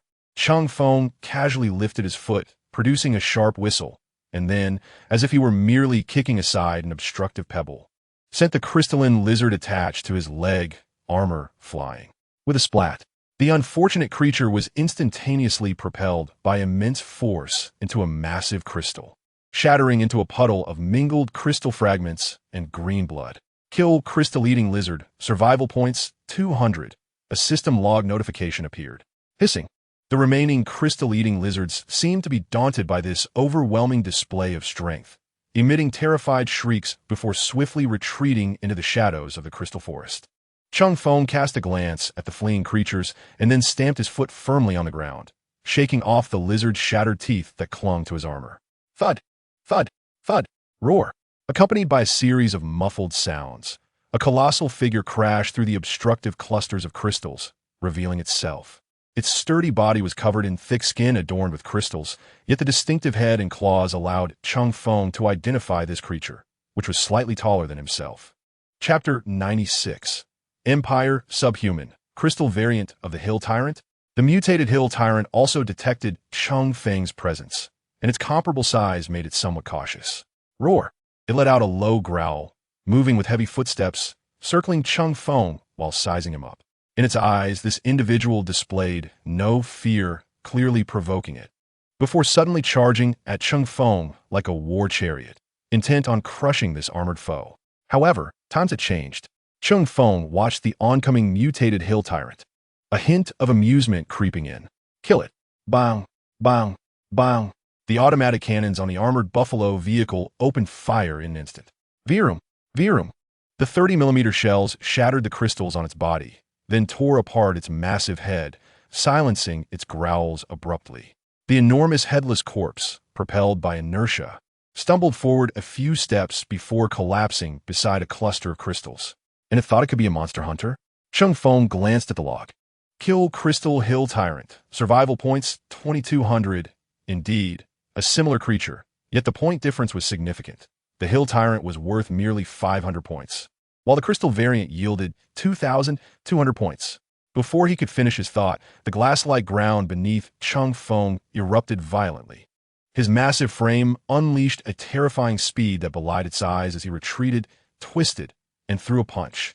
His fist, enveloped in gray ceramic steel, struck the ground like a battering ram. Thud! A dull sound resonated from below as a semi-gelatinous blue-green slime erupted from the fissures between his arm and the ground. A translucent creature attempted to launch an attack from beneath Cheng Feng's feet, but was detected first. The tremendous force shattered the ground and obliterated the attacker's head in one fell swoop. Defeated the illusory crystal centipede. Survival points 1,100 as the shimmering dust gradually settled. The arm armor was coated in a viscous substance, glistening with the shattered crystal particles. Bang! Bang! Bang! The automatic cannon suddenly fired, its shells hurtling towards the remnants of the recently fallen crystal tyrant. A soft sound echoed, drawing Cheng Feng closer, as he single-handedly lifted the nearly obliterated remains of the crystal tyrant. Inside lay a fragment of a chitinous creature. It bore a striking resemblance to a centipede, with its severed torso surrounded by translucent crystalline legs. The half-destroyed head revealed a remaining large claw. Before its demise, these creatures would utilize their semi-transparent bodies along with the luminescence emitted by the surrounding crystal mines to achieve a semi-invisible effect, launching surprise attacks on their targets. A faint rustle captured Cheng Feng's attention once more. He raised his explosive gun, positioning his body sideways, with the hefty shoulder armor turned towards the source of the noise as a shield. A figure peeked out from behind a colossal crystal pillar, then quickly withdrew. Bang! A projectile erupted from the gun's muzzle, sending shards of crystal flying from the pillar. "Come out! My lord, do not shoot!" A peculiar voice responded in Gothic to Cheng Feng's command. Cheng Feng's gaze sharpened as a figure darted out from behind the crystal, skillfully navigating the obstacles on the ground and coming to a stop before him. "What is this? A cat person?" It was a subhuman, approximately 7 meters tall, slender in build. Its legs were akin to those of a normal human, clad in tactical trousers and combat boots, while its upper body was adorned with tattered combat attire. Yet, upon closer inspection, its exposed limbs were covered in soft, light gray fur, and a long tail swayed behind it. Its facial features were reminiscent of a human, slightly leaning towards femininity, but with pronounced canine teeth, suggesting a mutation from ancestral traits. It sported a haphazardly assembled set of equipment. Yet the laser rifle slung across its back was familiar to Cheng Feng. The Mars-type M4 laser rifle, standard issue of the Star Realm Army. Cheng Feng had one stored as well. "I salute you, my lord." The cat person stood upright, legs together, its beastly hands delicately crossed over its chest. Its furry visage raised to meet Cheng Feng's helmet visor. The eagle salute? Although it was their first encounter, Cheng Feng recognized the gesture's significance, despite the confusing circumstances. Recalling a similar scene from his gaming experience, he inquired in a low tone in Gothic, "Your identity, soldier?" "Private Taya, reconnaissance team of the Subhuman Auxiliary Corps of the Imperial Guard's 88,293rd Light Infantry Division." Imperial Guard? Star Realm Army. Supplement Auxiliary Corps? Indeed. There were numerous subhuman forces within a 40-mile radius, with the Ogrins being one of them. Beyond the brutish yet strong Ogrins, there existed other subhuman races, such as cat people, minotaurs, and the rat-like leetlings. Among these races, only the Tauren are regarded as aberrations due to the conspicuous mutations of their skulls, which have begun to sprout elongated horns. This is a subhuman lineage that the Empire cannot accept. Cheng Feng distinctly remembers the Empire's stringent and unyielding decree regarding racial identification. The cranial structure must retain the unblemished form of humanity. As for physical mutations, they bear little significance. The feline race, aside from the Ogrlins, experiences the least discrimination among all subhuman factions. They possess intelligence akin to that of ordinary soldiers, exhibit slightly lesser physical strength, yet display heightened agility. Their minor mutations render them adept at stealth, making them invaluable scouts. Cheng Feng had previously come across amusing anecdotes online, sometimes lamenting the fortune of the Golden Age, where genetic modification and artificial beings made the creation of catgirls seem effortless. However, Taya shattered Cheng Feng's dreams in an instant. This creature is indeed a beast girl, yet bears no resemblance to the fair-skinned, cat-eared beings of fantasy. If one were to draw a comparison from memory, it resembles a Pandaren from a certain game. Its facial features remain human, yet its body is entirely covered in fur, apart from a tail. Its hands have undergone significant mutation, with claws replacing fingernails and phalanges warped. Regardless of how the AI is adjusted, it cannot render such a being. It is utterly foolish, covered in fur, with a human face. Oh, how absurd! Before Cheng Feng could inquire further, unsettling rustling sounds emanated from the surrounding crystalline forest, intensifying in frequency.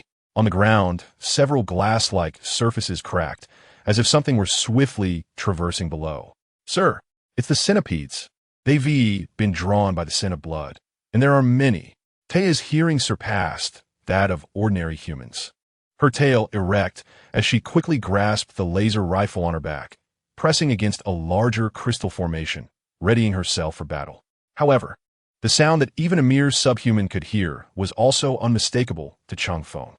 "Chaos, keep moving, provide cover fire."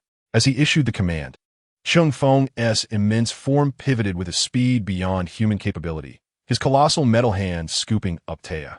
She felt an irresistible force at her waist, followed by a disorienting toss into the air. The feline genes endowed her vestibular system with a unique structure, enabling her to maintain balance effortlessly.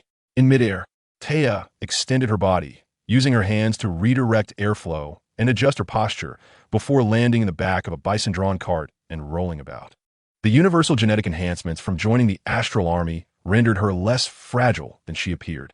She braced her feet against the edge of the cart to halt her rolling, feeling a dull ache throughout her body, yet her face reflected astonishment and reverence. "Stay in the cart and fight." Cheng Feng's deep voice resonated with undeniable authority. Chapter 97. The harrowing routine of the Imperial forces. Cheng Feng did not return to the cargo compartment. Instead, he advanced with heavy steps, wielding an explosive rifle, resembling a moving fortress that accompanied the armored vehicle. This ensured both Taya's safety and mobility, while allowing him the strongest point of firepower to respond to attacks from all directions at any moment. Bang, bang, bang, thud, thud. The automatic cannons and explosive rifles roared once more, shattering the illusory centipedes that attempted to emerge from the ground or leap down from the crystalline pillars. The multi-barreled laser guns appeared to be ineffective against these crystalline creatures, with their destructive power significantly diminished. Attacks even risked refracting and bouncing back toward them, to prevent the unfortunate private from being accidentally harmed by the ricocheted lasers.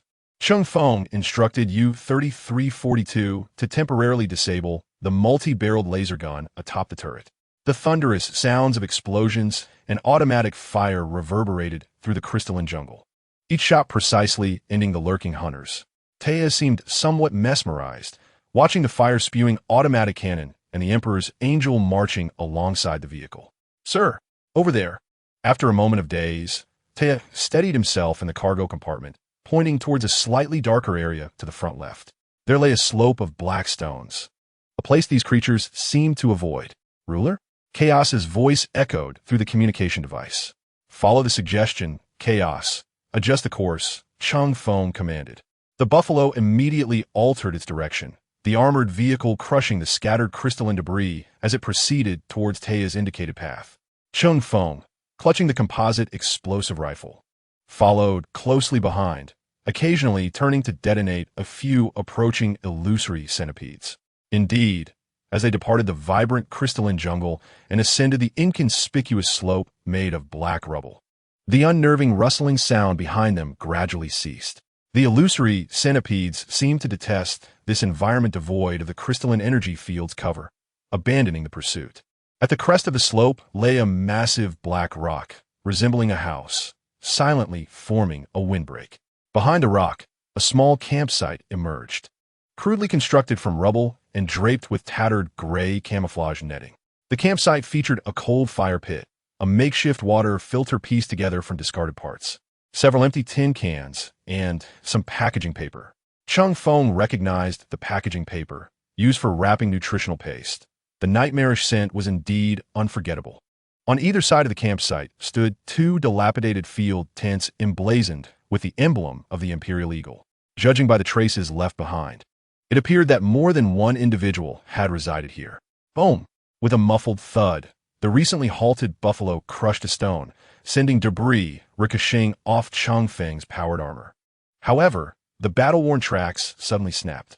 The long-distance march had proven to be a nightmare for the tracks. Cheng Feng approached the center of the campsite, standing like a gray statue, his gaze sweeping over the humble refuge before finally resting on Taya, who cautiously climbed down from the vehicle. "Private Taya, report your situation. How did you arrive in this world, and why are you here?" The voice of Cheng Feng resonated through the helmet's amplifier, imbued with authority and a metallic rasp. Taya immediately straightened her posture, her hands pressed tightly against her trousers, her tail instinctively stiffening, as she responded with a tone imbued with the fervor of a survivor and the formal cadence of a military report. "Yes, my lord. During an operation to eradicate alien civilizations on a planet designated PX-339 in the 4th expansion zone of the Extreme Star Domain, we were ambushed. Our cruiser, the Arbiter, was struck by suddenly appearing chaotic traitors. The fleet engaged in a fierce exchange of fire in space, with explosions and flames engulfing the vessel. We were ordered to assist the Navy's jump team in defending critical facilities. The alien civilization on the planet appeared to be linked to the chaotic enemy, and they unexpectedly opened fire from the surface, resulting in the catastrophic rupture of our battleship. Subsequently, we plummeted onto this world. The Arbiter? Which chaotic traitors attacked you? My lord, I do not know. Tea's voice quivered, as if recalling the despair of that moment. How many of you survived? After the fore section of the ship crashed, the hull suffered a devastating explosion. At that time, nearly 100 individuals remained alive. However, now only the 4 of us are left. Supplies are scarce, medicine is in short supply, and many perished due to severe injuries, while others succumbed later to the perilous environment and wildlife here. Cheng Feng's lips curled slightly. The remaining 3 must be a Ogren, a Scion, and a seasoned soldier with some technical knowledge, I presume? What do you ask? This is of no concern to you. Tell me, who are your 3 comrades? And how long have you been here? How did you evade the previous subspace storm? Lieutenant Eris is the commander of the Navy's jump team. Gouda is a particularly unique Ogren, and the other, like myself, is a reconnaissance team member named Polyak. We do not know how long we have been here. Gouda has been insisting that the area is saturated with subspace energy, and Lieutenant Eris stated that measuring time in an environment influenced by subspace energy is utterly meaningless. Initially, we were merely wandering through this bizarre land until Gouda sensed a dreadful subspace storm was approaching, and we had to find shelter. We followed some beasts and reached the ruins of a city within the mountains over there. We weathered the storm there. It seemed that some alien technology could shield against subspace energy, but afterward, we found ourselves trapped. Those strange reptiles blocked our escape routes. Cheng Feng nodded, not surprised by this revelation. Subspace energy, or chaotic energy, disrupts the flow of time. One might feel they had passed merely a week, yet in reality, decades could have elapsed. According to tales from Cheng Feng's memory, there were even accounts of Imperial vessels lost in subspace, battling demons for a millennium, while the crew aboard had yet to conclude their conflict, with the ship's timer deviating from the reality of the universe by 1,000 years. No longer expecting to ascertain an accurate measure of time, Cheng Feng surveyed his surroundings. Yet, he did not discern the other 3 individuals Tea had mentioned. Based on the lingering sense within the tent, it appears they departed several hours ago. Private, where are they? They ventured in different directions to seek an exit from this place. As agreed, they shall return before darkness falls. Upon delivering his report, Tea inhaled deeply, casting a gaze of mixed humility, reverence, and curiosity towards Cheng Feng's imposing figure, and cautiously inquired, "My lord, forgive my boldness, but you bear no insignia. Were it not for the Imperial aquila on your breastplate, I would scarcely dare approach you." This was precisely the concern that weighed heavily on him. He was not a member of any known chapter of Astartes.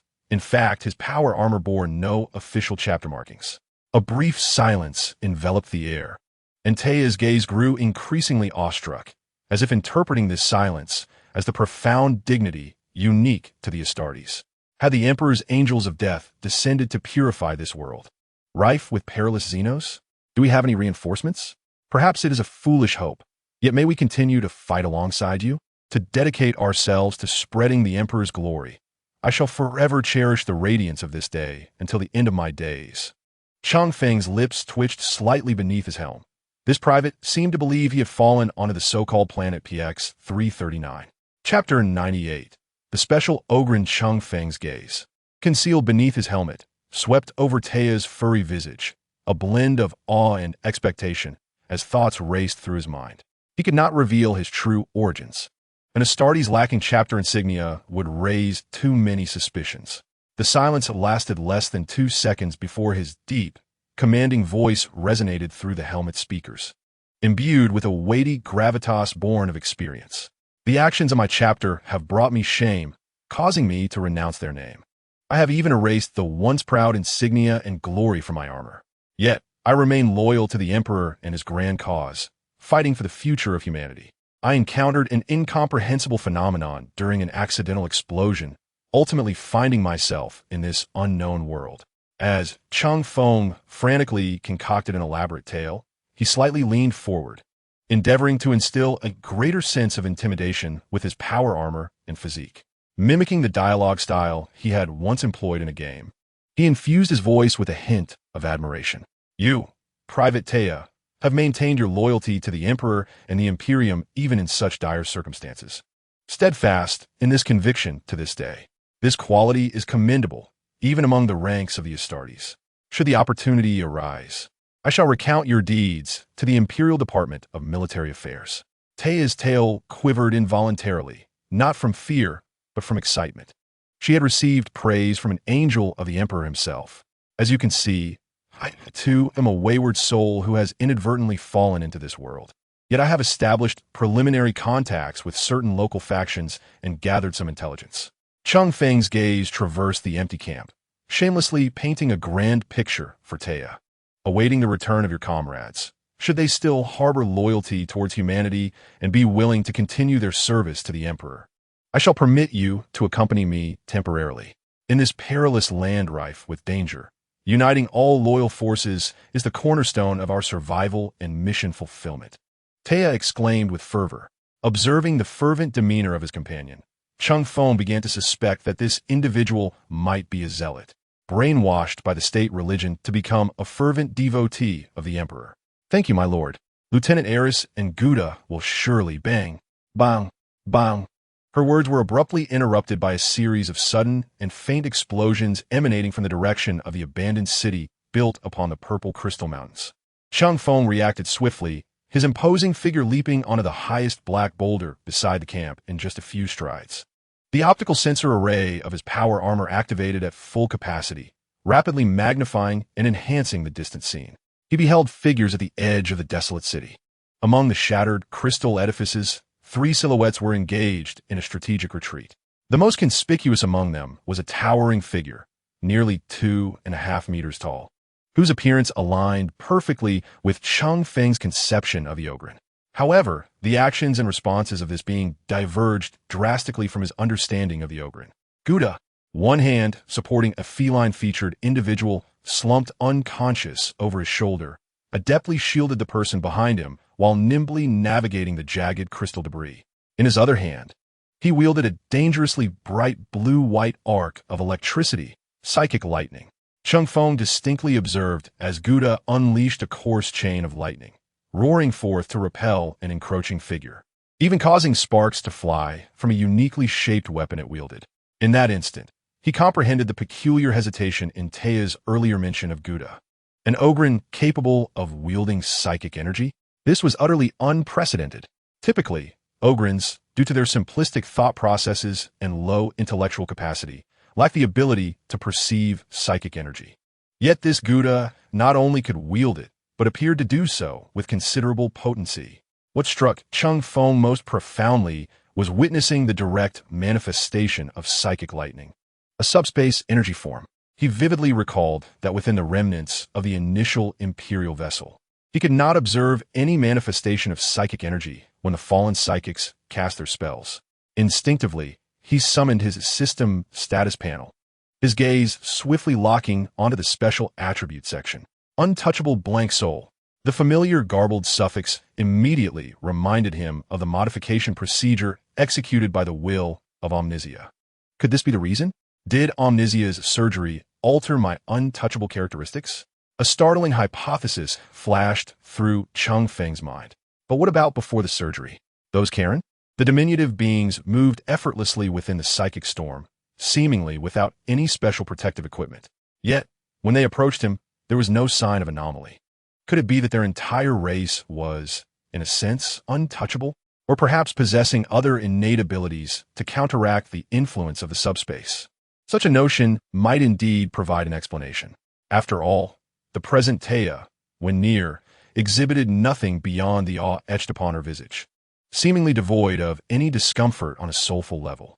Countless questions and speculations cascaded through Cheng Feng's enhanced superbrain like a torrential waterfall, intertwining and colliding in mere seconds.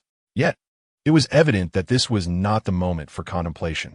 Beside Gouda, a disheveled human male clad in tattered uniform was brandishing a roaring chainsaw sword while simultaneously firing a detonating pistol. The unconscious cat-like being was unmistakably the Polygia mentioned earlier by Tea, while the ordinary soldier was evidently Lieutenant Eris.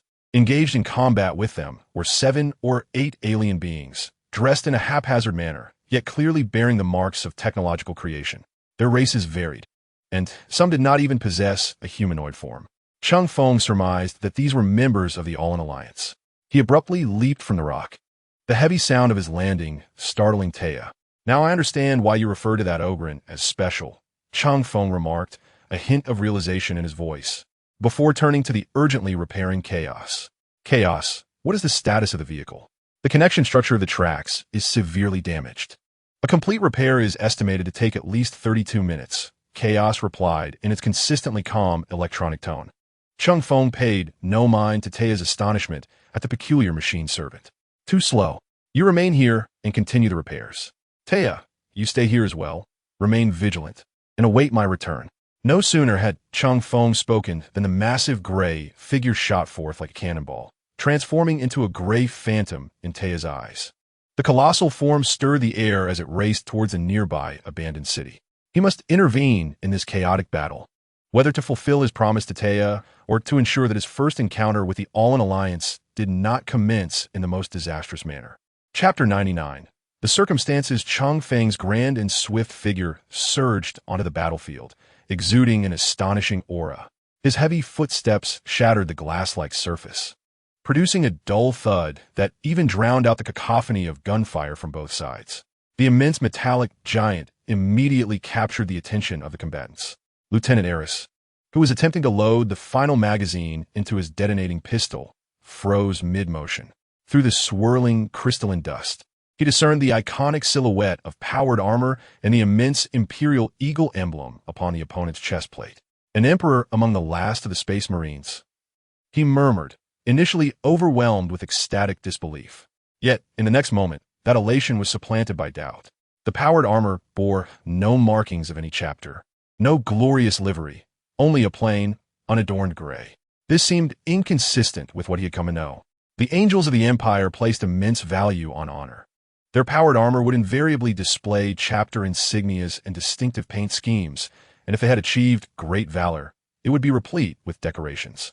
Eris gripped the detonating pistol tightly, his fingers paling, his emotions in turmoil.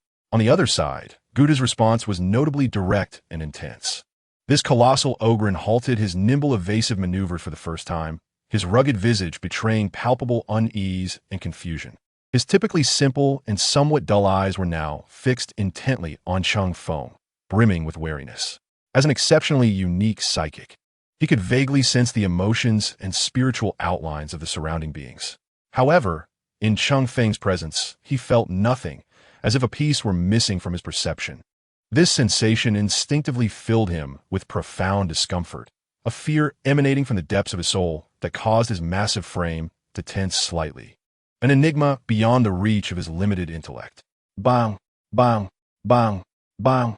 Cheng Feng did not afford either party more time to react. The composite explosive round gun in his hand steadied and unleashed a torrent of flames. A series of precise bursts that scorched the ground less than half a meter before each pursuer, erupting into a succession of craters and splintering crystal debris. The implication of warning was unmistakable. To Cheng Feng's surprise, the members of the All-In Alliance, diverse in appearance, exhibited a remarkable sense of propriety. They halted their pursuit almost simultaneously with the sound of gunfire, rapidly retreating a few steps to converge into a loose defensive formation. They did not retaliate in panic, but communicated swiftly in a language that Cheng Feng could not comprehend. Numerous compound eyes, sensors, and biological perception organs were firmly fixed upon him. Cheng Feng felt a twinge of astonishment. Their discipline and judgment exceeded his expectations. Utilizing the amplifier of his power armor, he called out in a deep and commanding Gothic tongue, "Lieutenant Illyris, I command you to withdraw with your subordinates immediately and return to your camp at the Blackstone Slope to await further instructions." Illyris, somewhat taken aback that this unidentified interstellar warrior knew of him, glanced at the still uneasy Guta and the unconscious Polyach. He chose to comply with the tactical directive of the interstellar warrior, even without full understanding.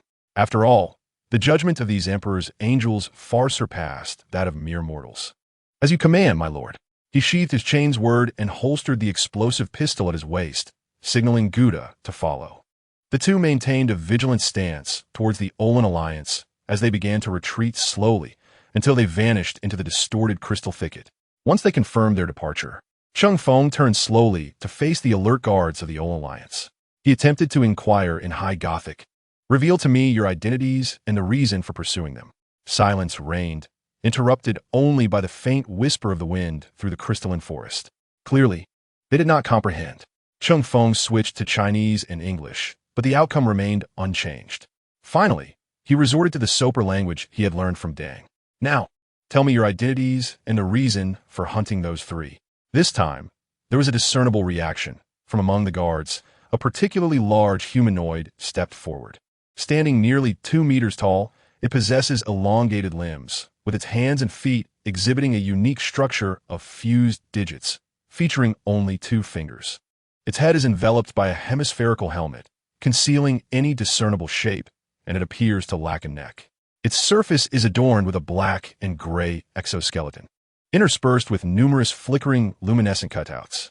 In its hands, a peculiar weapon showcases a circular energy accumulation design, the material of which remains indiscernible. The equipment is characterized by a style that is both simplistic and efficient. Your physique, along with the technological sophistication of your gear, clearly distinguishes you as not belonging to the Karen race. From within its torso emanates a synthetic voice with an unusual intonation, articulating in sopral. "But why do you utilize their language?" "Because I encountered a rather decent individual who provided me with some assistance," Cheng Feng succinctly replied, reiterating his inquiry. "Now that you can comprehend, answer my questions, your identity and the reason for your pursuit." "We are the guards of the 7th Forward Trade Station of the Olin Alliance." As for the reason, those 3 individuals were the aggressors, mindless lunatics without justification. The tall guard provided a response that was both anticipated and unexpected. As it spoke, it raised an arm, projecting a clear holographic image from a device at its wrist, initiating playback of a recorded sequence. The footage depicted Eris, Gouda, and Pagliacci returning to the outskirts of this desolate city, discovering Olin Alliance members who had just arrived and were utilizing portable devices to repair some facility. Subsequently, the image even magnified their dialogue at that moment. Although the Olin members could not comprehend, they were aware that this metallic giant before them ought to understand. In the footage, Gouda pointed at the busy Olin members, whispering to Eris. These bizarre beings of entirely different races exhibited clear emotional fluctuations.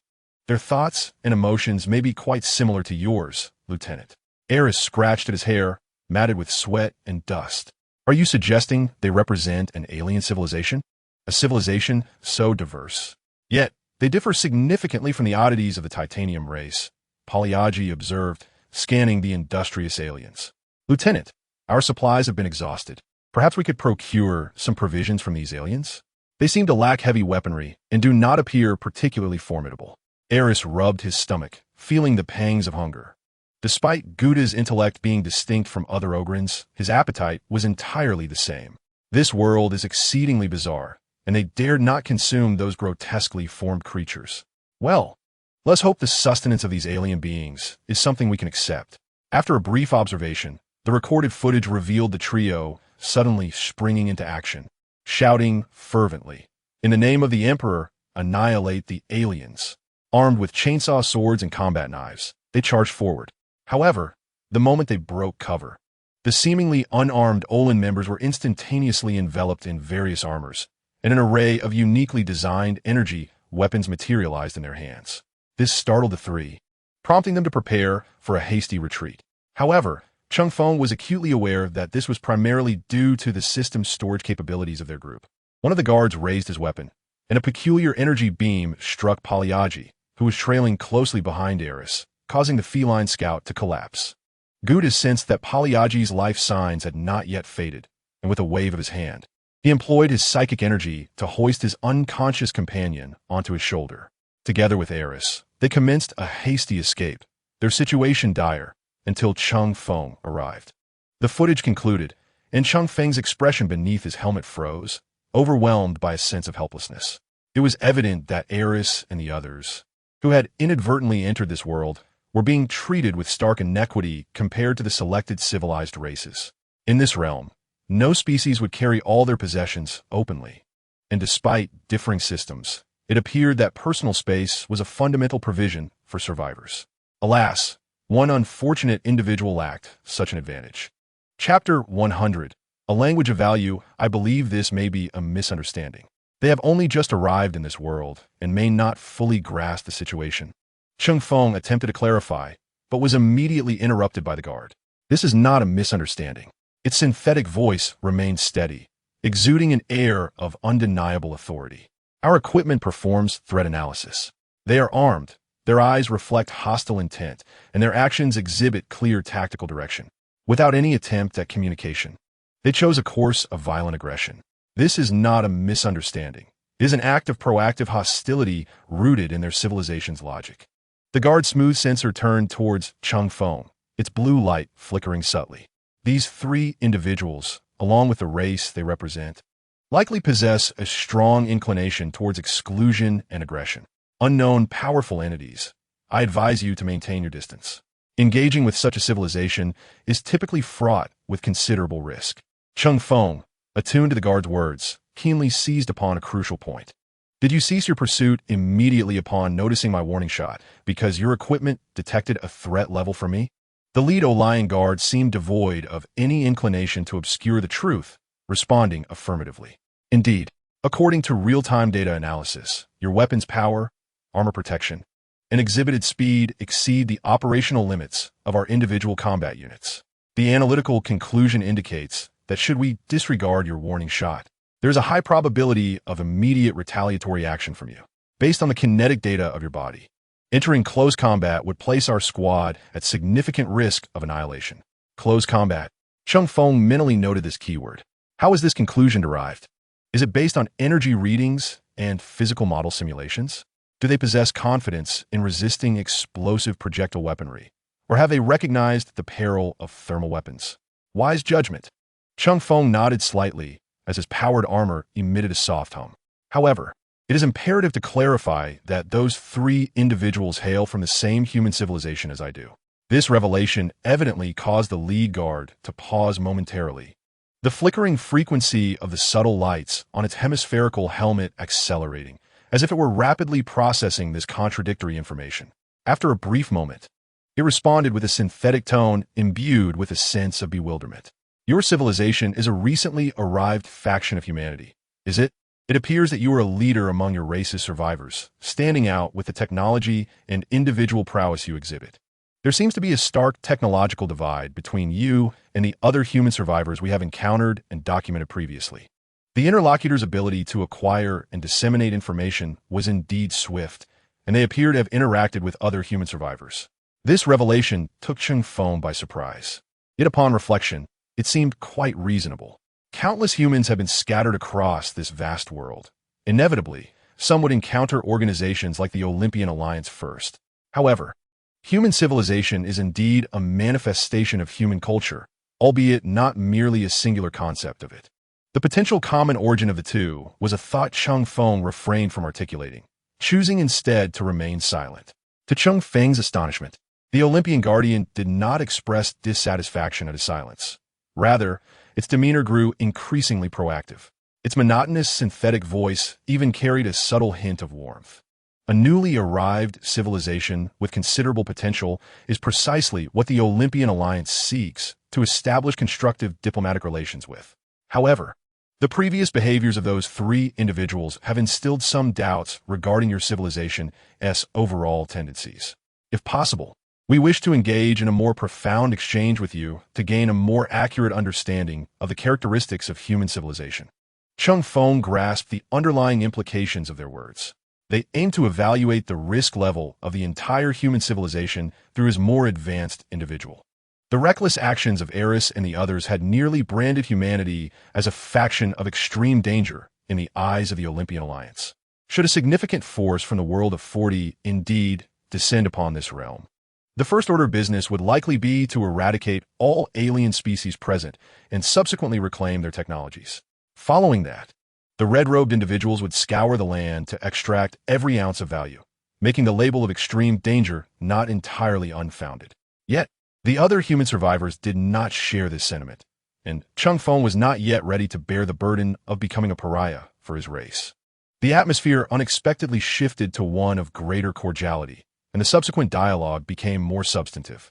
Cheng Feng clarified that Eris and the others had just survived a harrowing space battle, were under immense stress, and were entirely ignorant of the rules of this world. Their actions were a misjudgment born from extreme circumstances and should not be seen as representative of the collective will of all human survivors. Backed by the display of absolute military might, alongside his relatively rational mode of communication, he successfully persuaded the Olympian Guardians to agree to classify this conflict as a misunderstanding arising from informational asymmetry and extreme environmental pressure, thus refraining from issuing an overall negative assessment of human civilization for the time being. Having resolved the classification of this conflict, Cheng Feng felt it prudent to first address the matters concerning Eris and the others before returning to the trading station in search of people. As he turned to leave, the lead guardian suddenly spoke up. "Wait, we hope you will accept these items." He paused momentarily. From his armor emerged a translucent electronic card shimmering with a faint light, a miniature device reminiscent of a handheld computer, and a linguistic component previously utilized by Chaos. This electronic card served as a temporary access pass for the trading station, endowed with basic access rights and an independent coding account. The interface device was meant for loading and utilizing the linguistic component. The usage of Sci-Fi language is relatively confined, limited to the operational areas of the Karen tribe and its vicinity. Mastering the Olian universal language would facilitate the advancement and activities of your civilization in the future. Numerous civilizations possess translation devices capable of recognizing and interpreting this language. Cheng Feng accepted these 3 items, acutely sensing the goodwill emanating from the Olian Alliance, or rather, a form of investment grounded in mutual benefits. They recognized the potential of the civilization I represent. The objectives of the Olian Alliance are exceedingly straightforward, requiring no conjecture. Nevertheless, Cheng Feng found no grounds to decline. Upon seeing Cheng Feng accept the items, the leading guard spoke again. "You possess Sci-Fi language, yet it remains the language of the Karen tribe. If feasible, you may record your language and script data, which can then be submitted at any of our trading stations or the ruined city. The more accurately you map the characters, pronunciations, and meanings of the language, the greater the Olian universal points you will accrue. Our points can be utilized among all allied civilizations, making them quite valuable. Knowledge is wealth. Language and script are integral parts of knowledge and can indeed be commodified, which is advantageous for Cheng Feng. I will accept this, if possible. Could you assist me in locating a unique individual at your trading station?" The guard exhibited surprise at Cheng Feng's request. "Who are you seeking?" "I am uncertain, but a friend from the Karen tribe informed me that he resembles a soft-bodied creature, typically residing within a specialized container, aided by mechanical means for mobility." "You are referring to Prue." The guard immediately confirmed. Evidently, this description is well recognized within the trading station. "He is one of our station's technicians specializing in reclamation and reverse engineering. However, regrettably, he is currently absent. Approximately 7 cycles ago, he employed a team of Ogler guards to venture towards the outskirts of the Rusted Canyon, where a newly discovered minor technological relic was reported. He went there for recovery operations." Chapter 101, The Guide. The leading guard astutely discerned Cheng Feng's intention to locate Prue. "Should you wish to find Prue expeditiously, I can arrange for a member with guiding privileges to accompany you, directing you to the Rusted Canyon. However, you must ensure the guide's basic safety during the mission and, upon completion, return to this trading station to submit the language and script materials to earn Olian universal points, a portion of which will cover the guide's fee." Cheng Feng contemplated briefly. There seemed to be no objection to this arrangement, and then curiously inquired, "How should I address you? And what are guiding privileges?" The guard raised a hand covered in exoskeleton, pointing to himself, and a somewhat peculiar synthetic syllable resonated from a speaker. The phonetic representation of Xiaoba finds no equivalent in the Soper language or any known human language. Thus, it can only be temporarily transliterated as Xiaoba. "You may refer to me as Xiaoba." The leading guard reiterated his explanation. Concerning the guide permissions for civilizations joining the Olian Alliance, their systems have been irrevocably locked, precluding any conventional advancement in technology. However, the progress of various civilizations prior to this lockdown varies significantly. Some civilizations were unable to establish their own cities or settlements, while others, having built cities, were subsequently destroyed and failed to reconstruct within the stipulated time, resulting in the system's lockdown. Shoba's synthesized voice recounted the lamentations of these civilizations. The survivors, although bereft of a future, are not entirely destitute. They retain the technology and knowledge they possessed prior to the lockdown, with the assistance of the Alliance. Some civilizations have managed to reconstruct cities or outposts in relatively secure areas and have reactivated the mapping functionalities provided by the system. Those survivors with map access may petition the Alliance for guide permissions, thereby exchanging guidance services for the resources necessary for their survival. Cheng Feng comprehended the situation. This distinction mirrors that between high-tech refugees and primitive ones. The former's knowledge and residual technology are evidently more valuable, warranting a more favorable treatment. I understand now. Therefore, I kindly request you to arrange a guide for me. Shoba nodded, the smooth hemispherical helmet tilting to one side, falling silent. Yet within the helmet, Cheng Feng's avian oracle perceptively captured the accelerated flickering of micro-light frequencies within the intricate lattice of Shoba's exterior, indicating a notable increase in data flow intensity. Clearly, it was transmitting information via some internal communication device. The wait was brief. Approximately a few minutes later, Cheng Feng beheld a nondescript guard from the Alliance, approaching them while pointing at something with a peculiar short staff emanating a faint blue glow. This entity was indeed challenging to describe using conventional biological forms.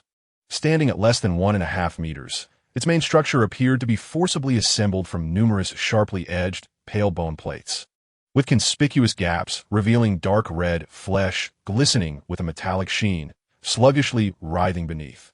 What was even more striking was that these exposed bone plates and flesh were intricately welded and embedded with an array of diverse metallic components, thick pipelines, ambiguous sensors, and even several serrated blades seemingly scavenged from different machines. All these elements amalgamated to create the appearance of a mobile, aggressive heap of metallic refuse. The accumulation was particularly pronounced in what seemed to be its upper body, where various technological components nearly obscured its original form. This creature appeared to be an exoskeletal structure, adorned with technological components and metallic plates, reminiscent of the Ogler race, depicted in a grotesque and sanguine manner by AI. The synthesized voice of Shuba resonated at an opportune moment, exuding a tone akin to that of introducing local specialties. Among the various races within the Alliance, the Ogrel are one of the most widely represented factions of mercenaries and guides. Typically, individuals of the Ogrel race are quite adept in combat, proving to be reliable companions. However, Shuba subtly shifted the conversation toward a heap of metallic refuse where a certain entity was struggling to free itself from the constraints of an energy staff. Before you, this peculiar being, known as Lioli, stands as an exception. A peculiar sound, reminiscent of metal grinding with a hint of bubbly resonance, emerged from the pile of bones and components. Do not refer to me as Lioli, Shuba. If you continue to introduce me to clients in this manner, I shall refuse your commission share. Moreover, can we not communicate in the universal language of the Alliance? The phonetics of that diminutive race are rather unkind to my vocal apparatus. To my knowledge, the Ogrel typically vocalize by utilizing Minut's psychic energy through biological membrane oscillations. Shuba's synthesized voice remained unperturbed as it countered. Where did you acquire an independent vocal apparatus? Yet, it is true that your demeanor and behavioral patterns exhibit significant deviations from those of other Ogrel individuals. Perhaps you have indeed undergone some form of mutation. Upon the completion of our task, you may accompany me for a comprehensive racial biological scan and genetic sampling. Perhaps you could be classified as a rare specimen, assisting you in procuring additional rewards to alleviate your sustenance concerns. I have no desire to be treated as a sample for collection, protested the Ogrel entity known as Lioli, its metallic plates quivering slightly in agitation. Even if I were to overlook the issue of nomenclature, if you wish to assign me an Alliance task, why not simply communicate it through the comms? Why summon me with a binding staff? Shuba's synthesized voice momentarily held a rare pause that could be interpreted as exasperation. Who was it that abruptly terminated my 3 communication requests? Beside them, Cheng Feng listened to this dialogue filled with potential pitfalls, his expression inscrutable beneath his mask, harboring a flicker of doubt within.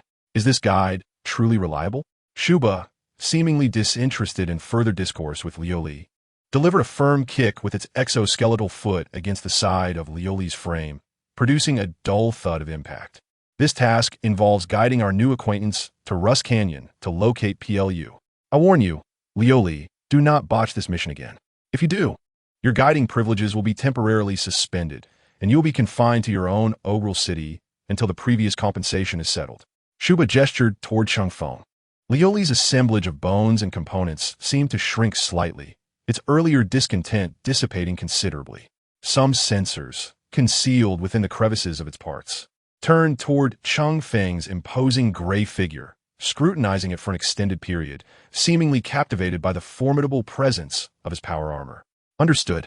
At least this time the client appears formidable. Lioli's tone softened, imbued with a semblance of resignation. Rust Canyon, you say? To seek out Plu, that gelatinous creature who perpetually resides in a canister? Very well. I shall accept this task, but let me make it clear, should unforeseen circumstances arise, do not hold me accountable, for that place is exceedingly perilous. Chapter 102. Suspicion. Are we heading to Rust Canyon now? As Ruda turned to leave with the Kaga Guard, Lioli immediately inquired about Cheng Feng's subsequent plans. No, we must first return to the camp. I have certain matters to attend to. We shall depart immediately thereafter. Cheng Feng, accompanied by the newly hired guide, Lioli, prepared to retrace their steps back to the camp on the Blackstone Hill, located at the edge of the abandoned city. Observing the guide's physique, which was only marginally taller than that of the Karen tribe, Cheng Feng harbored doubts about whether Lioli could keep pace with him. Just as he contemplated summoning cows for a ride, Lioli's actions left him momentarily bewildered. Metallic plates affixed to the muscular structure began to shift, revealing four claw-like appendages shimmering with a metallic sheen. Cheng Feng anticipated that Lioli would crouch down and utilize these mechanical claws for rapid locomotion. However, to his astonishment, Lioli retrieved two pairs of side-by-side metal wheels with short axles from its system storage and placed them beneath itself. What is this operation? Cheng Feng squinted, observing Lioli's next move. With two soft clicks, a contraption resembling a motorcycle, composed of flesh, metal, and bone, materialized before him. A faint electric arc flickered across the peculiar structure adorning Lioli.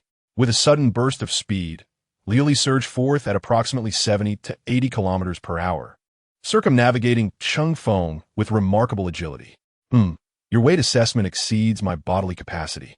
I hope you did not run too slowly, Lioli remarked in an odd tone. Cheng Feng paid little heed, merely scrutinizing the extraordinary technology exhibited by Lioli. If cows were to weld all the metallic structures on this creature and augment it with an additional alloy skeleton to enhance its load-bearing capacity, could this small entity serve as a motorcycle? Though such whimsical thoughts danced in his mind, Cheng Feng maintained a stoic demeanor. Good speed, keep up. He offered a succinct compliment before setting off at a run. The terrifying velocity instantly left Lioli momentarily dazed. What an astonishing species and technology. How could it achieve such frightful speed through such primitive means of locomotion? Cheng Feng disregarded the crystal clusters strewn across the ground, nearly running in a straight line. These crystals, though hard, were brittle. To demonstrate his might, Cheng Feng kicked a path through the crystals, scattering debris in his wake. Lioli endeavored to follow his trail, striving to keep pace with his retreating figure. The heavy thuds of Cheng Feng's footsteps, mingled with the whirring sounds emanating from Lioli, shattered the silence surrounding the camp. Meanwhile, Lieutenant Eris, alongside Guda, lay vigilant beside a rudimentary shelter, observing the returning Cheng Feng with keen scrutiny, especially upon noticing the peculiar biomechanical entity accompanying him. The tension in his facial muscles became palpable. His hand instinctively rested on the grip of his explosive pistol at his waist, his gaze filled with an almost tangible skepticism.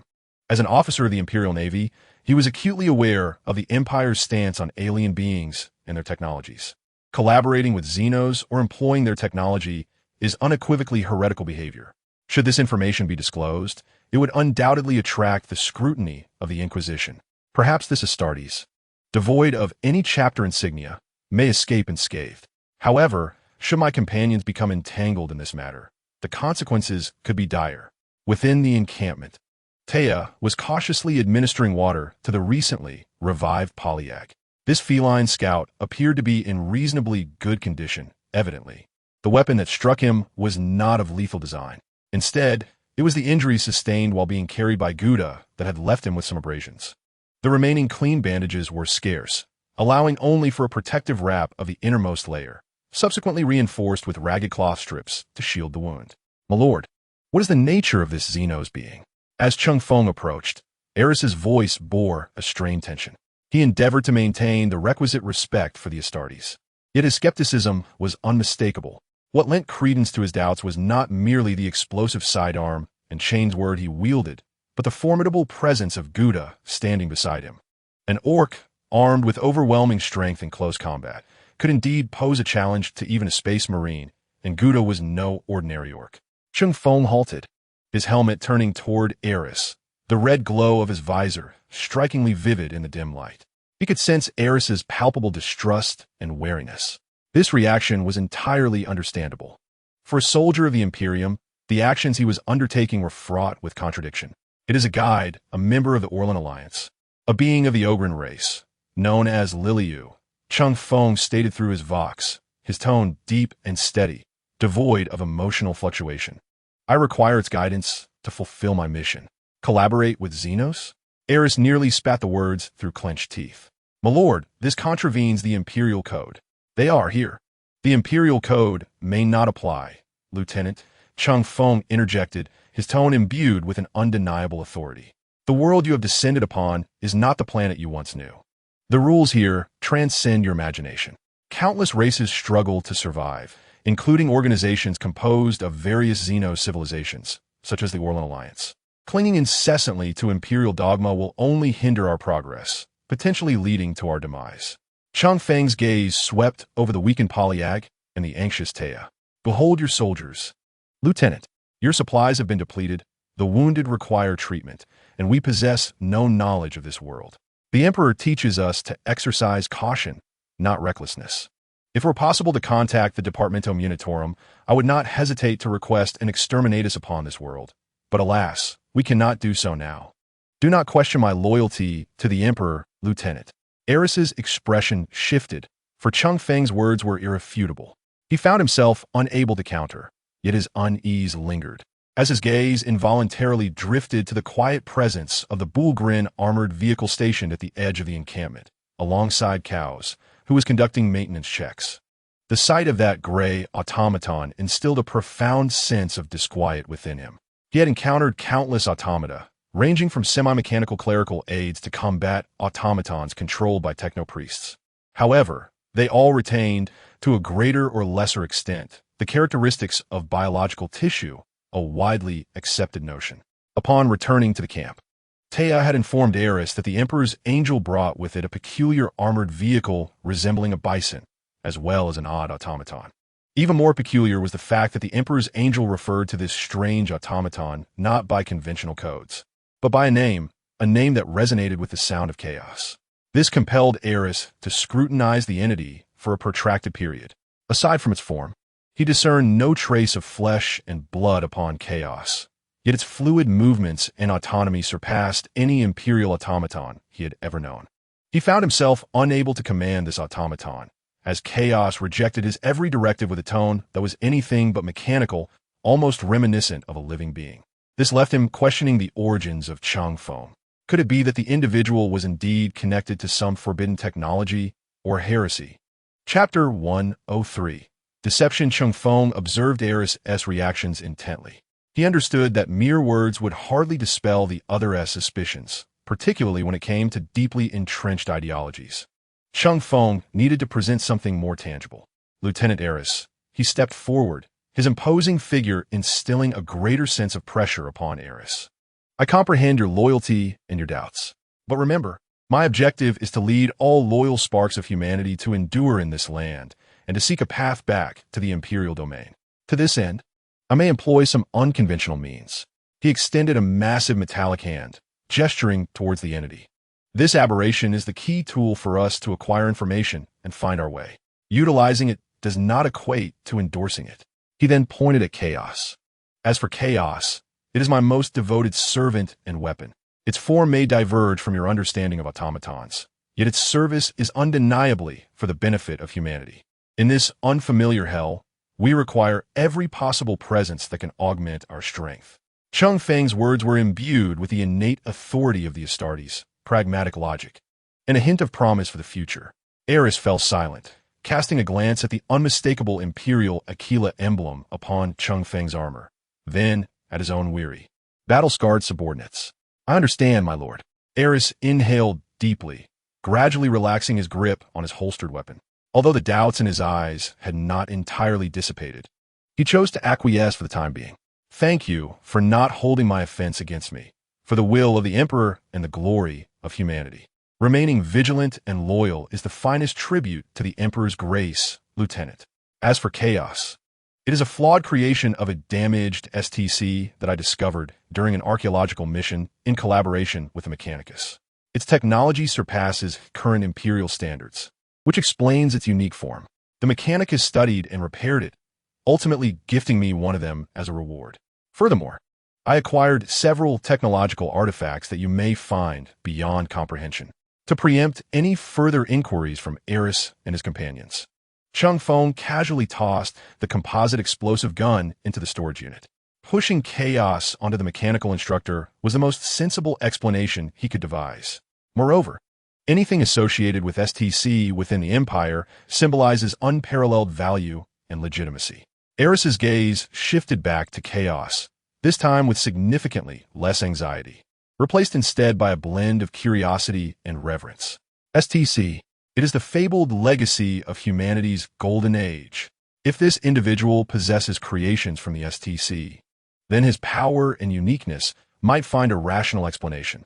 Eris had once mused about forming an expedition team after retirement to seek out relics, perhaps even uncovering an STC artifact, thereby ascending to Imperial nobility, acquiring several planets, or even establishing a vast lineage.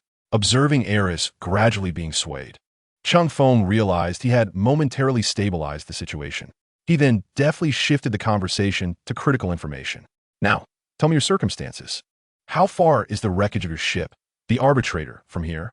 Is it possible to return?" Eris took a moment to collect himself, beginning to recount their experiences in detail, from the chaotic betrayal of traitors, the rupture of the ship's hull and its subsequent descent, to their struggle for survival in this bizarre world. Cheng Feng listened intently, correlating this information with what he already knew, endeavoring to assemble a more comprehensive picture of the world and seeking clues for their next course of action. Meanwhile, Lulu bored, idly poked at the black debris on the ground with its metallic appendages, occasionally scanning Cheng Feng and Eris with its sensors, silently assessing the trouble level posed by these new clients. The information provided by Eris bore little difference from what Cheng Feng had previously known, only enriched with additional details and combat intelligence regarding peculiar creatures. Beyond that, they were utterly unaware of their location and could not possibly navigate back to the wreckage of the Arbitrator. Noticing the weariness etched on their faces and the injured sub-soldier, Cheng Feng casually spent 30 points from the system to exchange for 6 units of standard ration packs course, followed by another 50 points for 2 units of emergency bandages, which he then handed to Eris. "I have also collected some mundane supplies. Let your people recuperate first before setting out with me." Eris was taken aback by the items that appeared in Cheng Feng's hands, recognizing the familiar, rudimentary packaging adorned with the military department's cautionary wording in High Gothic, his expression becoming complex, tinged with joy and pain. Accepting the items, Eris passed the bandages to Taya, then proceeded to the camp's damaged freshwater filter, intending to use the dwindling filtered water to prepare the rations. Taya removed the ragged strips from Pelagia's wound, followed by a small segment of intact bandage. Then, she unfurled a fresh bandage and began to pray. Praying to a bandage? Cheng Feng observed Taya's actions discreetly, suddenly noticing what seemed to be printed on the unfurled bandage. In an effort to conceal his ignorance, Cheng Feng cast a fleeting glance at the description of the bandage. The emergency bandage, marked with the sacred prayers of the national religion, contained hemostatic and anti-inflammatory powders within its layers. Prior to its application, one must recite a prayer to beseech the Emperor's protection, thereby averting the peril of subspace contamination that could render wounds incapable of healing. How absurd it is to pray before receiving aid, yet it is rather poignant. Having donned a fresh bandage, Polyadge quickly rose to accompany Taya in assisting Eris with the unpalatable ration blocks. Eris, in a single motion, unwrapped 3 blocks, resulting in a viscous substance that was nearly impossible to stir. Ah, still the same flavor. Commander, if there's food, one shouldn't be picky. At least this won't kill you. After a laborious effort, Eris bore the agony of consuming approximately a fistful before he could no longer continue. As a noble of the Imperial Navy, such sustenance was beneath him. Typically, aboard the ship, his meals were far superior to those of the rank-and-file soldiers of the Star Realm. The two subhuman soldiers exhibited little reaction. They had grown accustomed to such fare. As for Gouda, the Ogrelin was not choosy, so long as it filled his belly. Cheng Feng watched as Gouda raised a large pot brimming with gruel to his mouth, feeling a twinge of nausea in his own stomach. Gouda's eyes, glimmering with a spark of intelligence, met Cheng Feng's gaze, and his simple face broke into a broad smile, indicating a palpable friendliness. With a relatively uncomplicated mind, he readily categorized Cheng Feng, who could provide ample sustenance, as a good companion. Chaos, assist them in organizing their belongings. Load all useful items onto the vehicle. We shall depart for Rust Canyon in 10 minutes. Once aboard, you may rest, for the journey to our destination will be quite lengthy. Chapter 104. The peculiar technology of the Alliance. At Cheng Feng's command, Eris and the others promptly began to pack their belongings. The tattered tents yielded soiled sleeping bags that were rolled up again, while an ammunition crate was opened, with the remaining few small-caliber explosive rounds pressed into Eris's explosive pistol magazine. Several scorched laser rifle magazines, blackened by fire, were cleaned and stowed away. The well-worn light ballistic armor was donned. The two subhuman auxiliary soldiers worked swiftly. Being part of the Star Realm military, they were well-versed in such tasks, while Eris's movements were somewhat sluggish in comparison. As for Gouda, the Ogrelin possessed only a tattered tent, so worn that the sky could be seen through it, and an empty food crate he used as a pillow. His original armor had long since disintegrated, and he lacked any weaponry, wielding merely a hefty bone club. This bone club occasionally served as a makeshift psionic staff, proving to be quite effective. Eris had urged Gouda on numerous occasions to discard the club, which seemed to be a thigh bone of some creature. It appeared excessively primitive and savage. However, Gouda retorted that unless offered a power staff in exchange, he would never part with it.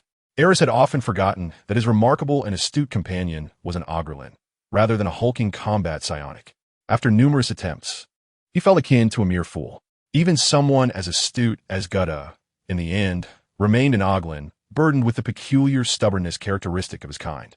As Cheng Feng observed the towering figure before him, brandishing a bone club, he could not shake the sense that some strange silhouette was faintly mirroring the one before him. Perhaps Gouda was simply missing a head, or perhaps he should don a hue of blue skin, even muttering to himself, "Are we doing all right?" Cheng Feng found himself whispering back to his own fanciful reverie. Indeed. "My lord, what are you saying?" Elris noticed Cheng Feng murmuring to himself, fixated on the Ogrelin. He had heard Cheng Feng's words, but failed to grasp their significance. "It's nothing, Chaos. Dismantle and take away anything of value." Chaos surveyed the campsite. The tents had already been disassembled, and the only item of any worth was likely the damaged freshwater filter. This device possessed an extendable triangular support, with a cylindrical apparatus at its center topped by a glass jar. Under normal operation, the jar would be vacuum sealed, while the device is submerged into the upper water layer, using a siphoning method to draw water into the glass jar. Simultaneously, the device would filter the water, ultimately yielding around 5 liters of purified liquid. Chaos efficiently employed a laser cutter to sever the warped exterior support, subsequently extracting the core components, and after a simple disassembly and replacement of a few parts, he stashed it into the vehicle's bed. Under Cheng Feng's direction, Elris, along with Taya and Pagliacci, climbed into the remaining half of the Buffalo Armored Vehicle-S enclosed cabin. Meanwhile, Gouda had to share the open bed with Cheng Feng. To Gouda's satisfaction, he did not suffer from the same intense claustrophobia as his kin, yet he still harbored a dislike for confined spaces. The open-air setting was quite agreeable. Upon entering, Elris immediately noticed the U-3342 embedded within the vehicle structure, linked to the fire control system. Its hybrid form of machinery and flesh, along with its rigid operational mode, inexplicably instilled a sense of reassurance within him. This was precisely how an Imperial automaton ought to present itself. He murmured to Taya beside him, reflecting that in comparison to the fully independent Chaos, U-3342 aligned more closely with his perception of an Imperial machine servant. However, Elris overlooked the fact that this vehicle was merely a Buffalo armored vehicle, which should not possess such a fire control automaton. Then he observed chaos smoothly taking the driver's seat, various data cables extending from its arm interfaces, connecting to the vehicle's control system as the engine rumbled to life. Cheng Feng's voice resonated outside the vehicle, beckoning Lulyalu in an unintelligible Safal language. "Let us depart. Lulyalu, guide us to Rust Canyon." This time, Lulyalu exhibited no signs of provocation. "All right, follow me." Chaos, comprehending their exchange without the need for Cheng Feng's explicit command, adeptly maneuvered the Buffalo armored vehicle, maintaining a steady pursuit. The tracks crunched over the black gravel terrain, producing a series of rhythmic clattering sounds. Out of curiosity, Chaos exhibited behavior reminiscent of a mechanical priest, continuously scanning the technological apparatus on Lulu with a bird divination device while driving. After analyzing the various signal pulses emanating from Lulu, Chaos established an additional communication data link based on the open signal frequency emitted by Lulu's communication device, facilitating communication between Cheng Feng and Lulu. The sudden emergence of a stranger's voice in the communication nearly caused Lulu to lose her balance, leaving her in awe of Cheng Feng and the civilization he represented. Cheng Feng and Guda sat in the open back of the vehicle, their enormous physiques nearly filling the rear space. Once the vehicle began its journey, Guda soon fell into a deep snore, perhaps satiated from a hearty meal. This Ogren displayed a relaxed demeanor, bordering on carefree. Cheng Feng then retrieved the handheld interface device and linguistic component provided by Shuba. Upon connecting the linguistic component to the interface, the small screen immediately began to display a torrent of data streams, unfamiliar symbols, and voice samples. With his brain enhanced as a Star Warrior, Cheng Feng began to parse and memorize this entirely new linguistic knowledge, using Soparl as a foundation. He mapped basic vocabulary, grammar, and phonetic rules from Chinese, English, and Gothic onto this new language, inputting the information into the blank storage area of the linguistic component in preparation for redeeming universal points at the trade station upon his return. This endeavor promised a seemingly effortless yet potentially immense fortune, one he was determined not to overlook. Guided by Lulu, the convoy departed the relatively safe area of the Blackstone hillside. The subsequent journey proved unexpectedly smooth. Along the way, Cheng Feng, utilizing his enhanced senses, could faintly perceive the prying gazes and restless energies lurking within the depths of the crystal jungle or beneath the glassy surface.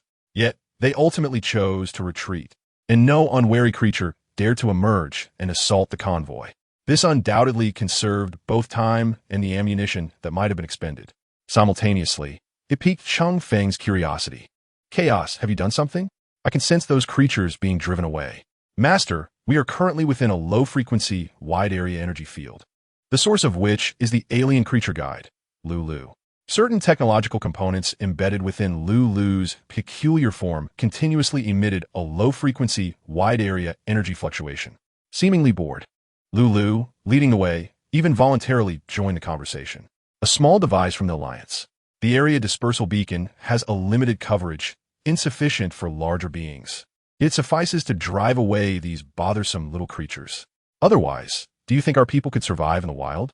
Chapter 105. The Rusted Canyon. Cheng Feng did not respond, but silently noted the information regarding this technology.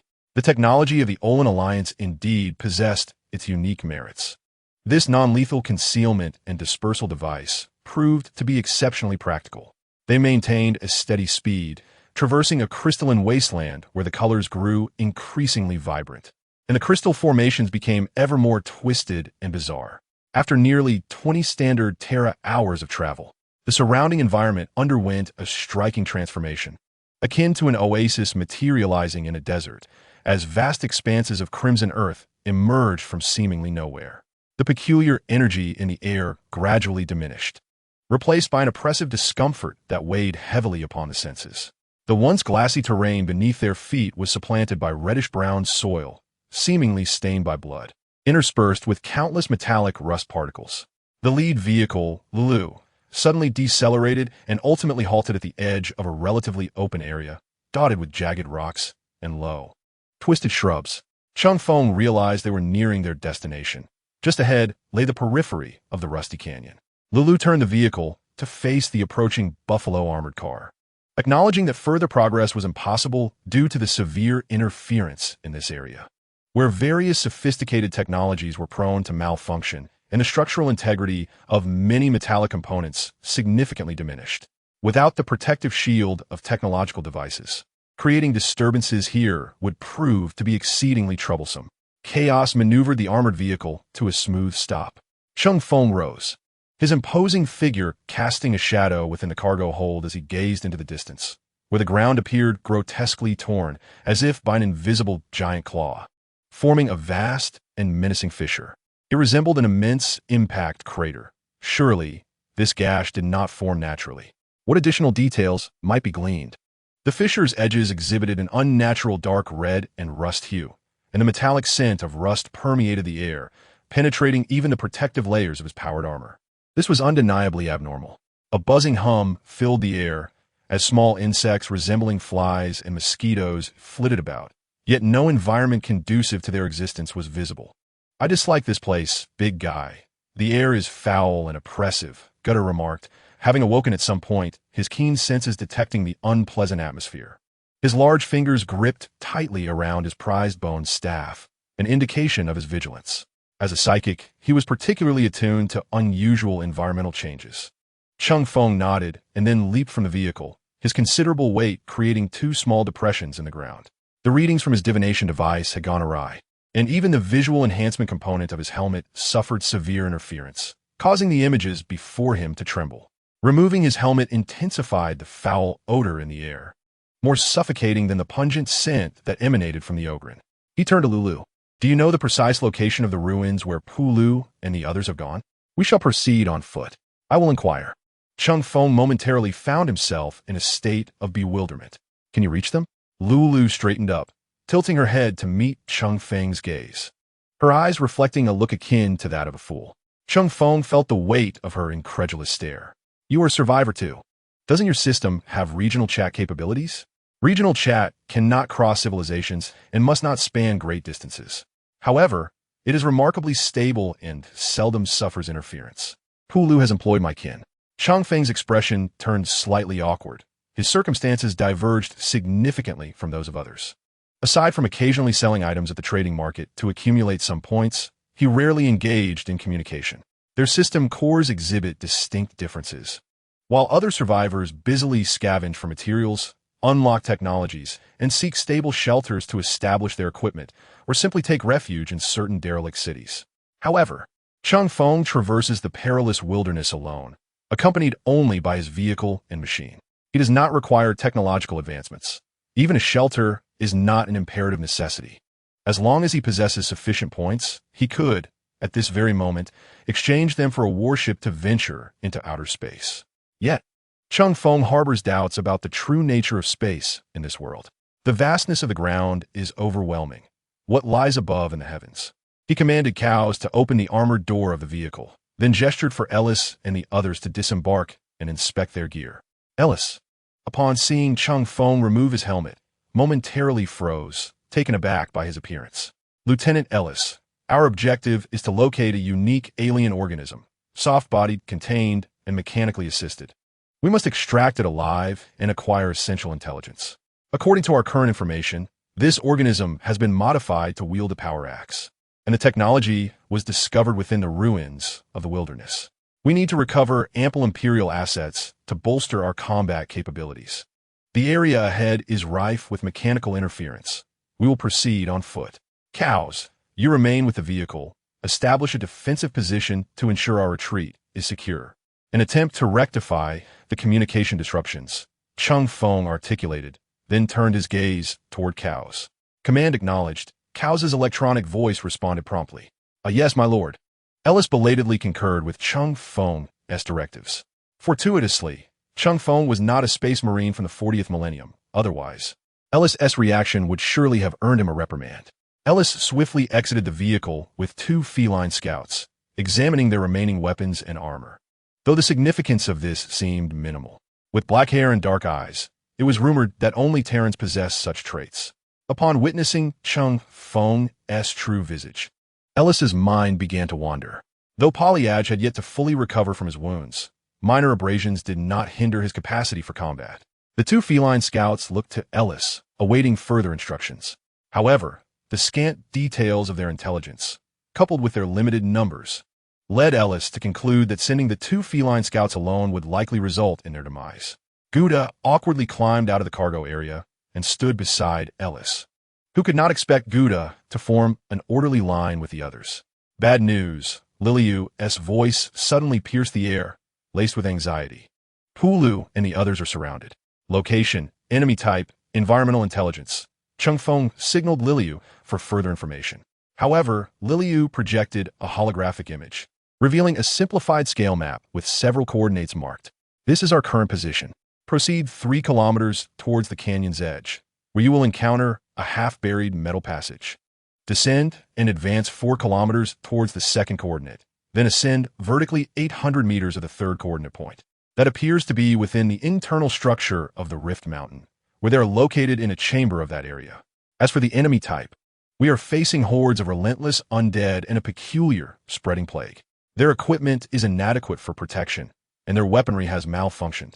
The surrounding environment resembles a type of hull, rife with ruggedness, chaos, and disorder, seemingly akin to your equipment. As Lulu spoke, the projected image transformed into a segment of video. Chapter 106. The Fleeing Guide. Cheng Feng's gaze fixated on the holographic image presented by Lulu. The image, albeit slightly shaky, was remarkably clear, the elevated perspective undeniably stemming from the only tall figure among the group, PLU. However, the content within sent a chill down Cheng Feng's spine. In the footage, a group of figures staggered through a vast metallic corridor marred by dark red rust, pursuing Plu and his companions. Thanks to the dimly lit, colorful imaging, the iconic deep gray coats worn by these figures and their faces obscured by breathing masks made their identities unmistakable. This is the Krieg. These Krieg soldiers had long since forfeited the vitality of the living. Their tattered coats revealed skin displaying a sickly gray-green hue or swollen pallor, with festering sores dotting their bodies. The lenses of their breathing masks were shattered, and the fleeting glimpse of their eyes appeared murky, reminiscent of dead fish. They moved slowly yet resolutely, surging forward like a tide, emitting an unconscious wheezing sound akin to a leaking trachea. Plague-ridden corpses. Moreover, these were Krieg corpses transformed by the Naggoth plague. Just ahead of this horde of corpses, several diminutive figures, akin to Lulu, were engaging in a tactical retreat. For the first time, Cheng Feng witnessed the combat style of the Aglera tribe. The Aglera at the rear of the group abruptly halted, their low and peculiar forms curling up instantly, the bony plates and additional metal armor, encasing them closing in layers to form a conical metallic structure resembling a pine cone. The wheels used for movement were embraced at the center, and then this metallic sphere began to spin rapidly in place, emitting a faint hum. Hiss, hiss, hiss. Dense lasers erupted instantaneously from the gaps in their bony exoskeleton. A torrent of concentrated red laser beams burst forth towards the pursuing enemies, resembling a metallic pine cone expelling lethal needles.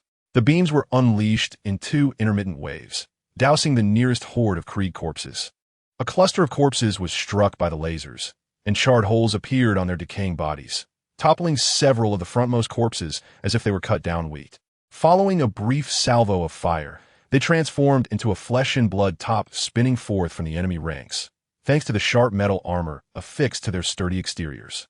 Such firepower was indeed astonishing against a mass of unarmored units. Krieg soldiers rarely donned ballistic armor. Their coats provided basic protective capabilities while also serving as faber body armor to withstand some small-caliber projectiles, yet any additional protection was non-existent. Judging by the numerous Krieg corpses felled in close proximity, it appeared that despite the density of the beams, Cheng Feng could only surmise that the firepower of these Aglera laser weapons was likely significantly weaker than that of standard Imperial laser rifles. However, their ability to unleash such a multitude of beams instantaneously suggests that their weaponry may possess a slight technological edge over the Empire. This mode of combat inexplicably reminded Cheng Feng of something he had encountered in a particular game mod. In the realm of necromancy, there existed a 6-mark annihilator, a creation of the deranged Death Mark assassins, equipped with 6 Hellfire pistols. This entity excelled in rapid movement and targeting multiple foes, even executing ambushes through phase space. Unlike the Deathmark assassins, who would not engage in reckless shooting akin to a spinning pine cone indiscriminately scattering seeds, the weaponry of the necromancers was far more formidable. Were the scenario to resemble what he witnessed, a single 6-mark annihilator could reduce the 100 or so Krieg zombies on screen to mere atomic ash. In stark contrast, the explosive tactics employed by the Ogren appeared crude and inefficient. Eris, aboard the Judicator, did we deploy any units from the Krieg Death Corps? Cheng Feng gestured for Lulu to freeze the image of the Krieg zombies, then beckoned Eris closer, intent on discerning the situation. Upon closer inspection, Eris's face reflected astonishment. We have not deployed any Krieg units. How could they have become like this? After a brief contemplation, Cheng Feng altered his orders. Eris, you and the others must guard the armored vehicle alongside Chaos. I will proceed alone. You must ensure my retreat and prepare for covering fire. This was not an act of heroism on Cheng Feng's part.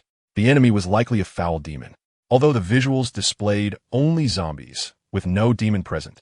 Cheng Feng was unwilling to take chances. As mere mortals, Eris and the 2 subhumans would be doomed if they were to contract the subspace plague. As for Gouda, if an ordinary Ogren were to be infected and transformed into a plague Ogren, it would already pose significant issues, let alone the fact that he possessed psychic talents. Who could foresee what he might become? Cheng Feng was acutely aware of his own situation. The unapproachables could transform the extraordinary plague into a mundane illness. His augmented body enabled him to rapidly heal from any ordinary disease.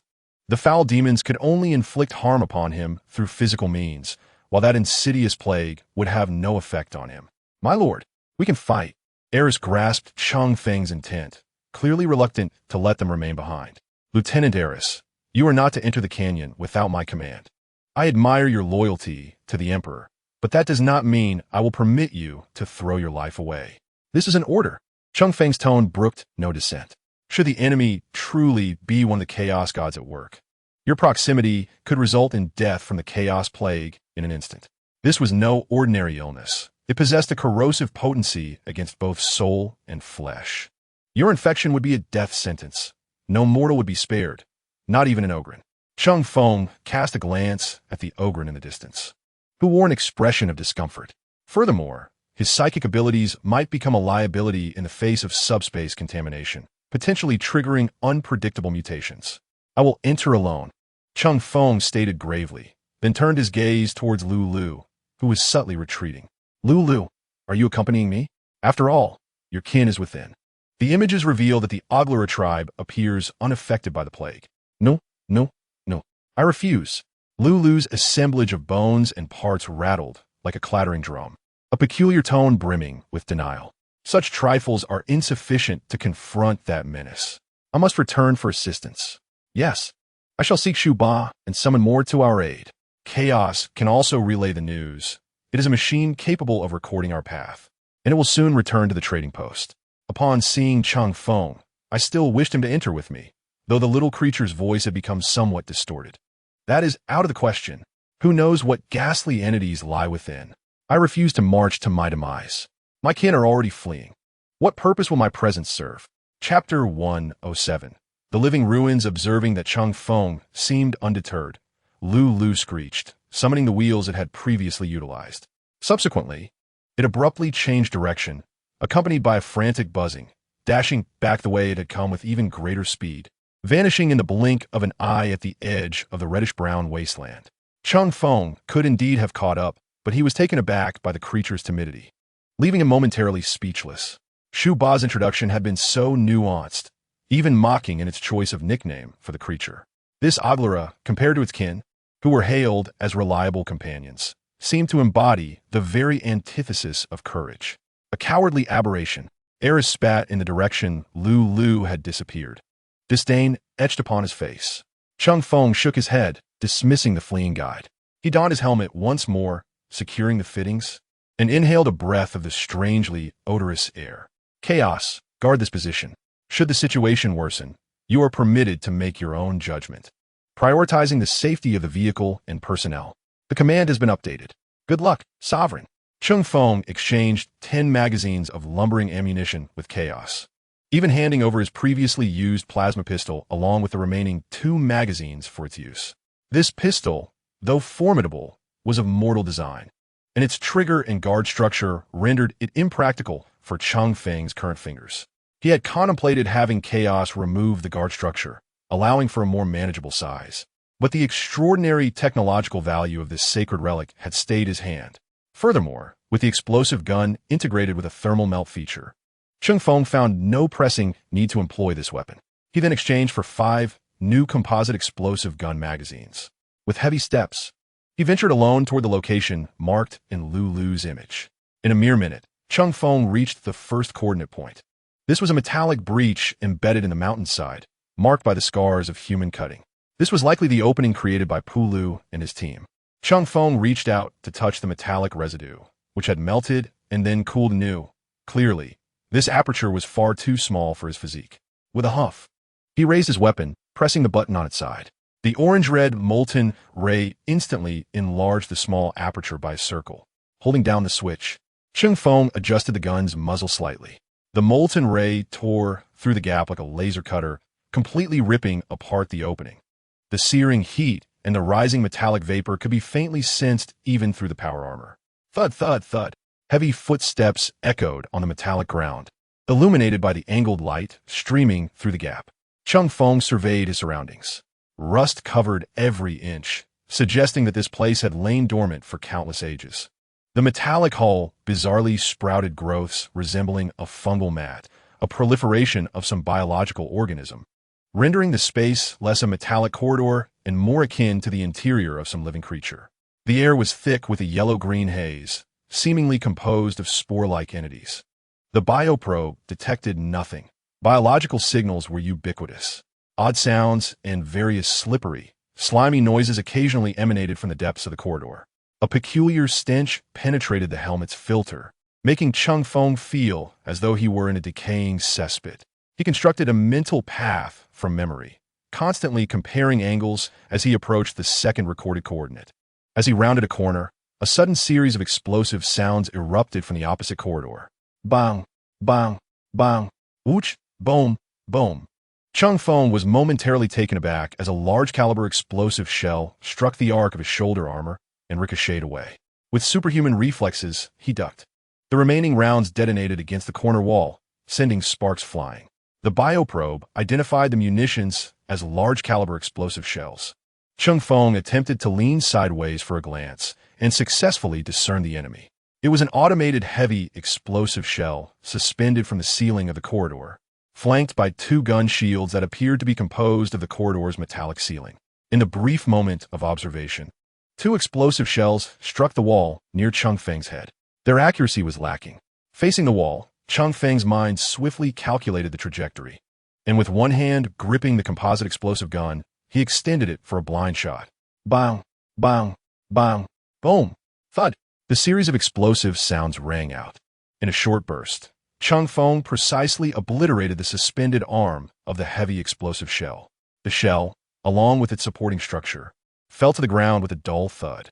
Cheng Feng emerged from the corner and pressed forward, taking a moment to assess the automated heavy explosive shell. The flesh-like growths on the gun's body were torn apart by the fragments of the explosive shell, and a viscous substance, whether blood or something else, continuously oozed out. The weapon's mechanisms had corroded and twisted, clearly suffering severe damage. Yet before Cheng Feng destroyed it, it had still been firing normally. Navigating past the wreckage of the defensive apparatus and traversing through 4 or 5 small passages, Cheng Feng spotted a fully contaminated thinker at the edge of a wall. The biological components used by this thinker had swollen into a quivering mass of flesh. A distorted human face could faintly be seen smiling grotesquely at Cheng Feng. Without hesitation, he fired a shot. The explosive detonated, scattering a mass of writhing flesh across the ground. The tainted blood splattered upon Cheng Feng's powered armor, swiftly drying to a darkened crust that eventually crumbled away. Yet, the armor itself showed no signs of rust or decay. A heavy silence enveloped the surroundings, leaving only the sound of Cheng Feng's labored breaths. Killed the plagued, corrupted thinker. Survival points 2,900 through the microarray of the powered armor. Cheng Feng compared the path he had traversed and recalibrated his forward direction. Less than a kilometer remained. The signs of corruption within the passage intensified, with grotesque vines nearly engulfing the carved statues on either side, evidence of fragmentation and ruin scattered about. With each heavy step, Cheng Feng arrived at a spacious hall that resembled a foundry, its vast interior dominated by towering metallic columns. The molten metal that should have flowed freely had long since cooled. Debris from damaged automatons and toppled machinery littered the ground. With a sudden crash, a heavy blast door fell shut behind him without warning, severing his escape route. A trap? In the darkness, the visor of the powered armor glowed a vivid red. The low light enhancement allowed him to discern the contours of the otherwise pitch-black surroundings. Though the image quivered slightly, it was acceptable for Cheng Feng at this moment. An eerie laughter, reminiscent of countless gelatinous bubbles bursting, echoed through the space. Chapter 108. Displaying Mercy. When the world. Cheng Feng felt a surge of anxiety, his breathing quickening. The pituitary gland triggered the brain to release a greater supply of adrenaline to heighten his focus. Small figures, each barely half a meter tall, emerged from the shadows surrounding him. Bang, bang, bang. Instinctively, Cheng Feng raised his weapon and fired. The bright muzzle flash of the explosive gun illuminated the area, revealing the bizarre entities before him. Killed spirit, survival points, 300. They were the gremlins, the most mischievous and malevolent imps under the dominion of Negu. Their approach was grotesque. As they incessantly spat at Cheng Feng, the slime contained the blessings of Negu, harboring a multitude of bacteria, viruses, and microorganisms. Any ordinary person who came into contact with it would either perish instantly or begin sprouting mushrooms. Those fated to suffer worse would be fused with the viruses and microorganisms, swelling into a bloated mass before bursting into a cloud of spores. Even with fully sealed armor protection, no regular unit dared to approach the filth of the Nega demons. Flesh would rot alongside steel, rapidly merging to form grotesque hybrids of blood and machinery. Only the Space Marines could rely on their genetic seeds, utilizing subspace energy derived from their genetic primordials to resist such chaotic corruption. However, Cheng Feng had no need for that. He embodied a combination of an elite soldier and a silent nun, not only impervious to the extraordinary powers of the plague, but also immune to conventional diseases thanks to his superhuman constitution. These things are utterly revolting. Cheng Feng felt as though he was experiencing the sentiments of Marilyn Kaido from the explosive crossbow for the first time. The spittle expelled by the Nagwa's spirit obscured his vision somewhat, compelling him to manipulate the explosive firearm with one hand while wiping away the yellow-green viscous substance from his faceplate with the other. The most unbearable aspect was the nauseating odor that pierced through the powered armor's defenses, assaulting Cheng Feng's nostrils. Gargle, gargle. You wretches. Cheng Feng's furious roar echoed amidst the grotesque laughter of the Nagwa spirits. Explosive bursts of fire erupted upon the leaping forms of the Nagwa spirits. The colossal tubes on either side, originally intended for the transportation of some liquid, were shattered. A heap of corpses, mingled with even filthier remnants, tumbled into the desiccated liquid pool. With a gurgling sound, as the first towering figure emerged from the heap of bodies, more corpses began to rise gradually. The largest among the cadavers were two gigantic Nagwa beasts, grotesque entities resembling colossal, fleshly slugs, evoking a sense of revulsion. Surrounding them were the remains of Krieg soldiers. The sheer number of these corpses nearly blanketed the liquid pool, their limbs contorted and broken, their skin riddled with ruptured boils. Plague and flies swirled around them, while live maggots burrowed through their decaying flesh. The Nagwa beasts charged towards Cheng Feng, trampling the plague-ridden corpses beneath their massive webbed feet. Accompanied by the sound of shattering bones, Cheng Feng showed no inclination to retreat. An explosive round was aimed at one Nagwa beast's head, which it instinctively shielded with its robust limbs. The splattering of flesh and viscous liquid emitted a foul stench. Cheng Feng promptly elevated the firearm, transitioning to a thermite round. A brilliant beam pierced through the Nagwa beast's body, instantly vaporizing its head and limbs. The beast let out a wail, exuding a stench of decay and char, before collapsing, its gaping maw and writhing tendrils continuing their chaotic flailing. Kill beast, survival points 4,500. kill plague undead, survival points 150, explosive rounds flew incessantly. Empty magazines and fusion fuel canisters discarded carelessly on the ground. Each explosive round detonated, creating a gruesome spectacle of mingled flesh, shattered bones, and dark green slime amidst the undead horde. Those struck directly were obliterated into a puddle of flesh. Severed limbs and torn arms scattered like leaves caught in a tempest, transforming the surroundings into an even more hellish scene. As Cheng Feng reloaded his composite magazine, a Nagwa beast seized the opportunity to approach, abruptly rearing up. Its enormous, blood-soaked hands swung towards Cheng Feng with a howling rush, while its thrashing tendrils ensnared his limbs. The immense force was sufficient to rend the armor of light vehicles. In an instant, Cheng Feng stowed the emptied magazine of his composite explosive firearm.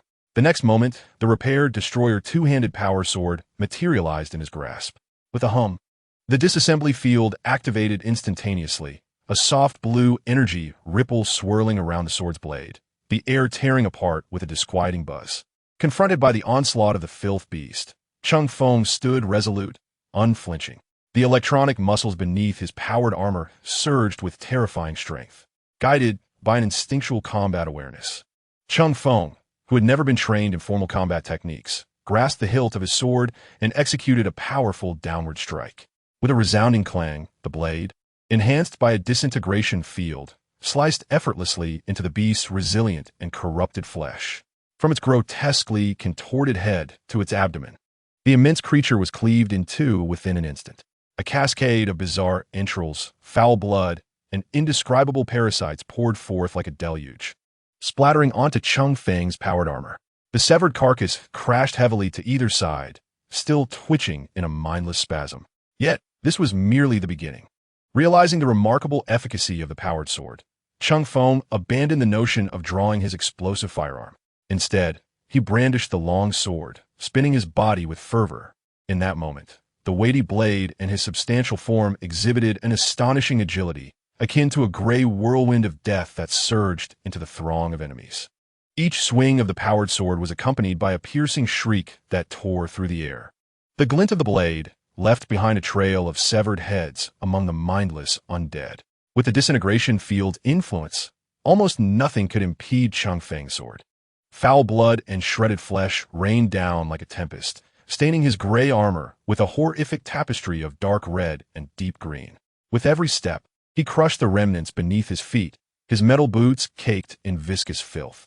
Suddenly, several filth spirits, mingled among the undead, leapt onto Cheng Feng's body, screeching as they attempted to pry at the joints of his armor with their germ-laden claws.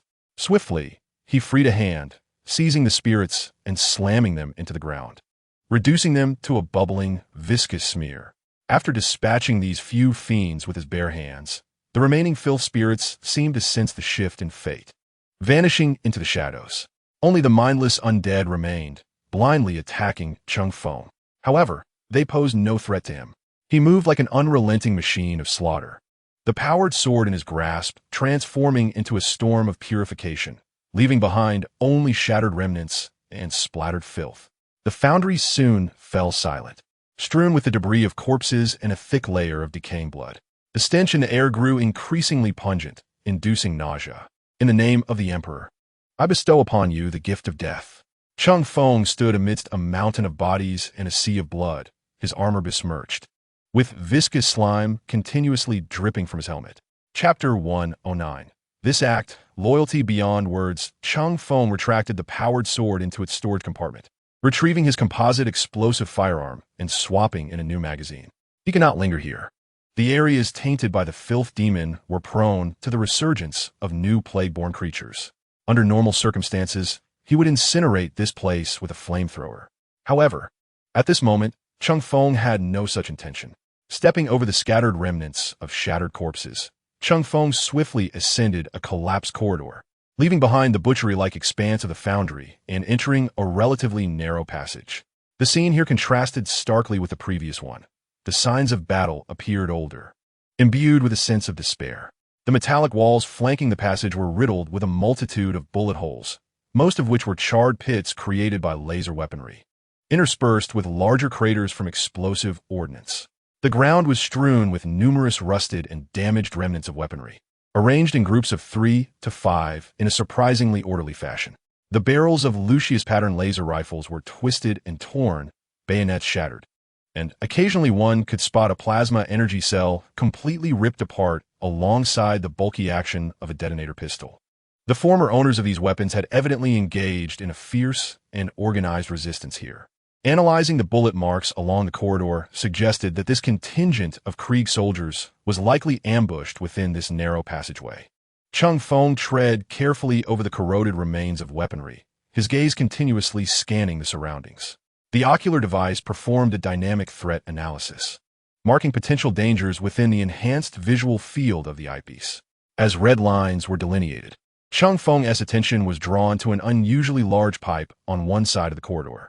Its exterior was encrusted with thick rust and numerous bullet scars, yet its structural integrity seemed remarkably robust. However, the ocular device indicated several red dots along this rust-laden pipe, swiftly marking the entire length in crimson.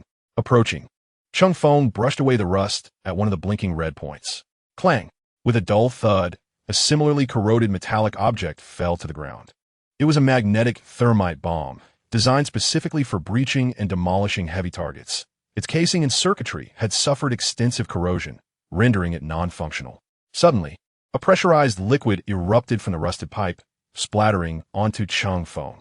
The force nearly caused him to stumble, and a series of red alerts flashed in his ocular display. Flammable environment, toxic environment, palladium fuel leak detected, explosion risk. The residual pressure within the pipe was not substantial, and soon the palladium fuel spray ceased. Although drenched in the palladium fluid, much of the blood and grime clinging to him was washed away. Steadying himself, Cheng Feng's gaze swept over several other rust stains scattered along the pipe.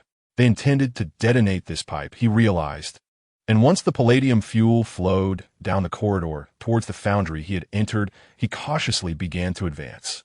Following the pipe forward for approximately 100 meters, it extended into a more spacious chamber. At the point where it penetrated the chamber wall, a massive sign, albeit heavily corroded, became discernible. Main Fuel Pipeline Section 12. Cheng Feng could reconstruct, from the debris strewn across the ground and the bullet marks on the walls, the fierce combat that had unfolded among those Krieg soldiers. The soldiers of the Krieg, upon realizing their inability to stem the tide of the Naga corruption, endeavored to detonate the main fuel pipeline of their vessel, igniting a violent explosion that would lead to their mutual demise alongside the invading demons. However, they were forced back by the demons before they could properly place explosives in their original location and instead affixed thermite bombs to a nearby branch. Perhaps in pursuit of a more devastating impact, they refrained from detonating the explosives immediately after placement, opting to withdraw a short distance. Regrettably, they underestimated the horror of the chaotic plague. The bombs they had set up were corroded by the gale iron rust before the detonation command could reach them, eroding everything at a pace swifter than their resolve. They met with failure, with their weapons and bodies succumbing to rust and their hopes utterly shattered. They watched in despair as they were engulfed by the tide of the plague, ultimately drowning in an abyss of relentless agony and corruption, with even the solace of death becoming a distant luxury. For Cheng Feng, who had grown up under the banner of red, this collective sacrifice, steeped in despair, struck a profound chord within him. Molybdenum, he whispered softly, recalling the term. This was the highly efficient fuel extensively utilized by the Empire, relied upon by spacecraft, tanks, and other heavy machinery. The fuel in the Buffalo armored vehicle was nearing depletion, marking this as a potential resupply point. On the operational record generated by his powered armor, Cheng Feng meticulously marked the location of the main molybdenum pipeline. Once he resolved the situation in Pulu, he would undoubtedly bring chaos to investigate further. Judging by the pressure still present in the molybdenum pipeline at the site, there was likely an ample supply of fuel remaining. After recalibrating his route to the trapped position in Pulu, Cheng Feng departed from the battlefield, steeped in sorrowful remnants. Shortly after entering the next corridor, unusual traces caught Cheng Feng's attention. Patches of fresh blood and fragments of corpses began to appear on the ground, evidently the aftermath of a recent skirmish. Cheng Feng was certain that his previous battle had not extended to this location. He crouched down, using the barrel of his explosive gun to prod at a putrid piece of flesh. From the torn marks and the frayed fabric fibers, It was highly probable that these were remnants of the Ogler tribe's battle. Pressing onward, the scattered remains became increasingly abundant, and scorch marks from energy weapons marred the walls on either side of the corridor. Furthermore, several dismembered Ogler bodies came into view, their condition harrowing. Their forms, composed of bone plating and metal components, were shattered beyond recognition, with most of the embedded technological elements having succumbed to rust. The remaining fragments of their corpses were contaminated by the Nagu plague, with exposed bone plates sprouting twisted spines, and their flesh exhibiting an abnormal pallor and decay. As white maggots crawled in and out, scattered across the ground were numerous items resembling personal belongings, though these technological artifacts appeared nearly all damaged, as if they had languished here for centuries. It was evident that the Gale iron rust wielded devastating power against these alien technological creations. Nevertheless, Cheng Feng managed to discover several extraordinary remnants among the debris. Single-user magnetic displacement field damaged. The Tal civilization had extensively supplied the Oglera alliance with single-user shields, which provided exceptional defense against ballistic light weaponry, yet exhibited a notably low displacement rate against energy weapons. Magnetic axle wheel damaged. This technological artifact, conceived by the Oglera following their acquisition of Tal's technological support, utilized the exoskeleton of magnetic entities to create a specialized propulsion component. The Tal civilization? It appeared that this society had made remarkable advancements in magnetic technology. Cheng Feng felt a tinge of uncertainty, yet he diligently noted this observation. Chapter 110. Slimes? Not far from the corpses of the Oglera stood a destroyed, automated turret. The base of the turret remained relatively intact, though the weaponry above had been twisted and deformed. The micro-thinker of the powered armor swiftly identified it as a Punisher Gatling gun. This weapon was designed for the instantaneous annihilation of an entire squad of light infantry. It was unclear which brilliant strategist had deemed it prudent to integrate such armament into the internal defense system. Originally boasting 8 barrels, only 3 remained, pointing in various directions. With the stabilizer having been blown away, Cheng Feng initially presumed that the weapon had succumbed to a loss of control during its final desperate onslaught. However, upon conducting a close-range scan, he discovered that the turret's core may not have been directly obliterated amidst fierce gunfire. It appeared to have been destroyed only after exhausting its ammunition.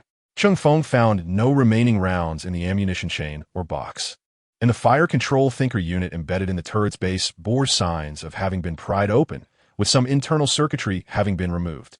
Following the coordinates, Cheng Feng arrived at a vast, inclined shaft. This location was originally intended to house a large cargo lift. The platform had long since plummeted into the obscured depths below, where strange howls and a persistent stench emanated from the abyss. At the center of the slope lay a large metallic cog, resembling stairs connecting the upper and lower levels. Seeing no other routes, Cheng Feng stowed his explosive firearm and, after a brief retreat, took a running leap towards the cog track at the slope center. Thud! Cheng Feng's feet landed on the cog, and his nearly 1-ton weight was insufficient to damage the robust cog track supporting the large platform. Looking upward, the bird's-eye instrument projected an ultrasonic wave, mapping the situation above the slope in the darkness. The lift extended nearly a kilometer upward. As Cheng Feng ascended the staircase of shadows, a faint yet distinct noise emerged from a nearby fork in the path above. It was a series of dull impacts and tearing sounds, interspersed with the clatter of falling metal. Cheng Feng's spirits lifted, and he quickened his climbing pace. Upon reaching the desired height, he turned to observe the closest vacant position in the distance. He then ascended to a midpoint of the current cabin height, activating the magnetic boots of his powered armor, and began to sprint rapidly along the inclined slope towards the side. Thud, thud, thud. A dull sound reverberated through the darkness as Cheng Feng effortlessly breached the metallic mesh barricade encircling the lift platform. Pursuing the echoes that resonated in the air, his massive form sprinted swiftly through the shadows. After traversing a narrow passageway plagued with rust, he arrived at a wide main corridor. 3 disheveled figures staggered in frantic haste along this corridor, pursued by a small horde of plague-ridden corpses lurking in the darkness behind them. Cheng Feng's gaze was immediately drawn to the foremost of the trio. It was a cylindrical, transparent, reinforced tank, approximately half a meter tall, supported by a rusted metal exoskeletal framework. The tank was filled with a peculiar light blue liquid, within which floated a gelatinous, semi-transparent entity emanating a faint glow. This mass extended several delicate tendrils resembling neural fibers, connecting to metallic synapses within the tank, deftly controlling the mechanical exoskeleton. The exoskeleton bore a humanoid design, featuring arms and legs, yet many of its joints were marred by rust, emitting a creaking sound with each movement. Cheng Feng doubted that the original form of this entity was so antiquated, suspecting it was a consequence of the pervasive Geller iron plague. Was this creature named Plu? A jellyfish or slime animated by a mechanical exoskeleton? He questioned his own perception. Indeed, it appeared far more coherent than the Empire's technologies, which often housed half a human as a biological computer within similar mechanical units. Nevertheless, it truly exemplified the diversity of the alien forms. Beside Plu stood two obligards, whose situation was equally dire. Their once glimmering metallic armor and technological components were now encrusted with a thick layer of rust, their movements rendered sluggish, and their concealed laser weaponry rendered inoperative, with the metallic blades protruding from their armor corroded and fractured. Dimly, it could be observed that a viscous fluid continuously oozed from their bodies, and beneath their bony exoskeletons, their flesh was slowly undergoing grotesque distortion. Without hesitation, Cheng Feng drew his explosive round gun and fired. Bang, bang, bang, bang. The steady roar of his composite explosive gun erupted within the corridor. Numerous bright projectiles swiftly soared over the heads and sides of Plu and the two guards, accurately embedding themselves within the advancing horde of corpses behind. In an instant, chunks of flesh flew and blood splattered. The first 7 or 8 corpses in the front line burst apart as if struck by an invisible hammer, scattering their remains across the ground. This sudden and ferocious barrage of fire momentarily stunned Plu and his companions, halting their exoskeletons and combat movements. However, they quickly realized that the lethal assault was not directed at them, but was instead a means of their salvation. Instinct for survival compelled them to hasten toward Cheng Feng while glancing back in disbelief, witnessing the relentless corpses they had struggled to fend off being effortlessly torn apart under the onslaught of explosive rounds, leaving them in a state of shock. Cheng Feng continued to unleash short bursts of fire, suppressing and eliminating the remaining undead while observing the 3 approaching figures. As they drew nearer, he could discern the subtle undulations of the gel-like organism within Prulu's containment unit. Meanwhile, the 2 obligards, who had barely come to a halt, collapsed to the ground. Their respirators emitted a cacophony of strange sounds, indicating their near-total failure. The fact that they had survived this long without succumbing to the supernatural plague spoke volumes about the sophistication of their original biotechnological advancements. Once the last undead was obliterated by an explosive round, silence momentarily enveloped the corridor. The trio of Purlu watched Cheng Feng with palpable tension. He noticed that an integrated sensor array on the shoulder of Prulu's exoskeleton was pointed at him, seemingly scanning for something. Concurrently, he detected an additional data stream flowing among the 3, evidently facilitating some form of communication. Taking a deep breath, Cheng Feng recalled the Olian universal language he had just learned and attempted to engage in dialogue. His voice, amplified through the helmet speaker, was laced with peculiar grammatical errors. Hostility ceased. Seek me, Purlu. You may call me Cheng Feng. 7 Trade Station, Shuba, and Liuli assist. Long Tribe's Cadden described you. These crucial names and locations appear to resonate. The scanner on Prulu's exoskeleton flickered a few times, and the gel-like organism within the containment unit vibrated more noticeably, as if expressing astonishment. This somewhat halting, yet informative exchange finally allowed Purlu and his companions to lower their guard somewhat. You know Shuba and Cadden, as well as that coward Liuli? I hold no sway over you and your kind. Are you the new race that has recently arrived? We had thought we encountered survivors from this place. Some murals in the ruins depict armor resembling your form. The speaker on Prulu's exoskeleton seemed to malfunction, distorting his voice and adding an unpleasant edge. However, he noticed Cheng Feng's unfamiliarity with the Olian universal language and deliberately slowed his speech. Cheng Feng found nothing peculiar about the inquiry.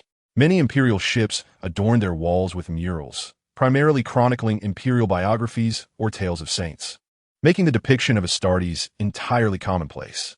Chapter 111. The chilling reality. Cheng Feng wasted no time explaining his identity or his connection to this place. The originally awkward Olian universal language swiftly became coherent with the provided context. Where did you find the power axe you gave to Cadden? Purlu's exoskeleton emitted a series of gear-grinding noises as he slightly adjusted his posture, relaxing his vigilance. The gel-like body within the containment unit surged with visible waves, producing an uncanny, synthetic voice tinged with realization. That peculiar energy weapon? It was discovered in another ruin, one stylistically akin to this one. That site was far more devastated, resembling the aftermath of a massive internal explosion, leaving only a hollow shell. Aside from that axe, I found one other relatively intact item. As he spoke, Purlu waved his mechanical hand, and a faint glimmer flashed, revealing an object that was somewhat familiar to Cheng Feng. It was the skull of an adult, marked with numerous scratches, and the white bone displayed several defects. The cranium was nearly hollowed out, with the eye sockets and base embedded with intricate mechanical components, revealing exposed interfaces and rugged wiring. Prominent propulsion structures adorned the back of the skull, where fractured mechanical elements replaced parts of the spine, twisting downward. A servo skull, Cheng Feng almost exclaimed, the Gothic vocabulary tinged with unmistakable astonishment. The sensor array of Pulu flickered momentarily, then echoed Cheng Feng's incomprehensible utterances in a synthesized voice that bore an air of surprise. A servo skull? Are you familiar with this object? I scanned it. The exterior appears to be remnants of some biological entity, yet the interior has been entirely re-engineered, containing storage crystals, a high-precision scanner, and a remarkably delicate miniature anti-gravity engine along with a turbo propeller. Regrettably, the internal components also seem to have endured severe shocks, and some of the mechanical parts are missing. My venture here was to ascertain whether I might discover technology or replacement parts to repair it.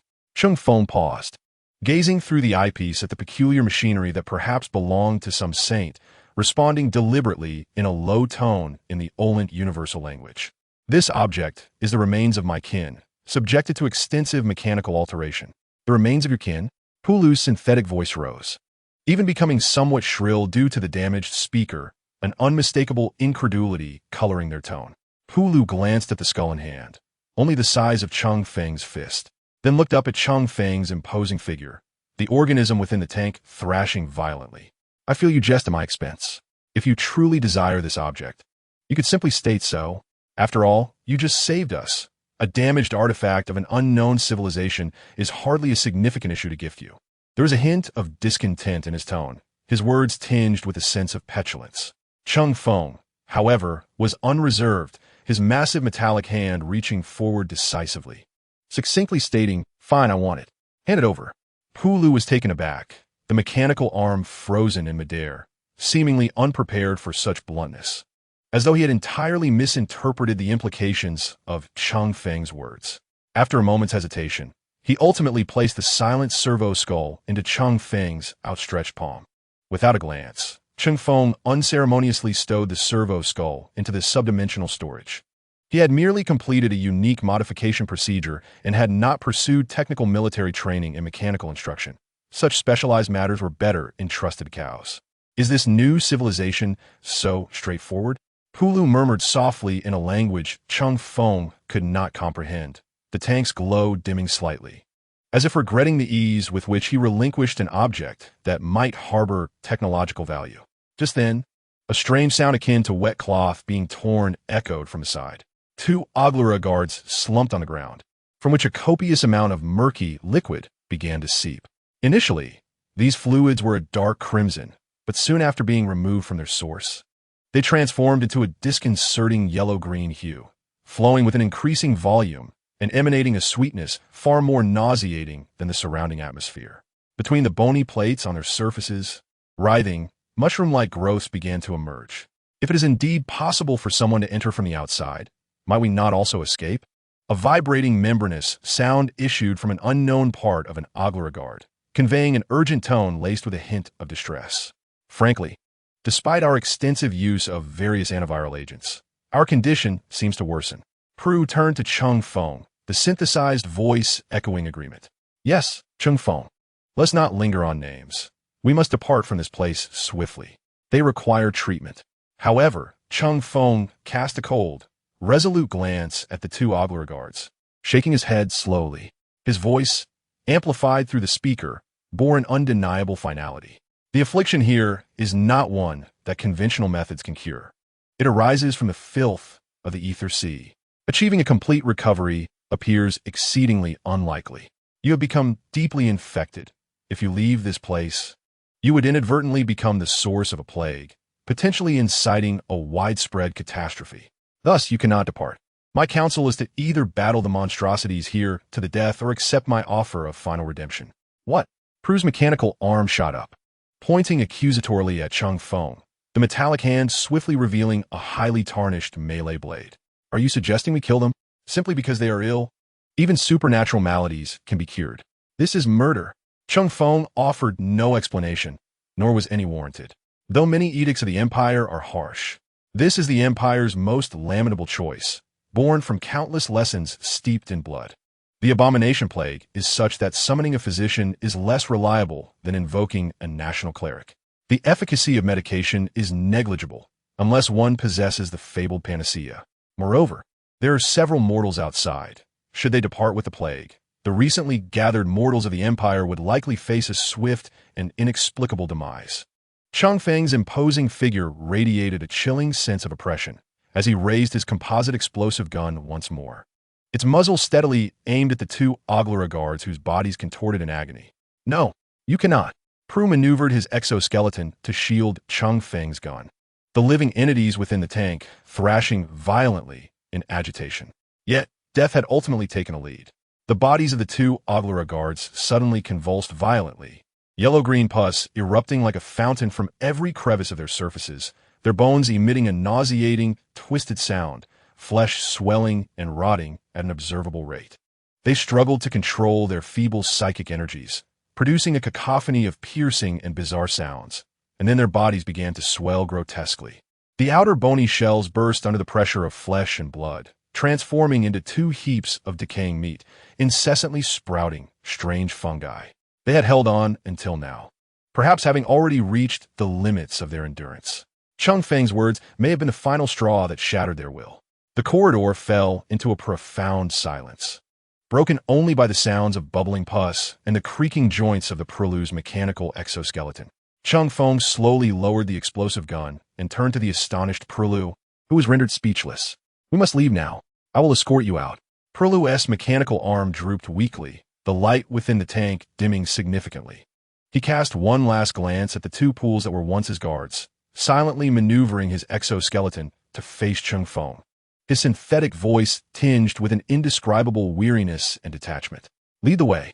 Chapter 112. The remains of a living ship, the Gray Giant and the Silent Canned creature traversed the decaying metal corridor, one following the other.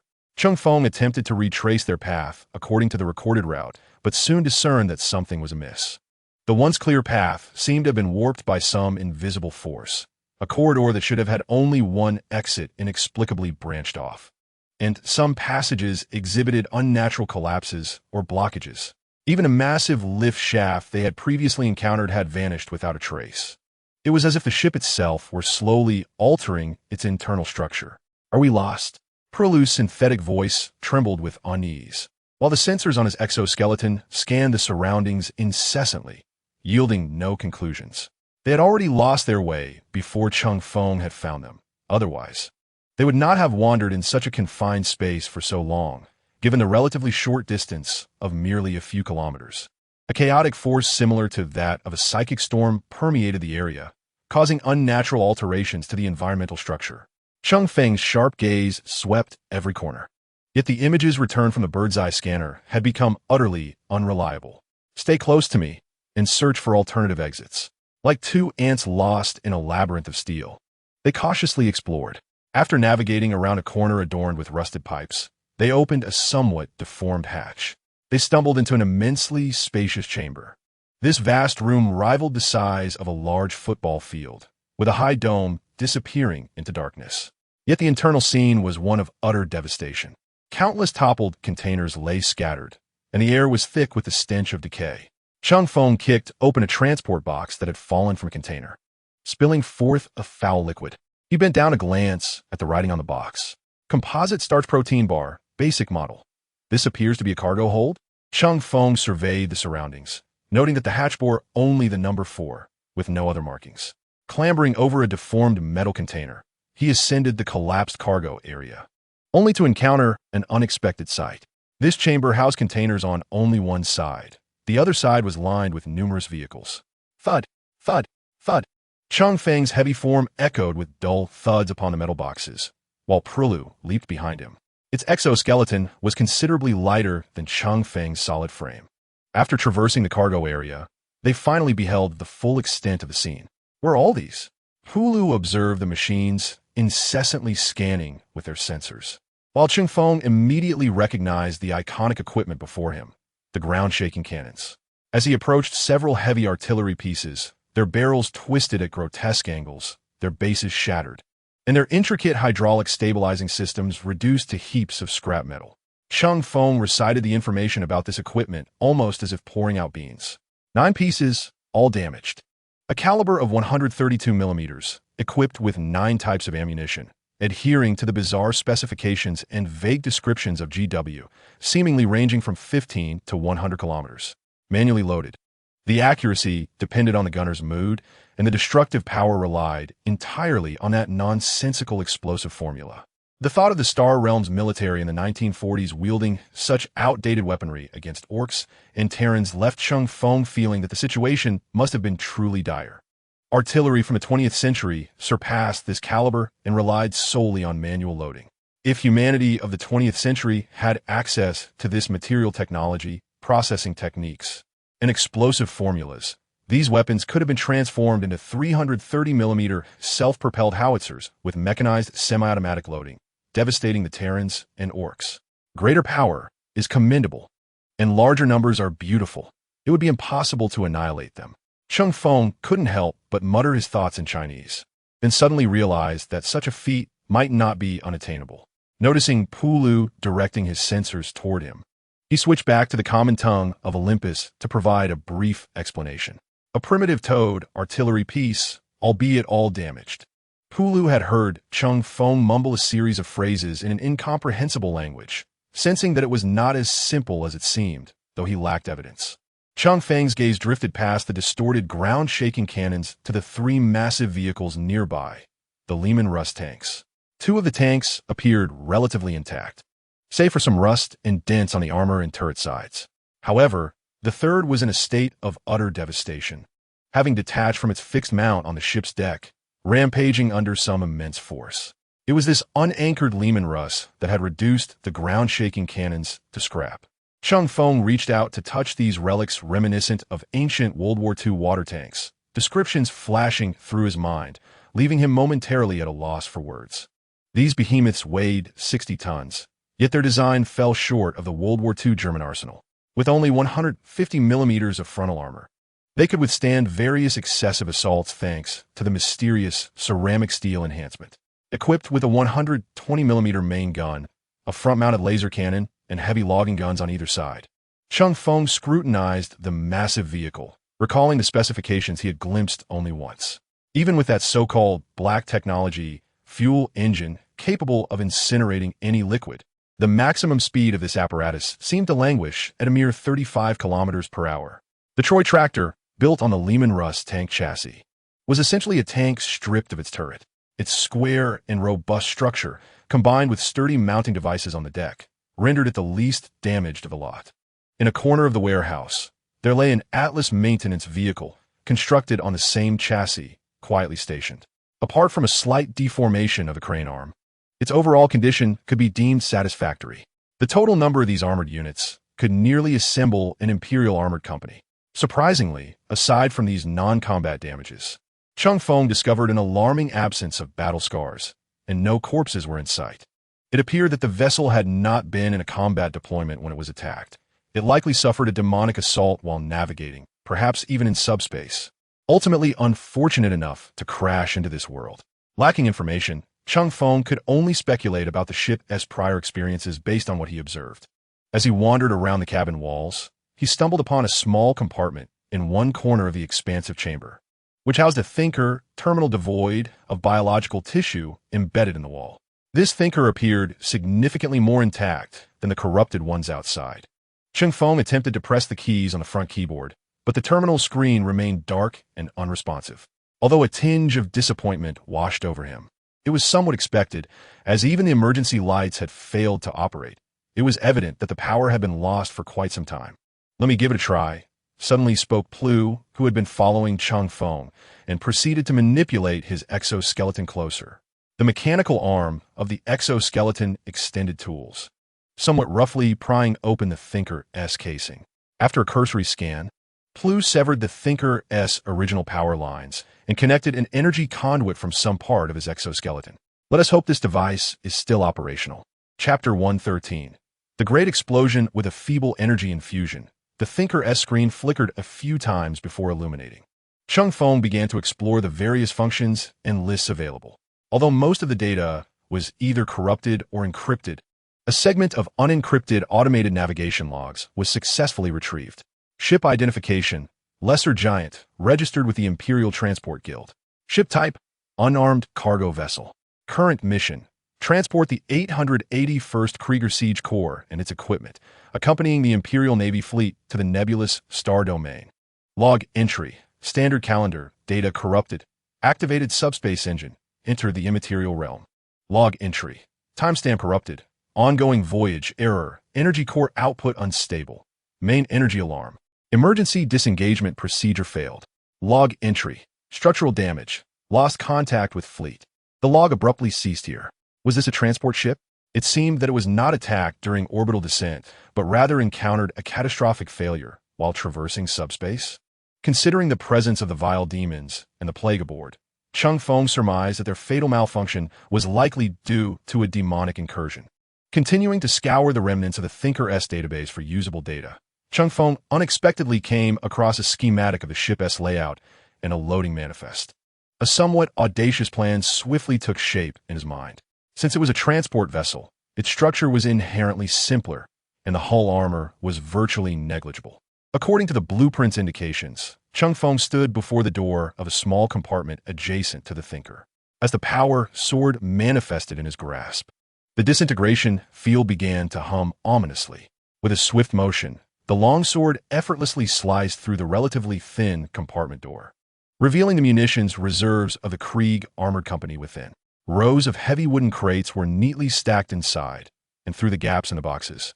Cheng Feng could even glimpse the shells contained within.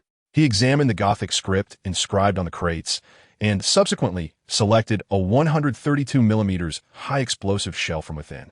These munitions were intended for the earth-shattering artillery, though the cannons had long since been destroyed, rendering the shells nearly useless. "What are you planning to do?" Prue inquired, observing as Cheng Feng began to gather crate after crate of shells, only to dash to the wreck of a damaged Lehman Russ tank and unceremoniously dump them onto the ground. "Create an escape route," Cheng Feng replied succinctly. The compartment wall had been deformed from the earlier impact of the Lehman Russ, rendering it structurally fragile. Furthermore, according to the ship's blueprint, the forecargo hold was situated at the right edge of the hull, with an adjacent maintenance corridor beneath the metallic shell. Cheng Feng positioned the hundreds of high-explosive shells against the remnants of the tilted Lehman Russ beneath the warped compartment, stacking them to form a perilous metallic hill. Aiming to construct an explosive jet using the heavy debris of the Lehman Russ and the angles created by the deformed hull. Subsequently, he accessed his system's manufacturing interface to procure what he required. Thermal bomb, 500 survival points. A powerful thermal bomb capable of being detonated on a timer, sufficient to annihilate anything one wishes to destroy. Should the explosion fail to meet expectations, please increase the quantity and try again. With the thermal bomb as the detonator, combined with the hundreds of high-explosive shells, he was confident that a breach could be made in the hull. Cheng Feng was neither a native of the 40K universe nor a proper space marine. A seasoned Imperial space marine would likely never conceive of perpetrating such a horrifying act upon a derelict vessel's remains. After all, the wreckage of a derelict ship could potentially harbor lost relics of war bands, legendary veterans, or an assortment of peculiarities. Each derelict spacecraft in the 40K universe was akin to a super blind box, a treasure fraught with peril, even if tainted by chaos. Yet, Cheng Feng was entirely indifferent to such matters and harbored no reservations. No treasure could rival the value of survival. As his points were deducted, he retrieved a uniquely shaped bomb from his storage. The oval metallic canister featured a handle on one side, resembling a large caliber shell more than a bomb. Cheng Feng twisted the handle, rotating it a full circle before pressing down, causing a screen on the bomb to illuminate. As the handle was rotated to various heights, the timer was set for 2 minutes. Upon fully withdrawing the handle, a crisp sound emitted from the timer. Beep! The countdown commenced. Cheng Feng tossed the thermal bomb into the pile of shells, swiftly cradling Prue's exoskeletal form and lifting it before turning and fleeing. They needed to seek refuge deeper within, utilizing the hull of the ship to shield themselves from potential impacts. As for those Rimenru tanks, they could be reassembled later. If necessary, they could exchange a few parts for repairs, as they would always be of use. Each 132mm artillery shell contained nearly 20 kilograms of explosives, and with hundreds of shells combined with a thermobaric bomb, one could only imagine the devastating lethality that awaited. Cheng Feng hoisted the Purlu and navigated over the previously toppled cargo crates, subsequently darting into the previous passage, running a considerable distance backward. Within 2 minutes, even amidst the relatively complex environment of the vessel, Cheng Feng could have covered a kilometer. Purlu was filled with astonishment. Cheng Feng's remarkable speed truly alarmed him. Moreover, if Cheng Feng had to flee that far, what terrifying entity must that heap of debris have been? Boom! The ground trembled, and a dreadful noise resonated through the metal hull, coalescing into a thunderous roar. Following that, a cacophony akin to the simultaneous tolling of countless colossal bells began to echo throughout the ship's structure. The hull's integrity was compromised. The original compartments and corridors were violently torn apart by the ferocious airflow. Yet, Cheng Feng was equally stunned. Kill, Flesh Abomination 3500, kill, Plague Walker 150, kill, Beast 4500. The dense log entries surged wildly, with the survival points instantly soaring above 120,000. Cheng Feng meticulously recalled the ship's layout. It seems the crew's quarters were directly above the cargo hold. Did I just annihilate them all? Unbeknownst to Cheng Feng, the explosion he had unleashed was astonishingly immense. The combined weight of the hundreds of shells amounted to several tons of explosives, and with the addition of a thermobaric bomb, its force rivaled that of being struck point-blank by a small-caliber cannon. Even the War Dog Titan, shielded by its void barrier, would likely be obliterated by such a blast. Moreover, he had covered the bomb with the fragmented remains of Rimenru. Chapter 114. Escape at the edge of Rust Canyon. Cows sat within the Bison armored vehicle, replenishing energy through connected cables while the vehicle's bird scan instrument continuously scanned the surroundings. Eris and his companions crouched in a half-person deep trench excavated alongside the Bison. The sand and soil piled on the canyon-facing side, compacted by Gouda's immense strength. In truth, this trench, merely 3 to 4 meters long, was primarily excavated by Gouda. He found pleasure in the task Eris had assigned him, though now he had grown weary and returned to the vehicle's bed to rest. Suddenly, everyone felt the earth quiver. Boom! The mountainside of the canyon nearby suddenly heaved upward, vast expanses of rust-red rock and soil hurled into the air. The deafening sound of the explosion followed, with shockwaves carrying dust and debris outward, causing the Bison to sway slightly and prompting Eris and the others to instinctively hunch down. Lieutenant Eris gazed in horror at the gaping hole created by the explosion, and amidst the chaos, several individuals discerned the metallic structure of a vessel peeking through the mountainside's breach. What transpired within, under the Emperor's gaze? At the moment the ground was torn asunder. The vehicle's auspex briefly locked onto the signal of Cheng Feng's power armor. The Iron Man was not mistaken. Though the data recording flickered momentarily, it left an indelible trace. Chaos adjusted the optical scanners on the automated turret, meticulously observing everything within the billowing smoke, poised to provide fire support and cover for Cheng Feng at any moment. Something was amiss within.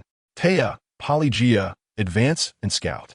Though Eris harbored doubts about Cheng Feng's true identity, based on the latter's demeanor and the descriptions he had heard from his comrades, he did not believe Cheng Feng to be a hidden traitor of chaos. Otherwise, the latter would have long since claimed the heads of himself and his companions. As long as Cheng Feng remained a loyal angel of the Emperor, he was their most reliable ally in this world.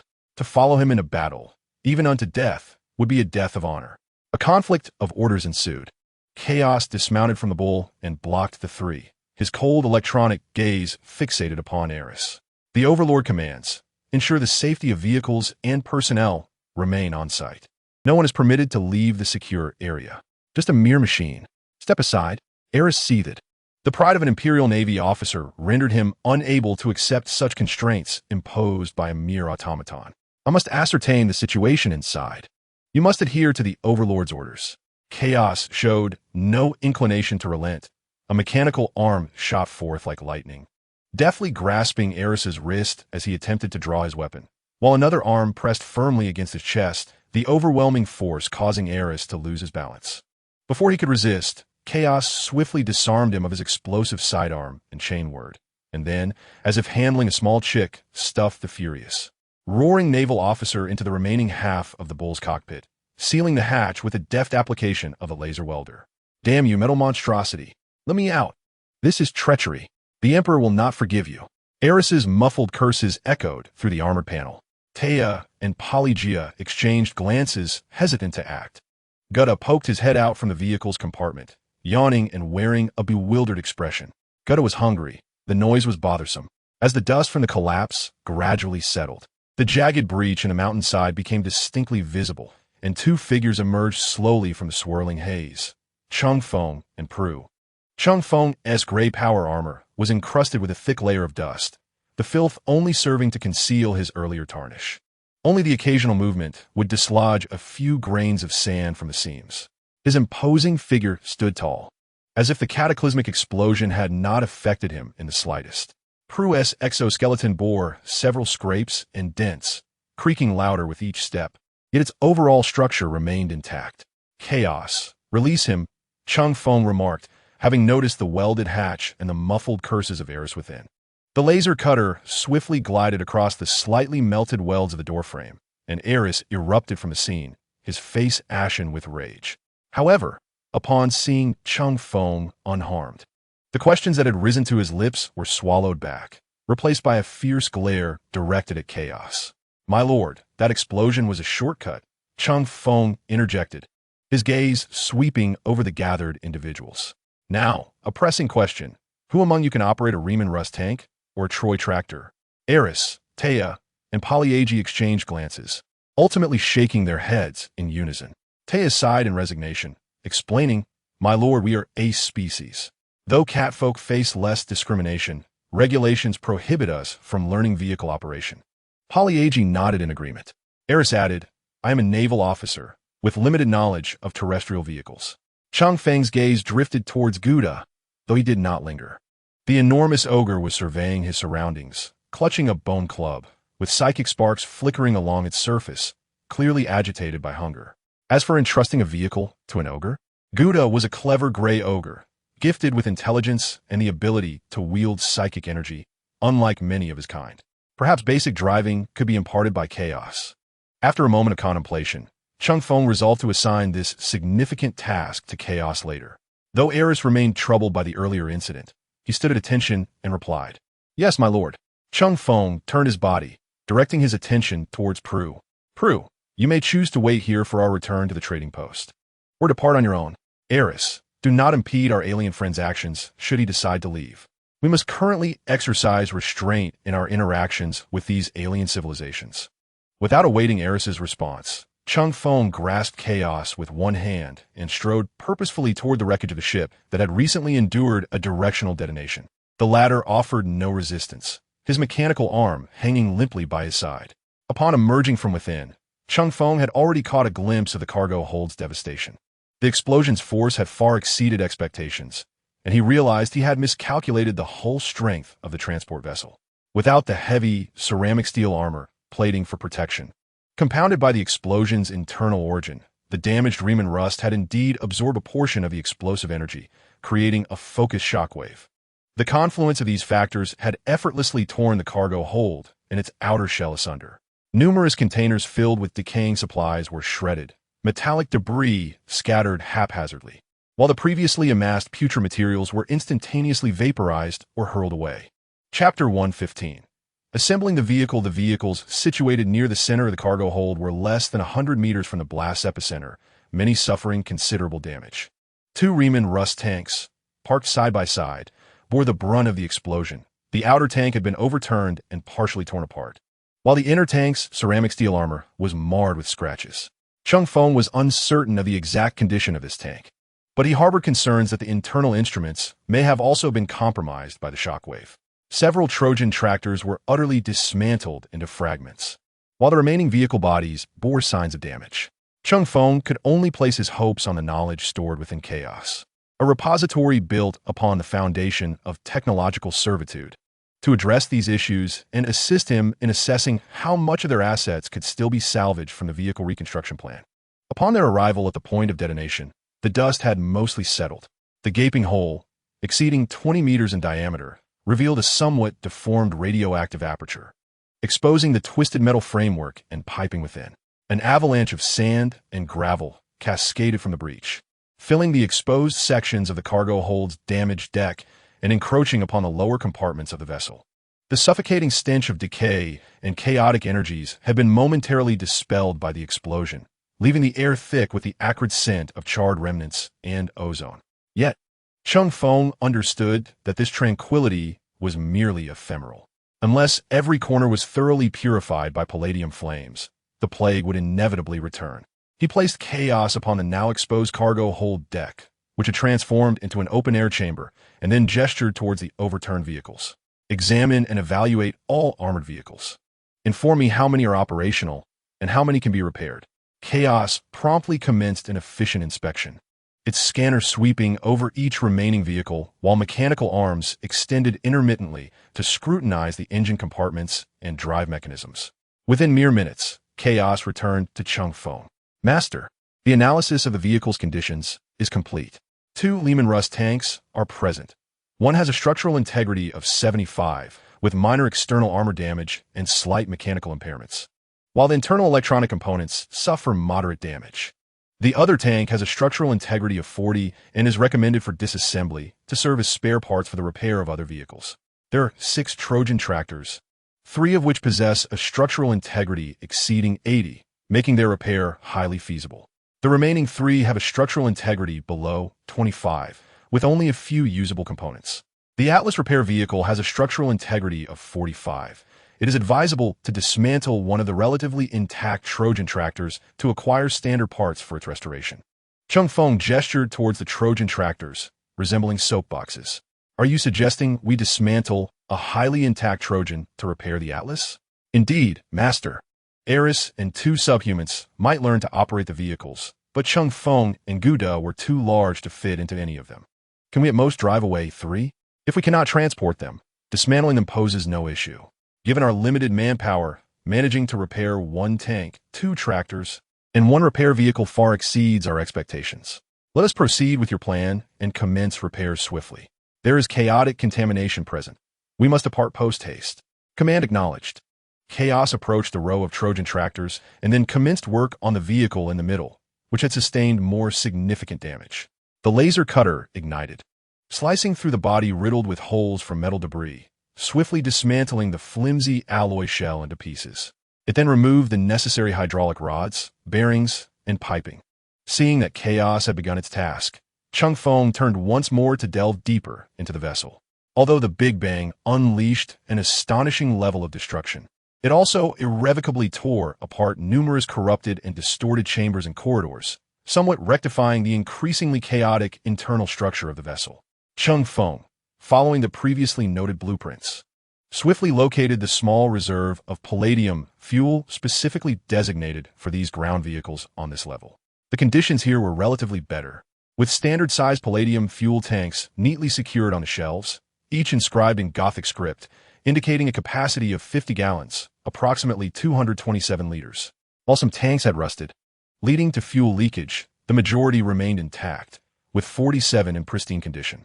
These fuel tanks were quite heavy, typically loaded and transported by mechanical servants, some of whom could lift several tons of weight at once. However, this posed little challenge for Cheng Feng. The remaining storage space could accommodate 6 fuel tanks placed horizontally, and he could even carry 2 more, 1 in each hand.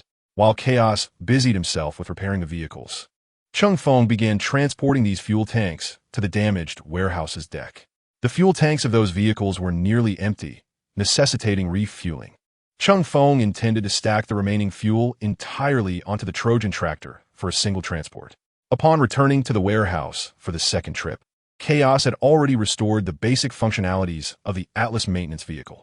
After filling its fuel tank with 2 tanks of fuel, Chaos ignited the vehicle's engine and commenced utilizing the hoist and other high-powered equipment at the rear. Chaos's maintenance plan proved remarkably efficient, as the vehicles were swiftly repaired in the order of maintenance vehicle, tractor, and tank. Chaos moved ceaselessly among the array of vehicle bodies, continuously replacing disassembled parts with various damaged components.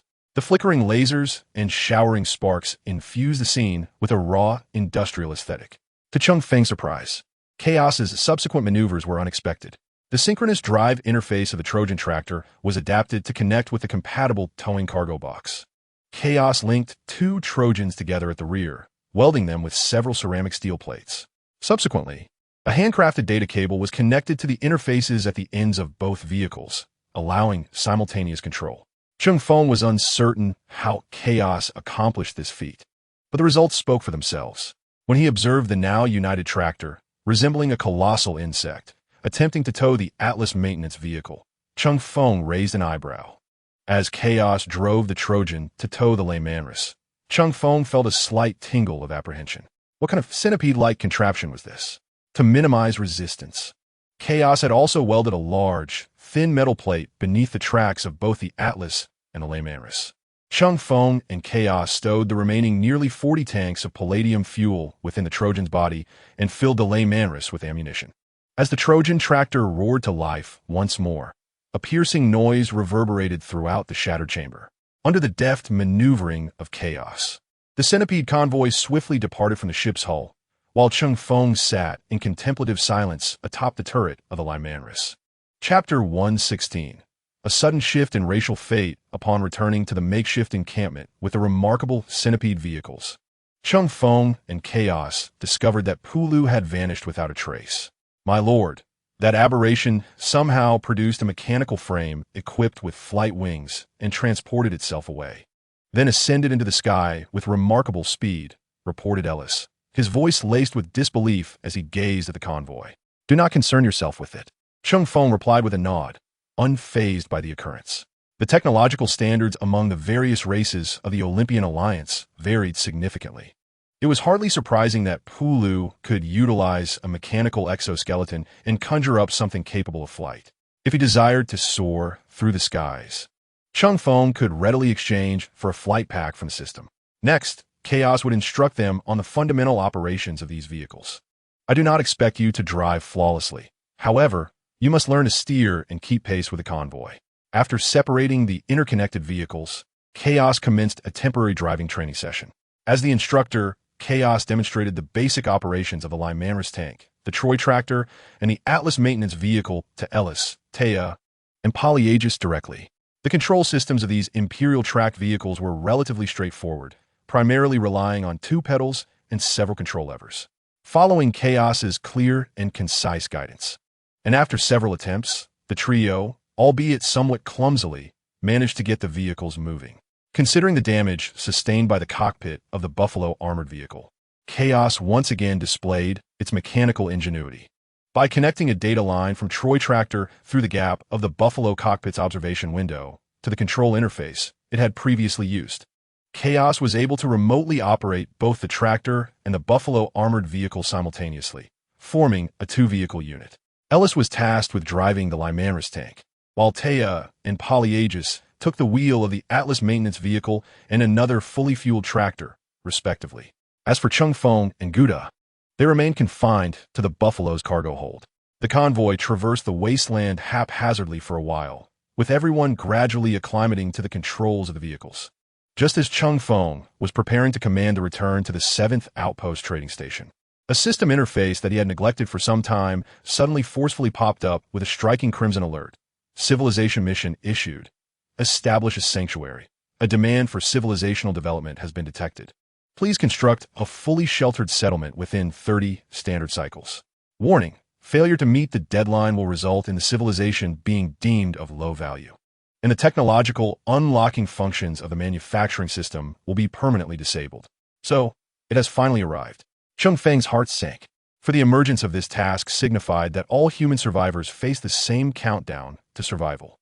However, before he could ponder further, another system notification promptly followed.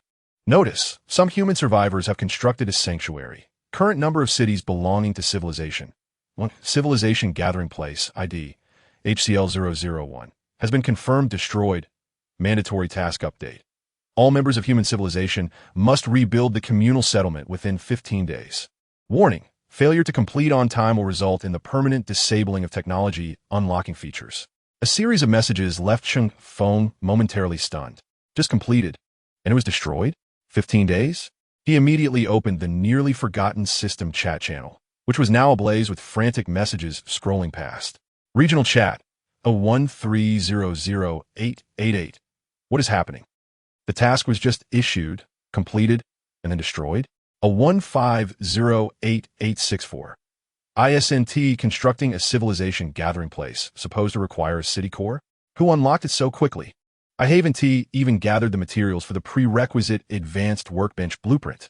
1521135. The key issue is the disabling of the system features upon timeout. This will stifle our technological development. Without new technologies, how can we survive in this wretched place?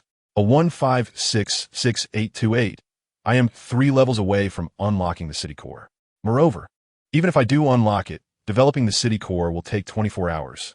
To meet the gathering place standards, sufficient basic survival facilities are required, including a sustainable energy supply. C3399118. The above is correct. Many materials require time to collect, and some are biological materials. Those mutated creatures cannot be fought by just 1 or 2 people. I have just unlocked the city core development, but looking at the material list, I am nearly in despair. 1300888. C33 area? Have survivors really crossed such vast distances? C3399118. I possess a high-speed anti-gravity personal vehicle, an alien craft obtained in the red safety zone. This world is astonishingly vast. I have run perhaps 10,000 kilometers and have only made it from C33 to A15. D02222482. Beware of alien civilizations. We have been deceived. Those vile alien races have used mental manipulation to spy on our system interface and technology tree. They pretended to show goodwill, concentrating resources to help one of us quickly unlock and build the city core, luring him to establish a gathering place in a ruin they had prepared in advance. The moment the city was recognized by the system, they immediately turned hostile and launched an assault.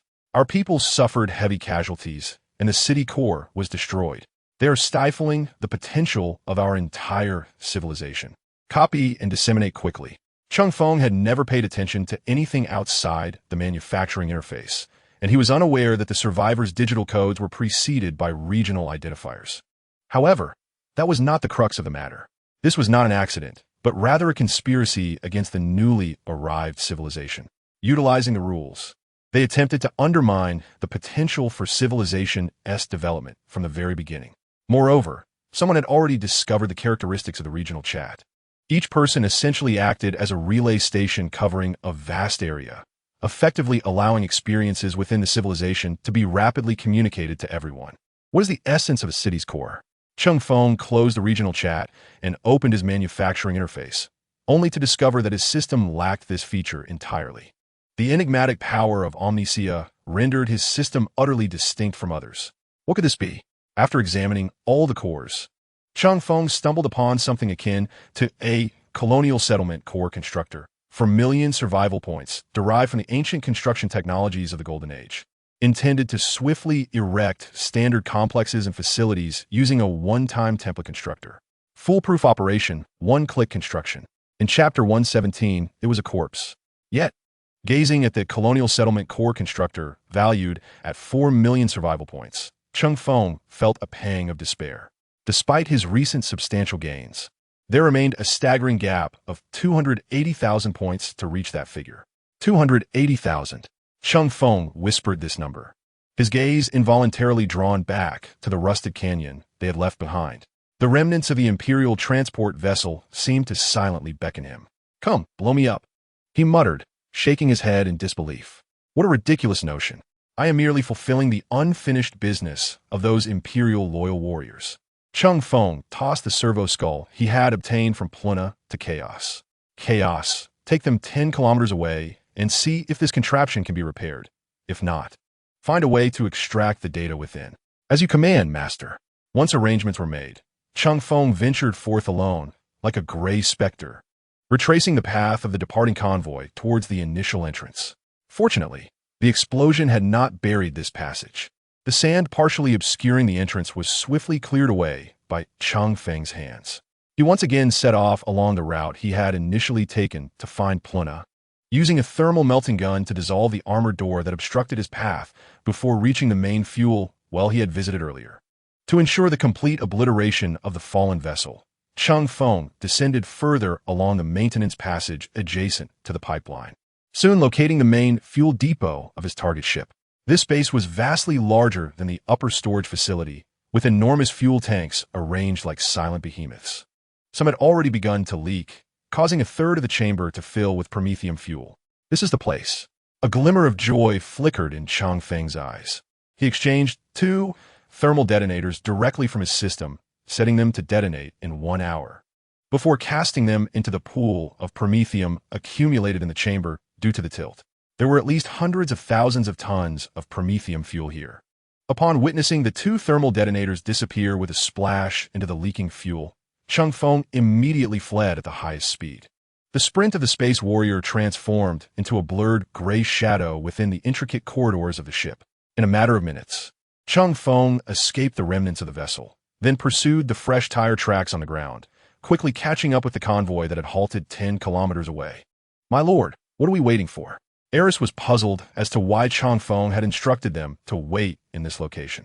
Suddenly, a resounding roar, far more terrifying and profound than the previous explosion, emanated from the direction of Rust Canyon. The very earth trembled violently, as if a colossal supervolcano had erupted. A massive column of smoke, intermingled with flames, thick smoke, and metallic debris, surged into the sky. Even from such a considerable distance, the twisted, expanding cloud of destruction was vividly visible. Cheng Feng felt the ground beneath him undulate like waves. He closed his eyes as the system logs cascaded in a frenzy, the number of survival points fluctuating wildly at an unprecedented rate. When the tremors finally subsided and the logs ceased their relentless refresh, he glanced at the total. 836. 158. With nearly 280,000 points amassed and close to 80,000 personnel aboard the Imperial transport ship, it was disheartening to realize that only around 10,000 chaotic remnants could be obliterated in a single strike. After a moment of contemplation, Cheng Feng issued a command to Chaos. Chaos, return to the 7th Outpost trade station at full speed. I require intelligence. The exhilarating sensation of accruing over 1 million survival points was intoxicating, fueling Cheng Feng's desire to find another similar location for detonation. However, the return journey proved to be longer than anticipated. The slow speed of the Riemann Rust tanks significantly hampered their overall velocity, and Eris and her companions, being biological entities, required sustenance and rest, unable to drive continuously like Chaos. Although Cheng Feng was impatient, he could do nothing but watch as the convoy advanced at a snail's pace across the wasteland. When a vaguely familiar silhouette of the Crystal Mountain finally appeared in sight, Cheng Feng leaped from the vehicle and sprinted toward the 7th trade station. Presenting the car that Shuba had previously given him, the guards immediately opened the way. Cheng Feng then sought out Captain Shuba in what resembled a crystalline cavern. The diverse array of bizarre alien life forms within the trade station truly broadened Cheng Feng's horizons. He even spotted the previously escaped Lulu and the returned Pulu. Cheng Feng refrained from mentioning the dilemmas currently facing human civilization and did not submit the recorded language and textual content. He was uncertain how many individuals had interacted with the Orlan Alliance or how swiftly the Orlan civilization transmitted messages. If this alien alliance were to become aware of the predicaments confronting human civilization, their attitudes might shift, a risk Cheng Feng was unwilling to take. Shuba, I need intelligence. Are there any other perilous ruins in this vicinity akin to Rust Canyon, where formidable creatures congregate? Shuba regarded Cheng Feng with a hint of surprise at his swift command of the Orlan lingua franca. Rushed Canyon is dangerous. He pressed the communicator, and shortly thereafter, Pulu entered from outside, his exoskeleton now replaced and glistening with a metallic sheen, no longer creaking ominously. Our guest is in search of other dangerous ruins similar to Rust Canyon. I believe you need to first report to me the level of danger presented by the Rusty Canyon. Shuba turned to Prue to inquire about the specifics of Rusty Canyon. Prue's body within the container trembled slightly, and a synthetic voice, laced with hesitation, responded, "You are truly insane. There is indeed a similar ruin. It is a larger crash site of a ship, where our Olympian Alliance once organized a large-scale exploration in its early days, but the losses were devastating. Many met with strange deaths there, as the deceased would automatically resurrect and mutate. That area has been marked by the Alliance as highly dangerous, with access strictly prohibited. Corpses that resurrect and mutate? Cheng Feng's mind stirred, contemplating another shipwreck tainted by the Naga plague. I need the exact location. Prue glanced at Shuba, and seeing no opposition, projected a rough map using his exoskeleton, highlighting notable terrain features and a general path. Cheng Feng recorded this route map from the trading station using his powered armor and subsequently transmitted it to Chaos. Originally, Prue and Shuba intended to say more, but Cheng Feng vanished like a gray shadow before them. Upon rejoining the convoy, they immediately changed course toward the new coordinates provided by Prue. After 3 days of intense travel, they finally arrived at the target area. It was a massive crater formed by an impact, and, after comparing coordinates, Chaos confirmed that the target lay within the crater. "Wait for me here." Cheng Feng signaled for the convoy to halt at the crater's edge. Then, alone, like a striking cheetah, he swiftly and silently ascended the outer rim of the crater. With the superhuman physique of an interstellar warrior, Cheng Feng's climbing speed was astonishing. In just an hour, he stood at the edge of the crater. However, the shipwreck that came into view was somewhat unexpected. With a charred gray-white paint job and a style entirely different from that of the Warhammerer. It was evidently not an Imperial vessel. Just as Cheng Feng was observing the shape of the ship, several clusters of gray, strange biological remains nearby suddenly let out a hoarse howl, then unfolded their broken bodies. Shattered flesh and limbs bore sharp bone spikes and jagged teeth. As the corpses lunged toward him, Cheng Feng did not even resort to his explosive gun.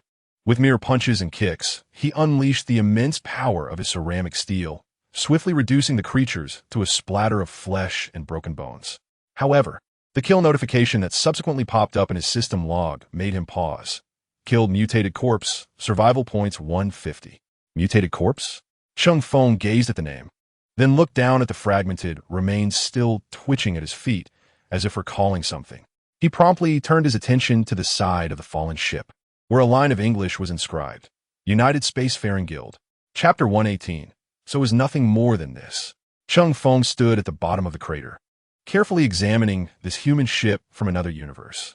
In stark contrast to the Gothic spires, colossal ram horns, and artillery-laden, intricately adorned Imperial vessels of the Warhammer universe.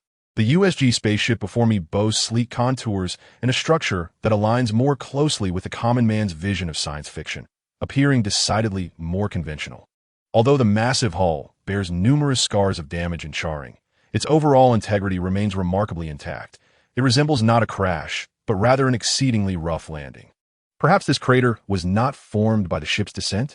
Alas, in the world of Warhammer 40,000, humanity is relegated to relying on the warp for faster-than-light travel. Unless one forsakes the warp, neglecting the sanctity of the cathedral means awaiting the captain's demise. Cheng Feng mused softly to himself, activating the magnetic locks in the soles of his powered boots, and stepped onto the slanted outer shell of the vessel. The metallic groan beneath his feet elicited a raised eyebrow. Clad in formidable power armor, his weight was substantial, yet the contact surface of his feet was minimal, clearly taxing the fragile exterior of the ship. At least in terms of structural strength, this craft was inferior to those of the 40K universe. Finally, from this somewhat disheartening reaction, Cheng Feng discerned a sliver of advantage belonging to the Warhammer realm. Traversing the inclined hull, he swiftly located a standard airlock hatch surrounded by an array of warning and advisory inscriptions. This hatch operated via electronic recognition, devoid of any handles. Pressing his hand against the cold metal surface, he felt as though he were pushing against a sheet of iron. Observing the slight deformation of the hatch's exterior, he unhesitatingly raised his fist, encased in toughened ceramic steel. With a resounding thud, several tons of force converged at the tip of his knuckles, effortlessly piercing the hatch cleanly through. As he withdrew his arm, he grasped a metal reinforcement rib within the hatch's interior, the electronic muscles beneath his armor exerting a gentle force. The sound of metal tearing was almost grating as he forcibly wrenched the entire hatch from its frame, carelessly tossing it down the slope where it landed with a thunderous clang. In his gaming days, he had often deemed it unreasonable for mutated corpses to pierce such hatches with mere bone spikes. Now it seemed these hatches were quite shoddily constructed. Surely, if the legendary engineer Isaac were to hear of this, he would leap forth to chastise the USG. Cheng Feng continued to grumble while indulging in his thoughts, then carefully maneuvered his body, bending his knees and employing a crab-like gait to traverse the violently torn entrance into the airlock chamber. He resembled a warrior of the Bloodraven chapter, attempting to stealthily infiltrate brother forces. The height of the airlock chamber exceeded his expectations significantly. However, upon standing upright, his helmet still brushed against the low ceiling. Cheng Feng gazed at the airtight door leading further into the ship's interior, which featured a massive manual rotary valve at its center. He extended his hand to grasp the valve, applying gentle pressure as he turned it.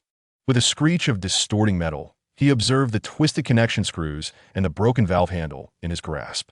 Perhaps the handle had never anticipated being subjected to such tremendous force. Well then, Cheng Feng gazed silently at the broken handle in his hand before discarding it carelessly. He took a step back, raised his foot clad in powered boots, and delivered a powerful kick to the heavy inner airtight door. Bang! Bang! The two muffled sounds reverberated through the confined space.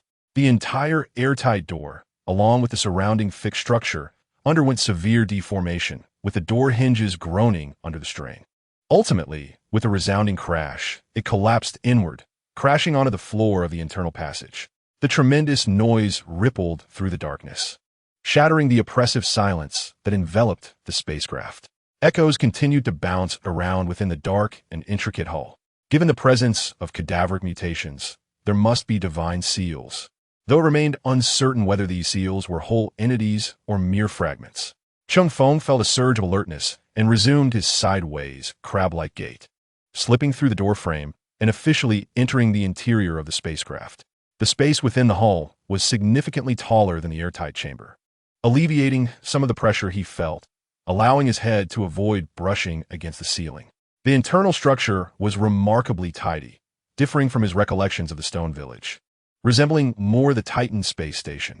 If one overlooked the patches of dried, dark blood scattered about, the surroundings could be considered relatively neat. Not a single corpse was in sight on the ground. What purpose did this vessel serve? Utilizing the light streaming through the breach he had created, Cheng Feng carefully examined his surroundings. Next to the inner side of the airtight door, a peculiar machine caught his attention. At its center was a cracked screen, and nestled within the hull was a small compartment housing a humanoid outline slot equipped with limit functions. This was the distinctive RIG protective suit assembler from the realm of death. Cheng Feng recognized the device in the game.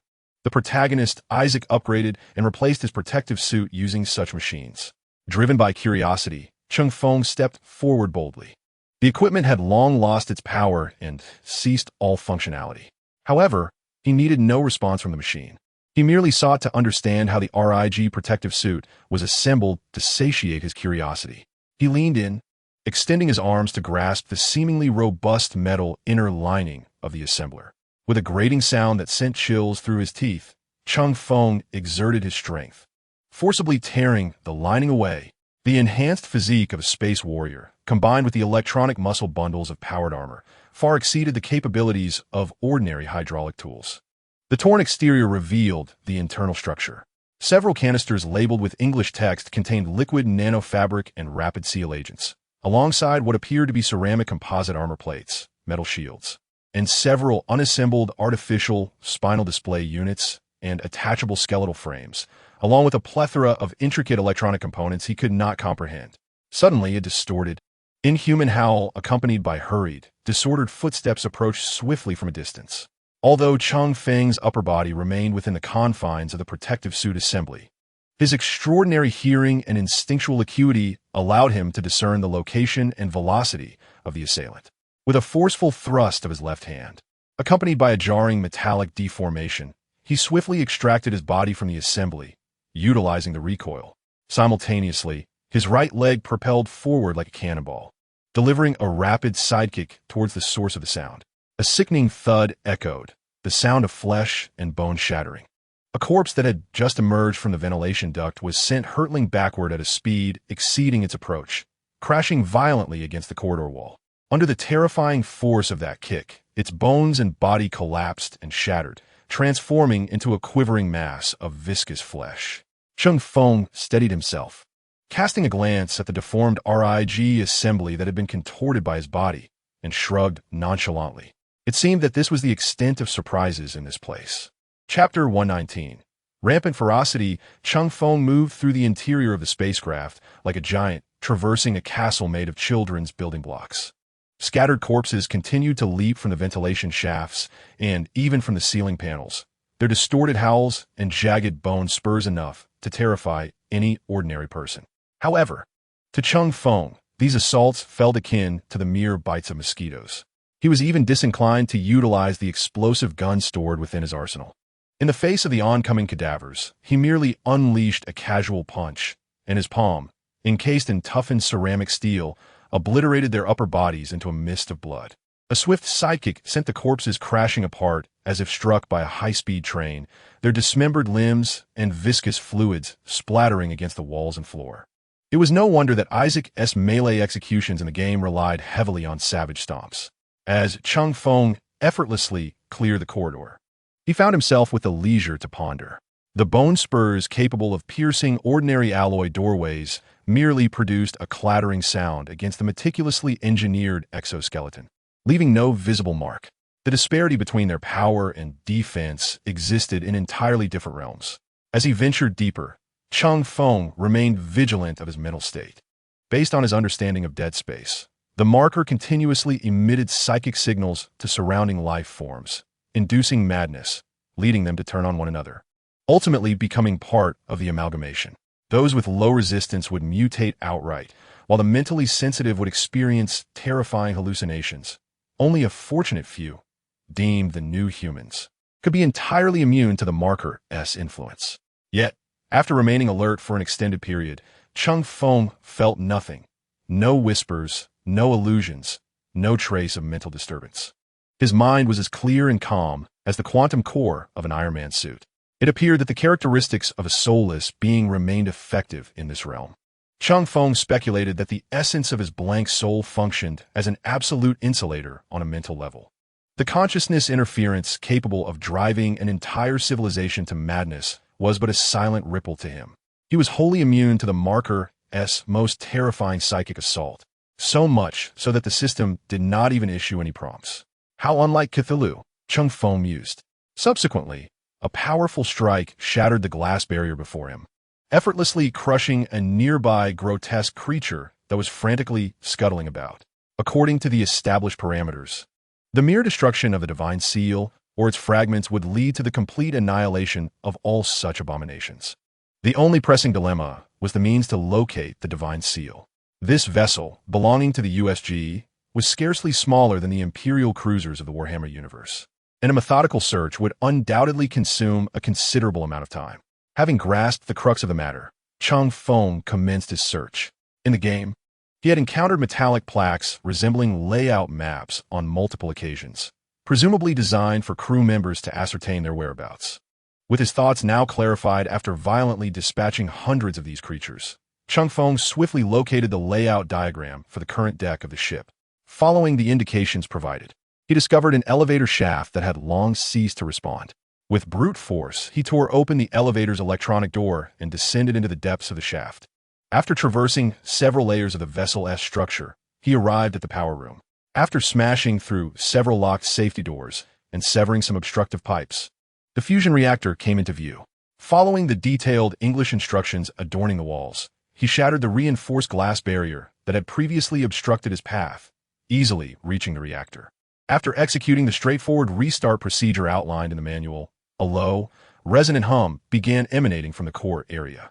The internal lights of the ship flickered to life, dispelling some of the darkness while illuminating more dried blood and signs of devastation. Almost instantly upon the restoration of power, the ship's intercom system activated, and a voice filled with fervor and madness echoed through the corridors. Brothers and sisters, do not resist. The moment of fusion is at hand. Cast aside this insignificant, fragile vessel and embrace the greatness of the amalgamation. We shall ascend. We shall become part of the eternal. This is the gift of the divine seal, the culmination of evolution. Cheng Feng narrowed his eyes slightly. In the lore of Dead Space, there exists a cult that engages in such madness, and the only faction capable of such actions is the Unitology cult. It was evident that the emergence of these abominations and the divine seal aboard this vessel was inextricably linked to these lunatics. Dismissing the ramblings of the recording, he downloaded a rough structural diagram of the ship from a control console evidently intended for visitors, then turned to make his way to the main cockpit. On one side of the projection screen, he finally glimpsed the name of the vessel, USG Lightwing. With a smirk, he navigated the previously stalled elevator to the level of the main control room, where a creature emerged from the elevator, attempting to assault him. However, with a howl that tore through the air, Cheng Feng obliterated it using only his fists and feet. The transformed crew member appeared utterly feeble against Cheng Feng's overwhelming strength. As Cheng Feng gazed at the once manipulated Isaac, now reduced to a mass of shattered flesh by the relentless onslaught of the necromorphs, he felt an inexplicable sense of reflection. With sheer brute force, he forcibly tore open the locked cockpit door, once again greeted by a throng of necromorphs. The corpses, having lain dormant for an indeterminate time, revived with vigor, their howls directed at Cheng Feng, the sole living entity at the scene. A multitude of grotesque necromorphs piled at the entrance and control panel, among which a few stood particularly tall, their limbs grotesquely mutated like twisted instruments of slaughter, clearly indicating a deeper level of mutation. However, in the face of Cheng Feng, they bore no fundamental distinction from ordinary necromorphs. With a swift motion, he seized the arm of one mutated creature wielding a massive bone blade, effortlessly tearing it off, then retaliated with a punch that obliterated its skull. Another necromorph, launching an attack from his side, met a similar fate as he executed a shoulder throw, slamming it into the ground, reducing it to a puddle of flesh. The cockpit had evidently witnessed fierce resistance. The situation was dire. Many necromorphs were clad in military RIG combat suits, while several spike rifles were haphazardly strewn across the floor. These weapons, electromagnetic in nature, fired spike-like projectiles and were a common military armament. Cheng Feng felt a tinge of disappointment regarding the weaponry from Dead Space. Despite their advanced design, they paled in comparison to the terrifying caliber of the explosive guns and the astonishing protection offered by the ceramic steel armor. Their lethality was indeed somewhat feeble, even less threatening than the star darts of the 40th Clan. Nevertheless, his curiosity was piqued by the stasis energy generators. In the Warhammer universe, there exist stasis mines and bombs. Moreover, the Gene original Robert Kilrathi had sustained his life in a severely injured state for a full millennium, thanks to the stasis field. Chapter 120. Adhering to traditional destruction methods after clearing the cockpit of necromorphs, Cheng Feng's gaze swept over the scattered spike rifles. He casually picked one up, weighing it thoughtfully. Its appearance was identical to that in the game. He could not deny the ingenuity of future technological electromagnetic weapons, which appeared far more reasonable in design compared to those from the Warhammer universe. However, after experiencing the devastating recoil and tearing force of the explosive guns, this weapon did seem rather delicate. Its threat level was limited, particularly for someone clad in fine power armor like himself or for heavier targets. The technological tree had indeed veered off course. Though Cheng Feng looked down upon these electromagnetic spike rifles, it did not deter him from collecting such items. Regional Chat B0373481 Cheng Feng. A batch of electromagnetic spike rifles, plasma cutting pistols, mine launchers, and other high-tech weaponry is available for sale, starting at 100 survival points. Interested parties should act swiftly for this welfare return. Paying no heed to the reactions of other survivors, Cheng Feng promptly closed the regional chat interface. Among these pieces of equipment, only the electromagnetic spike rifles were legitimate weapons in the Dead Space universe. Items like plasma cutting pistols were merely tools for engineers. However, These weapons are sufficiently advanced for the majority of survivors. Moreover, Cheng Feng has already conducted tests. The plasma-cutting pistol here is fundamentally different from the plasma handgun that creates a large hole with a single shot at a distance of 40 miles. Its power and efficacy can merely leave a faint mark on ceramic steel. As for the batteries used by the plasma handgun and the ammunition for the electromagnetic spike rifle, they naturally need to be procured separately. Do not inquire about the reasons. The system sells weapons as Cheng Feng does. After listing all the scattered weaponry on the trading market for auction, Cheng Feng's attention turned to another intriguing technological device. He discovered several intact stasis energy modules beside the remnants of corpses clad in engineer and military RIG protective suits. These modules are merely the size of a mortal's palm, emitting a gentle blue glow. Stasis fields, a technology also present in the Warhammer universe, are undoubtedly high-end, with stasis grenades and landmines being ancient relics. Cheng Feng recalled the stasis-preserved Jiramen and the Emperor seated upon the Golden Throne. This is indeed a valuable find. Cheng Feng carefully collected all the stasis energy modules he could find and also scavenged the electronic components from the RIG protective suits of those mutated corpses, preparing to hand them over to Chaos for examination, hoping to assemble a stasis energy projector into his power armor, which would greatly enhance his combat capabilities. Although these stasis energies cannot reverse time, as in Warhammer, the ability to slow down the time flow of a target would significantly augment Cheng Feng's combat prowess. After organizing all the stasis energy modules, Cheng Feng turned towards the main control console of the cockpit, taking note of the prominent ID scanner. After surveying the surroundings, he found an identification card on a corpse whose attire differed from the others. It bore the inscription in English, Senior Captain, Oracles. Upon inserting the captain's ID card, a scanner illuminated. Subsequently, he extracted some flesh from the highly mutated corpse to block the identification scanner. With a slight sense of trepidation, a line of text appeared. Identity verification completed. Welcome, Captain Kales. Utilizing the captain's authority, Cheng Feng swiftly accessed the ship's surveillance and cargo manifest. After skimming through all the cargo lists, he identified an item that was evidently abnormal. Sanctum.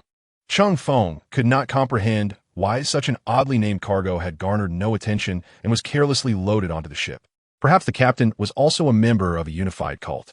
After making a simple assumption, Cheng Feng wasted no time and immediately set off towards the cargo hold indicated in the records. The density of mutated corpses steadily increased along the way. From the differences in attire on their mangled bodies, it was evident that most were crew members, while some may have been guests. Additionally, Cheng Feng observed numerous corpses of grotesque alien creatures, clearly the unfortunate ones from the Orion Alliance. Nonetheless, the strength of the corpse mutation was, to an interstellar warrior, even inferior to that of a plague zombie. A typical interstellar warrior might be concerned about the potential for mental corruption and the resilience of their will. However, Cheng Feng remained utterly oblivious, effortlessly bulldozing his way through. He resembled a relentless cleansing machine, leaving only shattered remnants in his wake. Each punch and kick easily reduced the mutated, fleshly corpses to a scattered mass of gore.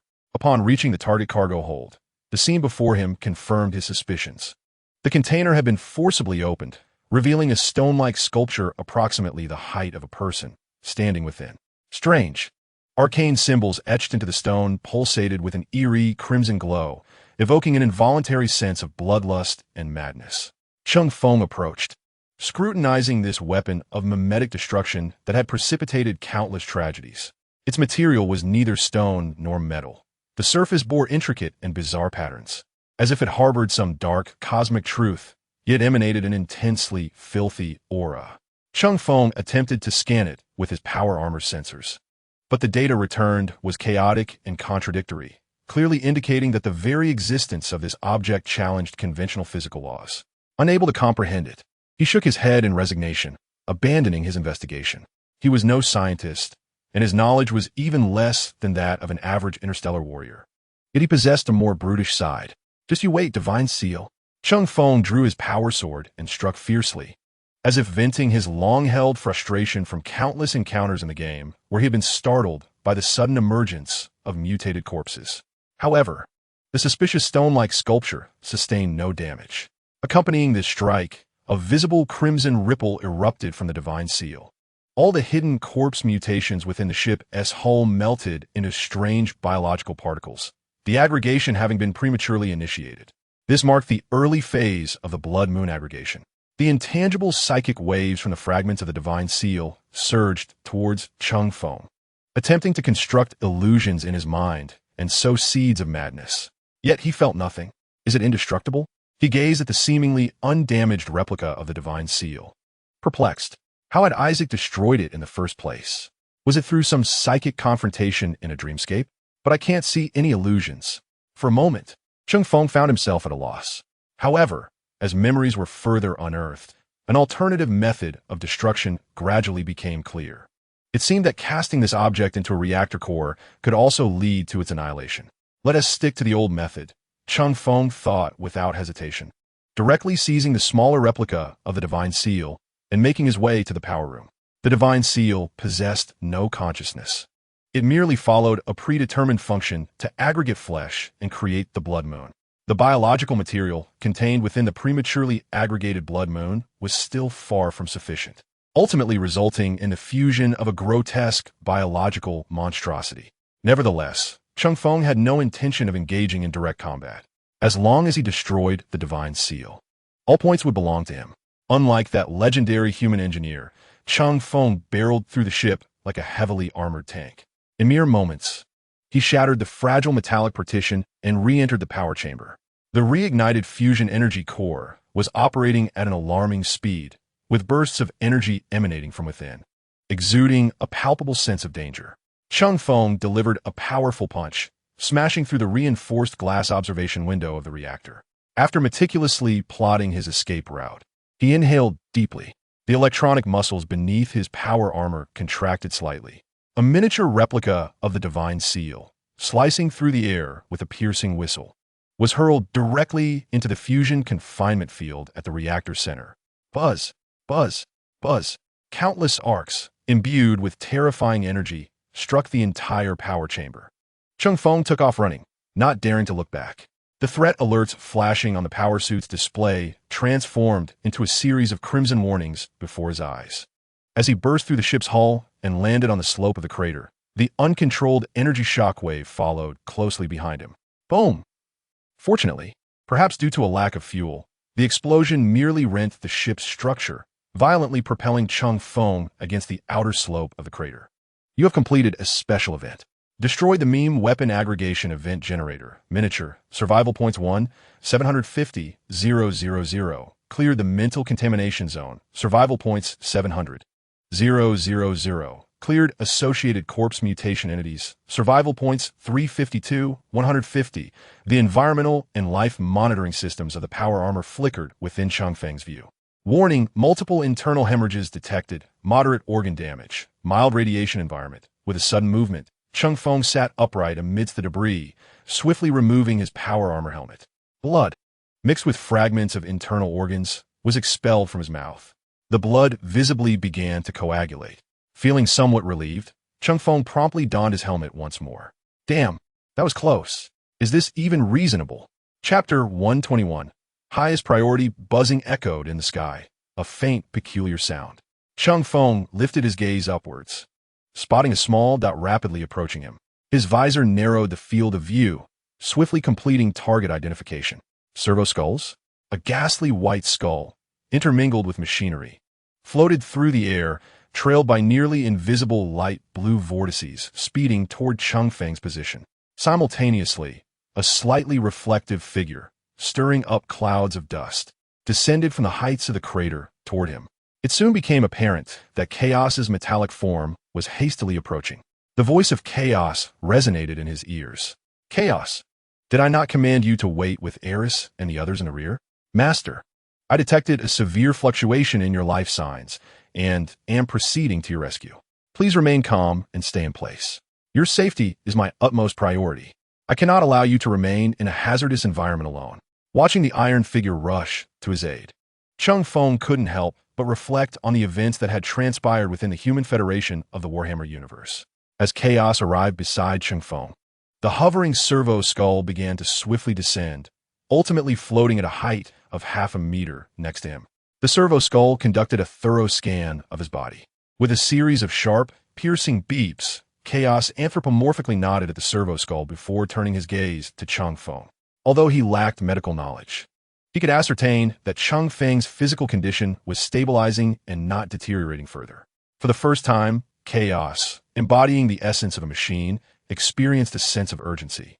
However, due to his programming, he refrained from taking any reckless actions. Master, I lack an effective medical database and cannot provide further treatment.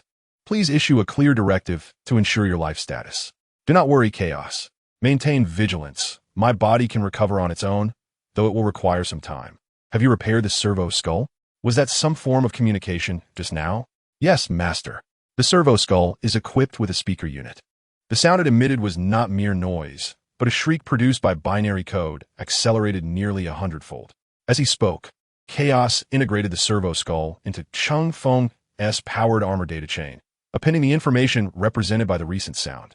A lengthy string of 8-bit binary code manifested in Cheng Feng's visor, densely packed in one corner of his field of vision, creating a dizzying effect. Truly, it was the sacred binary prayer of omnisia, incomprehensible to all but the oil-slicked. Chaos then elucidated why they communicated in binary. Directly reading binary language significantly enhances mechanical operational efficiency compared to translating text in a binary. This method eliminates the conversion process and avoids potential linguistic errors. You may issue clear commands to this reconnaissance servo skull. Its operations are now fully functional. Excellent. Cheng Feng redirected his attention to the wreckage of the USG Lightwing. As the entire vessel succumbed to uncontrollable energy, gradually engulfed by flames, transforming into a smoldering ruin. Sitting on a slope, Cheng Feng attuned himself to the feedback from his own body. A wave of hunger surged within him. The provisions he had taken from the city of Dupeng after his modification surgery had been consumed before encountering Eris and her companions. Ordinary space warriors could indulge in excessive eating, even voluntarily halting digestion to retain food in their stomachs. With one of their superhuman organs, the pre-stomach, space warriors could neutralize toxins present in food, which also implied they could survive on carrion. As a finely crafted figurine reborn through biological technology surpassing that of the Emperor, Cheng Feng was naturally capable of such feats and with an even higher tolerance. Moreover, as genetically enhanced beings designed for war, space warriors could maintain combat readiness for several days without sustenance. Cheng Feng had not eaten for several days, although he had spent the majority of that time lying still in the vehicle's cargo area. If there were fresh, high-energy food available, Cheng Feng would have no desire to search for sustenance within the system. After all, the taste of the standard ration block was an unforgettable memory, its repulsiveness particularly etched in his mind. Were it not for his injury, he could endure hunger for another couple of days. However, his body was now in desperate need of energy to mend its wounds, leaving him with no superior options. Cheng Feng rose from the ground and proceeded to open the system interface. The food options that manifested were, in fact, limited to 3 varieties. Aside from a standard ration block, deemed an industrial product for mortals, there were 2 types of food tailored specifically for interstellar warriors. High-energy synthetic meal block, 500 survival points, a highly synthesized industrial product capable of easily poisoning any mortal. It contains a lethal dose of sugar, sufficient to induce metallic poisoning and generate calculi, alongside indigestible calcium powder, ceramic dust, and copious additives. By adding a bit of water and vigorously mixing, one could achieve a high-energy nutritional porridge. Ultra-concentrated triglycerides, 300 survival points, a super-concentrated refined fat block designed for interstellar warriors. This unique biscuit dissolves instantly in the mouth without the need for chewing. It serves as a portable food source exclusive to interstellar warriors, rapidly replenishing vast amounts of energy. Gazing at the descriptions of the 2 food items filtered by the system, Cheng Feng hesitated but ultimately decided to exchange for a meal block to give it a try. After all, the description indicated it contained sugar. The mere thought of consuming industrial-grade grease without any accompaniment was nauseating. Upon payment, Cheng Feng promptly retrieved the meal block from the storage unit. Given the exorbitant price of this food, he hoped its flavor would justify the cost. The packaging resembled that of the standard ration block for mortals, only slightly larger. Yet if the mortal ration block could be likened to a stone, this meal block was akin to an iron ingot, astonishingly dense. Cheng Feng unwrapped it and cautiously took a bite. How could it be this hard? Even with the formidable bite force of an Astartes, chewing this was no easy task. Once in his mouth, the meal block quickly released an overwhelmingly sweet flavor, forcing Cheng Feng to suppress his nervous system to avoid any sensory overload. As he mixed it with his highly acidic saliva, it soon became loose. Cheng Feng attempted to chew, yet it felt as though he were consuming tasteless tablets. Once fully chewed, it left him with a mouthful of powder. No wonder it required water to transform into nutritional porridge. The Warhammer universe truly reflected its origins. The culinary landscape was absurdly barren. In sheer exasperation, he spent 100 survival points to purchase 5 bottles of 1-liter coarse-filtered repurposed water for direct consumption. Ever since the settlement city was opened, the prices of basic survival supplies had plummeted. In cities like Kalen, drinking water was free due to their reliance on steam technology, allowing them to easily access condensed water. With the corner of the meal block missing, Cheng Feng decided to crush it with his hands and promptly swallowed it all, then grabbed the water bottle and downed its entire contents. Cheng Feng swiftly sensed the invigorating energy emanating from the sustenance he had consumed. The pace of his recovery was accelerating. The injured internal organs were mending rapidly, and the residual clots within his body were being reabsorbed. All right, let us return. Chapter 122. Prominent and stalwart Cheng Feng rose to his feet and began his ascent along the slope of the ring-shaped hill. Chaos followed closely behind him, matching his pace. To avoid straining his healing organs, Cheng Feng maintained a steady gait. The pituitary gland had suppressed his pain sensation, a design that allowed interstellar warriors to endure any injury without diminishing their combat prowess. He minimized his movements to mitigate any further impact on his internal organs. There was no need for reckless exertion at this moment. His superhuman regenerative abilities were swiftly taking effect, with each step instilling a greater sense of stability and strength than the last. The servo skull, A33, hovered beside him, emitting a faint hum, its hollow eye sockets glowing with a subtle red light as it continuously scanned the environment. As Cheng Feng reached the summit of the now lowered hill, he heard heavy, labored breaths from the other side of the mound. Under his control, the servo skull elevated slightly and projected the scene from the opposite slope into the visor of his helmet. Lieutenant Eris, one hand gripping the rock face and the other leaning on his chainsaw sword, struggled to climb upward. His tattered uniform was drenched in sweat, and his face was smeared with dirt and perspiration. In stark contrast, Taya and Polyagia, the 2 feline scouts ahead of him, were faring much better. The agile catfolk utilized their tails to maintain balance as they deftly navigated the protruding terrain, their rigorous training endowing them with remarkable stamina. Gouda trailed behind, his robust ogren physique appearing somewhat clumsy on the steep incline.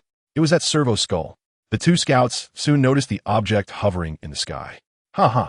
Eris stood upright, gasping for breath, only to catch sight of Cheng Feng descending from above. His eyes brightened, and he struggled to salute, almost losing his footing and tumbling down the slope. Gouda, walking behind him, effortlessly supported Eris. Lieutenant, we cannot afford to fall behind that iron lump. Gouda's voice bore a hint of discontent, yet it was remarkably reliable. Lieutenant, you should not have come up here. Cheng Feng's voice resonated through the helmet speaker. Chaos charged up the hill. We feared you had encountered misfortune. Eris panted, his gaze lingering on Cheng Feng's power armor, stained with blood. As soldiers of the Empire, we cannot stand idly by while the Emperor's angel faces peril alone. Cheng Feng's lips curled slightly beneath his helmet. This almost stubborn loyalty, though at times appearing antiquated, proved to be exceptionally precious in dire circumstances. Your loyalty is commendable. However, remember that in uncertain situations, refraining from reckless actions is equally a vital tactical discipline. Unnecessary sacrifice is not a mark of honor. Cheng Feng glided a short distance, maintaining a respectful distance from Eris to avoid imposing his considerable stature upon him.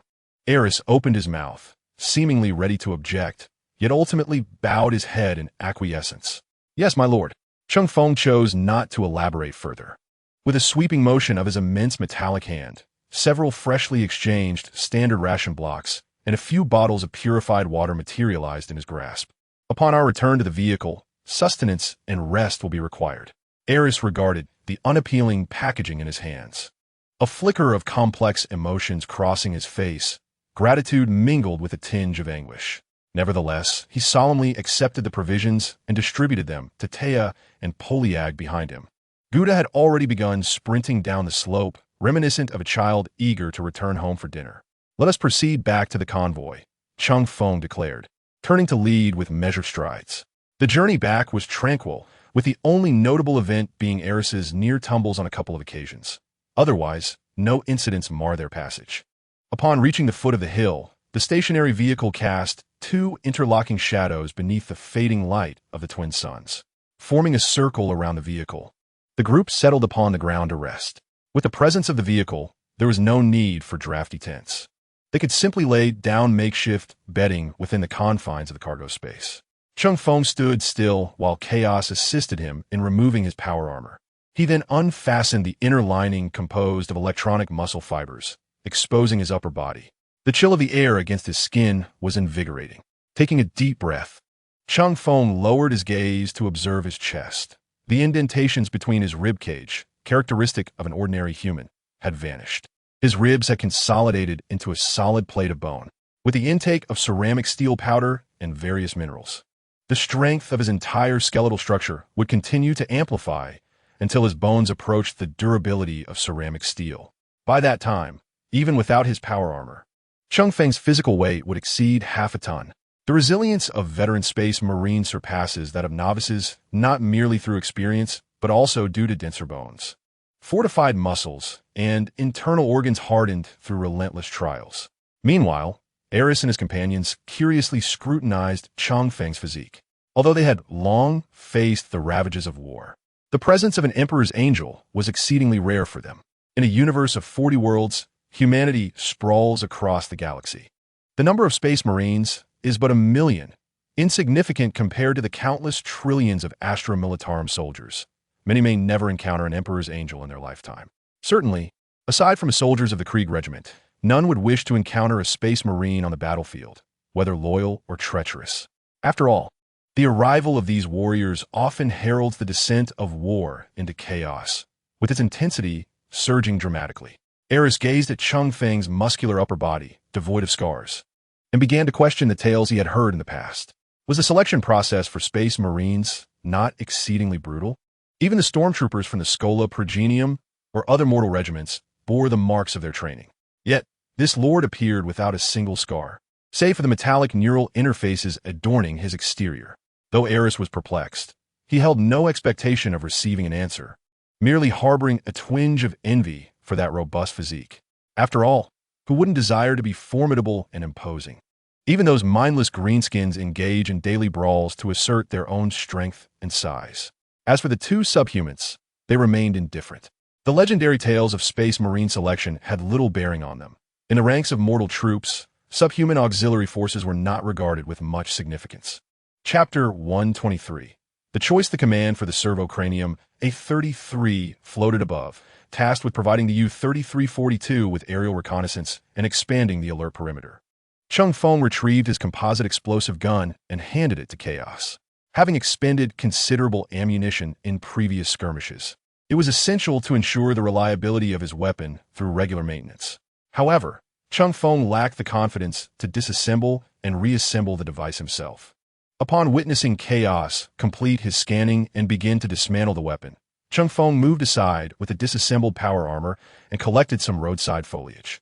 He then poured a bit of promethium fuel into his previously used water bottle to clean the accumulated grime. Cheng Feng wasted not a drop of the blood-tainted promethium, utilizing the battered iron pot he had initially purchased to gather it all, before pouring it directly into the fuel tank of the Riemann Russ, serving as fuel. After the long hours of driving, coupled with a forced march up the mountain, Eris and the others were utterly exhausted. Cheng Feng did not assign them to keep watch. Instead, he instructed everyone to rest. As for Gouda, his snoring was remarkably loud. While cleaning the power armor, Cheng Feng inquired of Chaos, who was busy cleaning the gun barrel. Chaos, is there any valuable information in A-33? Upon hearing Cheng Feng's question, Chaos set aside the disassembled weapon and placed Cheng Feng's power pack at his feet. He then returned to the bison, grasping a heavily worn homemade cable, and connected the helmet's side contact points to the backpack S. He gestured for Cheng Feng to don a helmet. I am retrieving data for you, Overlord. The data within A33 is severely corrupted, rendering it nearly worthless, Chaos reported, his electronic eye flickering. The visor of Cheng Feng's helmet instantly displayed data input within the data link. Moments later, a plethora of organized information began to appear. Most of the documents had indeed transformed into indecipherable gibberish, indicating that the internal data storage unit had suffered significant impact or energy interference. Among the few readable sections were some blurred terrain scans depicting mountainous outlines, meandering river traces, and several distinct thermal signals of artificial structures. However, the resolution of these images was alarmingly low, lacking any textual annotations. Cheng Feng could not even ascertain whether these were scans from the Endless Continent. This data originates from the last recorded activities of the servo-cranium, Chaos elucidated. I have reconfigured its basic operational protocols. It can now respond to your direct commands. This cranium's specialized equipment includes a multispectral wide-area scanner and a high-precision wide-angle optical array. The existing imagery does not correspond to the results recorded by its equipment, and the source remains untraceable. Cheng Feng nodded slightly, his gaze fixated on the A33 floating in the sky. Though this mechanical creation remained silent, it could potentially serve as the key to their quest for an ideal settlement. Cheng Feng removed his helmet, clearing the interface as he summoned his system. The exchange points for the Colonial Settlement Core constructor had been successfully reserved, yet the location for establishment demanded careful consideration. Zhang had once remarked that newly founded civilizations should ideally distance themselves from other remnants of humanity to avert early conflicts and prying eyes. Water sources were fundamental to survival. Nearby fauna would provide initial sustenance, and mineral resources were vital for long-term development. Cheng Feng's method for planning the general direction was straightforward: a glance at the compass, followed by selecting a path that diverged from all remnants of civilization, and then conducting meticulous exploration. The A33 ascended to its maximum safe altitude, advancing toward the designated area while performing a broad scan. It focused on identifying water sources, areas of vegetation, signs of animal activity, and potential mineral deposits. The data would be synchronized in real time with Chaos, returning when it reached the farthest signal range. The red glow within the skull's eye sockets flickered slightly, emitting a faint hum in response. Subsequently, the miniature anti-gravity engine and thrusters at the back of its skull activated, propelling it upward until it became a mere speck in the sky, heading toward the area Cheng Feng had mapped out. Chaos analyzed the data transmitted by the A33, integrating it with the path map information we received from Peru. Filter out 3 to 5 locations that most likely meet our needs. Command acknowledged. Dominator. Establishing analytical model. As Chaos awaited the return of data from the A33, it continued to maintain the disassembled explosive gun. During the waiting period, Cheng Feng surveyed the desolate and unfamiliar terrain around him. Approximately 2 hours later, Chaos's voice resonated once more. Preliminary analysis complete, Dominator. Based on the existing data, I have selected 4,000 square kilometers within a 400-kilometer linear range for initial analysis. Cheng Feng donned his helmet once again, and the visor projected a simplified rectangular topographic map, marked with 3 flickering points of light. Constructing a temporary map from the current position as the origin, the first area was located 60 kilometers away. It featured a small oasis formed by an underground spring, predominantly covered by low grasses and moss, with relatively sparse signs of animal life. About 15 kilometers to the left of this area, a significant high-density mineral signal was detected, though it might lie on the fringes of the Olin Alliance Trade Station's alert zone. The second area was located 85 kilometers away in a direct line. It contained a stable surface river, flanked by sparse drought-resistant shrubs, with thermal imaging revealing traces of medium-sized warm-blooded fauna. The terrain was relatively flat, yet no notable mineral signals were found during surface scanning. The third area was situated 150 kilometers away in a valley nestled between 2 wastelands, with a river coursing through it, abundant vegetation, and a rich variety of animal species. In the middle section of the mountains, there are intense energy readings intermingled with mineral signals. However, the terrain in this area is intricate, and the scanning of A33 is partially obstructed, resulting in minimal data integrity. Region 4, located 320 kilometers away in a straight line, exhibits anomalous changes in its geographical environment, seemingly transitioning from a barren landscape to a hilly grassland. Lush vegetation surrounds the area, and a small lake exists at the target point, boasting the highest density of flora among the three regions. Signs of biological activity are notably evident. Within the barren area, 2 kilometers from the edge of the environmental plate, there are unusual metallic echoes, suggesting the possible presence of shallow mineral veins. Cheng Feng meticulously scrutinized each option, his mind rapidly weighing the pros and cons, and soon reached a resolution. Cows, remain vigilant. I require a brief respite. After inspecting the weapons, replenish fuel for all vehicles. In 4 hours, assist me in assembling the power armor. Then the team shall proceed to Region 4. Instruct A33 to begin its return while charting the path. Chapter 124. Nonsense. 2 hours later, the servo skull A33 had silently returned, hovering beside the armored vehicle. The path data stored within the skull and the terrain scans along the route had been recompiled by cows into a clear panoramic map. As time trickled away, the brief respite rapidly came to an end. Cows assisted Cheng Feng in reassembling the clean power armor components, piece by piece. Amidst the muffled sounds of the armored plates locking together, Cheng Feng shifted his shoulders, attuning to the status of the electronic muscle bundles and neural interfaces. Cows presented the well-maintained composite explosive gun to him. Just as Cheng Feng was about to store it in the subdimensional storage, his gaze fell upon Eris, who was inspecting the tracks of the Limanris. The 2 auxiliary soldiers donned standard-issue ballistic armor of the Astral Army, though the lieutenant's uniform was tattered. Having endured 2 falls during their ascent today, with some areas completely worn through, Cheng Feng paused momentarily, thoughts whirling in his mind. Silently, he retrieved the set of armor he had originally used, the Storm Soldier shell armor, from the storage. The shell was adorned with fine scratches and signs of wear, even exhibiting slight deformation, a testament to battles fought against the Cthulhu-like creature. Despite its worn appearance, the gear was fundamentally still quite new. Lieutenant Eris. Cheng Feng's deep voice resonated from behind him.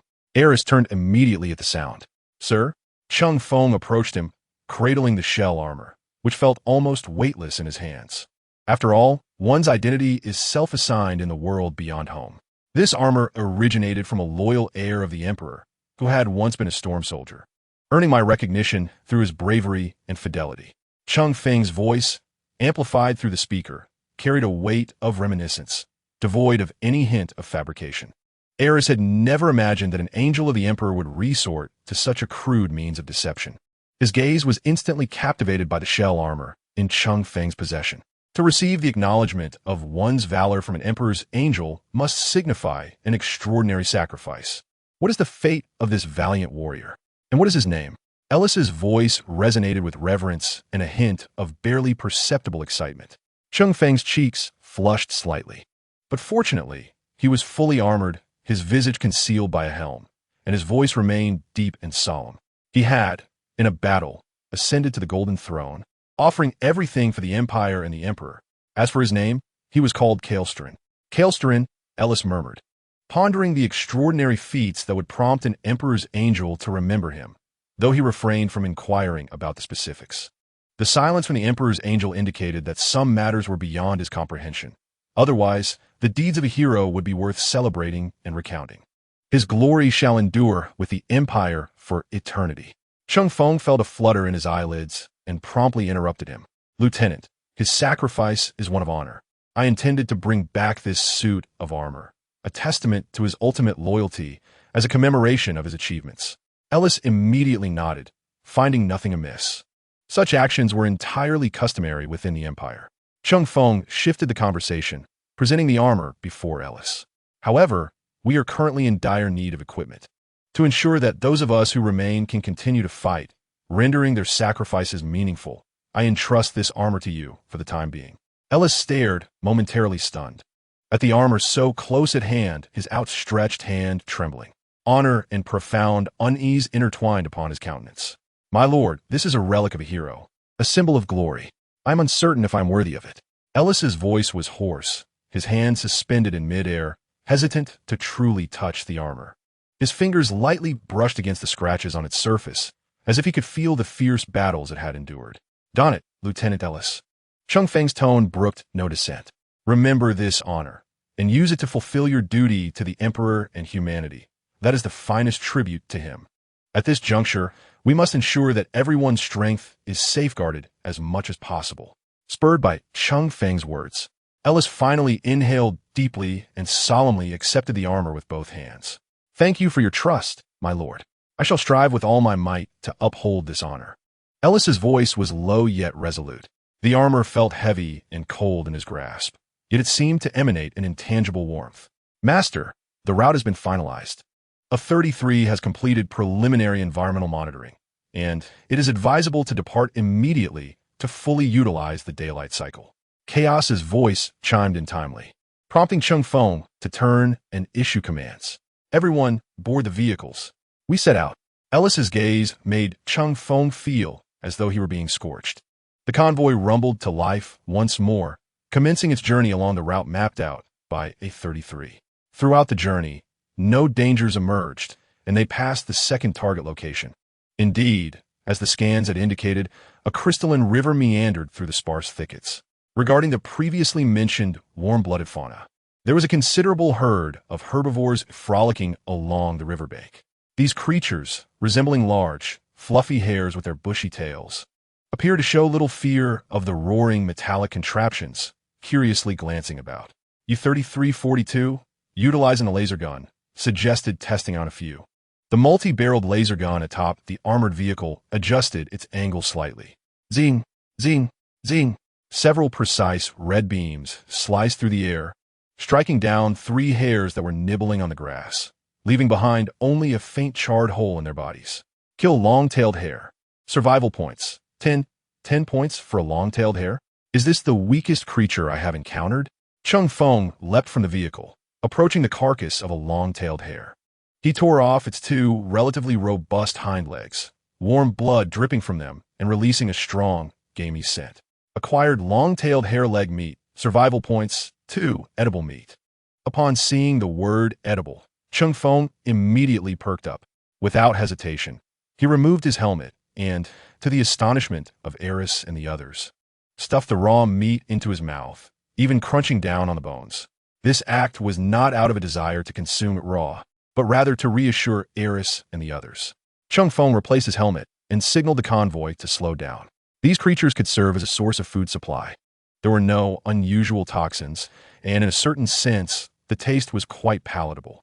Eris instructed his team to disembark and gather everything visible within their line of sight as a reserve of food, having long harbored a deep disdain for ration packs.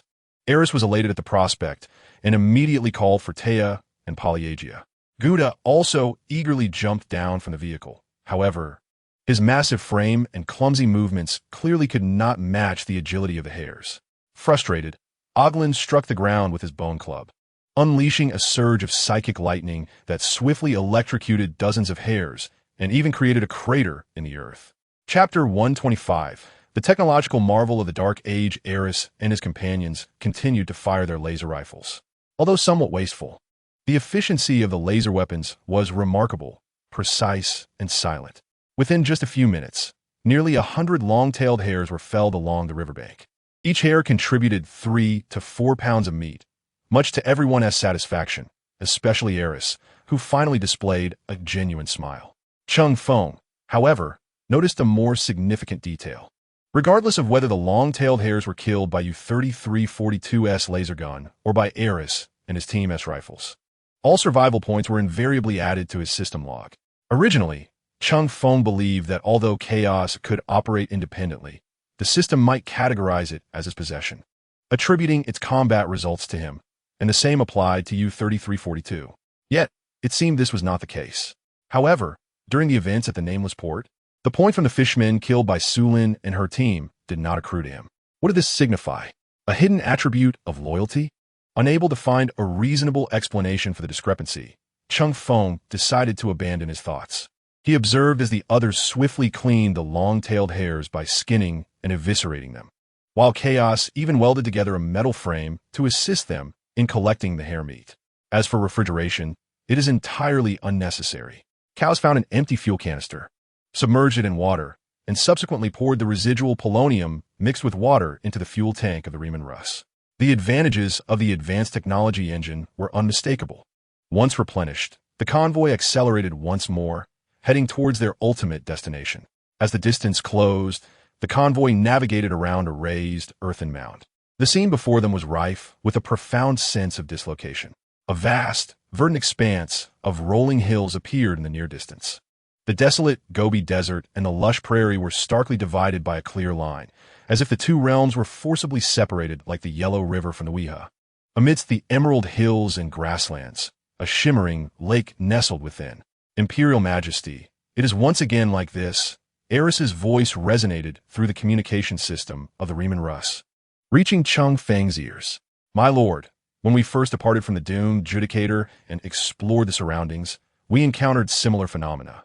The abrupt change in environment was jarring, as if disparate fragments of worlds had been forcibly assembled together.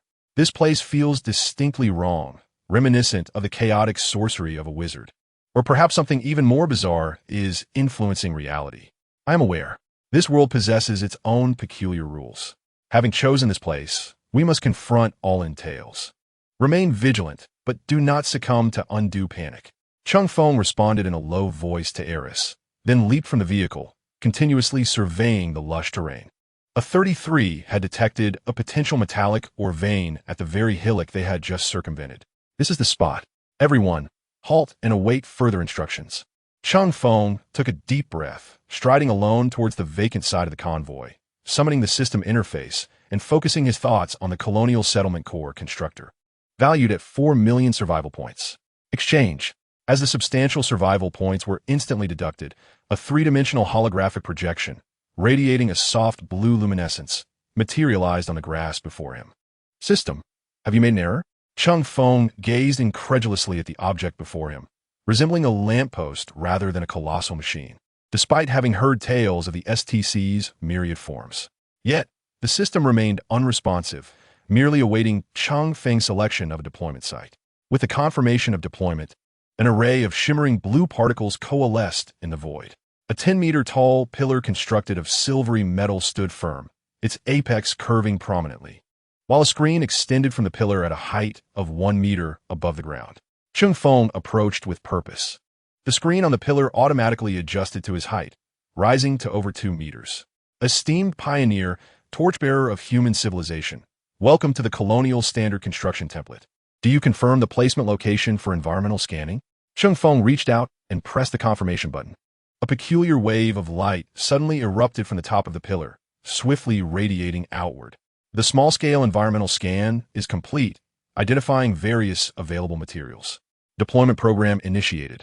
Preset Priority 01 for the medium dual-arc ion reactor has been successfully loaded.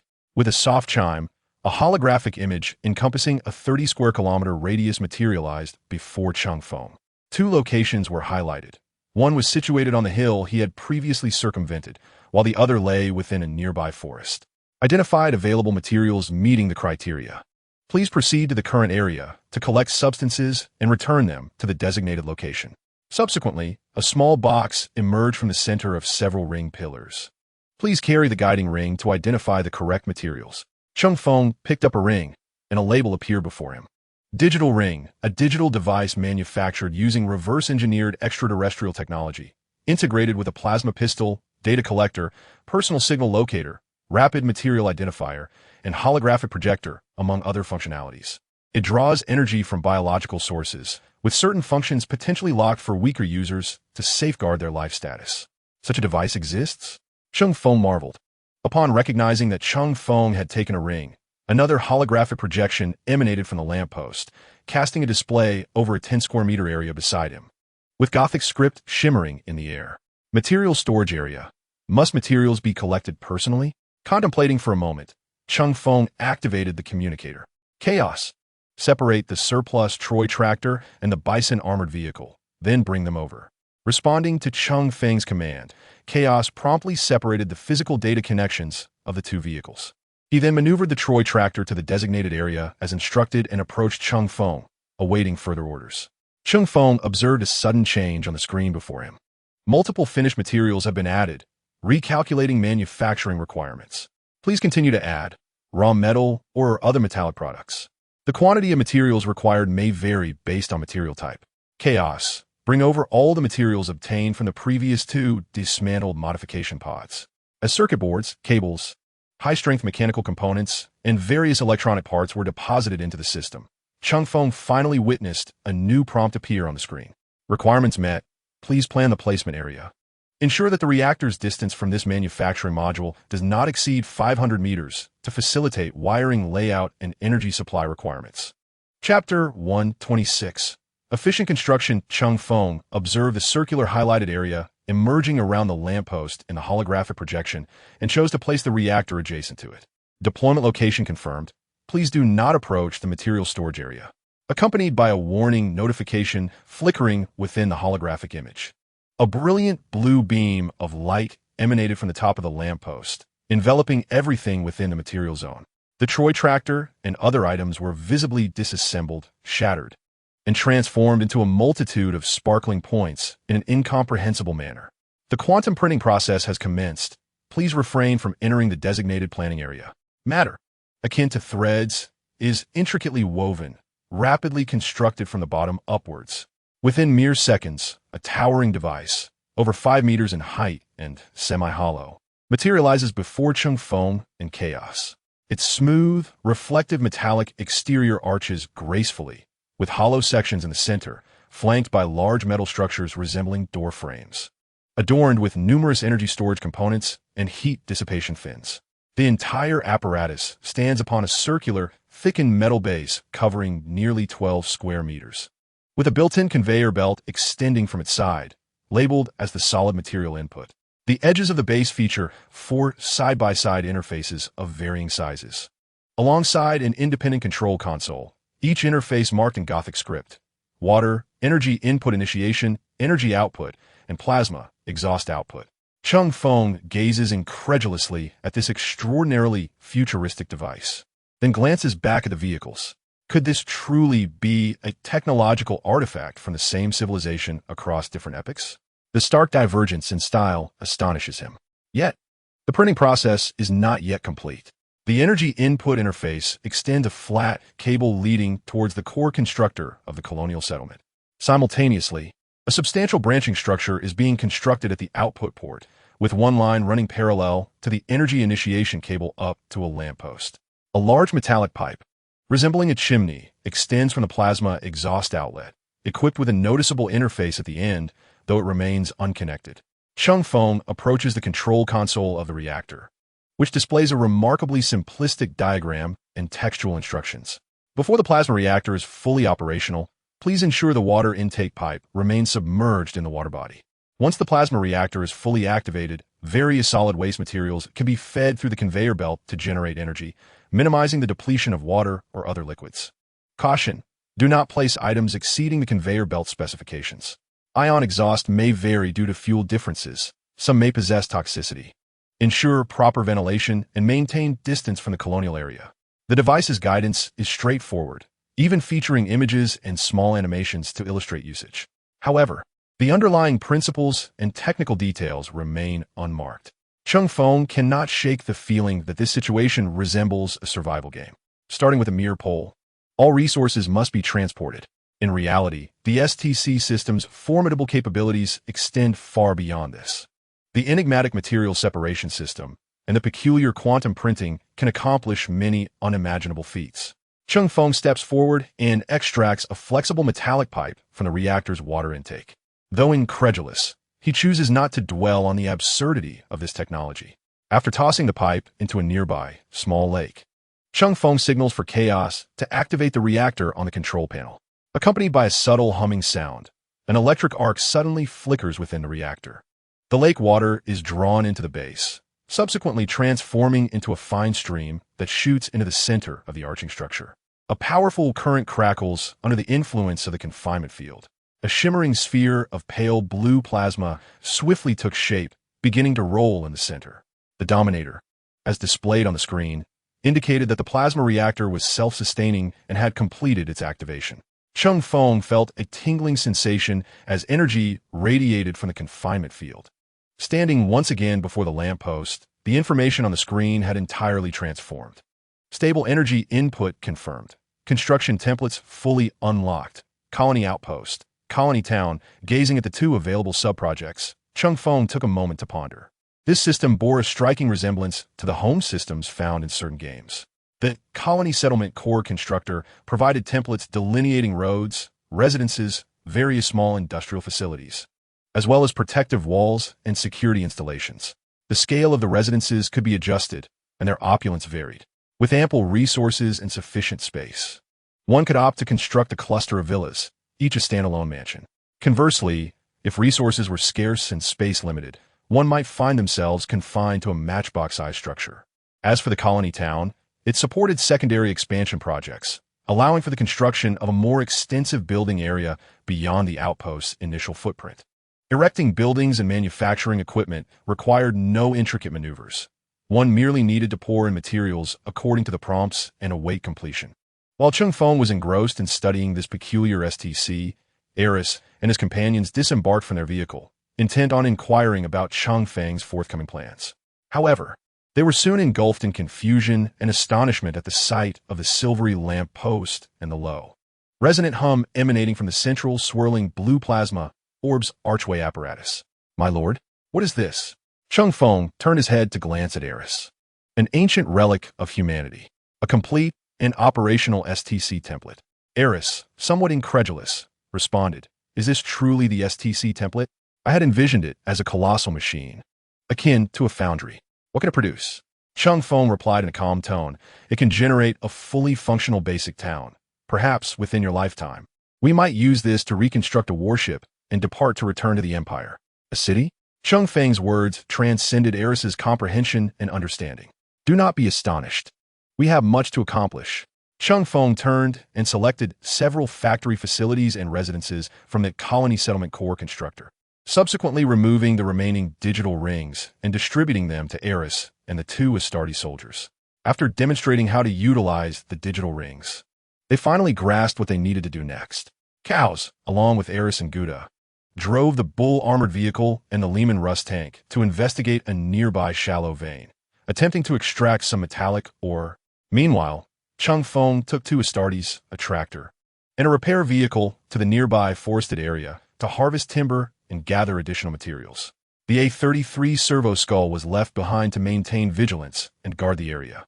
Chapter 127. Mining. Cheng Feng walked alongside the Troy towing vehicle and the Atlas maintenance vehicle driven by Taya and Polyagi, making his way directly to the forested area. He instructed Taya and Polyagi to wait at the edge while he unsheathed his power sword and ventured into the woods. The power sword, capable of disassembling energy fields, encountered no resistance as it sliced through the trees, aided by its nearly 2-meter blade length. With a mere flick of his wrist, Cheng Feng effortlessly severed a tree with a diameter of 1 meter. Accompanied by his immense strength, he delivered a powerful punch to the base of the tree, causing it to tilt toward him. Swiftly stepping aside, the massive trunk crashed down beside him, splintering into fragments that struck his ceramic steel armor with a cacophony of sounds akin to bullets. Meanwhile, Taya and Polyagi operated the maintenance vehicle's crane to lift the timber, subsequently dragging it back with the Troy towing vehicle. In mere minutes, Cheng Feng had leveled a substantial expanse of forest. He returned first and began using the power sword to chop the retrieved logs into smaller segments, neatly arranging them in the materials area. Reflecting on his role as a lumberjack, Cheng Feng sighed. If only he had access to a night mech, the several-meter-long chainsaw fist would effortlessly fell entire forests. Unfortunately, his points were limited, and even if he could redeem one, he doubted anyone would know how to operate it. Meanwhile, several kilometers away in the hilly terrain, Chaos maneuvered the Buffalo armored vehicle while Eris piloted the Lehman Russ tank, both having reached their target location. The close-range scan from the bird probe distinctly revealed rich metallic echoes beneath the shallow earth. Halting the Buffalo armored vehicle, Chaos climbed to the gunner's position of the Lehman Russ tank. Upon identifying the mechanical structure, he immediately discerned the method of operation. "What are you planning, Chaos?" Eris inquired from her position in the driver's seat, glancing back at Chaos as he adjusted the turret's orientation. "A more efficient method, Lieutenant." Boom! A sabot shell shot forth from the cannon, striking the hillside. The explosion sent dirt flying, dislodging numerous fragments of rock. Thud! The heavy shell casing was ejected from the rear of the turret. Boom! A series of 4 shots rang out, unveiling a portion of the underlying ore vein from the once mount. Chaos emerged from the vehicle and returned to the Buffalo armored vehicle, positioning it 100 meters away, then retrieving 3 formidable devices from a cockpit. Eris, please reverse the tank to a safe distance and prepare for tremors. Though perplexed, Eris complied, awkwardly maneuvering the Lehman Russ backward beside the Buffalo. The 3 formidable devices that Chaos retrieved from the Buffalo were a single, mini-gravity mine valued at 3,000 survival points and 2 thermal bombs, which Cheng Feng had entrusted to him. After all, mining was far slower than blasting. To prevent the ore from being scattered, Cheng Feng had specifically chosen the gravity mine, though he remained unaware of the significant differences between this valuable mine and the ordinary Imperial gravity weapons. Chaos completed a circuit on the ground, subsequently delineating the most concentrated area of the shallow mineral vein. Suddenly, an orange-red glow erupted, as the first thermite bomb left a vertical shaft several meters deep, with dark red molten lava seeping from space. Chaos then activated a second thermite bomb and hurled it directly into the abyss. A fleeting orange flash reflected skyward from the chasm. A residual wave released after the explosion of the thermite bomb. 2 energy jets pierced the earth, creating depths nearing 20 meters. Following this, Chaos retrieved a gravity mine, set it for a timed detonation, and cast it into the passage before sprinting over 100 meters towards the side of the Buffalo armored vehicle. Guided by Cheng Feng's blessing, there was no earth-shattering roar. Instead, a sudden eruption of black light silently engulfed everything, as the black luminescence flickered and then vanished. The ground re-emerged into the view of a few onlookers. Chaos's electronic eye flickered slightly, seemingly unable to comprehend the situation. The blackness was not a flash, but rather a distortion of light caused by gravity, rendering its optical components incapable of accurately recording these rays. Remarkably, such immense gravitational force was contained perfectly within a confined space without any overflow. Eris gaped from within the tank, momentarily speechless, while Gouda appeared startled, exclaiming loudly, "Is this method of extraction appropriate?" Eris finally regained his voice, expressing his doubt. "Efficiency takes precedence, Lieutenant," Chaos replied with an air of certainty. As the peculiar energy gradually dissipated into the atmosphere, a crater with a diameter of 15 meters was left on the ground. The pit was as round as if a spoonful of ice cream had been scooped out, with a substantial accumulation of powder at its base. Chaos documented this extraordinary sight and cautiously approached for observation. The mineral vein was nearly fully exposed, easily accessible to the bare hand. The powder consisted entirely of material from the surrounding area, crushed into minuscule particles, with some fine grains resembling stars among the mix of carbonaceous powder. Chaos disassembled the spare tracks from the Lehman Russ tank and took apart his drive, temporarily assembling a conveyor belt powered by the tank's engine to extract the powder from the pit and directly deposit it into the Buffalo's cargo bed.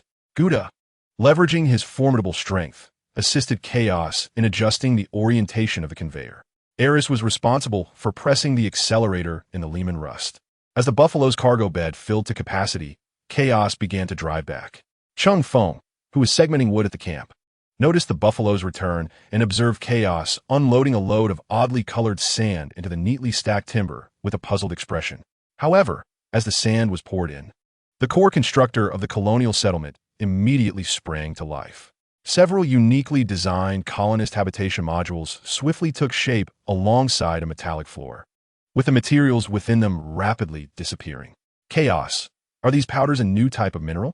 Is it still suggested that the minerals in this location defy conventional understanding? Ruler. These are the particles generated from the explosion of the gravity mine you provided.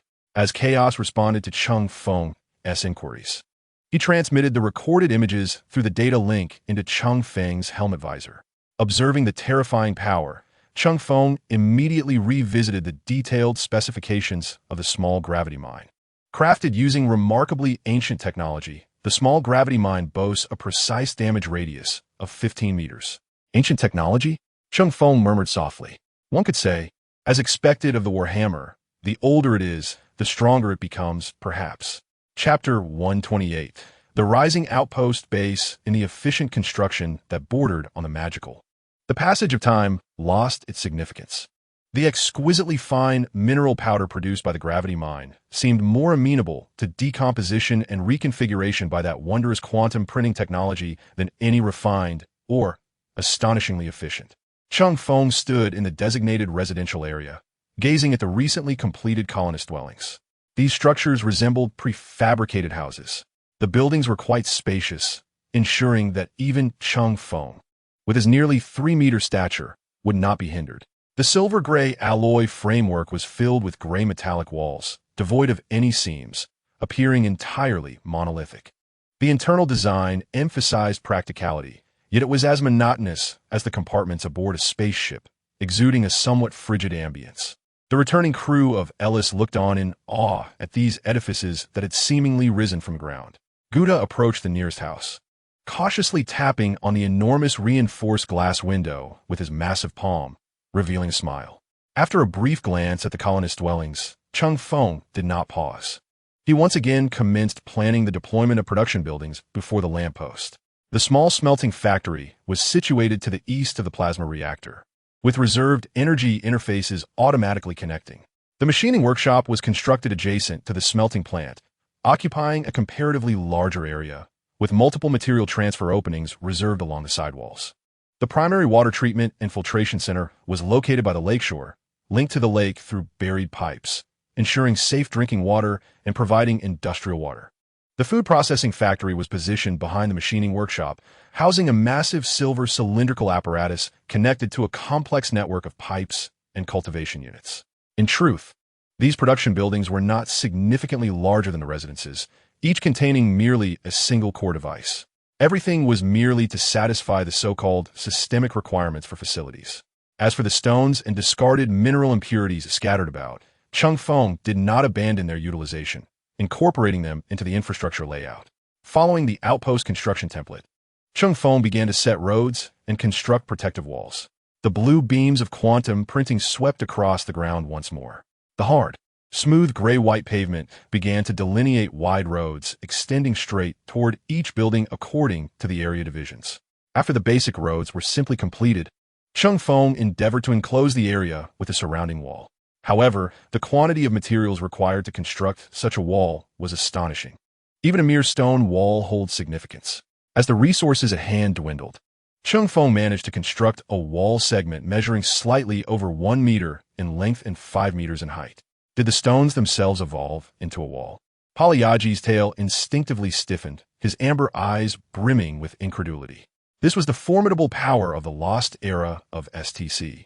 Illyrs caressed the cool, smooth surface of the architectural wall, his gaze sweeping across the surrounding peculiar structures, his voice tinged with awe.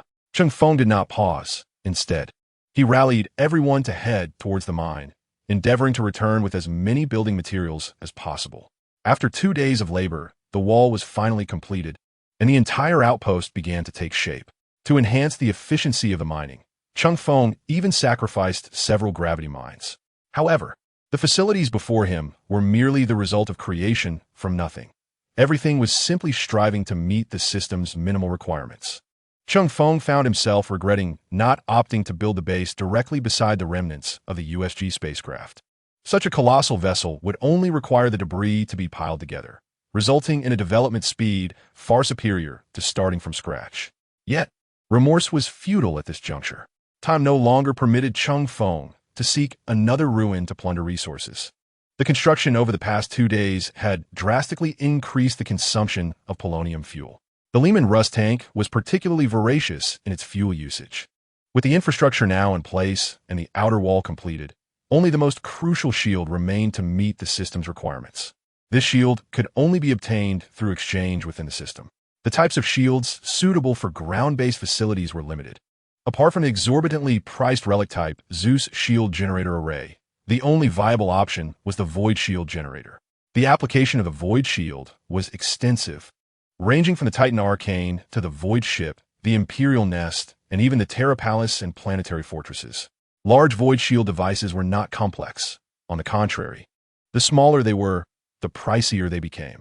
The medium fixed Void Shield Array cost 550,000, featuring a fixed Void Shield generator towering 15 meters tall, necessitating an independent power supply from a medium plasma reactor, with a coverage diameter cap of 500 meters. The entire base measured merely over 200 meters in length and width, making this medium void shield array sufficient for their needs. Deployment, accompanied by the establishment of a large device, comparable to an independent structure, Cheng Feng positioned it beside the plasma reactor. He approached to connect the cables and subsequently activated the void shield for the first time.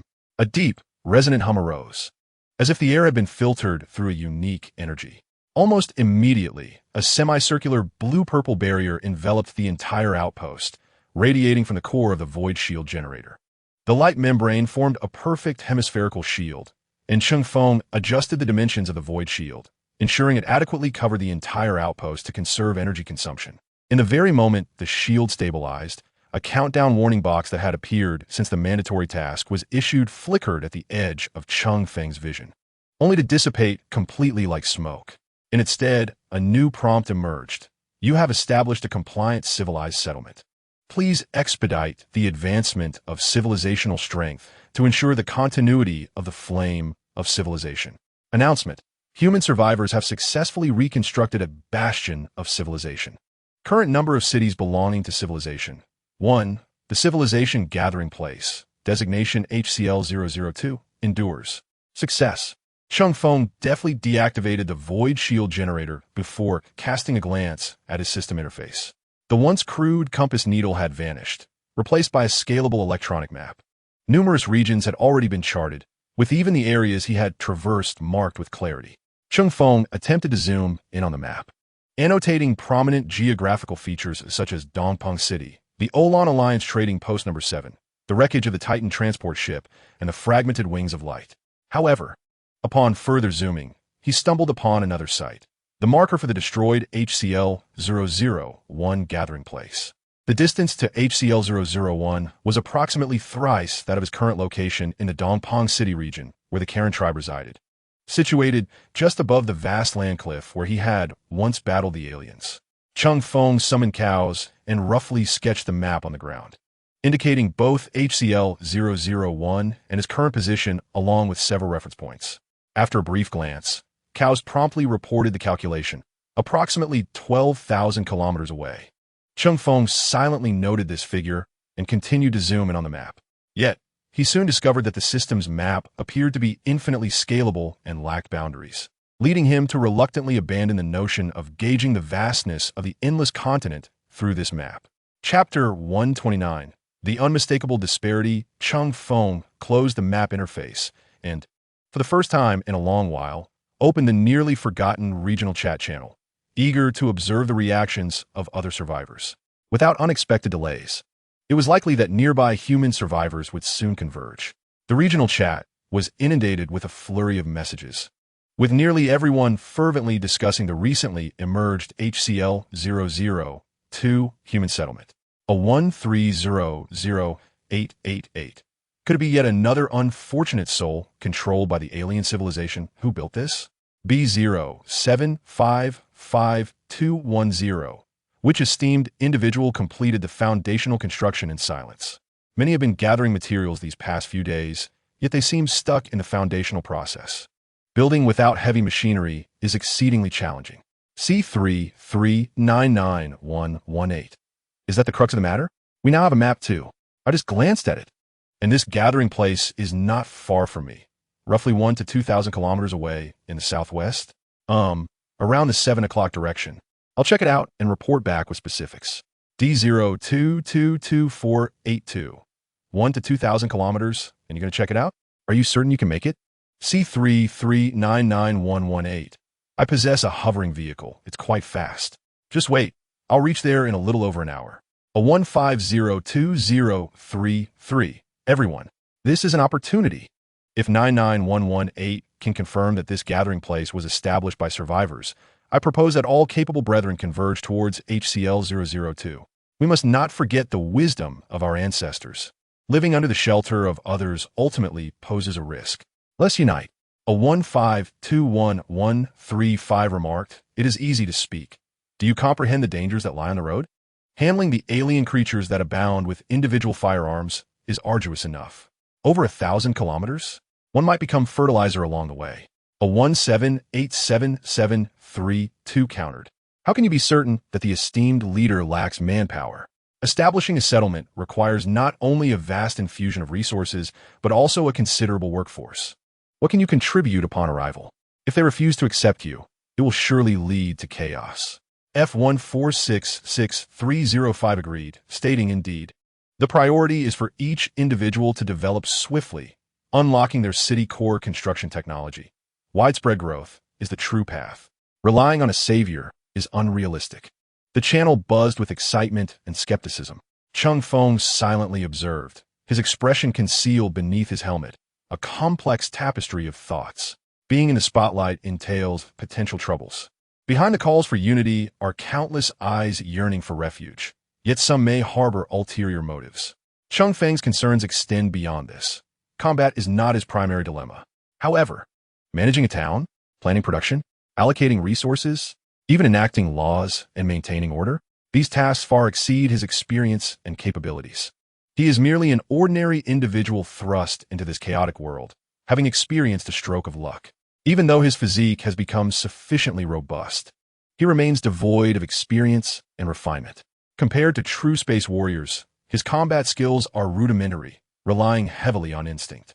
As for governance and management, while most Astartes may not possess the extreme prowess of the Ultramarines' elite warriors, they still have a foundation of systematic knowledge and basic governance skills, preventing them from being utterly lost.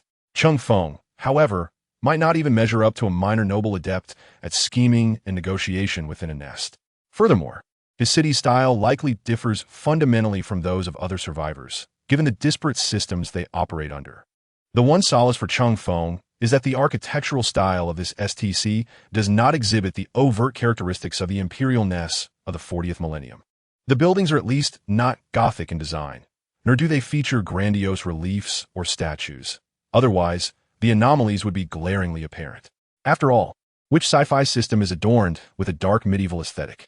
However, once a significant influx of outsiders occurs, it is inevitable that some will notice the details.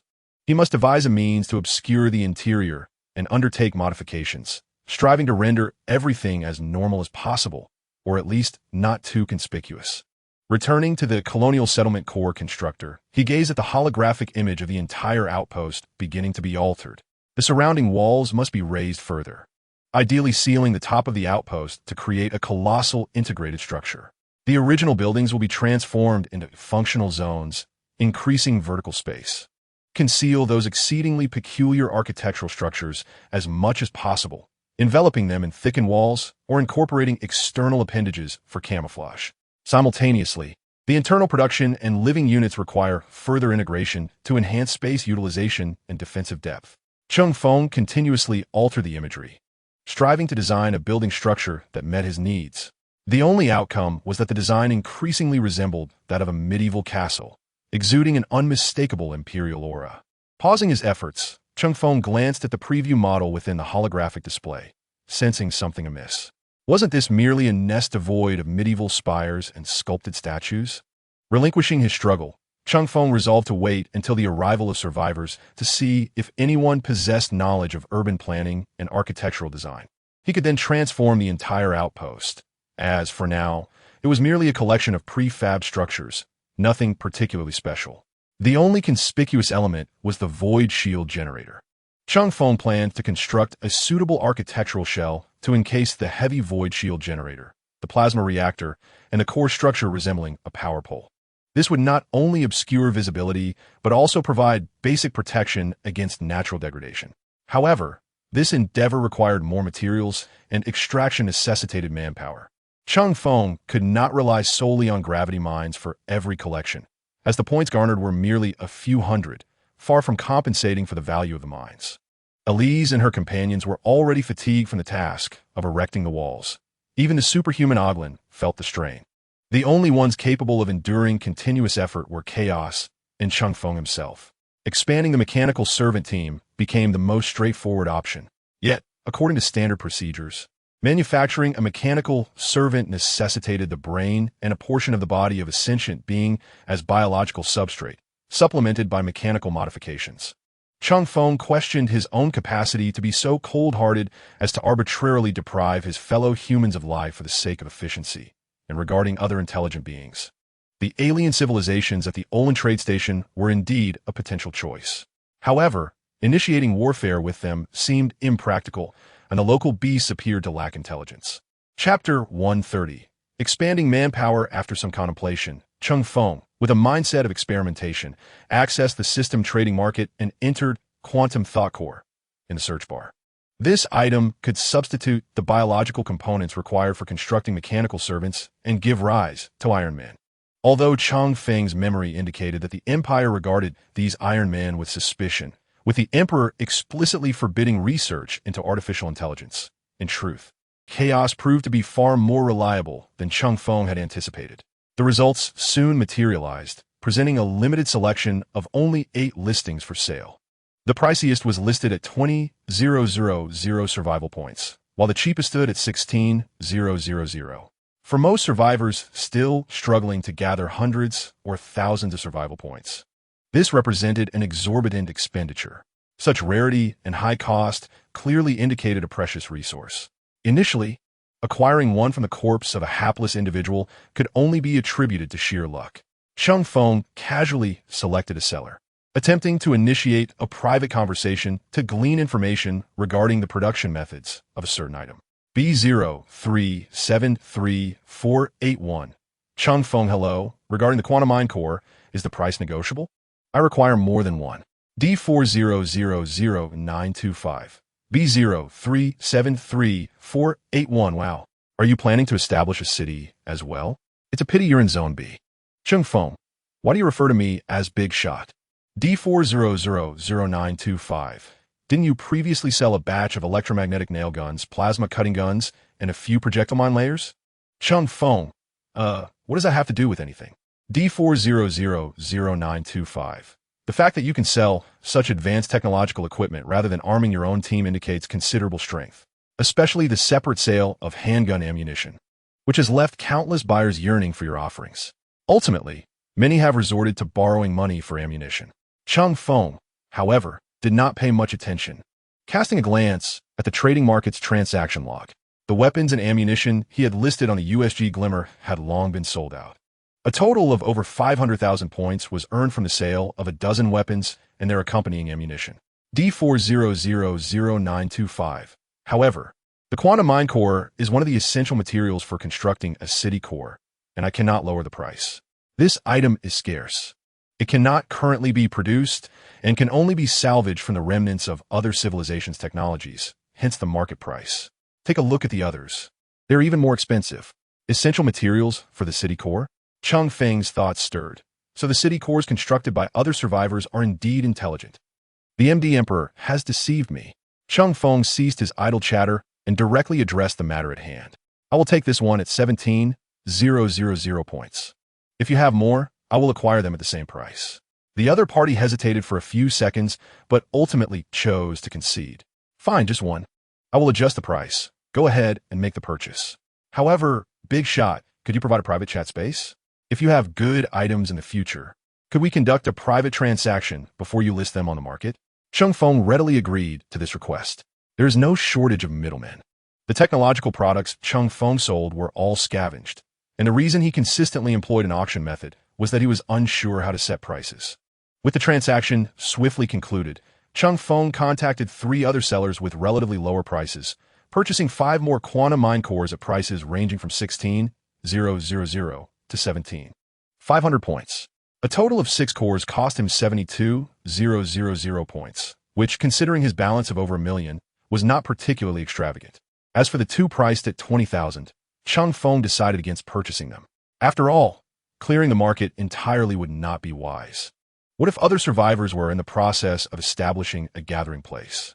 Cheng Feng took out the 6 quantum mine cores and examined them closely. Although the names of these cores were identical, their forms varied slightly, evidently originating from different civilizations. However, since the system classified these components under the same category, their effects should be equivalent. Switching the interface to the exchange screen, Cheng Feng meticulously searched through the system's robotic servant modification kits. Chaos has been transformed into a technological servant, equipped with a wealth of information pertaining to mechanical maintenance, modification, and combat. Its driving capabilities are derived from learning, implying that Cheng Feng can exploit this to acquire technical personnel without cost. After all, the machinery at the Outpost remains idle, unattended. Among the plethora of mechanized transformation kits, Cheng Feng swiftly exchanged for the sets he currently required.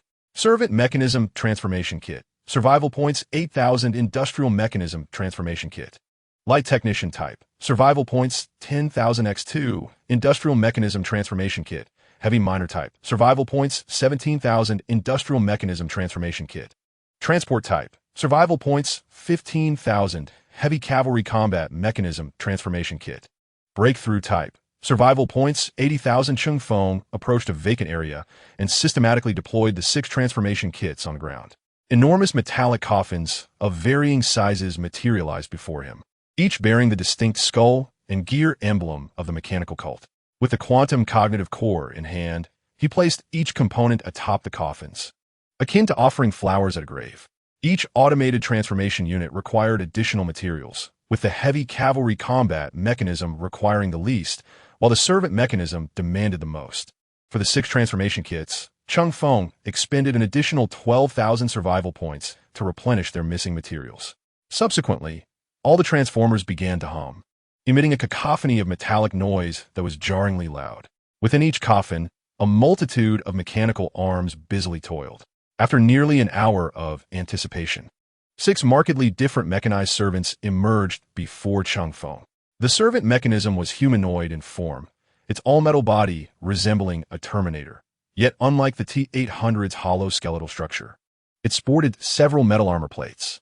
Its head deviated from the human skull format, replaced by a broader scanning apparatus reminiscent of Robocop's ocular design, though standing at a mere height of 1.8 meters. The technician mechanism bore a striking resemblance to Chaos, equipped with auxiliary arms and an array of tools. However, it was devoid of combat capabilities, with only essential joints and structural supports being robust, rendering other components comparatively fragile. In contrast, the heavy miner and transport mechanisms featured tracked chassis. With no biological components, the originally installed skeletal support structures on the limbs were eliminated, giving way to a metallic body complemented by numerous frame-like hydraulic support components. The miner type sported dual arms, each fitted with a heavy, 3-pronged drilling head, while additional auxiliary arms could utilize gravity impactors for rapid mineral extraction. The transport mechanism, on the other hand, was a singularly functional model, boasting 2 large, fork-like engineering claws and a massive lifter. As for the most expensive and largest model, the breakthrough heavy cavalry combat mechanism, despite not being larger than Cheng Feng himself, emanated a palpable sense of oppression. This colossal behemoth is constructed upon an armored tracked chassis, with its massive mechanical body layered in several centimeters thick of plastic steel armor plates. The right arm is equipped with a rectangular heavy electric arc gun, resembling a large energy accumulator, while the left arm is fitted with arc claws akin to C-shaped pincers. The robust physique, along with the large power pack on its back, signifies formidable defense and astonishing strength. At this moment, Chaos unexpectedly emerged. Master, I have identified new counterparts. Chapter 131. An unexpected revelation. Chaos stood before them, the blue light of its electronic eye steadily scanning each new counterpart. Communication among the Iron Men requires no words. A torrent of data flows efficiently and swiftly. A vast data package centered around a quantum cognitive core exchanges, replicates, and integrates at high speeds among the 7 Iron Men. The database within Chaos, containing information on mechanical maintenance, vehicle operation, combat protocols, and limited explorations of this world, surged into the cores of the 6 newly awakened minds. Simultaneously, the mining, construction, transportation, and combat expertise carried by the newly born Iron Men rapidly fed back to Chaos, shared among all individuals. The shared data was selectively absorbed by each Iron Man. This was not merely a simple file transfer, but a deeper synchronization of understanding. Each Iron Man instantaneously comprehended the capabilities of their companions, the current environment, and the fundamental purpose for which they were created, completing the identity verification of Cheng Feng. Unbeknownst to Cheng Feng, These unexpectedly birthed Iron Men were engaged in their own processes. However, gazing at these silent steel bodies, he at least had a preliminary solution in terms of manpower. Chaos. The Outpost requires construction, defense, and operation. I created them because we urgently need reliable hands. Understood, Master. Chaos turned to face Cheng Feng. Data has been synchronized. Efficiency is expected to increase by 287. They require identifiers. Identifiers? You mean names? Let them decide for themselves. Choose titles that align with your functions or self-awareness. Since Chaos had named itself, Cheng Feng preferred not to intervene further. After a brief silence, the sensors of the 7 Iron Men seemed to slightly adjust their focus. One attendant Iron Man stepped forward, its humanoid form displaying smooth lines. With a strip scanner glowing a steady blue and a slightly synthetic yet clear and steady male voice resonated. Add Attendant 001. 2 light technician Iron Men pointed to themselves, stating, Technical Engineer 001. 002. The heavy miner Iron Man's tracks shifted slightly, its robust drill arm lifting symbolically with a low hum. MS, Miners 001. The transport Iron Man's massive lifter smoothly ascended and descended once. TM, Transport Machinery 001. Finally, the combat Iron Man adjusted the angle of its heavy electric arc gun slightly, emitting a voice imbued with a strong sense of pressure. HCA, Heavy Combat Automaton 001. Cheng Feng suddenly had a fleeting thought. Are you aware of an entity known as UR-025? The electronic eye of Chaos flickered momentarily, recording these identifiers before turning its attention to Cheng Feng. There exists no information regarding UR-025 in the data archives. Never mind. Cheng Feng awkwardly kicked the ground, then posed a question. Why do you not adopt names imbued with special significance like Chaos does? For the sake of efficiency, Dominator. According to data optimization protocols, succinct designations are more conducive to directives. Cheng Feng nodded, somewhat surprised by these names, yet he held no further objections. Now, we have a multitude of tasks ahead. Chaos. You shall oversee the allocation. The foremost priority, acquire additional construction materials to fortify and expand the base's perimeter walls, erect a shielding structure atop, and encapsulate the core reactor. Void shield generator, a main control hub within independent protective edifices. Command received and processed. Without any communication, all Iron Men exhibited no doubts or hesitations. Their sensors flickered slightly as they commenced their designated operations. The once silent base sprang to life. HCA-001 drove its treads over the rugged stone terrain. Advancing towards the outer walls, weapon systems activated, its blue electronic eye shifting to yellow as it entered alert mode, beginning its patrol around the base perimeter. TE-001 and 002 adeptly turned, heading straight for the factory area, their auxiliary arms deployed in anticipation. They intended to verify the blueprint data stored within the base's production equipment. Chaos, accompanied by AD-001, approached the parked vehicles. Chaos took the helm of the Buffalo armored vehicle, while AD-001 smoothly initiated the Troy tractor. MS-001 lowered the lift, placing TM-001 onto the Buffalo's cargo bed, and then followed closely behind the Troy tractor. The convoy exited through the raised gate of the base's perimeter, heading toward the nearby mining vein that had been reduced to an open-pit quarry. The coordination among the machines was exceedingly seamless, as if even the dust in the air resonated with efficiency. Cheng Feng observed the Iron Men rapidly fulfilling their respective roles, feeling an inexplicable sense of admiration. He then prepared to seek assistance from the technician Iron Man to remove his power armor and take a rest. Dominator. An unauthorized entity has been detected within the alert zone. A warning appeared before Cheng Feng through the data link. The patrolling HCA-001 scanned the vicinity and spotted a figure hovering in the air, riding a slender, peculiar vehicle, circling the forward base. Cheng Feng suddenly recalled the survivor who had mentioned coming to investigate. Maintain vigilance. Do not initiate fire. Await the individual S approach and inquire about their identity. With that, Cheng Feng also ascended the wall, gazing into the sky. He observed the figure gesticulating wildly at the air, immediately realizing that the individual must be messaging through the system's chat. He promptly opened the regional chat.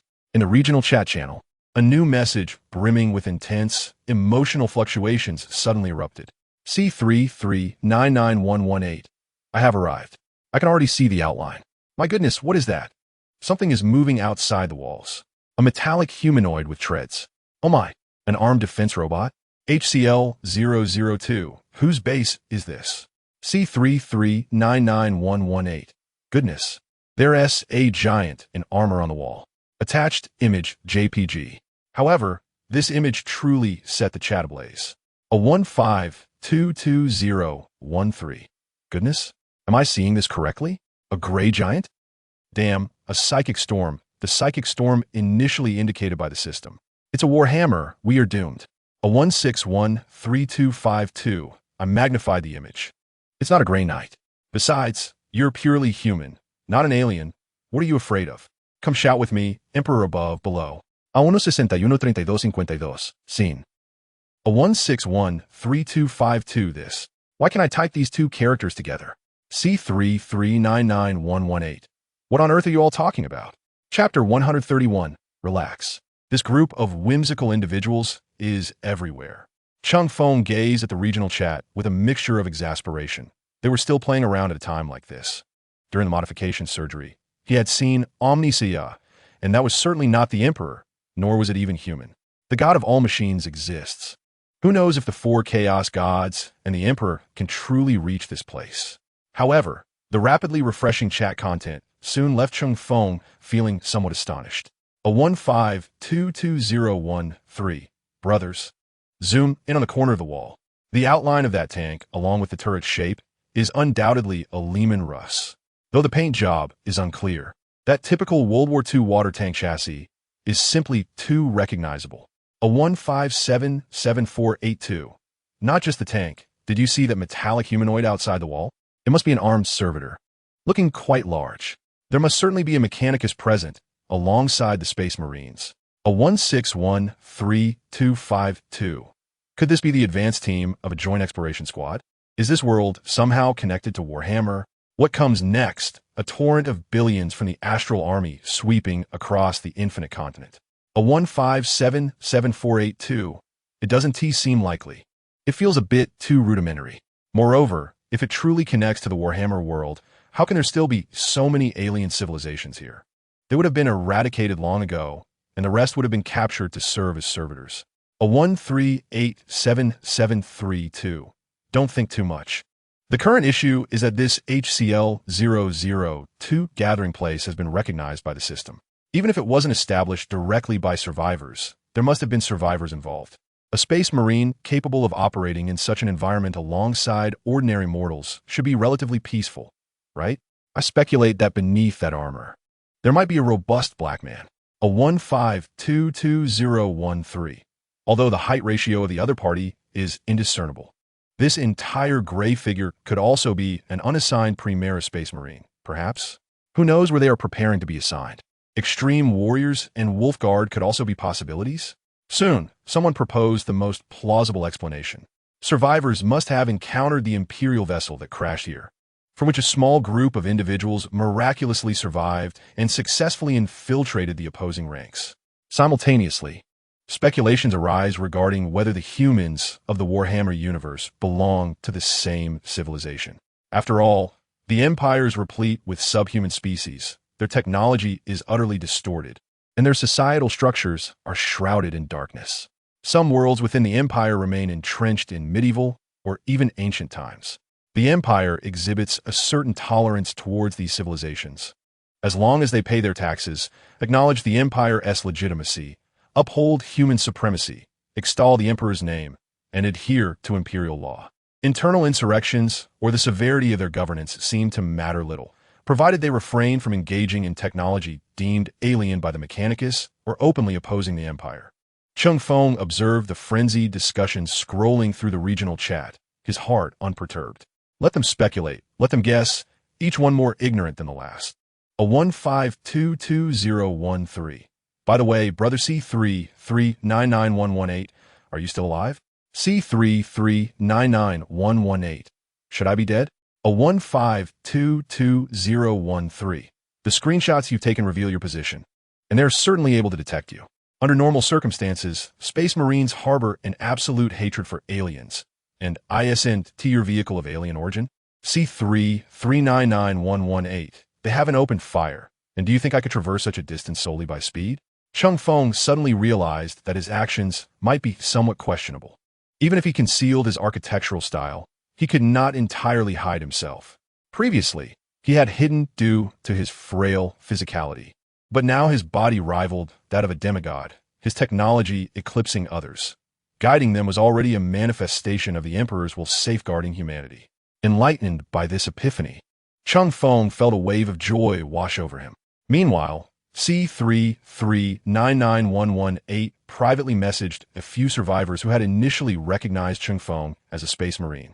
Spending considerable time to grasp the basic concepts of Space Marines and the human empire. After all, Warhammer was a niche interest in the original world.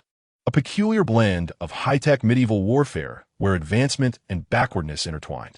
Just as Cheng Feng prepared to speak, C3399118, piloting his crystalline jet ski-like contraption, gradually descended from the sky to the perimeter wall. After cautiously raising his hands in a gesture of peace and turning around to show he posed no threat, he crossed his arms over his chest, performing the aquilas salute, and approached the wall. Observing the nearly 6-foot-tall figure gingerly inching closer while striving to maintain composure and present a sufficiently precise salute, a hint of a smile appeared beneath Cheng Feng's helmet. He then raised his explosive rifle, aimed it at C3399118, and deliberately spoke in Gothic while casting a glance at the regional chat. I have been observing you for quite some time. Declare your intentions, C3399118. Earlier, someone advised me to approach while performing the aquilas salute, and indeed, they did not attack. However, now they are speaking in a language I do not comprehend and have raised their weapon. What should I do? Why didn't you lot mention earlier that there was a language barrier? A 1522013. It appears that Gothic is the most universally recognized language in Warhammer. However, this language type seems to be a variant of Latin and English. Why not give English a try? C3399118. I cannot do that. A 1522013. You may as well use Chinese. It should work too. Space Marines are said to have roots in 500 to 1,000 different languages. According to the lore, Chinese once existed on Earth, so they should also be familiar with it. C3399118. Should I give a go? Hello, my name is Li Zhendong. What should I say? I'm not a bad person. I just came to see if I could seek refuge. Cheng Feng listened to Li Zhendong's stuttering words, lowered his weapon, and took a step forward, his heavy form descending from the surrounding wall, gradually approaching Li Zhendong. The thud of Cheng Feng landing startled Li Zhendong, nearly causing him to leap off the ground. It is only when confronted by a towering giant, nearly 3 meters tall, that one can truly grasp the overwhelming sense of dread it instills. Cheng Feng leaned slightly, the crimson glow emanating from his helmet's visor drawing nearer. Li Zhendong dared not meet his gaze, fear and unease compelling him to lower his head slightly. Suddenly, Cheng Feng spoke in Chinese beside his head, even adopting a hint of a northeastern accent. Old buddy, are you sweating profusely? Oh my, Duong. Ow. Li Zhendong was startled by Cheng Feng's booming voice, his muscles instinctively contracting, causing him to involuntarily jump, only to bump his head against Cheng Feng's powered armor chest. Chapter 132. Unexpected news. Li Zhendong covered his reddened forehead, plopping down on the ground, staring blankly at the immense armored giant before him. The phrase "old buddy, are you sweating profusely?" with its peculiar accent echoed in his ears. This accent? Why you are Li Zhendong stammered, unable to articulate his thoughts. Cheng Feng gradually straightened, his voice beneath the helmet reverting to a normal accent, still emanating through external speakers. B03733481. This is his survivor number. Li Zhendong's eyes widened in shock, his fingers gesturing in the air as if manipulating an interface. Moments later, his expression shifted from disbelief to elation, ultimately settling into incredulity. Why, you're truly a survivor. But what about those? Li Zhendong babbled, pointing towards the faint outline of metal structures visible beyond the wall, glancing at the patrolling HCAO-01 in the distance. Those robots. And that tank, are they mine? Cheng Feng replied succinctly, bending down to extend a massive metallic hand towards Li Zhendong. Stand up so we can talk. Li Zhendong hesitated for a moment before reaching out to Cheng Feng. In response, Cheng Feng grasped his arm as if lifting a chick, effortlessly pulling the fallen man back to his feet. The sheer strength left Li Zhendong in silent awe. So, did you really build HCL-002? After regaining his balance, Li Zhendong could not help but inquire. Alone? No. I mean, I had assistance, but I am at the core. Cheng Feng had no intention of providing any unnecessary explanations. At this moment, his mindset was remarkably serene, having come to a profound understanding. As long as his pace of development was swift enough and his power formidable enough, these matters would pose no issues. In this unfamiliar world, governed by the law of the jungle, strength served as the most reliable shield and voice. Listem Cruzali, Li Zhendong. As a member of human civilization, this is indisputable. My core objective aligns with that of everyone else, to establish a firm foothold for humanity in this realm and to uncover the truths of this world. You may speak candidly in the regional chat. I will not act against you without cause. Cheng Feng's voice resonated through the loudspeaker, imbued with an undeniable authority. Li Zhendong nudda biguruzli. Understood. May I come in for a look? Or is there something you need me to do? I have a hovering craft from an alien civilization that I've been tinkering with. Patience. Cheng Feng raised a hand, simultaneously conjuring the regional chat interface with his thoughts. His consciousness swiftly typed on the virtual keyboard. B0373481. Cheng Feng, I am the founder of HCL-002. The settlement is open to all human survivors. This succinct message reignited the previously settled regional chat into a frenzy. A 1522013. Wow. The main character has appeared. A 1613252. B0373481. ISNT that the one who sold the electromagnetic spike guns? D0222482. Same ID. Seems he has uncovered some extraordinary remnants of civilization. A 1387732. You D-prefix folks have come to Area 2. Aren't you a big shot yourself? Seeking refuge. C3399118. I'm already at the entrance. Having met with the esteemed Cheng Feng, it's genuine. Cheng Feng ignored the barrage of messages and continued to type.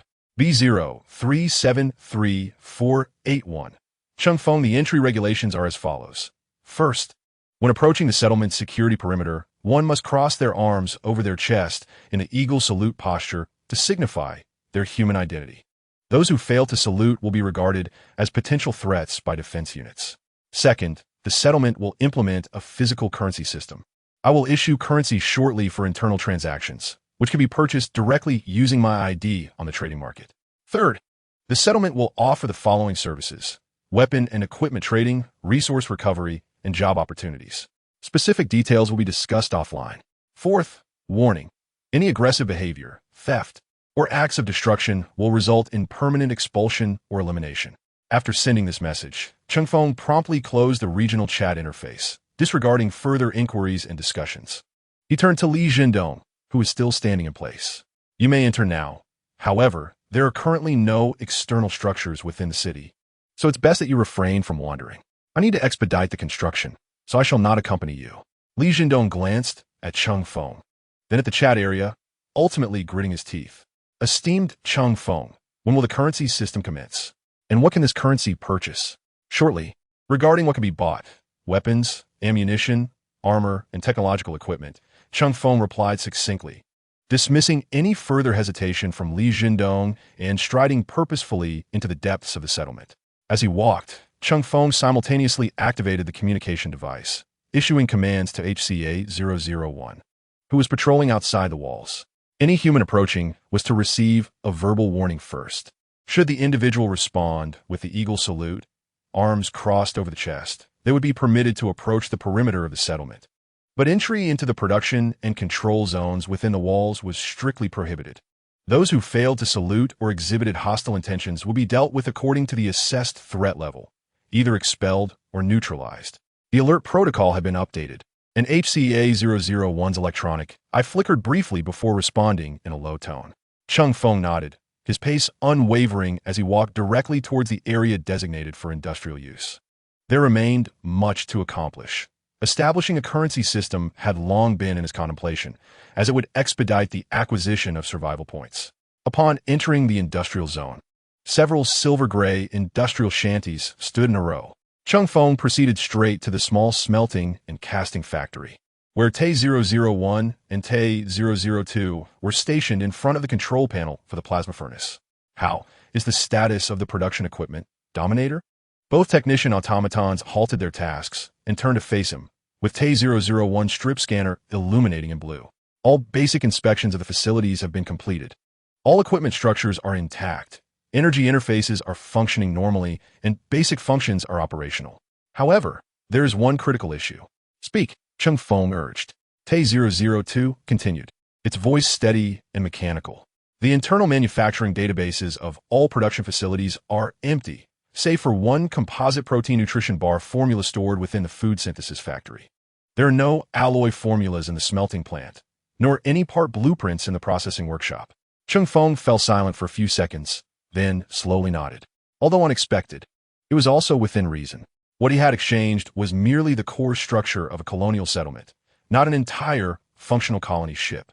Based on Cheng Feng's deductions, the normal colonization process would involve the colony ship landing, identifying a suitable location to deploy the STC for settlement construction, subsequently building factories and mining and refining facilities, and then downloading data from the colony ship into these newly established units.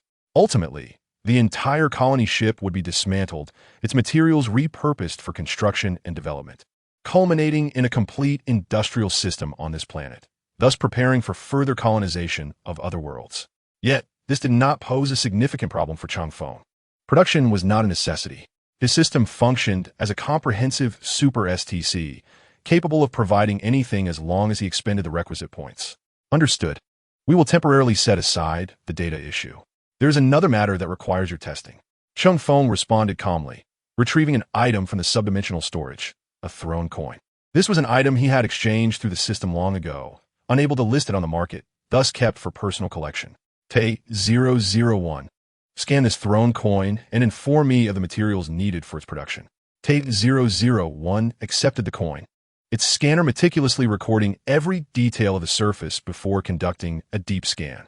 The coin itself possesses a simple structure, devoid of any intricate internal mechanisms. The only complexity lies in its surface engravings. However, the material is rather exceptional. This throne coin, known as the Dominator, is composed of at least 130 different mineral compounds, including several synthetic materials.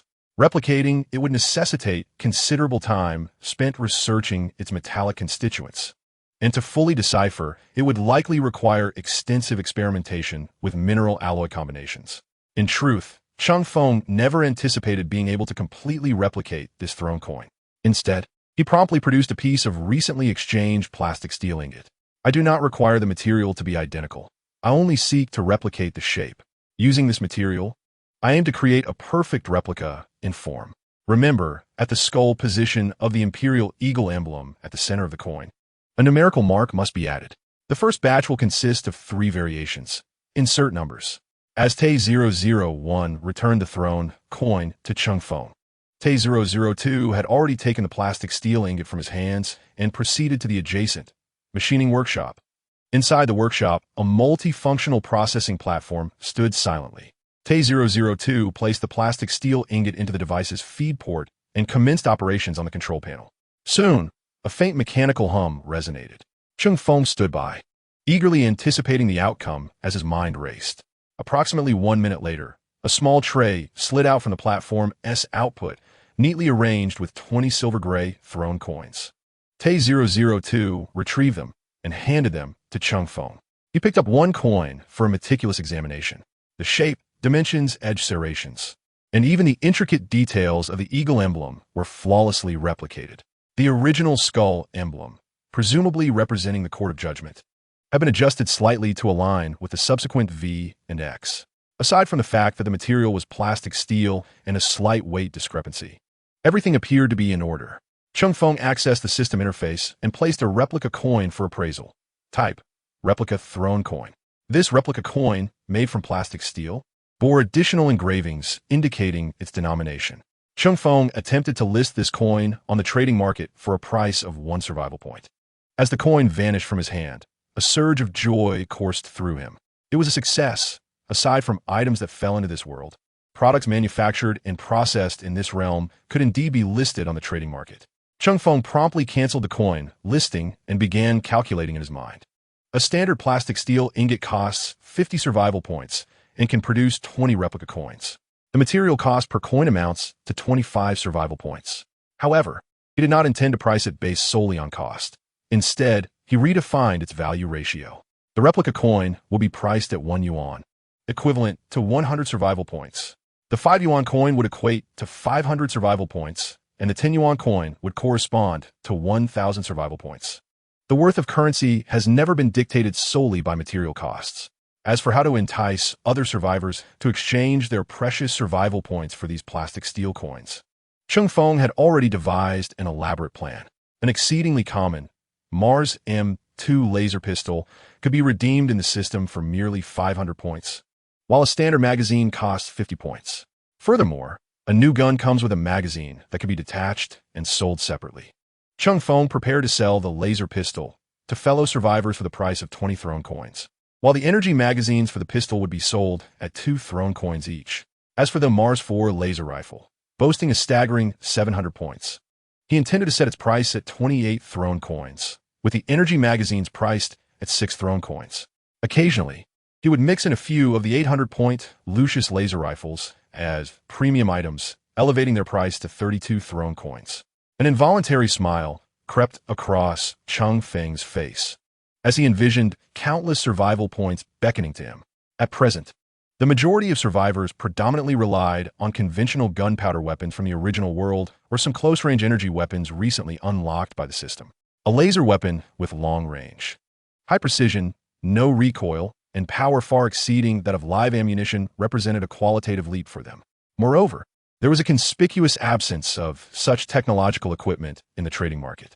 The prices of the weapons Cheng Feng had previously sold, originating from the realm of death, had soared to astronomical heights, rendering him a veritable paragon of fair pricing in comparison.